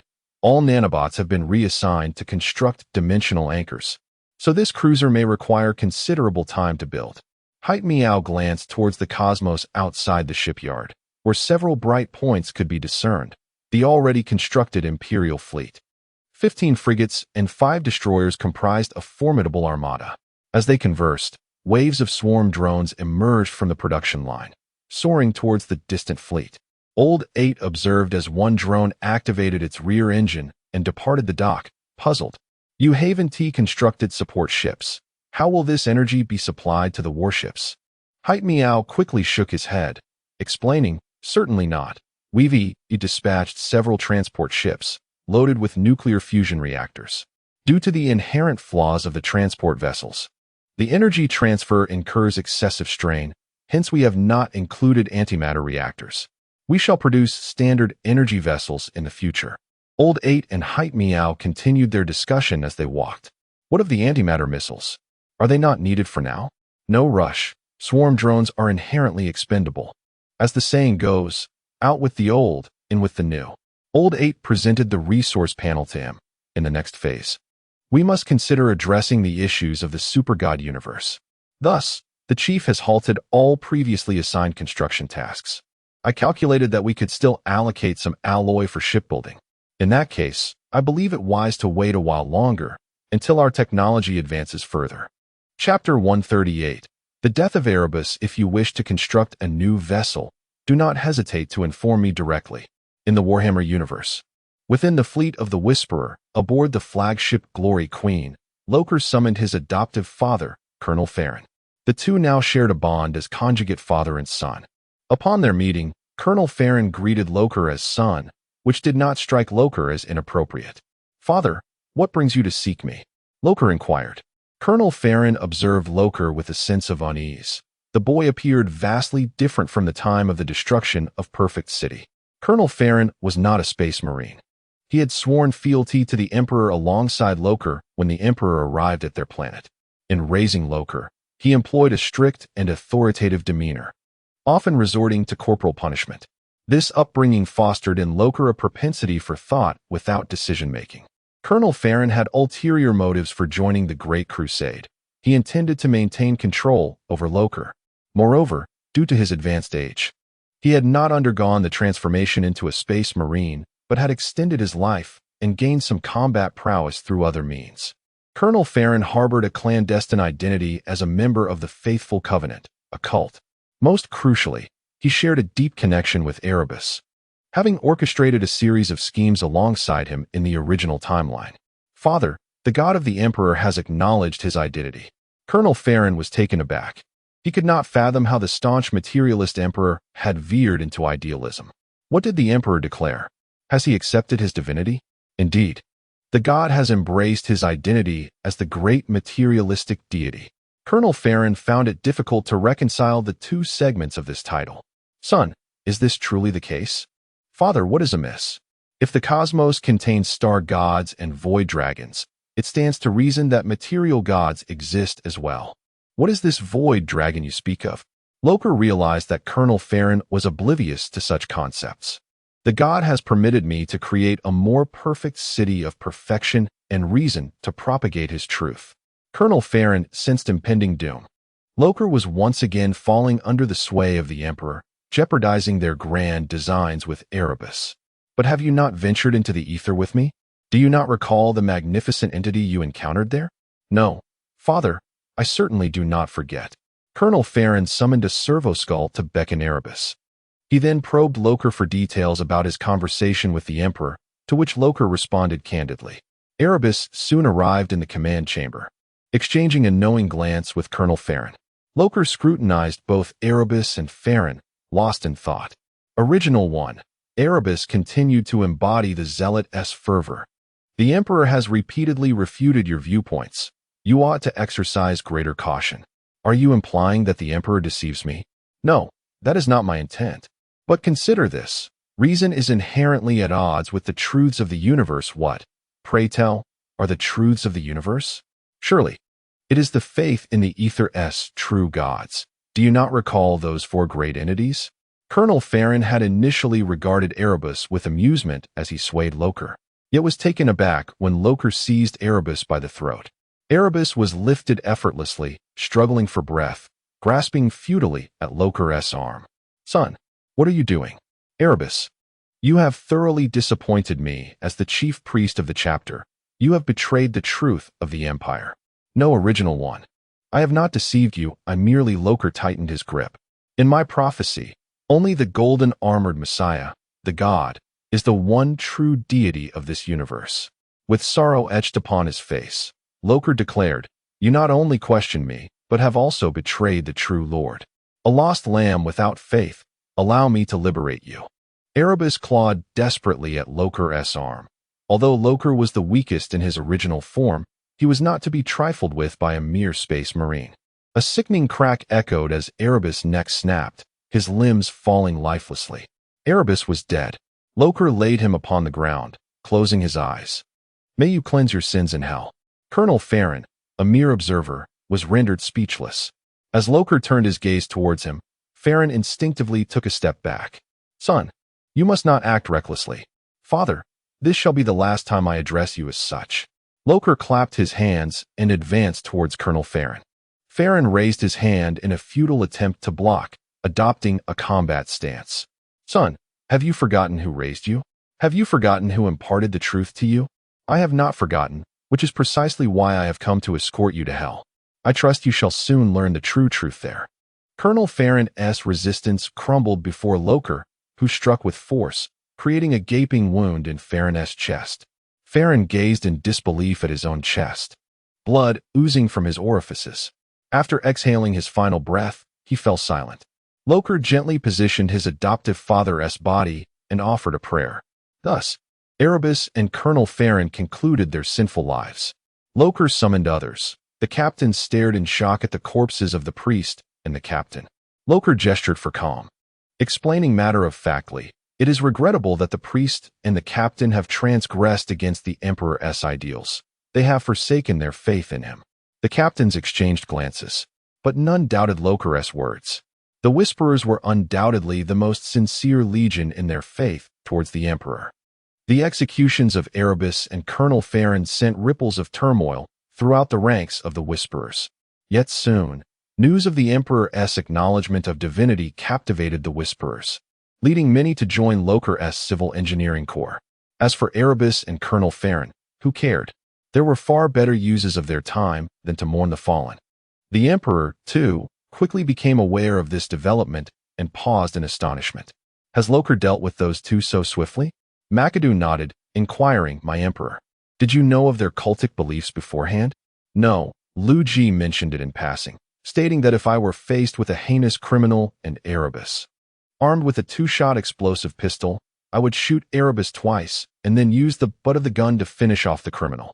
Is Erebus truly that detestable? The Emperor stroked his chin, shaking his head, indicating his ignorance. If Liu Ji has said such, why did you not eliminate Erebus in advance? The Emperor produced an explosive pistol from behind him. I was just about to experience it when Loker beat me to it. Chapter 139, Archaeological Project. Micardo chuckled. No worries. We can still defile the dead.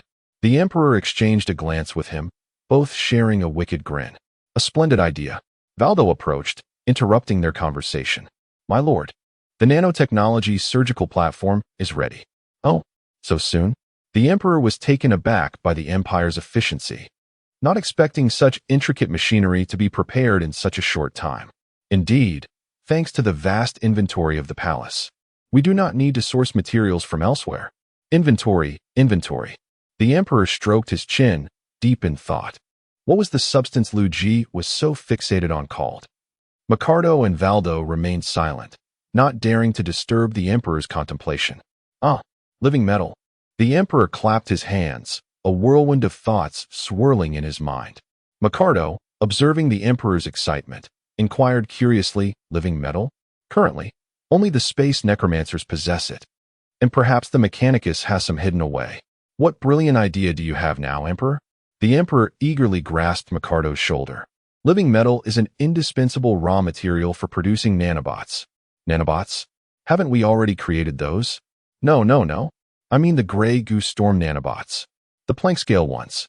Are you referring to the little gray ones? Precisely. The Emperor continued. With the Grey Goose Storm, we can conduct industrial work in a remarkably short time, utilizing the advanced technology of the RD department. Moreover, we have no shortage of living metal. We could always seek out a few more necromancer dynasties. Even Micardo had never witnessed such efficiency. The cost-effectiveness of targeting the necromancer dynasties was astounding. As long as we have enough Grey Goose Storms. Do you believe I can restore humanity to its golden age within a century? Let's do it. No more hesitation. I shall devise a plan immediately. Valdo, who had been listening, hesitated. My lord, isn't the large-scale application of intelligent machinery rather perilous? To Valdo's surprise, the Emperor scoffed. If chaos could corrupt the Grey Goose Storm, I would drink a bowl of filth. The Grey Goose Storm is a superagglomerate composed of countless subnodes, capable of processing information at an individual level and rectifying erroneous units. The Emperor was well aware of the capabilities of chaos. Iron Men and the Grey Goose Storm are on entirely different tiers. Even if chaos could produce a mass of corruptive viruses for the Grey Goose Storm, one must not forget the research department's rapid pace. Updating firewalls thousands of times a day is not a problem. Let chaos try to breach them one by one. Furthermore, the Grey Goose Storm possesses robust self-defense and system update capabilities, rendering it virtually unbeatable. Valdo, summon all the idle primal entities at once. Valdo swiftly relayed the order, while the Emperor hurried to inform Liu Ji. Very well, I shall replicate the personality template for you. Little Gray's face lit up with excitement after hearing the Emperor's plan. Although she, as a conscious entity, could not connect to alternate dimensions, sending a clone across dimensions sounded delightful. Liu Ji tilted his head, eyeing the Emperor suspiciously. While I would love for you to build a gateway right now, I know you would refuse. The Emperor instantly smiled. Oh, do not rush. This universe has just been opened, brimming with infinite possibilities. Consider it a preparatory reserve. Dear, I am confident you will not object. Liu Ji looked exasperated. Can you refrain from acting cute at critical moments? The Emperor's eyes sparkled mischievously. Erebus has been dealt with. All right then, I have no objections now. Liu Ji pondered for a moment, still feeling somewhat reluctant. Your Majesty, this universe has no other humans. It's just us. Can't we open a gateway? The Emperor extended a finger, explaining to Liu Ji, can you guarantee that this universe has no other intelligent races? Well, I cannot. After all, they had encountered space pirates before, so Liu Ji hesitated to assert the state of this universe confidently. If the malevolent deities were to arrive in this new universe, they would undoubtedly vie for dominance here. Although they would likely engage in fierce conflict among themselves, they would undoubtedly become stronger as a result. At that point, I cannot say for certain whether I could contend with this pantheon of malign deities. Liu Ji nodded helplessly, clasping his hands in prayer. Please, manifestations of the void, show yourselves. If I detect even a hint of the void's ethereal energy, I will not be easily deceived by you. The Emperor scratched the back of her head, looking apologetic. I am merely being cautious. Liu Ji rubbed the Emperor's head vigorously. If I awaken ethereal powers, I shall give the four deities a thorough beating. By the way, it's been quite a while, and you still cannot utilize ethereal powers? The Emperor shook her head. It feels terrible not being able to use ethereal powers. It's akin to losing an arm or a leg. Liu Ji sighed, praying once more, whether it be the four deities of the void or other celestial entities. Grant us your blessings, but not little round. The emperor had previously heard Liu Ji describe the void deities and understood what Liu Ji was referring to. The four deities of the void and the four malign deities of subspace share strikingly similar attributes. They would never tolerate inferior imitators and would undoubtedly enact justice upon the subspace deities. As for who would emerge victorious, the emperor could only chuckle at the subspace deities. According to Liu Ji, the former Ascendant Seekers had reached a level where they could modify the universe at will, rendering them unimaginably powerful. Yet, upon encountering the void deities, they would still flee. Liu Ji contemplated for a moment, suddenly gasping. He turned to Grey Wind. Little Grey, do you think, could Mother Bug be embracing us? Huh, our mother? Grey Wind shook her head. I am unsure. Liu Ji scanned the surroundings, softly calling, Mother Bug. Are you there? If so, please respond. Nothing occurred. Very well. Liu Ji resigned himself, setting aside these thoughts to assist the Emperor in preparing the materials for the Grey Goose Storm. Back in the Warhammer universe, what did the chief say? It is done. Micardo nodded. The primal entities are ready. Let us proceed. Very well. On their way to the conference room, the Emperor continued discussing which legion would be suitable for the archaeological endeavor. The Devourers and Iron Courage will not do. The Devourers need to remove their nails, and Iron Courage requires reorganization. Although Steel Warriors and Iron Hand have similar names, their treatment is worlds apart. Due to Pechalabo's 11 sacrifices, the Iron Courage have had a dire existence. Whether they win or lose, they face 11 sacrifices. But fear not. Iron Courage is forged in steel. Chapter 140. The technology of the human empire. The tale of the Iron Warriors is recounted in the whimsical narratives of Warhammer. Iron Warriors, amidst their peers, ponder the transient nature of their existence, thinking, endure, and it shall pass. As the Emperor entered, he surveyed the surroundings. Aside from Logia, all present were accounted for. Father, Horus approached, receiving a reassuring pat on the back from the Emperor. Time is of the essence, and our tasks are formidable. At this statement, the other Primarchs became alert. Listen closely, for I shall outline our strategy.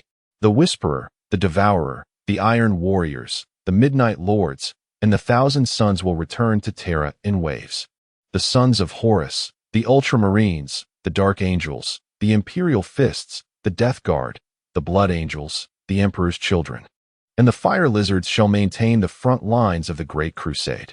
The White Scars, Space Wolves, Iron Hands, and Raven Guard were assigned a critical mission. The designated Primarchs turned their gazes toward the Emperor, awaiting his command. I require you to locate the tomb worlds of the Necron dynasty. Your objective is the living metal of the tomb world.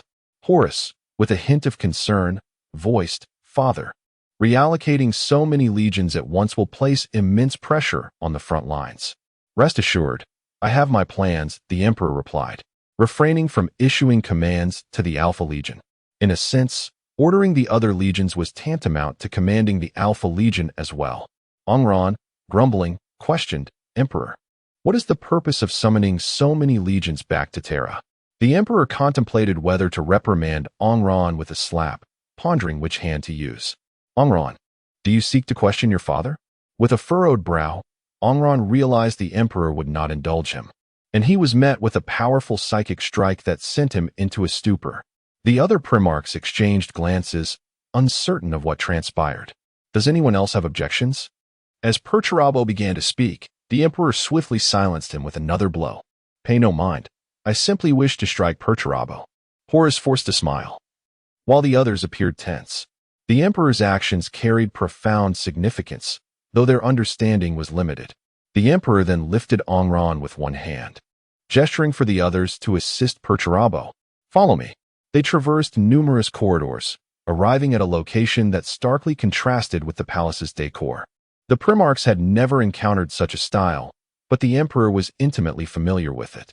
This was a miniature Imperial research department he had replicated within the palace. However, it was merely a shell, lacking the computational arrays of continental scale. Father, what is this place? The Imperial Academy of Science, he replied. As they walked, They encountered hundreds of custodians, indicating this was the most heavily guarded area in all of Terra. Passing through 3 massive gates, they beheld a colossal reactor core.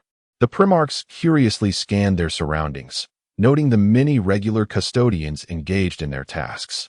The research custodians paid no heed to the Emperor and the Primarchs, hastily passing by with various data in hand.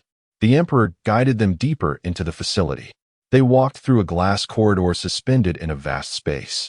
Observing through the transparent walls, red laser emitters, light-year-class strike weapons, the Emperor pointed out various devices below. The spear of the Emperor is equipped with such weaponry. Horus has witnessed its power. Indeed, Father, the impact of this weapon is unmatched, Horus responded.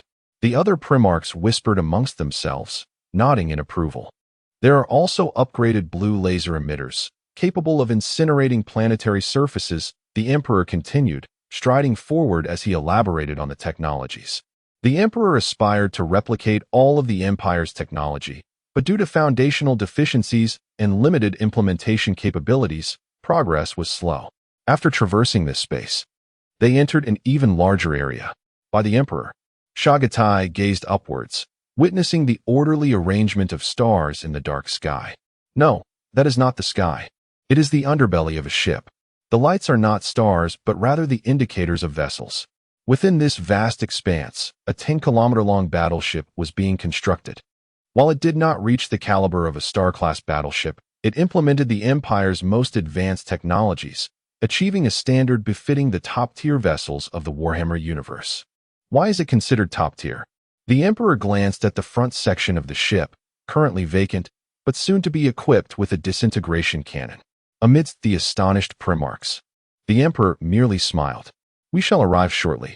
After passing through the construction area, they entered a comprehensive zone. The Emperor entrusted Ongron to 2 robots, eliciting exhilaration from the Primarchs upon encountering the unexpected machines. Father, why are there Iron Men here? In response to Leon's inquiry, the Emperor began to weave a tale. Do not fret, these are not Iron Men. They are fundamentally similar to the servitors of the Mechanicum. The robots ignored the Primarchs, lifting Ongron and carrying him into the surgical room. Leon scrutinized the robots for a moment before averting his gaze. The First Legion harbored its own secrets, and he felt hesitant to pursue the topic of Iron Men, while the others were more astonished than wary. The Emperor approached a small pedestal, picking up a miniature energy shield, which he then tossed to Horus. Horus caught it effortlessly, and the Emperor gestured for him to don it. This is a personal energy shield. You may give it a try. With a look of curiosity, Horus examined the shield closely after putting it on. He discovered a button, pressed it gently, and a massive energy shield materialized before him. Turning a small dial, the shield adjusted in size. Leon, give it a try, the Emperor suggested. Leon unsheathed the sword of Leon, eager to engage, while Horus readied the energy shield. Be cautious, Horus, Leon exclaimed, before launching a powerful strike. The blow was swift and formidable. Buzz! Leon's sword struck the shield, producing a sound akin to striking an impervious surface. Gritting his teeth, he exerted all his strength to no avail. With a firm push, Horus sent Leon sprawling back. Frustrated, Leon sheathed his sword, analyzing the energy shield. The Emperor nodded in approval, appearing quite pleased. This device seems quite effective. Father, will this equipment be distributed to a legion? Gilliman inquired. Indeed, the Emperor affirmed. Such provisions will significantly enhance the combat capabilities of each legion. Chapter 141. Rebirth. The Emperor continued. In addition, there are more new weapons. Not only the Astartes, but all Imperial forces will gradually replace their equipment with these new models. However, we must wait. Horus expressed his confusion. Isn't having new equipment a good thing? Why must we wait? The Emperor smiled mysteriously. I shall discuss this in detail later. For now, let us welcome the rebirth of your brother. The crowd followed the Emperor to the large window, where Ongron lay upon the operating table. The Emperor's psychic duel had indeed been effective. Ongron was deep in slumber, showing no signs of awakening. The Emperor pointed to the screen, adjusting the equipment. Soon, the setup was complete, and the surgery commenced immediately. With horrified gazes from the Primarchs, a mechanical arm descended from above, targeting Angren's forehead with precision. The needle, equipped with a laser, pierced through Angren's flesh and skull, the alloy needle seamlessly sealing the small aperture. Medical nanobots surged through the needle into Angren's mind, beginning their task of locating the inner end of the butcher's nails. The butcher's nails had fused with Angren's brain, making it impossible for even the Emperor or the most skilled tech priest to remove them without causing harm. The nanobots began the initial disassembly and replacement of the butcher's nails components, taking over their function of aiding flesh and blood activity. The Emperor's intention was straightforward. As long as the butcher's nails ceased to function, the operation would be deemed a success. With their keen eyesight, the Primarchs could clearly observe the transformations occurring within Angren's head. The conduits inside his skull gradually shifted, with blue light replacing the previous red glow. As all the butcher's nails emitted blue light, they began to change. Angren found himself adorned with flowing locks of hair that shimmered with flecks of blue light. Is it over? Is that it? Are you going to leave Angren in there for 7 days and nights? The Emperor stepped inside first, followed closely by the others. Fortunately, the operating room was spacious enough to accommodate them. The mechanical arm lifted, leaving a diminutive blue dot atop Angren's head. Where am I? Angren murmured, blinking in confusion. He sensed something was different, as if he had returned to the tranquility of the incubation chamber, his mind free of distractions, filled only with peace. His long hair shimmered rhythmically, imparting a sense of serenity to all present. Even Petruber, recently beaten, found his strange thoughts dissipating as he gazed at Angren. Then down at his hands, astonished. As Angren regained composure, his first sight was the Emperor, followed by the other Primarchs. Instinctively, he took a deep breath, preparing to express anger. Humph! Angren let out a low grunt, ready to unleash his fury. However, he sensed something amiss and hesitated. What's wrong, Angren? Are you having an asthma attack? The Emperor gently patted his face. Angren sat up, his eyes filled with clarity. No. Father, this feeling is peculiar. The other Primarchs exchanged glances, then turned their attention to Angren. Brothers, what has happened to me? It was then that Angren noticed his long hair. He reached up to touch it, feeling its extraordinary smoothness. Horus stepped forward, pressing a hand to Angren's forehead. Angren, has your mind gone awry? The Emperor lightly smacked Horus's head. How can you speak such nonsense? His mind is now sound. Oh, Angren quickly understood, reaching back to find the butcher's nails had vanished, leaving only the softness of his hair. Overwhelmed, he felt tears welling in his eyes. How does it feel without the butcher's nails? This, Father. With unrestrained emotion, Angren embraced the Emperor, disregarding all semblance of dignity as he wept. The Emperor, though slightly embarrassed, comforted him. Enough now, real men shouldn't cry. Despite his words, the Emperor remained deeply concerned for him. The others exchanged knowing smiles, and Horus spoke up. It seems we must reintroduce ourselves to this brother. As Angren stepped back from the Emperor's embrace, his eyes reddened as he surveyed his brothers. Brothers, I am sorry. This unexpected apology left the others momentarily stunned, prompting Fulgrim and Sanguinius to rush forward to console him. Brother, if you keep crying, you won't be perfect. Welcome to your new life. One by one, they embraced him. For reasons unknown, everyone now found Angren exceptionally endearing, and even the brooding Petruber set aside his peculiar thoughts. The Emperor, hands on his hips, gazed with satisfaction at this joyful scene. Meanwhile, Lorgar was still engrossed in his designs. Angren, yes, Father. Remember to dismantle the butcher's nails from the world eaters. Keeping such things is futile. Of course, the Emperor grumbled under his breath. Whoever designed the butcher's nails is a fool, causing nothing but trouble. Angren and the others exchanged smiles, and Russ turned to Angren, inquiring, Brother, you smell delightful. What? You exude an indescribable essence, as if providing a soothing balm to the soul. This, I am uncertain.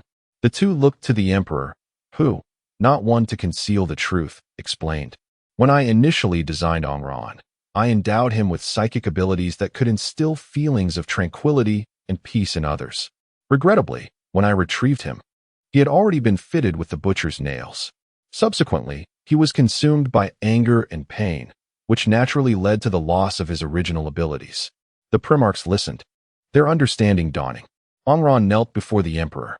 "Father, please allow me, as a pre-march, to pledge my loyalty to you."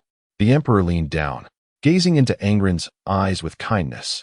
"Of course, Onran, my son." Within the operating room, Onran became the final gene pre-march the Emperor had reclaimed.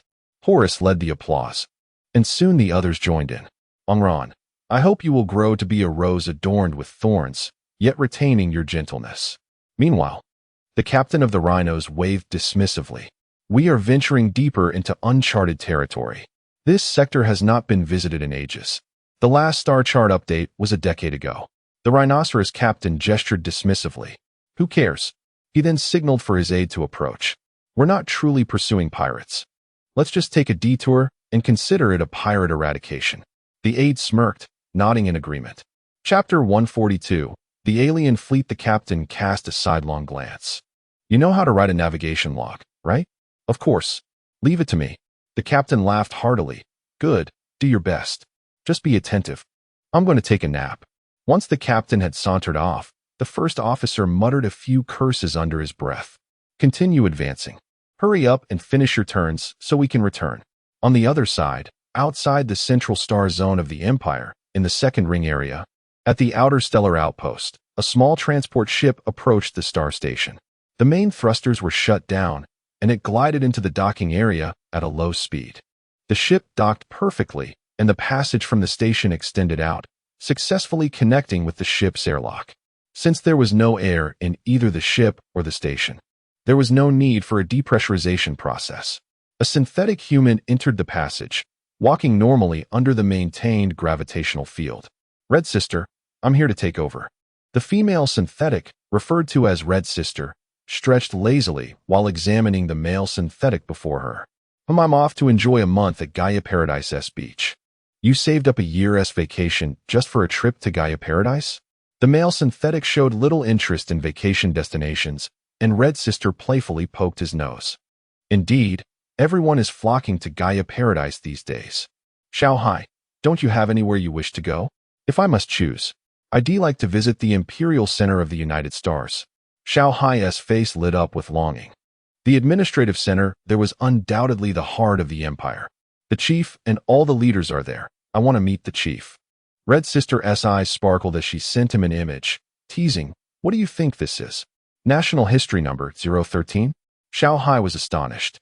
The image depicted Liu Ji and the leaders alongside the first batch of synthetics, all smiling together in front of the early administrative center.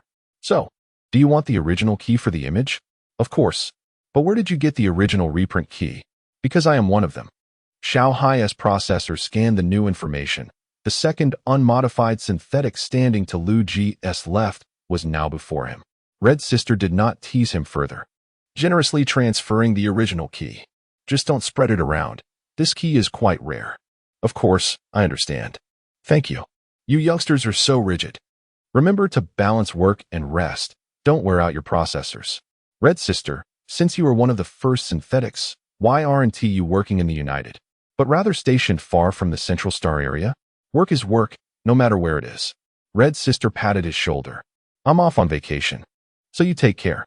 Just as Red Sister took a step, an alarm blared throughout the station. "No way." She and Xiao Hai exchanged a glance and quickly moved towards the control panel. As they walked, she uploaded information to the main computer. "Detected an unidentified vessel approaching our border." In the United Central, the Empire's efficient governmental apparatus sprang into action. 5 seconds later, an emergency meeting of the leaders convened. The leaders were seated along a long table, with Liu Ji positioned at the opposite end. The projection of Hit Meow turned toward Liu Ji, who slightly closed his eyes and nodded. "The Ministry of Defense has notified that the entire nation is to enter a Level 2 combat readiness state. The Imperial fleet is preparing to set sail. Relevant personnel must be ready within an hour." Numerous supply vessels departed from the docks, while others continued to arrive from the distance. Laogu stood in the command room, issuing orders to the entire fleet. All vessels prioritize resupplying armaments. Navigational resources can be replenished en route. Check all assassination-class drones and install space torpedoes. If all is well, set sail directly for cluster operations. In outer space, A transport ship arrived at the bottom of a destroyer, docking above it. One by one, space torpedoes were launched upward, landing steadily in the munitions area, where a conveyor mechanism continually moved them to their designated racks. The laser frigate, lacking numerous kinetic weapons, completed its self-check first. Report. The ship has completed self-check and is awaiting weapon loading. Liu Ji and the others gazed at the virtual screen, where a fleet marked in yellow appeared at the edge of national borders, merely a jump away. The sensors indicated that this fleet was not large. Is it pirates? Liu Ji shook his head. No. According to the main computer simulation, their ship designs are almost identical. Standard vessels. Hit Meow interjected, and Liu Ji nodded in acknowledgement. Are they warships? Mengyu inquired. Very likely. Chief, what should we do? Attempt contact. Liu Ji, you go. Liu Ji pointed to himself. Me? Am I suitable for this? Liu Ji clicked his tongue. You are the Secretary of State, responsible for diplomacy. If you don't go, then who will? Besides, haven't you studied cosmic sociology? Liu Ji nodded. All right then, but I'll say this in advance. If the contact fails, don't blame me. Mengyu and Hit Meow exchanged glances, smirking.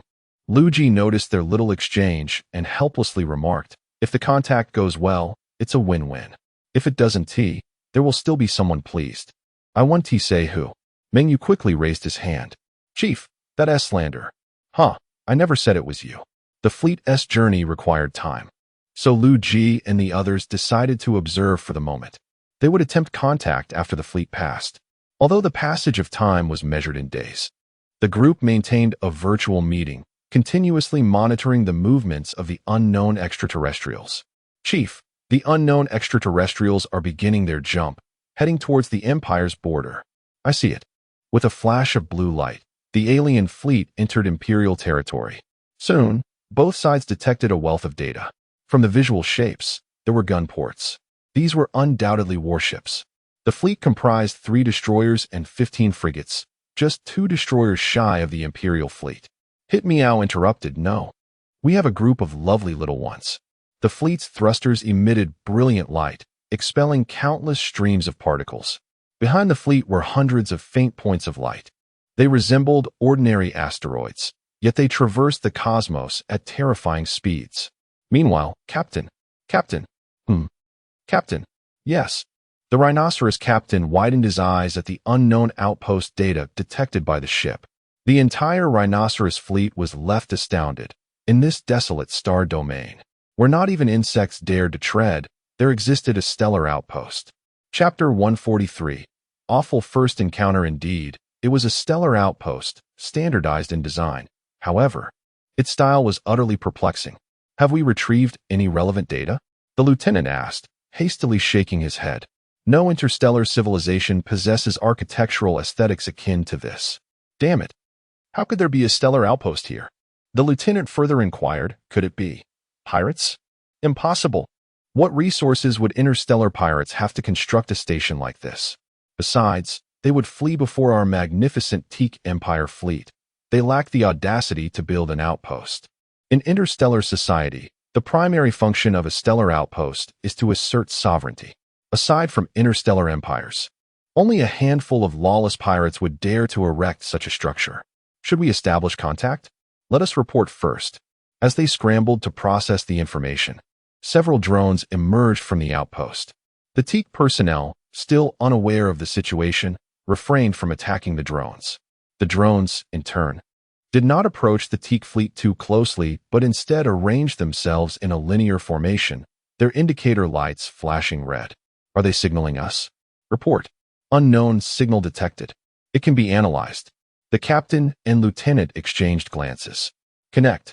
As the communications officer established a link with the signal transmitted from the drone, an audio message commenced. This is the territory of the Ascendant Seekers Empire. Please do not approach.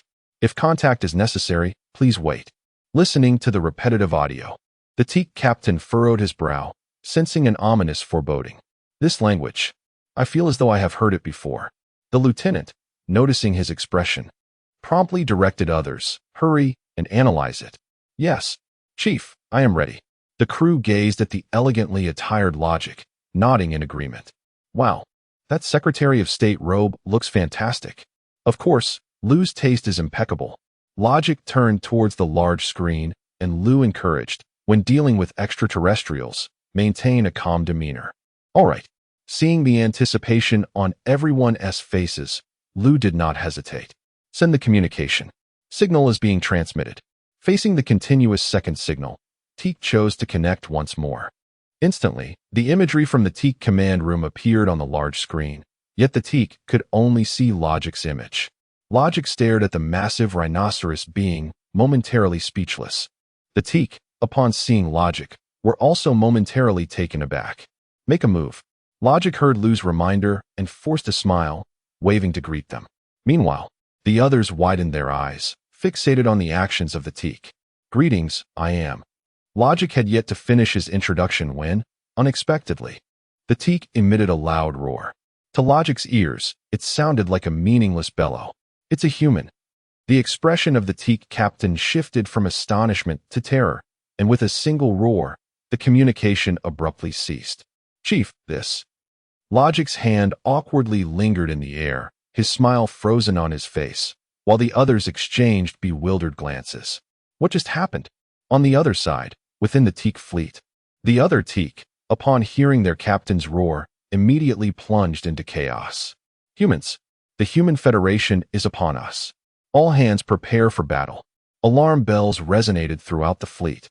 As all Teaks scrambled into action, activating every combat system. Soon, the lead frigate obliterated the Reconnaissance drone with its small-caliber cannons, crossing the warning line and advancing towards the stellar outpost. As they moved, the captain continued to bellow in fury. Isn't the Human Federation on the other side? How could they suddenly appear in uninhabited space? They must have crept in silently and established an outpost. What is the Reconnaissance Department doing? Regardless if they are humans, attack them all. At the outpost, faced with the sudden aggression from the Teak, the crew remained unfazed, albeit perplexed. Activate the defense systems. Qi Jie methodically prepared everything. While Xiaohai sighed and jested, it seems we might meet our end here. If it is to be, so be it. I have longed for a change of body. But speaking of which, this should count as work-related injury, right? Xiaohai shook his head, reporting to the mainframe. The enemy fleet is approaching the outpost. Personnel have uploaded consciousness data, and the defense system is activated, with an estimated success rate of 0. Understood, the Imperial fleet is en route. Upon hearing this, Qi Jie suddenly covered her head. Oh dear, Xiaohai, if the outpost is destroyed, will I have to work overtime until it's repaired? Perhaps, but since I'm here to substitute, it's likely I will organize the repairs. Oh, then I shan't worry. Qi Jie leaned back in her chair, watching the approaching fleet with keen interest. After all, she had done her part. The rest was in the hands of the leaders. This cannot be my fault, right, Chief? Liu waved his hand dismissively. The rhinoceros beings exhibit a great deal of hostility. Meng Yu glanced at Logic and chuckled. You have given them too many smiles. If you had allowed us to strike first, would they have dared to be so arrogant? Hai Miao laughed at this. Chief, we are about to jump into the fray. How shall we engage? Since we are here, let us remain calm. As for the specifics of the engagement, I leave that to you. Understood. Hai Miao stood in the flagship's command room, surveying the multidimensional map of the star system. All ships, heed my command. The main fleet will enter first, with the assassins concealed behind them. Once the main fleet provides cover, the assassins will split into left and right wings to launch a surprise assault, enveloping the enemy fleet and coordinating with the main fleet for annihilation. The defense capabilities of the main fleet and the assassins are not comparable. Thus, rather than sacrificing some assassins, it is preferable to have the main fleet absorb the initial non-lethal probing attacks. An hour later, the Teak fleet had entered firing range, and 15 frigates opened fire first. Numerous blue lasers shot forth from the Teak frigates, targeting the stellar outpost. The energy shields installed at the outpost successfully withstood this volley, retaliating with several space torpedoes. However, none of the torpedoes found their mark. The opposition appeared to possess considerable experience in space combat. The Teak destroyers then entered the fray, launching a multitude of space torpedoes alongside their standard blue lasers. The outpost's close-in weapon systems proved insufficient, and several space torpedoes penetrated the defensive fire, striking the stellar outpost with great force. A massive breach was blasted open, triggering frantic alarms within the outpost. Yet, both the personnel inside and the leaders remained leisurely observant of the enemy fleet. Chapter 144. The thrill of battle. They did not expect the outpost to endure for long. Surviving a single wave of attacks would be a remarkable feat. The firepower of the alien fleet appeared rather ordinary at first glance. Indeed, although their capabilities seemed comparable at present, they would surely fall behind in due course. This belief stemmed from the confidence instilled by the Imperial Research Department, a steadfast entity one could always rely upon. In gaming terms, the department's research output was a minimum of 1,000, as one could not establish a research zone from the outset. Unlike pirates, the alien forces boasted not only an array of laser weaponry, but also a plethora of kinetic arms, and their vessels exhibited significantly greater speed. Their defensive capabilities were likely formidable as well. After the second wave of attacks, the outpost shields, having endured dozens of blue laser strikes, finally succumbed. "Oh no, it's over," Little Hai chuckled helplessly. "Sister Chi, let us meet at the Industrial Star. See you there." However, this first invasion was certainly worth documenting. Sister Chi pulled Little Hai close, exclaiming, "Come on, let us take a picture." "Yay." Little Hai responded with a look of exasperation, yet still made the gesture. As the image uploaded, a space torpedo struck the main structure of the outpost, obliterating everything within. The next moment, at the Industrial Star, Sister Chi and Little Hai promptly downloaded data and transferred it into newly manufactured, unactivated bodies, successfully resurrecting on the Industrial Star. "Oh dear, do you think that photo turned out poorly?" Sister Chi mused. "I believe it's quite acceptable. Report, the human outpost has been destroyed. Should we proceed to gather more data?" Captain Teak nodded and inquired further, "What are the orders from above?" "The Ministry of Defense has commanded us to advance further and ascertain the intentions of the humans." "Understood. Relay the command to all fleets to prepare for engagement." Given that the outpost remained operational, a defensive fleet was likely stationed nearby. The Teak fleet adopted a defensive posture and dispatched small landing vessels to the outpost. Simultaneously, the Imperial fleet had just transitioned into a neighboring star system. The reconnaissance team from Teak entered through the breach at the top of the watchtower. Clad in space suits and equipped with mechanized tools, they began conversing immediately. "No gas leaks. How is that possible? Don't humans need to breathe? Perhaps they are wearing protective suits? Regardless, let us search for bodies." They glanced around and swiftly discovered the mangled remains of a synthetic human. How can this be?" One Teak individual exclaimed in horror, pointing at the floating upper half of a woman, her attire reduced to tatters, her exterior resembling that of a normal human, albeit quite substantial. However, peering through the breach revealed her interior brimming with mechanical components, with sparks flickering ominously. Just as they contemplated further investigation, a recall signal from the fleet was transmitted. "Unknown fleet detected transitioning. Preliminary assessment indicates a human fleet." The Imperial fleet had arrived. As the fleet entered the fray, the Teak forces immediately gauged the enemy's scale. 5 destroyers and 15 frigates, 2 more destroyers than we possess. The captain clenched his fist, a look of concern etched upon his face. It seemed the humans had merely deployed a small contingent of vessels, which was manageable, given the disparity between our forces. Even their latest flagship should be within our reach. Just as he finished speaking, fearing his crew might take him at his word, he hastily added, "Prepare to fight while retreating. Ships cannot deploy shields during faster-than-light travel. Thus, unless absolutely necessary, an emergency jump should be avoided, particularly when the opposing forces are evenly matched. Initiating a retreat invites a volley of torpedoes that could sink your vessel, an unwise trade-off. It was better to engage, and retreating without a fight would surely lead to repercussions." "Wait, more faster-than-light targets detected." The captain abruptly lifted his gaze to the radar display. A trajectory arced from the fleet towards the Imperial Navy, revealing 20 red dots. 2 seconds later, another arc appeared, this time with dozens more small red dots trailing the initial 20. Upon further scanning, The count of small red dots surged to over 100. Ultimately, the radar completed its reconnaissance of the enemy fleet. 217 small units were advancing towards them. 200. Captain Teek's hand fell limply. The numerical disparity was overwhelming. Are they fighter jets? The lieutenant whispered, and the reconnaissance personnel quickly responded. Based on their size, they should be fighter jets. Although we cannot rule out the possibility of some new class of small vessels. Fighter jets? Even if they are, they stand no chance against us. The captain trembled. With this many fighters, I would believe there are dozens of aircraft carriers in the neighboring star system.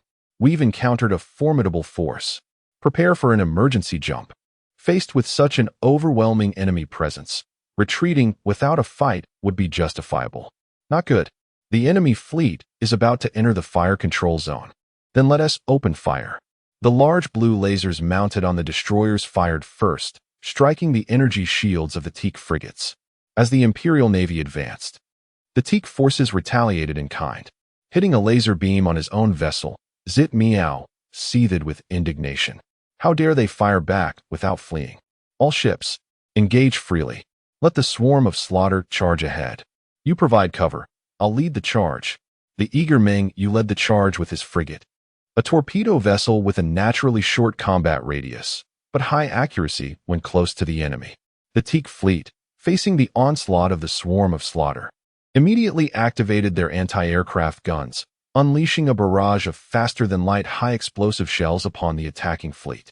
The lone pilot among the swarm of slaughter received a system alert and promptly launched the only 5 space torpedoes available, then defiantly gestured a middle finger towards the Teek fleet. The first anti-aircraft shell tore through and obliterated the swarm of slaughter, forcing the synthetic pilot to return to the industrial star for resurrection. The hastily fired space torpedoes missed their targets, but still exuded an intimidating presence.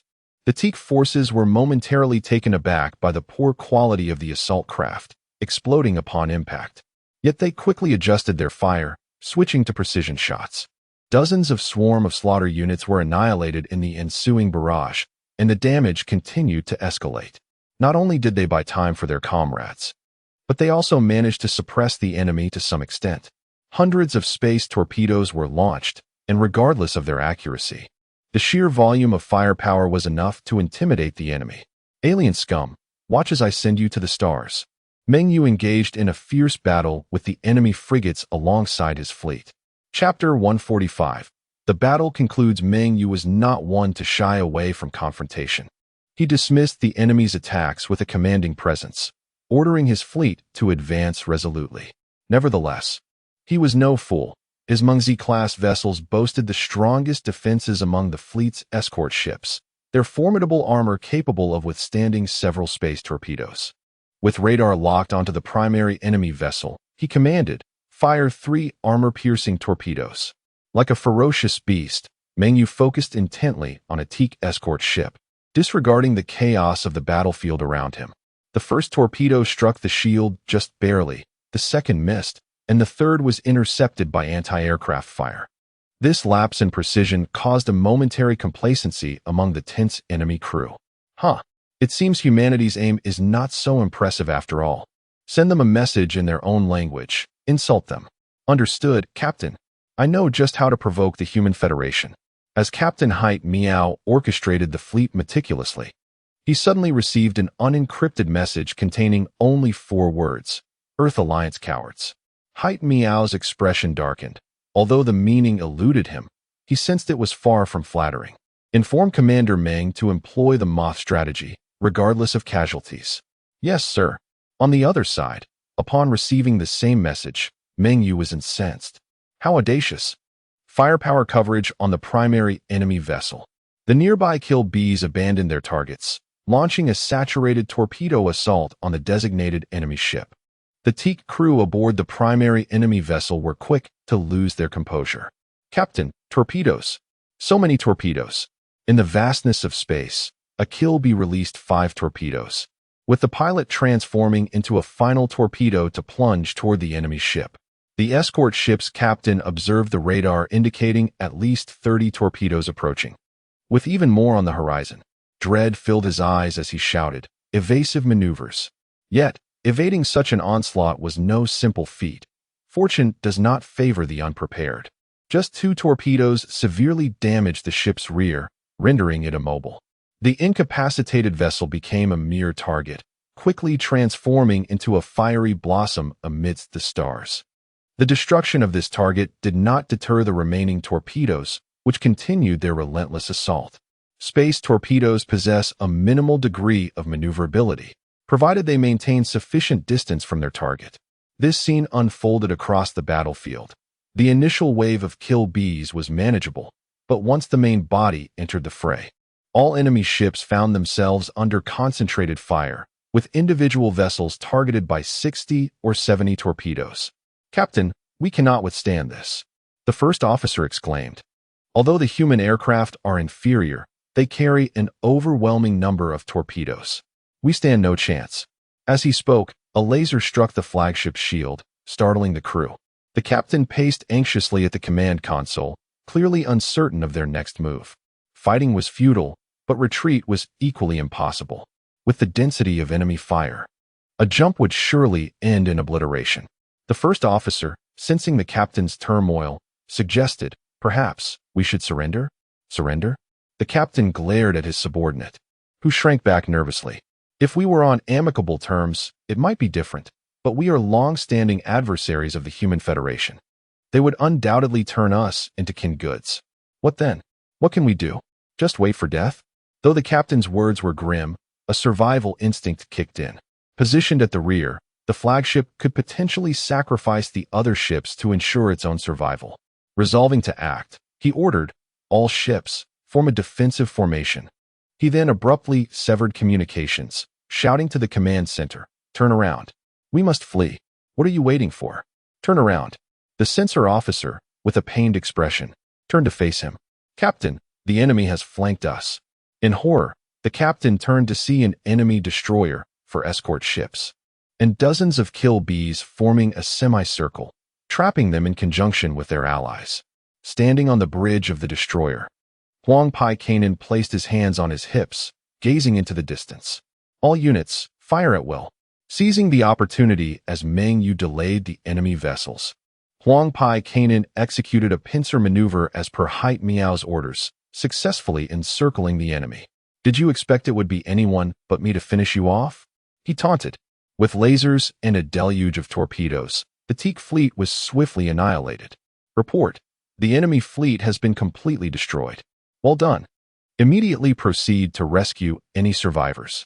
After issuing the command for capturing prisoners, Hait Miao promptly reported the victorious news to the capital. Liu Ji shared a similar viewpoint, deciding to capture some prisoners, ensuring to bring back high-ranking officials. "Yes, sir. All kill bees, evacuate the battlefield and maintain perimeter vigilance. The main fleet will approach, remaining cautious of any remaining operational weaponry from the enemy."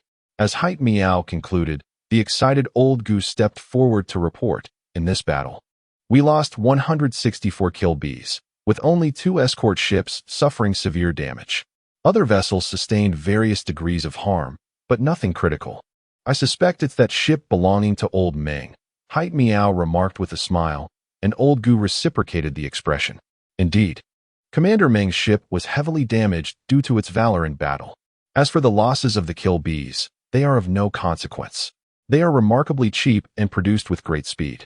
The number of lost kill bees may not even equate to the value of the enemy's destroyer. A simple calculation reveals that if 1 ton of ore yields 2 tons of iron, and those 2 tons create 3 tons of alloy, which in turn produces a single armor plate with a surplus, the material originally intended for 5 kill bees can ultimately forge 8, and at twice the normal production rate. Kill bees are inherently inexpensive. Under such circumstances, they become virtually costless. Meanwhile, the entire empire remains perplexed by the nature of Ascension. They remain unaware of its operational logic, as the effects of prosperity frequently manifest in the most peculiar ways. However, it is of little concern. Everyone has grown accustomed to it. Meng Yu, restless as ever, followed the transport into the enemy's ship, only to be unexpectedly captured by a surviving Teak. Soon, he transferred his consciousness into a new body, remotely commanding the battle. The fierce synthetic army unleashed a devastating assault on the Teak, who had never encountered such humanoid robots, leading to their rapid extermination at the hands of the synthetic forces.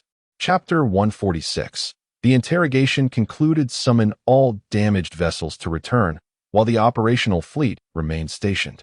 The research and transport ships shall proceed immediately. Understood, Chief. And what about us? You will stay behind until the coalition is re-established.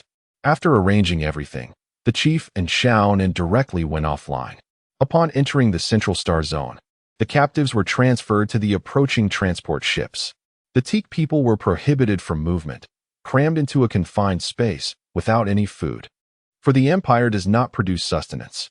Standing at 2.5 meters tall, the Teak had contemplated resistance, yet found themselves no match for the synthetics. Captain, what shall become of us? The Teak captain and his officer were fortunate, or rather, all Teak personnel in the command room were fortunate.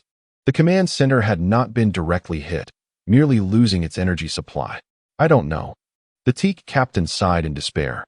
Being alive in the hands of the coalition is more terrifying than death. One could only hope that the Empire would devise a plan swiftly. Despite the ongoing conflicts between the two nations, they had yet to declare war upon one another, which should leave some room for negotiation. The officer trembled incessantly. Captain, perhaps you could end this for me. End it for you. If I could move my hands, I would have taken my own life long ago. As the hatch opened, blinding light forced the two conversing to shut their eyes. Two synthetic soldiers stood silhouetted against the light, their features obscured to the Teak. They surveyed the surroundings before finally fixing their gaze upon the Teak fleet captain. Without further ado, they seized him and dragged him towards the exit. Wait. The captain's shout was translated by the device at his throat into a language the soldiers could comprehend. Oh, this rhinoceros can speak Chinese. The soldiers approached with keen interest, inspecting the translator. This must be a translator, right? Not confiscated.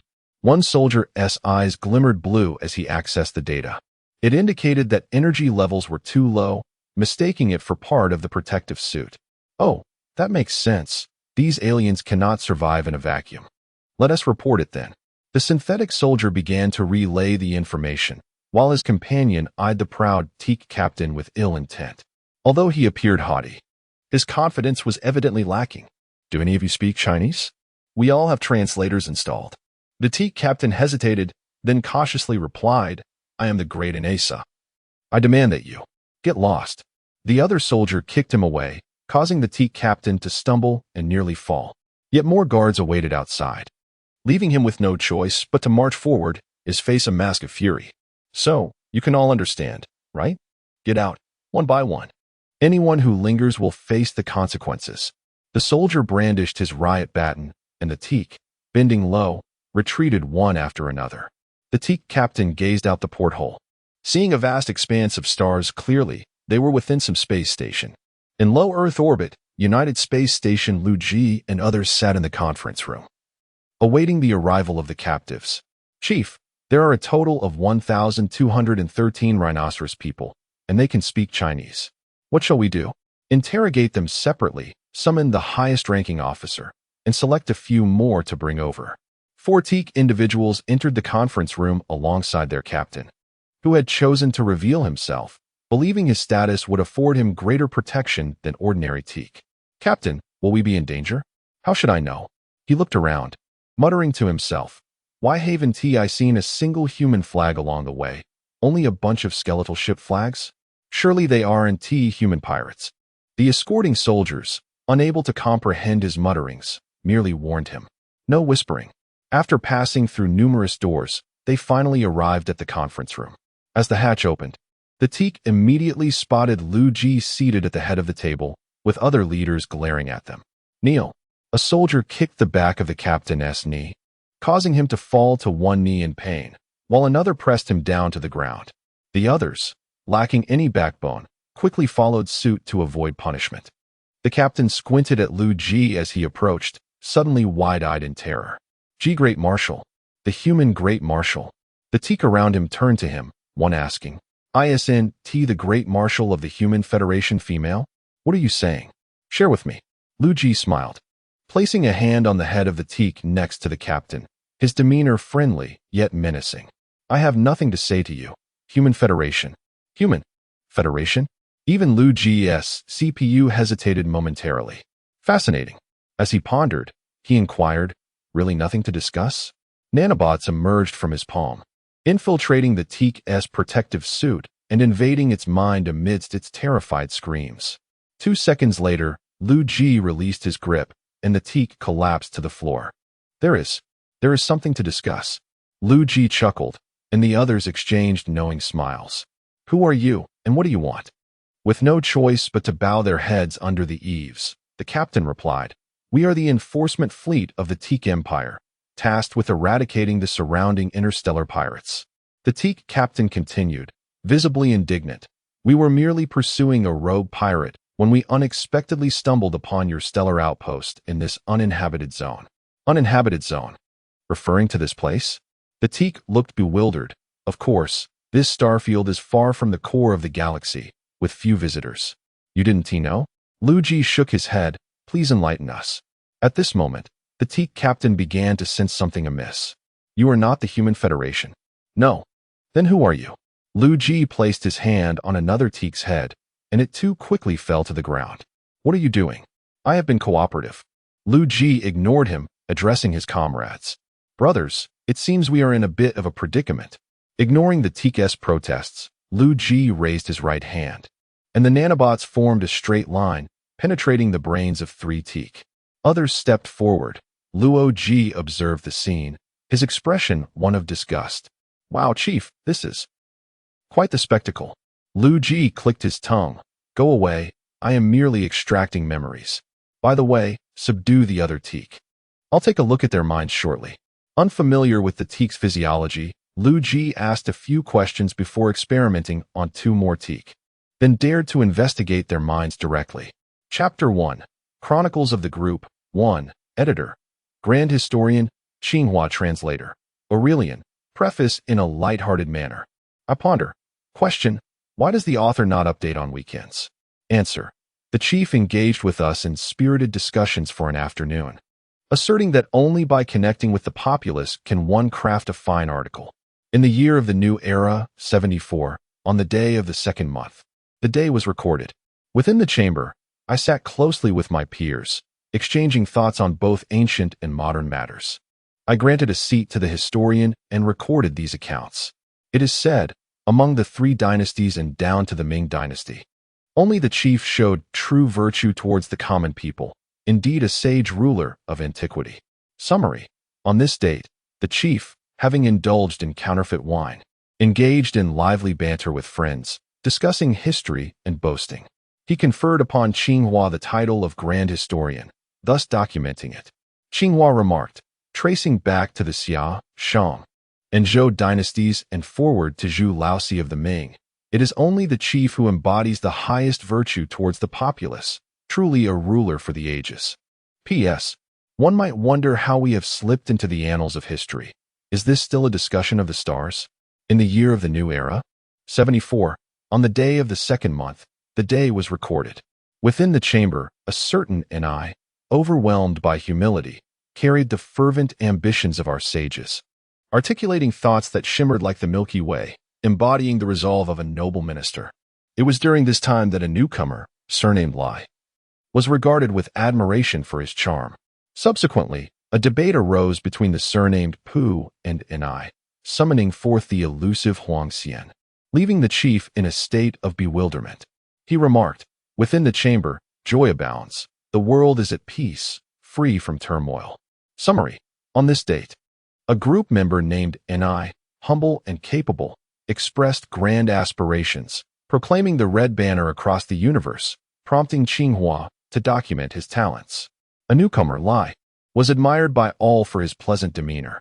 Later, a dispute arose between Pu and Ni, summoning the legendary Huang Xian, leaving the chief speechless. Observing the camaraderie in the group, where everyone was engaged in joyful conversation, devoid of conflict. In the year of the new era, 74. On the day of the 2nd month, the day was recorded. Ni attempted to influence the historical record, insisting on loyalty to the emperor.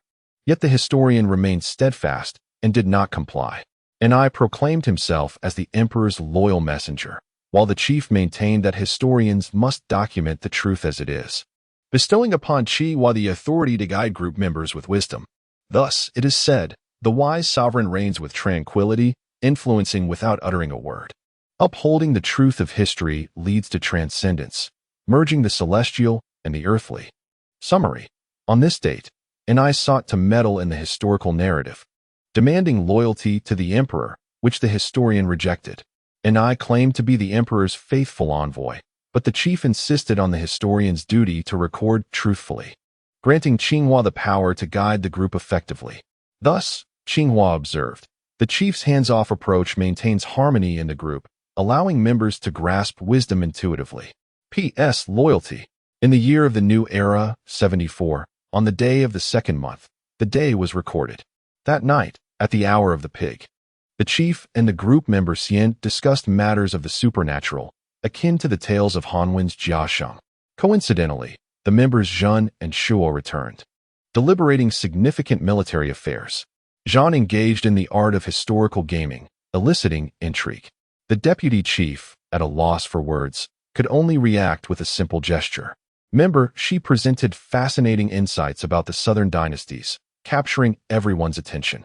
The chief recorded the discussions, but when asked for his address, he hesitated, urging caution. The chief later asserted he had found a compelling image related to the emperor, which provoked accusations of disloyalty from others. The chief defended himself, asserting his unwavering loyalty, sharing the captivating image. Meanwhile, discussions arose regarding the female protagonist, to the astonishment of many. Yet, the chief was preoccupied with his own pursuits. Summary.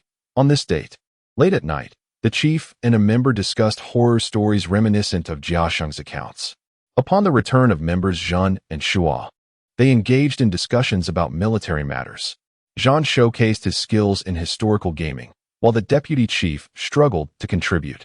Member Shi shared intriguing anecdotes from the southern dynasties, drawing everyone's interest. The chief recorded the conversations, yet hesitated when asked for his address. He later claimed to have found an image related to the emperor, facing accusations of disloyalty, which he refuted, asserting his loyalty and sharing the captivating image.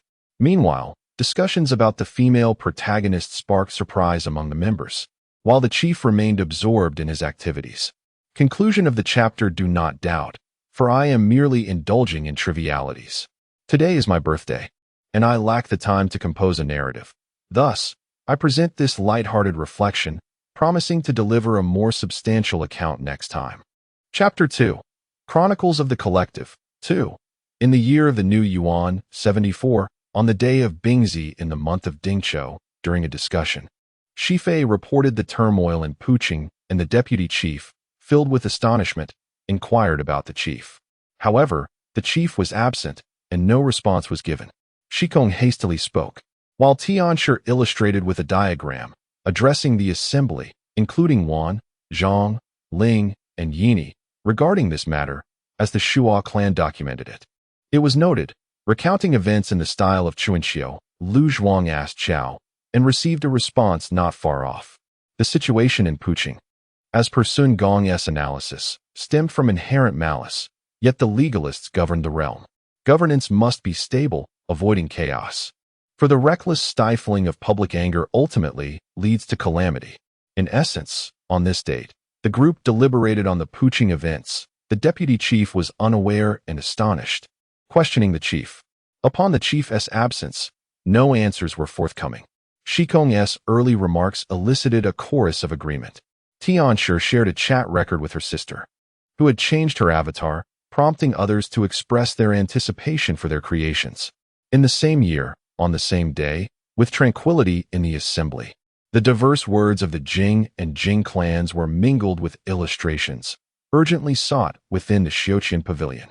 Shihai responded, yet the outcome remained uncertain. The arrival of the newcomer Baishir was met with warm welcomes. Upon the deputy chief's return, he reviewed the chat records, revealing his archives, which left others in awe. Discussions resumed regarding the mod. Qinghua remarked nostalgically about their youth. Once more, in the same year, on the same day, a member of the Xian clan, entered the assembly. Addressing the chief with a request to write more about Liu Bei, the chief, in solitude, lamented, expressing that while the future appeared bright, he could not see it, and the path was convoluted and untraversable. The Shershur clan offered their allegiance to Lady Lexton.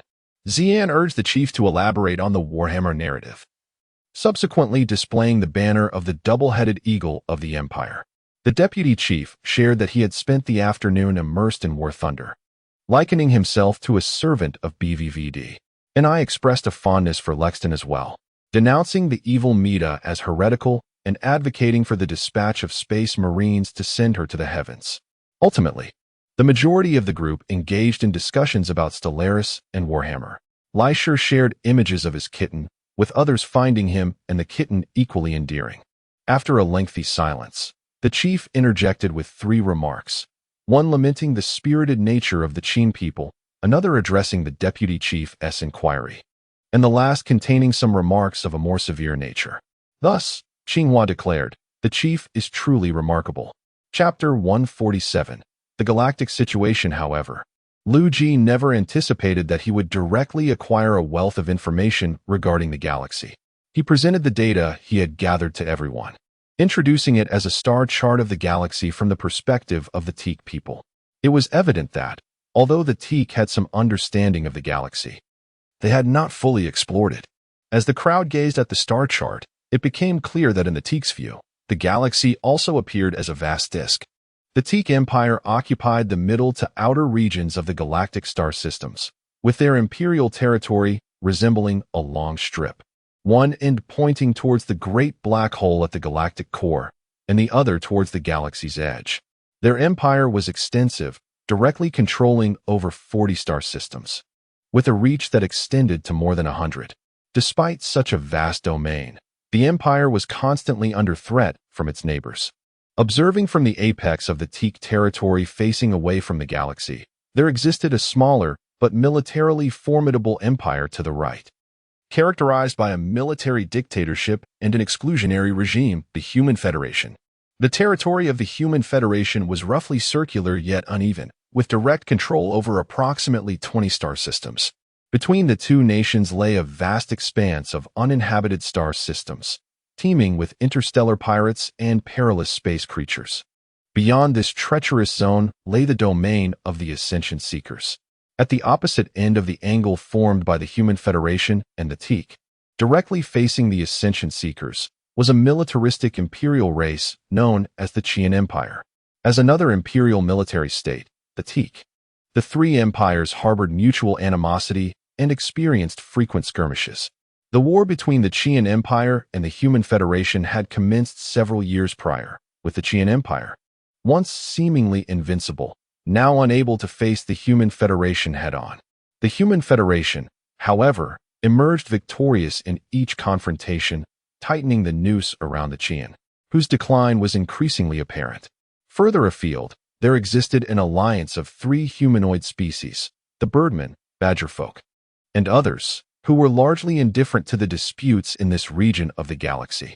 The Teak people had knowledge of only a quarter of the galaxy, remaining unaware of events beyond that.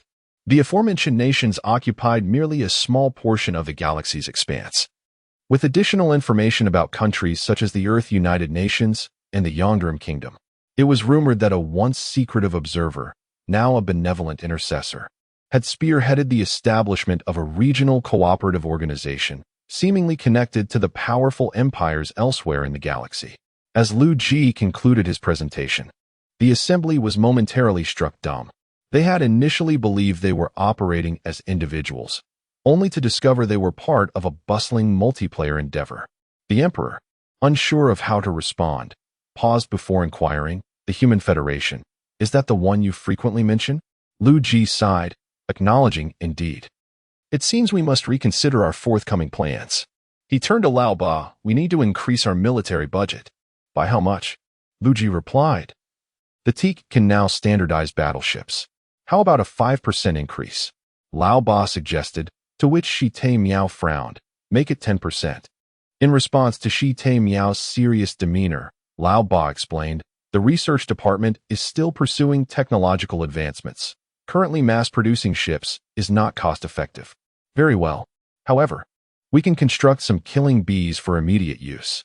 Liu Ji then looked at Luo Ji. Given the disappearance of the Teak's enforcement fleet, a search will undoubtedly be organized, and we will face the Teak Empire directly. To alleviate pressure and collaborate with our human counterparts, you should personally initiate contact with the Human Federation. Understood, Luo Ji replied. Liu Ji surveyed the room, recognizing that the decisions made next would impact their future. After a moment of contemplation, he turned to Gu Xiaoluan. Xiaoluan, inquire with the angels about expediting construction. How long until completion? Lao Ba, scrolling through his information terminal without looking up, responded, 3 months. Nodding, Liu Ji concluded. Since we cannot make effective decisions in the short term, let us first familiarize ourselves with these empires. As their conversation progressed, a small swarm of nanobots completed the processing of all Teak captives. With the influx of information, Liu Ji gained a deeper understanding of the Teak Empire, and a new idea began to take shape in his mind. What if we disguise ourselves as the Teak fleet and send a message of safety to the Teak Empire? Won't that be discovered? Not necessarily. The Teak's enforcement fleet is nearing the end of its mission. We can delay for a few months at most. That should suffice, Liu Ji stated, and without hesitation, he utilized the data tower of the space station to dispatch an instantaneous coded message to the Teak Empire. The content was straightforward. Fleet status normal. Enemy outpost destroyed. Identified as interstellar pirates. Fleet continues its mission. Fortunately, the Teak did not employ quantum encryption for communication. Otherwise, Liu Ji's ruse would have been impossible. Soon after, Liu Ji received a reply from the Teak Empire confirming the message and agreeing to continue the mission. V praised, Chief. That was brilliant. Teach me how to do that. We'll discuss it later, but we must quickly pinpoint the technology regarding encryption. I don't want the enemy playing tricks on us. Liu Ji settled back into his seat as synthetic soldiers efficiently removed the Teak corpses. I've shared the stories of the Earth Alliance and the Human Federation. I won't repeat them. My knowledge of other empires is limited, but their political systems suggest they are unlikely to cooperate with us. Thus, our next step must be to seek collaboration with the Human Federation, ideally aiming for a profound partnership. Meng Yu raised his hand, asking, Chief, didn't you say the Human Federation is exclusionary? Yes. Will they acknowledge us as the synthetic empire? They should, as we are essentially humans who have ascended mechanically. Oh, I see. Liu Ji pondered his earlier words, feeling uncertain. We'll see how things unfold upon contact. We certainly won't betray them. Furthermore, although the Human Federation was exclusionary, they were not an overly zealous race. Compared to human empires, they were still relatively approachable. What about the Human Empire? Liu Ji suddenly realized they were entirely unaware of the situation. He pointed to the Emperor. There. Your sister leads the Human Empire. The leaders paused, then erupted into a flurry of inquiries directed at the Emperor. Luo Ji maintained a calm demeanor. Not indifferent, but simply processing the information. There are other experts? Sister, you truly are an emperor. Shannon exclaimed, gazing at the Emperor with adoring eyes. The Emperor waved her hands dismissively, smiling awkwardly. She anticipated that if others learned of the Human Empire's situation, it would undoubtedly place pressure upon her. Chapter 148. The Identity of the Emperor Shinjia. Why didn't you say it earlier? I mentioned it from the very beginning, but you all didn't believe me. Did you? V leaned closer, wrapping an arm around her. Come on, Shinjia, that's not fair. Given our relationship, was there really a need for secrecy? No. I certainly did not intend to conceal it. David jested. Shinjia, when you said you were among the imperial elite, we never imagined it would be this level of elite. Luo Ji suddenly realized something, interrupting their conversation. Wait a moment. When you previously mentioned having a dozen sons, was that true? Liu Ji responded on behalf of the Emperor. Indeed, and they are all muscular men. Wow, with so many sons. The competition for the heir would be intense. TSK. Old 8 had a rather peculiar focus, gazing earnestly at the Emperor. Shinjia, you absolutely must not die. Shinjia really can give birth. Although the idea of having a dozen sons seemed absurd, once one considered Shinjia was the Emperor, it somehow became strangely reasonable. Seeing the topic drift further away, The emperor helplessly clarified. It's not that I gave birth to them. I created them using biotechnology. Oh, so it's similar to what the chief does. By the way, why haven't we seen little XT recently? Liu Ji continued. She is still upgrading. As for your Xinjia, that's quite a lengthy tale. No worries, we are patient. Liu Ji smiled mysteriously. I wager that after you hear it, something strange will surely happen. The emperor covered his face and took out an electronic cigarette, lost in thought. Your Xinjia has actually lived for about 30,000 years, right? Roughly so. Xinjia, are you human? Xinjia is a deity, which seems quite reasonable. Please, no interruptions. I shall continue. Xinjia has gone by many names, one of which is Neos, and now, she is venerated as the emperor in the human empire. All hail the emperor. Referring to Xinjia, of course. Wait, it should be called the emperor. Precisely. Liu Ji extracted his memories, and the group looked at the projection of a primitive thatched cottage with confusion. The emperor was born in the region between two rivers, said to have been summoned by human sorcerers who sacrificed their lives. How does this involve mysticism again? Because the emperor's universe is inherently mystical. We will discuss that shortly. The life of the emperor is truly legendary. After listening for a while, the group still couldn't comprehend. Just as Liu Ji began recounting humanity's entry into the Golden Age, Liu Ji interjected. Did the emperor become a recluse? Indeed, the emperor has been holed up, playing games. The emperor gazed at research data, striving to divert his attention. All right, enough criticism. Come on, I'm just joking, don't take it seriously. Xiaonan maintained a smile. Chief, please continue. And then, the Iron Man rebellion occurred, followed closely by the emergence of the subspace evil god, and the corruption was born. The corruption? Sounds like a demon god of seduction. Certainly not. Do not forget what a bizarre realm subspace is. The corruption emphasizes both desire and sin, indulging in rather perverse activities. Liu Ji lacked the forbidden knowledge to illustrate it, so he could only attempt to describe it. All right, Chief, we no longer wish to hear about this. Xiaonan appeared as if about to retch. How could such disgusting things exist? Such is the uniqueness of the universe. Seeing everyone's disheartened expressions, Liu Ji smugly continued. Next came the fragmentation of power and the rise of technological warlords. Finally, our emperor made a dazzling entrance, departing the highlands. The group listened, feeling a mix of emotions. Emperor, how did you manage to take down the Thunder Warriors? I couldn't control it. Like a bird that has shot its bow. Emperor, what do you mean by a gene prototype created with subspace knowledge?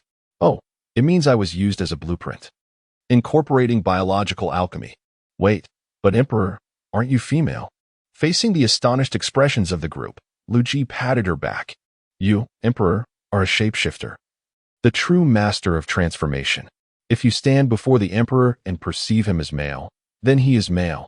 If you see her as female, then she is female. So does that mean the current image of the Emperor is a facade?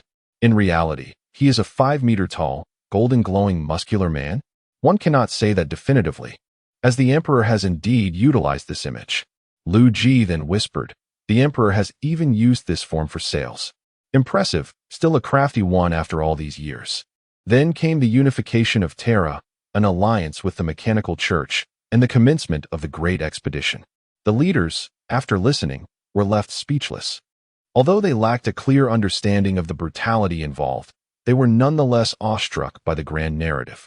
Meng Yu fixed his gaze upon the Emperor, who noticed his attention. What is it? All hail the Emperor. Loyalty. Loyalty. In an instant, the Emperor gained several devoted followers.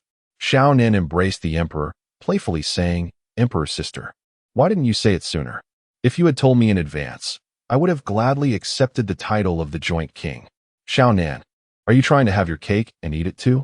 Liu Ji glanced at Zait Miao, aware that being a regent in the human empire was no small feat. In fact, the empire has even more thrilling tales, but those pertain to the future. The Emperor raised an eyebrow. You claim not to possess psychic abilities. Yet you seem to know about future events. I only know a little. Liu Ji cleared his throat. Next, I shall narrate the tale of the human empire during a tumultuous millennium.